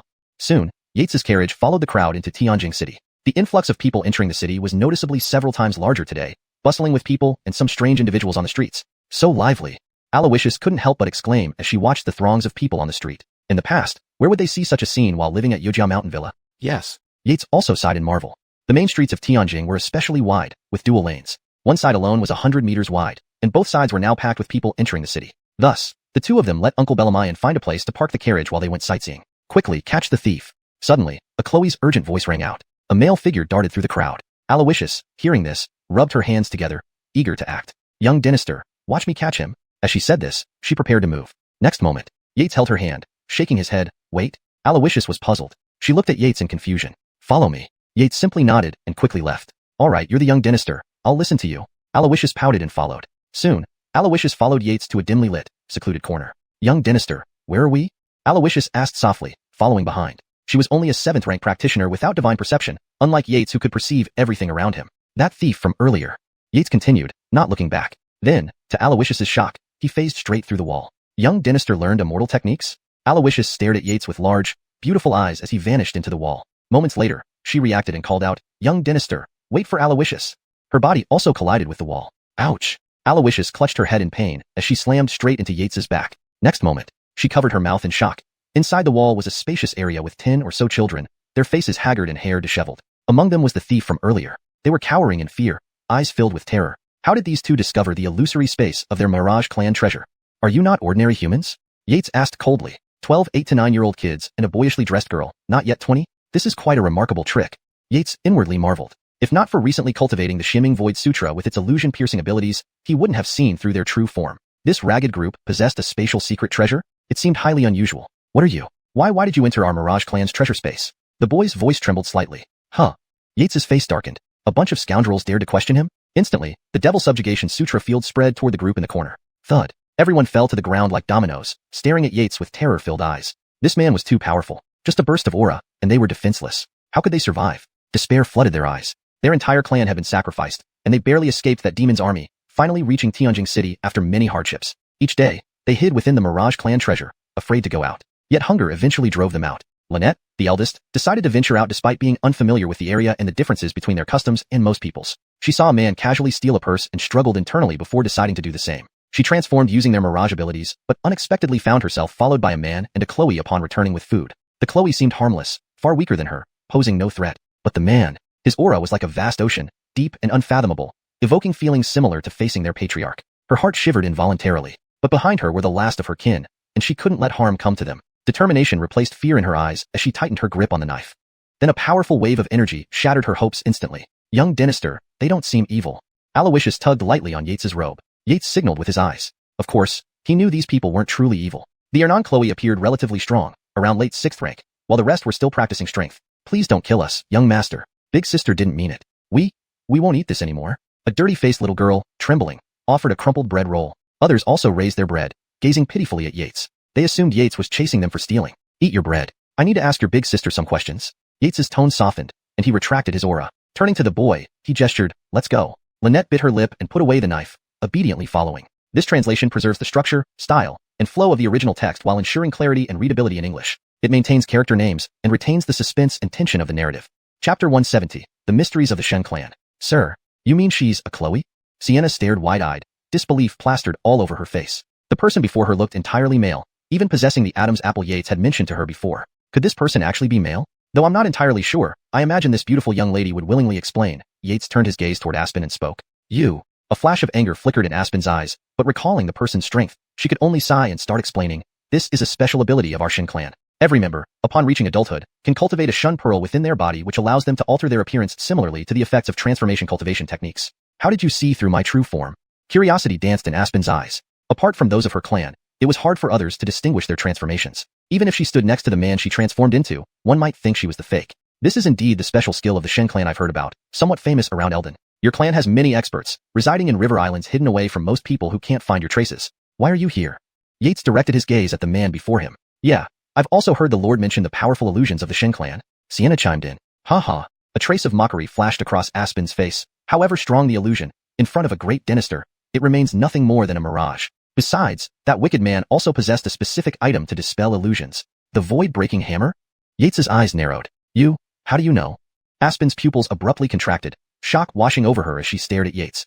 Go on, Yates ignored her question. She nearly leapt up in anger, feeling thoroughly belittled by this high-level practitioner. Yates asked questions, expecting full responses, yet when it came to something minor concerning himself, he remained silent. As the clan leader said, there isn't a single good person in Heavenly Capital. Aspen muttered under her breath. Only then did she lift her head and continue. I'm Aspen. We have always lived in Mo Ming Lake in Eldon until 3 months ago when a terrifying man intruded our clan. After an unknown discussion with our clan leader, he unleashed a massacre. Imperial troops tore through our defenses and entered our territory. One by one, clan members fell in pools of blood. My mother, father, they all died. Her voice trembled slightly as tears moistened the corners of her eyes. Sienna gently tugged at Yates's hand. This Shun clan girl was truly pitiful. Afterwards, following the instructions given by our clan leader, we planned to come to Heavenly Capital to sue. To seek justice for our clan. Pain flickered in Aspen's eyes. Instructions? Yates raised an eyebrow. She nodded and carefully handed over a small brocade box from her robes. The clan leader said that with this item, we could make that person pay with his life. Aspen didn't want to part with the box, but she dared not hide anything from Yates. His presence felt overwhelmingly intimidating, perhaps even more so than the clan leader. Of course, this was just Aspen's perception. Yates wasn't currently powerful enough to surpass a third-rank Great Dynasty. Yates examined the purple brocade box in his hands and realized it couldn't be opened using conventional means. A test? A faint smile flashed across his mind. Following the stunned gaze of Aspen, with a soft click, the box popped open. Indeed, she had intended to test him. If he broke into their treasured Shen clan relic so easily, what hope did a tampered box stand? However, it backfired faster than expected. Inside the box was a letter written in blood. Yates unfolded it carefully and saw large letters. Your Dynasty, Zen plans to rebel. Respectfully submitted by Remington. Frowning, Yates sensed not only Remington's desperation in writing this letter, but also his conviction that Zen was plotting rebellion. Do you call your leader Remington? Yates looked at Aspen. She nodded, looking hopefully at Yates and asked, Can I see the content of the blood letter? No. Yates flatly refused. Folding the letter neatly, he slipped it into his robe and said firmly, This letter could bring complete disaster upon the remaining survivors of your clan. For everyone's safety, it's best if I keep it. Aspen panicked. What about our revenge? It wasn't unreasonable for her to be anxious. Without the letter, how could she gain access to the palace to present her petition? How could they seek vengeance? Would the lives lost in the Shen clan go unavenged? Shaking his head, Yates replied, Presenting this letter won't help you achieve revenge and might get all dozen or so survivors killed. If the letter named Tianmu Dinerquis instead of Zin, Yates would personally escort Aspen to petition. But with Zin, the situation changed. Officially, Yates proclaimed law equality regardless of royal status, yet Damien Gon likely wouldn't execute Zin but strip his title and confine him. Zin, unlike Third Abdullah, had considerable power. Not just these few Shin clan survivors, but even Eugenia would be hunted relentlessly. They had already abducted Sienna to uncover Eugenia's secrets, but failed thanks to Yates's timely intervention. He knew better to strike swiftly and decisively to ensure irreversible damage. Destroying the Shin clan or having a mere bloodletter wasn't enough. More needed to be added. A ruthless glint appeared in Yates's eyes. How is this possible? Aspen paled. At this moment, Yates's expression changed, and he looked at Aspen. How long has it been since you arrived in Heavenly Capital? Just a day, sir. Is there something wrong? Aspen asked cautiously. Your trail isn't clean. Pursuers, particularly powerful ones, a third-rank ghost, are likely approaching. Ah, her face turned even whiter. Third rank? What could they use to defend themselves? Suddenly, Aspen looked at Yates, who frowned, making a decision. Sir, if you save us, I will serve you as your slave or servant for life. With those words, she dropped to her knees. Hashtag chapter 171.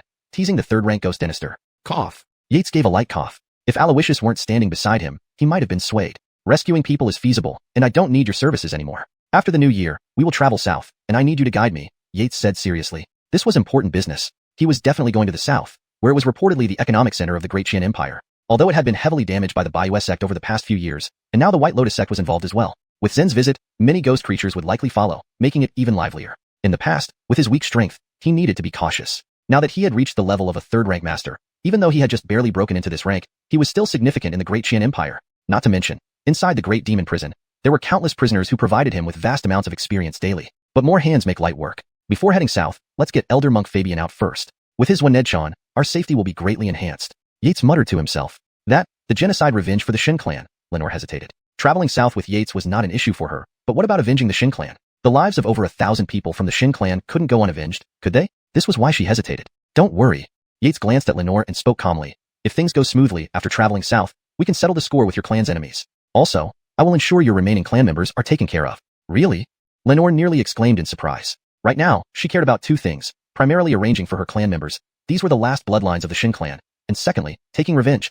You can ask Aloysius if young Dinister has ever lied, Yates smirked dismissively. Miss Shin, young Dinister is a good person and won't lie, Aloysius quickly chimed in. Lenore looked at Yates seriously, then turned to Aloysius, her eyes filled with contemplation. Yates was too profound for her to gauge. Though she couldn't discern his depth, she could tell from Aloysius's expression that he wasn't lying. In that case, please take care of us from now on, Lenore mused for a moment. She didn't think there was much worth deceiving about, especially since the Shin clan was no more. So, she nodded in agreement and addressed him as young Dinister like Aloysius did. Not a problem, not a problem. Yates felt a flicker of joy. Lenore thought she had nothing valuable enough to be deceived, but Yates saw it differently. Even though the Shin clan were human, they possessed rare and valuable qualities. Their bodies contained Shin pearls with extraordinary powers, and they also practiced soul-stirring, mind-controlling, and hallucinogenic techniques. Though Yates could achieve these effects himself, being a competent hidden boss meant not doing everything personally. People with such special abilities were exactly what he lacked. The Great Qian Empire was vast. Hampton beyond the Great Qian, there was an even greater world. Reborn, he certainly didn't want to remain a minor figure. Standing atop this world, experiencing the grace of immortals, that was his true calling. Once he secured the Great Qian, he could have Marianne start clearing out internal demons and monsters along with other wicked beings. Then, how many prisoners would be confined in the demon prison daily? How much experience would he gain? This was his ultimate goal. Helping Xianxia ascend, he harbored his own ambitions, which gradually surfaced as his strength grew. So, young Dinister, what should we do now? Lenore asked. Just now, Yates mentioned a third-rank ghost master outside investigating. She worried that any conflict might harm their orphan clan members. Although she was naive, she knew the formidable power of a third-rank expert. Don't worry, none of you will be harmed. Yates read her thoughts. Aloysius, stay here with them. He pointed at the group of girls nervously watching from a distance. Turning to Lenore, he added, come with me. Secure your clan's space, and I'll bring you out of the city. Fighting within is inconvenient. Yates made arrangements. The two women quickly nodded. At that moment, a sinister thought intruded into the Shin clan space. Heh, this master has found you little rats. Is that so? Yates's eyes narrowed coldly as he clenched his fist. Instantly, a series of crackling sounds erupted in the air, mixed with angry curses. A mere third-rank master dared to insert his thoughts? Do you think you're a second-rank Wu Saint? Who else should I crush if not you? Meanwhile, Yates inwardly smiled. It was an unexpected delight. Initially, the opponent's cultivation was slightly stronger than his, but now, the opponent's divine sense was impaired. The scales clearly tipped in his favor. Grabbing Lenore's hand, he swiftly turned, and they appeared back on the street. Beside the street, a hunched old man was clutching his head and groaning. Seeing Yates and Lenore emerge, the old man became furious. A renowned ghost master being ambushed by a fourth-rank human? Forgetting Zen's deal, he prepared to unleash his ghost energy uncontrollably. Fool! Yates mouthed the words, scooped up Lenore, flashed onto a rooftop, and disappeared with several shadowy movements. His 4th rank innate cultivation was specifically to catch this old ghost off guard. The hunched Ernan instantly seethed with rage. While he couldn't understand Yates's mouth movements, he instinctively felt humiliated. Not bothering to unleash ghost energy, he pursued rapidly in Yates's direction. Swearing vengeance, he aimed to capture the young man and severely torture him using ghost methods. As the hunched Ernan chased, his thoughts raced. Yet no matter how hard he tried, Yates continued to distance himself. Damn! The hunched Ernan grew frantic, his face darker than charcoal. Suddenly, he unleashed all his ghost energy, significantly increasing his speed. Just when he glimpsed Yates, the latter gave him a contemptuous gesture. To his stunned gaze, Yates's speed surged again, disappearing from sight in the blink of an eye. No! The hunched Ernan panicked. Fearing Yates's disappearance, he expended all his ghost energy, further boosting his speed. Even as a 3rd-rank ghost master, whose ghost energy cycled endlessly with the cosmos, he couldn't afford to be reckless forever. But fortunately for him, Yates also slowed down ahead. Thinking of this, a malevolent smile curled the Hernan's lips. What he didn't know was, running ahead, Yates's lips curled similarly. A skilled hunter often appears as prey. Yates understood this principle well. Chapter 172. One kick isn't enough? How about hamp another one? Whoosh. Whoosh. What was that just now? Unclear, like a flying arrow? Someone shook his head. But it didn't affect the crowd on the street. They all acted as if nothing happened and continued browsing and trading. After all, if something goes wrong, there's the patrol bureau to handle it. Hampton, if the patrol bureau can't handle it, there's still the demon extermination bureau above them. Sir, should we chase after them? In the distance, a group of men dressed in patrol bureau uniforms stood at the street corner, watching the direction Yates and the Ira Ernan had disappeared. Chase? What will you chase with? Your head. The leading man berated his underling in frustration. Their highest cultivation among the group was only 8th rank, and the rest were 9th rank. Go after a flying high-level cultivator? Are they made of iron, or not valuable enough? The boss calmed down. Belamiddle Belamiu is new here. A patrol officer nearby quickly tried to mediate. Yes, besides, these two haven't caused any disturbance or harmed anyone in the city. Why should it concern us? The others also voiced their opinions. Only after hearing this did the leading man cool down, glancing over the group and said, although this matter occurred in our jurisdiction and we can't resolve it, we must report it. Bellamy, take Belamiu to the Demon Extermination Bureau and report what happened. Also, bring along the newbie so he doesn't end up dead without knowing how. The leader finished his instructions, then coldly glanced at Belamiddle Belamiu, making him shiver all over. Sure thing, boss. We'll be right back. Dorian was a straightforward person, saluting the leader before dragging the still bewildered young man away. If Yates were here, he would have noticed an indescribable aura lingering between the brows of this man. Let's go. The leading man instructed the remaining few and resumed patrolling. Everyone looked at the two departing figures, sighed softly, and hurriedly followed. Very soon, Yates transformed into a streak of lightning, whooshing through the city gates and disappearing from sight. A black shadow pursued closely behind him. Can you revert to your original form? It's quite ridiculous running while carrying a man. Once outside the city, Yates relaxed. In the city alone, there were at least 10 third-rank grandmasters, some whose auras were hidden yet perceptible, hinting at formidable power. He naturally had to be cautious. Moreover, his comprehension of spatial mechanics was far beyond what it used to be. Losing the Ira Ernan was a piece of cake. Thus, he had time to tease the Chloe in his arms. Aspen blushed slightly. Though inexperienced in worldly matters, her clan wasn't unfamiliar with such situations. If not for the genocide, she would be getting married within her clan this year. Aspen responded softly, and a stream of light enveloped her. The man in Yates's arms turned into a stunning beauty with fair skin, delicate features, and fluttering eyelashes. A fragrant scent of orchids filled the air. Yates unconsciously sniffed deeply. He instantly realized his mistake. This time, Aspen blushed even deeper, like a glowing red apple. Sorry. It was instinct, not intentional. Yates explained while inadvertently touching inappropriate places again. Aspen's body trembled slightly, pulling back. Okay, now it's even harder to explain. Yates gave up. It was indeed an instinctive reaction. Besides, the girl just lost her entire clan. Both her parents were dead. He wasn't a beast but a human being and wouldn't do something like that. They sprinted forward and soon arrived near a mountain villa. Yates stopped mid-air, looking teasingly at the halted Ira Ernan. Phew! The Ira Ernan floated, panting heavily, his face flushed. The chase almost shattered him as a third-rank ghost patriarch. Belamiddle, brat, why aren't you running anymore? How come you stopped? The Ira Ernan stared icily at Yates. Haha. Yates burst out laughing. Clearly, this old ghost patriarch was becoming senile. Hadn't he noticed? He was breathless, while Yates remained perfectly composed, without the slightest change. You. The Ira Ernan narrowed his eyes. He sensed something amiss. This boy's cultivation was much weaker than his own. Why would he look about to collapse, while Yates appeared completely unfazed? This was unreasonable. Did you set a trap? The Ira Ernan scanned around warily, trying to find any hidden enemies. He couldn't believe Yates would dare act against him alone, so surely there must be hidden adversaries. But he was disappointed. His divine sense swept repeatedly without finding anything. Ultimately, he eyed Yates skeptically. Brat, where are your people? People? Aren't they right in front of you? Yates chuckled lightly. Heh, brat, relying on that fourth-rank cultivation? Or are you planning to hand over the girl in your arms to beg for your life? The Ira Ernan cackled wickedly, revealing yellow teeth. Denister.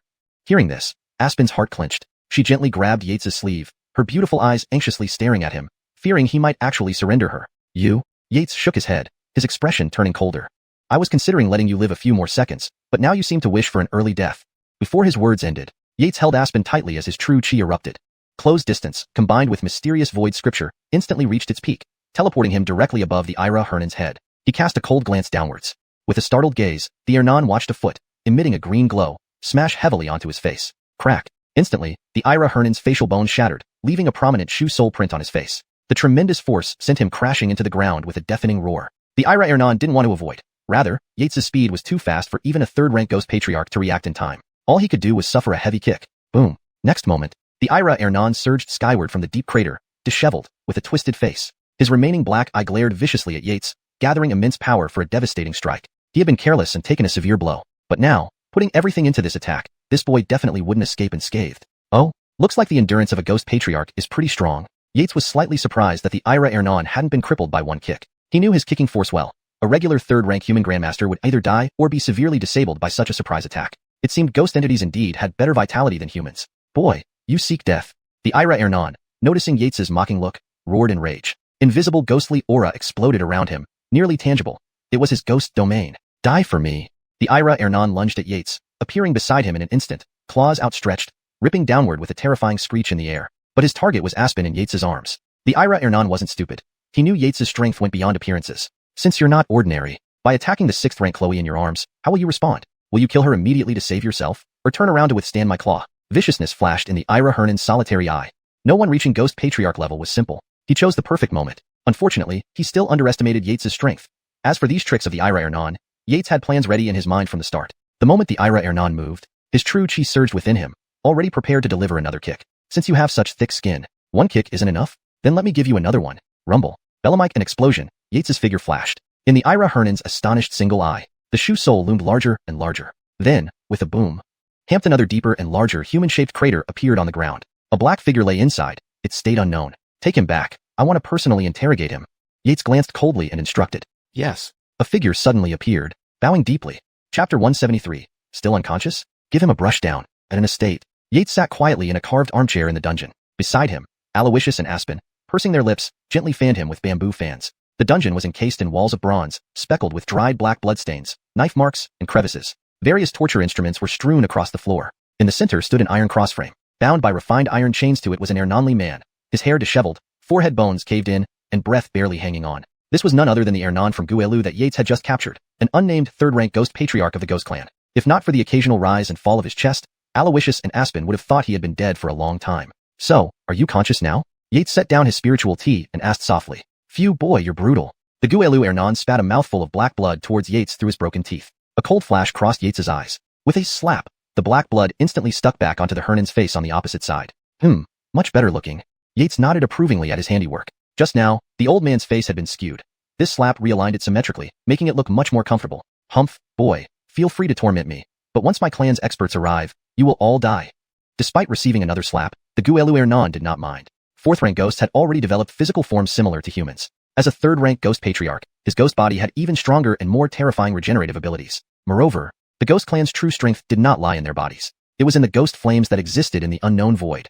As long as this sinister young man did not extinguish his ghost flame, relying on its regenerative power, it would take only a few days for his ghost body to regenerate. Then, he would give this sinister young man a big surprise. A cruel glint flashed in the Guelu Hernan's eyes. Ha ha, Yates chuckled coldly. Was the Guelu Ernan naive enough to think he could fool Yates? Dream on. Previously, when he returned from the demon-refining Great Prison to the Eider family residence, he encountered spirits almost every night, crushing them effortlessly. Later, he specifically looked up information about the Ghost Clan in the scripture library. Had things remained the same, even knowing about the ghost flame of a Ghost Patriarch would not have helped him. Indeed, as the Ernan believed, after the Ghost Clan reached the 3rd rank, their ghost flames no longer resided within their physical forms but were stored in the unknown void. Even if a Grandmaster came here, they could only severely wound them, but finding a way to kill them thoroughly would be difficult. Very difficult. Thus, encountering Ghost Patriarchs always proved troublesome. They couldn't be directly killed, only suppressed. Periodic restraints were necessary to prevent them from regenerating and going berserk, which was indeed a hassle. This was also the source of Guelu Hernan's confidence. After all, you can't kill me anyway. But didn't you know there is a saying, judge a man after 3 days? Moreover, Yates was a cheat who practiced both the mystic void scripture and step into the distance. Following Yates's cold laughter, he gestured for the 2 women to step back. He slowly rose and walked to the Hernan's side.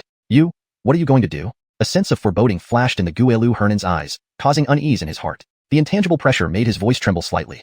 However, Yates ignored him, narrowing his eyes as he scrutinized the Ernan. Next, In front of their stunned gazes, he waved his hand, inserting it into the space above the Hernan's shoulder and vanishing momentarily. He then started probing, with a series of popping sounds emanating from the void. The next moment, Yates dragged out a pale blue flame from the unknown void. You. The Guelu Hernan stared wide-eyed, disbelief written all over his face. This man had such ability? Was he an enemy of the Ghost Clan? Was he a Dynasty saint? Fear-stricken thoughts flashed in his mind, almost making him faint. Aloysius and Aspen, too, wore expressions of astonishment on their beautiful faces. Dynasty actually managed to pull the ghost flame of a ghost patriarch from the void? If this became known, many would be terrified. The Ghost Clan would spare no effort, mobilizing their entire force to kill Yates. His threat was immense, rendering the Ghost Clan's advantage null and void. Playing with the ghost flame, Yates found it not hot, lacking any alarming presence. Only subtle mental fluctuations could be sensed. Also, it had intricate connections to the Hernan before him. How amazing! Yates marveled inwardly, tossing the ghost flame casually to Aspen. Keep it. Old ghost, do you still have any cards left? In a flash, Yates lounged back in the armchair. Get to work. The two women cast reproachful glances at Yates, then helplessly shook the bamboo fans. This person was getting better at pretending. Who exactly are you? There was only panic left in the Guelu Hernan's eyes as he looked at Yates, as if he had met his natural predator. Me? That's not your place to ask. Yates's expression turned cold. Did he think Yates was easygoing? A flicker of killing intent passed over his eyes. Startled, the Guelu Hernan shuddered, completely snapping out of his stupor and recognizing his predicament. Ask whatever you want. He conceded. One who could drag the ghost flame of a ghost patriarch out of the void was not human but a greater monster than their own kind. Where are you from? What did you seek from them? Hamptond.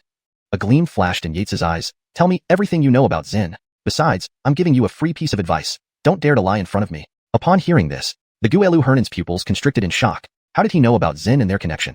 Just then, he had intended to mix 9 falsehoods with one truth, to bluff his way through. Although his ghost flame was under control by this person, it did not mean he would concede entirely. The Guelu Hernan muttered internally, slowly opening his mouth. Old man comes from Mount Min, where the Qian and ghost clans have generations-old enmity. We came here to kill them and avenge our feud. As for Zen, there have been some transactions between him and our clan, specifics of which, being low in rank, I am unaware. Yates's expression grew icier, still not clear-headed. Huh? Xianxia, use some true chi to wake him up properly. Yates ordered. Aspen was baffled. Was he asking her to slap him using true chi? Which side should she hit? Left or right? Thinking of this, she prepared to step forward. Use true chi to brush against his ghost flame. Aren't you ashamed? Not even knowing your enemy's weaknesses despite the centuries-old feud. Yates couldn't help but criticize. Aspen blushed. She recalled the clan records indeed mentioning this, but since they had never encountered a ghost patriarch to capture their ghost flame, everyone eventually forgot. Subsequently, a soft glow emerged from her hands. No. The Guelu Hernan seemed to face a great terror, his eye bulging out, filled with sheer horror. Chapter 174, Possible Reincarnation of an Immortal? After a piercing scream, Yates finally allowed Aspen to withdraw her true chi. The Ghost Clan and the Shell Clan were ancient enemies, which Yates was well aware of. Moreover, he had just witnessed firsthand how the Shell Clan's true chi had a natural suppressive effect on the Ghost Clan's ghost fire, as recorded in ancient texts. The effect was indeed impressive. At this moment, the Hernan on the cross, Ira, looked paralyzed, drenched as if he had just been pulled out of a pond, dripping with saliva, his body twitching uncontrollably. His eyes reflected unshakable fear, a deep-seated terror that made him never want to experience that torment again. Yo, young man, don't torture me anymore. I have already told you. Ira panted between breaths. Wouldn't it have been better if you cooperated earlier? Why did you make Dynasty act? Alessandra pursed her lips and pouted. A flicker of amusement flashed across Aspen's eyes. It seemed she found the situation quite entertaining and eager to try more. You pursued the Shell Clan due to ancestral feuds, but more importantly, there should be a deal between your Minsan Ghost Clan and the Bard. Tell us every detail, leaving nothing out. Yates's expression was stern, his voice icy cold. Yes. Ira trembled as he replied. To everyone's surprise, his next words almost sent the three of them jumping out of their skins. He's not human. What?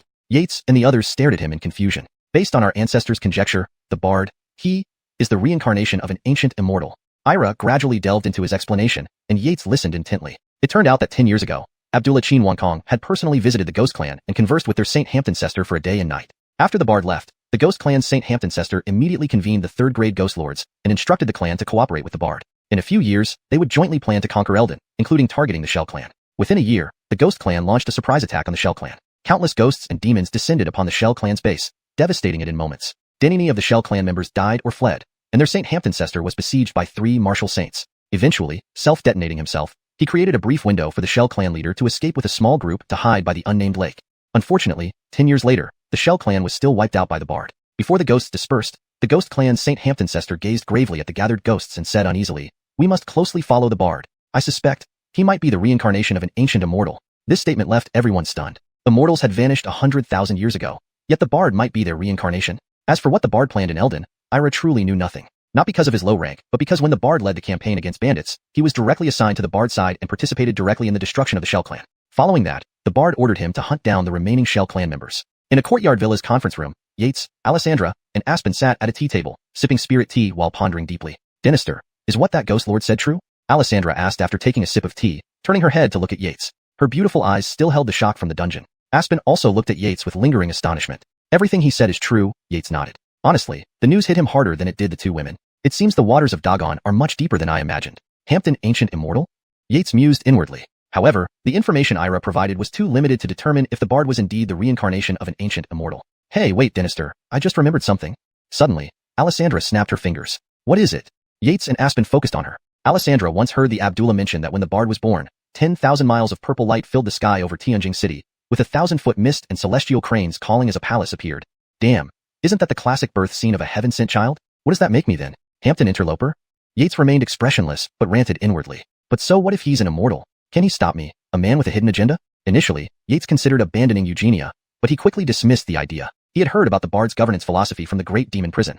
Though seemingly mild-mannered, he was ruthless behind the scenes, using unconventional and toxic means. These aspects didn't bother Yates much. What mattered most was that the Bard had repeatedly requested to dismantle the great demon prison, exterminate all monsters within, and save national treasury expenses. This couldn't stand. The Bard wanted to uproot his foundation. Of all the princes of Dagon, any could ascend except for this Bard. Additionally, based on this individual's actions, Yates guessed there must be something inside the great demon prison that the Bard wanted. What exactly it was, he hadn't yet figured out. Alessandra, once the Abdullah returns, explained everything to her personally. Aspen, stay here for now, protect the ghost fire, and don't go outside. With this, Yates's eyes revealed a chilling gleam. Handle those spies in the villa. Don't let the Bard find out we caught the ghost lord. Yes, Dinister. Alessandra saluted. She had never seen Yates so serious before, so she wasn't giggling. Aspen also nodded. I have some business to attend to. Alessandra, tell the Abdullah I'll come back when she returns. After giving further instructions, Yates turned and left. Passing through the backyard, a snow-white figure pounced at him. Yates deftly blocked. It was a snow-white fox. Ignoring its snarls, he casually played with it and tossed it aside. This was Fox Bamboo Delfino, a human-fox hybrid sealed by Yates. The flying fox hesitated mid-air, then flew back towards him, snarling continuously. Yates paused, wondering what was going on. Then it dawned on him. He had forgotten the silent spell he placed on her, so she could only snarl. Then an idea struck him. Stretching out his hand, he scooped the fox into his arms, mentally reciting the word, release. Instantly, a furious female voice erupted. I'll kill you, bastard, kill you. Translation ends. Hashtag chapter 175. This young Dinister has an evil idea for cultivation. Trying to stay quiet again? Yates patted the small head of the fox demon in his arms. The soft fur felt quite comfortable under his touch. No wonder so many people loved keeping pets in his previous life. Hampton evil plan for cultivating a pet was brewing in Yates's mind. HMPF? At this point, Ainsley dared not curse anymore, fearing that Yates would imprison her again. She, a lively, beautiful, and generous fox demon, had been silenced by this detestable human who also sealed her powers, nearly driving her mad. If only she could fight back, she would have definitely bitten him hard to repay these days of being locked up. Do you want to regain your human form? Yates asked after a while, slowly. What are you planning? Ainsley instinctively covered her chest with her claws, alarmed. But Yates did nothing further. After a few moments, she let go of her claws and asked softly, what are your conditions? Though they hadn't spent much time together, Ainsley knew clearly that this detestable human would never act without reason. If he made a request, it would be something significant. I need a maidservant. No way. Absolutely not. I am the future saintess of the Fox clan, and I will never become a human servant. Ainsley shook her head vigorously, refusing outright. As a fox demon, how could she willingly degrade herself to serve a human? Absolutely not. Is that so? Yates's tone remained calm, indifferent to the fox demon's strong resistance. Then I'll send you back to where we just came from. He made a motion as if to throw her. No, this demon won't go back. Ainsley clung tightly to Yates's clothes, determined to resist. Unfortunately, with her cultivation sealed, she was no match for Yates. Soon, he lifted her into the air, as if ready to banish her back to Yojia Deninor. Ugh. Don't. This demon agrees. Ainsley's voice was filled with sorrow. Her future seemed dark and hopeless ever since she was captured by this detestable human. This young master never coerces others, not even demons. Yates smirked lightly. You. Ainsley almost exploded in anger. Was there anyone who bullied demons like this? They were the proud descendants of the ancient fox spirits of the Snow Fox clan from the Upper Hamptonshire era. How dare he treat her like this? If Yates knew about her lineage, he might be delighted. After all, wasn't this perfect for his plan? Yes, he'd call it, I have a maidservant who is a fox spirit. However, circumstances were stronger than her will. Just thinking about returning to that confined life made her shudder. Have you thought it through? Yates's voice rang out once more. Yes, this demon has decided to serve Lord Eider willingly, Ainsley said through gritted teeth. Lord Eider, does this meet your satisfaction? Her tone suddenly changed, becoming sweet and seductive. Eidercoles. Yates nodded. Truly a natural temptress. Her charms would be too much for an ordinary martial artist. Potential noted. With that, he silently muttered, "Release." Aya. In the next moment, a beautiful Chloe appeared in Yates's arms, fuming with rage and her face flushed red. A faint fragrance wafted around. "You." Ainsley jumped down, smoothing her dress and pointing at Yates, wanting to scold him but not daring to. Instead, she kicked a nearby rock forcefully. "All right, come here and drive the carriage." Yates glanced at her, noting her temper was still there. Normal enough. He'd need some time to train her properly. He lifted the curtain and entered the carriage. Ainsley, seeing this, was almost seething with anger. Her chest heaved violently, and her furry ears twitched. This detestable human was treating her like a mere servant. She was a fox spirit bloodline, destined to be the future saintess of the fox demons. Cough cough. She steeled herself, secretly cursing but putting on a servile face as she grabbed the reins and drove away. "It's a bit bumpy. Slow down," Yates's lazy voice sounded from inside the carriage. "Yes, sir," Ainsley replied softly, inwardly cursing him to death but making sure her actions didn't stop. As she tightened the reins, the carriage slowed down. Nice. You're starting to get the hang of it. Thank you for the praise, sir. Just don't secretly curse me. As you say, Dynasty. Your humble servant wouldn't dare do such a thing." Good. The carriage soon passed through bamboo forests, mountain groves, and rocky areas, entering Tianjin City. Ainsley looked at the bustling streets with awe. No wonder the saintess often marveled at the prosperity of the human race compared to the fox demons of Xianxia. "Head west," Yates's voice interrupted. "Yes, sir." Ainsley adjusted the direction and headed west. Pedestrians stopped and stared, whispering among themselves. Who was in that carriage? Such a stunning beauty is driving it. No flag, but surely not from an ordinary family. Some young men chased after the carriage, reluctant to miss the opportunity to meet such a beauty. Luckily, the crowd was dense enough that they were quickly lost in the throngs. "Stop here." "Whoa." Ainsley pulled the reins and halted the carriage, looking at the sign that read, "Iter Dinor." Wasn't it supposed to be true that the stronger one was, the larger and grander their mansion? Why was this manor so ruined? "What are you looking at? Go knock on the door." Yates walked out, annoyed. Just because she was beautiful, she didn't have to knock? Before long, Dorian opened the door. Seeing the unknown beautiful Chloe outside, he was taken aback. "Who was she?" "Miss, what can I do for you?"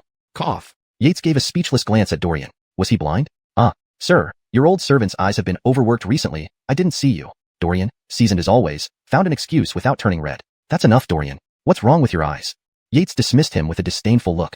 "This is the new personal maidservant for the young Dynasty, named Wuxia. Take her in and help her familiarize herself with the place." Yes, your old servant will arrange it right away, young Dynasty, rest assured. She might be the future second lady, best not to offend her." Dorian immediately regained his composure. "Oh, by the way, young Dynasty, there are officials from the palace waiting in the manor. They've been here for some time now. Your old servant was just about to send someone to find you. ##### end of chapter.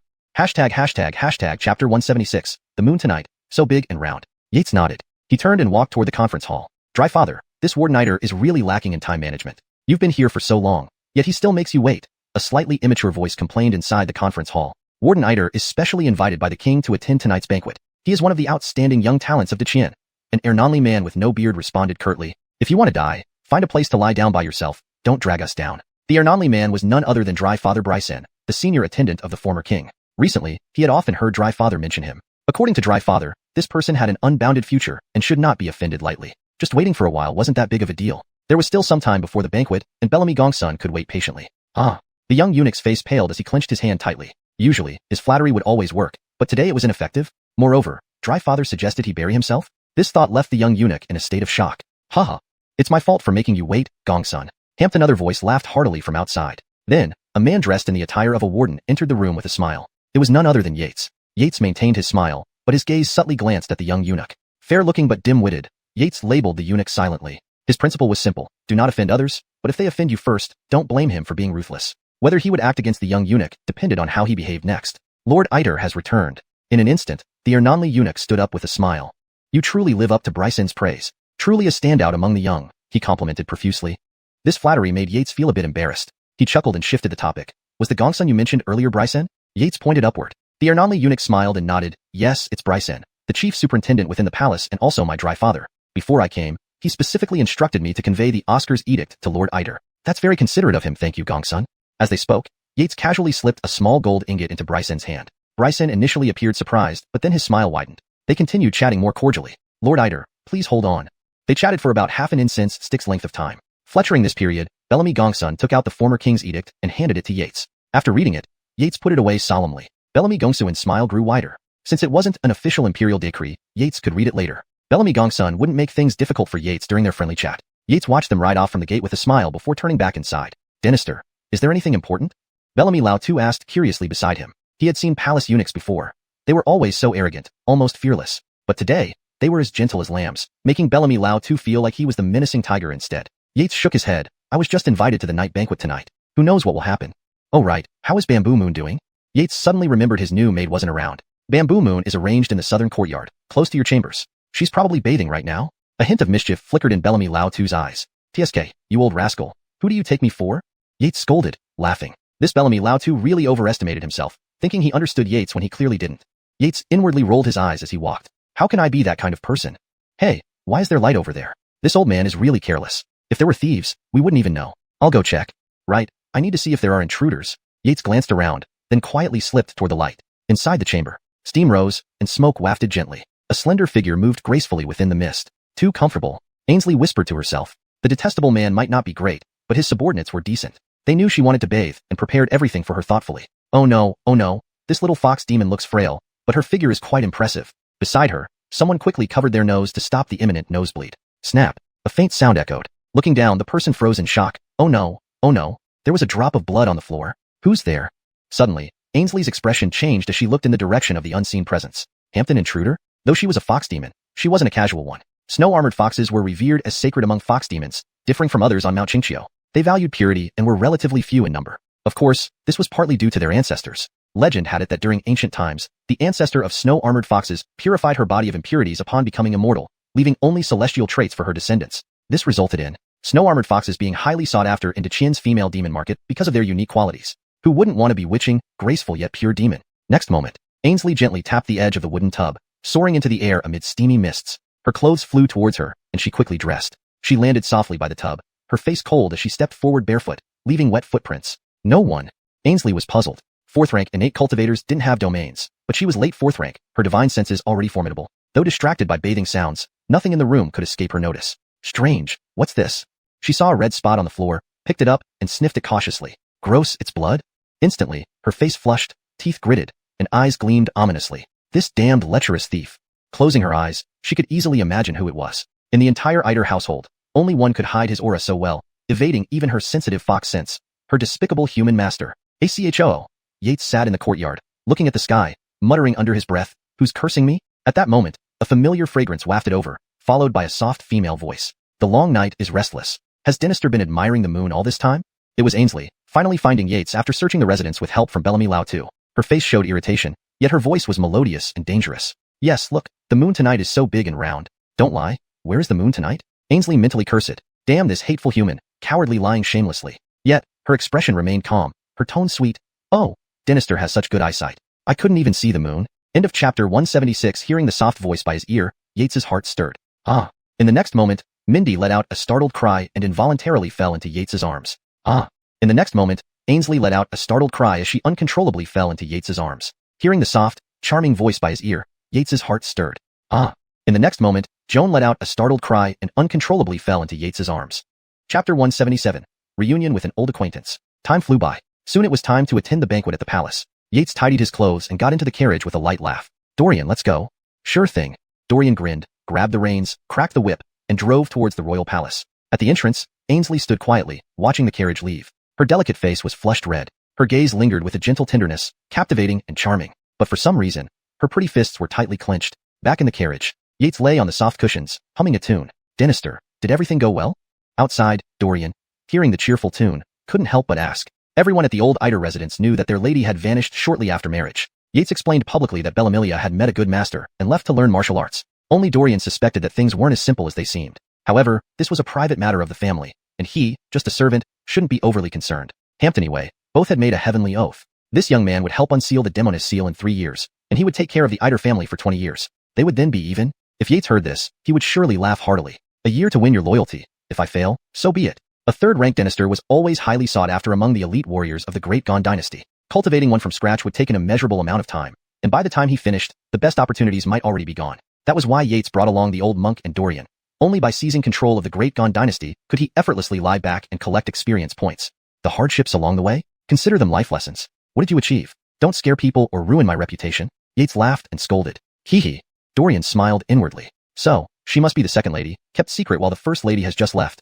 It wouldn't do to make it public too soon. It seems his master had grand ambitions. Could it be Rihanna of the former Oscar? Dorian pondered. In the martial world of Great Qian, there weren't many rules about such matters. Since Rihanna was unmarried and Dynasty married Bellamy who was no longer around, if Yates agreed, the former Oscar could reasonably dissolve the marriage contract. All of this was possible. Add to that Yates's formidable cultivation and youthful brilliance. Dorian thought more and more that it might be true. If Yates knew this, he'd surely jump up and give Dorian a thump on the head. Letting this smart one guess away like this and getting it right. Today, indeed, the former Oscar had asked about the marriage of the Rihanna, saying he would invite young elites tonight for her to meet. But he didn't press further. As a precious daughter, he was considerate enough not to push the issue.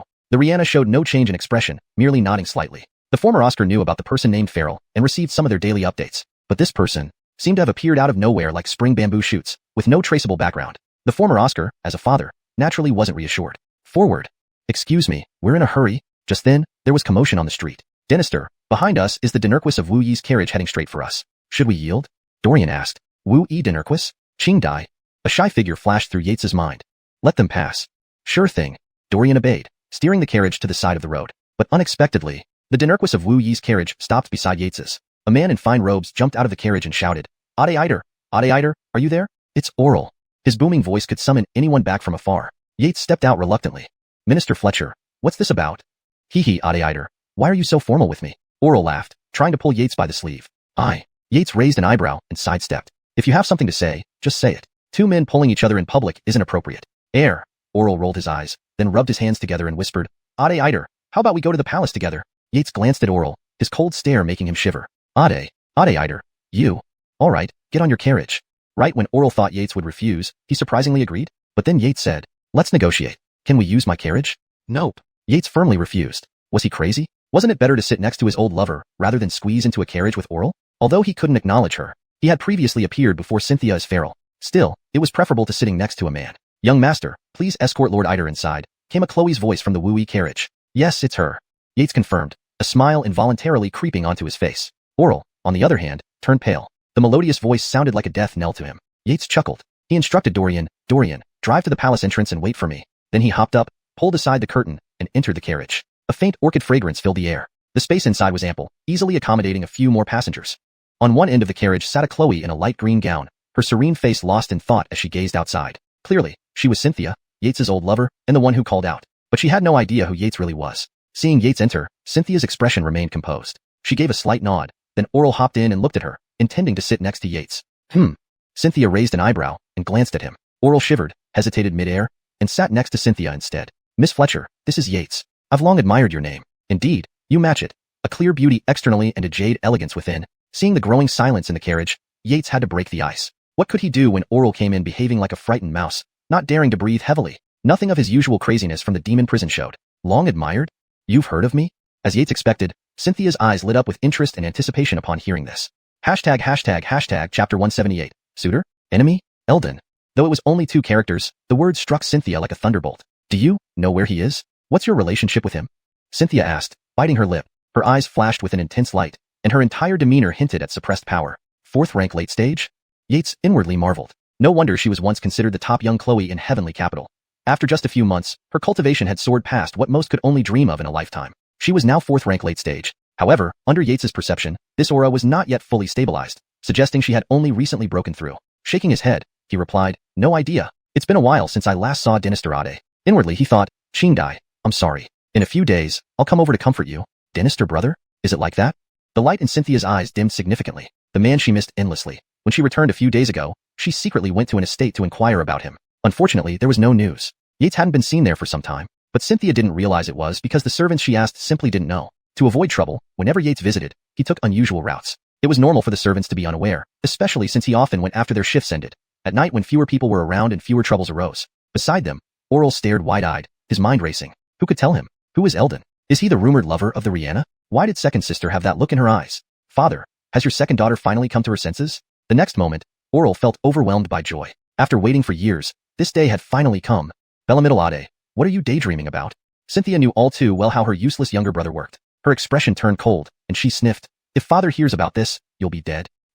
Oral felt as if 5 thunderbolts had struck him. His dream shattered. Cynthia always meant what she said, unlike her gentle Ernan sister. Or should we give it a try?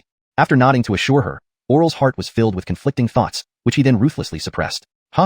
Yates watched the siblings' playful interaction, his eyes reflecting a sense of warmth. What pure and enviable sibling affection, untainted by any hint of self-interest, except for the faint, kill aura. At that moment, a robust voice called out from outside, Miss Fletcher, are you inside? Long time no see, can Vincent come in and chat? Outside the carriage, A tall fire-cloud horse puffed white steam as a high-featured, handsome man sat on its back, holding the reins tightly, staring intently at the carriage of Xavian's residence. His eyes held a tender gaze, as if piercing through the curtains to land on Cynthia. Cynthia frowned. Irritating fellow.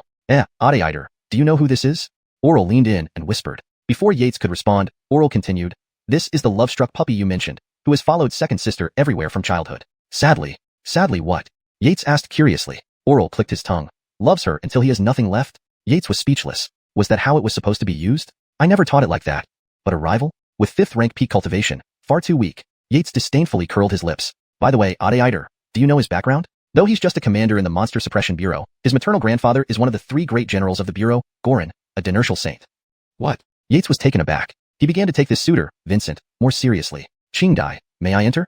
After waiting for a long time without a reply, Vincent recalled what the women in the mansion had taught him. For a Chloe like Cynthia, he needed to appear even stronger. Just as he was about to lift the curtain, get lost. The name, Qingdai, is not something you can call casually. An angry rebuke rang out. Simultaneously, a 4th rank late-stage aura erupted, bursting outward toward Vincent like a flood, striking him fiercely. Bang! Vincent's face flushed red as he endured Cynthia's attack. The terrifying force pushed him backwards several meters along the street before he finally stopped. 2 deep grooves were left on the ground. People nearby were secretly astonished. This Miss Fletcher from the Fletcher family seemed extraordinarily powerful, yet they dared not speak up, knowing from Vincent's introduction that these were figures not to be trifled with. Inside the carriage, after scaring off Vincent, Cynthia cast a glance at Oral and coldly said, next time you speak out of turn, it's a month of confinement.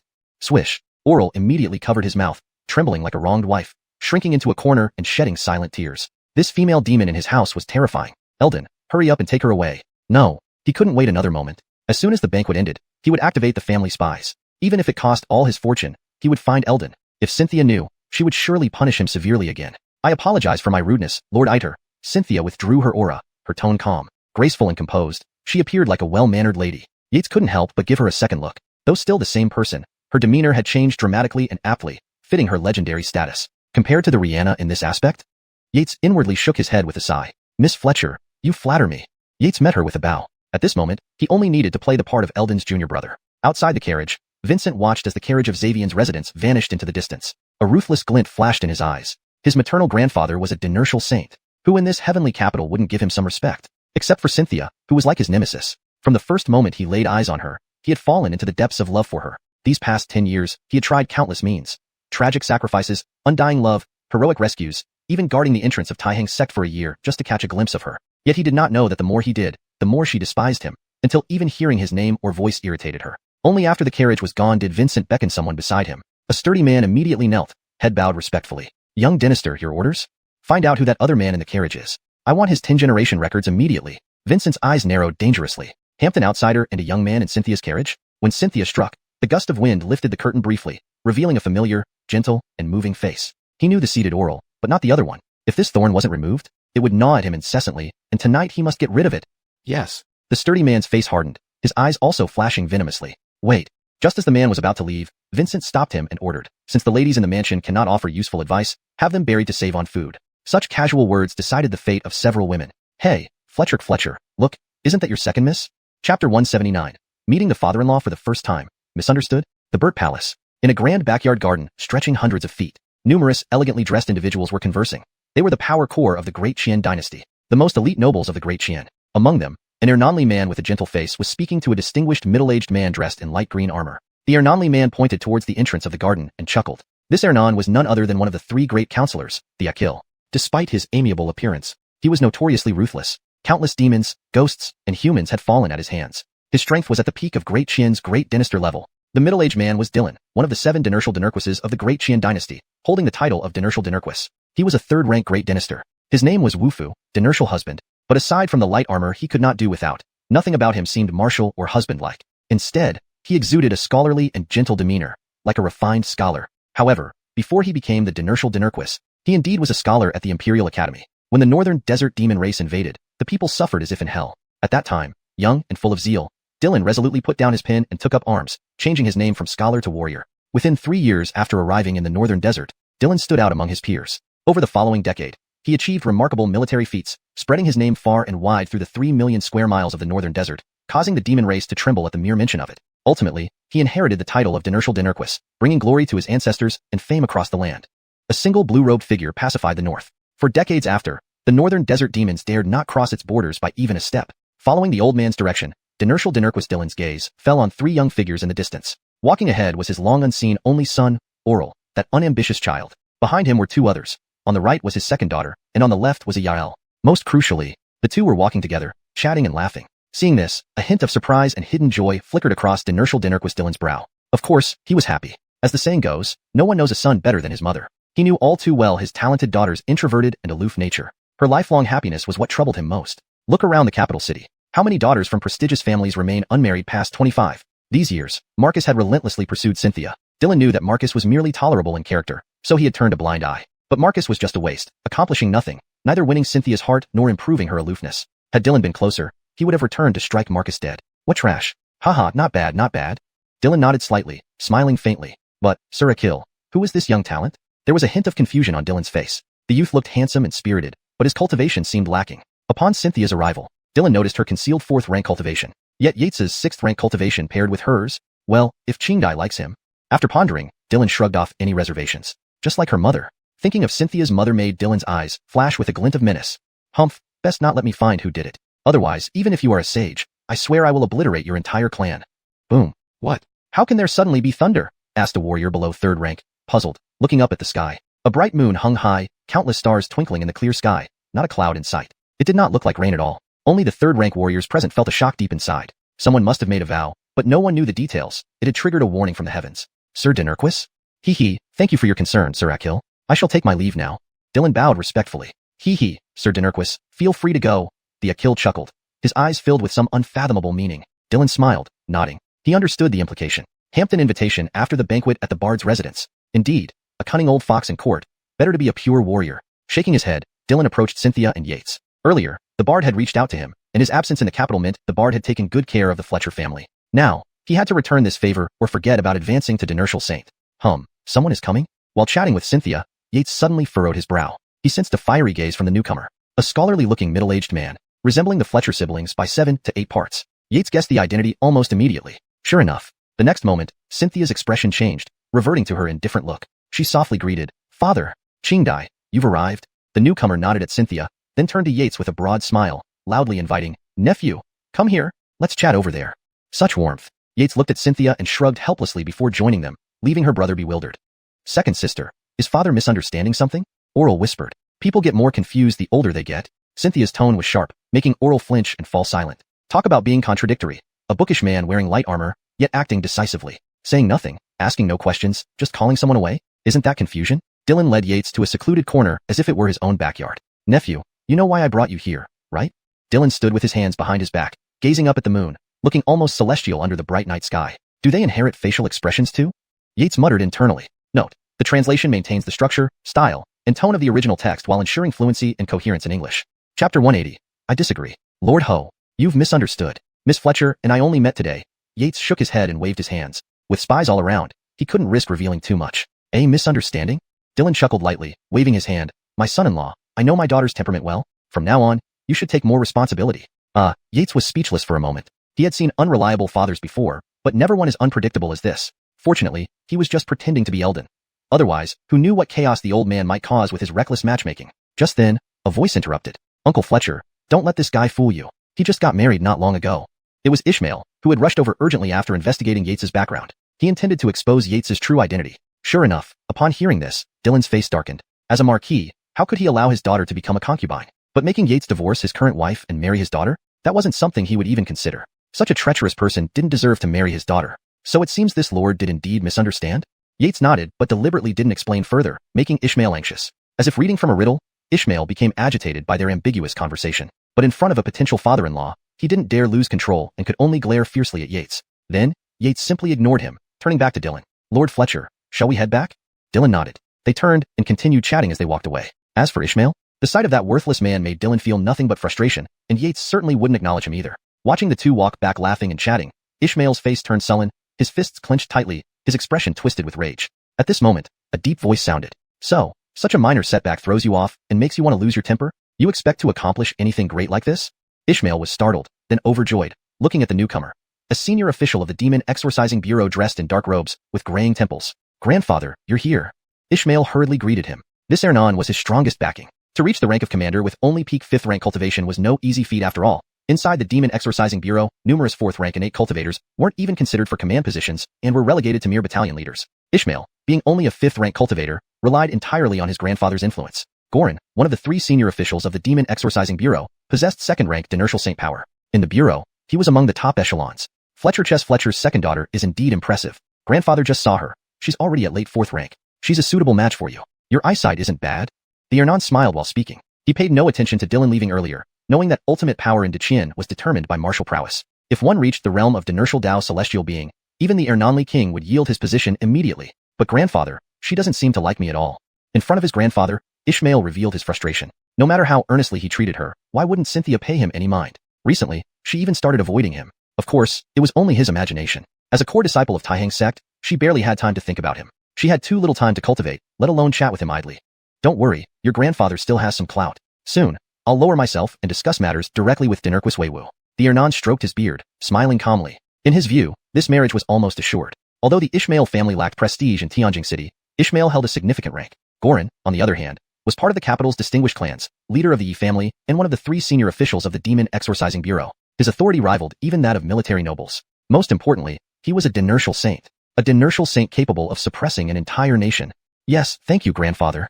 Ishmael's face lit up with joy. It seemed this matter was settled. Back where Yates and Dylan had returned, chatting amicably, the siblings were astonished. Especially Cynthia, who felt secretly anxious. Did my senile father misinterpret this situation? However much she pondered, she found her father to be just the kind to do something impulsive. Glancing towards Yates, she asked with uncertainty. Heh.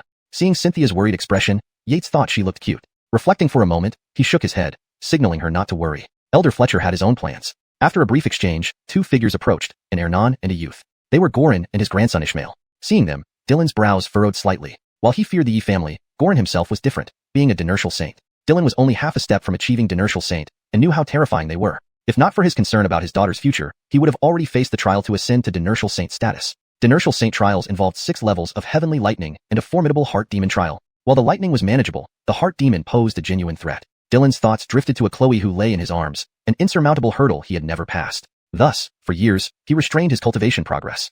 Over millennia in Qian, countless 3rd-rank great dynasters and Dynasty Dao prodigies had perished during the heart demon trial. He wasn't afraid of death but needed to uncover the person behind everything. With this thought, a flash of murderous intent crossed Dylan's eyes.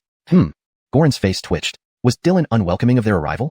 Thinking this, Gorin's expression turned cold. However, seeing his beloved grandson Ishmael beside him, he relaxed. For his grandson's sake, even a compromise was acceptable. Ishmael's mother was his adored youngest daughter. When she insisted on marrying Ishmael's father, he objected. They eloped, only for him to find them half dead from a demon attack. Holding his dying daughter, he promised to care for Ishmael. Subsequently, Gorin single-handedly exterminated 10,000 miles of demons in Suashin Mountain, defeating a 1st-rank demon emperor before finally stopping. Dinurquis Fletcher, it's been a long time. Gorin put on a warm smile, greeting Dylan along with Ishmael. Heh, Senior Yi, it's an honor to meet you, Dylan replied diplomatically, not wanting to appear petty. Haha, wherever, this old man has always admired Dinurquis Fletcher. Where? Senior Yi, your legendary feat of wiping out Suashin Mountain's demons single-handedly was renowned throughout Qian. Truly remarkable. Their mutual praise left the others marveling. After a bit of flattery, Gorin guided Ishmael forward. Dinurquis, my grandson Ishmael admires your esteemed daughter greatly. Today, may I humbly request your blessing? I wish to unite our families in bliss. What do you say, Dinurquis? Gorin asked cheerfully, his eyes flickering with hidden meaning. Threatening this lord? Dylan's mood darkened. What sort of nobody was that grandson of yours? Dynasty Saint? If provoked, I could drag you into the thunder trial and end it together. He was about to refuse when a cold female voice chimed in. I disagree. Chapter 181. Conflict and the Fear of the Elderly King. Bella middle girl, do you know what you're saying? Gorin's face instantly turned grim as he spoke coldly. That withered old body suddenly exuded a terrifying aura. Bella-like surging waves, it was latent yet threatening, similar to a venomous snake. Its eyes were fixed on Cynthia. Whoosh. Cynthia's face turned pale, her delicate hands clenched tightly, gritting her teeth. But her eyes held a defiant gaze at the Ernanli man. No one would force her, Cynthia, to yield. You damned old man, are you courting death? Dylan, standing nearby, exploded in rage. To dare touch his beloved daughter? Over all these years, even he, Dylan, had never given her a cold glance. What the hell are you? Instantly, the air exploded as the aura of a half-step Dynasty Saint burst out, shooting straight into the sky. The people around them, caught in confusion, were blasted away by this formidable aura. Those weaker ones coughed up blood from the corners of their mouths, lying dazed on the ground. Fortunately for Oral, the gazes of countless strong figures swiftly focused here. Dylan had a stern expression. His nearly tangible aura immediately shielded Cynthia, relieving the tension she felt. He then glared at Gorin with piercing coldness. Old bastard, have the guts to fight me to the heavens, 300 rounds. Fine, Fine. Even with a great temperament, Gorin was furious. To dare call him Gorin an old bastard? You, Dylan, are the first. Wanna die? Then I'll send you on your way. A substantial killing intent instantly spread out, laced with the aura of a dynasty saint. Everyone's faces abruptly changed. Damn it. Are these two lunatics not afraid for their lives? They just caused a ruckus at the elderly king's banquet? Indeed. The next moment, a thunderous roar resounded throughout the venue. Outrageous. Boom. Those two words struck like 10,000 caddies. With invincible momentum, they coalesced directly above the two men, striking each of them. Suddenly, everyone felt a release from the oppressive aura that had been weighing down on them like death itself. However, Cynthia and others had a different sensation. Upon hearing that roar, the two men came to their senses. Their anger dissipated instantly. Unfortunately, it was too late. When those two words echoed out, Hampton overwhelming martial will assaulted their hearts. They felt like little wooden boats caught in a storm, tossed about, ready to shatter at any moment. Even Gorin, the dynasty saint, wasn't spared. His law world emitted crackling sounds, clearly struggling to endure. It was the elderly king's intervention. Hampton, it was done in anger. Tianjing City, being the center of Qian's greatest fortune, even the legendary 9th-level dynasty saint guards dared not casually challenge the elderly king. Not to mention these two. Their strength, cultivation, and comprehension were leagues behind by Bellamy Hongfei. In an instant, both men turned pale, sweating profusely, barely holding on as if they were about to be crushed to death by those two words. The crowd, seeing this, was deeply shaken and secretly terrified. Rumors had it that the elderly king was near death, but looking at his robust state, where did that rumor come from? They hastily reined in their thoughts, fearing that the elderly king might sense and suppress them too. Cynthia and Oral, meanwhile, were anxious expressions, wanting to rush over, but were stopped by Yates shaking his head. He understood the elderly king's intentions. Establish authority. Punish the unruly. Hadn't they seen the crowd's demeanor grow much more serious? That carefree attitude was now restrained. Tianjing City had recently experienced much unrest. Each family, clan, and sect harbored ambitions, and after today's Red Blood Horse incident, everyone's suspicions had only intensified. They were all secretly preparing to strike opportunistically. Now, the confrontation between Wu Dinurquis and Gorin perfectly served the elderly king's aim to establish authority. If Cynthia and Oral intervened, they risked severe injury. Understanding this, both Wu Dinurquis and Gorin ceased resisting and allowed the Daqian's fortune to press down upon them, hoping the elderly king wouldn't embarrass them further. This is how Daqian's imperial fortune is used? Yates narrowed his eyes, inwardly shocked. Without any superfluous methods. Just sheer power suppression. Absolute strength suppression. After a moment, just before the two were about to kneel, the elderly king waved his hand, and the characters above their heads vanished. Phew. Without catching their breath, both quickly turned and bowed deeply to the elderly king, admitting their faults. I am guilty. Please punish me, your Dynasty. After their apologies, they exchanged intense glares. Both were prominent figures in Qian who commanded absolute respect. Today's humiliation was all because of the other's mistake. Enough. Don't disgrace yourselves.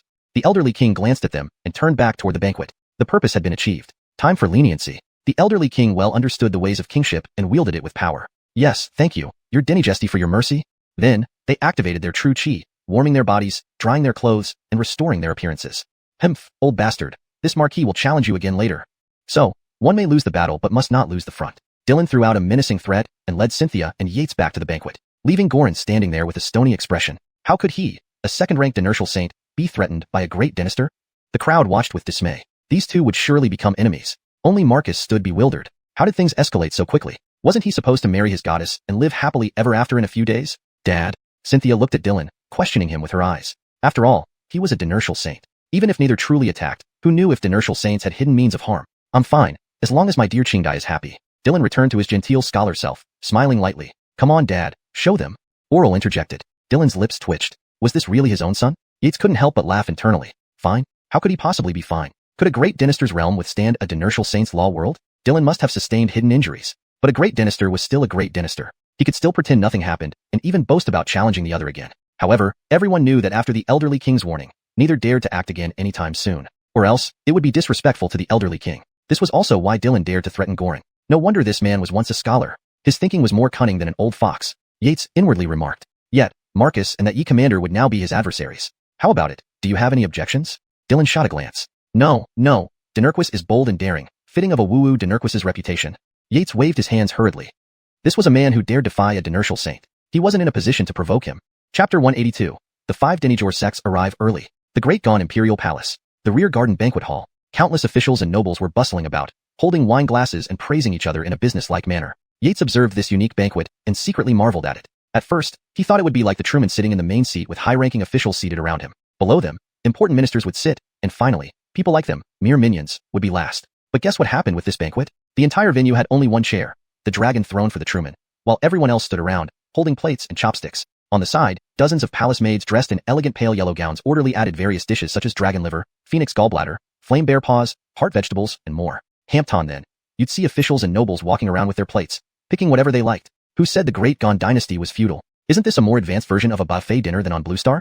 However, Yates scanned the crowd but didn't spot Eugenia again. It seemed that Fletcher Imperia was also nowhere to be seen. Just as Yates pondered quietly, the deep voice of the Truman echoed from above. My dear officials, you are all pillars and backbones of the Great Qian Dynasty. Now, founded upon martial arts for over a millennium, the Great Qian has a strong martial tradition. Simply drinking tonight would be too monotonous. Everyone's gaze instantly fell on the central figure. Is something going to happen? Sure enough, the old king's gaze shifted to the three Fletcherks ahead and raised his wine cup, asking, Three Fletcherks, you are the cornerstone of Great Qian, senior officials for 3 generations. What do you think? The three Fletcherks exchanged glances. Akil stepped forward, bowed deeply, and replied respectfully, Your Dynasty, the military might of Great Qian is unmatched in this world. Under your rule, no one dares defy. Your brave soldiers protect the vast territories of Great Qian against enemies. All this is due to your Dynasty's virtue.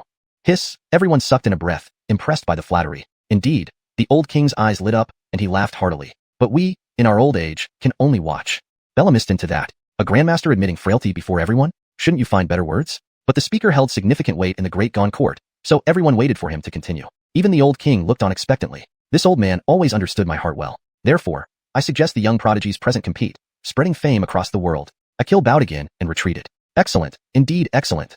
As expected, the old king clapped happily. Do any of you have objections? The old king's gaze swept through the crowd. No objections, everyone quickly responded. Come on, clearly Akil was just following the king's lead. Who could object? Very well. Then, suddenly, an eunuch hurried over and whispered into the old king's ear. Among all, only this particular Jethro had such honor. The old king furrowed his brows. Is something wrong? Don't know, but looking at the king's expression, it's probably not good news. The crowd began whispering below, but out of respect, they didn't project their senses outward. Only a few Dinertial saints' eyes gleamed brightly. Haha, their sect members arrived early? This adds some interest. Of course, they dared not cause trouble with the old king's ruthlessness. Anyone embarrassing him would end badly.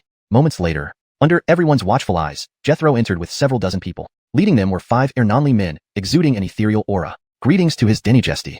They bowed in unison. These formalities wouldn't be missed. After bowing, the 5 Ernon stepped forward and bowed deeper, saying, Your Dynasty, we heard you wish to identify young talents among us. Our sect disciples happen to be here. Didn't we participate? So that's it. Now everyone understood. Someone in the palace must have leaked the information. The old king wanted to hold a contest on New Year's Eve. Naturally, these unfriendly sects, like dogs smelling food, came over. They were from the 10 great Orthodox sects, Sunset Sect, Shinong Sect, True Wu Sect, Golden Cauldron Temple, and Fire Cicada Island. Combined, these 5 major sects made even the old king frown slightly. After hearing this, the old king's gaze hardened, revealing a hint of murderous intent. He glanced subtly at Jethro, who nodded lightly. Traitors like this deserved one fate. You are all part of the Great Qian Dynasty and may join, the old king declared. However, the 5 Ernons appeared slightly uneasy, harboring disloyal thoughts. Emphasizing their allegiance made them uncomfortable. Yet, as grandmasters, they maintained their composure despite discomfort. This wasn't the right time to challenge. Instead, they could embarrass the king first. Considering this, the 5 Ernons exchanged looks, nodded to the old king, and replied, As you say, your Dynasty.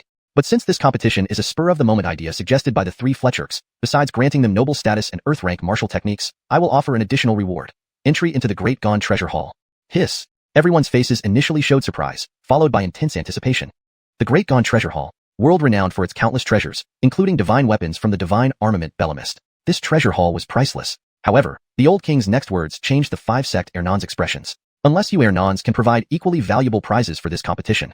The old king emphasized valuables, with a tone allowing no refusal. You want to cause trouble? Fine. Be prepared to bleed resources. Simultaneously, the immense power of the Great Qian dragon energy gradually enveloped the 5 Ernons, freezing any rebellious thoughts within them. They shivered involuntarily. They exchanged glances, revealing helpless resignation. Even sect founders couldn't resist in the imperial city, especially in the palace. Bleeding resources it would be. However, thinking of their talented disciples brought them confidence. If their geniuses won, wouldn't the treasures return? Besides, winning would humiliate the king and gain an earth-rank technique from Great Qian. Why not? Chapter 183. One move, and yet Hampton other. With the disruption caused by the 5 major sects, the banquet naturally couldn't continue. In less than a moment, everyone arrived at the Royal Martial Arts Arena, a massive square spanning 1,000 feet. As the lantern bearers made their rounds, one lantern after another lit up in the arena. The entire square instantly became as bright as daylight. These lanterns were the latest invention from the Tiangong Pavilion, called sun lanterns. They contained a storage spirit stone, a converter, and some arrays. As long as they were hung under the sun, they could store energy on their own. When triggered at night, they emitted light as bright as day. However, the price was quite steep. A single sun lantern cost 10 taels of gold. Not an ordinary family could afford it. Yates roughly glanced around and saw over 100 lanterns just in the square. truly befitting the palace, wealthy and extravagant. Even the old Brendan had to pay for Tiangong Pavilion's products. One day, I should buy a few and hang them too, Yates muttered inwardly. But the resources of the 5 major sects were also substantial. For instance, the Zhenwu sect. They brought out the Zhenwu Immortal Pill. Although it was a defective product, it could still produce a 3rd-rank Grandmaster, making it quite valuable. The Sunset sect presented the Sun-Shooting True Scripture, their heaven-tier cultivation technique, along with a year of comprehension time. The other sects also brought out their precious treasures. Suddenly, everyone in the arena showed signs of eagerness, fists and feet ready. This competition would determine only one winner. In other words, whoever won would reap all the rewards. The undisputed first genius among youths. Whether it was the treasures from the Brendan's palace, or the heaven-tier techniques or spiritual objects from the various sects, they were all rare finds. Soon, palace servants brought in over 100 chairs. The old Brendan sat on a high platform. Next to him sat several concubines and princes, including the deposed crown prince who looked gloomy. Yates scanned the area and noticed that the long-missing Rihanna was seated beside a Chloe. Not good. A bright light flashed. Yates's heart skipped a beat, and his eyes felt a piercing pain. That veiled Chloe must be the Oscar de Nerschel de Nerquis. Indeed powerful, hundreds of meters away, yet her gaze can injure me. Yates dared not look again. On the viewing stand, the Rihanna noticed something odd about the Oscar de Nerschel de Nerquis and whispered, "Dinister, what's wrong?" "There's nothing, just a young pup who doesn't know his place."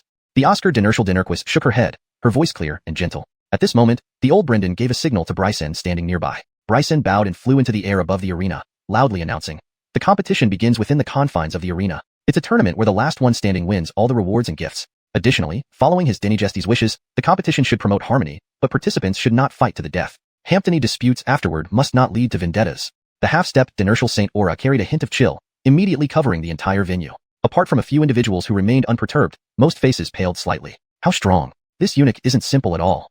Especially the sect members, who inwardly cursed, sensing that the old eunuch's aura was intentionally suppressing their true chi. The tournament officially begins. Upon his words, unexpectedly, the arena suddenly fell silent. The previously eager atmosphere vanished. However, those in the stands understood logically. This was a tournament. Whoever stepped up first would expend more true chi, reducing their chances of winning. None of them were fools. Why would they do something that would benefit others? After a while, the arena remained empty. Everyone stared in disbelief. Then, a bold voice echoed through the night sky. "Ha ha, you bunch of cowardly sect members, come here if you dare. Who dares challenge my hammer?" Boom. Accompanied by heavy footsteps, a 2-meter-tall Aurelio, bare-chested, leaped onto the stage, revealing bulging muscles. Then he extended his middle finger, beckoning to the 5 major sects. "Gosh, who is this guy? So fierce. I know him. He's the commander of the Heavenly Wolf Army, a late 5th-rank expert. Skilled with an iron hammer, he's a formidable warrior." As people murmured, the faces of the 5 major sect members turned sour. They had planned to let the court officials fight among themselves, exhausting their energies before they would intervene. Since they had already agreed that whoever won, the items would be returned. Yet, an unknown rough individual directly challenged them? To say there was no involvement from the old Brendan, they wouldn't believe it for a second. "Haha, are you all sons of turtles? Do you enjoy hiding?" "Haha." Seeing no one responded, Flash laughed even more brazenly. "Fine death. My arrow will kill you." At this moment, a male disciple from the Sunset sect, unable to endure the insult, jumped onto the stage with red eyes. "Bro." Before he could finish, Flash's heavy hammer swung toward him. "No." With a loud thud, the Sunset sect disciple spat blood and fell to the ground before reaching the platform. "Haha, a mere early 5th rank dares to come here to die?" Flash laughed arrogantly. "Ade, our junior brother is dead?" A Sunset sect disciple cried out with red eyes. Bang. The senior Sunset sect member tightened his eyes, crushing the floor tiles beneath his feet as he glared at the arrogant man on stage, wanting to kill the bastard. But an Ernon nearby shook his head lightly. "Sigh." The rest sucked in a breath of cold air. This guy was arrogantly skilled indeed. For a moment, some disciples of the sects didn't dare jump up. "What? No one comes forward? Does Flash win then?" Flash asked arrogantly, looking at the 5 major sects. His family was killed by these sect disciples, so he never favored them. That's why he went for a killing blow just now. On the viewing stand, the old Brendan smiled slightly. The more arrogant Flash was, the better his mood. Win? At this moment, a young man dressed in green with a long sword at his waist lightly flew up. Landing, he pointed a finger at Flash. "What? You want to block one move from me?" Flash laughed arrogantly, but his pupils constricted slightly. Very strong. This person exuded a sense of death. Damn it, I'll risk it." Flash spat and tightly gripped the hammer handles. Perhaps this would give him more confidence. "It's Sword Senior from Zhenwu sect." "Whoa, Sword Senior. Cheer up, cut him down." Sect members immediately cheered, eyes gleaming coldly, imagining Flash's tragic end. "A single sword strike cuts you down." The green-clothed man spoke calmly, his figure flashing as a green light streaked. "Not good." Flash's heart raced. "Dangerous. No escape, no evasion. Fighting to the end." A look of determination flashed across Flash's eyes. As the green light flashed, he swung his giant hammer towards it. "Break heaven." Boom. Suddenly, a burst of bright light filled the arena. The invisible momentum exploded, forcing everyone to close their eyes. But the victory in the arena was already decided. Chapter 184. "You? No. All of you come at me together." Rip. The sword light flashed like lightning. With an incredibly sharp and cold glow, it instantly cut through all of Dynasty Tiger's defenses. HRR. Dynasty Tiger stared angrily at the green-robed man in front of him. His hands formed into claws, trying to say something but unable to utter a word. He finally collapsed in regret. A bloodstain stretched from his forehead down to his lower body, gradually expanding. Dead? Split in half by one strike?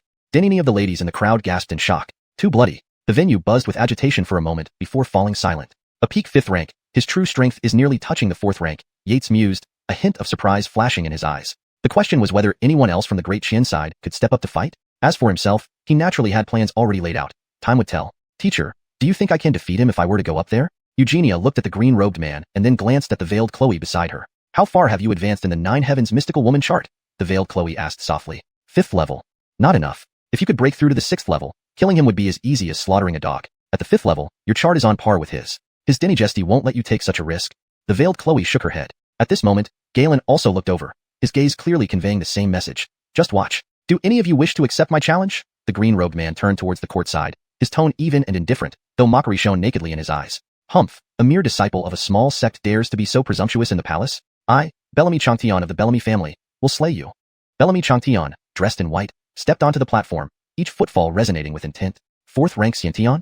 The green-robed man's heart jolted with surprise upon recognizing the rank, his pupils narrowing sharply. Upon closer inspection, something was off. It wasn't 4th rank. It was just that Bellamy Changtian had cultivated an exceptionally sophisticated footwork technique to achieve such prowess. However, the Bellamy family might indeed be troublesome. The green-robed man pondered internally. He had heard of the Bellamy family's reputation in heavenly capital city. Unlike his own sect disciples, members of this aristocratic family shared blood relations with their ancestors. Yet, killing him would surely earn me full support from the sect, he thought grimly, a cruel glint appearing in his eyes as he gazed at Bellamy Changtian. Are you ready to die?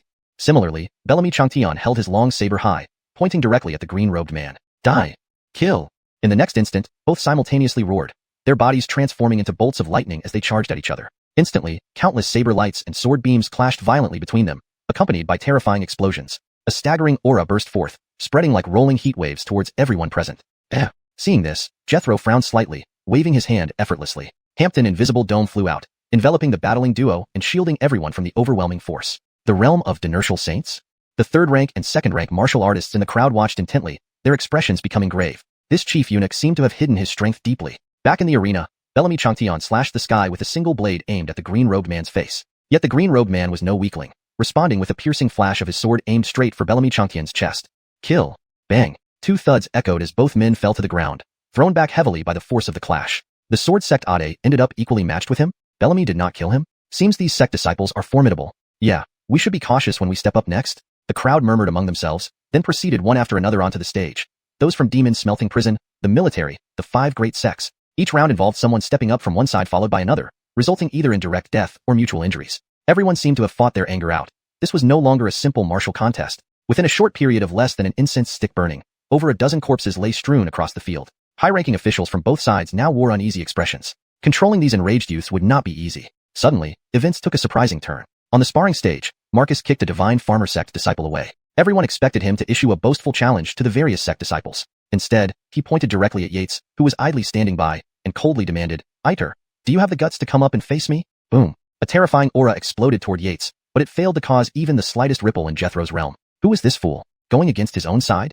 Indeed. Focus on killing those sect people first? He's reportedly Commander Ye's grandson and rival of Lord Iter. Earlier, it was because of this that Commander Yi and Lord Wu launched their attacks. Phew. That statement immediately silenced the crowd. Disrespecting a Dynasty saint? You'd never know how you'd end up dead. Bella listening to the whispers, Goran's face turned ashen. How dare this insolent son defy him so openly? Galen's expression remained unchanged, but his eyes flickered, indicating to those familiar with him that a storm was brewing. While everyone was still discussing, Yates's eyes revealed a chilly intent. Challenging me? You think having a Dynasty saint grandfather can protect you? Internally, Yates sneered. Lord Iter, wait. Cynthia furrowed her brows and blocked Yates's path. This incident is due to me. If anything happens to you, I cannot explain it to Eldon. Though Cynthia left her words unfinished, Yates understood fully well. She was worried about facing Eldon if something happened to him. Fletcher lady, it's not just about saving face at this point. Yates shook his head at Cynthia. Besides, this man must die. Boom. In the next instant, Yates, like a rampaging dragon, exuded an overwhelmingly violent aura. With a powerful stomp, he leaped skyward, crashing fiercely onto the stage with a deafening sound. Even iron capable of enduring 10,000 caddies struck by grandmasters bore a dent under Yates's brutal kick. The audience stood up in shock, disbelief in their eyes. This guy is actually this strong? Impossible. Marcus stared dumbfounded, his eyes bulging like pearls. Wasn't he only 6th rank? Hampton, what was that wild aura? Is that the complete level demon subduing Hell Sutra? No. There's also an essence of spatial rules. Is it the mystical Abyss Void Sutra? The Ernans in the crowd felt their heads spinning. This unknown youth possessed 2 heaven-rank cultivation methods, but that wasn't the worst part. What alarmed them most was that he had reached the complete level in one of them. Good heavens! Why hadn't a bolt of lightning descended to strike this man dead? They had no idea how difficult it was to reach the complete level. Yates noticed the reactions of everyone in the crowd, but paid no heed. He looked coldly at Marcus opposite him and spoke calmly, "You? No. All of you come at me together." Yates scanned the disciples of the 5 great sects, his mad determination unmistakable. Chapter 185. Enraging the Dinertial Saint. Bite me? Are you courting death? Marcus exploded with rage. He felt like he was about to explode. You, a mere 10th-generation hereditary jailer with no background, dare to look down on and provoke me like this? Do you really think you're a Dinertial Saint now?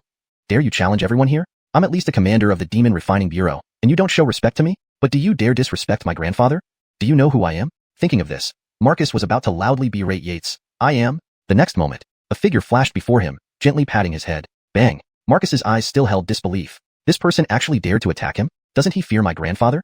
Unfortunately, he was never destined to hear the answer. Under an overwhelming force, his well-preserved head instantly turned into a mist of blood, leaving only a decapitated corpse that heavily slammed onto the arena. With a loud thud, hiss, everyone sucked in a breath of cold air. Is this Eider fellow crazy? That's Gorin's grandson, a Dinertial Saint's grandson. Hamptoned he dared to mercilessly kill him with just one palm? Events unfolded too quickly, or rather, Yates acted so decisively that there was no time for anyone to react. By the time everyone realized what was happening, Marcus had already become a headless corpse. Even Dinerquis Wu watched with surprise filling his eyes. This boy has the style of my younger self. Rascal, you are looking for death. Gorin's eyes bulged like copper bells, filled with disbelief, just like Marcus. This person actually dared to act? The next moment, Gorin unleashed the momentum of a Dinertial Saint, instantly engulfing the entire area with an unstoppable aura. Without hesitation, he attacked directly. Boom. The barrier set up by Chief Jethro couldn't even hold for a single breath and disintegrated into fragments. The invincible momentum of a Dinertial Saint, bearing down directly on Yates. No escape, no avoidance. Not good. This old rogue is acting without any scruples.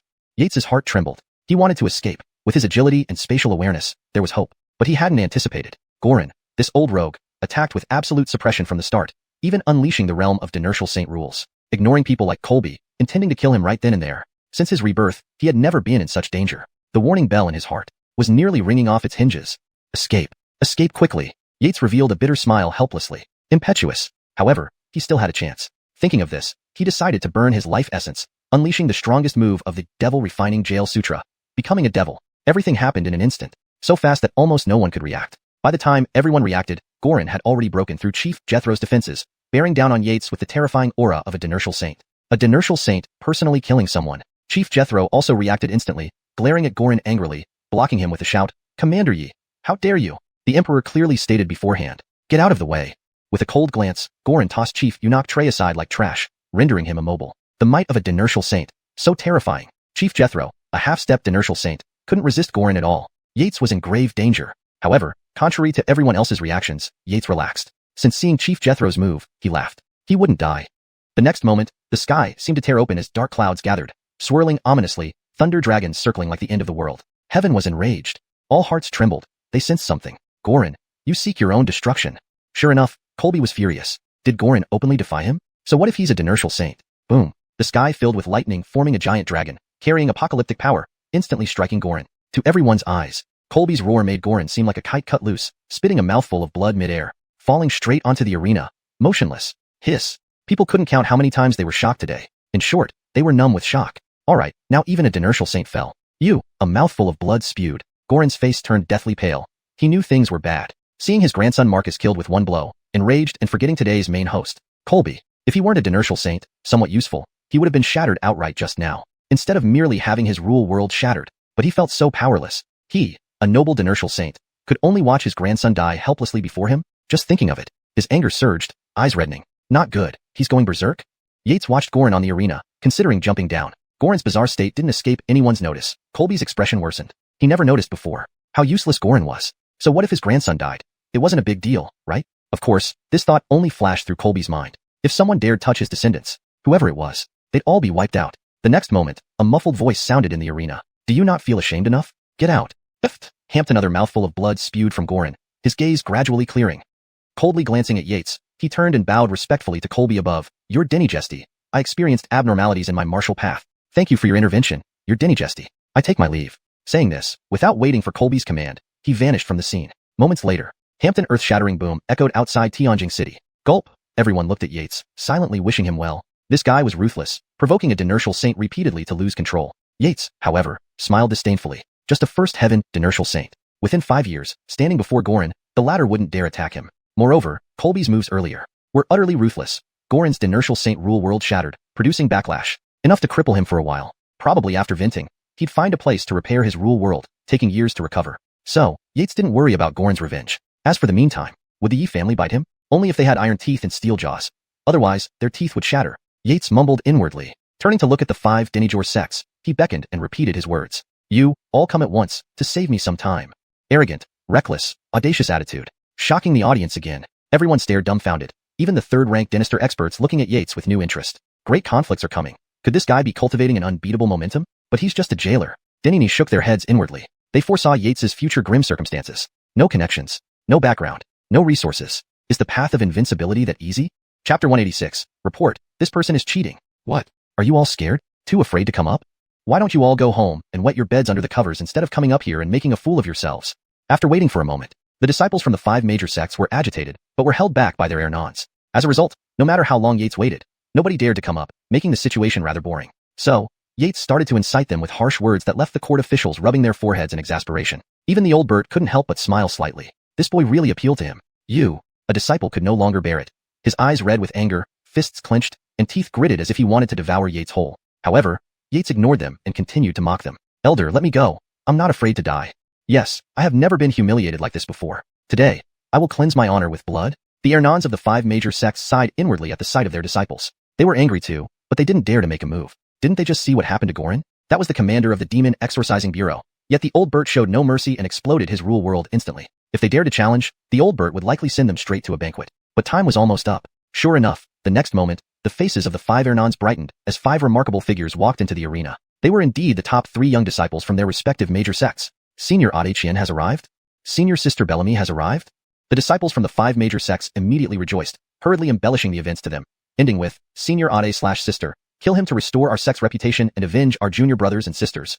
The 5 nodded and looked toward their own Ernons who also nodded in agreement. If these 5 weren't enough, there was no need for anyone else to waste their lives. It would be best to simply hand over the items and leave. With permission granted, the 5 exchanged glances. Who would go up first to handle this? Since the seniors are unwilling to act, let me, your junior sister, test his strength. Before her words finished, an elegant figure floated onto the stage. Haha, Senior Sister Bellamy will definitely finish him off in one stroke. No, she should split him into pieces. The disciples from the 5 major sects began discussing eagerly. The 4 others who came together wore confident smiles. No matter how extraordinary this person seemed, or even if he had perfected the demonic cultivation scripture, so what? Don't forget that each of them had at least one heavenly tier cultivation technique perfected. Yates glanced at her. She appeared around 20 years old, dressed in white attire, hair tied up, and possessed a beautiful face. She gave off a striking and bold personality. This gentleman, may I know your name? The Chloe's voice was laced with a seductive charm. Name? Yates raised an eyebrow. Didn't your parents teach you to introduce yourself before asking someone else? You. The Chloe's eyes flickered with coldness. Is that so? Let's see if your courage matches when hearing my name. As she spoke, she suddenly transformed into a blur, rushing toward Yates. In an instant, she appeared on his left, forming a fist and delivering a heavy punch. Perfect. Yates's eyes gleamed with sharpness as he twisted his body to avoid the punch. At the same time, he kicked out with a whistling sound through the air. Humph. Trying to sneak attack me? Not a chance. The Chloe flipped midair, lightly stepping on Yates's foot, using the force to leap upward, trying to escape. Can you escape? Seeing the Chloe about to flee, Yates smiled, wanting to prevent her escape. Next moment, his true chi surged within him, and his imposing aura erupted. Yates shot forward like a rocket, arriving beside her in an instant. In her shocked gaze, he delivered a powerful punch downward. Boom. A terrifying strike like a sonic boom caused spatial vibrations. The Chloe's chest visibly caved in, and she crashed heavily onto the corner of the platform with immense shock on her face. Uffed. The moment she hit the ground, she spat out a large mouthful of blood. This person was incredibly strong, so much so that she couldn't withstand even a breath. If not for her perfected heavenly tier cultivation technique, that blow. Fear flashed across her eyes, replacing the earlier jesting attitude. Well, you didn't die? Yates was slightly surprised. He thought he would have dealt a fatal blow but only reduced her cup shape a bit. Heh, let's see how many punches you can take more, Yates chuckled, aiming for the dented area, ready to deliver another strike. Not good, Senior Sister Bellamy is in danger. Why aren't you guys going up? One person can't beat him alone.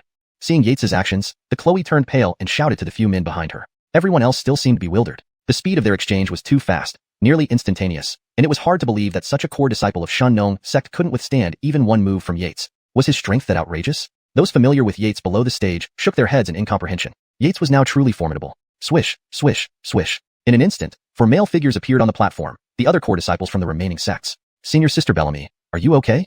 The Chloe shook her head, standing up and warning, be careful. This person doesn't just know the demonic cultivation scripture.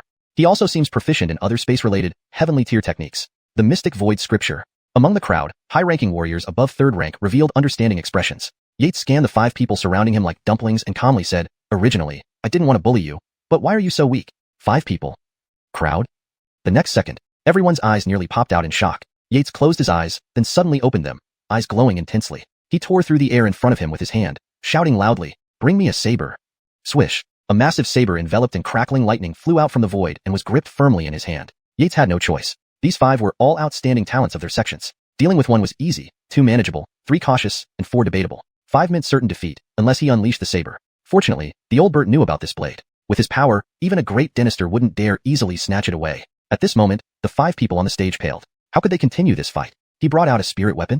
Hamptoned not just any spirit weapon, but the Thunderclap saber ranked 24th on the divine armament chart. With the incredible power of the Thunderclap saber plus Yates's formidable strength, surrendering directly was the best option. Fighting was futile. The crowd stared dumbfounded at the lightning-wrapped saber, questioning whether continuing the contest was necessary. Ordinary weapons were fine, but spirit weapons wielded power akin to a 3rd-rank great dynastor.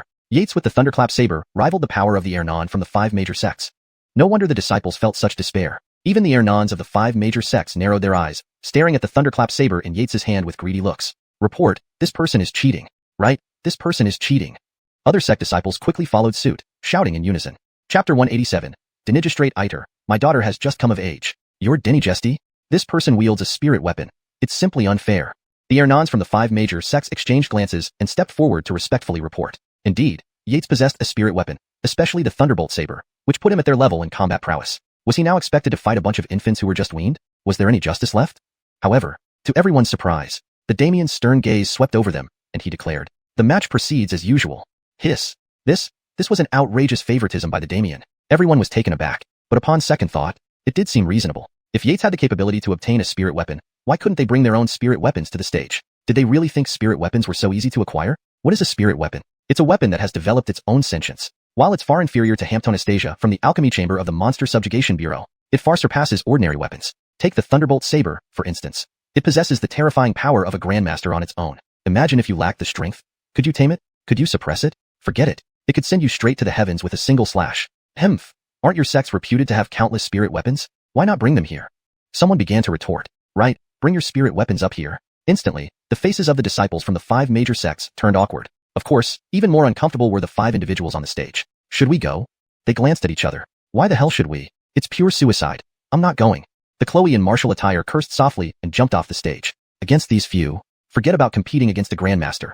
Even 10-fold or 100-fold, they wouldn't be enough for one strike from Yates. She wasn't stupid. Seeing this, the other 4 felt embarrassed and wanted to say something. But what good would it do? If they didn't say anything, jumping onto the stage only to step down without even making a move seemed overly timid. Yet, looking at Yates's ferocious face, they feared that harsh words might invite immediate retaliation. Was it worth risking their lives over this petty competition? They couldn't help but ask themselves. Boom. Before they could ponder further, Yates had already raised his saber and charged. Not stepping down meant fighting. Killing 1 was killing. Killing 4 was also killing. Not good. Get off the stage immediately.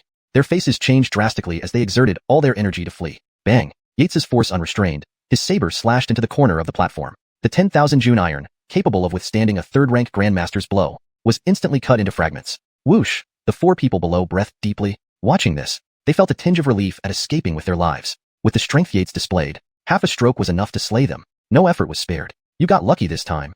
Yates looked over at the 5 from the stage. Then, he shifted his gaze to the crowd of young people who averted their eyes, evading his intimidating stare. Especially the disciples from the sects. They understood well. After this battle, Yates's name would echo throughout Great Gaunt, a 6th-rank expert, forcing the elites of the 5 major sects to flee without a fight.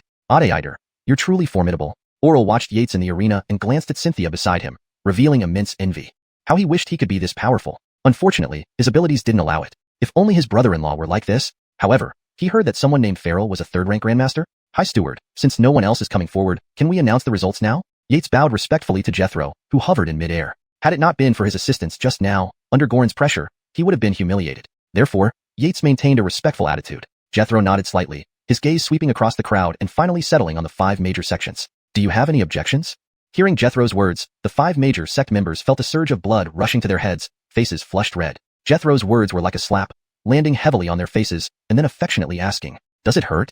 "Hell yeah. It hurts. Try it yourself." Of course, they only dared think this internally. With this figure above them, one command from the rule enforcer would easily take care of their group. "We have no objections." The 5 Ernons exchanged glances and reluctantly agreed. Jethro regarded them highly for being able to yield when necessary. Indeed, they showed talent. But this admiration was brief. He then surveyed the crowd, noting their expressions of surprise, curiosity, jealousy, and resentment before announcing loudly, "In this match, the victor of the challenge, Inner Prison Warden of the Monster Subjugation Bureau's first level, Yates." Wah. His declaration caused an immediate stir. When Yates drew the Thunderbolt saber, everyone anticipated this outcome. But when Jethro personally announced it, a wave of shock still surged through them. At the Monster Subjugation Bureau, Allaire stood next to Ned Yale, with Lawrence Bellamy Bashan nearby. Upon hearing the news, they exchanged surprised glances and joked, "What, Allaire? Are you displeased that a true dragon has emerged under your watch?" Allaire rolled his eyes, showing a helpless smile.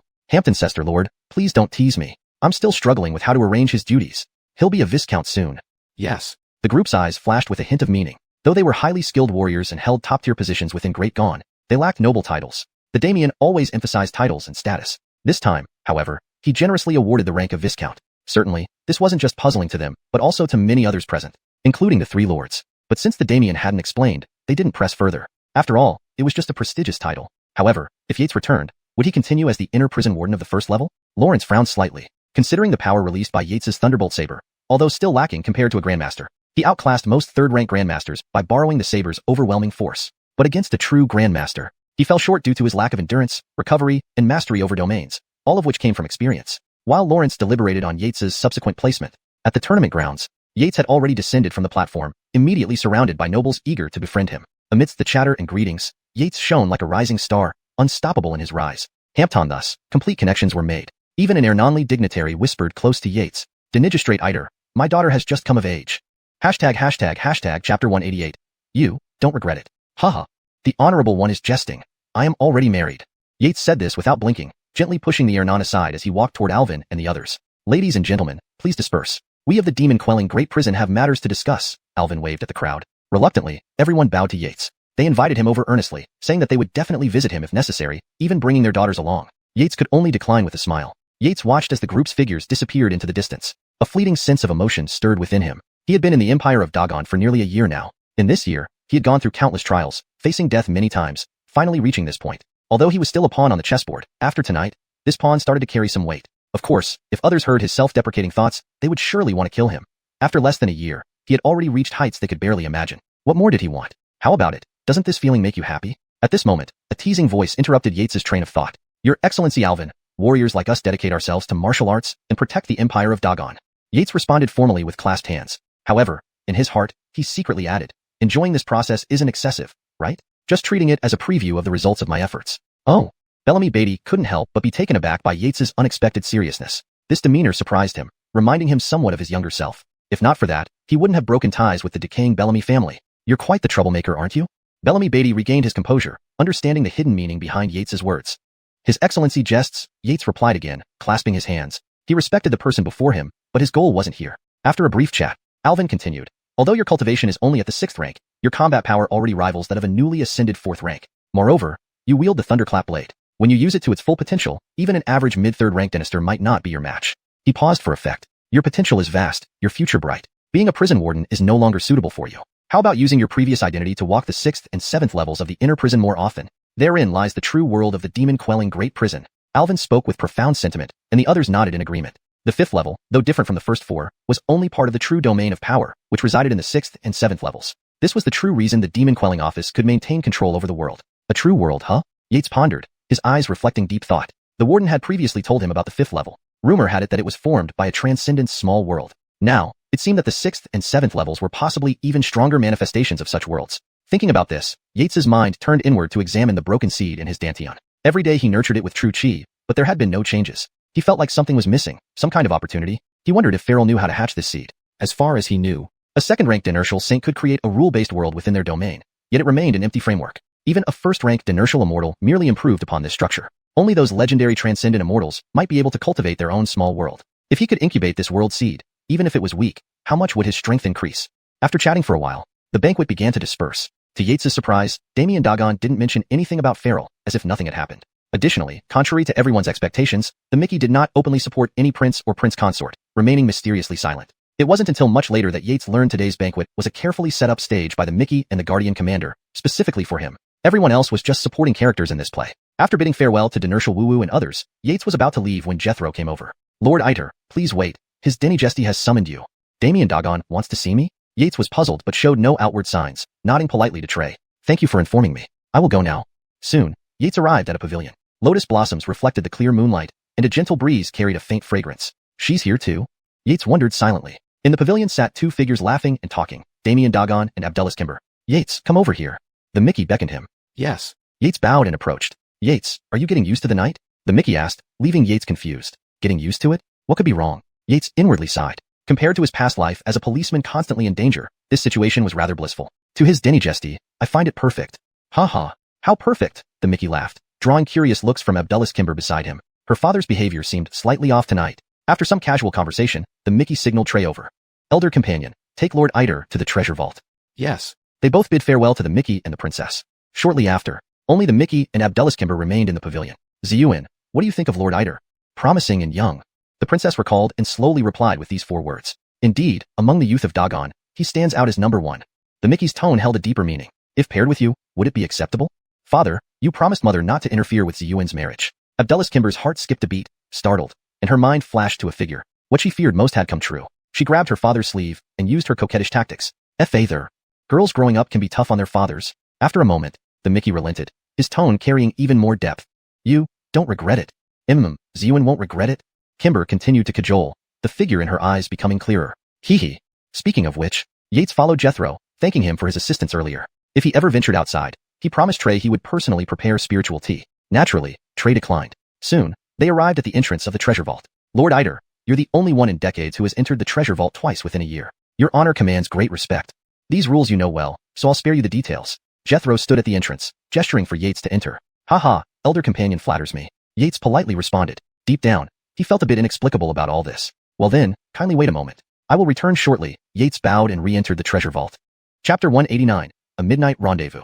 Time flew by rapidly. In the blink of an eye, 3 days had passed since the banquet at Abdullah Khan's palace. Fletchering these few days, Yates visited Eugenia to discuss matters related to Eldon. For some reason unknown to him, there was always a peculiar glint in her eyes whenever she looked at him, leaving him utterly baffled and unable to comprehend her intentions. In this life, although he unexpectedly lost his virginity, he had never properly dated anyone, whether in his past or present life. Naturally, he couldn't understand such nuances. However, he quickly brushed these thoughts aside. At the treasure hall, Yates's goal was clear. He directly retrieved the heaven-shaking hammer. Ranked 40th on the Divine Armament Catalog, the heaven-shaking hammer is renowned for its power to shake the heavens with a single strike. Coupled with the old monk's meditation of forgetting, it offered a balanced approach, offense and defense combined. As a result, even though the old monk still wasn't as strong as the Josue, he would be at least equivalent to a third-tier grandmaster. Next, Yates planned to go to the Sunset Sect to obtain the true canon of shooting the sun. The Sunset Sect had misjudged this time.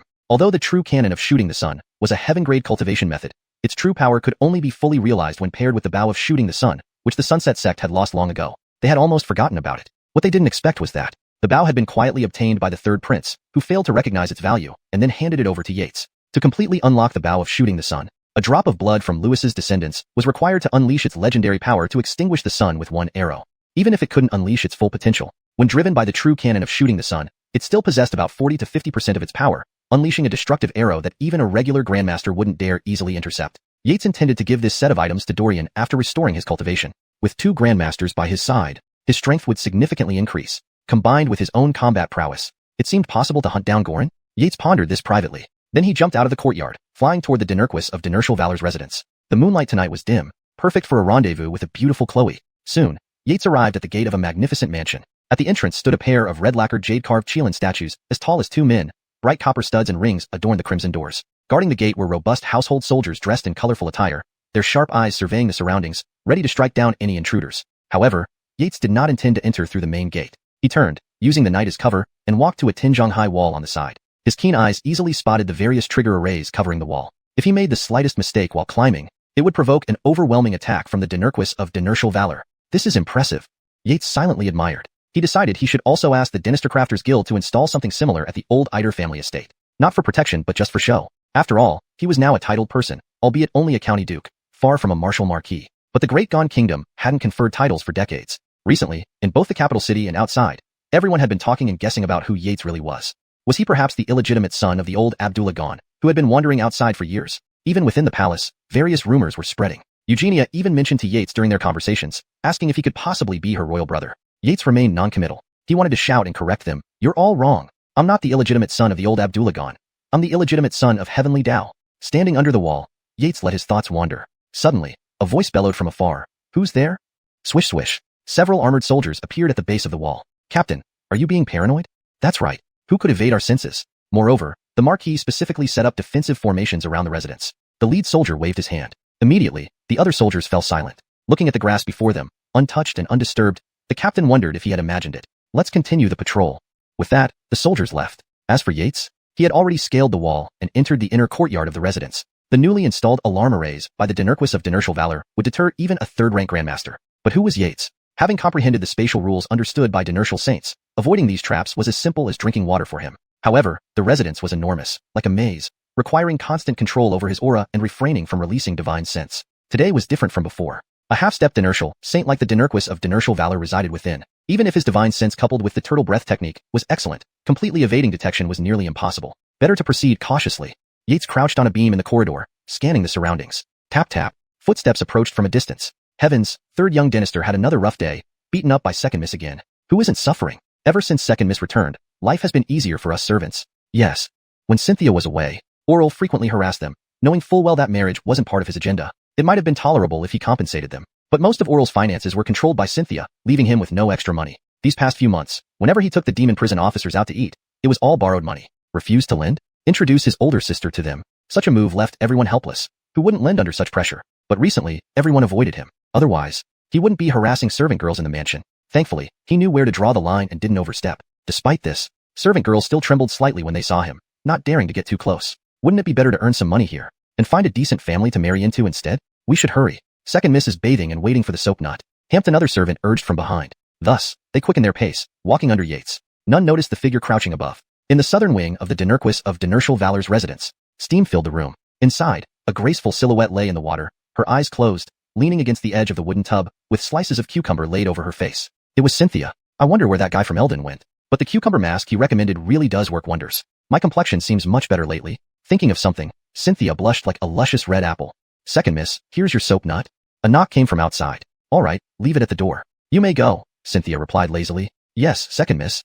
The servant girls bowed and left. Cynthia was about to use her abilities to pull the soap nut inside. Creak. The door opened, and a figure entered holding the soap nut, closing the door behind them. Chapter 190. You? Just a beast. Bella Middlehong? Haven't I told you all to go out? Cynthia remained still, lazily asking. The visitor did not respond but walked toward the wooden tub with the soapberry. Well, never mind. Is it that young Dynastor Fletcher is harassing you again? I'll give him another beating tomorrow, Cynthia muttered. The visitor had already arrived behind her with the soapberry in hand. All right, give my shoulders a rub. Cynthia was not surprised. After all, the maid Bella Middlehong usually spoke little and was rather shy, though she was cute. Because of this, Oral's harassment seemed to focus on her even more. Additionally, as a fourth-rank late-stage innate martial artist, Cynthia had confidence in herself. If the visitor harbored ill intentions towards her, from the moment they stepped in, fierce attacks would descend upon them like a storm, pulverizing them. Upon hearing this, the visitor didn't hesitate, placing the soapberry aside and rolling up their sleeves to work. That feels good. Use a bit more force on the left. As the pressure increased, Cynthia felt increasingly comfortable. However, these hands felt strange. Not as delicate as a Chloe's, but large and solid, almost like a man's. This thought struck Cynthia like thunder, nearly causing her to jump. Not good. Hampton intruder has snuck in. Immediately, a terrifying aura rose around her, ready to explode. But just as it began to emerge, a pair of warm, large hands slapped down onto her body. Instantly, all her true chi retreated to her dantian, refusing to move regardless of how much she tried to command it. He's definitely an expert at seduction. A chill ran through Cynthia, but still being one of the top 10 real disciples of Taixing sect, even without true chi, her martial arts were formidable. She attempted to turn around, but the hands behind her pressed firmly against her, thwarting her attempts repeatedly. Cursed lecher, I will chop you into pieces. Cynthia gritted her teeth. Simultaneously, she retracted her body and swung her slender legs like scissors, splashing water as they aimed for the man's head behind her. Heh, what beautiful legs. At that moment, the man behind her made a strange noise, grabbing her legs and falling into the tub with her. This created an unexpected couple's bath. Farrell, you bastard. That voice was unmistakable, belonging to Farrell, the lover she had been missing since their last parting. To think he dared scare her by pretending to be a flower thief. With this thought, Cynthia flipped over and bit down hard on Yates's shoulder. Blood oozed out. Even the defenses from Yates's perfected version of the devil-subduing scripture couldn't withstand the bite's strength. Yates's expression remained unchanged, only tightly embracing her, feeling her warm curves. Does it hurt? After a long while, Cynthia released her bite, her eyes showing a touch of pity as she gently brushed over the wound. 2 rows of jagged tooth marks. Do you feel better now? Yates didn't answer but softly asked, while caressing her smooth, elastic skin. It was clear Xianxia maintained her body meticulously despite being a martial artist. Recently, butterflies near the estate had reported sightings of a Chloe often appearing nearby, sometimes kicking trees and rocks to bits. Yates knew exactly who it was and ordered the butterflies not to spread word of it, handling the matter himself. As for Cynthia's strange actions, Yates understood well. Beauty had grievances. If you dare again, young lady will make sure you can't have children, Xianxia coldly said, though a hint of a smile appeared in her eyes. Is that so? Yates's eyes flashed with mischief. Amidst Cynthia's startled cry, some beautiful events unfolded. 2 hours later. Still want to fight? Yates laughed lightly. Xianxia, now thoroughly convinced, hastily surrendered. Shortly after, steady breathing could be heard from the bed. Ugh! Yates looked at the sleeping Xianxia, love and helplessness flashing in his eyes. Even with cultivating both Delphinoeming Void Scripture and Devil-subduing Scripture, his combat prowess was several times stronger than before. Even the innately cultivated Xianxia couldn't endure his conquests. While she fell into a deep sleep, he was far from satisfied. However, he wouldn't wake her up but instead found a comfy position, holding her close and sniffing the faint orchid scent left by her post-exercise. Currently, he earned 1.2 million experience points daily, 36 million monthly, double what it used to be. But looking at his internal techniques, it caused him headaches. For short-term strength boosts, he needed to spend 100 million experience points to upgrade the Devil-subduing Scripture to the Intent realm. Once broken through, he could rival Grandmasters even without his Thunderblade, truly stepping into the Grandmaster realm. Using the Thunderblade, his strength might leap directly to the second tier of Grandmasters, competing with figures like Demon Blade. Demon Blade visited recently, informing him of his new role as Warden of the Demon Quelling Prison. This was a special identity, previously held by current Aiden by Bellamy Hongfei. Inside, suppressing evil spirits in the prison, especially above the inner 8 levels. A slip from Demon Blade hinted why Aiden stayed there. As for intentional or not, Yates guessed it was intentional. Powerful figures spoke purposefully. Outside, subdue neighboring countries and pacify the seas. Thus, the role suited him, making everyone in the prison under his control. This power came from Demon Blade personally, beyond the mere titular position given earlier. Too many held titular positions, but only one would ultimately be appointed. Leaving, Demon Blade advised Yates to remain low-key until certain individuals, including Grandmaster Wardens, accepted this. Recalling the amusement in Demon Blade's eyes, Yates rolled his eyes. Grandmaster? He couldn't defeat one-on-one now, only striking once. But give him 3 months. As for Farrell's affairs, it was expected. Demon Blade hinted last time. Now, awaiting Owen's decree. Before then, he had a judge's role to play. Coldness flashed in Yates's eyes. ####Chapter 191. Who is he? Brat, where are you running? Awake? Xianxia stretched lazily and rolled her eyes at Yates. This deadbeat had exhausted her last night to the point of collapse. As a late-stage 4th-rank warrior, she had ended up sleeping all night due to sheer exhaustion. A moment later, she noticed something odd about Yates's gaze. That look of his, like a hungry wolf ready to devour her, was all too familiar. No, don't. I'm tired. The lingering pleasure mixed with feminine modesty made her instinctively cover herself and softly refuse. She didn't expect how much this movement would tempt Yates, who had just woken up. In the next moment, Yates transformed into an indefatigable ox, tilling the fields relentlessly until the sun was high in the sky. Only then did the commotion inside the room slowly subside. Phew, Yates looked at the beauty on the bed, whose eyes were like silken threads, as if she had turned into a pool of spring water. A satisfied smile spread across his face. But then, he started to worry. With this incredible stamina, how would their future happy life go? Bang bang. Second miss, are you inside? The Fletcher is waiting for you in the dining hall. Just then, a knock came from outside the door. Dinurquist Fletcher Woo-Woo had sent a maid to call her because she hadn't come down for breakfast. Oh no, what time is it? Xianxia suddenly snapped out of her daze. She hurriedly pushed Yates off her. No rush, we're already late. Yates chuckled and hugged her. You. Feeling Yates's finger rising again, Xianxia blushed, feeling both angry and flustered, giving him a flirtatious glance. If you torment the Dinurquist daughter like this, aren't you afraid he'll come after you with a knife? Yates's expression froze. Dinurquist Fletcher Woo-Woo had once fought a Dinurtial saint. If he found out, with his explosive temper, Yates might have to run for his life. So, you're scared now? Xianxia glanced around the room, where clothes, blankets, and pillows lay scattered in ruins, her face flushing red. She couldn't imagine that the battle would be so fierce. Scared? Yates's expression turned serious. When the time comes, we'll go to him as a family of 3. Tell me, who will be more afraid, me or him? A mischievous light flickered in Yates's eyes as he stared at the beautiful Chloe's abdomen. Don't even think of such nonsense. Cynthia's face turned bright red, spitting at Yates in exasperation. However, if father doesn't agree, perhaps it wouldn't be so bad. Hampton astonishing thought flashed through Cynthia's mind as she looked at Yates's handsome face. If Dinurquist Fletcher Woo-Woo knew, he'd be devastated. Realizing his precious daughter had slipped through his fingers. Miss, are you inside? Eva is coming in. Outside the door, Eva waited but received no response. She wondered if Miss had overslept and reached for the doorknob. Eva, wait outside. I'll come over after I freshen up, Xianxia quickly intervened, knowing that if the girl saw the mess inside, it would cause quite a scene. After a while, Xianxia finished washing up. Her eyes still held a hint of laziness and unspent passion as she gracefully walked out of the room. Let's go. She called to the waiting maid and headed towards the dining hall. Inside the room, Yates looked at the task Xianxia had left him, cleaning up. He shook his head and raised his hand, using true chi like a vacuum, sucking everything into the air. Then, A subtle ripple of spatial energy emanated from his eyes. In the next moment, all items under Yates's control began to collapse, eventually shrinking down to the size of a grain of rice. Yates looked at the tiny grain in his hand, satisfied. His mastery of spatial compression had improved with deeper understanding of spatial rules.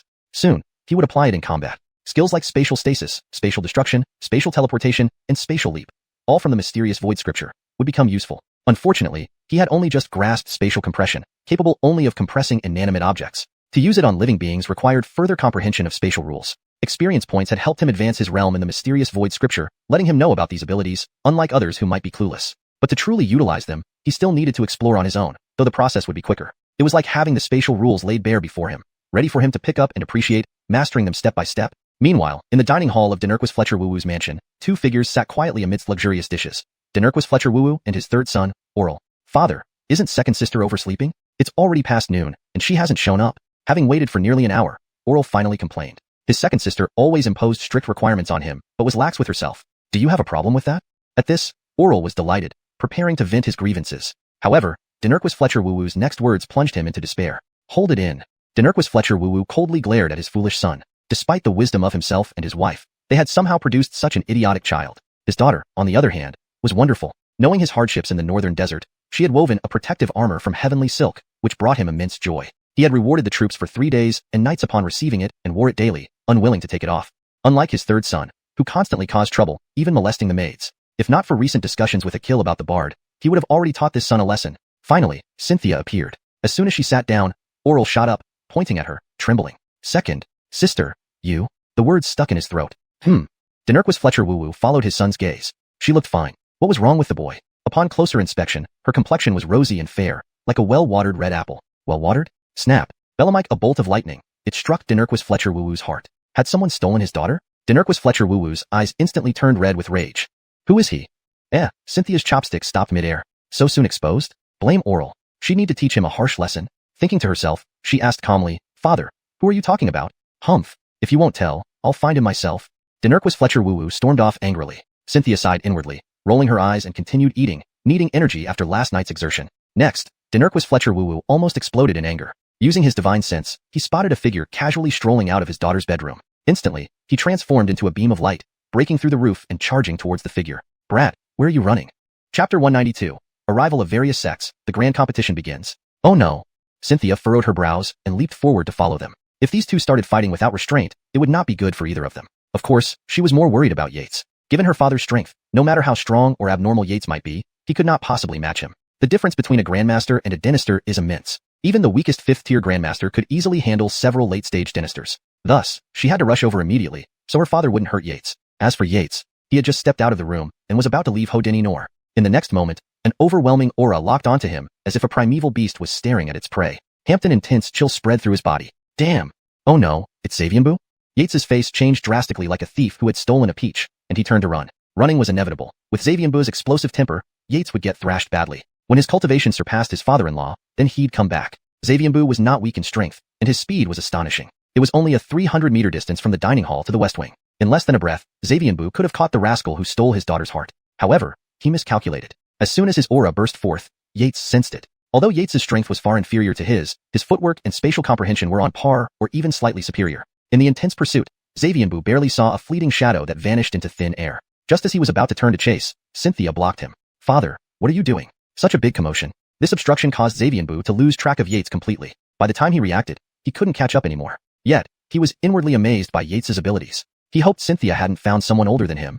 Dylan prayed silently. As for younger men, that was simply impossible. Among the younger generation, he hadn't heard of anyone breaking through the 3rd rank yet. Even among 4th rank practitioners, the strongest one was Yates, who had shocked the world in Qianwang Palace just a few nights ago. But he was only a newly minted 4th rank warrior. In comparison, the person who escaped seemed much stronger. Unless Yates used his Thunderblade, a cheat weapon. How old is he, compared to me? Dylan asked with a hint of helplessness. The deed was done, and seeing Cynthia's expression, it was evident they had already acted beyond boundaries. What could he do as a father? He couldn't break them apart, right? Other people might do it, but not Dylan. That act was merely a reflexive action due to anger. Even if he caught that rogue, he'd only beat him severely, breaking his limbs, and threatened to cripple him if he dared to hurt his daughter. A parent's love made this all seem futile. Unexpectedly, the rogue showed considerable strength, escaping right under a 3rd-rank grandmaster's nose. This analysis further pained Dylan's heart. Clearly, the intruder was no spring chicken. Otherwise, why would he escape unless they knew each other? Just thinking about it tore Dylan's heart to shreds. Father, what nonsense are you talking? Cynthia's face reddened slightly. Understanding his words, she thought he worried about her marrying an old man. Wasn't she not the type to have such preferences? So, tell me honestly. Dylan's shattered heart patched up temporarily. Reluctantly, Cynthia explained some of Yates's background. Meanwhile, under the influence of full real chi circulation, Yates transformed into a bolt of lightning flying out of Xavianbu's residence. With the aid of the turtle breathing technique, he returned home quietly and changed clothes swiftly. Soon, a servant knocked on the door and reported, "Sir, there are officials from the palace outside. Butler Bellamy has taken them to the main hall and instructed me to notify you." "All right," Yates responded, stepping out. He quickly arrived at the main hall. A senior eunuch sat beside Bellamy Lau, chatting casually. It was Eunuch Bellamy from the previous visit. Two officers stood solemnly behind him, holding a golden plaque covered with fabric. Upon seeing Yates, Eunuch Bellamy stood up and greeted with a smile. "Lord Iter, congratulations." "Haha." Yates responded with a smile. "Eunuch Bellamy, I knew you'd bring good news." After exchanging pleasantries, Eunuch Bellamy grew serious, declaring loudly, "Yates, His Majesty's edict has arrived. Please receive it." "Your servant Yates receives the edict." Yates respectfully bowed towards the palace direction. Normally, formal edicts required burning incense and preparations, but Dom specifically waived these steps. Next came the recitation. The essence was that Yates's exceptional talents had brought glory to the court many times. Dom bestowed upon him the rank of Count, styled as Lord Iter County. Regarding fiefdoms, these honorary titles did not come with land grants. Even the current 7 martial dukes only had small city domains. Moreover, all titles in the Great Qian Dynasty ceased hereditary succession reforms. To inherit a title, it must be earned through accomplishments. Slay enemies, monsters, demons. Any deed satisfying Dom would earn the title. For a millennium, hereditary titles were rare, but Dom provided generous resettlement funds. Simply put, even without titles, they wouldn't starve. However, self-made troublemakers didn't count. For instance, Drew's death left his family weakened and splintered. Half an hour later, Yates received the official documents, symbols, and robes of a county lord, leading everyone to watch Eunuch Bellamy and company right away. "Bellamy Lau, find someone to mount the plaque tomorrow?" Yates instructed. "Yes, Dinister." Bellamy Lau nodded with a smile. Noticing the new master's complexity, especially second Dinidam Camila, who exuded mysterious and profound aura, he marveled at their depth. Time flew swiftly. Soon, it was the Lantern Festival, the day of the Grand Sect competition. In the days leading up to this, the capital grew increasingly bustling. Street vendors lined the roads selling trinkets and snacks. Despite the festivities, the area outside the capital witnessed demon attacks on various sect disciples. Chapter 193, Sudden Incident, Fog Blood Tower Assassin. Inside the demon refining Great Prison, Yates was chatting idly with Oral and others. Blake suddenly pushed the door open, glanced at everyone, his expression clearly asking, "Aren't you all supposed to be working instead of loitering here? Out with you." Within moments, everyone dispersed in a hurry. "Sir Ned, what's going on?" Yates asked curiously. Since his official position was confirmed, technically speaking, Artie was now under him. However, he did not care about this, as long as his imprisonment work for gaining experience wasn't disturbed. "Great." Artie hesitated for a moment, ultimately raising his hand and showing respect. No, Sir Ned, don't do this." Yates waved to stop him immediately. He was only considered a patroller in some sense, just like the county duke title. "All right." Artie felt relieved inside. He was genuinely worried that Yates had changed and had been avoiding meeting him these few days. After all, this man was now a big shot. A few days ago, Yates was still his subordinate. In one night, he had become the superior above his head. "Sir, seeing your serious face, did the disciples from a certain sect cause trouble?" "Yes, it is related to disciples from the sects, but not caused by them." At this point, a look of worry flashed across Artie's eyes. Disciples from the top 10 sects were attacked by demons and monsters in the territory of Immortal Locking Mountain, and someone escaped to seek help. As the patroller of the Demon Refining Great Prison, the Demon Refining Bureau has ordered you to exterminate the demons. This intention was too obvious. How could the disciples of the top 10 sects be so unlucky as to suddenly get attacked by demons and monsters? The Demon Refining Bureau had countless experts. Why specifically send Yates? Clearly, this was Goran secretly causing trouble. Once Yates reached Immortal Locking Mountain, Goran's tricks would surely come his way. But this was an overt move. Regardless, Yates had to go. "If worst comes to worst, I'll find my uncle to help you out." I can't believe Goran would dare openly challenge the Emperor. Artie looked indignant. No matter how it was, Yates was always his favorite subordinate, who had brought him much glory. Not long ago, on the second level of Inner Prison, his old rival was almost driven crazy by Yates. My subordinate became a third-rank Dinister patroller? Can yours?" With just this one sentence, it made his competitive old rival so angry he might bleed, until finally persuaded by others to calm down. "Thank you, sir." Yates showed gratitude to Artie, acknowledging his sincere kindness. "I will take care of this. You can watch from the sidelines and cover me." Confidence filled Yates's eyes. The Great Qian Dynasty wasn't an era where Dinertial Saints walked freely and Grandmasters were plentiful. Each Grandmaster and Dinertial Saint was a top-notch figure. Goran's tricks were likely either 1. Finding a Grandmaster or several Dinisters to besiege him, or he himself acting in secret to assassinate Yates. Whatever method Goran chose, Yates had absolute confidence in escaping. Then, he bade farewell to Artie and went to the stable to bring out a blood-red horse. Soon, a handsome figure, riding alone, galloped out of the city. At the city gate, a scruffy man hid in a corner. Upon spotting this figure leaving the city, his eyes flashed coldly. Then, he quickly disappeared into the city gate's corner. Unbeknownst to the scruffy man, Yates, riding the blood-red horse, turned slightly and glanced towards the direction he left. Fog Blood Tower? The wind carried Yates's faint murmur. Fog Blood Tower was a notorious assassin organization in the Great Qian world, with killers spread throughout both within and outside the Great Qian. They boasted of killing anyone for enough money, even daring to target Demon Refining Commissioner by Bellamy Hongfei. Of course, their price was extremely high, with no one having paid such a sum yet. Fog Blood Tower's assassins are mainly classified into 5 levels: purple gold, gold, silver, bronze, and iron. The highest level assassin is a purple gold, with the weakest being a first-rank Dynasty Saint. The rumored strongest leader of Fog Blood Tower was said to be a 9th-rank Dynasty Saint, on par with by Bellamy Hongfei. Gold rank corresponded to 3rd-rank Grandmaster, silver to 3rd-rank Dynasty, bronze to 4th-rank Innate. Below Innate were iron rank. Additionally, Fog Blood Tower did not solely depend on cultivation.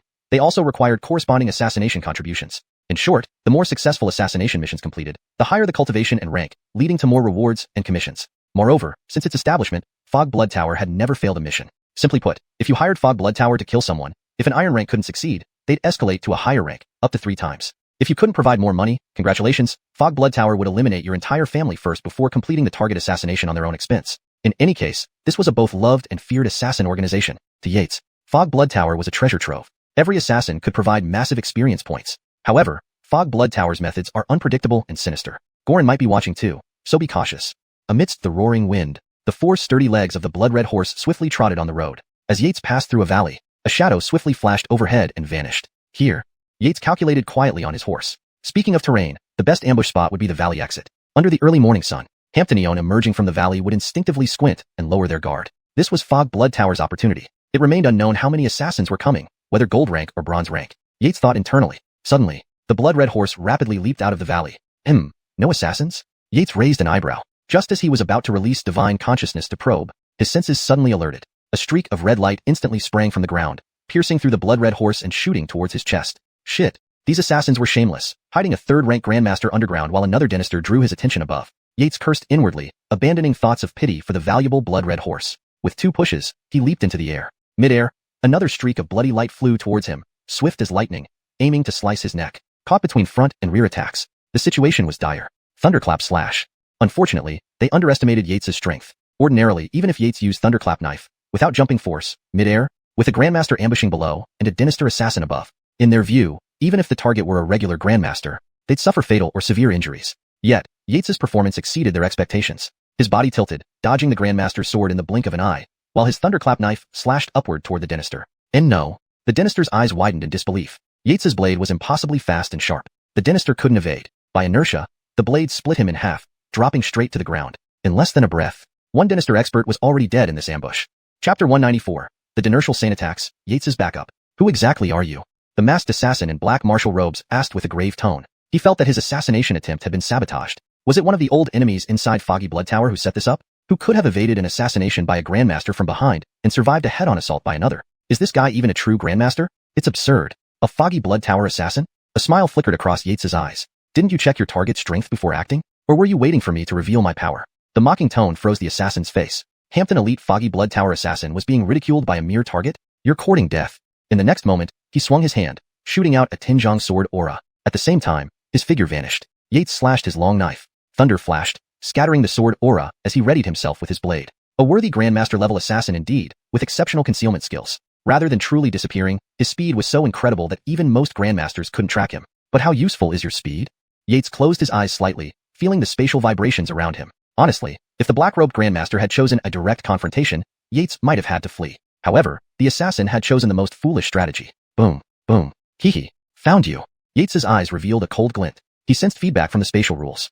3 o'clock left, time for a surprise attack. Without further ado, Yates's full force exploded with chi, his body arched like a bowstring. His muscles tensed up instantly. In the next moment, he stomped forcefully, sending up dust as his figure launched forward like a bow arrow, carrying a streak of lightning, lunging 3 zhong towards the air with a single strike. Splat! The sound of a sharp weapon piercing flesh accompanied by a mournful cry rang out. Surprisingly not seriously injured? Yates inwardly wondered. His control over the force had been impeccable, but this black-robed Grandmaster merely covered the affected area and groaned. Clearly, he retained combat capability. Bad move. Kid, you will die for this. The black-robed Grandmaster hated Yates deeply. To stab there? If he weren't a Grandmaster with strong physical cultivation, that blow would have left him singing Wilted Chrysanthemum. Even now, the electric arcs on his thorn belamightning blade made the area extremely uncomfortable, numbing and throbbing. This kid is too deranged. His eyes red with fury, the Grandmaster held his wound and stared at Yates, trying to find an opportunity for another attack. But Yates wasn't playing anymore. He needed to hurry. If everyone in the sect dies, the mission failure is secondary. Primarily, it ruins his reputation. He can't afford to mess up his first task here. The valley surged with power as swirling vortices ascended. Yates transformed into a glowing blue figure with his thorn belemitening blade, leaping across 10 zhang in a single step, appearing before the black-robed Grandmaster and slashing towards his chest. Seeking death. Furious, the Grandmaster bent his hands, aiming for Yates's head. We'll see whose move hits faster. But Yates's slash was a feint. As the claw approached, Yates shifted again, maximizing space traversal, vanishing from sight before the Grandmaster. Spatial rules? The black-robed Grandmaster was shaken. This should be impossible. He, a Grandmaster, had yet to grasp such concepts. He was unaware of the advantage provided by the profound void scripture. After all, few could master even the basics of this cultivation method, let alone its higher stages. Splat. Hamped another flash of blue light, severed the Grandmaster's arms into powder, then Yates kicked him hard in the chest. The black-robed figure flew dozens of zhang away, embedding deep into a rock wall. Phew. Mission accomplished. Yates exhaled. If not for the stupidity of this foggy Blood Tower Grandmaster in not using the Grandmaster realm to crush, this outcome wouldn't have been possible. Clap clap. Suddenly, applause echoed overhead. A figure descended slowly. It was an Ernan with a purple gold crown, silver streaks in his temples, dressed immaculately in white, radiating an aura of immense power. Who are you? Yates frowned. Gorin didn't come. Instead, a nameless inertial saint appeared, exuding an eerie aura. To put it mildly, though he looked ethereal, he gave off a palpable sense of malice. The Ernan ignored Yates, treating him like an ant. Hampton technically, no matter how big an ant, it's still an ant. What he hadn't anticipated was that an agitated ant can still bite. Perhaps he did think of it, but underestimated the ant's ability, confident it couldn't harm him. What the hell? This guy has enough arrogance. Yates thought. If he had the strength, he'd really want to smack that smugness away. The Ernan paused. Looking casually around, he said, Lord Vigorous Dinerquis, correct? Come out. You know well that you cannot ambush an Ernan like me. This calm voice brimmed with self-confidence. Despite just passing the holy tribulation, he wasn't someone an ordinary Grandmaster could challenge. Haha. Indeed, the remnants of the blood deity sect have courage.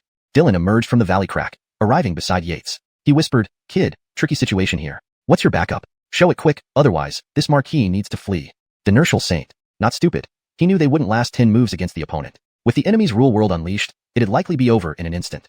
Though called a semi-dinertial saint, he was far from matching a true dinertial saint. The previous clash with Gorin had proven his inadequacy. Dylan pondered where Gorin found such a powerful ally. Hearing this, Yates rolled his eyes. Backup? Of course, he had some. 2 figures appeared overhead. Haha kid, not too late to join, right? Came a hearty laugh. Approaching was none other than Bellamy Batian, the Gavriel, bearing a large saber, dressed in Demon Extermination Bureau attire. Alongside him was Fabian, the Ernanli monk from Bellamijuan Temple. Yates bowed. Perfect timing, sir. Seeing the Ernanli monk, Yates's heart finally eased. Chapter 195. The Great Battle Against the Dinertial Saint. 1/ Breaking the Boundaries. The old monk's appearance was no coincidence. Before leaving, Yates had communicated with Alaire, instructing him to seek help from the Elio Bellamy Bashan and bring out the old monk. Over these past few days, the verdict on Bellaming Delphinoan Temple had been announced. The old monk did not have many evil deeds to his name, or rather, he essentially had none. However, due to his background in Bellaming Delphinoan Temple and nearly killing Abdurrahman Baichuan of the Demon Subjugation Bureau, his best fate would be being taken in. Yates figured that with his persuasion, the Elio should agree to it. The Ernan before them sneered cruelly at the sight of the few individuals present. You few actually think you can contend with me? Contend? I'm here to drag you back to prison. Coldness flashed in Bellamy Bashan's eyes. The blood deity sect's wickedness ran deep. Countless bones, a living hell. It was he, along with the former Geordie, who led the forces to eradicate them years ago. Who would have thought that after 10 years, another rat from their nest would appear? It seems some within the Demon Subjugation Bureau had indeed been corrupted, but a mere remnant of the blood deity sect couldn't shake him. Haha.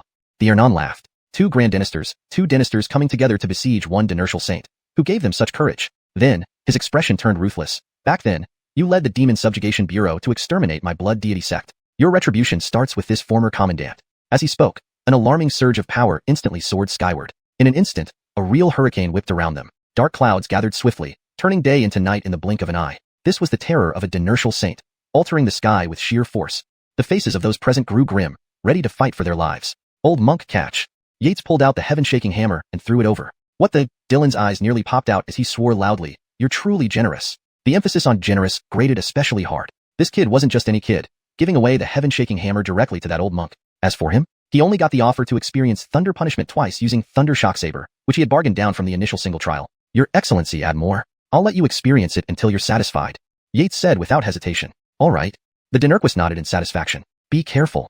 At that moment, the Ernan moved, darting forward like a fierce tiger descending from a mountain, barreling straight toward the valiant Dinerquis with overwhelming momentum. Humph, do you think I'm a soft target? Dylan's fury exploded. True essence surged within him. Countless true essences transforming into chi as a massive book appeared midair, heavy and oppressive, crashing towards the Ernan. On the side, the Elio, the old monk, and Yates, all top-notch experts, didn't hesitate either, launching attacks almost simultaneously as the Ernan moved. Especially the old monk, swinging the heaven-shattering hammer, produced waves of air-splitting sounds, complemented by his Sit-Ned Zin, making him akin to a world-ending giant. Note, Sit-Wang Zin was likely a typo or mistranslation for Sit-Ned Zin, which refers to a meditative state in the story. Adjusted for clarity and consistency, Yates and the Elio were straightforward, both skilled knife users slicing down. Several 100-meter-long sabers stretched out instantly. For a moment, the entire valley collapsed amidst chaos. Despite 4 attacking one, they could barely touch the Ernan. Their attacks stopped just inches away from him, blocked by his invisible aura like a turtle shell. Bellamy Bashan, isn't it claimed you can break anything? Chop through this old ghost shell, Dylan shouted while punching like lightning. Bellamy Bashan. He could break anything, but this was a Dinertial saint. How could one break such a formidable defense? Ba. Whenever the Ernan attacked Yates, the old monk's heaven-shattering hammer would swing toward the Hernan's head. With the hammer, the old monk matched the valiant Dinerquis's level. Even the powerful Ernan was forced to retreat a few steps momentarily. Damn it!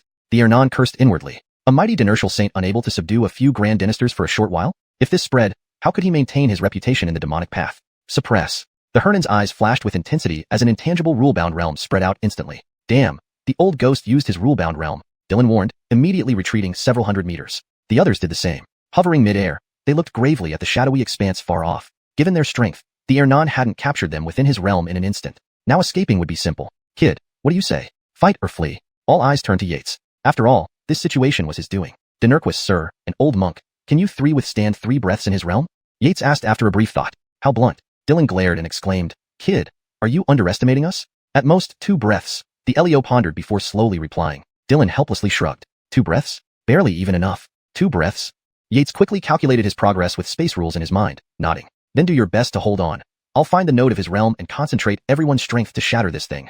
A rule-bound realm wasn't even a complete proto-world. Finding the node meant dismantling the framework, paralyzing the whole realm. Every Grand Dynaster knew this, but it wasn't easy, or rather, very few could achieve it. Thus, the trio eyed Yates with doubt. Yates pointed a finger lightly, causing slight ripples around them. Just this ripple made the trio's pupils shrink abruptly. The profound void scripture?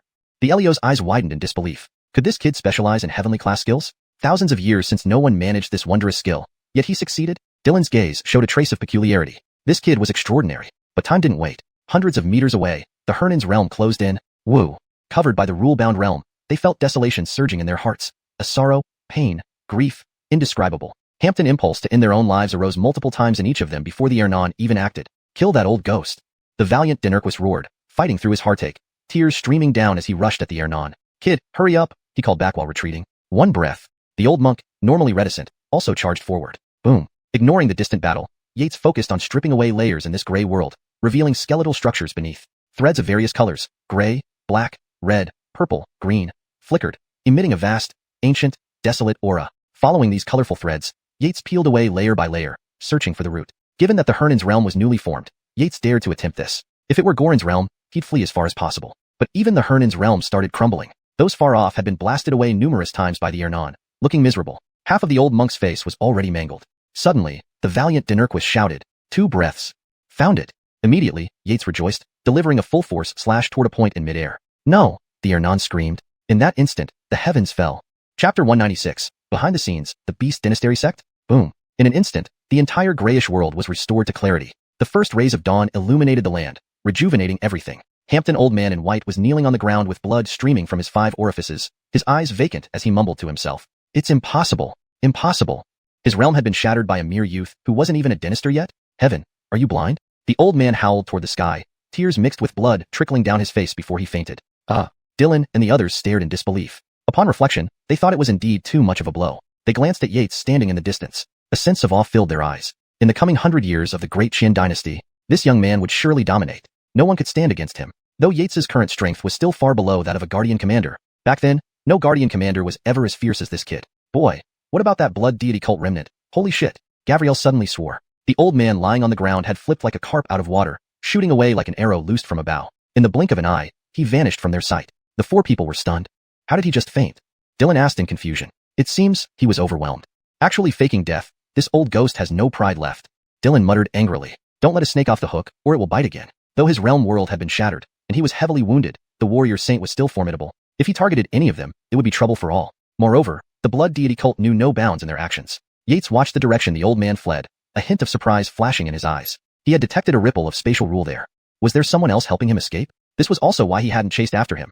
If Goran had jumped out to team up with the old man, they would have been the ones fleeing for their lives. After some thought, Yates concluded it probably wasn't Goran. It seemed more like a disruption caused by an array. The blood deity cult. Huh? Interesting. Yates pondered silently. A sect that had been destroyed in the past now has a warrior saint emerge. Even the Moon Worship sect, which was active in Elden, only openly acknowledged having grandmasters. It appears the blood deity cult's destruction might have hidden stories behind it. I need to return and find Eugenia to check historical records in the palace. After some contemplation, Yates turned to Dinurquis Wu and Gavriel, respectively saying, Dinurquis, regarding what I promised, I'll visit you at your residence once I get back into town whenever I'm free. He then stretched his hand toward the rubble in the valley, pulling out a disheveled figure, threw him on the ground, and continued, Sir, this Fog Blood Tower assassin is yours to handle. Having said that, Yates bowed respectfully to the group, mounted his horse, and rode away swiftly, disappearing soon after. This boy, remarkable indeed. Dinurquis Wu gazed at Yates's retreating silhouette, sighing appreciatively. He then bade farewell to Gavriel with a fist salute, soaring into the sky and vanishing from sight. Fabian, take this prisoner. I'll start teaching you your first lesson in prison management, interrogating prisoners. With that, Bellamy Barty disappeared into the wind. Sister Dinister, save us. Kill these beasts. I'll fight to the end. Where is the Demon Subjugation Bureau? I refuse to die like this. At the foot of Immortal Lock Mountain, countless battles raged fiercely. Numerous demons of various shapes fought bitterly against disciples from different sections. Claws and teeth tore apart flesh as warriors battled fearlessly. Occasionally, black shadows drifted through the air. Ghosts, lurking in wait. Whenever a disciple sustained heavy injuries, these ghosts would swoop down unexpectedly, sucking the life force out of them, turning them into corpses. The battlefield was unimaginably brutal. In the distant mountains, occasional explosions resounded amidst flying swordsmen and roaring beasts. Ghosts had even brought their own ghost realm, causing utter chaos. Number 11. How is it going on your end? Hidden from view, a stout man wearing a fiery bear mask looked up at the figure descending from the sky, speaking slowly. The figure moved gracefully, landing softly without disturbing a speck of dust. Before the man stood a slender, curvaceous Chloe in a rabbit mask. A top-tier assassin from Fog Blood Tower. One captured, one dead, the rabbit-masked Chloe said calmly, as if it didn't concern her at all. Indeed, it didn't. They were from the Beast Dynasty sect. How powerful is that kid? The bear-masked man clicked his tongue, clearly disbelieving. A grandmaster. What an astonishing presence to be captured so easily. Hampton the Venerable? The bear-masked man asked next. The rabbit-masked Chloe froze, recalling Yates slicing through the realm like cleaving through heaven itself. Divine power, she whispered. Divine power? 3 question marks appeared over the bear-masked man's head. Come on, we're on a mission here. Can you be more professional? Her cold demeanor and silence aside, this communication mismatch made it hard to carry on the task. The bear-masked man could hardly comment. Cough, cough. Perhaps she means she saw divine saber power? 2 light coughs sounded from behind them. Who? They nearly flew off the ground in shock. Someone had gotten close to them unnoticed. How strong must this person be? Just thinking about it sent chills down the bear-masked man's spine. This mission was too terrifying. No, he needed to escape quickly. As soon as he thought of escaping, goosebumps covered his body. It felt like being stared at by a fearsome beast. If he moved, he would be killed instantly. Grandmaster. Absolutely a grandmaster. The bear-masked man's face turned bitter. With his 4th rank cultivation, how could he possibly escape? Beast Dynasty sect? Yates scanned their attire. Animal skins and masks, along with flutes, undoubtedly members of the Beast Dynasty sect. Compared to the startled bear-masked man, the rabbit-masked Chloe remained calm. But when she spoke, it almost made the bear-masked man curse aloud. You followed me? Her voice was gentle and pleasing to the ear. Yes, I must say, the Beast Dynasty sect's methods are impressive. This is a void beast space, right? Without your lead, I might not have found you. Yates marveled. The void beast was a peculiar creature among demons, gifted with its spatial ability. Its defensive capabilities were incredible. It could hide within its innate space at the slightest sign of danger. Even ordinary grandmasters might not notice it. Hampton yet, the Beast Dynasty sect had not only caught a void beast but also utilized its innate abilities. Indeed, scientific enthusiasts of the animal world. Of course, Yates knew the alchemy division of the Demon Subjugation Bureau had long aimed to parse the void beast space to create a spatial pouch, but they lacked such creatures. They'd likely be very interested. Looking at the two, Yates couldn't help but smile. Chapter 197. Arranging Kathy, subduing the entire scene. You, what are you planning? We won't sell ourselves. The man in the fire bear mask instinctively covered his bottom as he shuddered. If all else fails, find Tatiana. She is very... Before he could finish, Yates waved his hand, sending out a blade of energy that instantly slashed across the man's chest. Spit. The man in the fire bear mask spat out a mouthful of blood. His entire chest caved in, and his leather armor was shredded to pieces by the blade's force. So cruel, the man mumbled as he collapsed to the ground. Only the occasional rise and fall of his chest indicated that he was still alive. Yates would certainly not kill someone at random. If it weren't for the emergency situation, he had planned to capture the master assassin from Fog Blood Tower. They were all valuable experience points to him. Why waste them? But why was this grown man blabbering nonsense? It was peaceful now, wasn't it? Turning to the Chloe with the rabbit mask, Yates noticed her trembling slightly, losing the composure she had shown earlier. Was this ambush on the sect disciples arranged by your beast-taming sect? It was done by a venerable who collaborated with a man. The venerable assigned us. Venerable? Yates frowned. Is it that Dinertial saint? Is there an alliance between your beast-taming sect and the blood deity cult? It's him. The venerable is an heir non of the beast-taming sect. I've never heard of the blood deity cult. Through this question and answer session, half an incense stick burned before Yates relaxed. The him in question should be Gorin, without a doubt. Moreover, this ambush was probably a covert operation conducted by the remnants of the blood deity cult. Hence, only his lineage's disciples accompanied him. But thinking about it, Yates had already shattered his world of rules. To restore it would take no less than 3 to 5 years. As for after 3 to 5 years, Yates felt that such a first heaven inertial saint would likely be killed with just a wave of his hand. At this thought, Yates turned coldly to the rabbit-masked Chloe. "What's your name? And take off your mask." The Chloe stiffened. Considering Yates's astonishing strength, she gave up resistance and slowly removed her mask. A Chloe with a delicate face, her hair neatly coiled, around 30 years old, revealed herself. "I am Kathy, paying my respects to the esteemed one." The Chloe bowed deeply. She seemed acceptable, except her cultivation level was too low. Yates mused internally. With his sealing beast energ, he could bind 3 individuals. One for Camila, one for the old monk, and this Chloe has a late 4th rank cultivation level. Although she wasn't 3rd rank, placing her with Eugenia could be quite beneficial. After contemplating, Yates decided, and a mystical blue light hovered over his hand, with the character seal faintly visible within it. "You, who are you? How do you know the sealing beast energ of our beast-taming sect?" A look of panic spread over Kathy's mature face. More importantly, the man in front of her intended to use the sealing beast energ on her? Wasn't that only used on demons and monsters? Could it work on humans? Kathy felt a bit uneasy. However, Yates ignored her concerns and cast the blue light directly into Kathy's body. "Ah!"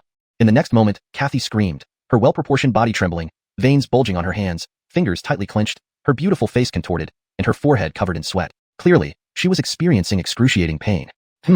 Yates was slightly surprised. This Chloe, seemingly genteel, had actually been cursing him in her heart. But at least the initial pain might spare him further explanations later on. After a moment, Kathy gradually recovered, but fear still lingered in her eyes. Her gaze towards Yates was akin to seeing a man-eating beast. As a disciple of the beast-taming sect, you must understand the power of the sealing beast energ, which you have just experienced, Yates said. "Please command me, I will do my best." Kathy replied quickly. Given her new circumstances, she recognized her own worth to this man, as he hadn't chosen to kill her. "Tell me everything you know about this incident." "Yes, sir," Kathy calmly replied. She knew this was expected. Her soft voice began narrating the events. Half an incense stick later, Yates nodded. "Since no one in the beast-taming sect knows your true identity, you'll go with this appearance to assist Eugenia."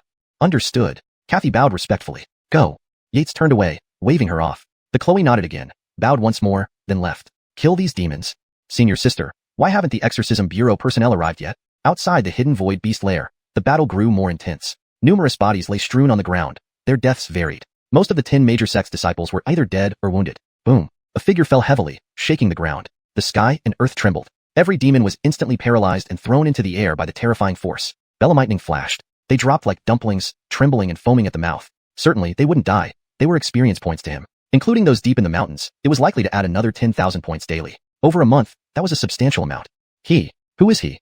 While Yates pondered, the disciples stared in shock. How was this sudden arrival from the Exorcism Bureau so powerful? Those monsters who had fought fiercely moments ago couldn't withstand even one blow from this man? Unbeknownst to them, Yates had even used the realm field from the demonic smelting and hell-suppressing sutra. Otherwise, he couldn't achieve such precision. "I think I know him." A genius from the Exorcism Bureau called Yates. "Yes, it's him." "It's really him?" In an instant, they went from shock to admiration, disbelief to incredulity. This was a peer of masters. Though they were from the 10 major sects, reaching 4th rank was already challenging for them, let alone 3rd rank. Dynasty might stay at 5th rank all their lives. Of course, some harbored jealous, dark gazes. Ignoring them, Yates followed his principle. He wouldn't attack unless provoked. Unless, of course, they provided experience points. "Come over here." Yates scanned the scene and ordered. Furrowing their brows, though grateful for his rescue, they disliked his tone. Nonetheless, a few exchanged glances, walked over, and thanked him. "Thank you, Lord Eider, for saving our lives." "Oh, you know me?" Lord Eider's name, as a young prodigy, is renowned across Great Qian, known to all. "Yes, Lord Eider is our idol." They hastily spoke. Hee. Hearing praise, Yates chuckled. "You've done well. Help tie up these monsters and bring them back to the great demon prison for interrogation. As for their possessions, consider them your reward." Such a windfall descended upon them unexpectedly. They questioned if they had heard correctly. One disciple slapped himself hard, the sharp slap, waking a few others. Looking behind, hungry eyes glared fiercely at them. They quickly rejoiced and thanked Yates. "Thank you, Lord Eider. We will ensure no monster escapes." Their chests pounded as they promised. These demons and ghosts generally had cultivation levels of 6th, 7th, or 8th rank, and they definitely hid quite a few good things on them. Some even recalled the illusions cast by a few of those ghosts just now. Such illusions could only be created with treasures like illusion pearls. Afterwards, they happily set to work. As for the disciples of other sects, some originally wanted to secretly take advantage of the situation. A cold snort from Yates was all it took. It felt like a sharp sword piercing straight through their hearts, crushing any inappropriate thoughts they had. Having done these things, Yates's gaze swept past the layered peaks. There were several massive figures still battling fiercely in the distance. That was where the core of his experience points lay. The demons and ghosts here were merely an added bonus. ###Chapter 198, Demons and Monsters? Just my experience. The immortal locking mountain. At the foot of a small hill, thunder rumbled, smoke and dust billowed, sand flew and stones scattered. a scene resembling the end of the world. Among this chaos, beast roars intermittently pierced through the air, accompanied by occasional human shouts. Several figures were locked in battle with several demons. Those figures had bruises and swelling on their bodies and faces, with streaks of blood seeping out. The demons and monsters also bore uneven sword marks and knife scars. However, overall, the humans' injuries were more severe. Ade of the Taihang sect, hang on, I'm coming to support you. A Diego punched forward, emitting countless shadowy fists that forced an alluring Chloe before him to frown and retreat dozens of meters. He was about to leap over to help when a black glowing giant claw suddenly attacked from his side, rushing straight at his face. Oh no! The Diego's expression changed drastically as cold light flashed towards his face. When did this shadow rat sneak up behind him? Thinking about it now was already too late. In the direst moment, he could only gather his strength into his hands to protect his face. Boom! The terrifying claw effortlessly tore through the Diego's defenses, cutting deeply into his face. The sharp claws instantly shattered his skull into pieces, spurting blood from the severed head. His lifeless body fell to the ground, occasionally twitching. Beside the corpse appeared a towering rat as tall as a man, its fur black and dripping with red and white substances. Occasionally, it licked its claws. It then turned to look at the remaining few, greed flashing in its tiny eyes. They were all its dinner. It was preparing for pregnancy and needed to build its strength for its offspring. Suddenly, a chill ran down the spines of the remaining sectaire-nons. The death of the Diego was too horrific. The shadow rat was even more fearsome, striking invisibly. Moreover, they hadn't been mistaken.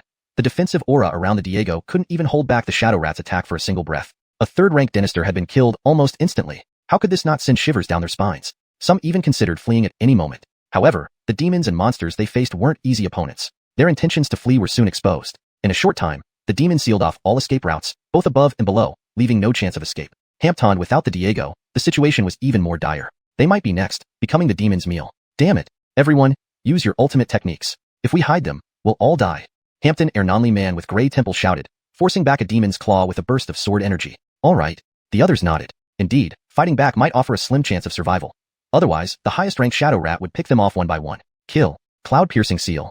God-breaking slash. In an instant, dazzling moves erupted, ruthlessly targeting the demons. The demons retaliated fiercely, roaring and attacking with even more terrifying force, leading to a brutal clash. Meanwhile, the shadow rat leisurely devoured the decapitated corpse as if it were a refined scholar enjoying a meal. However, it failed to notice a gaze falling upon it from a pile of distant rocks. The owner of that gaze was naturally Yates, who had witnessed the shadow rat's swift kill just moments earlier. Even if he wanted to act, he couldn't match the speed of the claw. All third-rank dynastors, with the highest rank being the shadow rat, Yates observed, assessing the situation. The shadow rat was a late-stage third-rank dynastor, within his capability but challenging. If he fought openly, it would be strenuous, and worse if other demons joined in. Therefore, if he attacked, he must finish the shadow rat in one move. With that decided, the other lower-ranking demons would pose no significant threat. Yates quickly formulated his plan. Dragon Pursuit Break. Hampton Old Chloe chanted softly. Her long sword transformed into a 5-clawed golden dragon, glowing intensely, sweeping towards the 3 demons battling her. This impressive golden dragon forced the demons to retreat, causing blood patterns to appear on their bodies. The Old Chloe's eyes flashed with resolve. This was her last resort. If she couldn't solve these 3 demons, they would all perish here. She was now the sole late-stage third-rank dynastor after the Diego's demise. As the 3 demons resisted, the golden dragon faltered slightly, showing signs of being forced back. Not good. The Old Chloe decisively rotated her true essence into a surge of true chi, which boosted the golden dragon. It grew twice its size, roaring loudly and biting the 3 demons. Just as it was about to snap them in half, the dragon hesitated due to a light wound sustained during the previous fight. Her injury resurfaced under her full force attack, creating a slight fluctuation in her aura, giving the demons a chance to resist. Taking a deep breath, she suppressed the fresh blood rising in her mouth, making her injury even worse. Just as she prepared to unleash her final true chi to destroy the demons, a warning bell rang in her mind. Something terrible was happening. Not good. She remembered the shadow rat and tried to dodge, but it was too late. A flash of black light, and the shadow rat's claw pierced through her back, extracting her still beating heart. The unbearable pain stiffened her face, turning it pale. She had been ambushed by the creature once more. So unfair. She murmured resentfully. Splat. Suddenly, a soft sound of slicing flesh came from the sky. Opening her eyes wide, she saw something shocking. A handsome man dressed as a warden of demon subjugation wielded a lightning-embossed blade, severing the shadow rat's limbs. Then he stabbed it in the abdomen, stirring the insides. This handsome man was Yates. He had waited for this perfect opportunity to counterattack, but even predators can become prey. Yates kicked the shadow rat underground and glanced at the stunned Old Chloe. He marveled at the resilience of a dynastor, reviving after such a grievous injury. Next, he looked at the shocked humans and remaining demons. All his experience, no one else should claim it. Hampton thus began Yates's performance. Hashtag chapter 199. He's a dinertial saint? A woo. The haunting cries of demons echoed through the wilderness. One by one, the fierce demons that had just been rampaging were brought to their knees by Yates. Their limbs severed and bodies smashed onto the ground. The terrifying lightning force from the thunderclap saber occasionally surged around them, paralyzing their entire bodies. Their fur stood on end as they twitched uncontrollably, drool dripping down their chins. As for the succubi, apart from one who was accidentally struck dead by Yates, The rest had reverted to their original forms and lay immobilized on the ground, restrained by Yates's seal. Those demonic beings that had nearly killed the Ernons of various sects moments ago now lay incapacitated at Yates's feet. This was the power of true strength. Is he really Yates, the prodigy from the demon-subduing bureau? An Ernon muttered in disbelief, his face reflecting incredulity. The scene before him had completely overturned his perception. Yes, it must be him. Others concurred, having received reports from informants in Heavenly Capital. No one else could wield the Thunderclap saber, which possessed a unique ability to emit lethal lightning, something that was a sacred domain, reserved only for life's most formidable challenges. Among the famous divine weapons listed in the Divine Armament Register, only the Thunderclap saber possessed such peculiar characteristics. After a considerable moment, the shock began to dissipate from everyone's faces. They bowed to Yates in gratitude. Thank you, Lord Iter, for saving us. Our sects will surely repay your kindness. Repayment? Yates glanced over the crowd, especially the 5 major sect Ernons who had attended the evening banquet and martial arts contest at Xinhuang Palace, turning it into a farce. Was he supposed to believe they didn't see through their insincerity? But it didn't matter much. Anyone who provoked him would merely add another occupant to the demon-subduing prison, contributing to his own martial prowess. Heard there's a very peculiar tree on the 5th level of Inner Hell. Even grandmasters have to flee for their lives when they encounter it. Maybe I should go check it out someday, Yates murmured to himself, then refocused his thoughts. I was ordered to come here to rescue you all. It's just part of my duty. Yates waved his hand dismissively. However, these demons attacked you, and on my way here, I encountered a Dinertial Saint's ambush. Although I managed to cut through his realm with one stroke, we still need to interrogate the cause. These demonic beings, I didn't kill them outright. Please help transport them to the demon-subduing prison. I'll arrange for the proper procedures. SSSH, all the Ernons gasped collectively, especially when they heard about Yates cutting through a Dinertial Saint's realm. Their eyes widened like saucers. This was too frightening. A Dinertial Saint? That was a title held by supreme Ernons in each major sect. Excluding those not present, few such figures remained within any sect. Unlike grandmasters and great-grandmasters, whose numbers grew with time, only a handful of people attained the rank of Dinertial Saint after many years. Hampton Yates, in front of them, had sliced through a Dinertial Saint's rule-bound world with a single stroke? Did that mean he was also a Dinertial Saint? On par with the supreme Ernons? In an instant, the way they looked at Yates changed. Shock, envy, admiration, and fear mingled in their gazes. They were facing someone who could determine their fates with a single strike. For a moment, they seemed to forget the terror of their recent battle. Faces plastered with smiles, they bound the demons carefully, ensuring none could escape. Lord Iter, this should do it, right? Yates nodded. Then I shall take my leave. With a single step, without any aura fluctuation, he broke through space barriers, traversing several yards in an instant and disappearing from the Ernon's sight. SSSH, everyone was shocked again. Is this spatial manipulation? Whispering amongst themselves, they couldn't believe their eyes. A 20-year-old Dinertial Saint? What kind of monstrous talent was this? Even the true Dinertial sect's Ernon couldn't help but ponder how to report this back to the sect Dynasty immediately. This person was more dangerous than by Bellamy Hongfei and must be eradicated by pooling all the sect's resources. Otherwise, this individual could destroy the true Dinertial sect's millennium legacy. Within a couple of hours, as sect disciples entered the capital, news of Yates slicing through a Dinertial Saint's realm spread like wildfire throughout the city. Thunderstruck reactions rippled through prominent families such as the Bellamys, Neds, Iters, and others. Shock, skepticism, and even greed filled their faces. Yates's rapid advancement meant significant opportunities or secrets were involved. If they could seize them, almost instantly, Heavenly Capital became bustling with activity, rivaling the annual competitions between sects. Merchants saw an opportunity and rushed to produce Iter Dinertial Saint, branded sabers, and other merchandise. Even bakeries came up with Iter River meat buns, claiming one bite would grant a tiny fraction of Iter Dinertial Saint strength, and eating 100 would make one as strong as a Dinertial Saint. Soon, crowds thronged various shops. Yates hadn't anticipated this reaction. His actions were intended to create an illusion by combining the perfected version of the step-across-distance technique with spatial traversal, allowing him to seemingly teleport.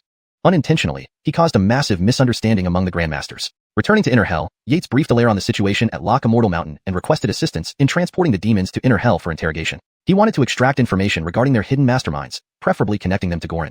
Alaire readily agreed, though before Yates left, he mentioned the opening of the Great Delfino Ruins. Yates nodded, acknowledging that he was aware. Located on the 5th level of Inner Hell, the ruins opened every 100 years, containing ancient artifacts, elixirs, and treasures rumored to extend life. Most of the current celestial tier cultivation techniques originated from there. However, entry was restricted to individuals under 30 years old and with a martial cultivation below the 4th rank. Entry beyond this limit resulted in instantaneous death from lightning strikes. Thus, Alaire casually mentioned it, preparing Yates for what was to come. With his newly celebrated status, Yates wondered who among the younger generation could match him. A Dinertial Saint. Alaire watched Yates depart, envy flickering in his eyes. To the east of Heavenly Capital lay an immense arena capable of accommodating millions. Crowds of varying attire filled it, young and old alike. All eyes were fixated on the geniuses, representing their respective sects in the arena. The fanfare even surpasses the celebrities of my previous life. But ultimately, the Daigon dynasty places ultimate power in the monarchy. It's not good that commoners revere sects so highly. Seated in the main pavilion, Yates observed the fervent crowd. Among them were some disguised ghosts and demons, but their ordinary cultivation levels and lack of malevolent aura made them insignificant to him. Before leaving, Yates learned from Allaire why all sects were eager to participate in the competition. The reason was that Galen tied the entry quotas for the Great Delfino Ruins to the competition rankings. A biennial event, the first place winner secured 10 quotas, second place 8, and so forth. This competition involved critical interests of each sect. On the stage, only victory mattered, not death. Galen had devised ways to diminish sect powers through these events. Unfortunately, his lifespan was shortened by a Dao wound. Otherwise, his tactics might have eliminated the top 10 sects. Yates sighed inwardly, then scanned the entire area. Chapter 200, Try Touching Her. The competition rules were simple. The ranking was determined by the top 20 positions from each sect. The more people a sect had in the top 20, the higher its overall score. Of course, the specific rank also mattered. For example, first place counted as 20 points, second place 19 points, and so on. Competitors of eligible age would each receive a slip of paper, and those with matching numbers would fight directly. Until the very end. In between, it came down to financial resources. Bad luck could mean a tough match early on, consuming most of one's true chi, only for the next opponent to take advantage of their weakened state. This had happened before. Yates naturally didn't care about these matters. He was just going through the motions. Regardless of how they fought or if someone died, it wasn't his concern. Sir Eider, the time has come. Should we announce the start? An official asked quietly from beside him. Let's begin. Yates nodded. Yes, Sir Eider. The official bowed respectfully and turned to give the orders to start the competition. In Qian, where strength reigned supreme, this official's attire clearly indicated a much higher rank than Yates's. However, Yates's power was immense, so great that the official dared not resist, only bowing and serving the gentleman diligently to avoid causing any displeasure. Boring. Yates watched as disciples from various sects battled in the arena. Though their techniques were varied, their strength was too weak compared to his. Of course, this was relative to him. To other martial artists, reaching ranks 5 or 6 was already a lifelong goal. She's here too? Yates's eyes suddenly lit up. He spotted Xianxia in the crowd. Upon reflection, it made sense. Xianxia was within the eligible age range and was a core disciple of Taihang sect. Participating in this competition was crucial for her sect's standing, so her involvement was expected. Among the 10 major sects, only Taishang Dao sect, the dominant force, did not send anyone. The rest had 1 or 2 mid to late 4th rank disciples, who were key players in this competition. Time passed quickly. Xianxia had already won several matches, but showed signs of exhaustion from continuous battles. Dynasty, how are you holding up? Asked a beautiful middle-aged Chloe concernedly. She was Elder Irene of Taihang sect. Xianxia nodded. Dynasty, Wu Xing sect's Wuxing wheel defense is quite formidable. I had to forcefully channel my true chi to break through it, which has left my breathing slightly unstable. Resting a bit should help. The middle-aged Chloe smiled and then grew serious. That's good. You are the hope of Taihang sect now. If you can't continue, simply admit defeat. Irene did not want her prized disciple to be harmed. As for the slots for Dadi Delfino Ruins, well, Taihang sect was somewhere in the upper middle rankings. Not the best, but far from last, securing dozens of slots. True Dynasty sect, however, had been at the bottom for the past 5 rounds. Thinking of this, Irene glanced over at a young man with a grim expression. It was True Dynasty sect's direct disciple, Jerry. Rumors had it that he practiced some ghost clan body refinement techniques in secret, resulting in his inhuman appearance. With this in mind, Irene sent a telepathic message to Xianxia. Dynasty, among those present, only a few have strength comparable to yours. Be especially wary of True Dynasty sect's Jerry. His cultivation is inscrutable and dark. Understood. Xianxia nodded lightly, her brow furrowed. A higher ranking in this competition meant more people from Taihang sect could enter the ruins, increasing their chances of finding treasures. Not only was True Dynasty sect's Dynasty Saint nearing the end of his lifespan, but so was Taihang sect's. Moreover, they lacked the strength of Taishang Dao sect to secure 200 slots directly from Galen. Regarding this preferential treatment, other sects dared not voice their discontent, knowing they couldn't afford to provoke Qian or Taishang Dao sect. Back at the tournament, Xianxia won 2 more matches and reached the top 10 final. She glanced at the paper slip in her hand, marked with it too. Then, a call echoed out. Number 2, please step forward. Dynasty, I'm going. Xianxia nodded at Irene and swiftly leaped onto the stage. Heh. A strange laugh sounded, followed by a black figure appearing on the opposite side of the stage, emitting eerie energy. It's him? Xianxia frowned. This was none other than Jerry, whom she had seen battle against Golden Cauldron Temple's direct disciple. Despite both being late 4th rank, the temple's disciple hadn't even lasted 3 moves. Jerry's strange aura had disoriented him, leading to a brutal defeat. After that, most opponents surrendered upon seeing him. Xianxia narrowed her eyes, watching Jerry intently. Begin. At the referee's command, Xianxia moved swiftly, her sword glowing with a rapid slash towards Jerry. Aware of the gap in their cultivation, she aimed to seize the initiative. Jerry anticipated this and evaded the slash effortlessly. Simultaneously, he summoned black light that transformed into large skulls flying toward her. The arena filled with black light and dancing ghosts, along with streaks of sword light. Sadly, the black mist seemed to absorb the sword light, extinguishing it before it reached its target. Irene watched tensely from below, disturbed by the enemy's bizarre technique. Even the ghosts in Skull Cave weren't as strange. She hesitated about intervening, fearing it might offend Qian officials. Taihang sect's strength was just slightly better than True Dynasty sect, but they faced a similar issue with their 2 Dynasty saints nearing the end of their lives. True Dynasty sect had only 1 Dynasty saint. The black mist obscured the view, leaving only eerie howls and sword sounds audible. Only masters and above could see inside. Oh no! Xianxia gasped inwardly. Just as she shattered a skull, a smaller one lunged viciously at her head. If it bit through, it would be fatal. Her strength was insufficient to dodge. Facing certain death, despair crossed Xianxia's face as visions of Eldon flashed through her mind. Goodbye, Eldon. Dynasty! Irene stared angrily at Errol of true Dynasty sect who blocked her way. Errol, get out of my way. Irene roared, like a volcanic eruption, her aura overwhelming. But Errol remained unperturbed. Flower immortal, there are rules. A match isn't over until someone admits defeat. This was set by Qian. Or do you want Taihang's sect to defy imperial edict? Despite smiling, Errol's tone was venomous. You. Irene seethed, thinking of the countless disciples in Taihang's sect. Qian's will was unchallengeable, but not by Taihang's sect. Ha ha. Errol laughed arrogantly. True Dynasty sect, with Jerry, felt secure. Just then, a lightning bolt roared from the sky, piercing the black mist with unstoppable force. The skulls vanished as if encountering their nemesis. Clarity returned, revealing the two figures. A domineering voice boomed across the arena. Try touching her. Hashtag chapter 201. Rules, as I say. SSSS. The entire audience of millions collectively gasped in shock. Who was this person who dared to openly challenge the power of Qian? Who would dare to obstruct during the once-a-decade great competition? Are they tired of living, or what?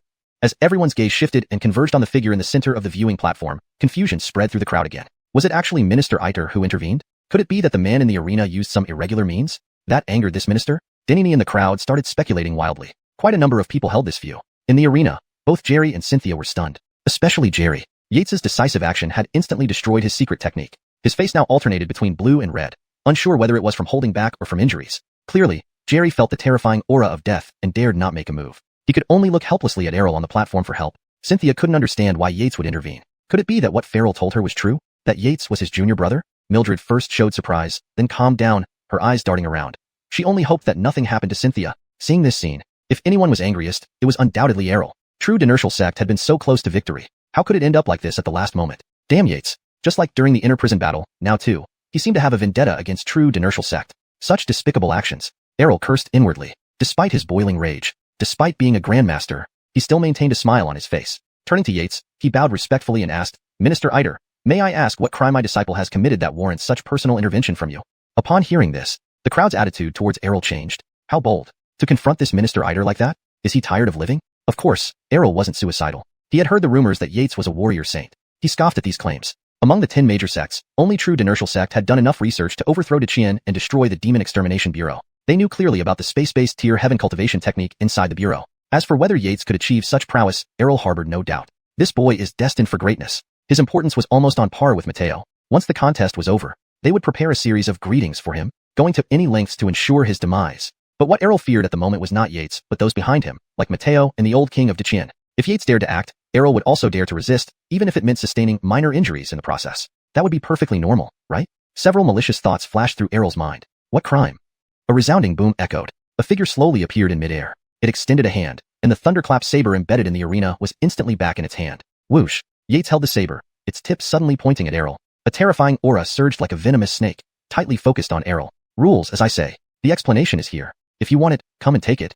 The calm tone was like thunder cracking in the sky. It shocked everyone, leaving them trembling and speechless. Minister Iter, worthy of the title young prodigy, uttered not a single unnecessary word. If you wanted an explanation, fight first. Clean, decisive, and completely straightforward. His style won immediate admiration from most of the young martial artists. Some, however, secretly worried, and a few eyes glinted with jealousy.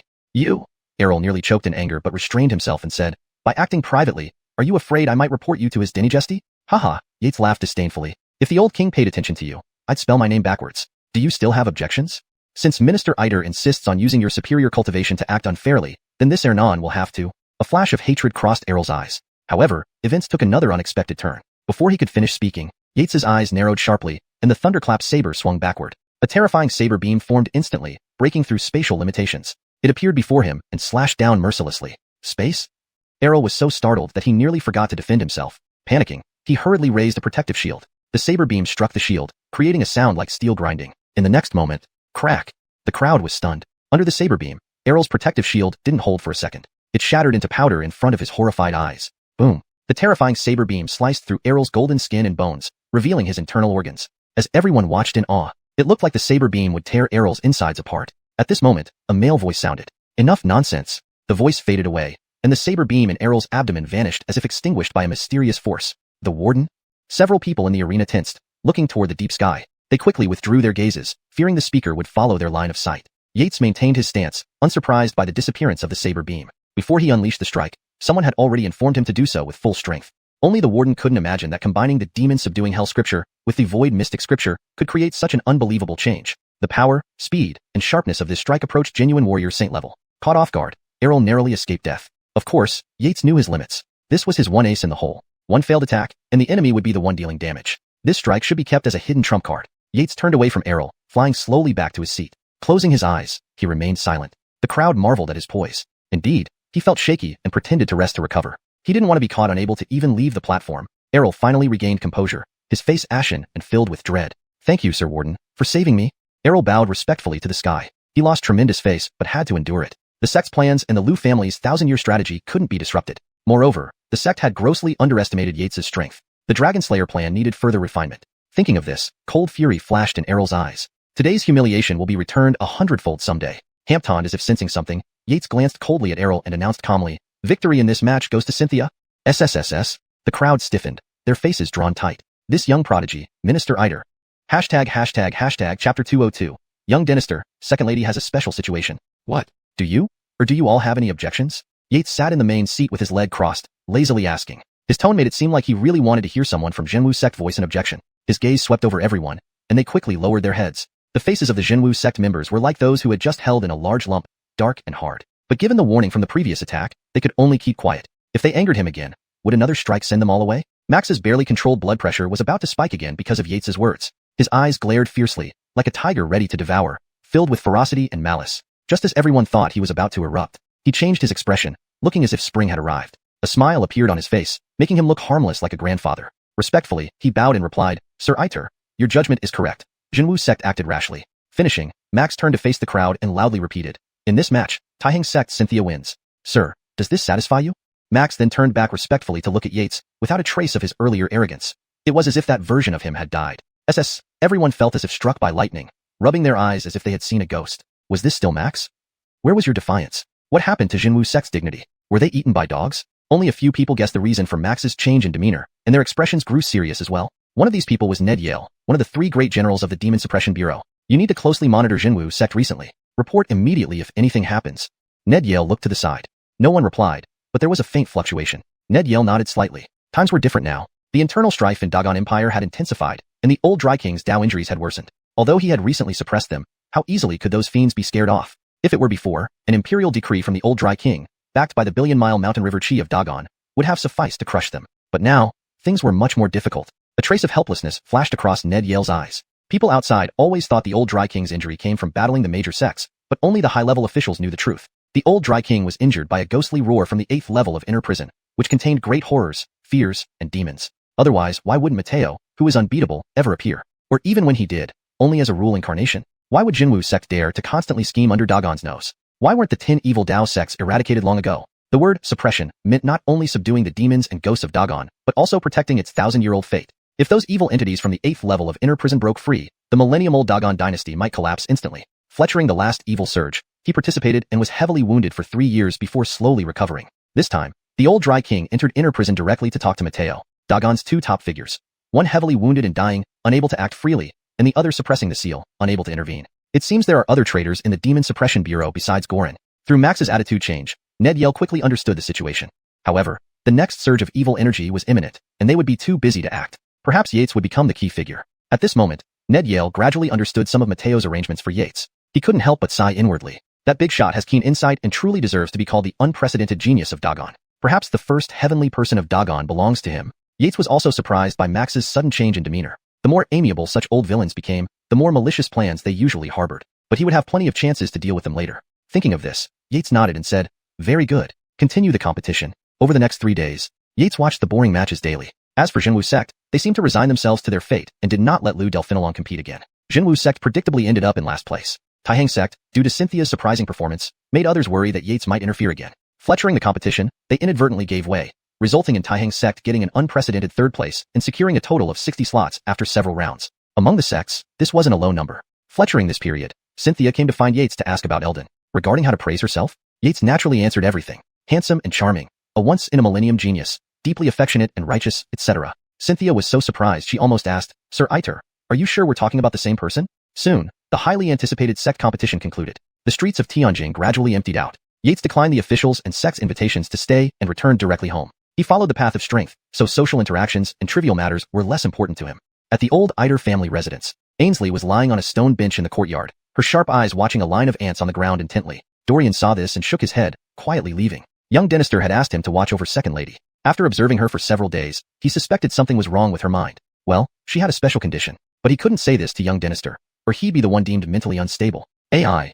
Dorian sighed inwardly. Unbeknownst to Dorian, as soon as he left, Ainsley's face showed a hint of triumph. Himph, little insect. Do you think you can monitor this fox spirit with your puny strength? She wasn't purely watching the ants, but checking the message from her clan. This was a unique ability of the snow-armored foxes. She had left a signal outside during her last trip. Days passed, and she watched the ants every day with no signs of movement. She had nearly lost hope, but today brought a pleasant surprise. The ants' arrangement began to change and vibrate in a specific pattern.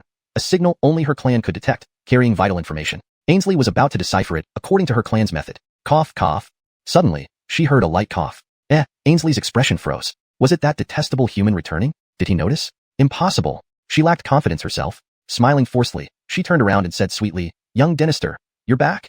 Ha ha. Seeing the tail twitch, Yates knew something was up. Then, he sat on a reclining chair, closed his eyes lightly, and quickly recovered his true chi. After a moment, Yates lazily spoke, startling Ainsley. "What information did your Fox clan send you? Tell me." Note: for character names like Ainsley and Max, I've used their pinyin transliteration to ensure correctness.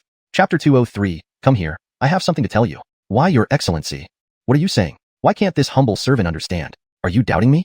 Mindy's face instantly turned sad as if she had suffered a great injustice. Well, isn't that acting top-notch? Yates thought with amusement. Teasing the little fox occasionally made life quite pleasant. Yates then became serious and sternly said, "Are you still planning on deceiving me? Do you think I don't know about the Snow Armor Fox clan?"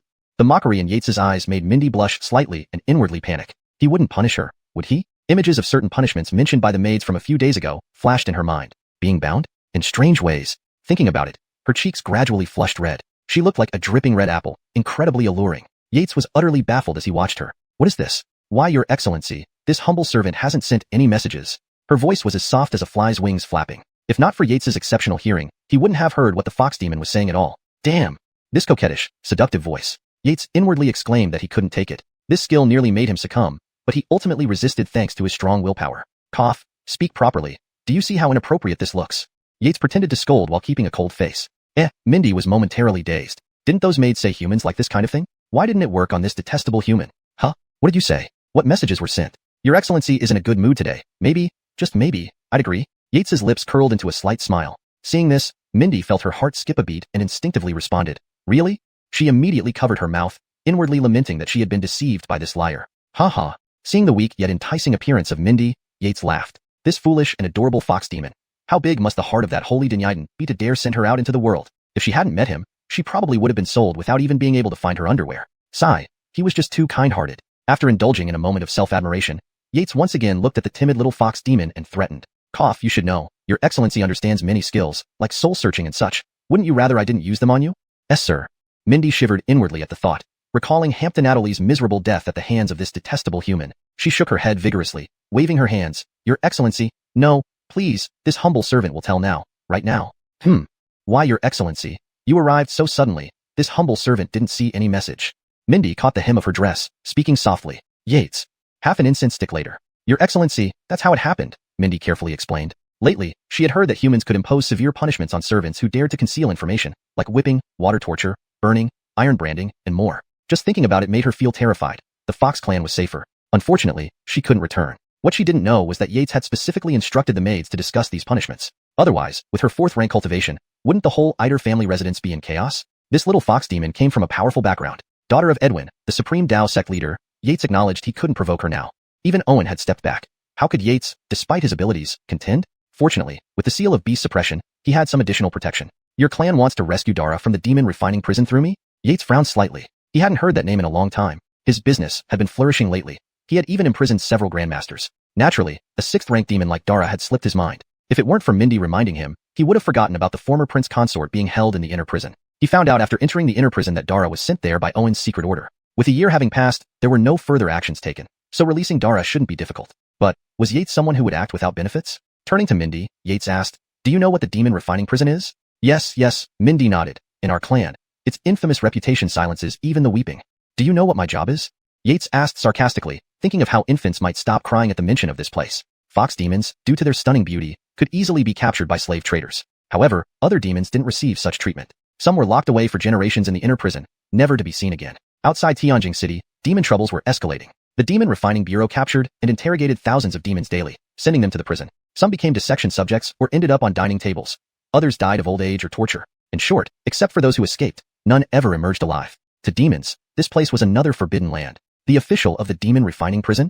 Mindy ventured a guess. If you know, then you also know the consequences if I help you, Yates replied irritably. Mindy's face paled. She wasn't truly stupid. Her clan had dealt with such matters before, leading to 2 fox demons being sacrificed to the heavens, supposedly to serve the fox ancestor but in reality, burned to ashes. Now what do we do? Mindy was at a loss. This was the first task assigned by the Holy Dynasty. If completed, she would forgive her unauthorized departure. Otherwise, Mindy would be locked away for 100 years.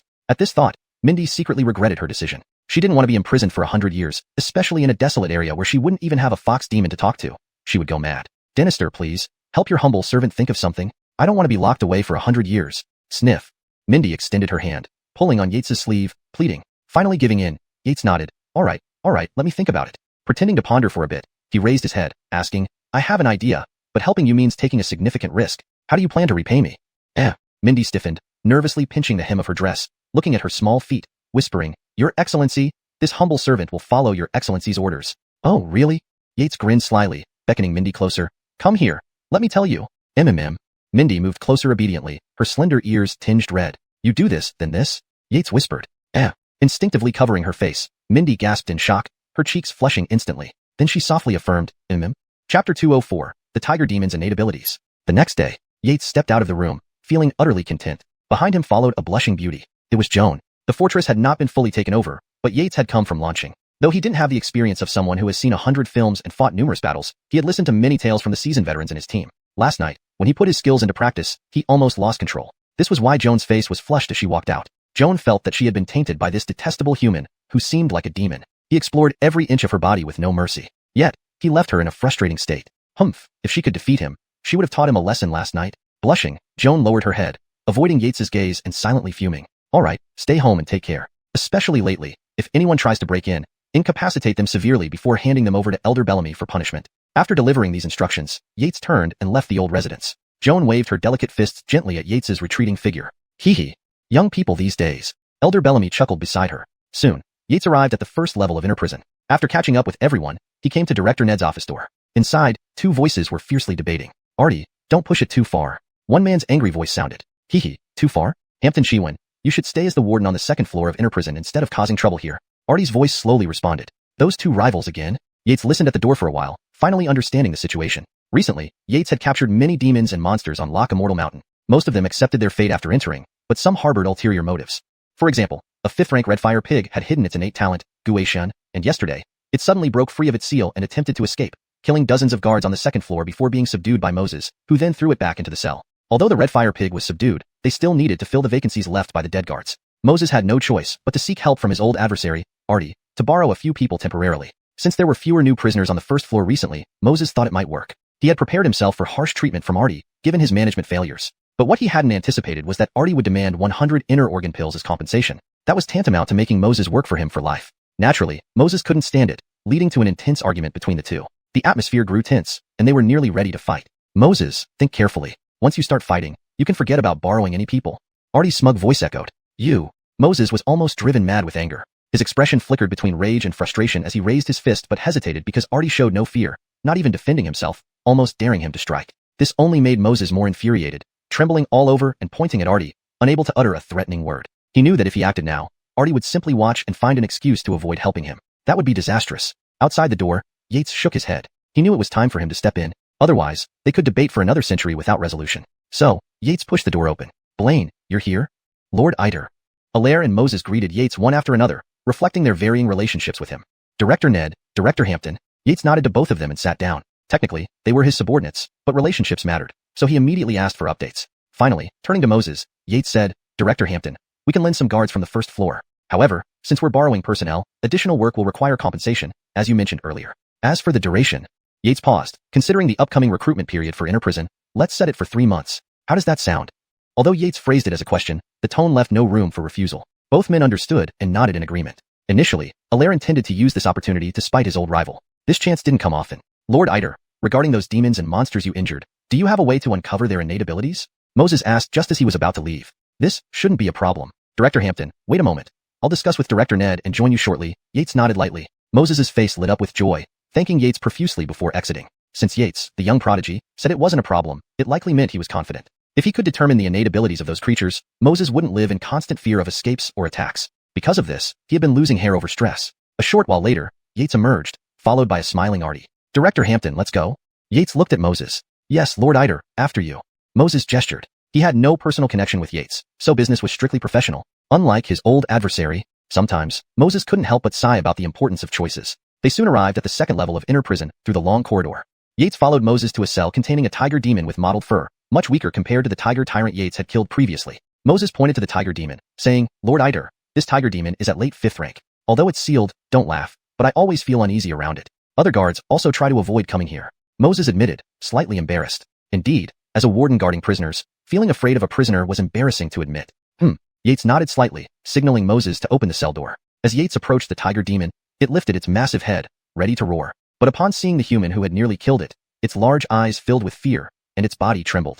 As Yates got closer, the tremors intensified as if sensing something terrible was about to happen. Hampton, indeed, that's exactly what happened. Yates placed his hand directly on the tiger's head, closed his eyes, and used the soul-searching technique. After a moment, Yates formed a sword gesture, imbued with a sharp sword intent. Under the giant tiger's terrified gaze, he thrust a finger into its forehead and extracted a small blood-stained orb.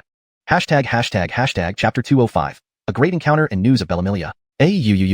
The giant striped tiger's forehead was bleeding profusely, emitting a heart-wrenching howl. More importantly, it felt an icy chill down its spine.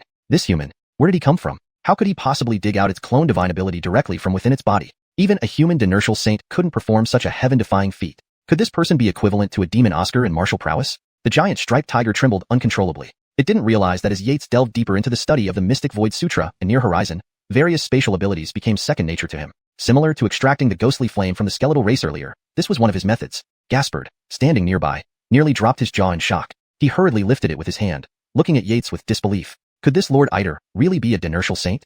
Hiss! At the thought, Gaspard was again overwhelmed by awe. A 20-year-old inertial saint, such a prodigious youth hadn't been seen in 10,000 years. As for the mid-6th rank strength Yates openly displayed, Gaspard disregarded it outright. Not even a 5th rank practitioner had such capability. 6th rank? Is Yates 6th rank? Nonsense. Yates paid no attention to their astonishment. This was the first time he used soul-searching technique on a demon, and it worked marvelously, revealing everything from the young tiger's childhood encounter with a bald eagle to its innate abilities. Most surprising of all was the clone divine ability, a gift so rare, he couldn't help but let the corners of his mouth lift slightly. This was precisely what he needed most, considering he was only one person yet had to manage the affairs of the heavenly prison and Rihanna, matters concerning his future transcendence. Now, sleep had delivered a pillow right to his head. The tiger demon had awakened this millennia-rare skill, truly a stroke of fate. Yates sighed softly, putting away the divine seed, planning to research later how to absorb it. Lord Hampton, shall we go to the next? Yes, Lord Eider, please follow me, Gaspard responded immediately, his demeanor now extremely respectful. Understanding the shift in Gaspard's attitude, Yates inwardly sighed. Misunderstanding be misunderstood. He realized it would deepen the more he tried to correct it, better to let it pass. For the next 2 hours, Yates searched souls but found nothing as valuable as the tiger demon's clone ability. Amidst the trembling demons, Yates followed Gaspard out of the prison cells. Lord Hampton, you can attend to your duties now. Exiting the cells, Yates said. He still had to fetch Dara. Having Gaspard around was inconvenient. Yes, Lord Eider, I will take my leave then, Gaspard replied respectfully without any displeasure. He was deeply impressed and admiring of Yates's prowess, devoid of envy. When later informed by a prison guard that Dara had vanished, Gaspard instantly deemed her deceased. This saved Yates the trouble. Meanwhile, Yates arrived at Dara's cell. It's you? Dara remembered Yates clearly. Since he took the Geordie consort away, she never reappeared. Dara guessed she either died or was free, but Yates hadn't visited her since then. Today's visit surely meant something. Clang. Yates opened the cell door and entered, observing Dara's unchanged charm and the meal on the stone table. Impressed, he nodded.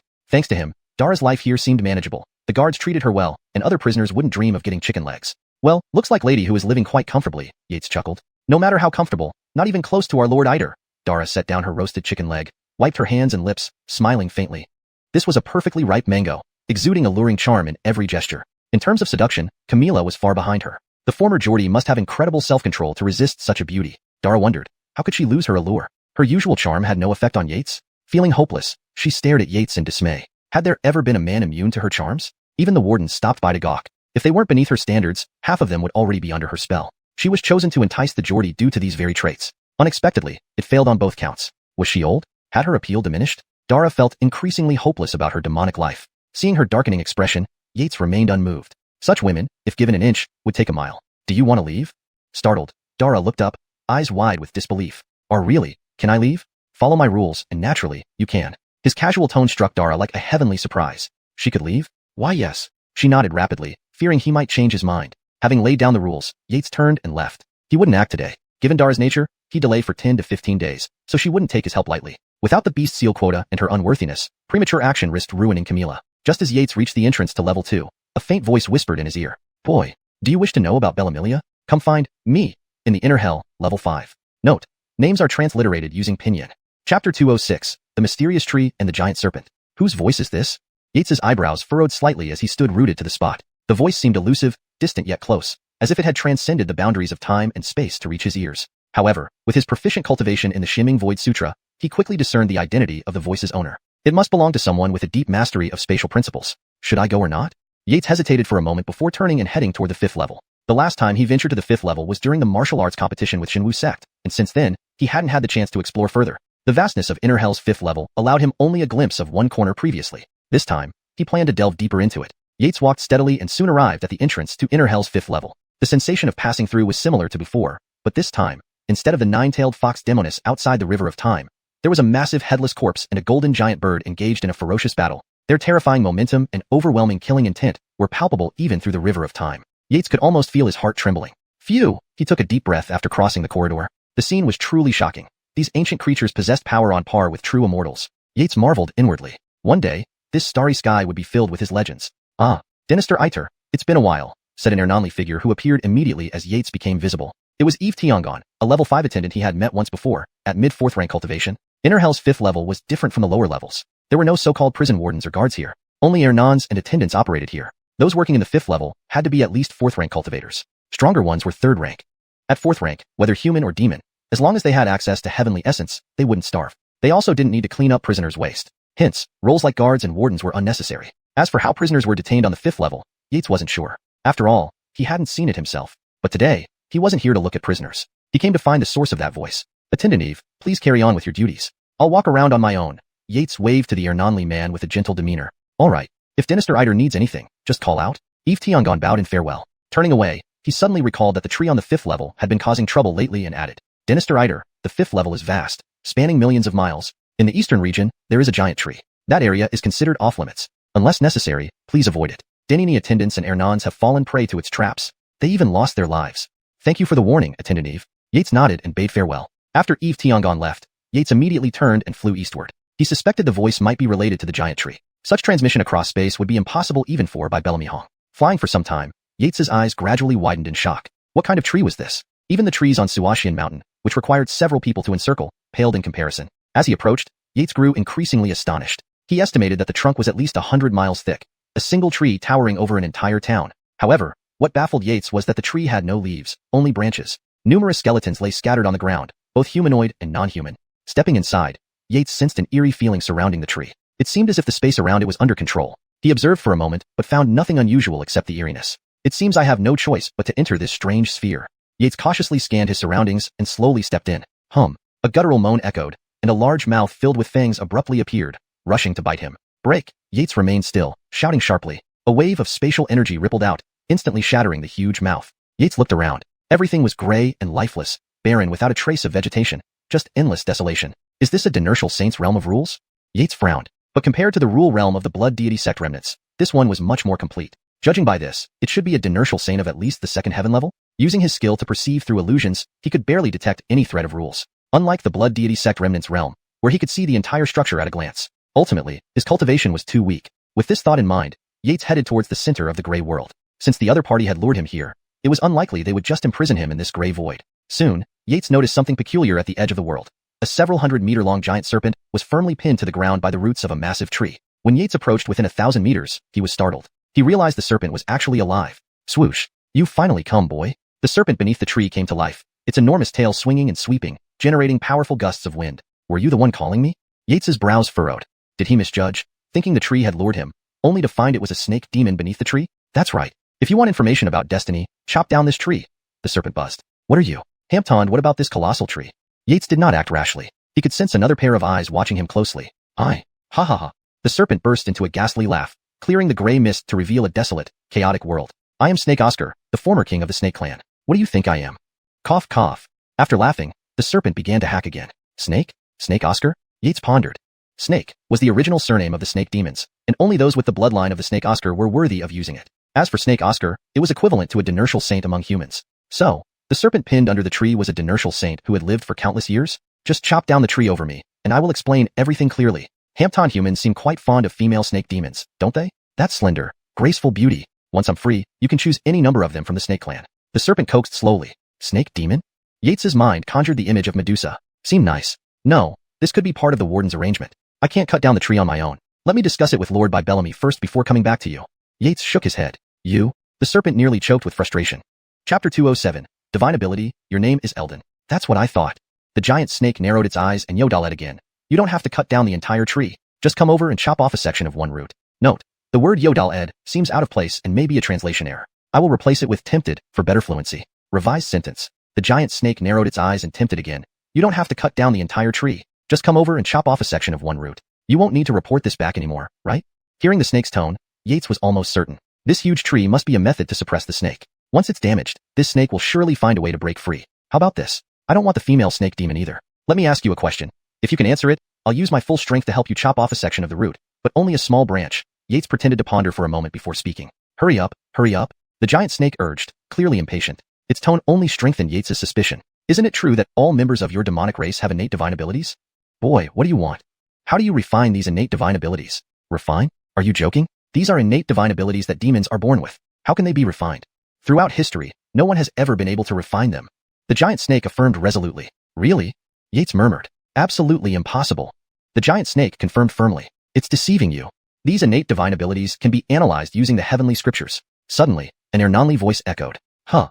Yates's eyes narrowed as he looked at the giant tree, where an old face had appeared. However, the Hernan's mention of heavenly scriptures shocked him even more. What kind of background does this ancient tree demon have? It actually knows about the heavenly scriptures? Roar. Upon hearing this, the giant snake flew into a rage. Its terrifying tail lashed out, causing thunderous sounds all around. The entire world seemed to shake under Yates's perception. Powerful. Of course, the giant tree was even more formidable. This enormous snake was completely immobilized by it. Old immortal, wait until I get out, and I'll split you into firewood, burn you to cook meals. Note, the phrase Old Busuda has been adjusted to Old Immortal for better readability in English while preserving the meaning. After roaring angrily, the snake finally calmed down. It turned its massive head towards Yates, its snake eyes flashing coldly as it spoke in a chilly tone. Boy, quickly come over and chop off a branch. If not, when I get out, I'll exterminate your entire family.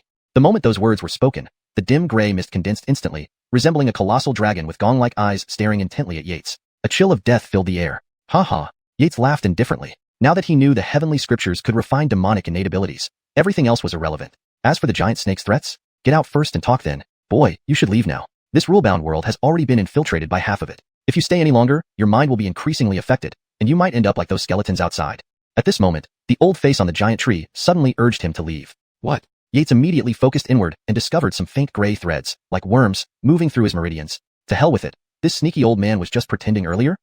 No wonder they say, experienced hunters often present themselves as prey. Having hunted birds for years, they eventually got pecked in the eye. The demon refining Hell Sutra and the profound Void Sutra operated simultaneously, generating surging waves of true chi. In an instant, all gray threads inside Yates's body were burned to ashes. After checking thoroughly, he stopped. Yates bowed towards the old face on the giant tree. Thank you for your warning, senior. Leave. Immortal traces are hard to find. Wait until I open a passage for you, then get out quickly. Without 9th rank inertial saint strength, don't come back in. Boom. The earth trembled as a beam of light shot down from above. Thank you, senior. Yates bowed once more. His figure flashed like an arrow, shooting upwards and disappearing instantly. Roar. Old immortal, I'll kill you, I swear. Only the sound of furious roars remained.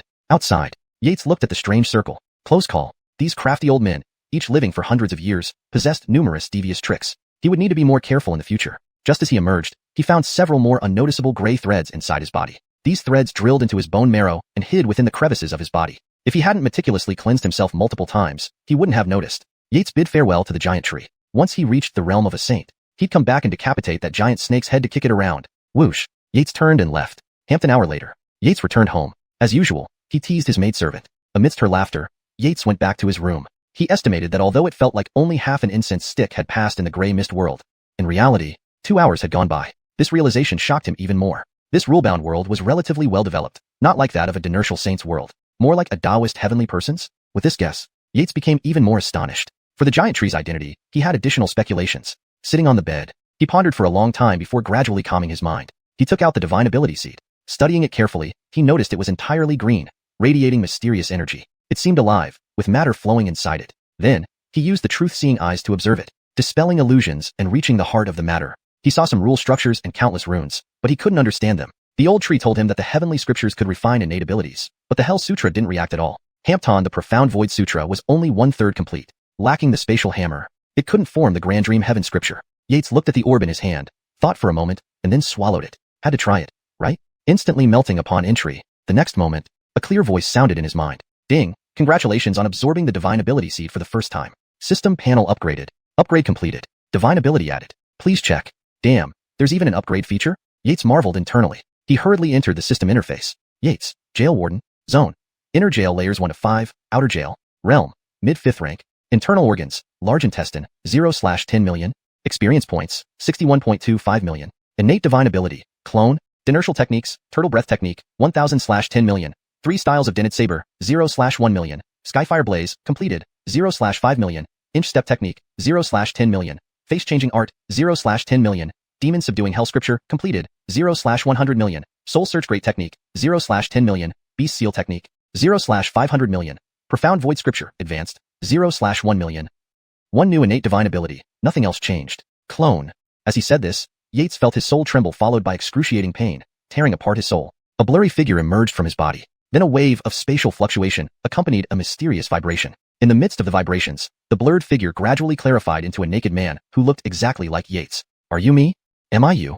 In the future, you're called Eldon. Ha. The man's face shifted into Eldon's appearance. Yates wielded, and the man disappeared, leaving behind a green glow beside the world seed and his dantian. On closer inspection, a figure sat cross-legged inside. Translation note. In Chinese names, pinyin is usually used. Here, Eldon is used as it's the correct pinyin.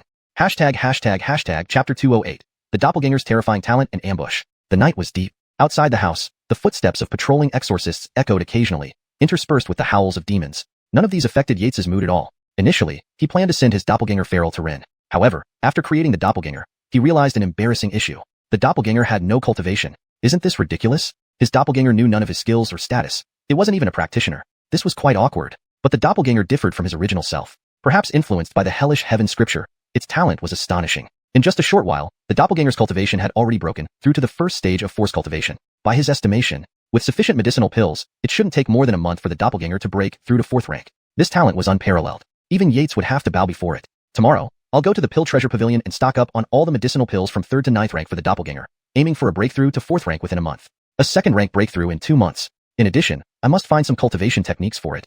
Yates shook his head and closed his eyes to sleep. Meanwhile, the doppelganger inside him continued absorbing spirit energy. Had Yates delved into his body at that moment, he would have discovered that the doppelganger's cultivation had already advanced to the 2nd stage of force cultivation. The next day, Yates appeared early at the Pill Treasure Pavilion, exchanging hundreds of bottles of medicinal pills using his personal points, and walked out with a large bag. Soon, Yates arrived at a valley outside the city, scanning carefully with his divine sense. There were no other auras or figures around. Fletcher placate.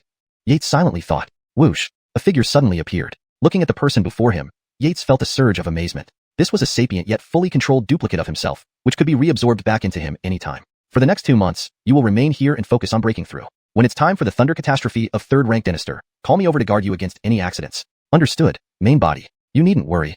Farrell nodded, taking the package from Yates. Within a day, his cultivation had already reached the 8th stage of force cultivation, far surpassing Yates's expectations. With this bag of medicinal pills, he estimated it wouldn't take more than 2 months to break through to 3rd rank. After setting everything up, Yates waved goodbye, as did Farrell. Both smiled at each other, then turned and left. Sometimes, Yates couldn't help but marvel. If he possessed the doppelganger's talent, why would he still need to laboriously capture prisoners? This was true. Tongying should be translated to maintain natural fluency in English while preserving the meaning. Here's an improved translation. This was a true, effortless win. Or, this was a true Tongying, hands-free victory.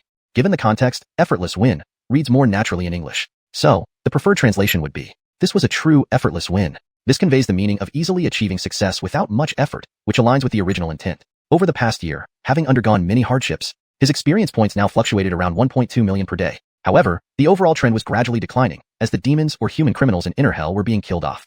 He had no choice but to keep capturing more to make up for the loss. Since the grand contest in the sect, the capital city Tianjin began circulating rumors that Galen was really on his last legs. That was why he had summoned the 7 inertial Dinurquises, fearing they held too much power in various regions and might rebel. Yates didn't believe a single word of these rumors. Rebellion? You try seeing if Commander by Bellamy Hongfei of the Exorcist Bureau's fists are strong enough? Of course, Yates was unaware of the anomalies in the 8th level of Inner Hell. Otherwise, He might have lamented that chaos was ultimately unavoidable. As Yates walked, his expression suddenly changed drastically, and the surrounding environment abruptly shifted. Was he trapped in a saint's rule-bound world? Is it you?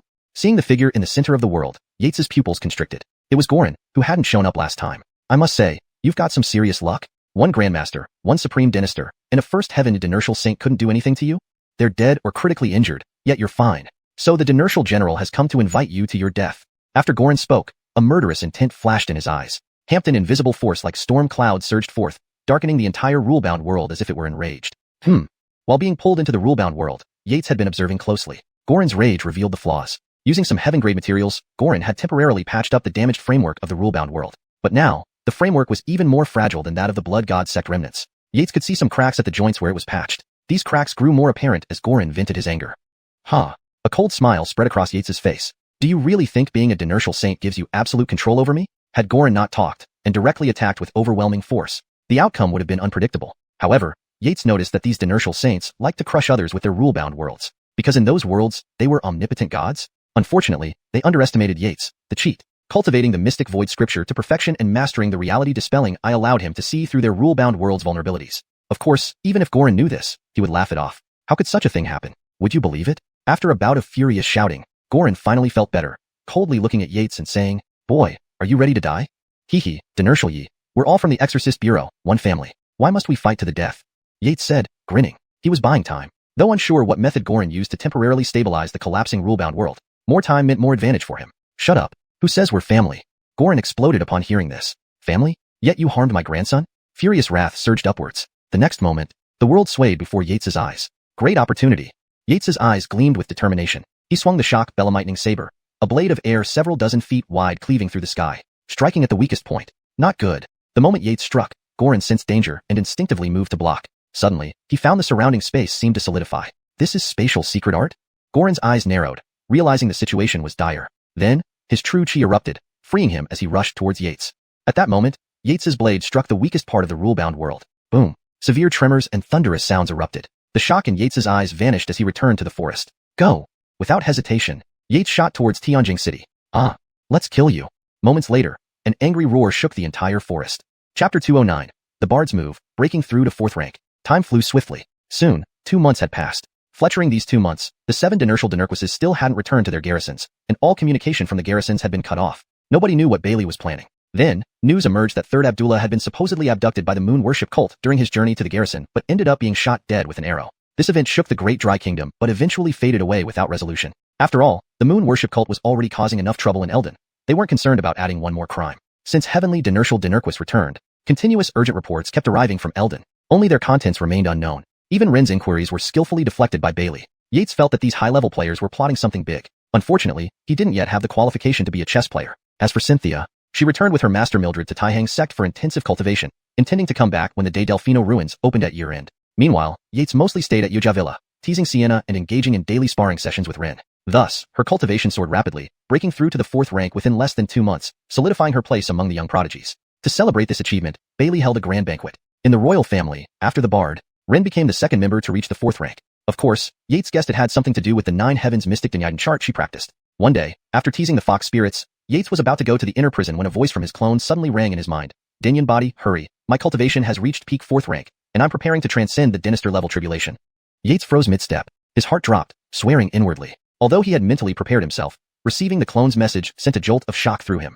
This guy was going to transcend the Dynastor-level tribulation and become a Dynastor without making a sound. He had accumulated over 1.5 billion experience points, but neither demonic refinement jail, heaven scripture, nor void mysteries profound scripture required terrifying hundreds of billions of points to advance from perfection to concept. Given his daily gain of around 2 million experience points, it would take years to gather enough for even one cultivation technique. A 3rd rank could provide several 10,000 to hundreds of thousands of points depending on their evil level. Besides, he needed to boost his realm. Without sufficient true chi, no matter how powerful the technique, it would be useless. Thinking of this, Yates frowned even deeper. Recently, Ember from Eldon brought news. The Bard had amassed great power in Eldon, enlisting many powerful factions and sects, collecting countless treasures and elixirs. The attacks on the moon worship cult seemed like a show for Bailey.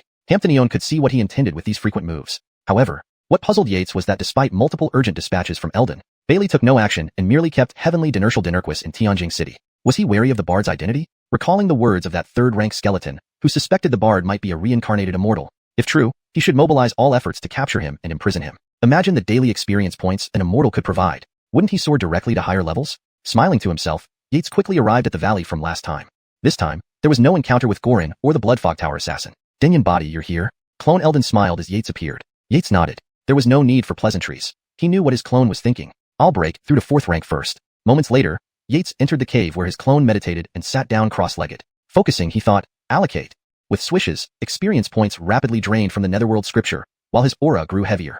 Pulsating chi surged through his body, shaking loose earth. His skin, bones, blood, organs seemed to form a cycle, emitting mysterious and ethereal waves, accompanied by celestial sounds and a foul smell. Clone Eldon, standing outside, showed a faint concern. Dinyan body ascending to 4th rank generated cosmic thunder sounds? Such solid foundations were unprecedented. Clone Eldon tightened the cave walls with a green glow and expelled the stench. Every 5th rank advancing to 4th rank undergoes detoxification. Upon forming an innate body, one begins experiencing divine abilities, maintaining appearance and peak strength until life's end. Except for him, constructed of rules, needing no sustenance, devoid of waste. After achieving 3rd rank Dynasty, his speed would likely slow down. Phew. Yates's eyes snapped open, emitting startling flashes before exhaling turbid breath. He felt weightless, able to fly effortlessly now, unlike previously requiring the demonic refinement jail heaven scripture domain. The surge of energy from mere intent was incomparable to before. Then, he clenched his fist lightly. Bang! A powerful blast shattered the reinforced cave wall. Clone Eldon watched in disbelief. His main body going crazy? Boom. Surrounded by green light, Yates blasted through soil, soaring skyward. Feeling the new sensation, he let out piercing whistles, scattering birds and beasts. Finally landing, he acknowledged the change. Very good, very powerful. Almost like striking could shatter heaven and earth. Shaking his head to regain composure.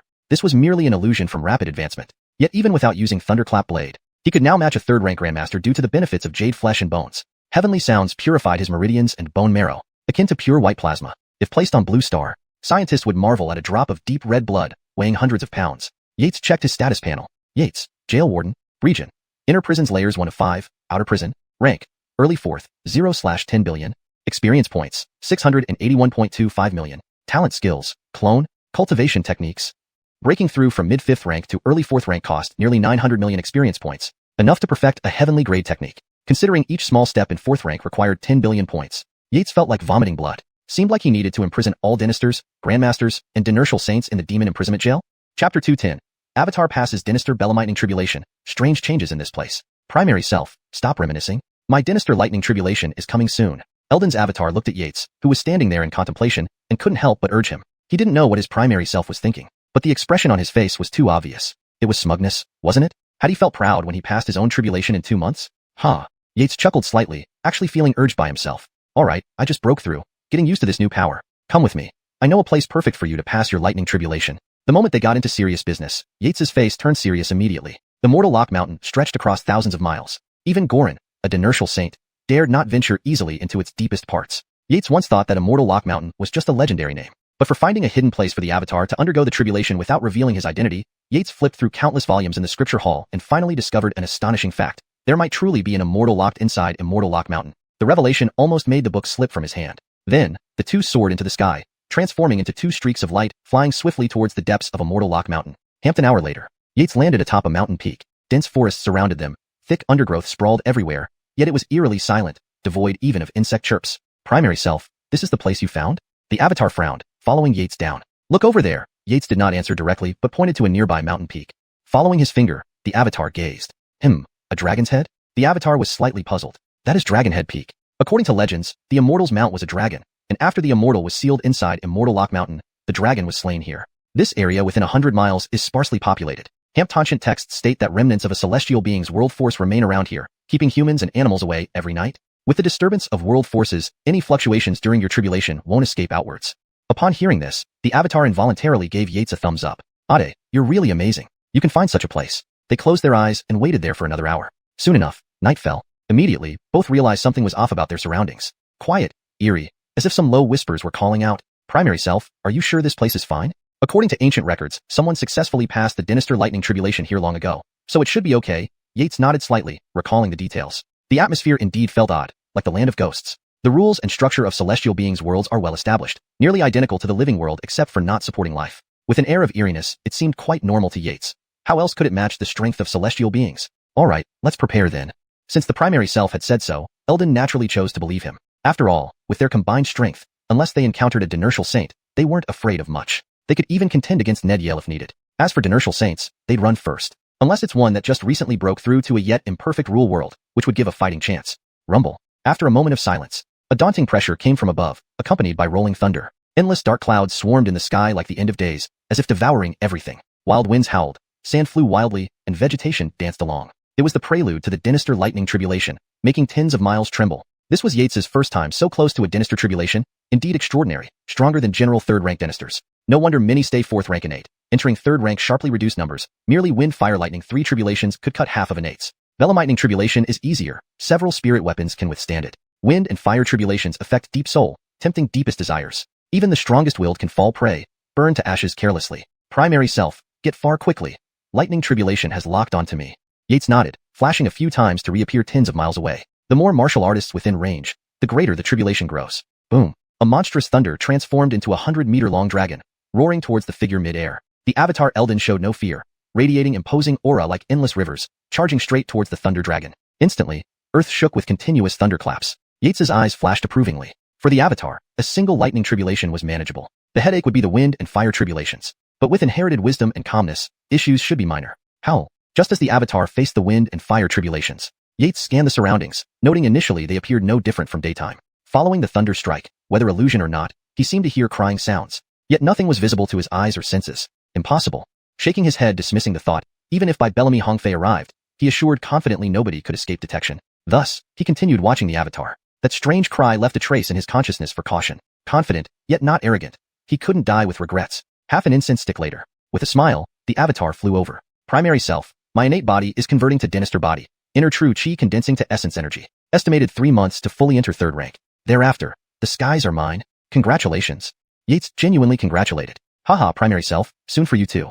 Ha. Yates smiled helplessly. Breaking 5th rank to 4th required immense experience. Truly advancing to 3rd rank might take years unless imprisoning countless prisoners again. The Elden mission was his goal. Preparing the way for Eugenia, dealing with Zen secondary. More importantly, officials and demons roamed freely, many evil entities hidden within. Securing it means massive gains. With the avatar safely passing the tribulation, Elden region awaited exploration 3 months later, right before the summer solstice. Primary self, do you feel this place getting eerier? Suddenly, the avatar turned serious. Slightly surprised, Yates was about to use divine sense when, boom. Chapter 211. One claw shatters the sky, escape from the ghostland. Fall back. Both of them shouted in unison, turning and sprinting for their lives. Behind them, a massive black claw radiating destruction, fear, and death erupted towards them. Yates's hearts pounded with alarm. Both had an intuitive feeling that if they were hit by this black claw, even if they didn't die, they would be severely wounded. Dynasty body, do you have any way to stop it? Can't block it. Their figures flashed like lightning, racing out over 10 miles in an instant. Unfortunately, no matter how swiftly they moved, the black claw pursued them relentlessly, closing the distance by several miles every breath. At this rate, we won't escape 100 miles before it catches up. Their hearts raced with worry. A martial artist's spiritual perception wouldn't fail, especially not at their level. This indicated that the black claw was at least as powerful as a first heaven Dynasty saint, a true one. Not someone half-disabled like Gorin or remnants of the Blood God sect who hadn't fully established their world of rules. Roar. The black claw seemed to grow angry at its inability to catch them, emitting ear-splitting roars. In shock, they watched as the claw instantly expanded several dozen times, casting a shadow that blocked out the sky, carrying a momentum of annihilation, crashing down directly on them. F***CK. Yates cursed, shouting, use your ultimate technique. Clang. The shock Belemightning saber slashed, releasing a 30-yard-long lightning dragon snarling toward the claw. The clone's speed remained undiminished as he rapidly threw punches like thunderclaps, generating hundreds of blows in an instant. Under the black shadow, hundreds of golden fists formed behind the lightning dragon, confronting the black shadow together. ZZZ. Belemite fire meeting water. Their ultimate moves extinguished under the shadow, leaving not a trace. The black shadow continued its thunderous descent. This attack almost plunged Yates into despair.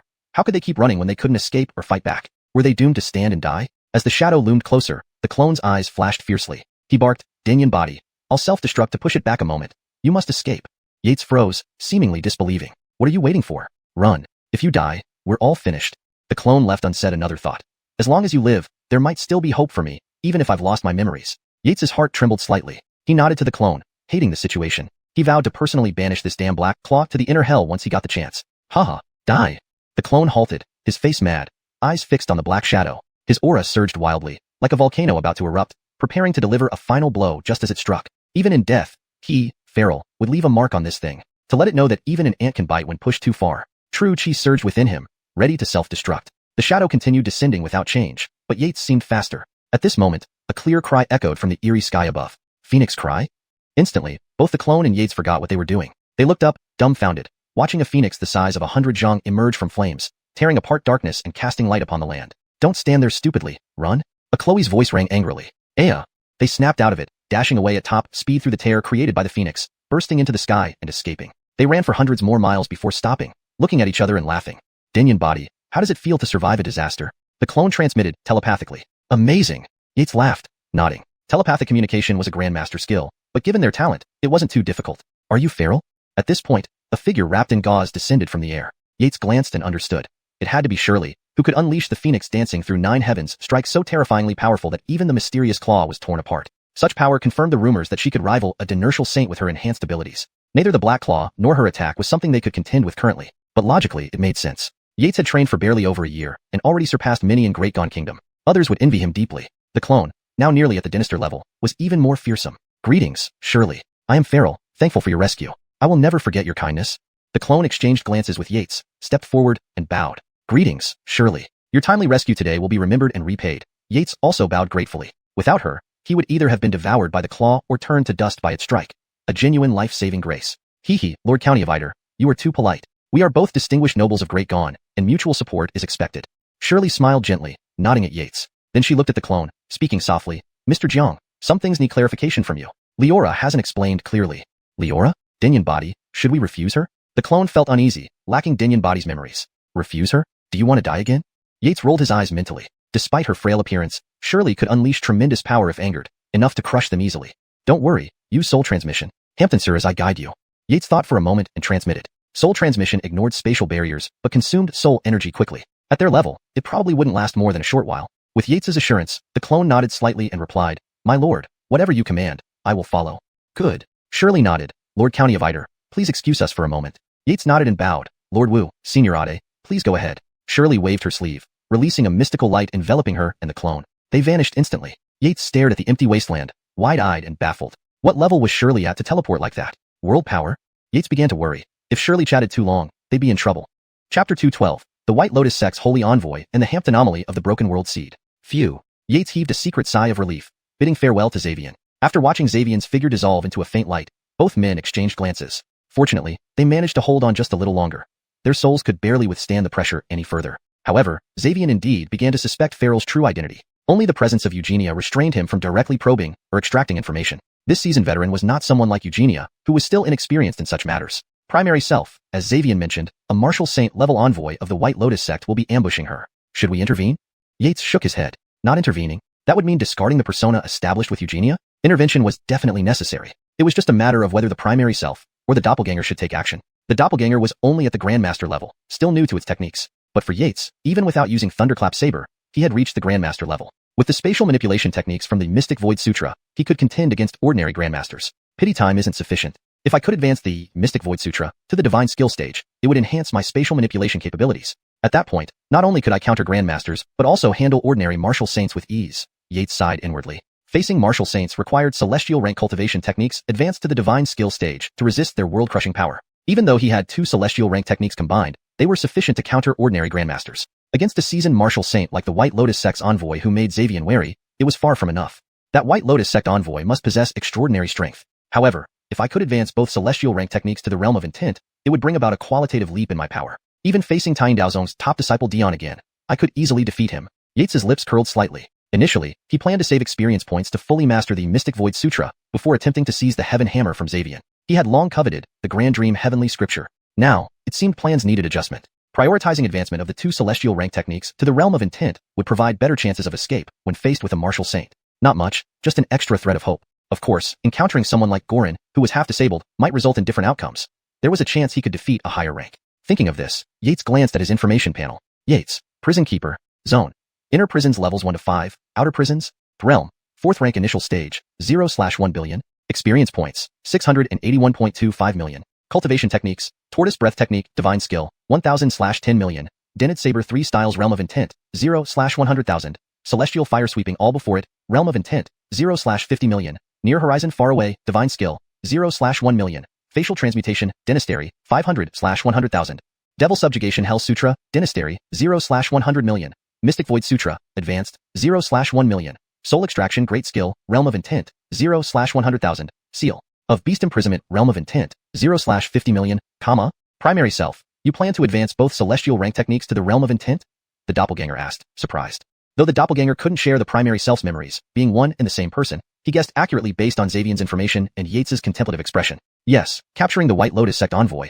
I'll handle it personally. Yates nodded. The doppelganger remained composed, nodding approvingly. If not, he would have advised otherwise. This high-level battle was beyond his capacity. But, primary self, how do you plan to conceal your identity from someone as perceptive as Xavian? Yates had already revealed many techniques publicly. Using them as Farrell might raise suspicion, especially among experienced martial saints. Hampton's slip-up could lead to a soul extraction, ruining everything. Yates frowned. The doppelganger brought up a valid concern. Acting openly risked exposure. Unfortunately, the Bone Buddha lineage's 10,000 Hamptonchant Rebirth Sutra couldn't be cultivated carelessly due to the risks of evil Buddhist patriarchs' hidden schemes or demon hunters tracking him down. Therefore, he destroyed that peculiar celestial rank technique earlier. Additionally, the unique constitution provided by the Devil Subjugation Hell Sutra, well known within the inner prisons, couldn't be explained if the doppelganger started using it. After long deliberation, Yates realized he still had over 600 million experience points. Advancing several celestial rank techniques to the Realm of Intent was feasible, except for the lack of available techniques. Even visiting the Demon Hunter archives posed the same problem. Unexplained origins. How about wiping out some bandits or cults and collecting cultivation techniques to push them to divine skills? The doppelganger suggested thoughtfully after a moment. Do you think experience points grow on trees? Yates wanted to smack him for wasting precious points on ineffective techniques, akin to squandering life and time. However, you did touch on something important. Celestial fire sweeping all before it is a powerful earth rank technique. Specialize in this palm art and try completing the 4th and 5th forms. Perhaps, it won't be inferior to ordinary celestial rank techniques. Well, primary self, are you overestimating me, or yourself?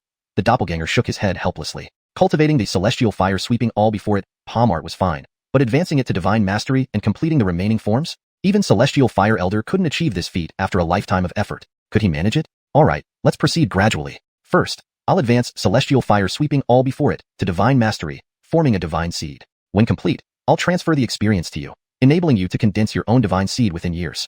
Yates pondered aloud. Agreed.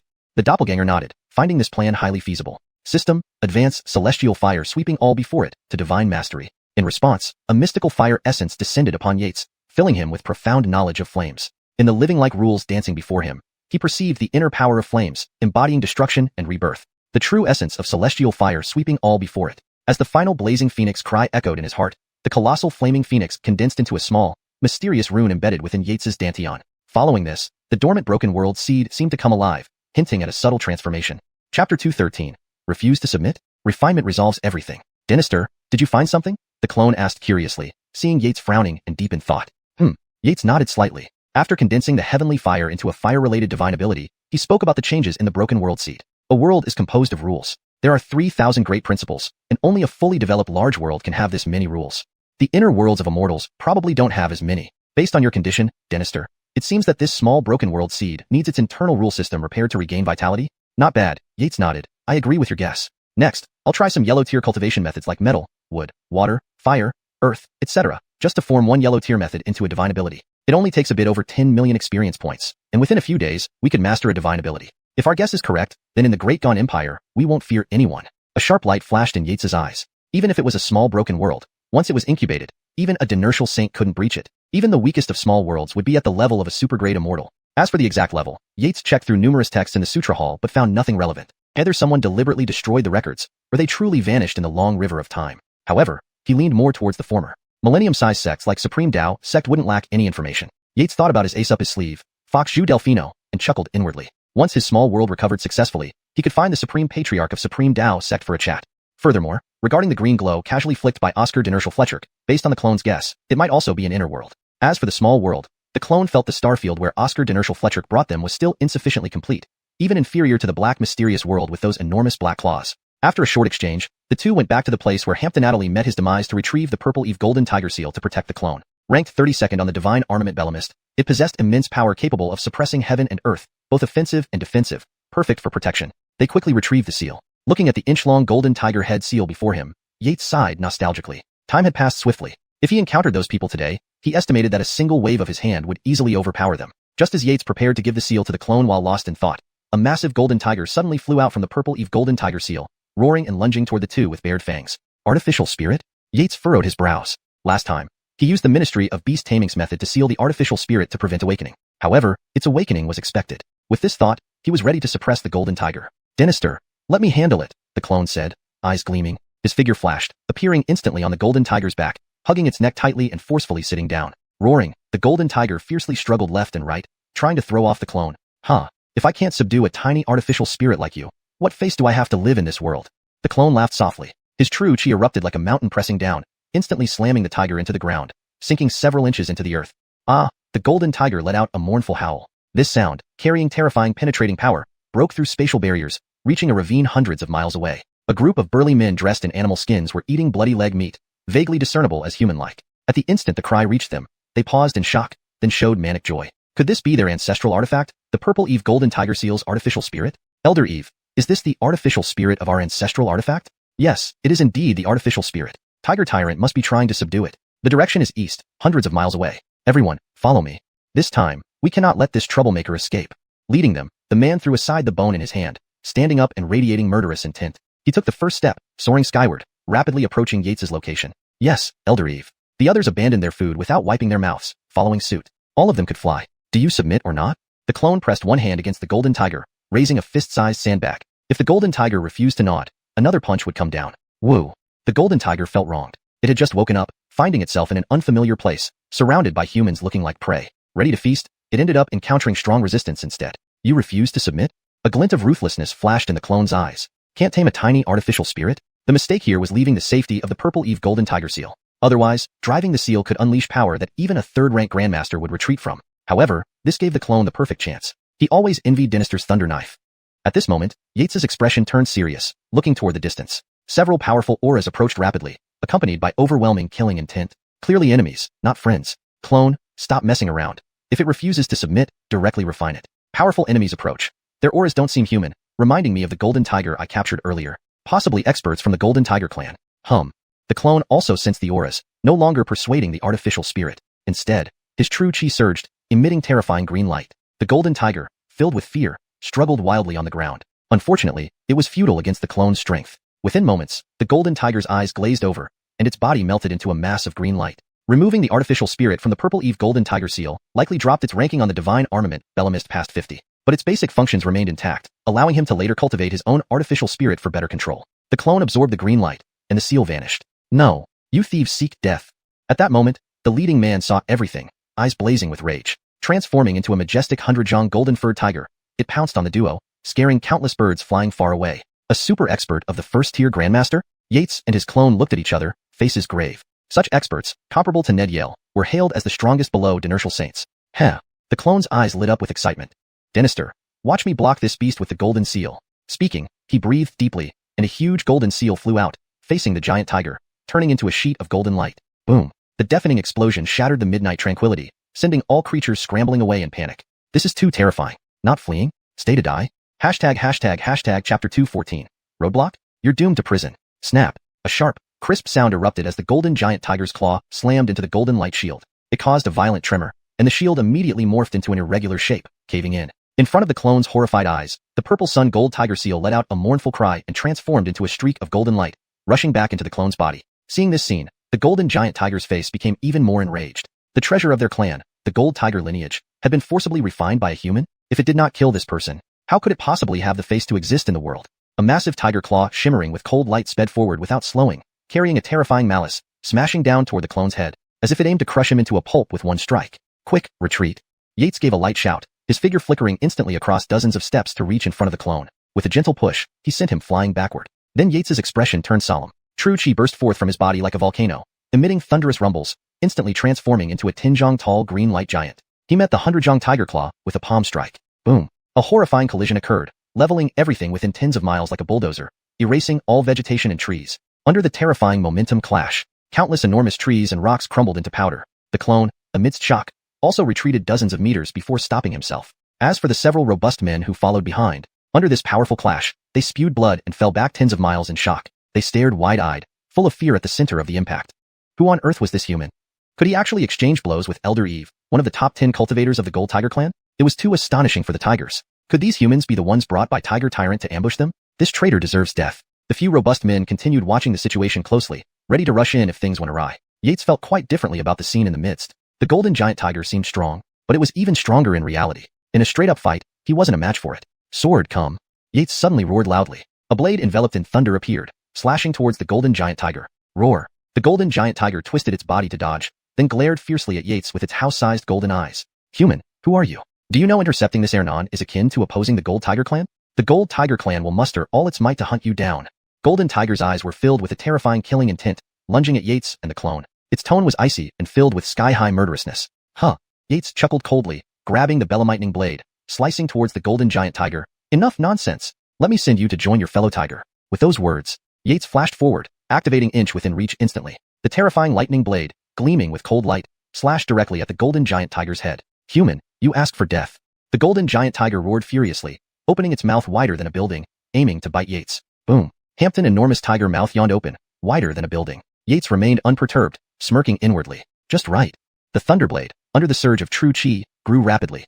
10 zhong, 20 zhong, 50 zhong. The 10 zhong green light giant swung a colossal lightning-infused blade larger than the tiger, fiercely chopping into the gaping maw, instantly shattering countless golden fangs. The terrifying sword beam created hurricanes within the tiger's mouth, splashing blood and flesh everywhere. With that blow, the golden giant tiger howled in pain. Just as it was about to leap away, would Yates give it a chance now? Swinging his long sword like a racket, he smacked the tiger's waist. Several loud cracks echoed. The monstrous force shot the 100-zhong golden tiger flying tens of miles, crashing into numerous mountain peaks. Finally, it embedded itself into a 1,000-zhong high mountain peak. SSS. The sudden turn of events stunned everyone present. Elder Eve lost? The robust men looked disbelieving. This was one of the super strongest among the top 10 of the Gold Tiger clan. Their lifelong goal. Hampton he just lost so spectacularly? Even the clones stared wide-eyed, muttering in disbelief. The main body is this powerful? So terrifying? This guy is really a freak. Indeed, if he weren't a freak, why would he have been able to create him? Yates gazed silently at the distant mountain peak from mid-air. If third-tier grandmasters were so easily subdued, they wouldn't be called grandmasters. Through his divine sense, he felt a terrifying aura brewing within the mountain. The Gold Tiger clan's tiger might roar? Yates's eyes narrowed slightly. Since you're using your ultimate move, I won't hold back either. Combining Profundity Void Sutra and Denid Saber 3 techniques, S third stance, coupled with the Demon Exorcising Hell Taming Sutra, S realm level physical strength. Yates didn't know exactly how powerful it would be, but he hoped it could withstand this blow. After all, this was a major experience point tree. If he killed it with one strike, he'd be devastated. But without this move, despite winning against this golden giant tiger, capturing it would be impossible. To block the tiger's earlier claw, he had already advanced the Demon Exorcising Hell Taming Sutra to the realm level. Terrorizing true chi surged violently within his body, cleansing every cell. If not for this, under the tiger's claw, he would have ended up like the clone. No wonder this first-tier grandmaster was such a powerhouse. Unfortunately, insufficient experience prevented him from advancing Profundity Void Sutra to the realm level. Yates sighed inwardly. Holding the Belemitening blade horizontally, he emitted a horrifying aura piercing the air, targeting the distant mountain peak. It's coming. Roar.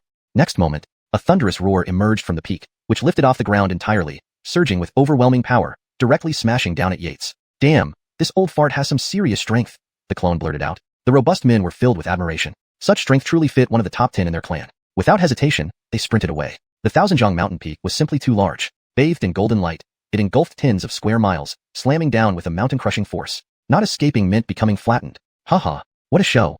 Yates's face showed manic laughter. His true chi surged like a volcanic eruption. Hamptonshant sages relied on endless generations to move mountains. Today, watch him chop through one. Denyan body, don't mess up.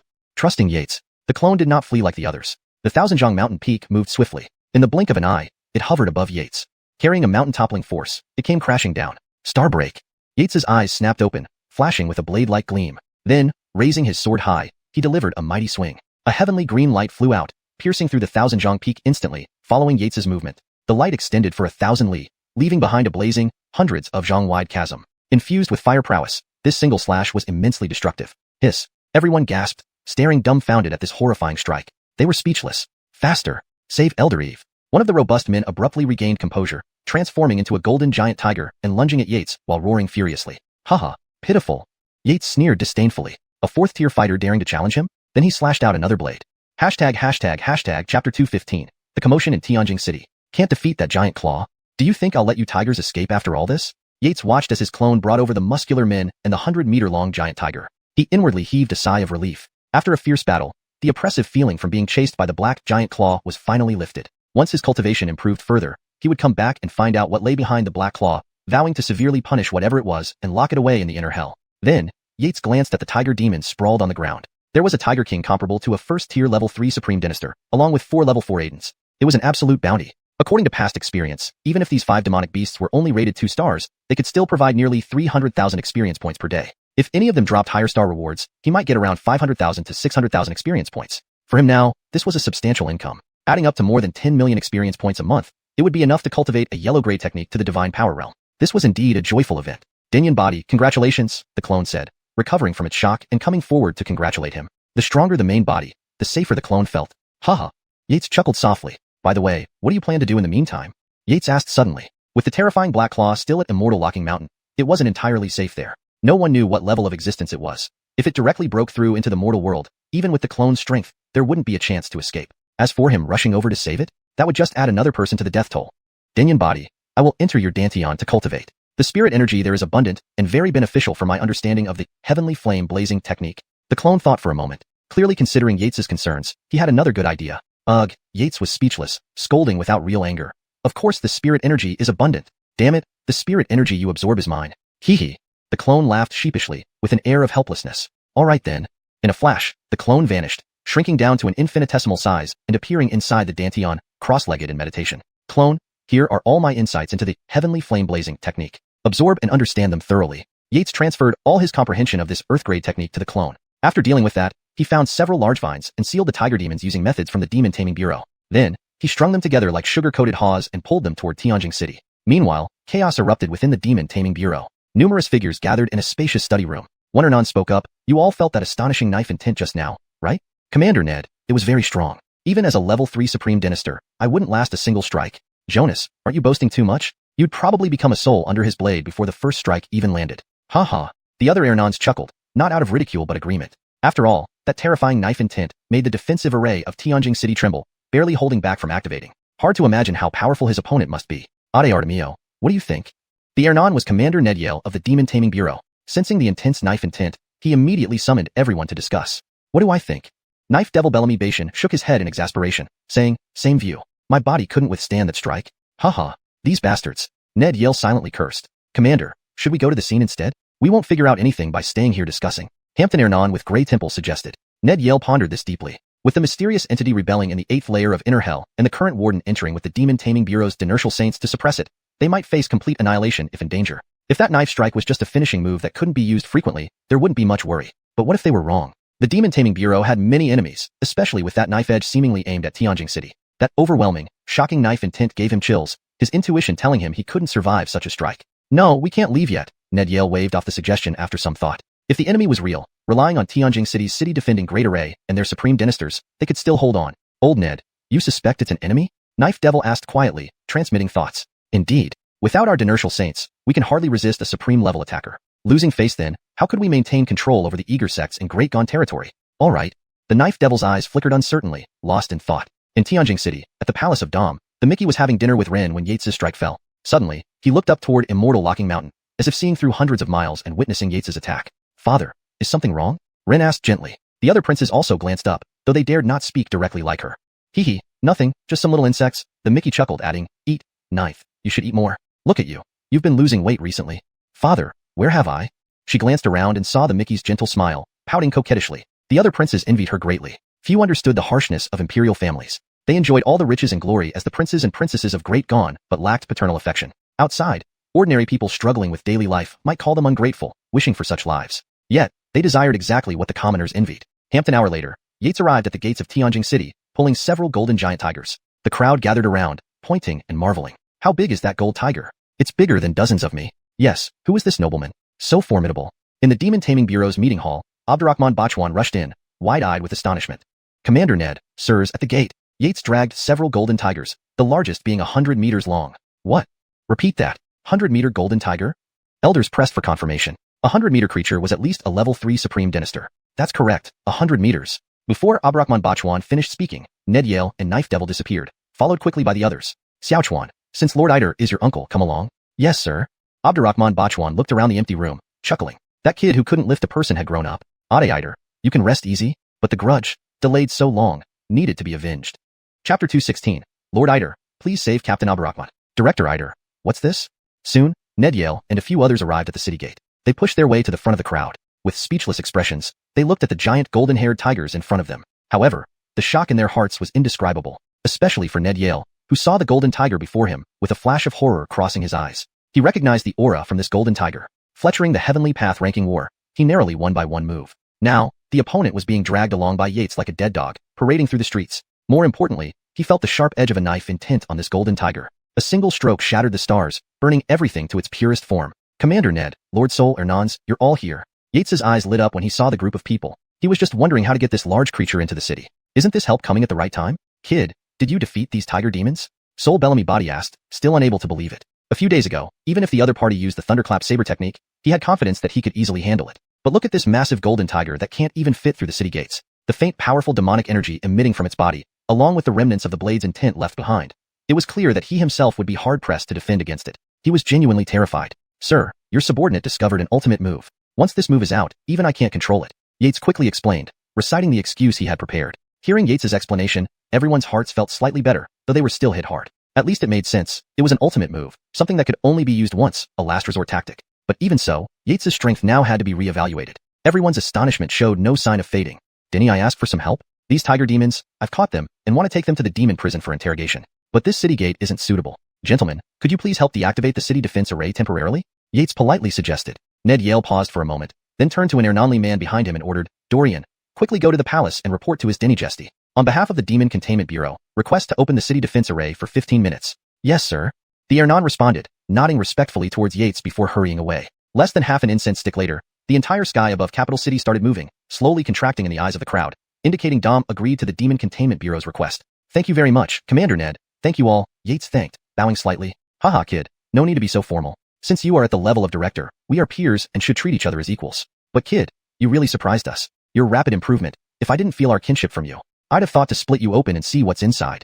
Ned Yale chuckled, admiringly shaking his head. The others nodded in agreement. But even if they wanted to do that, they lacked the power. This kid's ultimate move was terrifying. A super great Dynasty level 1 powerhouse, felled in one strike. Ugh, a line appeared over Yates's head. He had guessed this reaction. Thankfully, he had hidden the truth. Otherwise, these people might have been even more shocked. Alright, let's talk about it after reaching the demon prison. Let's work together to bring them in, Ned Yale instructed the group. They chatted briefly, realizing they were causing severe traffic jams.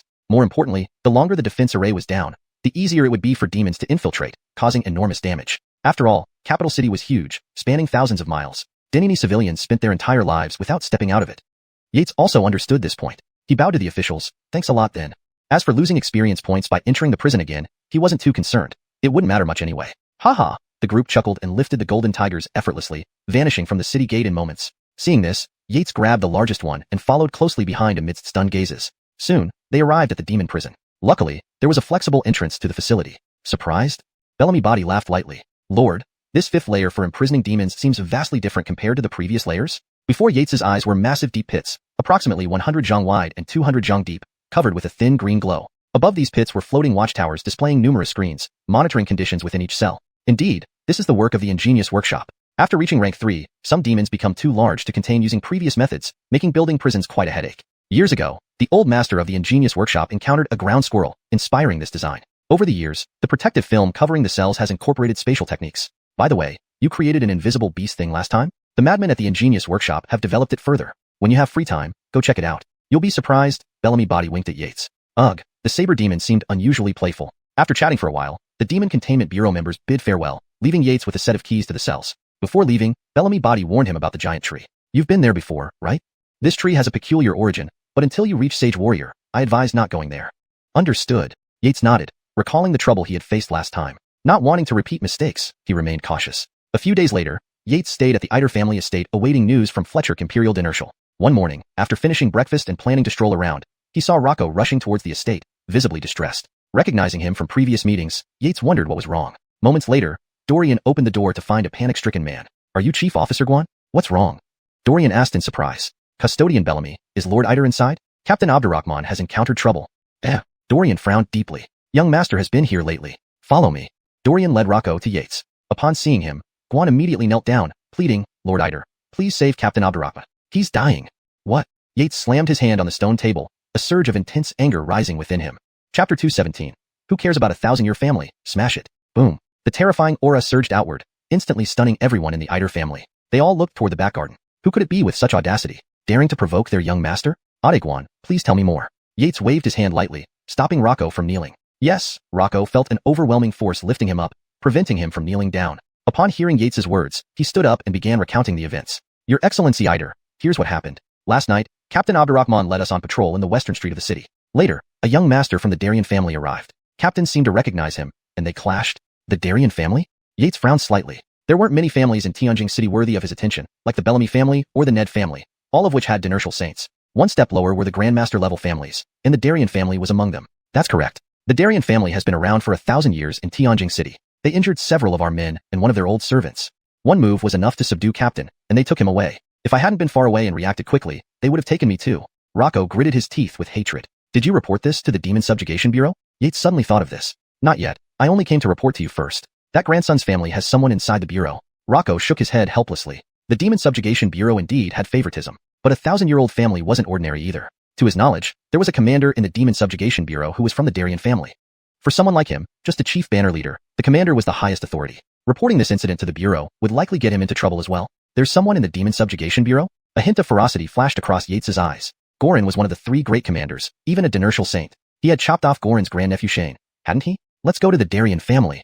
Yates pondered for a moment, then got up and walked towards the door. Yes. Rocco nodded and hurried after him. Dorian smiled wryly and followed, leading over the 3rd-rank horse. As for Ainsley, she was still sleeping in, while Dara maintained her fox form at Yates's insistence, staying at the old residence. No one else knew she was once the famous side consort of the Geordie who had rocked Tianjin City. Halt. Soon, the 3 of them arrived at a magnificent estate that spanned over 100 acres. 2 jade-carved Qian statues, each as tall as 3 people, stood coldly by the entrance, gazing forward. The red doors, shiny copper studs, and gold-plated signboard bearing the elegant calligraphy, Darien Residence, greeted them. Several servants, dressed in bright clothes with sharp eyes, stood guard at the entrance. A 1,000-year-old family, indeed, had extraordinary power. Even this imposing facade exceeded 99% of the noble families in Tianjin City. Should we knock, Your Excellency? Rocco glanced at the 8th-rank martial artists guarding the gate and felt somewhat nervous. Damn, are 8th-rank martial artists so cheap now? If he were a mere chief banner leader in the Demon Subjugation Bureau, he'd only be qualified to be a gatekeeper in the Darien family? Knock? We're not here as guests. Let's do whatever feels right. Yates casually responded, dismounted his horse, handed the reins to Dorian, and headed straight for the gates of the Darien residence. Today, even if the Jade Oscar himself showed up, Yates wouldn't stop until he felt satisfied. Who in Tianjin City didn't know that Abdurrahman Baichuan was under his protection? You people, who are you? This is the Darien residence. If you wish to visit, please present your visiting card. The guards immediately stopped Yates as he approached, snorting arrogantly. These days, anyone dared show up here looking like this? Someone so poorly dressed, coming to visit the Darien family? As a gatekeeper of the Darien family, he had seen countless high-ranking officials and nobles pass through, none of whom wore anything but fine clothing. How could these few people before him, clearly penniless, dare come seeking connections? Visiting card? Haha. Yates's eyes revealed disdain. With a flash, a wave of pressure erupted. Instantly, the guards were hit like they'd been struck by a raging bull, flying into the gates with deafening crashes. The noise spread throughout the entire Darien residence, catching everyone's attention. Someone was causing trouble? Denini sneered in amusement. Following the explosion, countless armored guards rushed towards the entrance, weapons in hand. Kill them. Heh, daring to cause trouble at the Darien residence. How reckless.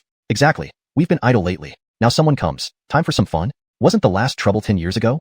The servants laughed upon seeing this. Facing their enemies, they displayed cruelty. Belamiving under the Darien family's shadow, they felt superior and looked down on these people. Eagerly waiting, they anticipated watching the intruders suffer at the hands of the Darien guards. Then, the outcome surprised them. Yates strolled into the Darien residence calmly. Under his divine awareness, he couldn't find Abdurrahman Baichuan. Meanwhile, the guards charged at him with cruel expressions. Kill him. Boom. Yates frowned and stamped his foot lightly. The next moment, a fearsome tremor spread out from where his foot touched the ground, sending those charging towards him flying dozens of meters, crashing heavily onto the rooftops. Belamike, a dragon flipping over, nearby houses collapsed into ruins. Gasp. Those lying in the rubble, eyes wide open, trembled uncontrollably, muttering disbelief. How is this possible? This scene utterly shattered their worldview. Previously invincible Darien residence guards now lay dead on the rooftops. Houses collapsed in half, filled with screaming servants. This must be a demon from hell. Yates ignored them, frowning deeply. His divine awareness scanned the Darien residence again. Abdurrahman Baichuan was still nowhere to be found. Adeguan, you're sure Uncle Abdurrahman was captured by them? Rocco nodded hastily. Your Excellency Eider, I swear, I saw it with my own eyes. Is there something wrong, Your Excellency Eider? Seeing Yates's grim expression, Rocco felt uneasy. Just question a few and see what happens. Yates shook his head without elaborating. Such a disturbance should rouse the Darien family's Ernonli ancestor, who was already on his deathbed. Moreover, he sent hidden power with that kick earlier. Rumble. Suddenly, an old figure with white hair burst out from a rock formation in the courtyard, roaring angrily. He scanned the area and locked onto Yates, eyes filled with murderous intent. Fool, you dare interrupt my meditation? I will not forgive you. Die. The word die reverberated through the air, forming resonance. Weaker servants and guards were instantly rendered senseless. In midair, a massive Tinjong fist materialized, radiating terrifying black energy, slamming down towards Yates's head. Chapter 218. A demon in human skin. Haha. Yates appeared as if he were frightened, ignoring the sudden fist that was coming his way. The other few people from the Darien household saw this and sneered cruelly. This boy had ruined the Darien household and disrupted their lives. It was fitting for him to be crushed by the patriarch. Rocco also looked like he was terrified. His face turned deathly pale, rooted to the spot, with his legs trembling uncontrollably. Even though this punch wasn't aimed at him primarily, the Darien family's patriarch was not a kind person and wouldn't have intentionally avoided him. Under this attack, there was no discrimination. Only Yates was more specifically targeted. The old man Bellamy glanced at Rocco and shook his head secretly. He couldn't fathom the strength of young Dynasty Iter any longer. But eliminating such a grandmaster should be within reach. Among those present, apart from Yates, the old man remained the calmest. Boom. At this moment, the Hernan's punch, carrying terrifying force, was about to land. The horrifying pressure made the surrounding houses creak ominously. Yates's eyes suddenly snapped open, emitting a blinding light, sharp as a blade, which instantly struck the enormous fist. With a faint sound, like cutting through cotton, the blinding light sliced through the giant fist effortlessly, piercing towards the Ernanli man in midair. The Ernan revealed a look of disdain. A tiny blade intent breaking his casual strike indeed showed some skill. No wonder he dared to make a scene at the Darien residence. If the other party didn't give him an explanation today, he would never let them out. Then, the Ernan gently clenched his hand. An oppressive sound came from the air. The gaze emitted by Yates dissipated just inches away from the Ernan. Boy, who are you? To come to the Darien residence and cause trouble? If you don't give me an answer today, don't think about stepping out of these gates. The Hernan's cold voice echoed from midair. Explanation? Do you deserve one? Yates's expression turned cold with a disdainful snort. The Ernan, being a fourth-rung grandmaster, could casually nullify Yates's gaze without surprising him. Despite being aged, his combat power hadn't diminished much. You're courting death. The Ernan flew into a rage. Initially, seeing the young man's considerable skills, he felt affection for talent. If the boy offered loyalty to the Darien family for 20 years, the Ernan would have spared him. Since you're asking for death, I will grant it, the Ernan thought grimly. From his perspective, this boy lacked good judgment. With that, the Ernan moved quickly, appearing beside Yates, punching fiercely towards his abdomen. Let's see whose move is faster, yours or mine. Yates sneered inwardly as the Ernan punched. As the fist approached, a lightning-flashed blade cut even faster than the Hernan's punch, slashing through the iron-like fist. Clang. A metallic ringing resounded, making everyone cover their ears uncomfortably, then gazing shocked at the Hernan's fist. A trace of blood appeared and expanded gradually. Ah! The Ernan clutched his hand, letting out a horrible scream as 5 fingers along with half his palm were cleanly severed by Yates's blade. Kill you, you scum! The Ernan roared furiously, releasing waves of true chi, transforming into a black entity charged with destruction, aiming straight for Yates. Devilish cultivation techniques? Yates frowned, noticing the Ernan exuded a foul corpse-like aura, yet he was certain the Ernan was human. Can only search the soul? Yates muttered, seemingly ignoring the Hernan's dark claws. Suddenly, a blinding green flash erupted, making everyone instinctively close their eyes. Roar. Next, they heard a horrifying scream that wasn't human. It sent shivers down their spines, especially for the Darien household members. They were terrified, realizing their ancestor wasn't human. Given their limited perception, they couldn't see the Hernan's current appearance. Ah, patriarch, Uncle Fu, kill him quickly, save our patriarch. A middle-aged man leaped over from the backyard, seeing the Ernan turned into a beast by Yates's blade. He immediately panicked, yelling at the old butler. Yes. The old butler flashed forward, eyeing Yates with vicious intent, delivering a powerful punch. Break. Yates commanded coldly. Invisible shockwave shattered time-space, smashing heavily into the oncoming butler. Spit. The butler hovered momentarily in the air, his eyes bulging as a large patch of blood sprayed out. He transformed into a shadow, crashing into a cluster of houses. Hiss. Rocco's scalp tingled. How formidable was this young man? The old butler had subdued a 100-house officer in one move, yet Yates only needed a stern command. Terrifying. Yates stared at the middle-aged man, causing him to retreat in terror. Adeguan, was Uncle Abdurrahman captured by him? Indeed, the 100-house officer was caught by this old butler. Rocco replied through gritted teeth. Good. Yates nodded, flashing next to the middle-aged man, causing him to collapse, visibly soiled. What a coward. Yet he dares oppress others. Yates smirked contemptuously, grabbing the man by the head with his clawed hand. The soul-searching technique was activated. Trembling, the middle-aged man revealed all information to Yates. Truly despicable. Yates's expression hardened, filled with disgust. This so-called 1,000-year-old household was a demon in human skin, committing unspeakable acts. They cultivated corpses, absorbing vitality to sustain themselves. This necropolis was located just 100 miles outside Tianjin City. What audacity to play hide-and-seek under the emperor's nose. Guanade, cultivating corpses with living humans, according to Qian law, what punishment awaits? Yates asked calmly. From the middle-aged man's memory, Yates learned about the enmity between Abdurrahman Baichuan and the Darien family. Abdurrahman Baichuan lost his love to the man when she was taken and publicly humiliated. Consequently, Abdurrahman joined the demon refinement prison for vengeance. Unfortunately, yesterday, after leading out the man, Abdurrahman was subdued by an old servant and sent to the corpse cultivation cave. Sir, according to Qian law, the sentence is execution. Rocco responded. Are you talking about them? Rocco's disbelief was palpable. Clan extermination, even animals spared. How dare they? Correct. Yates nodded. You carry a signal flare, right? Send the most urgent call and gather forces to annihilate the clan. Yates's eyes were ice cold. Yes, sir. Rocco obeyed without hesitation, retrieving the device from his chest. Wait. A furious shout halted them from the doorway. Chapter 219. Twists and turns, the Darien family falls from grace. You dare to act so recklessly. Do you not know what place this is? How dare you cause a disturbance at the Darien Dynasty? A man in luxurious attire hurriedly walked in, followed by several burly men dressed in Exorcist Corps uniforms. Yates glanced at Rocco. Sir, they are under the command of the Darien family's commander. The one leading them is a 1,000 householder, Rocco explained. Rocco, it's you? A mere total flag captain dares to bring people into the commander's residence and damage property. What crime does this warrant? Asked Diego, who seemed to recognize Rocco from behind the leader, pointing at him with hostility. A hint of disdain flickered in his eyes. They were both total flag captains, but had long harbored grudges after an earlier mission where they couldn't stand each other. Now, sensing an opportunity, the man could not resist pressing the attack. Bring them all in for interrogation. Let's see what intentions they have. The leading man commanded with a wave of his hand. Yes, the burly men immediately replied in unison, flexing their fists as if ready to charge forward. When did the Exorcist Corps get such brainless fools? Yates shook his head helplessly and then turned to instruct Rocco. Ade Guan, ignore them and send the signal. This man could become a 1,000 householder. He must be more capable than just using brute force. However, since they were still comrades, Yates didn't plan on making things too difficult for him, just enough to knock him out and investigate later. He did not believe that the Darien family's commander could keep his hands entirely clean, especially when it came to creating zombies from living humans. How dare you rebel, Rocco? The Diego spat coldly. Emboldened by Yates's nod, Rocco pressed the signal gun in his hand. Whoosh! A vibrant streak of light shot into the sky, forming a giant, Belamian character that lingered indefinitely. You're courting death! The leading 1,000 householder yelled, livid with rage. Take them down directly. With that command, he moved first, striking with claw-like hands aimed directly at Yates. He could tell. This Exorcist Corps total flag captain was clearly following the young man's orders. It made sense. The young man was likely some noble scion. Given his peak 5th rank cultivation, subduing this opponent should be as easy as pie. Clang. Seeing the move, the others quickly drew their swords, slashing toward Rocco and the old man Bellamy. Enough noise. Yates frowned slightly, waving his hand to release an invisible wind that slammed straight into the leading 1,000 householder, sending him flying dozens of meters before hitting the ground. The burly men around him were similarly sent flying backward by the force, crashing through several walls and spitting blood. SSS. The onlookers outside gasped in shock. This plainly dressed young man was terrifyingly powerful. With no hesitation, he flung the Exorcist Corps members aside effortlessly. Who is causing a ruckus in my home? Several more Exorcist Corps members, including one wearing a commander's uniform, barged in, the leader shouting angrily. Are you, County Lord Eider? Has my Darien family offended you?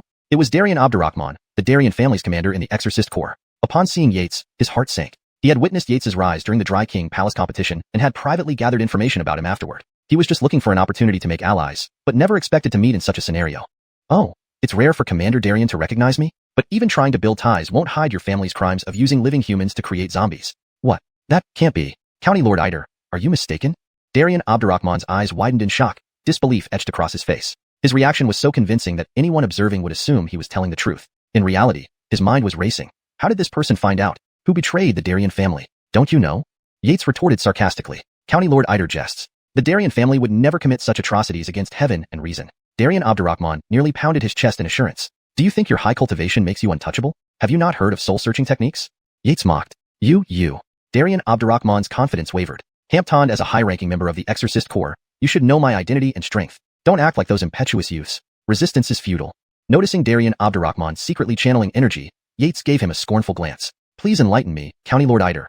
Darien Abdurrahman gritted his teeth, throwing a punch that produced a series of thunderous booms in the air. At this point, he could only fight to the death. Bang! In the next moment, Darien Abdurrahman was flung away like a dead dog, sticking to a wall without falling down. These officials are incredibly powerful, the crowd murmured in awe. Rumors started circulating. I recognize him. A few days ago, he returned with several large golden tigers.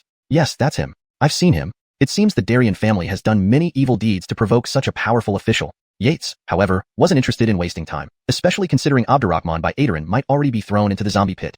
Half an incense stick later, more Exorcist Corps personnel arrived, including another commander. Wisely, they did not act rashly. Ade Eider, what's going on? Familiar voices reached Yates. It was Adelu. Commander Ned, let me explain. Yates recounted the entire event. As for whether Darien Abdurrahman was involved, Yates had no memory search on him, but found nothing related in the middle-aged man's recollections. Only a soul search by Dynasty one could confirm. Cursed beasts. Upon hearing the story, Adelu was furious. Humanity was struggling enough without these vile beings corrupting society. Ade Eider, rest assured. I will take full responsibility and give you a proper response. Adelu declared firmly. Thank you, Commander. I need to save Uncle Abdurrahman. Please handle the aftermath here. Yates smiled and bowed respectfully before leaving with old Denon Bellamy. Half an hour later, back at the Eider family Dinninor, Yates, Abdurrahman by Adrian, and old Denon Bellamy sipped tea and chatted. Cough, Uncle Abdurrahman. Now that you've avenged your grievances, isn't it time to consider your descendants? Yates winked at Abdurrahman by Adrian. Hee, you're teasing me. Abdurrahman by Adrian chuckled, his eyes filled with nostalgia. Tea, drink up, old Denon Bellamy interjected, pouring more tea to ease the mood. Suddenly, a maid rushed in. Young Dynastor, someone from the Rihanna's mansion is looking for you. Chapter 219. Twists and turns. The Darien Dynastor cools down. You have a lot of guts. Don't you know what place this is? You dare to cause a disturbance at the Darien Dynastor? A man in luxurious attire hurriedly entered, followed by several burly men dressed in uniforms of the Exorcist Corps. Yates glanced at Rocco. Sir, they are subordinates of the Darien family commander. The one leading them is a 1,000 householder, Rocco said. Rocco, it's you? How dare a mere commander lead people into the commander's residence without permission and damage so many items? What crime does that warrant? One of the burly men behind the leader seemed to recognize Rocco and immediately pointed at him, questioning with disdain in his eyes. They had both been commanders, but after a mission where they clashed, they had long harbored resentment toward each other. Seizing this opportunity, the man couldn't resist striking back. Bring them all in for interrogation and see what intentions they harbor. The leader waved his hand and gave orders directly. Yes. The men behind him responded loudly, ready to move forward, rolling up their sleeves. When did the Exorcist Corps get such brainless imbeciles? Yates shook his head helplessly, then turned and instructed, Guan, don't worry about them. Send the signal. This man must not have risen to be a 1,000 householder by talent alone. However, as comrades, Yates didn't intend to embarrass him too much. He would simply knock them unconscious and investigate later. He didn't believe that the Darien family's commander could be completely clean. Using live humans to create zombies was serious business. Rocco, you dare to resist? The previously speaking man revealed a cold look on his face and shouted. With Yates's nod, Rocco now felt emboldened. He pressed the button on his signaling gun. With a whoosh, a colorful light shot straight into the sky, forming a large, exorcist character that remained hanging in the air. You're asking for death. Seeing this, the 1,000 householder instantly flew into a rage, his face turning ashen. Attack directly, seize them. As soon as he spoke, he took the lead, reaching out his hand in a claw-like motion to grab Yates. He could tell. This young man from the Exorcist Corps was following the commands of this youth, probably some noble's son. With his peak 5th rank cultivation, capturing the other should be child's play. Plank. The rest of the men drew their swords and slashed at Rocco and the old man Bellamy. Be quiet. Yates frowned slightly, waving his hand to release an invisible wind. It struck the 1,000 householder, sending him flying dozens of meters before hitting the ground. The surrounding men were also slammed by this forceful gust, spitting blood and flying backward tens of meters, crashing through several walls before stopping. The spectators outside sucked in their breath sharply. This plain-clothed young man displayed terrifying strength, casually knocking away members of the Exorcist Corps without any mercy. Who is causing a commotion in my home? At that moment, several more men in Exorcist Corps uniforms squeezed through the door. Their leader, dressed in the attire of a commander, strode in angrily. Are you, Count Eider? Has the Darien family offended you? This person was Darien Abdurrahman, the commander of the Darien family in the Exorcist Corps. Seeing Yates standing there, his heart sank. He had witnessed Yates's rise during the tournament at the palace of the Abdullah of Qian and had gathered information about him afterward. Yates's rapid ascent was unstoppable, and Darien Abdurrahman had intended to find an opportunity to make friends with him. But never did he expect they would meet under these circumstances. Oh, it's rare for Commander Darien to recognize me? However, no matter how you try to connect us, you cannot hide your family's sins of using live humans to create zombies. What? This can't be true. Count Eider, did you make a mistake? Darien Abdurrahman looked startled, disbelief evident in his eyes. His expression was impeccable, convincing enough for anyone observing, but inside, he was panicking. How did this guy know? Who was trying to frame our Darien family? You don't know? Yates asked as if talking to a fool. Count Eider is joking. My family would never do something so immoral. Darien Abdurrahman almost patted his chest to emphasize his point. Do you think your high cultivation means scholars have no effect on you? Have you not heard of soul-searching techniques? Yates scoffed sarcastically. You. Darien Abdurrahman shivered internally, suddenly losing confidence. Also, as an upper-level officer of the Exorcist Corps, you should understand my identity and power better than those reckless youngsters. Resistance is futile. Seeing Darien Abdurrahman secretly gather his energy, Yates cast a contemptuous glance. Commander, please enlighten me. Darien Abdurrahman swung his fist with a roar, generating explosive sounds in the air. With nothing left to lose, he resorted to a desperate final stand. Bang! In the next moment, everyone watched in shock as Darien Abdurrahman was slapped like a dead dog by Yates, stuck on the wall for a while before sliding down. This official is too powerful. Everyone outside exclaimed in awe. People began speculating among themselves. I recognize him. He brought back several golden tigers recently. That's him. I've seen him too. Seems like this Darien family has truly done many evil deeds to provoke such an official. Yates wasn't willing to waste time anymore, given Abdurrahman by Aderin had just been taken away. If Abdurrahman by Aderin really ended up in the zombie pit, it would be a mess. After half an incense sticks burn, more members of the Exorcist Corps arrived, including another commander. Luckily, they had learned from past mistakes and didn't act rashly. Ade Eider, what's going on? A familiar voice came from beside Yates. It was Adelu. Commander Ned, here's what happened. Yates explained the entire story, although he hadn't searched Darien Abdurrahman's memories. From the middle-aged man's recollection, Darien Abdurrahman wasn't involved, so he had to rely on the Great Master when to perform a soul search. Damned scum. Adelu first reacted with shock, then anger, cursing aloud. Humans already faced many hardships, and having such villains around made things worse. No wonder sects like the White Lotus sect and Moon Worship sect were growing, all caused by these scoundrels. Ade Eider, rest assured. This is my negligence, and I will give you a proper resolution. Adelu affirmed firmly. Thanks, Commander. I need to rescue Uncle Abdurrahman. Please handle the aftermath here. Yates smiled, saluted Adelu, and left with old Bellamy. Half an hour later, In the backyard of the Eider family's old residence, Yates chatted and drank tea with Abdurrahman by Adrian and Old Bellamy. Cough, Uncle Abdurrahman. Isn't it time to think about your descendants now that your grudge has been avenged? Yates winked at Abdurrahman by Adrian. Hee hee. You rascal, you're teasing me now? Abdurrahman by Adrian chuckled lightly, a trace of reminiscence in his eyes. Drink, drink. Seeing the mood about to turn somber, Old Bellamy quickly poured more tea. At that moment, a maid rushed in. Dynasty, someone from the Rihanna's residence is looking for you. Note: adjusted names based on provided transliteration. Chapter 220. News from the White Lotus Holy Envoy. Oh, please bring her in. A hint of surprise flickered across Yates's eyes. If his memory served, it had only been a few days since he last heard anything regarding the White Lotus Holy Envoy. Could she already have news so quickly? Haha, young man. I'll be off since you have matters to attend to. At this moment, Abdurrahman Baichuan set down his teacup as if relieved of a heavy burden and smiled. That's fine, Uncle Abdurrahman. Please visit anytime.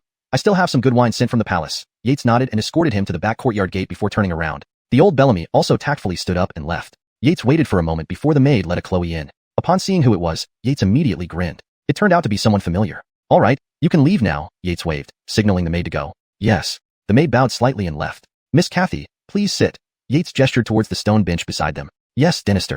Kathy agreed and sat down, inwardly regretting having taken this task. Had she known it would lead her here, she might not have accepted it. She had almost managed to forget the demon's face. Now, she was going to lose sleep again for many days. Do you seem very afraid of me? Yates poured a cup of fragrant spirit tea into her cup. I wouldn't dare. Kathy lowered her head, feeling uneasy and nervously pressed her lips, afraid of provoking displeasure. Heh, tell me then, what did Her Highness call you here for? Yates took a sip and asked. Daring not to delay, Kathy hurriedly replied, Dynasty, the Rihanna sent me to inform you that Lord Benton invited your senior brother to an estate for a significant discussion. I see. Then please tell her there's no problem, it's a small matter. Yates nodded, understanding it was indeed trivial. With his clone still comprehending the flame sky devouring technique, he would change his appearance and go instead, leaving the clone to guard the inner hell. Yes, Dynasty, shall I take my leave? Kathy asked hesitantly. Yates nodded again. Even as Kathy walked out of the Eider family mansion gates, she still couldn't believe it. That guy didn't make things difficult for her, or touch her improperly. This made her a bit incredulous. If Yates could hear this, he would laugh. Yes, Kathy was attractive and charming, but he wasn't one to force himself on women. Any conquest would have to be willingly given. Pouring himself another cup, Yates turned to look at the side and chuckled. What's wrong, little female slave? Unhappy? Beside him stood a beautiful and alluring figure pouting, his slender maidservant Joan. Next to her was a snow-white fox drinking the spirit tea Kathy hadn't touched. Humph, who was that Chloe earlier? The way she looked at you was strange. Joan snorted, her tone delicate with jealousy. She wasn't sure why seeing other women looking at this infuriating human sparked such invisible anger within her. Just then, a strong arm wrapped around her waist, pulling her into Yates's embrace. He inhaled the fragrance of her body, appearing enchanted. Peaches are ripe. Unfortunately, there was no news yet from Dabiashi regarding the transformation pill. We'll see when we get it. What do you think you're doing? Joan felt her heart beating faster, nearly bursting from her chest. She felt like she was about to catch fire, making her feel lightheaded. Hee hee. Yates chuckled softly, handing her a cup of spirit tea. Here, calm down. Joan blushed furiously, hiding herself in Yates's arms, too shy to meet his gaze. Lately, whenever he got the chance, Yates teased Joan using techniques taught by those experienced in Blue Star City, rapidly deepening their relationship. However, he wasn't like Su Zhenxian. Therefore, getting the transformation pill was essential. The next day, Yates released the lady's hand, rising to leave the Eider family compound. Half an hour later, transformed into feral, Yates arrived at the said estate. Sir, you've returned? Carolyn looked up, her face instantly brightening, and she trotted over. Haha, Carolyn, it's been a while since we last met. You're becoming more refined each day. Come, let me see if you've put on weight. Mr. Nan is being silly. Carolyn scolded lightly. Had she gained weight? Well, there might be something. They played around for a while. See, sir, Carolyn concedes. Don't dare anymore. Carolyn was no match for Yates's advanced teasing skills and soon surrendered. Her Highness is in the study. Sir, please proceed. Hee hee, I'll teach you some new knowledge later. Yates laughed and headed towards the study. New knowledge? Whatever came into her mind made Carolyn blush deeply as she watched Yates walk away. Yates soon passed through the front corridor to reach the Rihanna study. He saw two vague figures inside from afar. Is Lord Benton also here? Yates shook his head. He planned to deepen relations with the Rihanna today, but it seemed he'd have to wait. Knock, knock. Standing at the door, Yates knocked lightly. Come in, the Rihanna's voice came from inside. Creak. Yates pushed open the door. Inside were Abdullah Kimber and Lord Benton. Your Highness, my lord. Yates bowed respectfully. Lord Benton responded with a soft Abdullah Kimber's face lit up immediately, her eyes becoming livelier. Mr. Jiang, you've come? She started to rise. Cough, cough. Two soft coughs from the side caused the princess to freeze and sit back down awkwardly. Yates wasn't surprised either. Although Lord Benton saved them previously, the doubts still lingered. He had been secretly mulling over how to construct a believable background for himself. Our spy reported that the White Lotus Holy Envoy has advanced his departure. With his strength, he can travel from the Endless Sea to here in just 3 days, Lord Benton began once Yates sat down. So fast? Yates was inwardly startled. The distance between the Endless Sea and here must be tens of thousands of miles. For him, it would take several months at least. What a huge gap. Don't worry, the holy envoy of White Lotus merely grasped the basics of spatial rules when young. His true strength is only slightly superior to mine, Lord Benton reassured, waving his hand dismissively. One thread better, hopefully, it really is one thread. Otherwise, it could end in disaster. Yates thought critically. Why target the Abdullahs? Yates asked curiously. The White Lotus 3 life flower within Selena. The Rihanna frowned and explained. I see.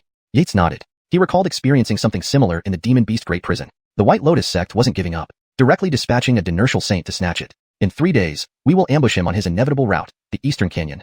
Once captured, we can find out where the White Lotus sect is located in the Endless Sea and strike hard to eliminate these pests. Lord Benton's eyes shone fiercely. Yes, Farrell awaits orders from my lord. Yates affirmed with a bow. After further discussions refining the ambush plan, everyone finally parted ways late at night. Chapter 221.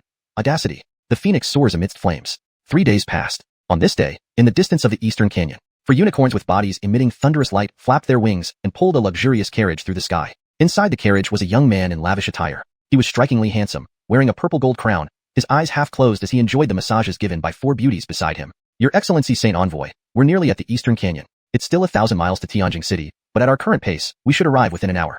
A fair-skinned and beautiful Chloe giggled lightly, her fingers kneading the young man's waist. We've arrived here already. I hope that Shirley can offer me some excitement. I heard she's quite the beauty. Perhaps I can let her accompany you all when I meet her, said the young man, amusement flickering in his eyes. His words carried no respect for Shirley. Hee, my sisters will certainly welcome her. Another voluptuous Chloe chimed in with a laugh. Haha, hearing that Eugenia is also a stunning beauty, perhaps I'll take them all.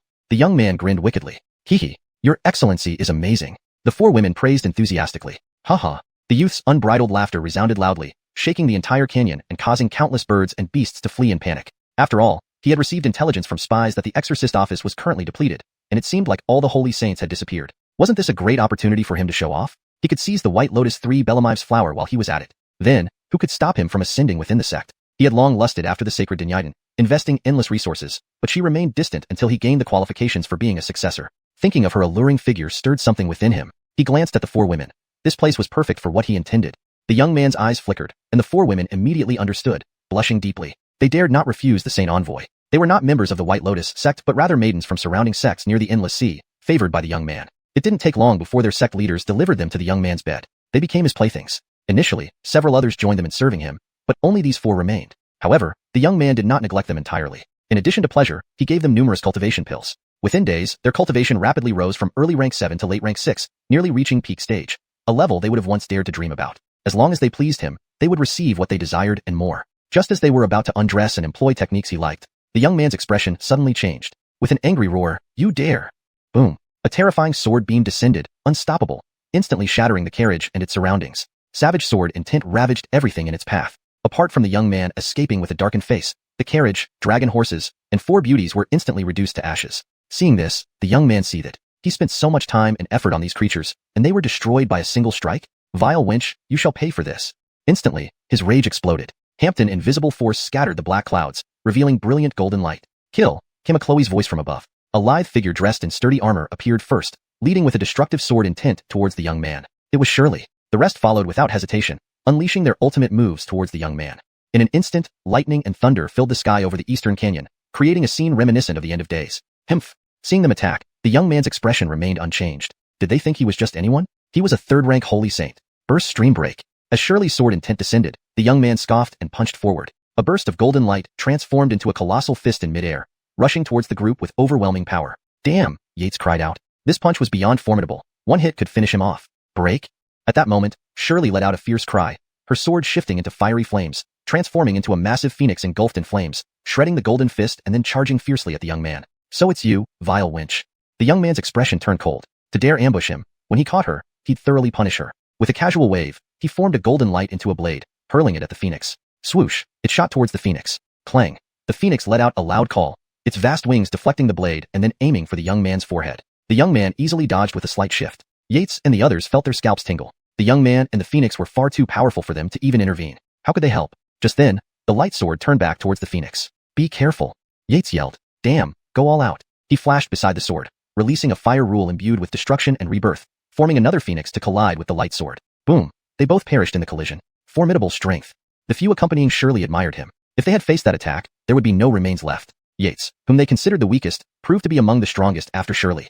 However, they hadn't come to engage in a death match. Everyone knew the Saint Envoy was terrifying. Even Shirley was using her ultimate skill, yet the young man remained unperturbed. This was the difference between first-rank and third-rank holy saints. Yet, Yates emerged as an unexpected powerhouse. Otherwise, Shirley would have been in grave danger. Were those fire abilities? Juan Diego asked as Yates joined the battle. Yes, although I'm not at that level. I've seen Shirley use them before, replied a grizzled old man who suddenly appeared. Dino, you're here too. The middle-aged men bowed respectfully upon seeing him. Despite being grandmasters, the Hernan had achieved the first step, making him formidable enough to defeat all of them combined. The old man smiled. I owe Shirley a favor, so I must assist. Dino, do you think they can defeat that White Lotus Saint envoy? One of the men asked. Unless absolutely necessary, they did not want to use their last resort, as it heavily taxed their bodies. Though they believed they wouldn't reach the Holy Realm, what if they encountered something extraordinary? Difficult, very difficult. The Hernan shook his head. If that young man had also reached the Holy Saint realm, they would surely win this battle. But under the current circumstances, Shirley and Yates were clearly not gaining any advantage. More alarming was that the White Lotus Saint envoy seemed to still be holding back. Just then, the situation in the field shifted once again. The young man smirked as he watched the two fighters before him struggle. It was clear that despite their best efforts, they couldn't gain an upper hand. The thought of finally teaching Shirley a lesson sent a thrill through him. But deep down, he knew something wasn't right. It was almost as if the Saint envoy was merely playing with them. Shirley gritted her teeth. Each clash with the Saint envoy left her feeling more powerless. She could sense that he hadn't unleashed his full strength yet. Suddenly, the air around them shimmered. The atmosphere changed, and all present felt an inexplicable tension building up. Yates glanced around, his heart pounding. Something significant was about to happen. Chapter 222. Did Dinurquis Benton turn coat? Hee. Dinurquis Benton, if you obediently stop and come over to serve this holy envoy, I'll reserve a spot for you in my bed. If not, this holy envoy has plenty of means to deal with you. The young man's eyes gleamed as he stared at Dinurquis Benton inside the fire phoenix. That graceful and lithe figure, moving with every dance step, made him gulp involuntarily. Perfection. Absolute perfection. I must have her. The young man yelled inwardly. His actions were swift. Each light sword he cast was aimed directly at the fire phoenix's chest. Despite its enormous size, the fire phoenix moved agilely, pecking each light sword precisely, producing melodious clinking sounds. Meanwhile, Yates seized the opportunity to launch fiery swords at the young man whenever possible. Every wave of his hand sent multiple fiery swords streaking towards the target. Whenever the young man tried to close in on the fire phoenix, Yates's fiery swords would swiftly intercept him, causing his frown to deepen. Initially, he had intended to ignore Yates's attacks and take several hits. However, after several rounds of confrontation, he realized these fiery swords contained the laws of fire. A single misstep could cause him permanent damage to his Dao cultivation path. At just 100 years old, he had a long martial journey ahead, and ending it prematurely due to this battle would be too tragic. When he attempted to crush Yates first, Dinurquis Benton seemed to sense his intentions and waved her phoenix claws toward him, blocking his way. Thus, the three were locked in an impasse. However, the longer the battle dragged on, the more advantageous it became for the young man. He noticed that occasionally Dinurquis Benton's movements would pause, a consequence of using forces beyond her own. No matter how miraculous the Dance of Nine Heavens was, it ultimately relied on external power. Challenging a third-stage Wu Saint while being only a first-stage Wu Saint was already an extraordinary feat, but she lacked the stamina compared to a genuine third-stage Wu Saint. Prolonged combat would inevitably tip the scales in his favor. After about 15 minutes of fierce fighting, it was evident that Dinurquis Benton was struggling to maintain the Fire Phoenix. While he could break through her defenses with significant effort, watching her slowly lose hope brought a different kind of satisfaction. Thus, the young man slowed his attack, shifting into defense mode instead. The two combatants naturally sensed this change. Hidden within the Fire Phoenix, Dinurquis Benton's expression remained calm, though a cunning gleam flashed in her eyes from where no one could see. Yates, initially anxious, this situation made it nearly impossible to even consider ambushing the young man, let alone escape alive, found an unexpected opportunity. Using his spatial rules mastery, and taking advantage of the young man's focus on Dinurquis Benton, he found a way out. Following Dinurquis Benton's lead, they developed a peculiar tacit understanding, leaving the spectators utterly baffled. Their combat continued for another half an hour, reducing the surrounding mountains to flat plains under the shockwaves. After this battle, Eastern Valley would surely need a new name. Clang. Suddenly, the Fire Phoenix let out a weaker cry. The flames around it dimmed considerably, almost as if they were about to extinguish. No. Yates's face paled. Is this old Chloe going to give up? Hee. Dinurquis Benton, what I said earlier still stands, but with an additional requirement. What is it? A voice as melodious as a lark echoed in the air. Ha ha. The young man laughed heartily before his expression turned cold, pointing at Yates. Kill him? Damn. Yates's mind buzzed. Is this old Chloe really going to do it? She already seemed to dislike him, and now killing him might seem like the perfect chance for her survival. All right. To everyone's surprise, Dinurquis Benton's clear and melodious voice responded immediately. The large Fire Phoenix turned sharply, aiming its sharp beak at Yates. Ha ha. The young man watched this, clapping with delight. Her reaction took him by surprise. Initially, he expected Dinurquis Benton to fight to the death, allowing him to incapacitate her. But watching them turn against each other was far more entertaining. Damn it, old Chloe, are you serious? Yates dodged the sharp peck and cursed aloud. Clang! A clear phoenix cry rang out, as if provoked by Yates's curse. The phoenix claw sliced through the air, catching Yates off guard. Bang! Yates was struck by the claw, flying hundreds of meters away and crashing into the ground, creating deep, web-like cracks. Ha ha! The young man laughed again, delighted by this scene. You did well, Dinurquis Benton. There will certainly be a place for you beside this holy envoy. Oh yes? Then this servant thanks the holy envoy. Suddenly, Dinurquis Binton dispelled the dance of 9 heavens, and the giant fire phoenix vanished. Clad in tight-fitting attire, Dinurquis Binton descended gracefully. Seeing this, the young man laughed louder, stepping forward to reach out to her. "This is the first time, holy envoy, please treat me kindly," Dinurquis Binton spoke in a coy whisper. Whoosh! Those observing felt as if struck by lightning. "Where am I? What is happening?" "Don't worry, I'll be very gentle," the young man said softly. "Hum." Dinurquis Binton lowered her head shyly. Boom! In the next moment, a thunderous explosion shook the heavens. "Dinurquis Binton, you mad old Chloe, I'm going to kill you." Yates burst out of the deep pit, pointing at Dinurquis Binton, shouting furiously. The harsh curses made Dinurquis Binton frown slightly, turning her head disapprovingly. "Don't worry, I'll handle him soon so he won't interfere," the young man said, seeing the beautiful crease on her brow. He felt as if his heart was drunk, having met countless women yet feeling they were all worthless compared to her. Even the White Lotus sect's holy maiden paled in comparison. Turning to face Yates, he said coldly, "Boy, I plan to spare your life, but since you don't value it, die for this holy envoy." As the final word fell, a terrifying gigantic fist formed in the sky, hurtling toward Yates's head. In the next instant, the young man's expression changed drastically. 3 formidable Wu Saint-level killing intents approached from behind him. Chapter 223, A Pig Slaughter Scheme? Did you dare to bluff me? The young man clutched his chest, staring at the exquisitely beautiful face of Sybil. He still couldn't believe it. Hee, Sir Saint Envoy, have you never heard the saying? The prettier a Chloe is, the more deceptive she can be. Sybil nodded with a slight smile, her expression sweet. But in the young man's eyes, she was no less than a demon. "Hampton, who are you all?" A hint of ruthlessness flashed across the young man's eyes. At this moment, he could only buy time and try to stall the 3 of them. The longer it took, the more advantageous it would be for him. As soon as he recovered from his injuries, every one of these people before him would be thoroughly tormented and killed. The Ernon on the left swept his gaze over and said with a smile, "I am Holy Dinurquis. Sir Saint Envoy, I have long admired your name. Would you like to come with me to the palace for a detailed discussion?" Although the old man wore a smile, the young man felt chills running down his spine. This old man was also a 3rd-level Dinurquis saint just like him. If he entered the palace of Dry King, would he ever get out? "Are you heavenly Dinurquis?" The young man glanced at the middle-aged man carrying a large iron hammer. Weren't they supposed to say that this guy was just a grandmaster? What the hell kind of grandmaster is this? Clearly a 1st-level Dinurquis saint. So, did these 3 specifically set up an ambush here for him? It seems our Sir Saint Envoy has figured it out. At this moment, Sybil chuckled softly, looking at the 2 men and said, "Use all your strength. If we let Sir Saint Envoy escape, all the promises made will be nullified." "Haha, old Dinurquis trusts Dinurquis D. Wu's reputation. Let me take the first move then." As the Ernon spoke, lightning flashed and struck directly towards the young man. Instantly, the young man was forced to stop tending to his injuries and start defending himself. This attack came from a Dinurquis saint of his own level. He didn't dare to take it lightly. "Heavenly Dinurquis, please." Sybil looked at the middle-aged man beside her, a smile appearing on her face. She had indeed paid a heavy price to invite these 2 to assist her, but compared to what she gained, it wasn't worth mentioning. "Yes." The heavenly Dinurquis nodded emotionlessly, punching out with an incomparably fierce boxing force that instantly aimed for the young man's forehead. He was a supporter of the bard, true. He knew the bard wanted to deal with that Rihanna, but he was also a martial artist. The bard gave him the opportunity, allowing him to become a revered Dinurquis saint. Without this chance, he would have remained just a 1st-level Dinurquis saint for life. Having experienced the realm of Dinurquis saints, he couldn't accept that fate. Hampton now, Sybil had given him exactly what he needed. After this, they would each serve their masters once again, fighting for their respective fates. Seeing the terrifying aura the 2 unleashed, a coldness flickered in Sybil's eyes. Since gaining her fame, today was the first time she had been mocked so openly. She decided that once she caught this Saint Envoy, she would make him truly understand the meaning of pain. The young man had already been injured by their initial ambush. Now, under the strong assault of 3 opponents, he clearly fell into a disadvantageous position. At this moment, Yates, who had been knocked away earlier by the young man's punch, gritted his teeth and reappeared. Watching the 4 figures rapidly moving around in the field, especially focusing on Sybil, this old hag must have planned it deliberately. Yates cursed inwardly. All his actions had been pre-planned with Sybil. However, in the final phase, if the young man attacked, Sybil was supposed to intercept him. But this old Chloe obviously didn't care about his life or death. If not for being unable to match her power, Yates would have long since taught this old Chloe a lesson. It was also during this time that he learned how Sybil, when young, was pursued and fell off a cliff, managing to obtain a broken inner world. Hampton Inner World, though far inferior to a grotto heaven, was still a relatively complete small world that could accommodate living creatures and possessed great power. Unlike the rule worlds of Dinurquis saints and celestial Dinurquis artists, especially the rule worlds of Dinurquis saints, which were mere empty realms, incapable of containing tangible objects. However, the broken world seed Yates obtained in the palace of Dry King, once incubated, should yield effects no worse than Sybil's. Yates pondered while keeping a close eye on the young man. This pig slaughter scheme lacked one final touch, which he would provide. "Damn it, after I escape, I'll break you down one by one." The young man's face twisted ferociously as he made a vow in his heart. This was the most embarrassing moment of his life. Bang! A loud sound reverberated as the young man stumbled back, narrowly avoiding a kick from Holy Dinurquis that would have left a large red shoe mark on his face.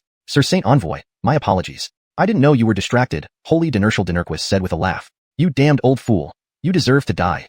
The young man covered half his face. His jawbone was shattered. His eyes turned red as he glared at Holy Dinurquis with a vicious expression, like a ravenous wolf. If not for the three others watching closely, he would have pounced and torn him apart immediately. Realizing he couldn't hide his true strength any longer or else he would perish, the young man immediately released all his inner energy, forcing the three back several steps. Then, his figure spun around, casting a massive shadow that engulfed everyone. Beware, he's about to release his rule world.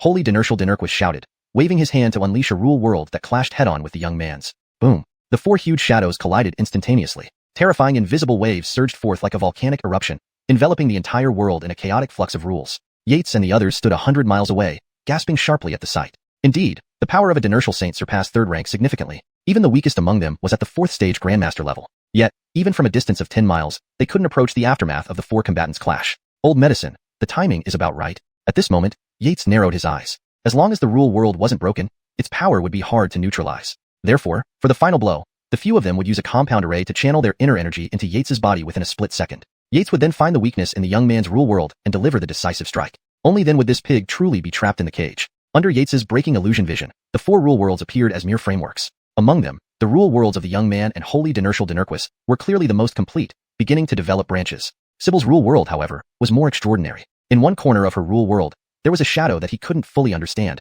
gradually expanding and devouring the rule world. But it moved very slowly.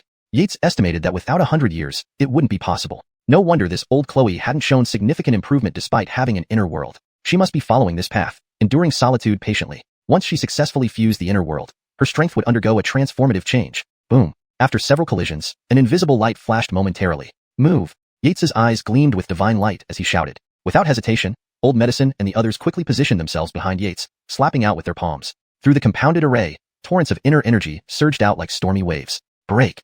A thunderous shout echoed through the clouds as a blazing beam shot out with incredible speed toward the young man. No. The young man staggered from the collision, only to witness this scene in terror, screaming aloud with bloodshot eyes.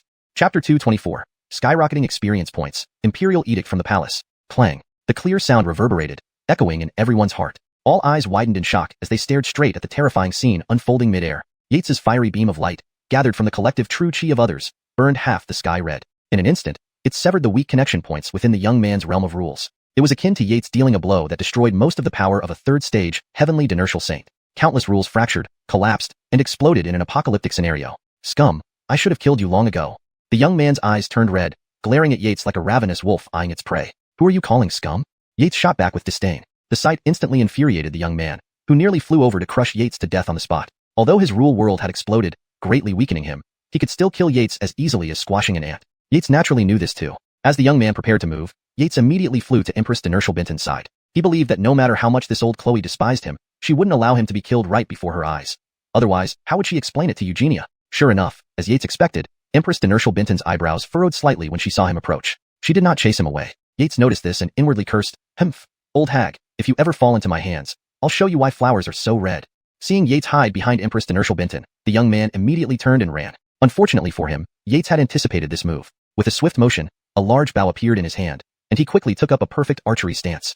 A faint purple arrow formed the moment the young man turned. The next instant, buzz. A trio of purple streaks, like lightning bolts, sped through the air. Just as Empress Dynasty and her companions were about to intercept, the arrows struck the young man in the back and legs, piercing right through his chest. The immense force drove the young man into a massive rock several hundred meters away, creating a deafening crash. The sun-shooting bow?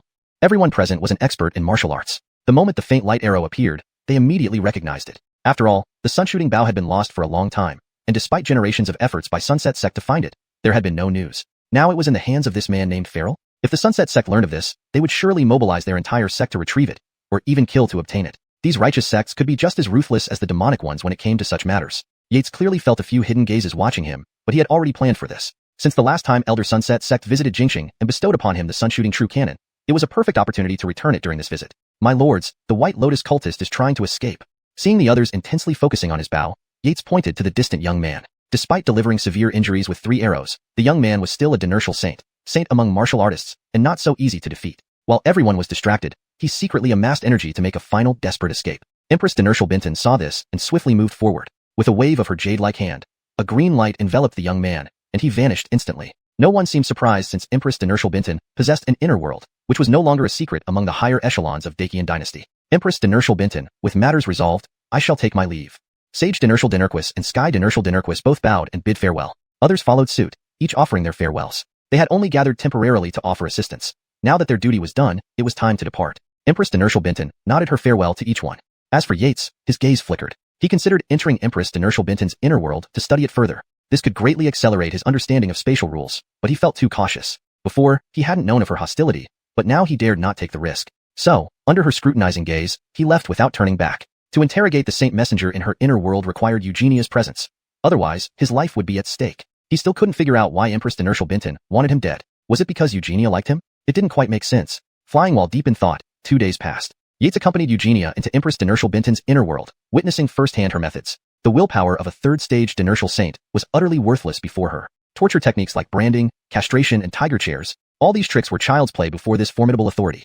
13 golden needles simultaneously pierced the young man's head, causing him to tremble violently, sweat pouring down his pale face. In less than a quarter hour, he confessed everything, including childhood bedwetting incidents. Yates watched in awe. If she ever subjected him to such treatment, he'd be doomed. He had to hold something back. Given her strength, capturing him wouldn't be easy. The combination of short distance far away and mysterious void scripture, along with his understanding of spatial rules, would allow him to escape unless caught off guard. For now, he wasn't a match in combat, but he believed that day would come soon. After negotiations, Empress Dynasty Bintan agreed to hand over the White Lotus Saint Messenger to the Monster Subduing Bureau. On the 5th day, he was imprisoned in the inner prison's 5th level. Yates wasn't sure why it wasn't the 7th level, but it was fortunate.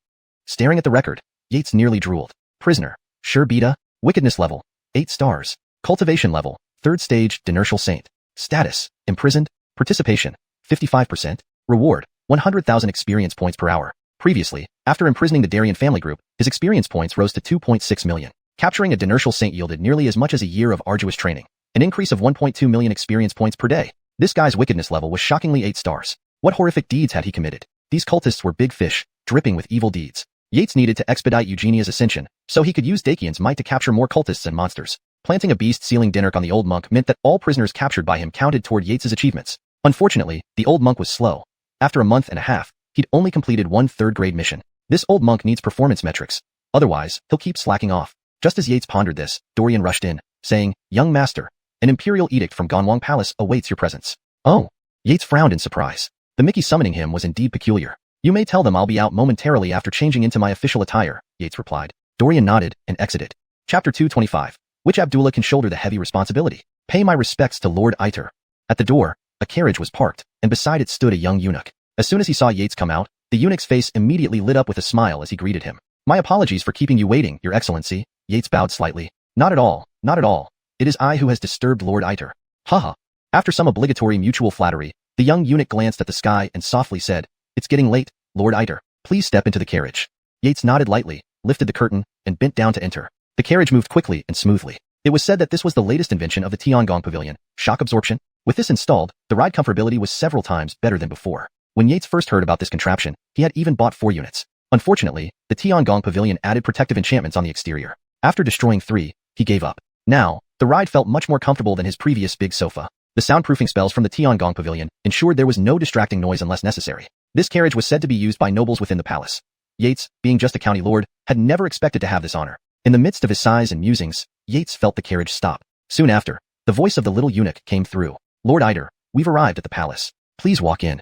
Yates nodded, lifted the curtain, and followed the small eunuch down the corridor to the annex of the council hall. "Please wait here, Lord Iter. His Dynasty is speaking with the Ushvin." The small eunuch knew the customs of the palace well, and immediately guided Yates to sit nearby upon seeing the annex's plaque. However, unexpectedly, Yates hadn't sat for long when several people entered the annex. Among them were familiar figures like the Fletcher of Dynasty Valor, Fletcher of Supreme Dynasty Arts, Fletcher of Heavenly Dynasty Arts, and Fletcher of Imperial Dynasty Arts. There were also a few other men with purple gold crowns whom Yates had seen at banquets but couldn't name. They too looked like great Qian's martial dukes. Yates had collaborated with the Fletcher of Dynasty Valor before. Not long ago, Yates even used the thunderclap saber to help him experience the feeling of being struck by lightning. The two chatted once they met. "Fletcher, do you know what's going on?" "I'm not sure. I was preparing to rest when I suddenly received an imperial edict." The Fletcher of Dynasty Valor shook his head. Ever since Yates used the thunderclap saber to simulate the thunder tribulation for him, his chances of successfully passing the tribulation had increased from 30% to 60%. That was a life-saving grace. Sadly, his daughter already had someone in her heart. Otherwise, this lad could have become a son-in-law and could use the thunderclap saber for free. If Yates had overheard this, he would surely jump up to scold the Fletcher. "Great, I treat you like a brother, but you actually think of becoming my father-in-law?" Though it was indeed true, the others also wore bewildered expressions. It seems the old king is in quite a serious condition this time.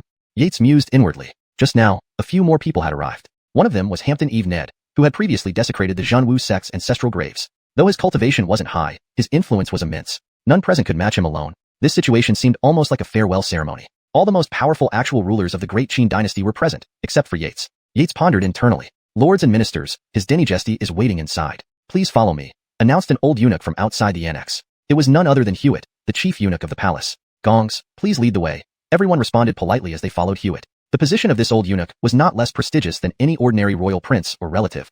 Soon, they arrived at the council hall where 4 people were seated. Galen was on the main seat, while the 3 excellencies were seated to the left. As arranged by Hewitt, everyone found their seats. Yates noticed that he wasn't last, which surprised him. Cough. Galen cleared his throat, looking around at everyone, satisfaction flashing in his eyes along with a hint of regret. The great Qian dynasty had stood for 1,000 years. Only during his reign had the kingdom's strength peaked, with dozens of dynastal saints breaking through and major sects being eradicated. Resources were counted in vast quantities. The only regret was that he had been ambushed by villains, leaving irreversible damage. Otherwise, over these years, under his leadership, Great Qian would have long pacified the seas and subdued the wilderness. Ade Ned, your body? Hampton Eve Ned grew anxious upon hearing the old king's voice. No harm.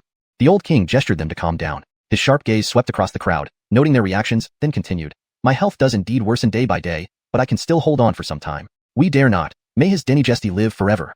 Everyone hurriedly rose and bowed. A ruler's disgrace means death for his subjects. The old king's authority was deeply ingrained, so none dared to be careless. Facing the old king, lacking the power of 9th-level dynastal saint, was far from enough. Sit back down, the old king waved. Yes, your Dynasty. The reason I called you all here is for one matter. The old king's piercing gaze made everyone feel as if a thorn was in their back. They sat up straight. The former Geordie had improper conduct and has been demoted to the title of Hwai Kingdom Abdullah. Yet, the country cannot go without an heir for even a day. All of you are my pillars. Who among the princes do you believe can take on the responsibility for our great Qian's millions of miles of land? Hiss. Everyone drew in a breath sharply at the old king's words. Fear often comes true when least desired. Since ancient times, those involved in the succession struggle either succeeded brilliantly or faced dire consequences, even death. People in the room exchanged wary glances. None wanted to speak first. Secret support was different from public endorsement. Moreover, if the old king had already made up his mind and was laying the groundwork for a new king, suggesting a candidate might be digging their own grave. All were seasoned veterans, observing and remaining silent, humming thoughtfully. Yates was surprised but not foolish. Given the current atmosphere and his support for the 9th princess, the unprecedented empress in Great Qian's 1,000-year history, he knew suggesting her openly would plunge him into danger. Without the power to suppress the world, it wasn't the right time. Why is no one speaking? Aren't you usually close to the princes? The old king, seeing their hesitation, lost his temper, angrily pounding the table, causing the entire chamber to vibrate loudly. Bam! Armed guards rushed in instantly from outside, armored and ready, clearly trained elites with at least 4th rank innate cultivation. Stand down. The old king gestured. Yes. The guards saluted and withdrew. Seeing the group remain unmoved, the old king's piercing gaze swept over the 3 excellencies and ordered in a tone brooking no refusal. Excellencies, you are the heads of all civil officials. Let's start with you. Hashtag chapter 226, a great bargain or a great terror. The 3 exchanged glances. This was indeed a blessing, as their eye contact suggested. Each of them silently nodded. The Kareem, the leader of the 3 Fletcherks, stood up and clasped his hands respectfully. Your Dynasty, based on the evaluation from the Ministry of Personnel and the popularity among the common people, we recommend Abdullah Darrell. Abdullah Darrell, the 11th Abdullah, had just turned 18 this year. From childhood, he had been intelligent and kind-hearted, earning him the title of Young Sage Abdullah. His mother came from a distant noble family and was selected into the palace, where she was bestowed the name Alaisha by the late Forrest. She had always been obedient in the harem. Now that the Kareem mentioned him, it was clear that peace would not last for long in the harem. Yates secretly shook his head. The 3 Fletcherks were always united, with the Ushvin being particularly close to the Bard. He had even tried to secretly recruit Yates through Dinurquis Weiwu. Now that Forrest brought it up, they immediately proposed the 11th Abdullah. Their intentions were obvious to anyone. However, the 11th Abdullah belonged to the Bellamiterary Academy and was highly esteemed by the Walter of Sacrifice. Sure enough, an Ernonli man with streaks of gray hair spoke up at this moment. Your Dynasty, the 11th Abdullah is still young and has not yet learned the ways of kingship. I find this inappropriate.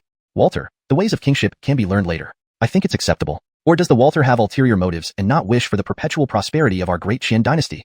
The Ushvin retorted. You. The Walter pointed at the Ushvin, nearly exploding with anger. Who has ulterior motives? Aren't your intentions already obvious enough? But although the Ushvin's words were simple, they were reasonable. The ways of kingship could indeed be learned. More importantly, he did have personal interests. The 11th Abdullah was a rare talent for literature. If he were destroyed by these people, when would the literary path produce a true literary sage? The Walter knew he himself had no hope of achieving such heights. But the 11th Abdullah was different. With his natural talent, he might achieve great things with some grooming. Your Dynasty, I still find this inappropriate, the Walter said helplessly, resorting to stubborn resistance. The 3 Fletcherks were also scholars, but unlike those who followed the literary path, they practiced martial arts alongside their studies. Are all 3 of you convinced that the 11th Abdullah can shoulder the responsibility? Forrest asked sternly, frowning slightly at the argument among them. He knew very well about the 11th Abdullah. Praised since childhood for his gentle nature and spiritual insight, he could potentially be a peaceful ruler. Unfortunately, the current situation in the Great Qian Dynasty was too complex, and the literary path was not strong enough. Thinking this, Forrest's gaze toward the three Fletcherks grew stern. The three Fletcherks, after serving for over 100 years, immediately sensed the displeasure in Forrest's eyes. But they had their own backing. Thinking of this, the Kareem continued, Your Dynasty. This is the collective will of the officials, which I have brought here. Forrest's eyes narrowed slightly as he stared at the Kareem for a moment before smiling. Well, if the Kareem has brought it, Grand Jethro, please take it. Yes, your Dynasty. Jethro stood motionless beside Forrest, bowing respectfully upon hearing this before taking the document. Kareem, please. Hee. The Kareem smiled lightly, slowly removing a folded document from his robe and placing it into Jethro's hand. This is the collective will of the officials. Please pass it to the Grand Steward for the Oscar. The Kareem seemed to have lifted a heavy burden off his shoulders. Jethro's expression changed slightly. As a eunuch, he should not interfere in court matters according to ancestral rules. However, as the Grand Steward of the palace, he bore the responsibility of intelligence within the palace. He had received information about the three Fletcherks' actions. This document ostensibly represented the officials' wishes, but actually pressured Forrest. This was a premeditated action. In a flash, many thoughts raced through Jethro's mind, but he merely nodded without making a sound. Forrest looked at the names of various officials on the document, including the 6 ministers and royal relatives. He examined it for a long time without changing his expression, leaving everyone unsure of his thoughts. The atmosphere in the meeting hall gradually became tense. Very good, excellent. Forrest relaxed and slowly closed the document, setting it down. Shengwu Ho, what about the military officers? Forrest turned around and gazed at the several military dinertials, tapping his finger lightly on the zetenwood table, producing a low thud.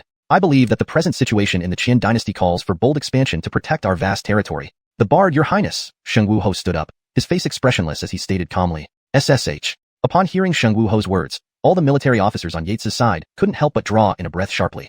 Forrest's intentions tonight were very clear. To push someone forward as a scapegoat to pave the way for the prince he truly favored. Events in the Elden region involving the Bard were known to varying degrees by the attendees despite the attempts to keep them secret. This made their confusion grow deeper. Forrest's intentions were too vague, nothing like his previous decisiveness. After all, the former crown prince was deposed so easily. What about the rest of you? Do you agree? Forrest's expression remained unchanged as he looked at Tianwu Ho and others. Without hesitation, the other dinertials immediately clasped their hands. We have no objections. Only Tianwu Ho hesitated. He understood better than anyone else, including the three Fletcherks, the terrifying nature of the Bard, whose next move was to seize the throne. Although stepping forward now carried significant risks, they had rallied considerable support. Adding the Bard's abilities, if he gained the title of Crown Prince, his actions would become more convenient. The accompanying risks were likely manageable. As for the Ushvin's continuous secretive gestures, he chose to ignore them. After all, within the Bard's camp, there were still different factions. Having thought it through, Tianwu Ho raised his hand in agreement. This sight almost made the three Fletcherks want to shout in frustration. Foolish bravery, misguiding the country and affairs. Excellent. Forrest seemed very satisfied with this choice, nodding approvingly. Finally, Forrest asked the nobles again, and some mentioned other popular candidates like the 4th Abdullah and 8th Abdullah. As for Yates, Forrest routinely asked him. Yates immediately answered that he supported the Bard. Soon, the meeting concluded, and everyone left with lingering doubts. Tonight, Forrest's actions were mysterious. Even the three Fletcherks dared not be certain they had guessed his true intentions. Just as Yates was about to leave, Jethro's somewhat sharp voice called out behind him. Count Iter, his Dynasty requests your presence. Yates nodded slightly. After bidding farewell to Dinurquis Weiwu, he followed Jethro back into the meeting hall. Forrest sat there deep in thought. Yates sat quietly, waiting for Forrest's instructions. Count Iter, there is one more thing I want to ask you, Forrest said after a while. Chapter 227. Kill the Bard? Your Dynasty, please command me. Yates stood up and respectfully said. Though Colby appeared to be barely hanging on, if he truly fought. Out of the group that attacked just now, only a handful could have escaped with their lives. Hampton Old Tiger may be aging, but its ferocity remains. Anyone who touches it will surely be crushed into pieces. There is a matter that has been bothering me like a fish bone stuck in my throat, which must be resolved. At this point, Colby's expression turned cold as ice, frozen for millennia. The atmosphere in the council hall became oppressively heavy. Yates felt his heart pounding wildly, akin to standing on the brink of an erupting volcano, feeling suffocated by terror, danger, and an overwhelming power. Fortunately, Colby's demeanor quickly calmed down. Phew. Yates silently exhaled, unable to describe the profound shock he felt. Colby's strength seemed unfathomable to him, like a bottomless abyss. Although they were both grandmasters, Yates had a strong intuition that Colby could easily crush hundreds of him. How do you find the Bard? Colby asked. Yates was puzzled, but with Colby's emotionless face, he couldn't tell what was going on.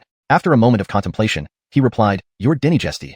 I dare not comment on His Highness the Bard rashly. Hee, you young man. You've also become as sly as those old foxes? Colby suddenly laughed and scolded. I asked the Warden Commander for someone reliable. He recommended you, saying you are absolutely trustworthy. I have served alongside him for a century. Half of the vast territory of Qian is owed to his dedication. A flash of their past valor passed through Colby's eyes, filled with nostalgia. I trust him, so you don't need to fear anything from me. With his word, I swear to protect you unless you commit treason. Yates felt utterly bewildered. That powerhouse valued him so highly? Why didn't he feel it at all? When did he start observing him? Yates suddenly recalled the unusual phenomena related to jade skin and jade bones rumored among the common folk. Others might not have noticed, But this so-called top figure in Qian, the warden commander, was hard to say about. However, even if this person wanted to harm him, it seemed futile for him to resist at this point. Yates faintly regretted not continuing to hide. But every choice has pros and cons. If he hadn't come forward, he would need decades or centuries to achieve his current strength. Recalling by Bellamy Hongfei's behavior during the snowy wedding with Bellamilia, Yates felt the latter probably had no ill intent toward him. Have you thought about it? Colby's deep voice sounded again. Your Dynasty, I believe His Highness the Bard may have committed acts of high treason. Yates cautiously stated after pondering. Hee. Colby suddenly laughed, tapping his fingers lightly on the table, softly saying, this disobedient son isn't possibly guilty. He already did it. What? How can that be? Yates was startled. These Dao injuries on my body were inflicted by him, using the celestial techniques of the Taishang Dao sect. Hee. At this point, Yates was completely dumbfounded. Could it be that this reincarnated immortal prince was also connected to the Taishang Dao sect? These matters, your cultivation level isn't enough to know yet. I just ask you one thing, do you dare to kill him? The icy tone sent shivers down Yates's spine. Such intense resentment, killing intent, and evil aura. Colby's hatred towards this bard seemed immeasurable, unable to be cleansed by all the seas in the world. But killing a prince, especially one who might be a reincarnated immortal? Even if he wanted to, he needed the capability first. Moreover, why wouldn't Colby kill him himself? Seemingly sensing Yates's confusion, Colby explained, the celestial techniques of Taishang Dao sect are powerful and extraordinary. They can transcend the mysteries usually only known to immortals and possess partial celestial powers. He has been restraining Qian's dragon veins. It wasn't until a month ago that we and the warden commander discovered his scheme. By then it was too late. Isn't he already a celestial being? Yates asked in surprise. Celestial being? Colby looked disdainful. Not really? Yates asked hesitantly. Not? Colby shook his head, explaining further, 10,000 years ago, when the Dawei dynasty ascended, the heavenly Dao was enraged, removing the celestial aura from this world. Since then, martial saints cannot break through to become celestials anymore. By Bellamy Hongfei tried for nearly 100 years before making any breakthrough recently. Seeing Yates's incredulous wide eyes, Colby smiled. These words came from your Fiend Exorcism Bureau's warden commander. If you want to know more, ask him when you meet. Your Dynasty, if that's the case, why don't you act directly? Or let other experts in the Bureau handle it? Upon hearing this question, Colby stared at Yates blankly, making Yates start questioning his own existence. He finally murmured slowly, you don't know? Yates. Damn, big shot. I'm just a small fry. What should I know? It seems by Bellamy and others indeed didn't tell you much. Colby felt rather helpless. Then, Colby briefly explained the origin, legend of the Fiend Exorcism prison, and the current state of people like by Bellamy Hongfei. Your Dynasty, you mean the 8th level of the inner prison we opened allowed the demons inside the bard's body to escape, resulting in the use of Taishang Dao sect's celestial techniques and countless demons within? Yates asked, hardly believing it. Yes. Colby nodded. When several major sects were destroyed, the resources gained were immeasurable. The Fiend Exorcism Bureau produced countless talented individuals. Sadly, they are all stationed at the 8th level of the inner prison. There was a hint of sorrow in Colby's voice. Yates inwardly shook his head. In anyone else's shoes, they would likely go mad. Just when they were at their peak, they faced the 8th level of the inner prison, similar to the old Dawei dynasty. The difference was that by Bellamy Hongfei led the Fiend Exorcism Bureau and managed to hold on, preventing Qian from descending into chaos. By now, Yates finally understood why the Fiend Exorcism Bureau's powerful figures seldom showed up. Hampton why the sects dared to defy them despite the Bureau having the most powerful martial artist in Qian. Turns out, everyone knew the insider details. Your Dynasty, I have something I don't quite understand. Should I speak up? Speak. Colby nodded. If the 8th level of the inner prison is so perilous, why not seal it again? Forget it. Those sect leaders are not simple characters, no different from demons, especially Taishang Dao sect, claiming to be the spokesperson of heavenly Dao. Without them, I wouldn't be in this predicament. But your Dynasty, I am no match for the bard. Yates helplessly spread his hands. Lately, information from spies sent to Eldon indicated that the bard had at least 10 inertial saints around him, deeply connected with demons and monsters. His personal strength was incomprehensible. Among the 10 righteous sects, aside from Taishang Dao sect, the bard could likely exterminate the rest without much difficulty. Yates sighed inwardly. Even if he were brimming with determination, what good would it do against such formidable forces? Chapter 228. I will serve diligently until the end.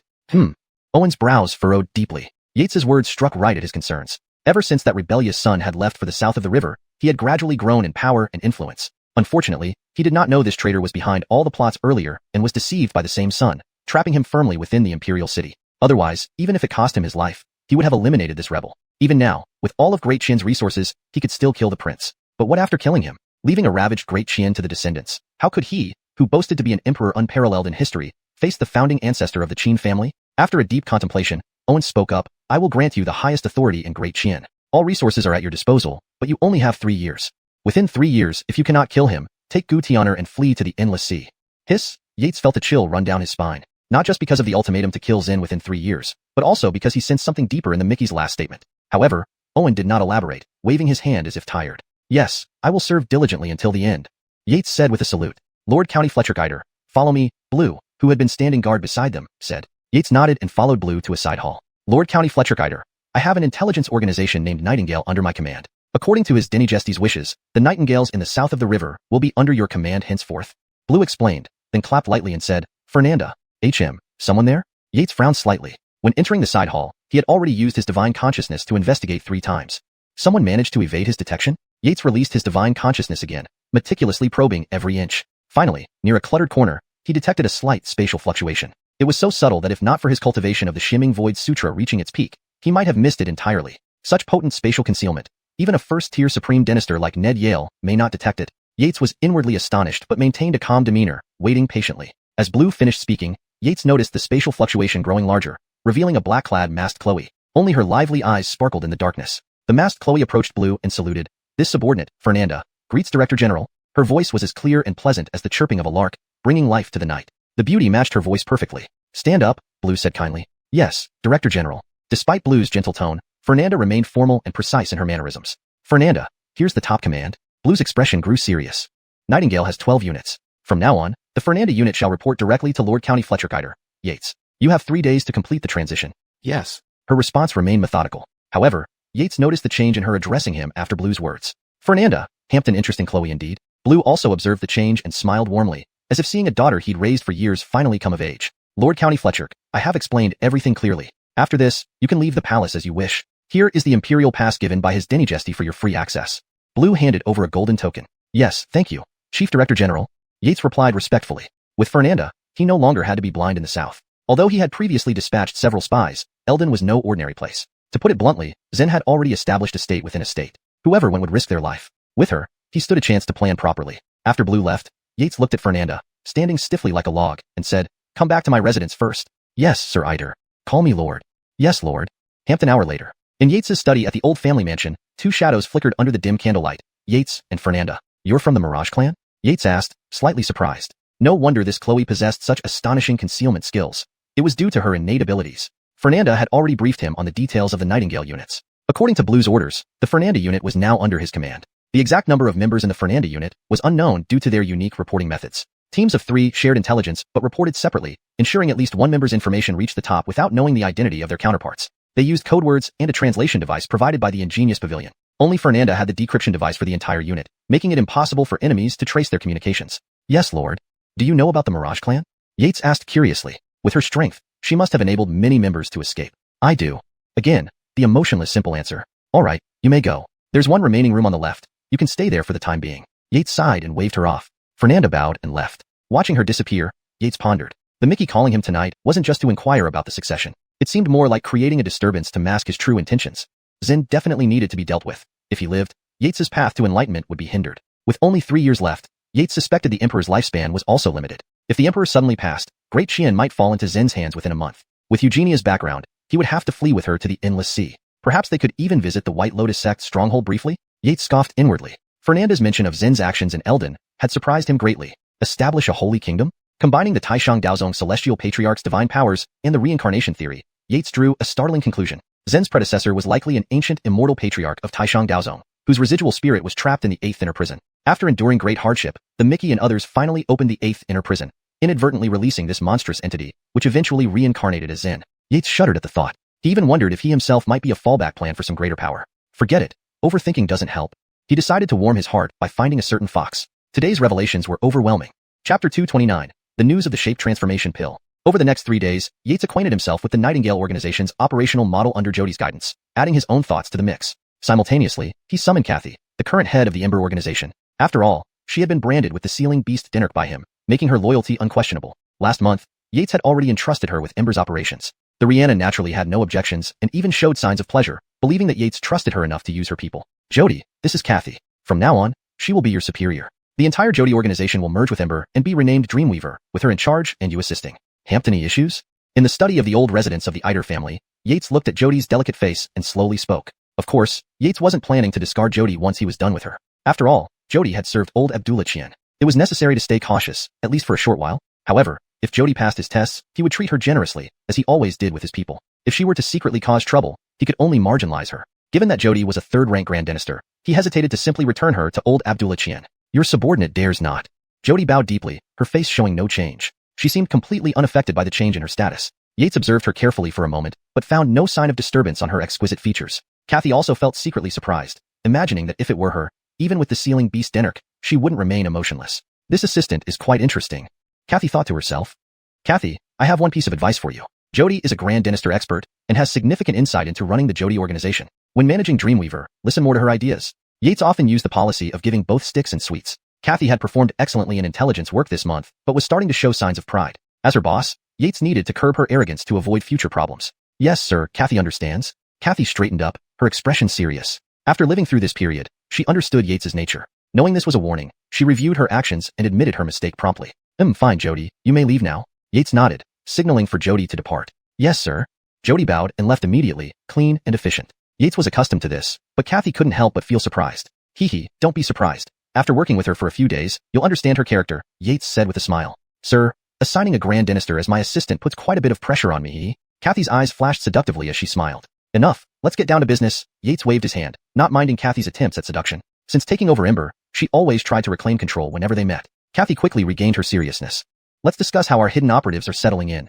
Yates lightly tapped the desk. Yes, Kathy nodded. In the southeastern part of Capital City, we've planted 300 operatives among various officials and wealthy merchants. Thanks to our subtle approach and the non-face-to-face communication method provided by you, sir, our activities haven't been exposed despite some operatives being caught.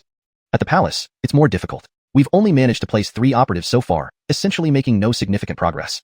Kathy shrugged helplessly. Sister Jody and her Nightingale are too formidable. Our Ember operatives were detected as soon as they entered. Is that so? Yates shook his head, pondering for a moment before saying, talk to Jody later. She has experience. Yes, Kathy nodded. Even without Yates's instruction, she planned to consult Jody. With her background in handling demons and spirits, Jody was the professional here. Following Yates's suggestion, further discussion took place regarding the expansion of their network. Oh right, have you made any progress on the shape transformation pill I asked you to look into? Just as Kathy was about to leave, Yates suddenly inquired. Sir, our operatives in the Bard's residence have contacted the Bard who was exiled to the Cold Palace. Through her, we gathered some information. The Bard did indeed possess a shape transformation pill in the past, but specifics weren't acquired yet, so I didn't report back to you. Kathy lowered her head, feeling somewhat uneasy. Next time, come to me directly for punishment. After a pause, Yates's cold voice rang out. Kathy sighed inwardly, resolving to be more cautious henceforth. Her heart had almost leaped out of her chest just now. Sir, should I assign more operatives to infiltrate the Bard's residence? Kathy asked tentatively when Yates didn't give further instructions. No need. I have my own arrangements. You may go. Yates waved his hand. Yes. Kathy bowed and left. Soon after, dusk fell. In the old Eider residence, Yates transformed into a shadow and silently departed. Such important information warranted his personal investigation. He moved swiftly, reaching the Bard's residence within minutes. The Bard's grand mansion was heavily guarded, but Yates easily slipped past these defenses with his net-breaking eye. He vanished from the sentry's sight, moving toward his target. Ah, isn't it pitiful that the princess is confined alone in the western garden with no one to talk to? Esther, don't talk nonsense. We just need to do our jobs. At that moment, several female voices approached. Yates hid himself in a nearby flower bed, sensing 6 strong presences nearby, including 2 Grand Dynasters. 6 third-rank experts, 2 Grand Dynasters among them, wouldn't pose much challenge for him. Following the maidservants, he continued his pursuit.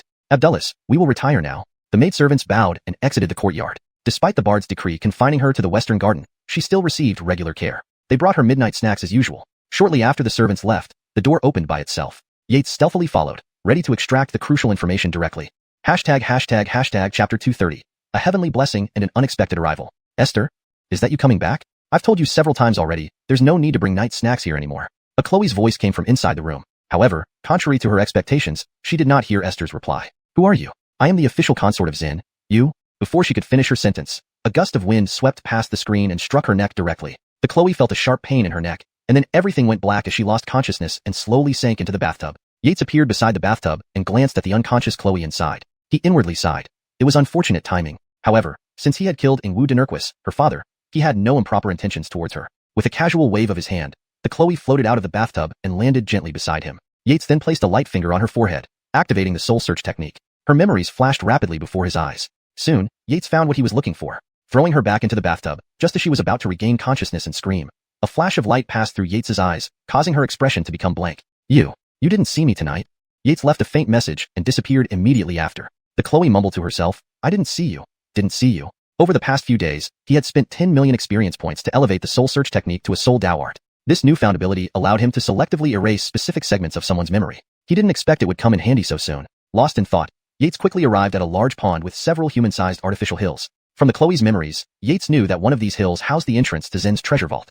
Following the instructions from her memories, Yates opened the vault's door swiftly. The dim, eerie tunnel led deep underground. Rather than risk exposing himself, Yates decided to exit via the far side, where a grandmaster stood guard, only to be used if necessary. Navigating the dark corridor, Yates soon reached a large hall about 30 paces wide. Though pitch black, to Yates, it was as clear as daylight. Scanning the area, he saw 4 rooms engraved with different labels: elixirs, weapons, cultivation techniques, and natural treasures. Transfiguration pill. It should be in the elixirs room, Yates muttered and headed towards it. Looking at the alert systems and anti-theft locks on the door, Yates couldn't help but criticize them. They were all precious items from the Tiangong Pavilion, fitting for the wealthy's inn. Just this set of equipment alone cost tens of thousands of gold. Ordinary grandmasters wouldn't stand a chance unlocking them without setting off the alarms. Even a first-tier grandmaster like Nediel would need hours to disable them. Money truly had its advantages. Nodding to himself, Yates knew this wouldn't be a problem for him. Under the truth-seeing eye, the rules and mechanisms behind these devices were laid bare, allowing him to unlock them effortlessly and slip inside. Inside, numerous wooden racks and bottles greeted him. The elixir chamber wasn't large, spanning roughly 50 paces with rows of neatly arranged wooden shelves divided into small compartments filled with various ceramic vials. Each compartment had a label. Clearly, the manager of this place was meticulous. Yates examined each row of elixirs until he stopped before a porcelain bottle emitting a faint white glow. Creation pill? This was a secret treasure of the Supreme Dao sect, yet it was here? Could it be that this person was indeed a reincarnation of an immortal ancestor from the Supreme Dao sect? Yates grew more confident in his suspicion. Creating a creation pill took 20 years for each step, from spiritual awakening, refinement, soul infusion, to completion, and only 1 pill per batch. Thus, it took 80 years to produce a single pill. Hampton's mistake during this process rendered the pill useless. However, the effects of a creation pill were astounding. It could significantly enhance the martial arts talent of the user, turning even the most mediocre individual into a prodigy, living up to its name of creation. 1 creation pill was enough to make a Dynasty saint. Its power rivaled the top 3 entries on the Heavenly Dao Bellamist. What a pleasant surprise. Yates struggled to hide his excitement. Excellent. He pocketed 3 small porcelain bottles from the shelf, leaving one behind. Without hesitation, he popped open the lid and tipped the pill out. Hampton's intense fragrance filled the air instantly. Yates inhaled deeply, feeling an inexplicable comfort wash over him. Hampton's oval pill rolled out, containing mist-like green liquid that resembled jade. Just its appearance earned it a solid 90 points from Yates. Inhaling deeply, the pill slipped down his throat effortlessly. A warm current surged from his abdomen, spreading through his limbs, and finally concentrating in his mind. Instantly, his past memories became much clearer, especially those from before his Xianxia. Moreover, his understanding of cultivation techniques improved significantly. Previously, the Netherworld Heaven scripture had transmitted insights directly to him, but using them always felt somewhat awkward. Now, everything felt clear and lucid. Note, Xianxia seems out of context in English. It would be better to replace it with arrival or similar terms depending on the broader context of the story. Inhaling deeply, the pill slipped down his throat effortlessly. A warm current surged from his abdomen, spreading through his limbs, and finally concentrating in his mind. Instantly, his past memories became much clearer, especially those from before his arrival. Moreover, his understanding of cultivation techniques improved significantly. Previously, the Netherworld Heaven scripture had transmitted insights directly to him, but using them always felt somewhat awkward. Now, everything felt clear and lucid. For instance, spatial stasis, which he struggled with earlier, now seemed achievable. Creation. Truly a creation. It felt like enlightenment. He realized his previous martial aptitude was lacking, hence why his predecessor never broke through the initial strength stage. Additionally, he felt the medicinal potency of the creation pill continuing to release, slowly transforming his body. Pity it can only be consumed once. Too much would render it ineffective like candy. Putting away his thoughts, Yates searched for the transfiguration pill. He already had plans for the 3 creation pills. Soon, he found the small bottle containing the transfiguration pill in a corner. Great harvest tonight. Yates uncorked the bottle and sniffed it. The pungent bloody scent confirmed its authenticity. According to ancient texts, the main ingredient was blood sea herb, grown in the blood pool of ancient celestial dragons. Even after undergoing 81 refining processes, its bloody aroma remained overpowering. This room is full of treasures. Yates picked a few items and stuffed them into his coat. He planned to explore the other rooms as well, helping Zen clear out some inventory if he found anything valuable. As Yates was opening the door to the weapons room, a man's voice echoed from the opposite corridor. Dynasty, the transfiguration pill is down here. Follow me. Oh no, someone is coming? Yates internally panicked. The only marquis who could enter Zen's residence was the newly ascended Dynasty Saint, Celestial Dynasty. The Celestial Dynasty paused mid-step, turning to ask, is there someone inside? My lord, yes. How could there be someone? Suddenly realizing the danger, he exclaimed, thief. Boom. Yates unleashed his true chi, accelerating toward the hill's exit. Thief, you seek death. Celestial Dynasty reacted instantly, enraged, and delivered a palm strike towards Yates's fleeing figure in the corridor. Chapter 231.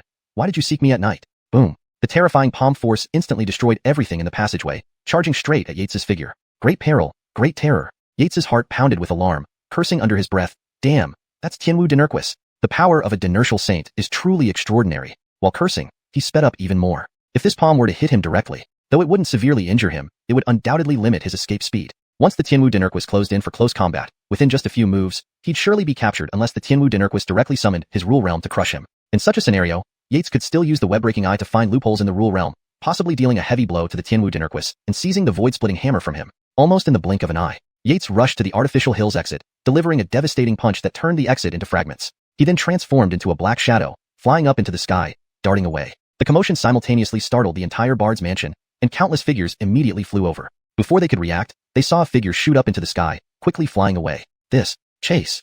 Thief. Quick, chase after him. In the next moment, everyone reacted and roared angrily, about to give chase. That's enough. There's no trace left. What are you chasing? Hampton Ernan flew in from afar, swearing loudly. It was the only grandmaster within the mansion who had been accompanying Tianwu Dinurquist just now. However, his expression wasn't good, almost as dark as iron charcoal. The treasure room was almost completely destroyed by Tianwu Dinurquist's palm strike. How much remained inside was uncertain. Denini items had made him envious. But if everything was destroyed, His Highness the Bard might very well skin him alive. Thinking of this, the Ernan shuddered. He knew all too well how terrifying the Bard was, more terrifying than a devouring demon. Hurry up and start searching. Dig through this artificial hill and see what the thief stole, the Ernan instructed once he regained his senses. Everyone stiffened, immediately starting their task. After all, a theft occurred within the mansion, and given the chief steward's grave expression, the situation was dire. No one dared delay. Phew. Beside a huge lotus pond in the imperial capital, stood a pavilion. Yates's figure slowly descended. He didn't want to continue fleeing, but the Tianwu Dinurquist was already in pursuit. A dinertial saint is indeed a dinertial saint. Their strength and speed are despair-inducing. Yates stood silently in the pavilion. You, hand over whatever you obtained from the Bard's mansion, and this Dinurquist will spare your life. At that moment, a flash of light crossed the air, and Tianwu Dinurquist appeared before Yates. Tianwu Dinurquist looked at the man before him, surprise evident on his face. This person had quite a large nerve, actually daring to wait here for him. Although he had locked onto this person's aura, if the other kept fleeing, he might have had to expend considerable effort. At this thought, he felt a slight admiration. If you are willing to swear by heavenly Tao and submit to this Dinurquist, serving me, I will erase your intrusion into the Bard's mansion. Ha, really? Yates chuckled upon hearing this. Did they think he was utterly helpless? The efficacy of the Destiny Pill was indeed astounding. Just moments after fleeing, he had grasped some more techniques from the Profound Void Sutra. Combining it with the demon-subduing scripture, he believed he could give this newly ascended dinertial saint a small surprise. A faint smile appeared on Yates's lips. You're asking for death. Hearing Yates's mocking laugh, Tianwu Dinurquist immediately flew into a rage. Powerful true essence surged within him, thunder echoing, making the surroundings oppressively quiet, like the calm before a volcanic eruption. Then came a palm strike, forming a Tinjong giant palm in the air, pressing down towards Yates. Excellent. Almost simultaneously, Yates's eyes gleamed with intense light. Void-splitting slash. A 5-zhong crescent arc with dark gold sheen formed, radiating tearing intent, destruction. The nearby space seemed affected, being torn apart by him. Under Yates's command, the crescent arc shot abruptly toward Tianwu Dinurquist. The moment the crescent arc formed, Tianwu Dinurquist's pupils contracted sharply, disbelief and seriousness spreading across his face. Transcendent technique? This? How can this be possible? Who exactly are you? Splitting space was something only transcendent beings could achieve. How could the man before him do it? Tianwu Dinurquist almost instantly thought someone had set a trap for him. Then, time did not allow him to think further. The crescent arc was incredibly fast, reaching him in the blink of an eye. He could only form a shield of true essence to withstand the terrifying attack. Boom. Upon contact, Tianwu Dinurquist was blasted into the lake bottom, sending spring water splashing everywhere. For an instant, it seemed as if he saw a hint of mockery in Yates's eyes. Ah, damn it. Next, a wet, dripping figure flew out from the lake. It was Tianwu Dinurquist. His eyes wide and fierce, he scanned the surroundings like a hungry wolf. Despite his search, he couldn't find the thief. He had always prided himself on wisdom, yet he'd been frightened by a mere trick. Thinking of that fleeting smirk as the thief disappeared, Tianwu Dinurquist harbored an unquenchable hatred. The crescent arc indeed possessed the ability to split the void, deadly even to grandmasters. But for someone of his level, a dinertial saint, it merely caused a superficial scratch. Clearly, it was a feint. Damn. Spitting out lake water, Tianwu Dinurquist vanished before the patrolling demon extermination office guards arrived. 3 breaths later, a dozen figures approached, including patrol officers in demon extermination office uniforms and others from various clans and sections. They silently observed the drastically reduced spring water and the fish jumping on the shore. The aura of a dinertial saint lingered. Sir, shall we? Return to base, record it normally, the leading patrol officer, a 4th rank innate expert, said, shaking his head as he turned away. Debris cleanup was not their job. They only apprehended people. Since no one was present, it wasn't their concern. Others, deeply shaken, quietly departed as well. Tonight would keep many awake. Hampton Ancestral Iter Dinor. Inside his room, Yates laughed for half an hour before calming down. He had thought of a way to seize Tianwu Dinurquist's void-splitting hammer and repay tonight's pursuit with a significant surprise. Knock knock knock. 3 knocks sounded at the door. Come in. Creak. A slender, graceful figure clad in a thin robe pushed the door open. It was Joan. Your Excellency, why did you seek me in the dead of night? Joan walked gracefully towards Yates, her steps light and her breath sweet. Her face showed confusion, allure, and delight. An enchanting sight. Yates admired her greatly, truly befitting a demonic Chloe of the Snowscale Fox clan. This captivating artistry was divine. But tonight, he planned to expose her true self. With that thought, Yates gave a light laugh. Haha, little fox demon, your game of role-playing can end now. Chapter 232. Are you not afraid that Dennis will kill you? Ainsley's expression flickered momentarily before she continued her alluring pace, swaying gracefully over. Young Dynasty, are you playing word games with me? Ainsley leaned against Yates's chest and gently held down his restless hand. Humph, this demon doesn't believe you can sit still like this. Ainsley cursed inwardly. She was already prepared to give everything up. All she wanted was to enchant the bastard in front of her. At that time, whether it is a square or a circle, isn't she the one controlling it? There was a divine spirit charm planted by the Holy Dynasty inside her body. It was the Holy Dynasty's innate power.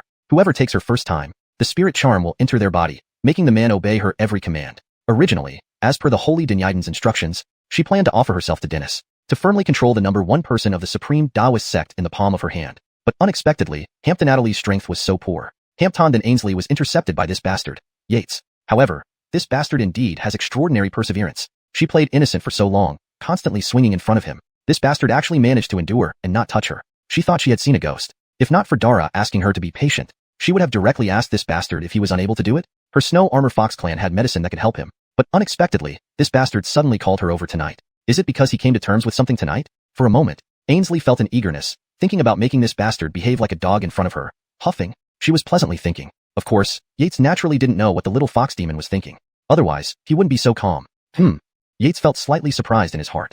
The little fox demon was so active tonight? Has she changed tactics again? No longer pretending to resist? Though Yates wasn't clear about the little fox demon's intentions, don't forget, he comes from Blue Star, a place more complicated than Qian. Since he noticed the little fox demon was pretending, it must have a purpose. He thought of certain love-controlling insects from his previous life. Fletchering this time, he had flipped through many records in the scripture repository. According to the records of the Snow Armor Fox clan, their innate abilities were mainly a few kinds. Enchantment, soul mirun should be translated as enchantment, soul beguiling. The whole sentence would read more naturally in English as enchantment, soul beguiling, drawing the spirit, assisting in pleasure, capturing the soul, bewitching the mind, etc. This maintains consistency in terminology and style while ensuring the meaning is accurately conveyed. So Yates vaguely guessed in his heart. That's why he needed to find the shape-shifting pill to protect himself. Regardless of what powers they possess, the shape-shifting pill can neutralize them all. The heavenly Tao is balanced, taking and giving. The shape-shifting pill eliminates their demon bodies, giving them superhuman insight far beyond normal humans, making it easier for them to reach first rank or even exceed it. But the innate abilities of their demon bodies would also be neutralized.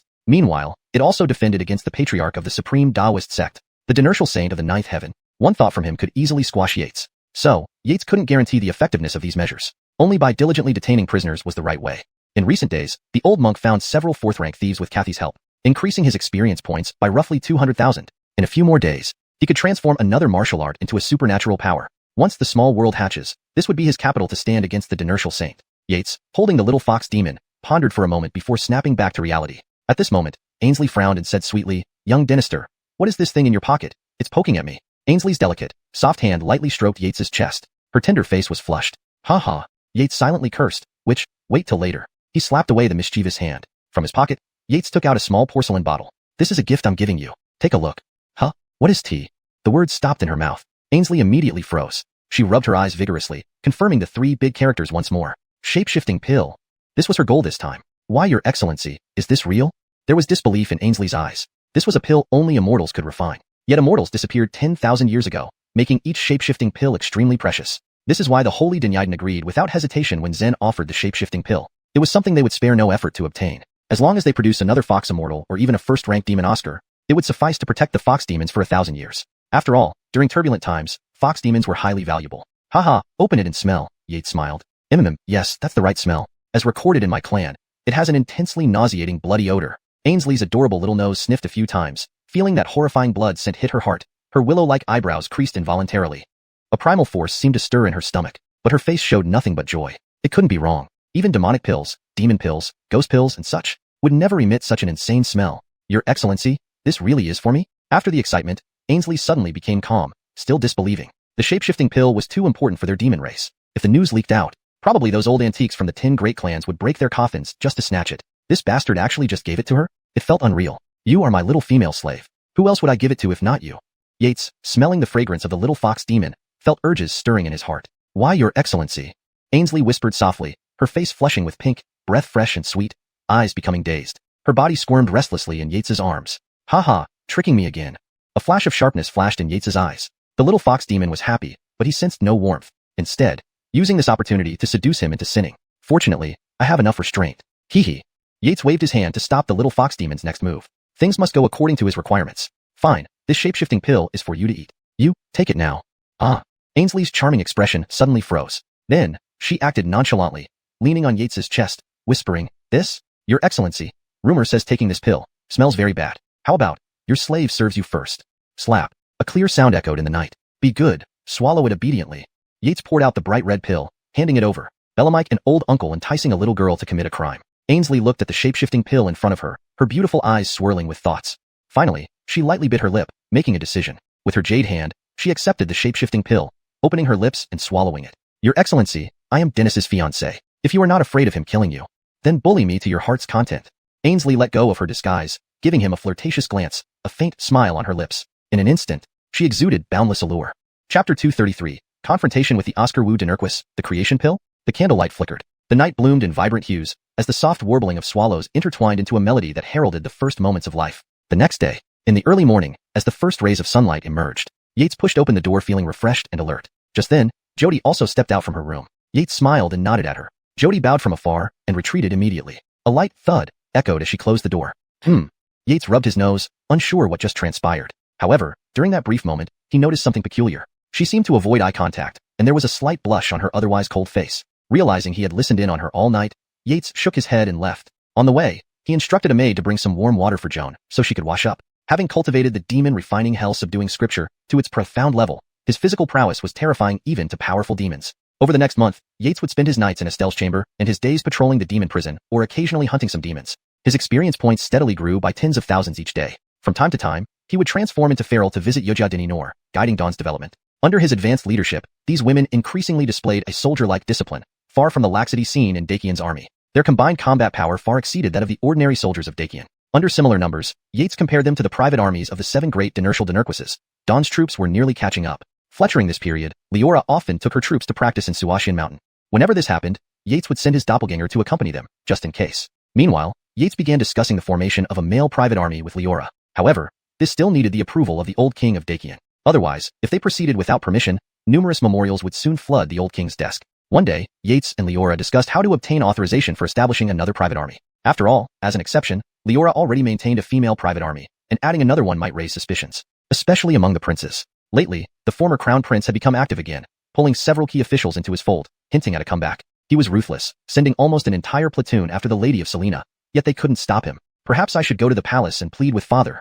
Leora spoke slowly, noticing Yates's furrowed brows. No, Yates refused without hesitation. Given his understanding of the old king, the women's army was already pushing boundaries. Another private army might make the old king suspicious. Even if Leora was precious to him, such matters were too serious for leniency. "Let's wait for the right moment," Yates suggested. "All right," Leora agreed, nodding. Directly approaching the old king wasn't viable, so they would have to wait for an opportunity. Just then, rhythmic footsteps sounded outside. "Delphinoener, are you inside?" The voice of Oscar Wu de Nerquis entered the room along with his person. Seeing Yates sitting inside, although they were some distance apart, it still looked inappropriate to be alone with the princess, especially considering Farrell's unknown background. "Blaine, why are you here?" Oscar Wu de Nerquis asked coldly, her beautiful eyes scrutinizing Yates. "Damn old Chloe," Yates cursed inwardly. He was certain this old Chloe must have been deeply hurt by a man in her youth. Each time he finished discussing matters with Leora and wanted to deepen their relationship, she would appear like a ghost. "Your Grace, my legs belong to me. Why should you care where I am? What relation do you have to me? Are you my mother or my wife?" Yates snapped, emboldened by Leora's presence and not fearing this old Chloe. His tone carried obvious irritation. "You." Yates's words almost made Oscar Wu de Nerquis explode with anger. Her face mask fluttered from her breath, and her jade fingers trembled, clearly livid.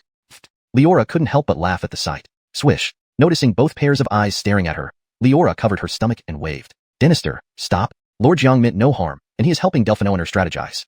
"Humph. I see his intentions aren't pure." Oscar Wu de Nerquis sneered coldly. "My intentions aren't pure? Would you like me to take a heavenly oath to prove it?" Old Chloe. "Shit. Bad move, I slipped."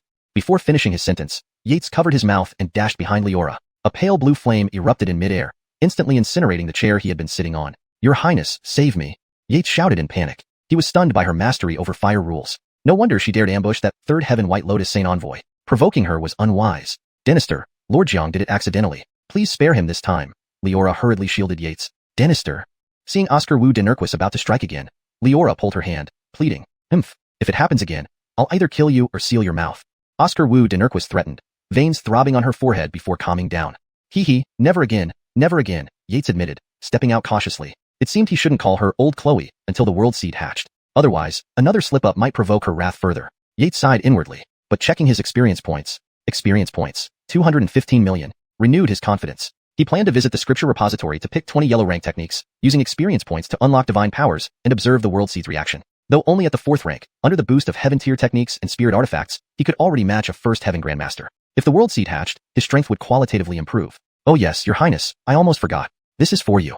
Yates took out a small porcelain bottle and handed it over. Lord Jiang, I don't need more pills, Leora declined gently, knowing Yates's efforts and feeling warmth within. Creation pill? Yates was about to respond when Oscar Wu de Nurquist gasped, looking as if she'd seen a ghost. Chapter 234.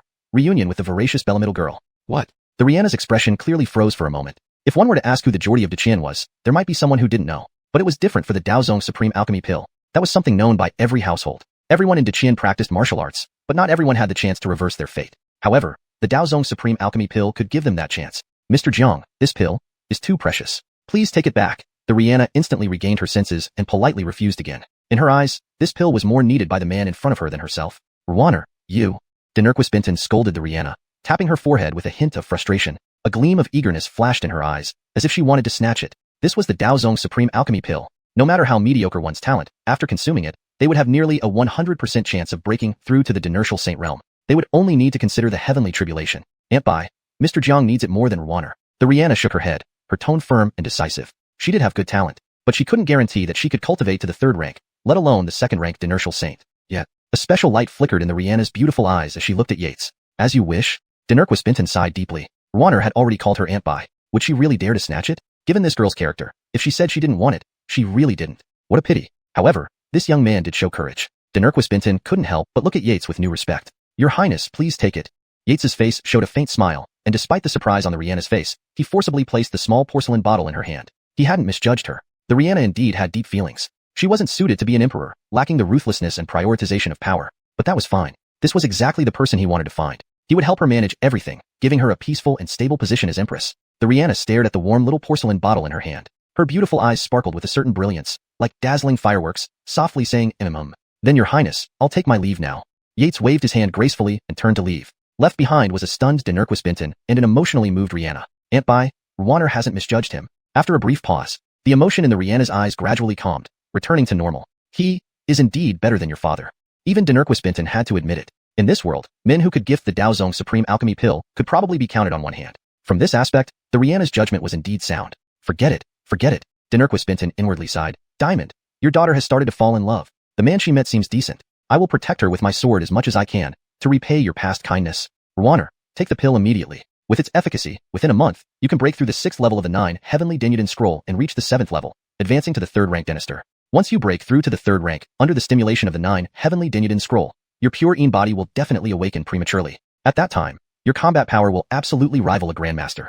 Yes. The Rihanna nodded heavily, looking in the direction Yates had left. The next day, Yates arrived early at the Exorcist Bureau's scripture repository. Why not go to the inner hell? Isn't that obvious? There was a spirit here, and he could just consult it. As an ancient figure, it might help him trigger the world seed. He didn't want to waste experience points on cultivating some not-so-useful abilities. Entering the scripture repository as per procedure, Yates immediately called out, Hamptonastasia, are you there?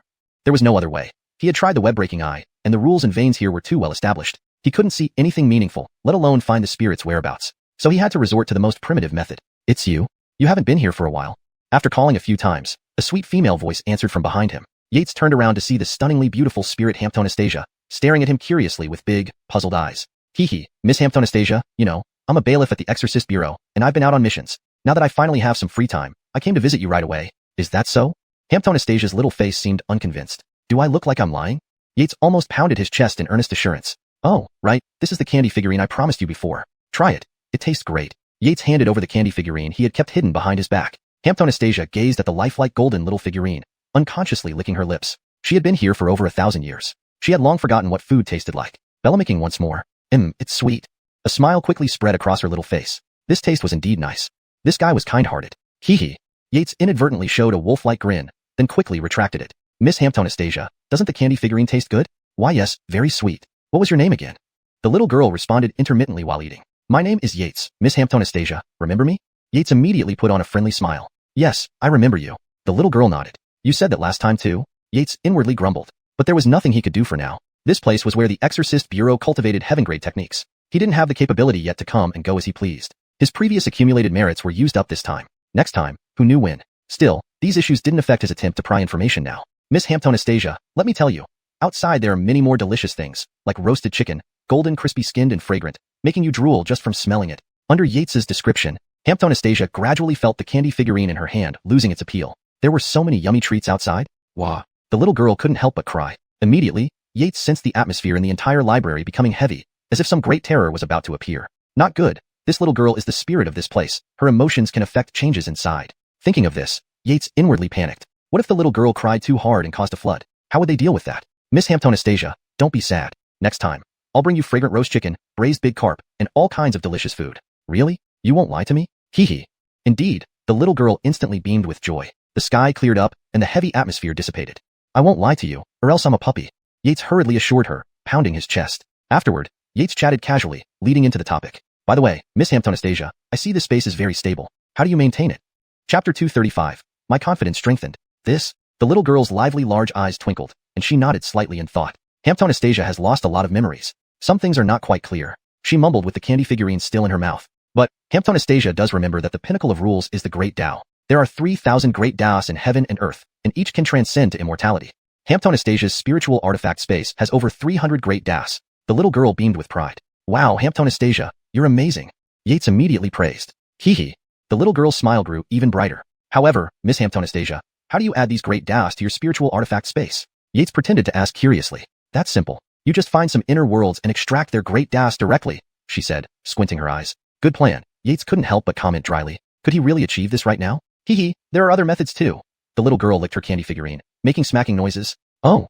Yates suddenly became interested. The Dinertial Saint has a rule world, which is an embryonic form of an inner world. It can also be used, though it needs to be slowly refined and strengthened, which takes a long time.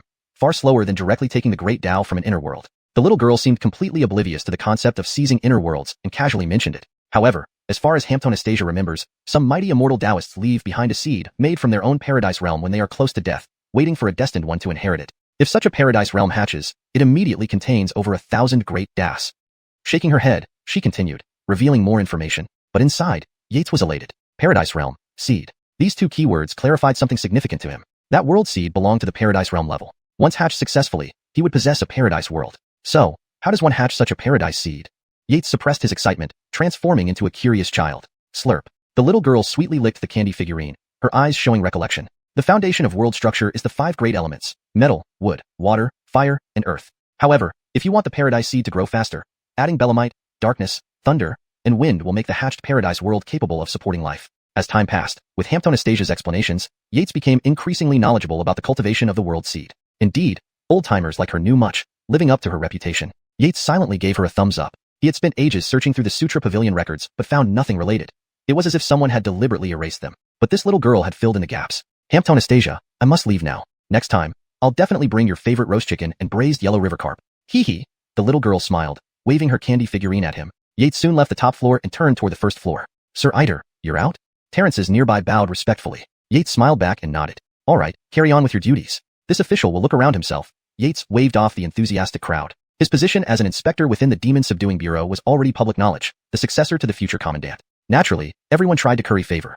Yes, sir. If you need anything, just call. They bowed respectfully and departed with smiles. Power, Yates sighed inwardly. More importantly, it was power that brought respect. Though he displayed only peak 5th rank cultivation, everyone knew he possessed the thunder knife. When fully unleashed, even the Bureau's commanders wouldn't stand a chance against him. Naturally, no one dared challenge him openly. A month ago, members of Goran's faction had tried provoking him. Unfortunately for them, his ruthless response sent them straight to the inner prison. Having dispensed with the sycophants, Yates began searching the shelves for 9 types of elemental cultivation techniques: metal, wood, water, fire, earth, belemite, darkness, thunder, and wind. Using Blazing Heaven, he had already mastered fire Tao powers, needing just a few days to condense the fire rule. That left 8 elements. He intended to select Huang rank techniques for efficiency, since he wasn't planning to use them for combat. After an hour, he chose 8 cultivation manuals. Metal, Golden Ray Star Shattering Technique. Wood, Azure Wood Art. Water, Water Dynasty Without Trace. Earth, Thick Earth Suppressing Mountain Method. Belemite, Starlight Slash. Darkness, Dark Night Shadow Killing Technique. Thunder, Purple Belemitening Heavenly Might Method. Wind,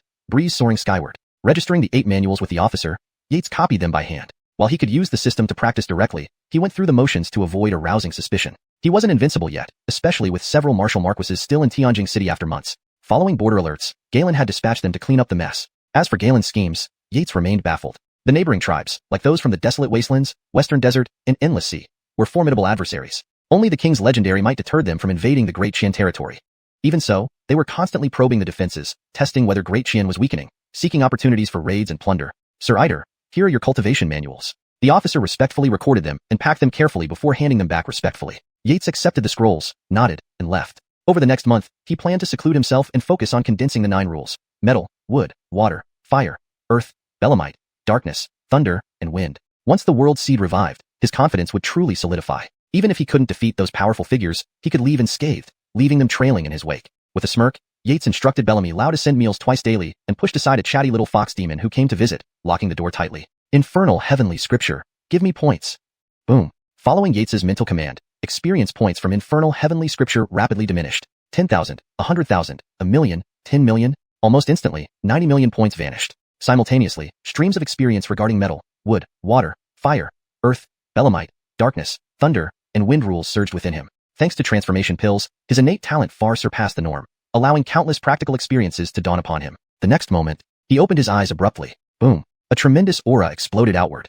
Chapter 236. Ambush on the Mist Blood Towers, Inertial Saint. Boom. A streak of fire shot up into the sky. Instantly, red light filled the entire Eider residence, making everyone feel as if they were being roasted on a spit. Stuffy, hot, scorching, searing. Everyone turned their heads toward the direction of the master's room and shook their heads helplessly. The sweat dripping from their foreheads seemed endless. When will this end?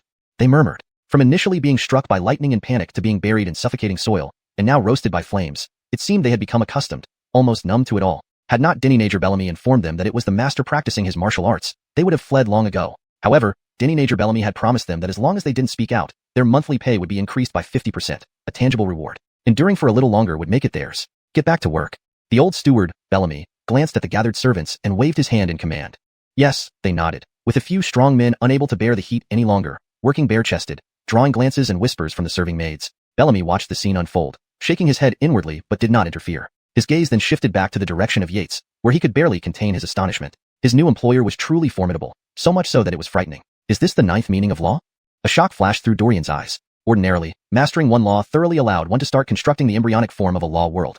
This realm made him fall just short of becoming a 3rd-tier grandmaster. Once the embryonic form of a law world was established, these grandmasters could soon undergo the Wuxiang tribulation, using the power of thunder to purify their own law world, stabilizing it permanently. From then on, they would roam freely under the heavens. Even in the 10 forbidden zones, as long as they didn't invite death, no one could harm them, except for encountering monstrous geniuses like Yates who could destroy their law world directly. This was precisely what left Dorian astounded. 9 laws of power. His new employer had grand ambitions. The greater these ambitions, the more at ease Bellamy felt deep down. After all, with his cultivation still sealed and only 2 years to live, he needed this man's help to lift the seal. Farther away, Jody and Raina stood at their respective doors, exchanging a glance before retreating. Jody remained unmoved, like a withered tree. Raina, however, was different. The moment she shut her door, her beautiful eyes sparkled with an intense light, startling Isabel, who looked up in confusion. Since that night, she had found Raina increasingly inscrutable, her strength skyrocketing to peak 4th tier, having comprehended the domain of grandmasters. If not for waiting for that guy to emerge from seclusion, she would already be undergoing the grandmaster tribulation. But there were no records in the clan suggesting such a deed would enhance one's talent. Isabel's emerald fox eyes were filled with bewilderment. Should she try it herself? Isabel licked her paw, feeling an urge to experiment. She wanted to progress too. Inside the room, Yates sat cross-legged on the bed, his eyes closed in deep introspection. Unconcerned about the speculations outside, he focused on the astonishing changes within him. As soon as he condensed the last fire law into the world seed, a crisp crack echoed in his mind. He quickly inspected his dantian. The previously rough seed began to smooth out, gradually becoming rounder and fuller. Then, rays of golden light erupted from within, instantly filling his entire dantian with radiant gold. It's happening, it really works. Yates contained his joy and continued watching. A profound sound of heavenly Tao reverberated in his mind, entrancing him as he seemingly transformed into a giant wielding a colossal axe, cleaving through a distant black point. Thunder rumbled, fires roared, winds swirled, and thunderbolts darted. The black point split apart, revealing a restored clarity between heaven and earth, with Yang Qi ascending to form celestial bodies and Yin Qi descending to create the elements. Immersed in this grand cosmic scene, Yates lost track of time. Outside the room, people stood anxiously at the door. Lady Second, shall this old servant force the door open? Bellamy asked Raina seriously after Yates hadn't eaten or drunk for a month, following the red glow. Though concerned, no one dared to interrupt Yates during this crucial period. Yet, a month without sustenance even for a Wuxiang could be dangerous, let alone someone not yet at that level. Raina, upon considering Bellamy's concerns, sternly said, Bellamy, force the door? No longer could they wait. Despite no signs from her inner beast seal, who knew if Yates wasn't on the brink of death? Yes, Lady Second. Bellamy prepared to kick the door down when, with a creak, Yates emerged smiling, his eyes bright as he greeted them. Disperse, Manager Bellamy, Juiwa, Jody, you 3 come in. Bewildered, they entered. Dynasty, are you well? Raina couldn't help but ask. Sit. Yates waved them to seats, pouring himself a cup of tea. He thanked Bellamy, who had continued delivering meals despite Yates's fasting. No need to ask, I'm fine, Yates chuckled, sipping the tea. Mindy and Bellamy exchanged glances. Something seemed off. Could it be due to the prolonged seclusion? They had no idea that witnessing creation itself had broadened Yates's horizons beyond most people in the doggone empire. Ignoring their expressions, Yates turned to the stoic Jody. Jody, it's been 2 months. Have you found the Wuxia assassin from the Mist Blood Tower? Yes. Jody replied succinctly. Details, Yates urged. Understood, sir, Jody began. According to Commander Sang, the Mist Blood Tower assassin who attacked you was an embedded spy in the Beast Dynasty sect named Dennis, currently recuperating in Sankong Mountain. He's a first-tier Wuxian with severe injuries. Well done, detailed indeed. Yates nodded approvingly. Now, I called you here for one reason. Revenge? I'll cripple him personally and throw him in jail. What? All three stood stunned, eyes wide with disbelief. Chapter 237, Breaking the Seal. I remember you. Excellent. Yates nodded, approvingly. Did you break through to Dinertial Saint after 2 months of seclusion? Ainsley asked in surprise, even forgetting to use her usual respectful address. No, my cultivation is just at the initial 4th rank.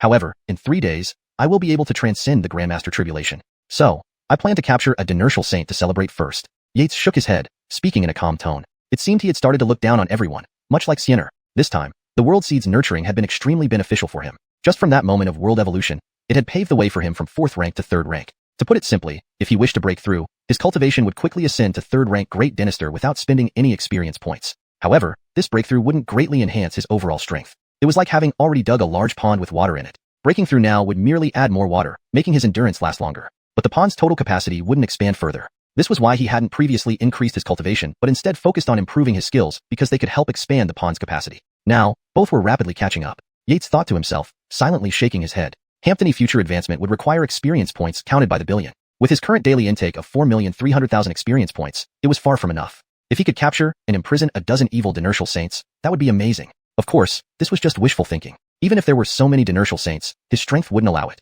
The space hatched from the cavernous heaven world seed wasn't large, only about 6 yards in diameter, barely fitting a few people. The world power feedback to him could help him break through the insurmountable barrier from Great Dynasty to Dinertial Saint, but Dinertial Saints had 9 layers of power. Based on what he had encountered, their power should be on par with Gorin before Owen crushed his rule world. But he could thoroughly defeat the new Dinertial Saint killer from Fog Blood Tower, mainly due to his cultivation level. As his cultivation improved, the cavernous heaven world would gradually expand, allowing him to use more world power and thus become stronger. Moreover, his hatched cavernous heaven world was very complete, containing 1,100 Dao paths. A 9th layer Dinertial Saint entering wouldn't cause much trouble. Once it grew fully, Yates inwardly mused. Ainsley and the others looked dumbfounded at the man before them, rolling their eyes. Was he treating them like monkeys? Not only talking about capturing a Dinertial Saint as a celebration, but also asking them to believe such grandiose claims? Yates chuckled softly, not bothering to explain further, but instead inquired about the recent situation in Heavenly Capital from Jody. Alright, go back first. Dorian, stay behind. Yates waved a hand after a moment. Yes. The 2 women nodded slightly and turned to leave. Young Dynasty, are you? Dorian guessed something, his eyes gleaming with excitement. That's right, you're going to be liberated. Haha.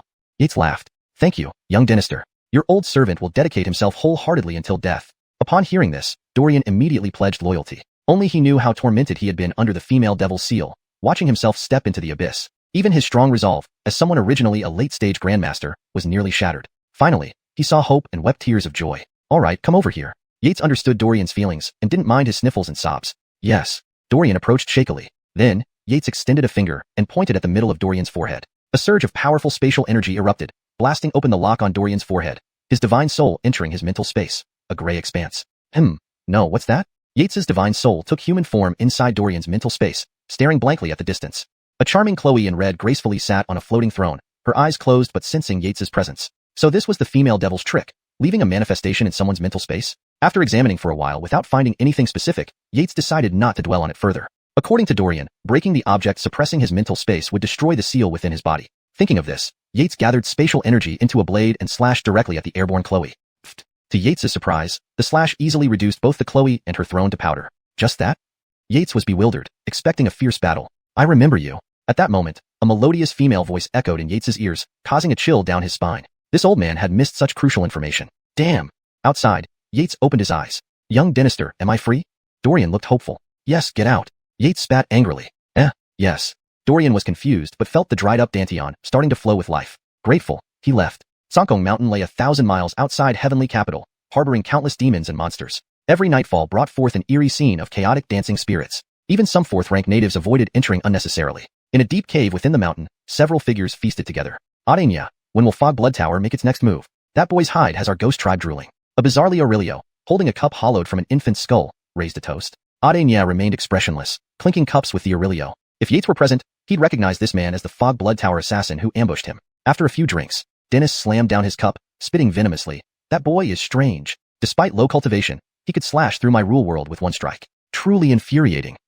Thump. He pounded the table hard, still bitter about being reprimanded, and almost losing his purple gold token due to this incident. If not for that token, where would I find healing elixirs? Haha, Adenia, don't worry. Our Ghost Lord orders us to fully support Fog Blood Tower in taking that boy's head. The Aurelio put down his cup laughing. Indeed, a second layer purple gold killer from our tower will join soon. Afterward, we three will raid Heavenly Capital together. Our spy has reported that Demon Beast Bureau's Dinertial Saints have mysteriously vanished recently, leaving them vulnerable. Now is the perfect time to strike. Dennis snarled ferociously. Right, our Ghost Tribe spies got the same intel. We'll wreak havoc and see what that old man can do. Haha. While they celebrated, several figures appeared at Tsangkong Mountain's base. Sir, this is Tsangkong Mountain. Once night falls, it's filled with miasma. We sacrificed a few agents to gather intelligence. Jody observed the nearby mist. Miasma, huh? Yates frowned slightly. Chapter 238. Spirits and Demons, all in one pot. Yes. Jody nodded. As a great grandmaster, this level of miasma was no challenge for her. That butler named Dorian. Upon closer inspection, she nearly jumped in surprise. His cultivation was at the late third-rank grandmaster stage. Passing through the miasma would be no problem for him either. The only concern was this second lady. At the peak fourth rank without any field abilities to isolate the miasma, it wouldn't take long before she lost consciousness and became incapacitated. Denister. Ainsley rubbed Yates's arm. Give her a few more days, and she would also be ready to face the Grandmaster tribulation. Ha. Yates stroked the beauty's hair and chuckled. It's just some miasma. Don't worry. Let's go in. Jody, take us directly to that cave abode. Yes, sir. Jody nodded, her body emitting a faint purple glow as she turned and headed into the mountain. Seeing this, Dorian also chuckled, his form flashing as he followed. Let's go. Yates took Ainsley's soft hand, a pale green light flying out to cover both of them as they followed behind Jody. The four of them brazenly entered Tsangkong Mountain, immediately drawing the attention of the spirits inside. Suddenly, the entire mountain seemed to come alive as countless dark figures gathered around them. Caw. Such delicious meat. The scent is so strong. It's mine this time. None of you can take it away, haha. Heh. Leave the women to me. Men are yours for the taking. Hearing these mocking voices, Yates's brow furrowed slightly. How were these spirits so unaware? Denister, should we take captives? Dorian rubbed his hands together, eyes flashing with eagerness. It had been a long time since he'd unleashed his full power. Just kill them all, Yates said coldly. Got it. With that, Dorian's body trembled as a terrifying golden light soared skyward, accompanied by roaring sounds of tigers and dragons. Take my fist. Boom. In an instant, night turned to day, countless lights converging to form a massive 50-zhang fist that crashed down. Not good, too tough. Run. The moment the giant fist appeared, the spirits were struck with terror. This wasn't food. It was pure terror. They screamed and fled desperately. Sadly, with Dorian at full power, these spirits below 5th rank had no chance of escape. The terrifying fist slammed down almost instantly, creating a deep crater several zhang wide, flattening vegetation and shattering rocks. All the spirits within its range were reduced to dust, not even leaving behind bodies. Of course, being low-level spirits, they lacked physical forms. A few remaining spirits on the edge watched in shock, their large eyes wide with fear, forgetting to run until Dorian's palm finished them off. Yates observed this scene and sighed inwardly. Too bad ordinary patrollers couldn't come here. Otherwise, capturing these spirits would have given him tens of thousands of experience points. Alright, Jody, continue leading the way. Yates scanned the wreckage around him, then looked at Jody and instructed. Yes, sir. Jody nodded. Over the next hour, thunderous sounds echoed intermittently throughout the mountain as Yates's group continued their advance. But now, the strongest spirits encountered were already at 3rd rank. Yates glanced at the battle scene where Dorian was clearly struggling under the attacks of several 3rd-rank spirits. After all, he had just broken free from his seal. His internal true essence and combat readiness had yet to fully recover. Jody, you handle this. After watching for a while, Yates ordered. Yes, sir. Jody nodded. She waved her hand, releasing a dazzling illusionary light like a delicate gauze. Illusion. At her word, the gauze came to life, dancing gracefully in the air, enveloping the battlefield. In just a breath, it covered everyone in the area. Dorian, about to retaliate, felt a sudden warning surge. He realized his enemies had vanished, replaced by an endless desert. Not good, it's an illusion. Dorian realized this was the work of someone at least a great grandmaster. Urgently, he channeled his chi explosively, attempting to break free. However, no matter how hard he tried, the desert remained unchanged. Blast. Dorian sighed inwardly. Outside the illusion, it happened in an instant. To Yates and the others, it appeared as if Jody cast her gauze over the area, causing everyone to stop fighting and become disoriented, flailing wildly. This Chloe Jody has incredible illusions, Ainsley thought in surprise. Even if it were a talent or ability from her clan, it wouldn't be much different. Who exactly was this Chloe? How did this rascal have so many capable people? Ainsley couldn't help but feel resentful. Having seen the space illusion capabilities of the Mirage clan before, Yates wasn't overly surprised by Jody's performance. With a wave of her hand, Jody released a thread binding Dorian, pulling him out of the gauze range. Phew. Dorian exhaled in relief, bowing to Jody in gratitude. Thank you, Commander Huang. He knew she saved him from enduring days in the desert. Commander Huang had astonishing illusion skills. After Dorian exited, Jody's eyes gleamed as she grabbed something midair, extending thin clouds of silk toward the battling spirits, causing them to collapse like drunkards. What should we do with these spirits? Jody held the thread tightly, which bound 4 unconscious spirits. Third-rank ghosts, having developed physical forms, could only be captured and not directly killed. After all, she was just a great grandmaster, lacking the mystic methods of a dinertial saint. Release the bindings. Previously, Yates would have had to abandon these third-rank spirits with regret. But now, with his pocket dimension world, he could accommodate them. Yes, sir. Jody nodded, retracting the threads. Meanwhile, Yates waved his hand, a clear light enveloping the 4 spirits. They gradually disappeared before everyone's astonished gaze. How is this possible? The 3 of them were shaken. What kind of magic could make 4 ghosts vanish completely without a trace? Stop. Boom. At that moment, a terrifying figure carrying a wave of ghostly energy burst forth, trying to prevent the disappearance of the 4 spirits. Chapter 239. A display of power, shocking all present. Boom. Yates lightly waved his hand. A streak of green light shot out, colliding with the overwhelming ghostly energy in the air. Hampton terrifying impact echoed through the night. Who are you? Where are they? Release them quickly if you want to live. The intruder paused midair, a Diego radiating intense imperial ghost energy. He immediately questioned Yates and his companions. Hee. But Yates didn't respond, instead bursting into laughter. What a bountiful harvest. To actually encounter a ghost just entering the first level of dinertial saint realm. It was as if the heavens were aiding him. You're courting death. The Diego grew furious at this sight. He pressed his hand down, summoning a massive black palm that surged forth with an ear-splitting screech toward the group. He was the ghost tribe's commander. Although newly promoted, he wouldn't be mocked by some young human boy. If this was how it was to end, he would beat the boy senseless before questioning him. Sir, let's go. Upon seeing the Diego's attack, Jody's expression turned grave. Her eyes filled with resolve. She stepped in front of Yates, preparing to withstand the blow. Their intel had indicated only one heavily wounded dinertial saint from Fogblood Tower. This sudden appearance of another ghost tribe dinertial saint left her no choice but to sacrifice herself to buy her lord a moment to escape, thereby atoning for her earlier mistake. Hurry, Turning back, Jody saw her lord still standing there, smiling foolishly. She nearly exploded in anger. Didn't he see how terrified she was under the oppressive aura of that black palm? Wasn't he going to escape? Did he plan to die with her? Or perhaps endure a fate worse than death? She knew about the long-standing enmity between the Mirage and Ghost tribes. Perfect. There's even a remnant of the Mirage clan. Capturing you would surely earn me a generous reward from our lord. The Diego roared with manic laughter upon recognizing Jody's move. Meeting a Grandmaster-level Mirage was an unexpected boon. How much resources could this fetch? Then, he withdrew 3 parts of the ghost energy infused in his black palm. This was his precious prey. He couldn't afford to kill her outright. Truly, this was his lucky day. An Imperial blood-rich meal and a Mirage Grandmaster. The Diego internally rejoiced. As for those 4 foolish ghost sect members, they were dead either way. With this Mirage present, it was a profitable exchange. No rush. Yates patted Jody on the shoulder. Despite her error, she faced the danger to protect him and gave him a chance to escape. A display of loyalty he appreciated. From this moment on, Jody was truly accepted into his fold. Jody, sweating profusely, felt lost. Her lord remained eerily calm. Was he putting on an act, or did he genuinely possess the strength to face a dinertial saint? Their Mirage clan had only one dinertial saint Ernan, who had been recently captured by the ghosts. Still unsure, she resolved to stand her ground. If her lord could hold off the palm for a moment, she could launch a surprise attack. Can you withstand the palm for a moment, my lord? I'll sever the head. Jody's tone was cold and unwavering despite facing a terrifying dinertial saint. No need, just watch. Yates shook his head. From the appearance of the palm to its descent, there was only a brief moment, just enough time for a single breath. Yates flashed forward, transcending space, appearing beside the Diego. Belemightning split the long night with a deafening crack. No. The Diego's eyes bulged in shock. His ghostly energy surged to block the incoming lightning. However, all his efforts were futile. He hadn't even had time to deploy his rule world when Yates's blade struck, causing a thunderous explosion that sent him plummeting into the earth, leaving a massive pit and billowing dust clouds. The black palm dissipated into nothingness. Hiss. Bellamy Lau and his 2 companions watched dumbfounded, unable to speak. This was simply outrageous. That was a dinertial saint, not to mention one of equal rank. In truth, dinertial saints in the 9th tier each occupied their own domain. The Diego, having just entered the realm without fully mastering his rule world, would have met a similar fate against Gorin. Boom. A roar erupted from the deep pit, followed by a figure soaring up with immense power. You should die. The Diego roared in fury, covered in blood. A gaping wound stretched across his chest, organs shredded inside. Thankfully for him, Ghost possessed extraordinary regenerative abilities, sparing him total disintegration. Never had he faced such humiliation. Being ambushed by a mere Grandmaster was a disgrace to his entire tribe. Staring hatefully at Yates, especially the lightning flickering blade in his hand, he growled, "Are you Yates from the Demon Suppression Office?" That's right, Yates nodded. Being recognized wasn't surprising, considering the distinctive thunderblade.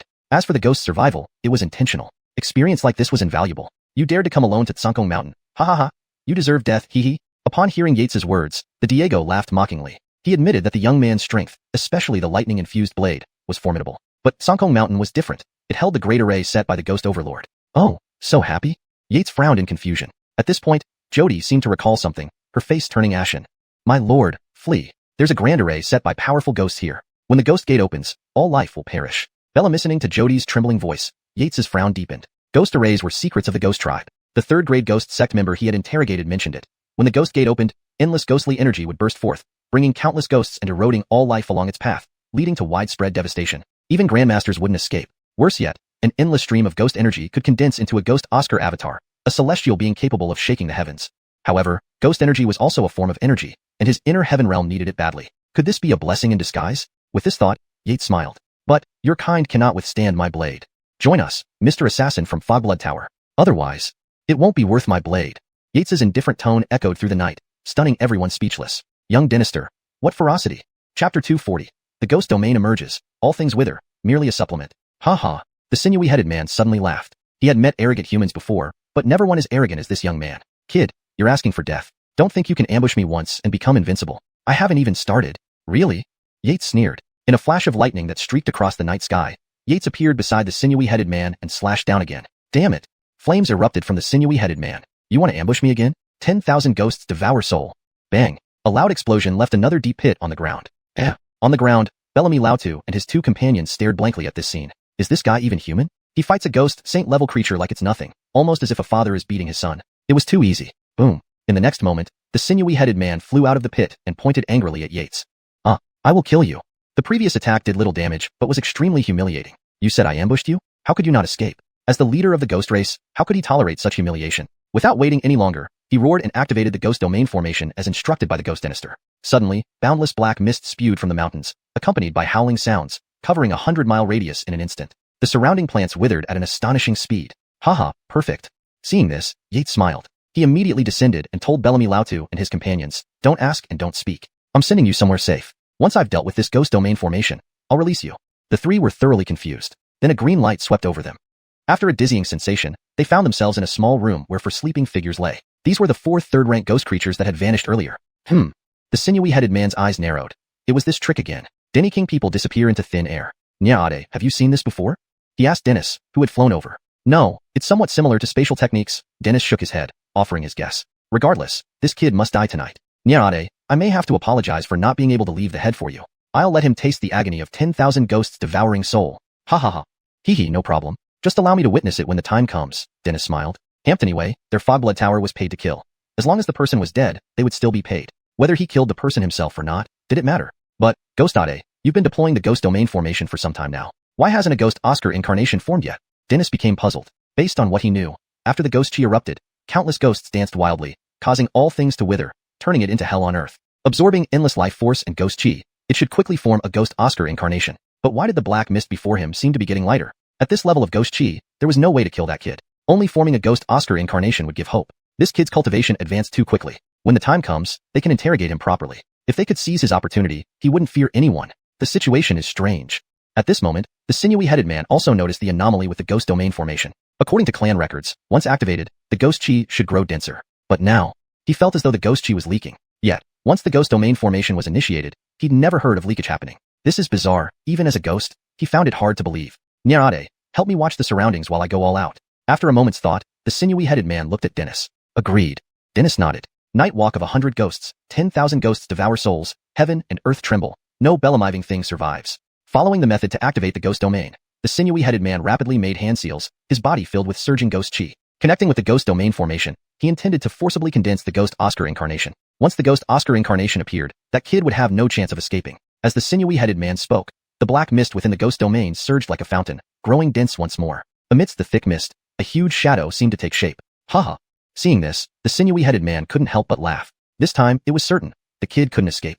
However, inside the ghost domain where neither could see, it was a different story. Yates watched the thickening ghost Oscar chi with a grin. Too satisfying, absolutely satisfying. Just now, he almost broke the formation but held back to absorb more energy. Once the ghost domain formation was formed, it acted as an independent space. But Yates's control over spatial principles far surpassed the sinewy-headed man's expectations. Just before the formation was complete, Yates created a gap in the formation. Then, his heavenly grotto world sucked it up eagerly. In just this short while, his heavenly grotto world had expanded from its initial 20-foot radius to 80 feet. If he devoured that enormous shadow, could the heavenly grotto world expand to 100 feet? Hampton if it reached 100 feet. How much stronger would he become due to the world's strength nourishing him? Could he surpass Goran's sly old fox or challenge a second heaven Wu Saint? Yates licked his lips inwardly. What ghost domain? All things withering. This is a delicious supplement. Inside the heavenly grotto world, Bellamy Lautu and his companions were overwhelmed with shock. They had a vague idea about why the small house suddenly expanded. Precisely because of this, they were even more astonished. Ghost Ade, something seems wrong. That ghost Oscar incarnation seems to be fading. Dennis glanced over, startled. Not good. The sinewy-headed man's heart sank.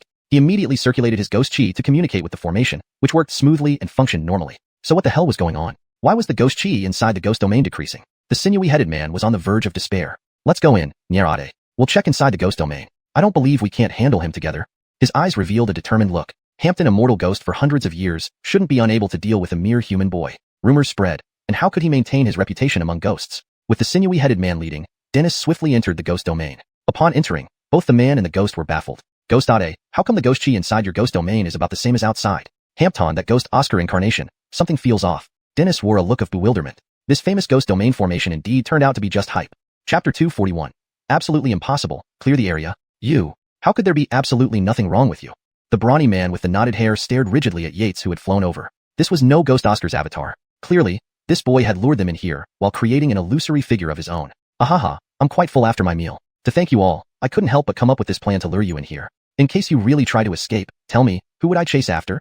Yates gave a faint smile, but it was as demonic as one could get from the brawny man and his companion's point of view. No way, absolutely impossible. The ghost domain formation is the grand formation passed down for 10,000 years by our ghost race, renowned throughout the land. How could you be absolutely unscathed? Where did you put that ghost chi? The brawny man suddenly started howling. Adenya, this boy is too sinister. We might not be able to handle him. Wait for my signal. Once I dismantle the ghost domain, we will split and escape. Agreed.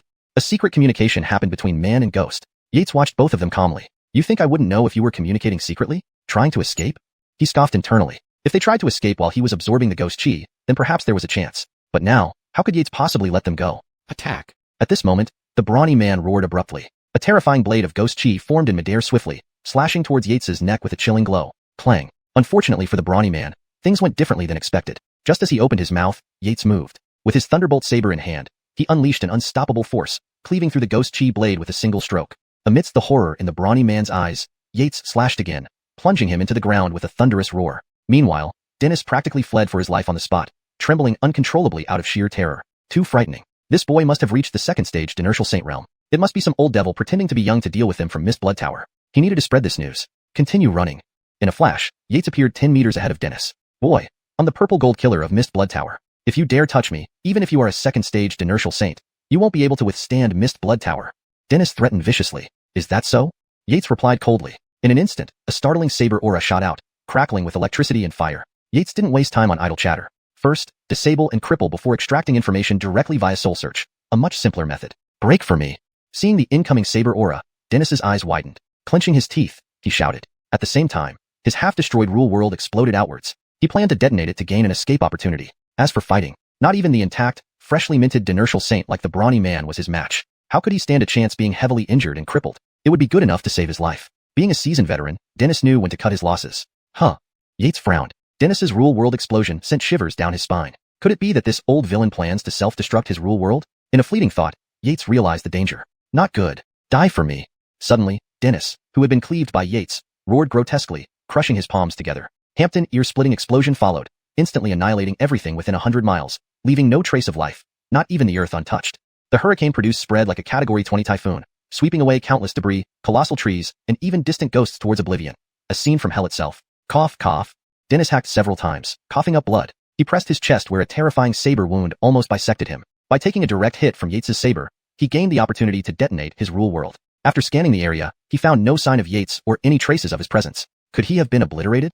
Dennis furrowed his brow, but thinking of the boy's eerie nature, he felt it better to flee immediately. He ignored the unconscious, deeply buried brawny man underground. That old fool promised to open the ghost domain but failed miserably. Had he succeeded, Dennis could have run a few more miles, avoiding this catastrophe. With his rule world destroyed, his path to Inertial Saint was now forever blocked. Thinking about it, Dennis glared angrily at the explosion site before turning to leave. The next moment, a familiar male voice stopped him dead in his tracks. Where do you plan to go? This light tone sounded like a thunderclap in Dennis's heart. You? How can you be fine? Are you human or ghost? Dennis pointed at the unharmed Yates in the air, fear evident in his voice. Hee. Yates chuckled but didn't explain. In that critical moment, he hid inside his inner heaven. Even the power of a rule world explosion couldn't harm his inner heaven. It probably took another inner universe to do that. Shaking his head, Yates looked at the nearly petrified Dennis and said coldly, Do you want to surrender, or shall I cripple you first before capturing you? You. Dennis pointed at Yates angrily. Since taking this mission, he hadn't had a single day of peace. Boy, don't get too cocky. Our second stage Dinertial Saint from Mist Blood Tower will arrive soon and will kill you like a chicken. Dennis snarled with eyes darting around nervously. Is that so? Then try to block my saber again. As he spoke, 100-meter-long saber aura condensed in the sky, slicing down towards Dennis with unprecedented force, clearly fueled by Yates's anger over Dennis's explosion. Boom. Dennis's eyes widened in terror, seemingly frozen as if petrified. Not because he didn't want to move. He struggled with surging true essence, but the overwhelming saber pressure rendered his entire body immobile, feeling as if death was creeping closer. A bright streak flashed past, followed by an immense blast, plunging Dennis into darkness. Moments later, Dorian and the others emerged from the inner heaven, stunned by the scene around them. Had they changed places? All they saw were 2 deep pits and a severed corpse lying on the ground. All right, Dorian, dig out that Dinertial Saint, level ghost creature still buried in that pit. I've already crippled it. As for this Mist Blood Tower killer, bring him along, Jody. Yates glanced at the bewildered trio and instructed. Bamboo Moon, you will undergo the Dinister Realm tribulation here shortly. After you finish, we'll clear the ghost creatures from Azure Sky Mountain. There are still a few 4th-rank ones that can't be left to harm civilians. Yates looked at Ainsley and pondered aloud. Oh, yes, Master. Ainsley reacted quickly after initial shock. She was prepared for the Dinister Realm tribulation. As for clearing the ghost creatures, she considered it a training task set by this annoying man. Chapter 242. Return with a full load, Colby invites again. Boom. The bright moon hung in the sky, while dark clouds gathered and rolled, blocking out the earth below. Lightning flashed and thunder roared as a fierce wind howled. Dorian watched this scene, his eyes reflecting reminiscence. Sir, aren't you worried about Second Lady? Dorian asked curiously. Haha, no worries, I have everything under control, Yates said with a light smile. He couldn't yet influence the Dinertial Saint tribulation, but the Dinister tribulation was different, being far less formidable. With the power of the Cavern Heaven world at his disposal, he was absolutely confident. Even if Camilla failed her tribulation, he could pull her back from the brink of death. There was nothing to fear. It was a minor matter. Heh, you sure know how to handle things, sir, Dorian said, filled with admiration. This young master's cultivation was simply awe-inspiring, something beyond direct comprehension. 2 Dinertial Saints were the pinnacle that countless martial artists dreamed of reaching. Yet now they were like dead pigs, each carried by him and Jody. An hour later, Camilla flew over with joy on her face, hugging Yates and giving him a sweet kiss. Thank you, sir. As long as you don't curse me in your heart, Yates chuckled. This little fox demon wasn't very honest. The thoughts she harbored were like toothpaste. Each time he squeezed, a bit more came out. Not at all, sir. Don't blame me. Camilla purred affectionately, inwardly cursing.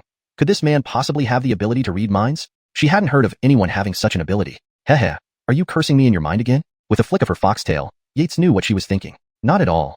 Camilla's expression turned slightly unnatural before she resumed her playful manner.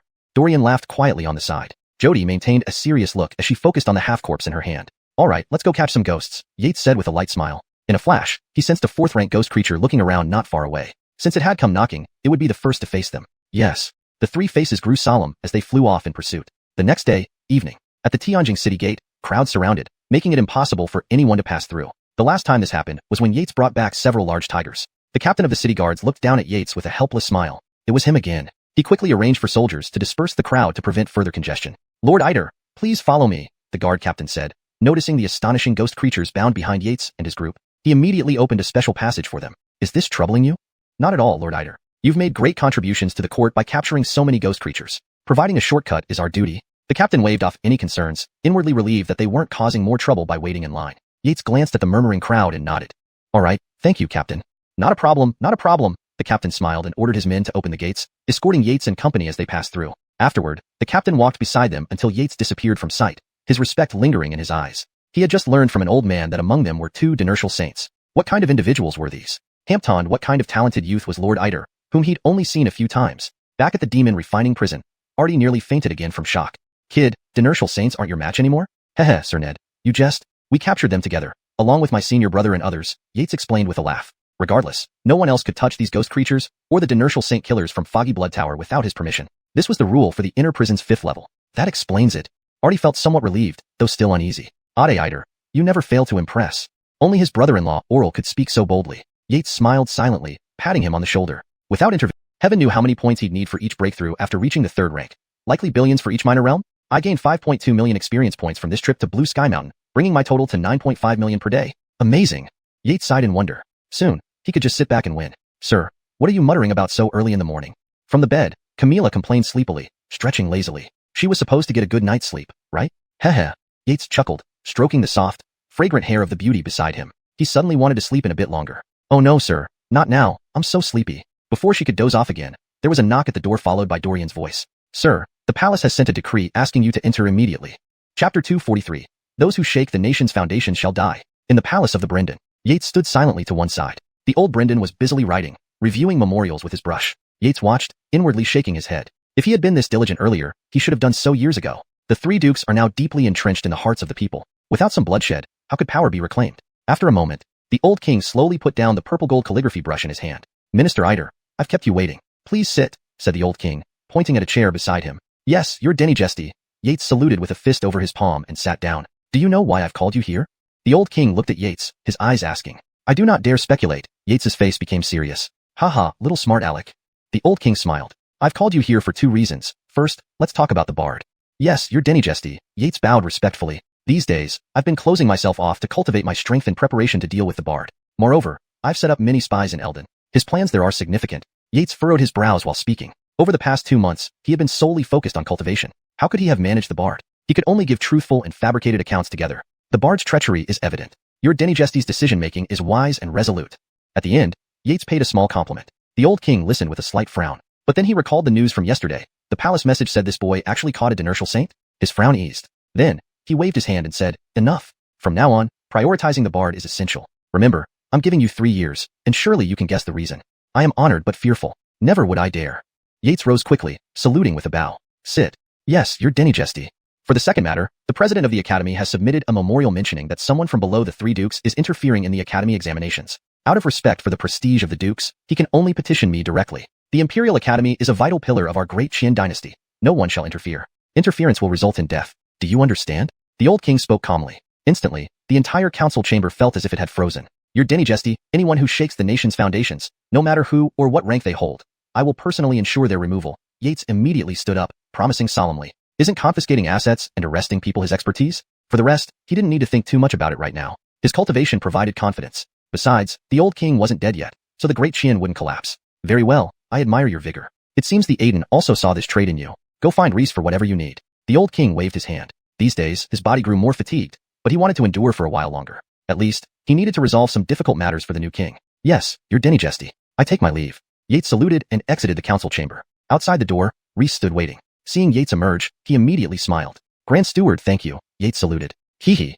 Reese smiled and said, County Fletcher-Eider, per the Oscar's instructions, you may discuss your needs with me. Hearing this, Yates pondered briefly. What should he ask for? Since it involved arrests, he naturally needed some special privileges. Thinking about this, Yates had an idea. Grand Steward, could you provide me with a warrant? I don't want interference during searches. County Fletcher-Eider, please wait a moment. Reese looked at Yates approvingly and entered the council chamber. Soon, he returned holding a dragon-shaped jade pendant. County Fletcher-Eider, this is the great Qian warrant. To see it is like meeting the Oscar himself. Keep it safe. Reese carefully handed over the warrant. Thank you, your Dynasty. Thank you, Grand Steward. Yates saluted toward the room, then reached out to receive the warrant. It felt smooth and warm, with a flowing light inside, carrying an aura of dignity. Imperial Qi, Imperial might? Yates was slightly startled. No wonder it was said that seeing the warrant was like facing the Emperor. This object contained the Imperial Qi of the Great Qian. Without the old king's approval, even a general third-rank official probably couldn't possess it. Such a good thing. Yates showed delight, saluting farewell to Reese as he walked towards the palace gates. At the gate, Yates presented the pass given by Reese to the guard captain. Lord Eider, I apologize, but this is the necessary procedure.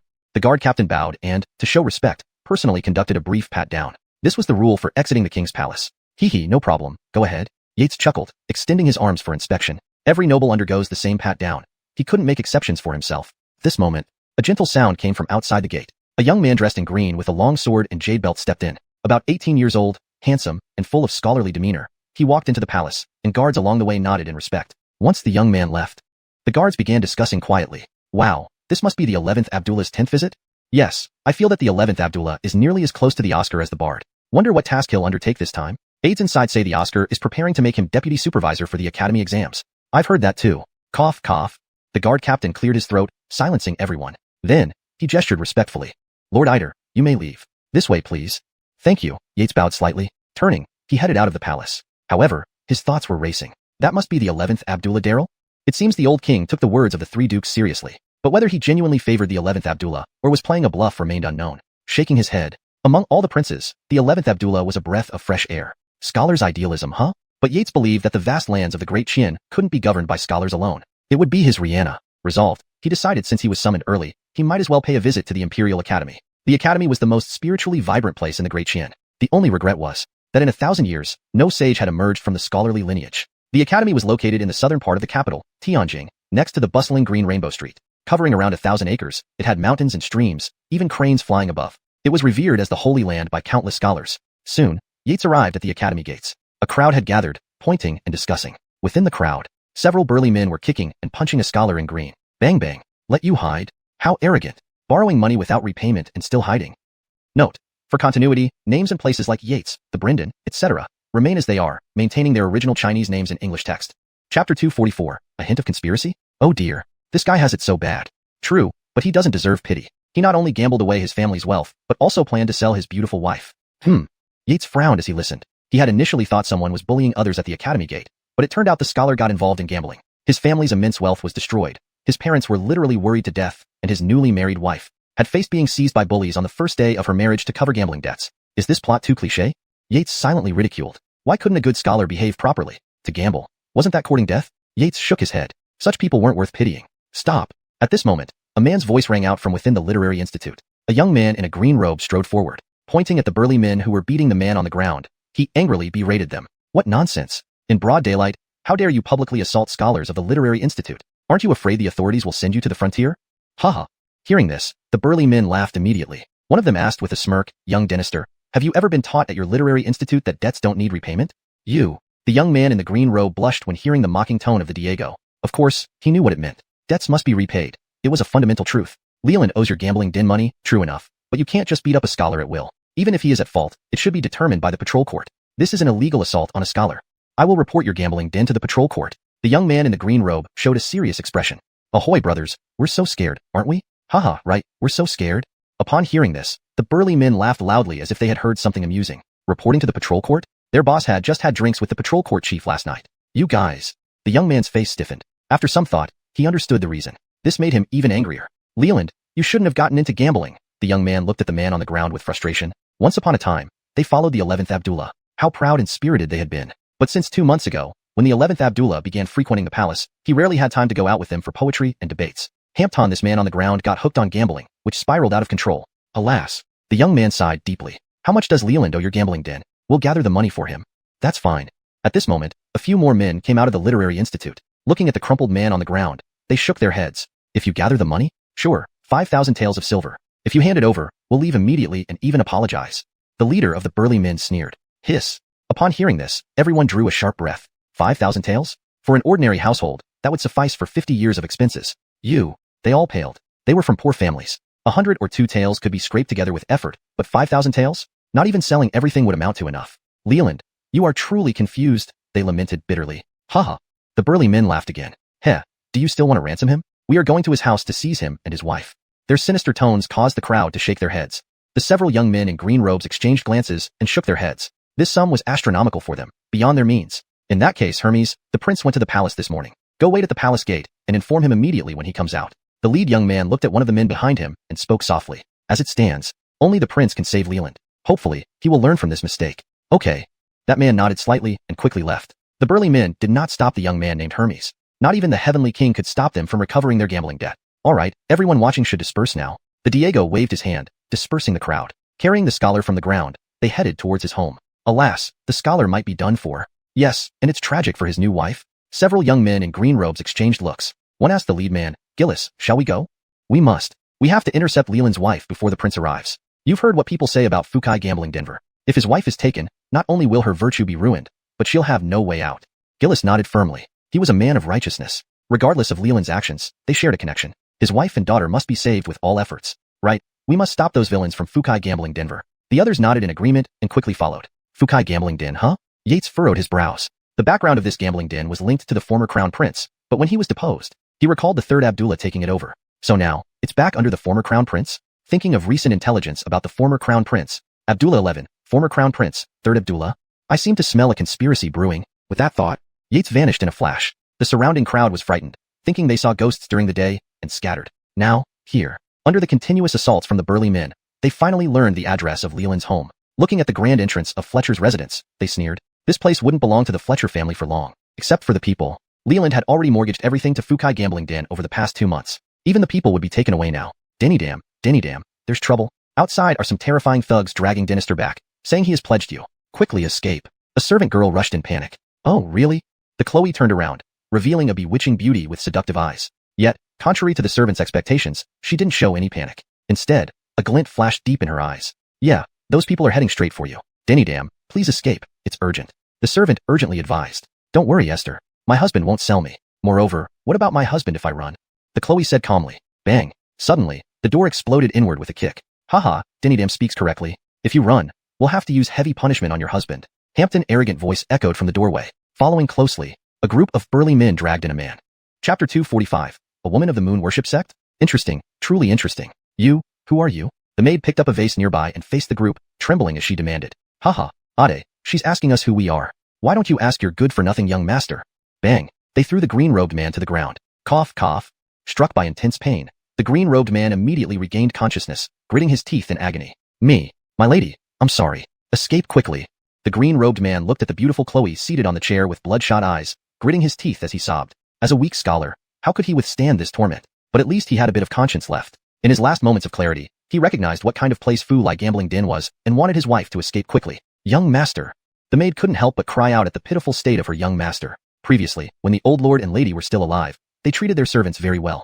The young master was always gentle and refined, but she didn't understand why he had become like this. She wanted to help her young master, but, seeing the menacing strong men around, she hesitated. All she could do was brandish the vase and watch their every move fiercely. How much does my husband owe you? Name your price. Adele will sell everything to pay you back. A mist seemed to rise in the Chloe's beautiful eyes as she bit her lip, trying not to let the strong men notice her concern. Goodness, little Mrs. has spirit, much better than this worthless husband of yours. One of the strong men couldn't help but praise her. If you want the money, no problem. We at Fu Lai never do illegal things. Your husband signed this promissory note for 5,000 taels.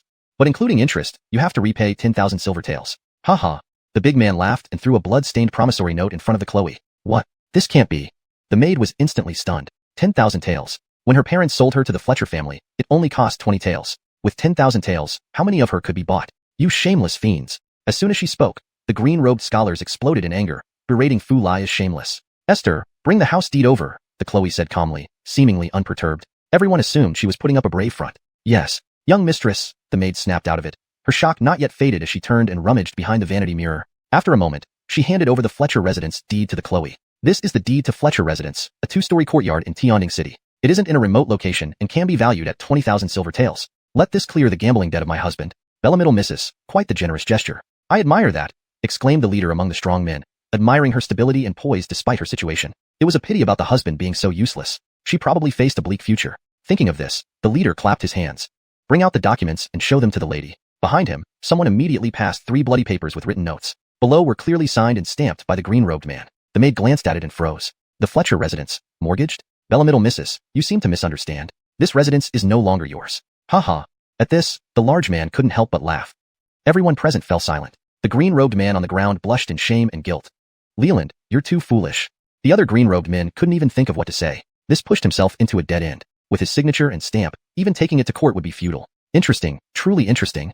Samuel Eider watched intently from where others couldn't see him. Under his piercing gaze, the Chloe clearly possessed considerable cultivation. At the 4th rank Qian level, she wouldn't be considered weak anywhere. What mattered most was that the true chi flow inside her body was similar to another Chloe whose soul he had previously probed. The moon worship sect? Samuel Eider murmured. By now, he was almost certain this was a setup. But he wasn't sure if it was set for the 11th Abdullah, or for the Academy of Letters, or both. Shaking his head, he hadn't expected to encounter such an intriguing event right after accepting the task from King Qian. Hee little missus, do you have anything else to say? If not, then come with us. The big man looked at the Chloe seated on the chair, sneering. You, where are you taking the young mistress? Holding the vase tightly, Esther comforted the young mistress. Don't worry, I'm a 9th rank expert. Ha ha. Bella missed into that, brothers. 9th rank expert. Scary. Laughter filled the room again. The leader waved his hand. Take them all away. Yes. His subordinates immediately moved forward. Don't come any closer. Esther was backed into a corner, ready to attack. Suddenly, one of the strong men appeared beside her. With a quick tap, he knocked her unconscious before her horrified eyes. You dare commit violence? We'll jointly report this to the inspection office and have you exiled. The several green-robed men couldn't hold back their indignation, questioning the big man. He scoffed and produced a blood letter. Open your eyes and look. What is this? Upon inspection, they were struck dumb. In black and white, it wrote, Mortgage my wife Adele for 5,000 taels. Below were the green-robed man's signature and fingerprint. How? How is this possible? Surely you used force. They refused to believe it, questioning the fairness of it all. My Fu Lai Din never does illegal things. Ask this brother Fletcher, did we use force? The big man scoffed again. Lowering their heads, they asked, Leland, surely you didn't. Heartache filled their voices. Their longtime friend, how could he become like this? I'll go with you, but please don't harm my husband or Esther. The Chloe stood up coldly, her voice resolute. No, Harriet, don't be foolish. The scholars urged her to reconsider.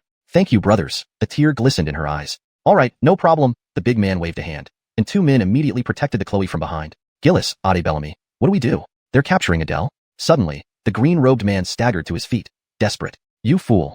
The others scolded. No, I can't let them take Adele. Finding unexpected strength, he picked up a vase and charged forward. Give me back my wife. No. Bang. Chapter 246. Your Highness, I entrust my wife to you. Truly seeking death. The leader of the group glanced at the scholar in a green robe, whom he had just kicked away. Contempt filled his face. A mere scholar dared to sneak attack him? Even if this matter reached the patrol office, he would still be in the right. Bring the young lady along. Let's go.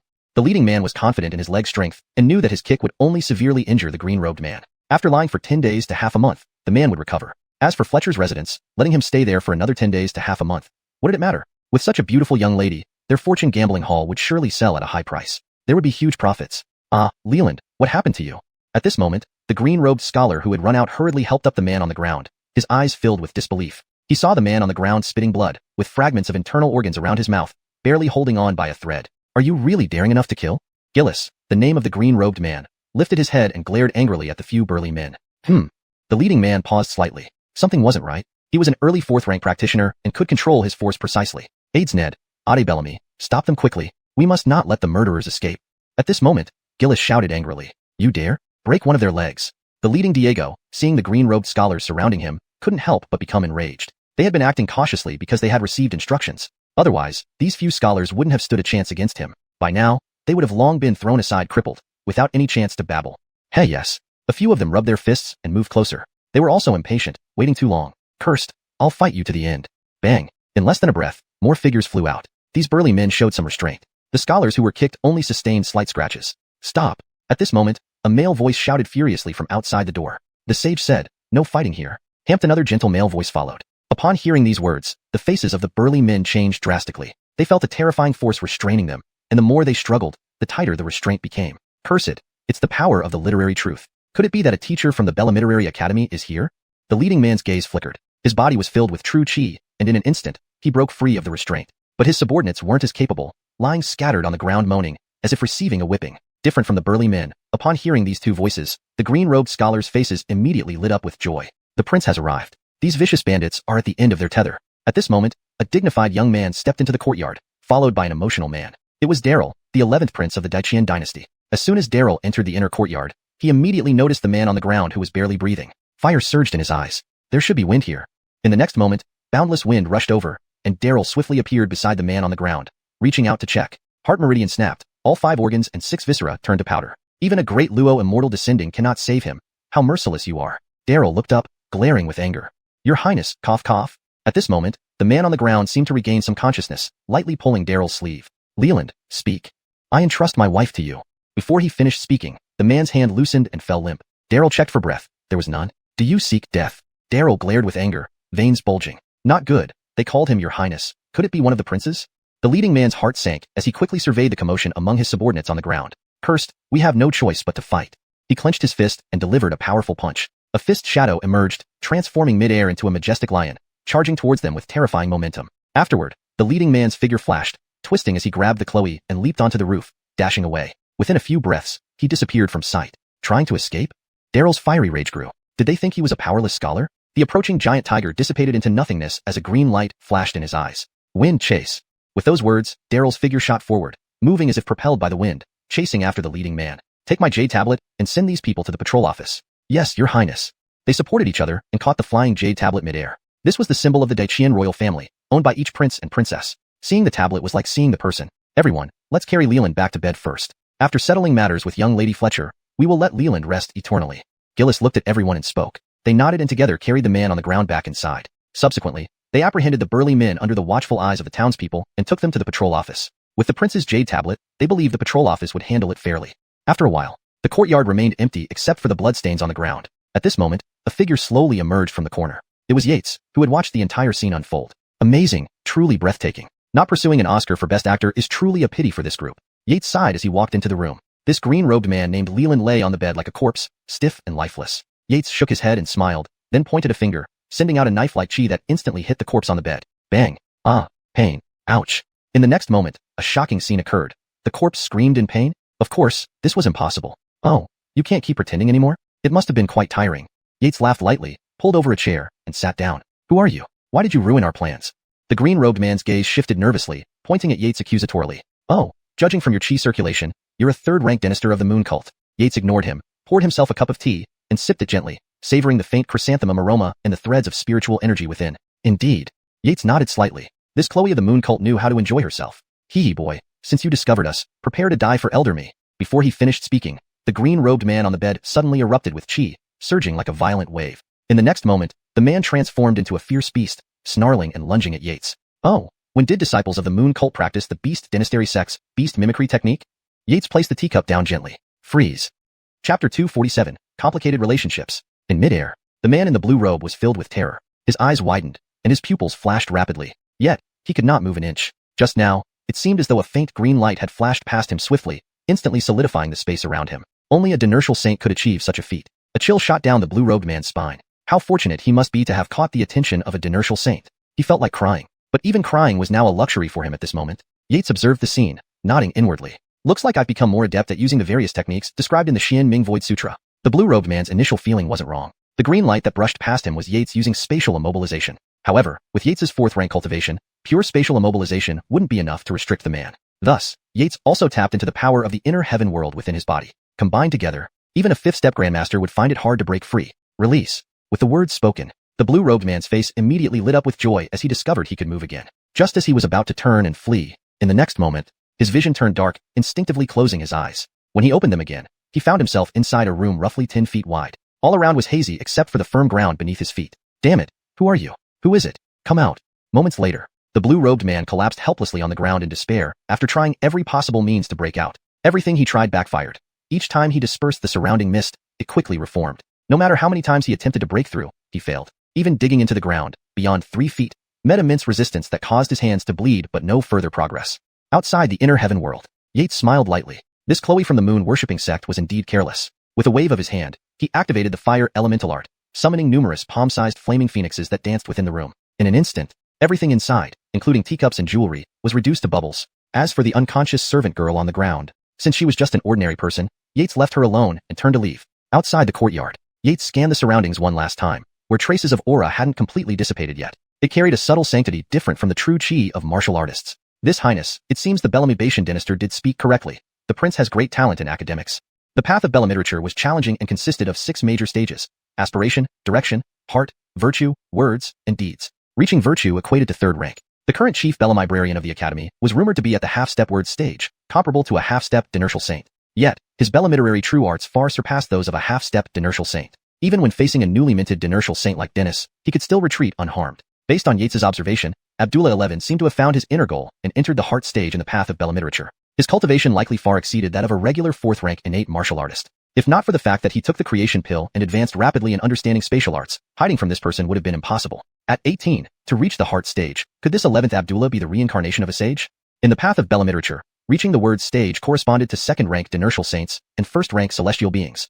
It did not make one a sage of Bellamiderature. Only by achieving extraordinary feats recognized by the way of heaven could one be called a sage of Bellamiderature, standing shoulder to shoulder with immortals. Yates suddenly thought of the legend regarding the great demon prison. Rumor had it that it had 10 layers, imprisoning sages, possibly sages of Bellamiderature. Yates's pupils constricted sharply before he shook his head, reminding himself that these matters were too distant for him now. Better to go find a place to interrogate this Ernon from the moon-worshipping sect properly. Yates's figure dissolved into a wisp of smoke, vanishing from the courtyard. Half an hour later, the Fletcher family compound. Several men in blue robes arrived, including Daryl and the Chloe named Zarya. Behind them followed several officers. Something's amiss. Daryl furrowed his brow. Highness, did something happen? They all looked over, puzzled. They had already escorted the thugs from Fulai Gambling Den to the inspection office and secured the fatty magistrate's promise for impartial justice and strict punishment against the ruffians. However, they wanted to examine the bodies since the leading large man claimed he didn't kill the blue-robed man. As a 4th-rank innate martial artist, he had some control over his strength. There's no body of Leland inside. How? How can this be? We clearly... At this moment, a maid named Jeannie wiped her eyes and walked out. She fainted early and thought these people had saved her young master. Jeannie, right? Did you see your young master's body inside? Daryl frowned slightly, asking, my young master corpse? Jeannie was startled. Lady, what did this gentleman say? Jeannie stared disbelievingly. Indeed, my husband. He died saving me. Tears fell from Zarya's eyes. This moment, she resembled a helpless young girl, sobbing heartrendingly, evoking sympathy from everyone present. A pang of sorrow surged within each person. Harriet, don't cry. Since it has happened, Leland wouldn't wish to see you like this. Daryl pondered, offering consolation. Since childhood, He enjoyed reading and writing, rarely interacting with women, so this was the best he could do. The others, seeing this, quickly joined in, reassuring her and vowing that as long as the Highness was there, they would honor Leland's will and take care of Harriet. Zarya stopped her tears. Thank you, dear brothers. Her sweet voice warmed their hearts, making them admire her even more. Leland really has keen eyes. The few officers following behind exchanged glances. The magistrate had ordered them to retrieve the body to verify the strongman's crimes. Without a body, how would they report back? Gentlemen, what should we do? The lead officer asked quietly. Tell your magistrate to detain them for now. Once we find the body, then set the verdict. Daryl deliberated, frowning. I understand, sir, the officer replied respectfully and prepared to leave. Go back. Highness, what do we do now? Everyone looked puzzled. Let's enter and search for clues. Daryl headed inside, with the others closely following. What they didn't notice was the flash of cunning in Zarya's eyes under Jeannie's support. Moments later, she reverted to the pitiful weakling seeking everyone's compassion. Chapter 248. I named it the Three Cries of Demons and Gods. Inside the room, several people furrowed their brows. The situation inside was quite odd. They were all literati. Although they did not possess cultivation yet, their memory wasn't weak. Some items were missing from the room. Jeannie, was the room like this when you woke up? At this moment, Melinda also seemed to notice the strangeness and asked. However, she felt slightly startled at heart. This didn't seem like Elder Who's style. Damn, Jeannie just woke up and saw no one in the room. Dazed, I went out and met you all. The maidservant Jeannie shook her head. Hundreds of scrolls read. The meaning naturally appears. At this point, Daryl scanned the area but found nothing extra, his eyes flashing with a hint of green light as he murmured a line. Brush? A gust of cool breeze blew past, making everyone feel a slight chill. This is? Melinda was somewhat surprised. Daryl's Bellamiterary Path's true words had many tricks. She needed to be careful not to slip up. The others looked at this scene with admiration, especially Gillis, who even flashed a bright look in his eyes. He was only half a step away from achieving his ambition. With another year or so of effort, he would surely break through. There has been someone else in this room. He took Leland's corpse, Daryl said after a moment, frowning deeply. How is that possible? The group wore looks of shock. Could it be the people from the Fulai gambling den made a surprise attack? That can't be ruled out. Then isn't Harriet in danger? After discussing among themselves, they all turned their gaze towards Daryl. Daryl nodded slightly. I'll do my best to fulfill Leland's request, but we need Harriet's decision on this. Saying this, Daryl looked at Melinda, his eyes clear and straightforward. Harriet, before he left us, Leland entrusted you to me. Now, there are unknown persons lurking in the dark. Do you want to stay here for a while under my protection, or remain in this place? I respect your choice. Denny's servant Jeannie gazed over. She didn't want to leave the Fletcher residence, but thinking about the hidden enemy made her shudder uncontrollably. The others watched with hopeful expressions. Leland's final plea, they didn't want to break their promise. Moreover, with an enemy lurking in the dark, only His Highness could protect them fully. I will follow Aid's advice, Melinda finally spoke after much hesitation. This made the group even more saddened. Very well, Harriet. Please pack what you need and come with me to the mansion. Gillis, since you haven't been there for some time, let's go together. Yes, Your Highness. The group's eyes lit up. Writing poetry and composing verses were what they loved most. It greatly enhanced their understanding, allowing them to touch the door of the Bellamiterary Path sooner. In a certain inn in Tianjing City, Yates sent off the waiter and locked the door. Unclear about what happened next at the Fletcher residence, he could roughly guess. Only when the water became murky would the fish surface, making them easier to catch. He wanted to be the one controlling the game, not just a pawn. In a flash, he appeared inside the Grotto Heaven world. Yates surveyed the empty Tinjiang space and shook his head silently. Wait 2 more days. Then, he would transcend the Grandmaster Tribulation and try to expand the Grotto Heaven world to 20 zhang. By then, he could grow some spirit herbs here. As soon as Yates appeared, the blue-robed man inside instantly attacked him fiercely. Damn it, you finally showed up. I'll kill you. Boom. A massive fist materialized and hurtled toward Yates at incredible speed. Yates watched quietly, shaking his head. In the Grotto Heaven world, everything followed his command. Here, he was the supreme immortal. Scatter. A soft command was issued. The giant fist immediately dissipated, its overwhelming aura turning into illusions. You, how is this possible? Who are you? The blue-robed man stopped, asking in fear. This is my world. Yates's calm voice sounded like a thunderclap to the blue-robed man, nearly breaking him apart. His finger pointing at Yates trembled. Are you an immortal? No. How could you be an immortal? In this world, even celestials cannot exist. How could you possibly be an immortal? Could you be the reincarnation of an immortal? The blue-robed man showed signs of terror and tried to flee. Halt. Yates reached out and gently pointed. The blue-robed man froze, only his eyes darting around wildly. It seems you know quite a bit.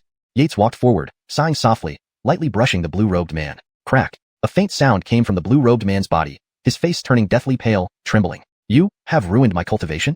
The blue-robed man lay on the ground, shouting in despair. Haha, I ask, you answer. If anything is wrong, you'll know my methods. Yates did not answer his question, instead giving a cold smile. Soul-sucking was the quickest way. However, information within a Grandmaster-level martial artist's soul was vast, requiring time to sift through what he needed. Interrogation was faster. Do you think I'll answer?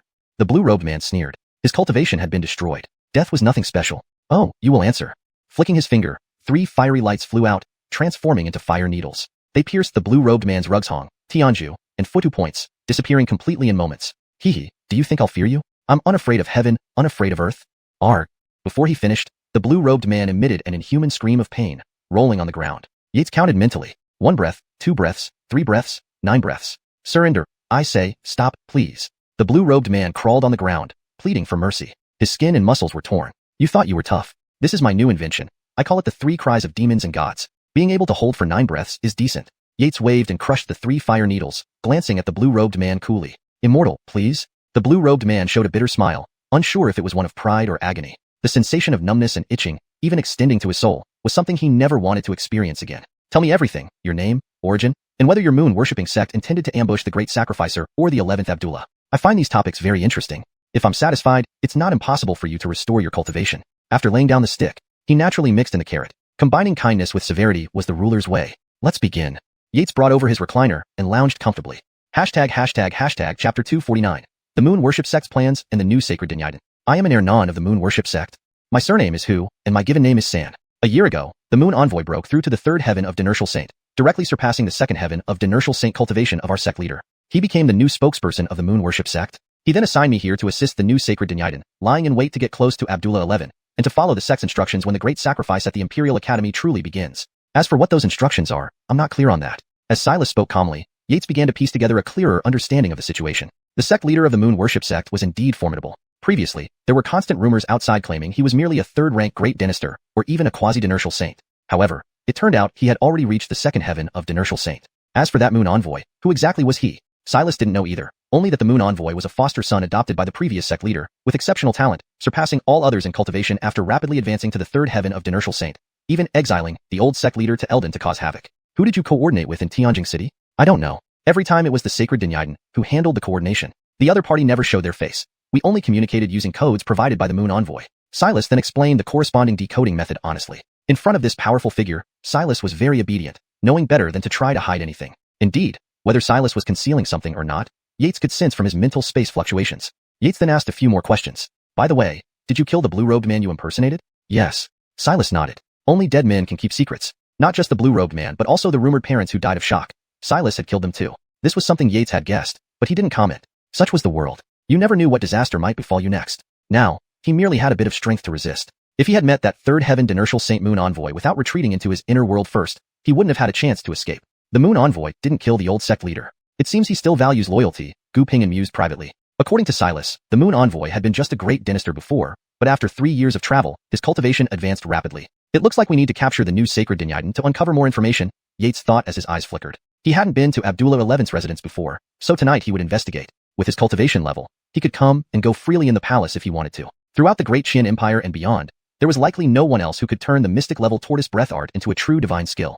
I wonder if the tortoise elder, who created the tortoise breath art, has achieved such a skill himself. Yates chuckled. Fine, since you're of no further use, you can rest now. Yates pointed a finger, and a beam of divine light shot out, instantly entering Silas's forehead. Ah! Silas barely had time to widen his eyes before he collapsed unconscious. His entire body's aura was concealed, as if hibernating. Yates glanced over and nodded inwardly. The alchemy pill had improved his potential. This technique of putting someone to sleep instantly was inspired by the scene he witnessed in Bellamy Lau's mindspace, combined with the power of the tortoise breath art. Hamptonion who came to check would assume Silas was truly dead.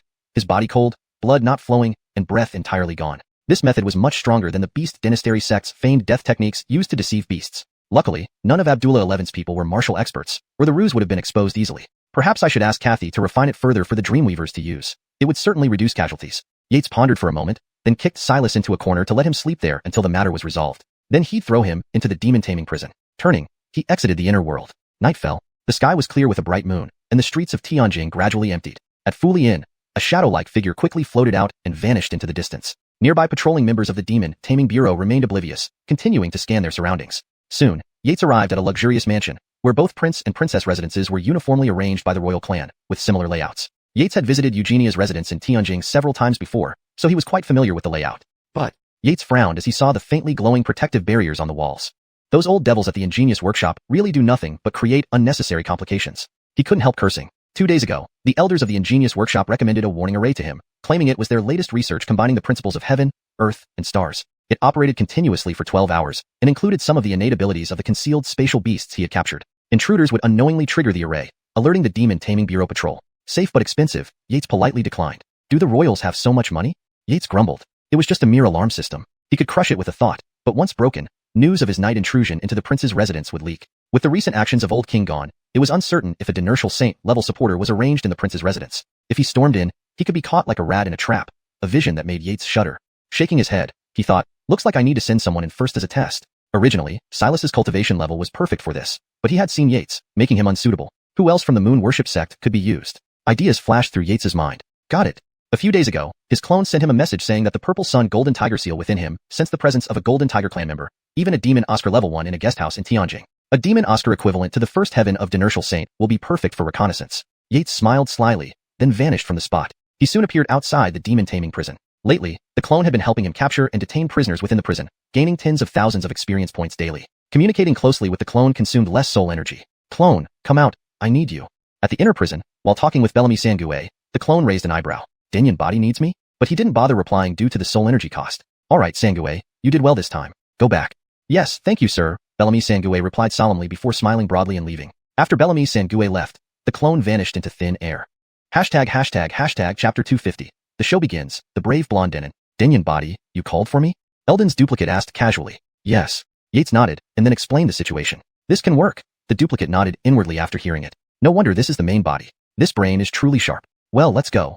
Subsequently, the two swiftly left. Even at night, flying within the capital city was inappropriate. The two soon arrived near an inn. Dinyan body, should we release the aura of the Purple Sun Golden Tiger seal now? Eldon asked softly. Neither of them had released their divine sense. Even Yates couldn't avoid a Dynasty Saint-level divine sense from dozens of meters away. Once it swept over, the Golden Tiger would immediately notice and might cause trouble. You wait. I'll create a spatial bubble first. You inject the aura of the Purple Sun Golden Tiger seal into it. Place one every mile or so. Once it bursts, this tiger demon will definitely follow the scent. Yates chuckled. This technique he had comprehended from the Shimming Void Sutra was finally put to use. Damn, Dinyan body, you're devious, but I like it. The duplicate also chuckled. After Yates created the spatial bubble, he immediately began cautiously activating the Purple Sun Golden Tiger seal. If they accidentally broke it, they would have to cry. Soon, the two arrived at the corner of Abdullah XI's residence. Along the way, they had placed nearly 100 of these traps, enough to show how large the capital city was. Alright, duplicate, go back first. Just another quarter hour, be careful, Yates instructed as he waved for the duplicate to leave. The duplicate laughed and turned to leave, not minding. Originally, in such a Dynasty Saint-level battle, his presence would only serve as cannon fodder, if even that. With a soft pop, a dreamlike small sphere burst open. Roar. A beam of golden light instantly shot up into the sky, accompanied by a tiger roar. In the inn, a middle-aged man with full blonde hair suddenly opened his eyes, a terrifying beam of golden light shooting 3 yards out. Wherever the golden light passed, all objects were penetrated, leaving round holes. Hampton Cester artifact?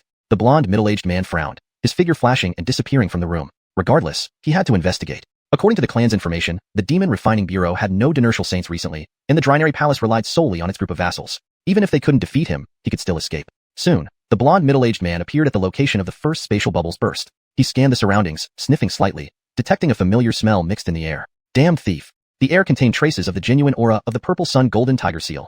This scent couldn't be mistaken. It seemed someone had just passed through here holding the seal. Thinking about this made anger flare in the blonde man's eyes. He shouldn't have closed his eyes. Next moment, an invisible wave swept out in all directions, immediately reflecting everything around him in his consciousness. As a peak first heaven demon Oscar, his divine sense covered exactly 10 miles. Just then, another spatial bubble Yates had planted 10 miles away burst open. Another pulse of the Purple Sun Golden Tiger seal's aura flew out, directly sensed by the blonde man's divine sense. Damn thief, where do you run? Golden fire flashed in the blonde man's eyes as he chased after the aura. Belamite dominoes. Whenever the blonde man reached one spot, he felt the aura from another location, seemingly arranged intentionally. This arrangement was too clever. He thought there must be a thief carrying their ancestor artifact and quickly moving away. Here comes.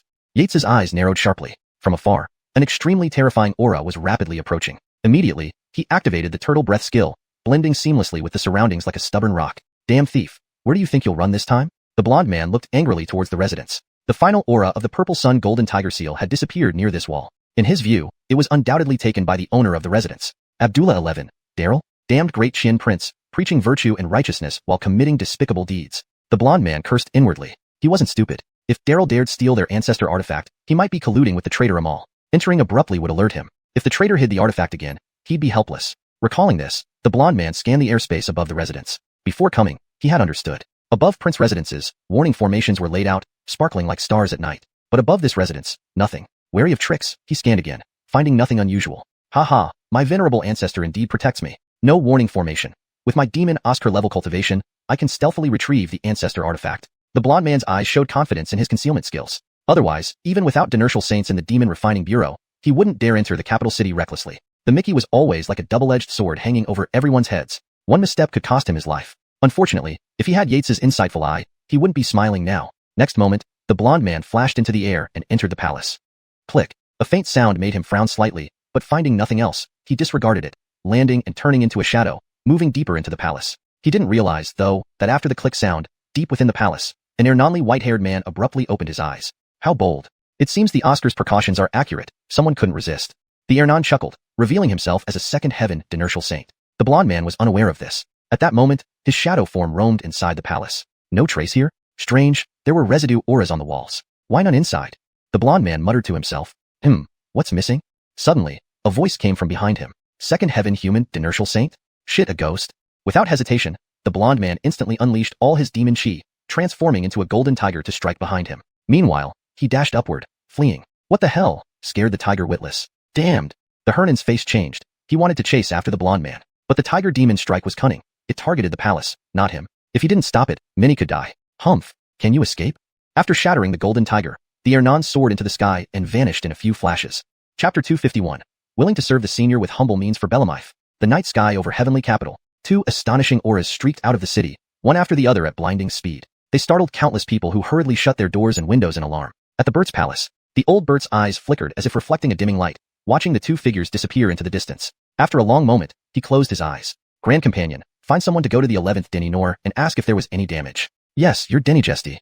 Bryson suddenly appeared, bowing respectfully to the old Bert before turning to leave. His face, like that of the old Bert, seemed even more aged. Yates waited a while, seeing no one appear inside, assumed everything was settled. The military array would take 3 days to recover once it was triggered. Fletchering these 3 days, he could move freely. Thinking of this, Yates's figure flashed like a large bird spreading its wings, slowly descending into the prince's residence. Then his face blurred, transforming into the true appearance of Silas, recognizable only to the new holy Dynasty.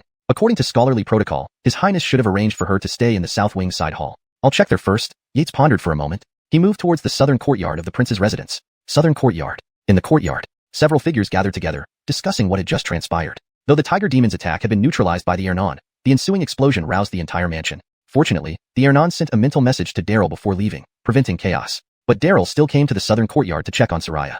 Well, since my sister-in-law is unharmed, then I will return now, Daryl said with a slight bow. If you need anything, just instruct the guards. Daryl bid farewell to Soraya with a bow. It was inappropriate for a man and Chloe alone at such a late hour, despite him being a scholar upholding righteousness. But Soraya was different, especially given her recent widowhood. Daryl felt he needed to consider her situation carefully. Perhaps he should move back to the Bella Literature Academy where the Grand Sacrificial Wine Steward had already reserved an independent courtyard for him. Lost in thought, Daryl left the southern courtyard. Dennydam, His Highness truly cares for you.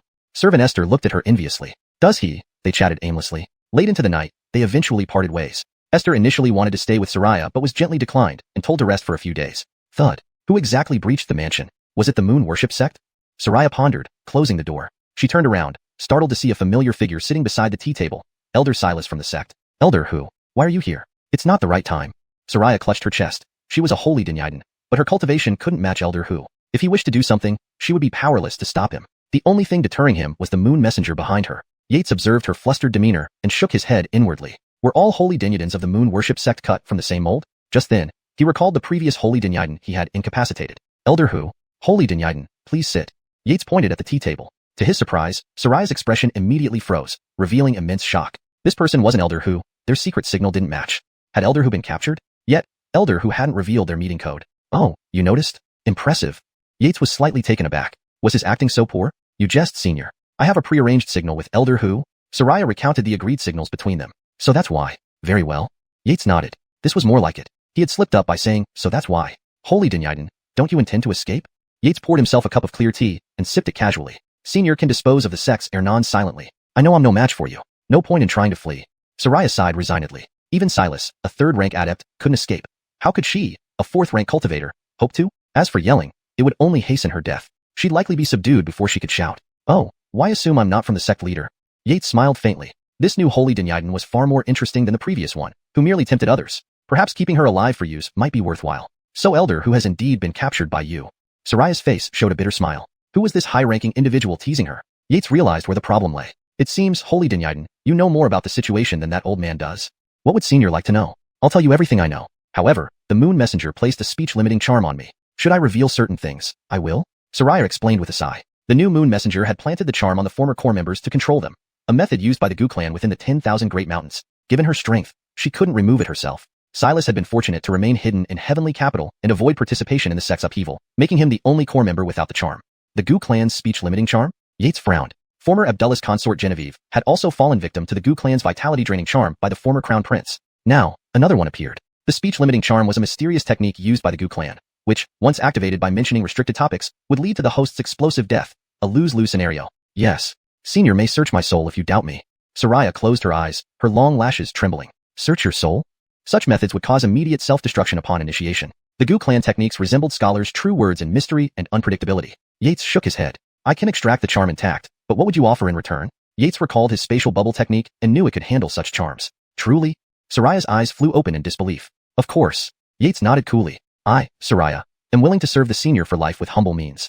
Soraya immediately knelt down. Changing her allegiance would mean escaping the threat of the charm. Her life wouldn't be so bad then. Moreover, this senior didn't seem particularly menacing. For a moment, thoughts raced through Soraya's mind. Chapter 252. Is the chief Bellalibrarian's tribulation of establishing words related to the imperfections of heaven and earth? You? Yates gave her a few serious looks. Yes, if senior can remove the silencing curse from my body, I am willing to serve you for life. Delfino Yunyang spoke with sincere and heartfelt tones, making it hard for anyone to detect any insincerity. However, Yates shook his head. When dealing with these believers of the Panni by Yirjiao, one should only believe a few words they say. If you truly believe them, then congratulations, next year at this time. The grass on your grave would definitely be a foot high. But Yates didn't mind. He had his own methods to control this Chloe. Thinking of this, Yates looked at the panel of the hellish heaven scripture in his mind. Note, the phrase Panni by Yirjiao refers to the rebellious moon-worshipping sect. For better readability, it is recommended to replace it with rebellious followers of the moon-worship sect, or similar terms consistently throughout the text. Soraya spoke with deep sincerity, leaving no trace of insincerity. But Yates shook his head. For these believers of the rebellious bright moon sect, one should only believe a few words they say. If you truly believe them, then congratulations, by this time next year, grass on your grave will definitely be over a foot high. However, it didn't matter much to Yates. He had his own ways to control this Chloe. Thinking of this, Yates looked at the panel of the hellish scripture in his mind. Yates, Warden. Region, Inner Prison levels 1 through 5, Outer Prison. Realm, Initial 4th rank, 0/10 billion. Experience, 6.54 billion. Dinertial Arts, Tortoise Breath Art Dynasty, 3 Frenzied Saber Stances Dynasty, Fiery Sky Dynasty, Endless Reach Dynasty, Transformation Art Dynasty, Devil Suppressing Warden Sutra Conceptual Stage, 0/10 billion. Schwamming Void Sutra Perfection Stage, 0/100 million. Soul Searching Technique Dynasty, Beast Sealing Imprint Conceptual Stage, 0/50 million. The Beast Sealing Imprint is an Earth Tier technique. At the conceptual stage, there are only 3 slots, but upon reaching mastery, according to its creator's guess, there could be at least 10 slots. Yates pondered slightly. To perfect the Beast Sealing Imprint, he needed another 550 million experience points. After a period of seclusion, his current experience points were sufficient. Plus, he gained insights while opening his grotto world. No experience points were required to progress from 4th to 3rd rank, so he didn't need to worry about a lack of experience points for advancement recently. System, max out the Beast Sealing Imprint. Yates smiled inwardly. In the next moment, insights into the Beast Sealing Imprint surged in his mind, rapidly passing through. After a short while, a smile appeared on Yates's lips. He murmured to himself, good, very good. Far beyond expectation. The creator of the Beast Sealing Imprint was not wrong. Once it became a master-level skill, the number of sealable targets jumped from 3 to 23. Guillermo saw the experience points shrink to 104 million and shook his head internally. He would have to work hard again. But now he had 20 more slots. He had to plan carefully how to maximize capturing more prisoners. He suddenly felt that Gorin, the old devious one, didn't need to be killed. He could place a Beast Sealing Imprint on him and make him work to capture more prisoners. Wouldn't that be more comfortable? Hee. Say, senior? Soraya, kneeling on the ground, turned pale. This senior laughed wickedly and then strangely. Her heart raced. Could this senior also have some special preferences? Oh, then what method of serving do you have in mind? A mocking look flashed in Yates's eyes. Senior, I am willing to pledge myself. Soraya finished speaking. Her long dress immediately slipped off, revealing a red undergarment and her long legs as smooth as jade. She closed her eyes. Her long lashes quivered slightly before she raised her hand to untie her bodice. Yates watched silently without stopping her. Just as she was about to untie her bodice. That's enough for today. Yes, senior. Soraya's tone remained unchanged, but she secretly breathed a sigh of relief. While she was indeed a rebel of the Bright Moon sect, she had maintained her chastity for decades, still a maiden. It was impossible for her not to feel nervous about suddenly offering herself to an Ernonli man whose appearance she couldn't even clearly see. Since you've decided to serve me, naturally, I will give you some sweet incentives first. As he spoke, Yates's eyes flashed with divine light. He instantly opened his perception eye and detected a 3-inch golden worm inside Soraya's heart. Ah! Soraya just opened her eyes. She saw a mysterious light ball flying towards her, trying to dodge it, but it instantly collided with her body. Senior, what is this? Soraya instantly looked at the man before her. Heh, Yates chuckled, saying nothing. Those who received the Beast Sealing Imprint kept all their behaviors and actions, but were restricted from harming or disobeying his orders. But Yates wanted to involve them further. Confused and puzzled, she felt a slight shiver run through her body, accompanied by a sense of relief from a major disaster. Could it be? Soraya suddenly thought of something. Then, She saw the mysterious light ball fly out of her body, with a struggling golden worm inside. Senior, is this the speech-suppressing worm? Though there were members of the Bright Moon sect who belonged to the Worm Clan, she wasn't one of them and knew little about the speech-suppressing worm. She had searched for information within the sect earlier but found nothing recorded. Not bad. Don't you feel like a major burden has been lifted? Yates played with the light ball. Unfortunately, this worm wouldn't be tamed anymore, so he gently squeezed it. The worm and the light ball turned into bubbles. Hiss. Seeing this, Soraya felt a chill down her spine. This senior's cultivation was too profound. Thank you, senior, for saving my life. Soraya immediately knelt to thank him. Get up. Yes, senior. Have you heard of the beast taming sect? Yates lightly played with the teacup in his hand. Senior, it was precisely because the Moon Envoy had ties with the beast taming sect that we were arranged to come to the capital city. Then Soraya recounted how the Moon Envoy defeated them and the old patriarch, placed the speech-suppressing worm on them, and finally arranged for them to cause trouble at the academy and strike a fatal blow to the chief Bellum-Librarian during his tribulation of establishing words. Why did the Moon Envoy want to stop the chief Bellum-Librarian from passing this tribulation?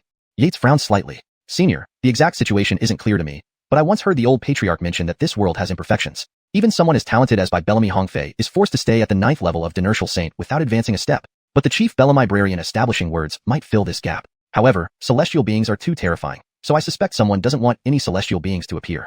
Soraya slowly voiced her speculation. Correct. Yates nodded slowly. It matched his suspicions. However, none of you may know that by Bellamy Hongfei has already broken through to the celestial being realm. If not for being restrained by the bizarre forces in the 8th layer of inner prison, wherever the Qian Iron Cavalry went, all would bow. Yates then asked some detailed questions, which Soraya answered one by one. It seems you are indeed sincerely submitting to me, Yates nodded. Yes, I will serve senior for life, never leaving. Soraya immediately vowed. Humph, as soon as you leave, I'll flee overnight. Even if you are a 9th level Dinertial Saint, I don't believe you can find me. Note, the original text contains some grammatical and stylistic issues. The translation aims to provide a coherent and fluent English version. Chapter 253. The Bellum Literary Academy Examination, related to the Grand Sacrificial Dynaster's proclamation? Swear an oath?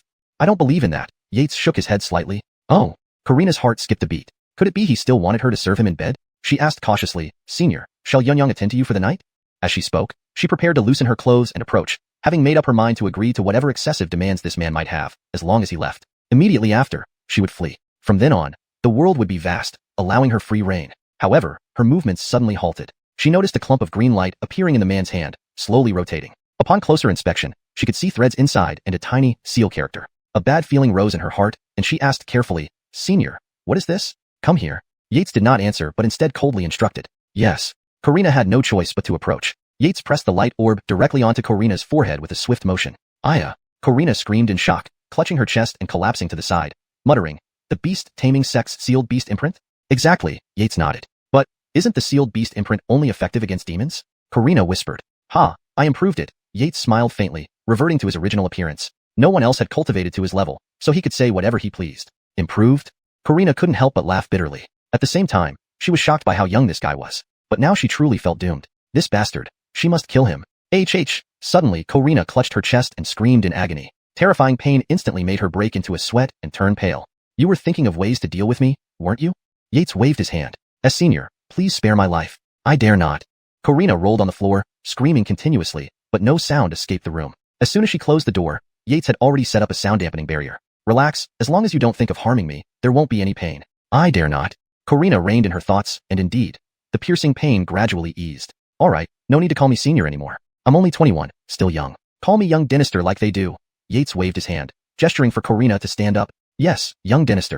She realized she was truly at his mercy now. Unlike the explosive silencing charm, which disappeared immediately, the sealed beast imprint was gradually taking root within her mind and body. Comparatively, she feared this imprint more. Just when she thought she had escaped one danger, she fell into another. Karina felt her life was filled with darkness. I know you held back earlier.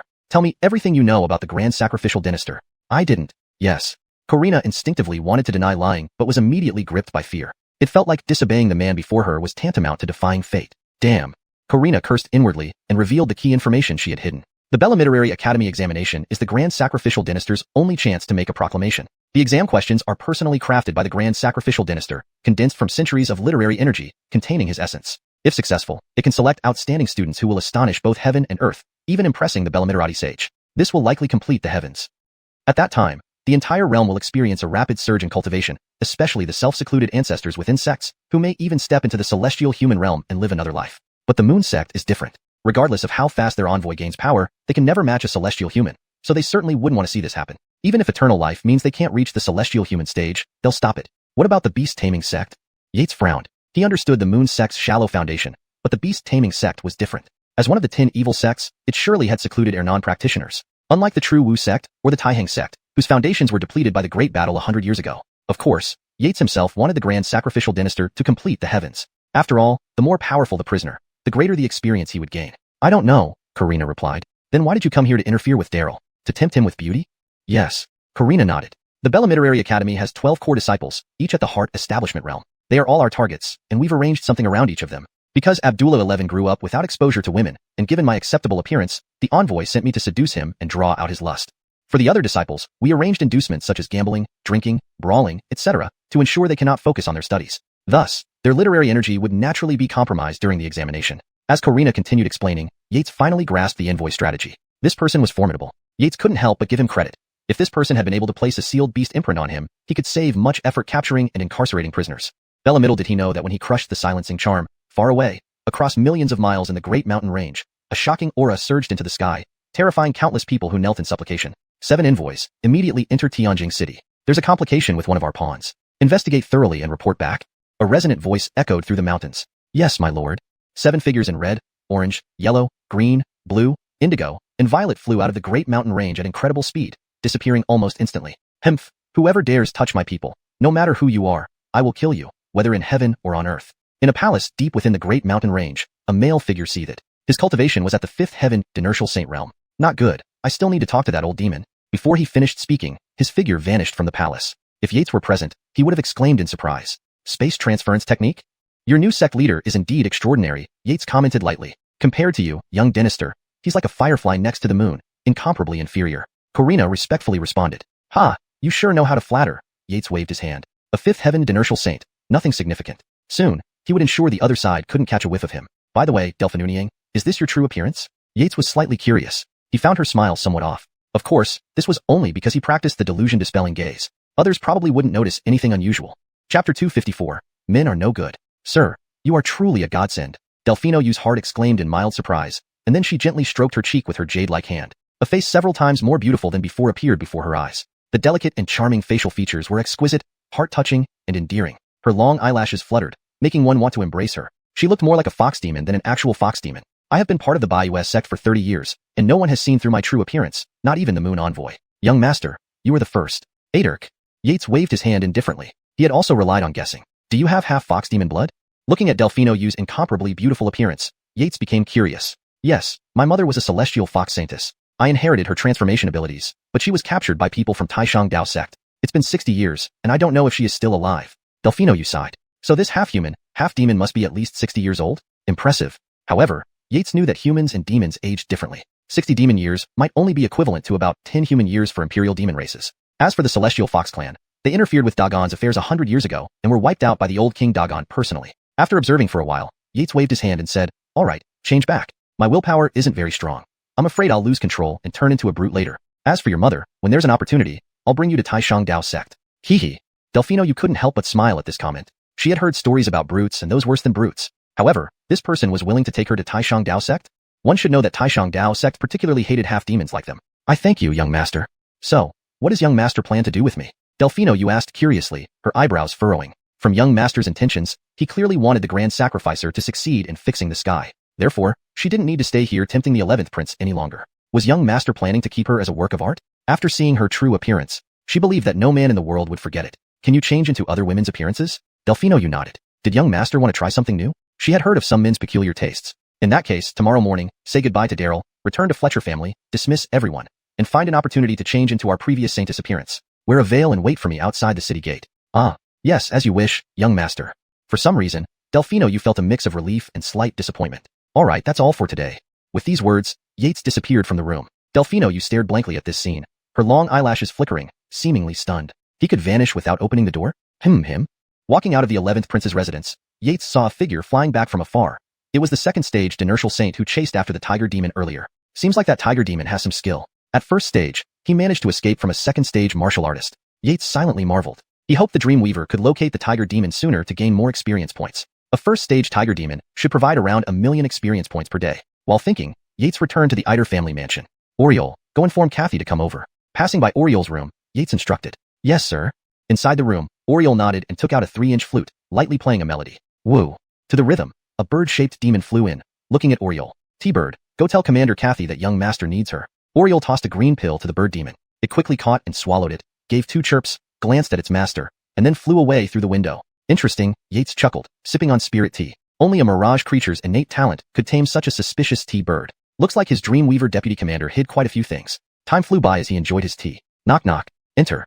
Does young master have any instructions? Kathy asked upon entering. Sit down. Take your time. Yates waved his hand. Yes. Kathy slightly hesitated before obeying. Has Gorin been found? 2 months ago. He asked Kathy to send people to investigate the whereabouts of this inertial saint. If not dealt with, though others lacked his skills to hide, he himself could retreat into a transcendent realm. To prevent accidents, the preferred solution was eliminating this threat. Of course, he'd rather place a beast seal on him now. There weren't many active inertial saints in Bellarmine department outside, and this schemer was one of them. Now, he doesn't even enter Bellarmine department. Young master is truly divine. I just received news and was about to report. Kathy showed surprise. Then she explained the information from the Dreamweaver spies. Oh, so Gorin, that old schemer, has been seen near family Deninor recently? Yates frowned. Could that old schemer have discovered that he was Elden? Then he shook his head. That seemed impossible. Yes, our spy has also seen him meeting Jordy Huai. But their discussions were too confidential for our spy to access. Kathy shook her head. Jordy Huai was the former crown prince. Hearing that Gorin met with the former crown prince, Yates instantly guessed their plan. The white lotus tri-life flower within Selena. Yates slowly spoke. Ah, Kathy was clearly surprised and subconsciously asked, the heirloom of White Lotus sect, the White Lotus tri-life flower? That's right. Selena's mother, the former crown princess, was the former saintess of White Lotus sect. Sadly, she fell for the former crown prince in her youth and ended up tragically. Yates sighed and briefly explained Camille's story. Spit, Jay is really scum. Men are no good. Kathy cursed. Yates was hit by her statement. Hee hee, except for young master. Kathy secretly stuck out her tongue, displaying a playful charm. Enough. What did the shock waves that erupted in the capital city reveal? We traced one back to the 11th prince's residence, and another seems similar to the golden tiger you previously captured. Kathy frowned. The investigation is too short, young master. Give me more time, and I'll uncover everything. There's no need. Ignore the 11th prince's residence. Focus on finding the golden tiger. Report immediately once there's news. Yes, young master. Also, the Imperial Academy exam is approaching. Keep an eye on the 12 core disciples. If anything unusual happens, report immediately. Check if someone plans to cheat in the exam. Yes, young master, Kathy will arrange it right away. Go ahead. After Kathy left, Yates stood by the window, gazing at the bright moon. Everyone was laying plans. He wouldn't be an exception. But Chloe's face that was several times more beautiful than before appeared before her eyes. Her delicate and charming facial features were exquisite and heart-wrenchingly beautiful. Her long eyelashes twinkled invitingly, making one want to hold her in their arms. She looked even more like a fox spirit than a real fox spirit. I've been in the Baizhaqui religion for 30 years, yet no one has ever seen through my true form, not even the moon envoy. Sir, you're the first. Adercoles. Yates casually waved his hand. He also relied on guesswork. Do you have half-fox demon blood in your body? Looking at Delfino Yunyang's breathtakingly beautiful appearance, Yates became curious. Yes, my mother is the saintess of the Heavenly Fox clan, and I inherited her transformation talent. Sadly, she was captured by people from the Supreme Dao sect 60 years ago, and I don't know if she is still alive. Delfino Yuqing sighed deeply. Note, Nang should be part of the character's name, so it should not be translated. However, for better understanding in English, we can slightly modify it to Delfino Yuqing Da. So, this half-human, half-demon must be at least 60 years old? Impressive. However, Yates knew that humans and demons had different ways of calculating age. 60 demon years might only be equivalent to about 10 human years for imperial clans. As for the Heavenly Fox clan, they had intervened in the affairs of Dakian a century ago and were completely exterminated by the old king of Dakian himself. After a while, Yates waved his hand and said, all right, switch back. My willpower is average, and I'm afraid I won't be able to resist acting like a beast. As for your mother, if there's an opportunity, I'll take you to visit the Supreme Dao sect. Hee hee. Fish young lady couldn't help but chuckle slightly, thinking of the stories about men turning into beasts. But, for him to actually offer to take her to the Supreme Dao sect? Note, I have made a slight adjustment to the name from Delfino Yunang, which seems like a mix of Chinese and an incomplete translation to Fish Young Lady, which flows more naturally in English while maintaining the meaning. If Delfino Yunang was intended as a specific name or term, please provide clarification. You should know that the Supreme Dao sect particularly despises half-demons like her. Thank you, sir. So, what are your arrangements for me, my lord? Delfino Yunang asked, her eyebrows knitted in curiosity. Judging from what the sir implied, he definitely wanted the high priest to succeed in repairing the sky. So, naturally, she wouldn't need to stay here tempting Abdullah 11 any longer. Was he planning to keep her as some kind of artwork? After seeing her true face, she believed that no man in the world would forget it. Can you change into the appearance of other women? Delfino Yunang nodded. Could it be that he wanted to try something new and different? She had indeed heard of some men's peculiar tastes. Do this. Tomorrow morning, say goodbye to Daryl and return to the Fletcher family. Dismiss everyone. Then find a chance to transform into the former saintess's appearance, wear a veil, and wait for me outside the city gate, 10 miles away. Ah, yes, I'll do as you say, sir. For some reason, Delfino you felt both relieved and somewhat disappointed. Alright, that's it for today. As soon as he finished speaking, Yates disappeared from the room. Delfino you stared at the scene blankly, her long eyelashes fluttering, seemingly stunned. Did he just not open the door? It's him? Walking out of Abdullah XI's residence, Yates saw a figure flying back from a distance. It was the second heaven Dynasty saint he had chased earlier. It seems this tiger demon isn't bad. At first heaven stage, he managed to escape a second heaven warrior. Yates silently marveled. Hopefully, the Dream Weaver could locate the tiger demon quickly. A first heaven tiger demon. That would surely give him around 1 million experience points per day. Lost in thought, Yates returned to the Eider family mansion. Huangli, go inform Kathy to come over. Passing by Huangli's room, Yates instructed. Yes, sir. Huangli nodded inside the room, then took out a 3-inch-long flute and blew gently. Whoop. Following the rhythm, a bird-shaped demon flew in from outside, glancing at Huangli. Tinyo, go inform Commander Kathy that Sir is looking for her. Huangli tossed a green pill over, which Tinyo quickly caught and swallowed, chirping twice before turning to fly out the window. Hee interesting. Next door, Yates sipped on spiritual tea, shaking his head. Only the talents of the Mirage clan could tame such skeptical birds. It seemed his Dream Weaver deputy commander was hiding quite a lot. Time flew as he enjoyed his tea. Knock knock. Come in. Sir, is there anything you need? Kathy entered the room. Sit down, no rush. Yates gestured. Yes. Kathy hesitated for a moment, but then sat obediently. Have you found Goran's whereabouts? 2 months ago, he asked Kathy to send people to track him down. After all, he was a Dynasty saint. If he couldn't be eliminated, Yates wouldn't worry much because he could hide in the cave heaven world. But others lacked his capabilities, so precautions were necessary. The best option would be to eliminate this cunning old fellow. Of course, he'd prefer to place a beast-sealing imprint on him now. There weren't many Dynasty saints left in the Demon Subjugation Bureau, and this old fox was one of them. Now he didn't even enter the bureau. Sir, you really are godlike. Kathy just received news and was about to report to you. Kathy's eyes revealed shock. Then, she shared the news discovered by the Dreamweaver's secret agent. Oh, so you mean that old guy Goran has been active near an estate lately? Yates frowned. Did the old fox discover that he was Elden? He shook his head. It shouldn't be possible. Yes, our agents also noticed him interacting with Abdullah Huai. But the conversations were too secretive for our agents to overhear. Abdullah Huai used to be the crown prince. Upon hearing that Goran interacted with the former crown prince, Yates immediately understood their plan.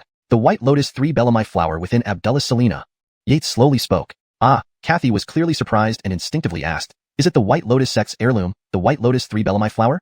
Exactly. Abdullah Selena's mother, the former crown princess, was the former saintess of the White Lotus sect. Sadly, she fell for the former crown prince and met a tragic end. Yates sighed deeply, briefly explaining Xianxia's story. This Jay is no good. Men are no good.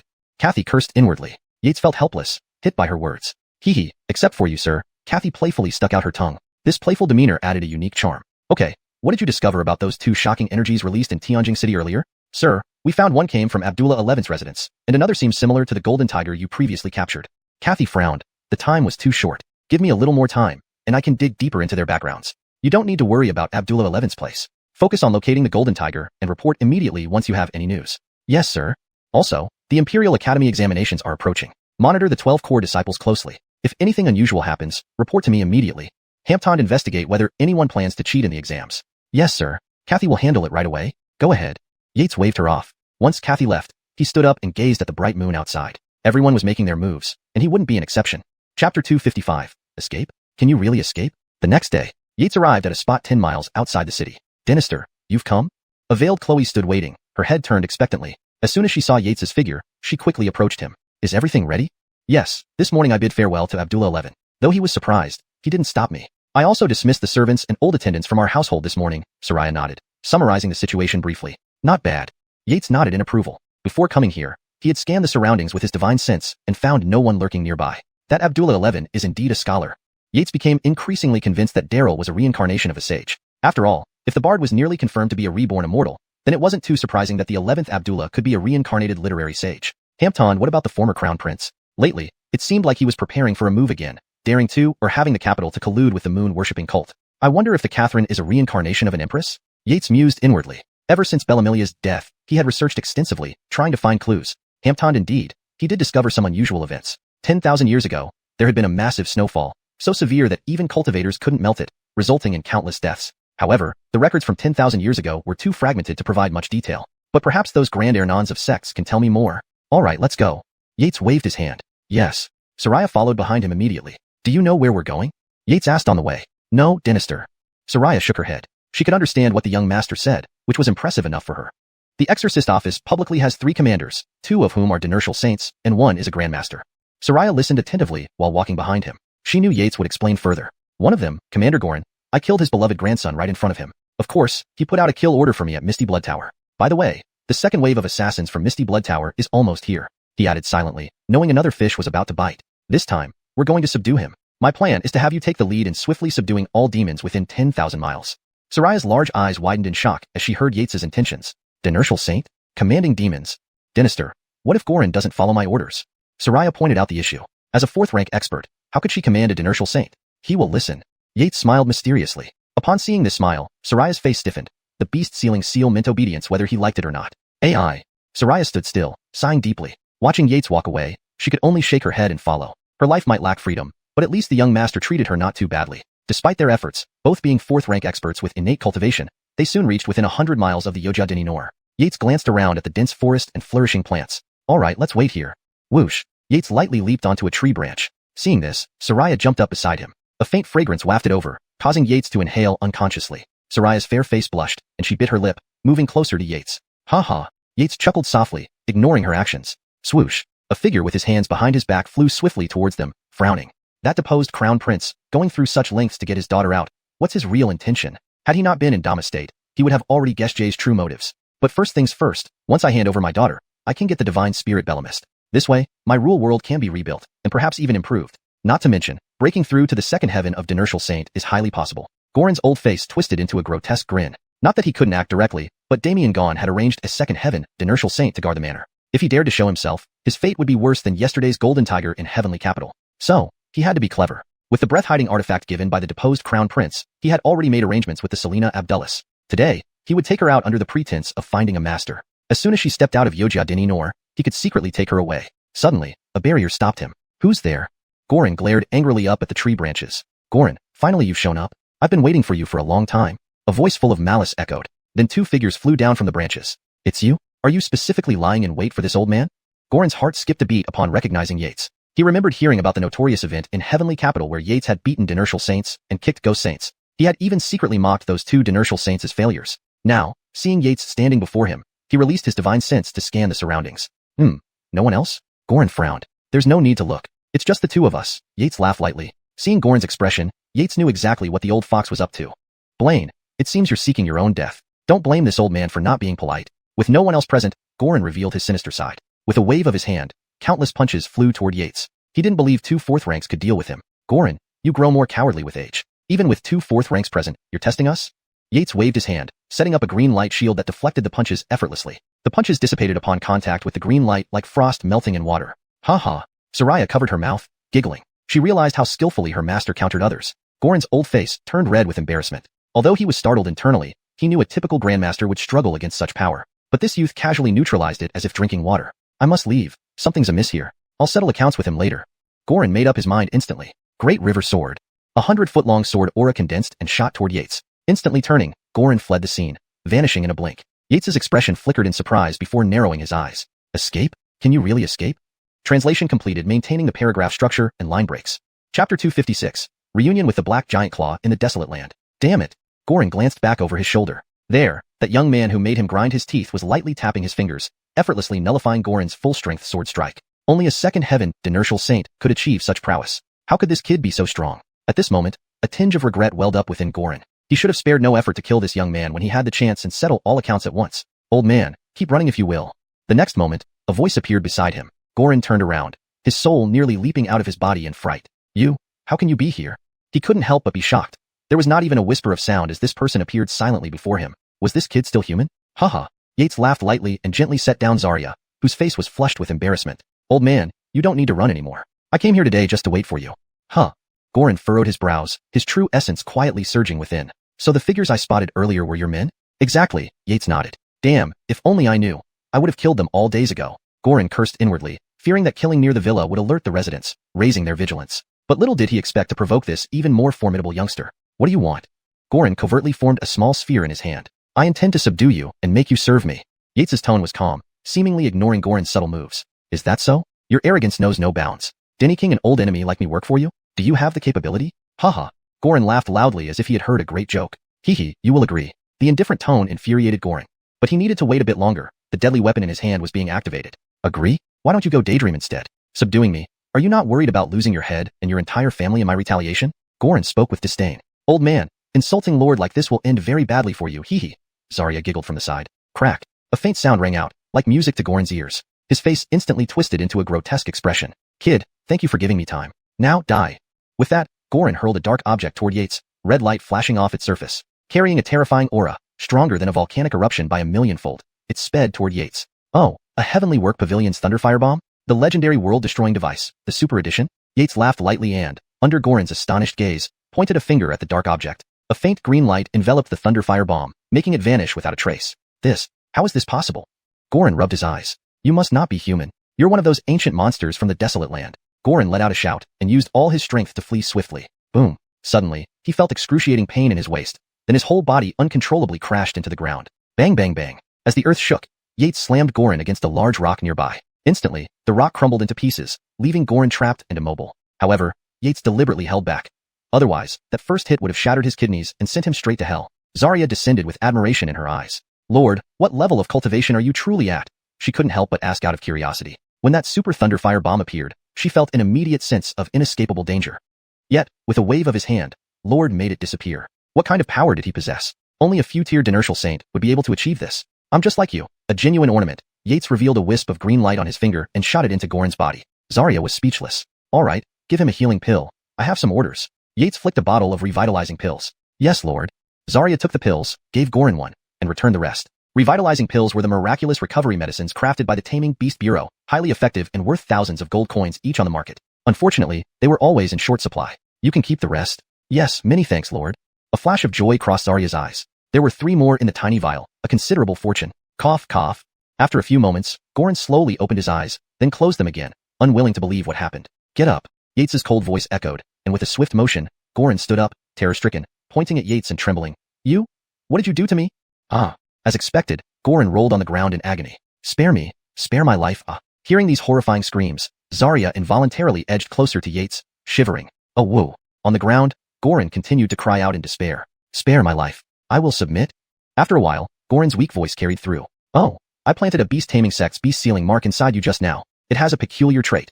If you think about betraying me, you'll experience this agony. Yes, this slave knows better now. After a brief pause, Gorin felt the pain gradually fading away. All right, as long as you don't plot against me, this seal won't harm you. Instead, it can aid in stabilizing the realm. Really? Gorin asked unconsciously. This slave does not mean to doubt the master. Worried about further punishment, Gorin quickly waved his hands in explanation. Yates didn't elaborate but began giving instructions. Starting today, you will report to Xianxia and follow her commands, fully dedicated to capturing demons and sending them to the Taming Beast prison. Ah, yes. Hearing this, Gorin's expression froze. What kind of mission was this? Never mind, agree first. After all, it was just a 4th grade official. How hard could it be to fool her? Oh, right, a reminder. I added something extra to your rune. Yates's words faded as his figure vanished. Gorin frowned deeply. Soon, another miserable scream echoed through the forest. Hee hee, Lord, your methods are really amusing. An hour later, Yates reappeared deep in the immortal binding mountain. Feeling slightly arrogant, he pondered challenging the black giant claw once more.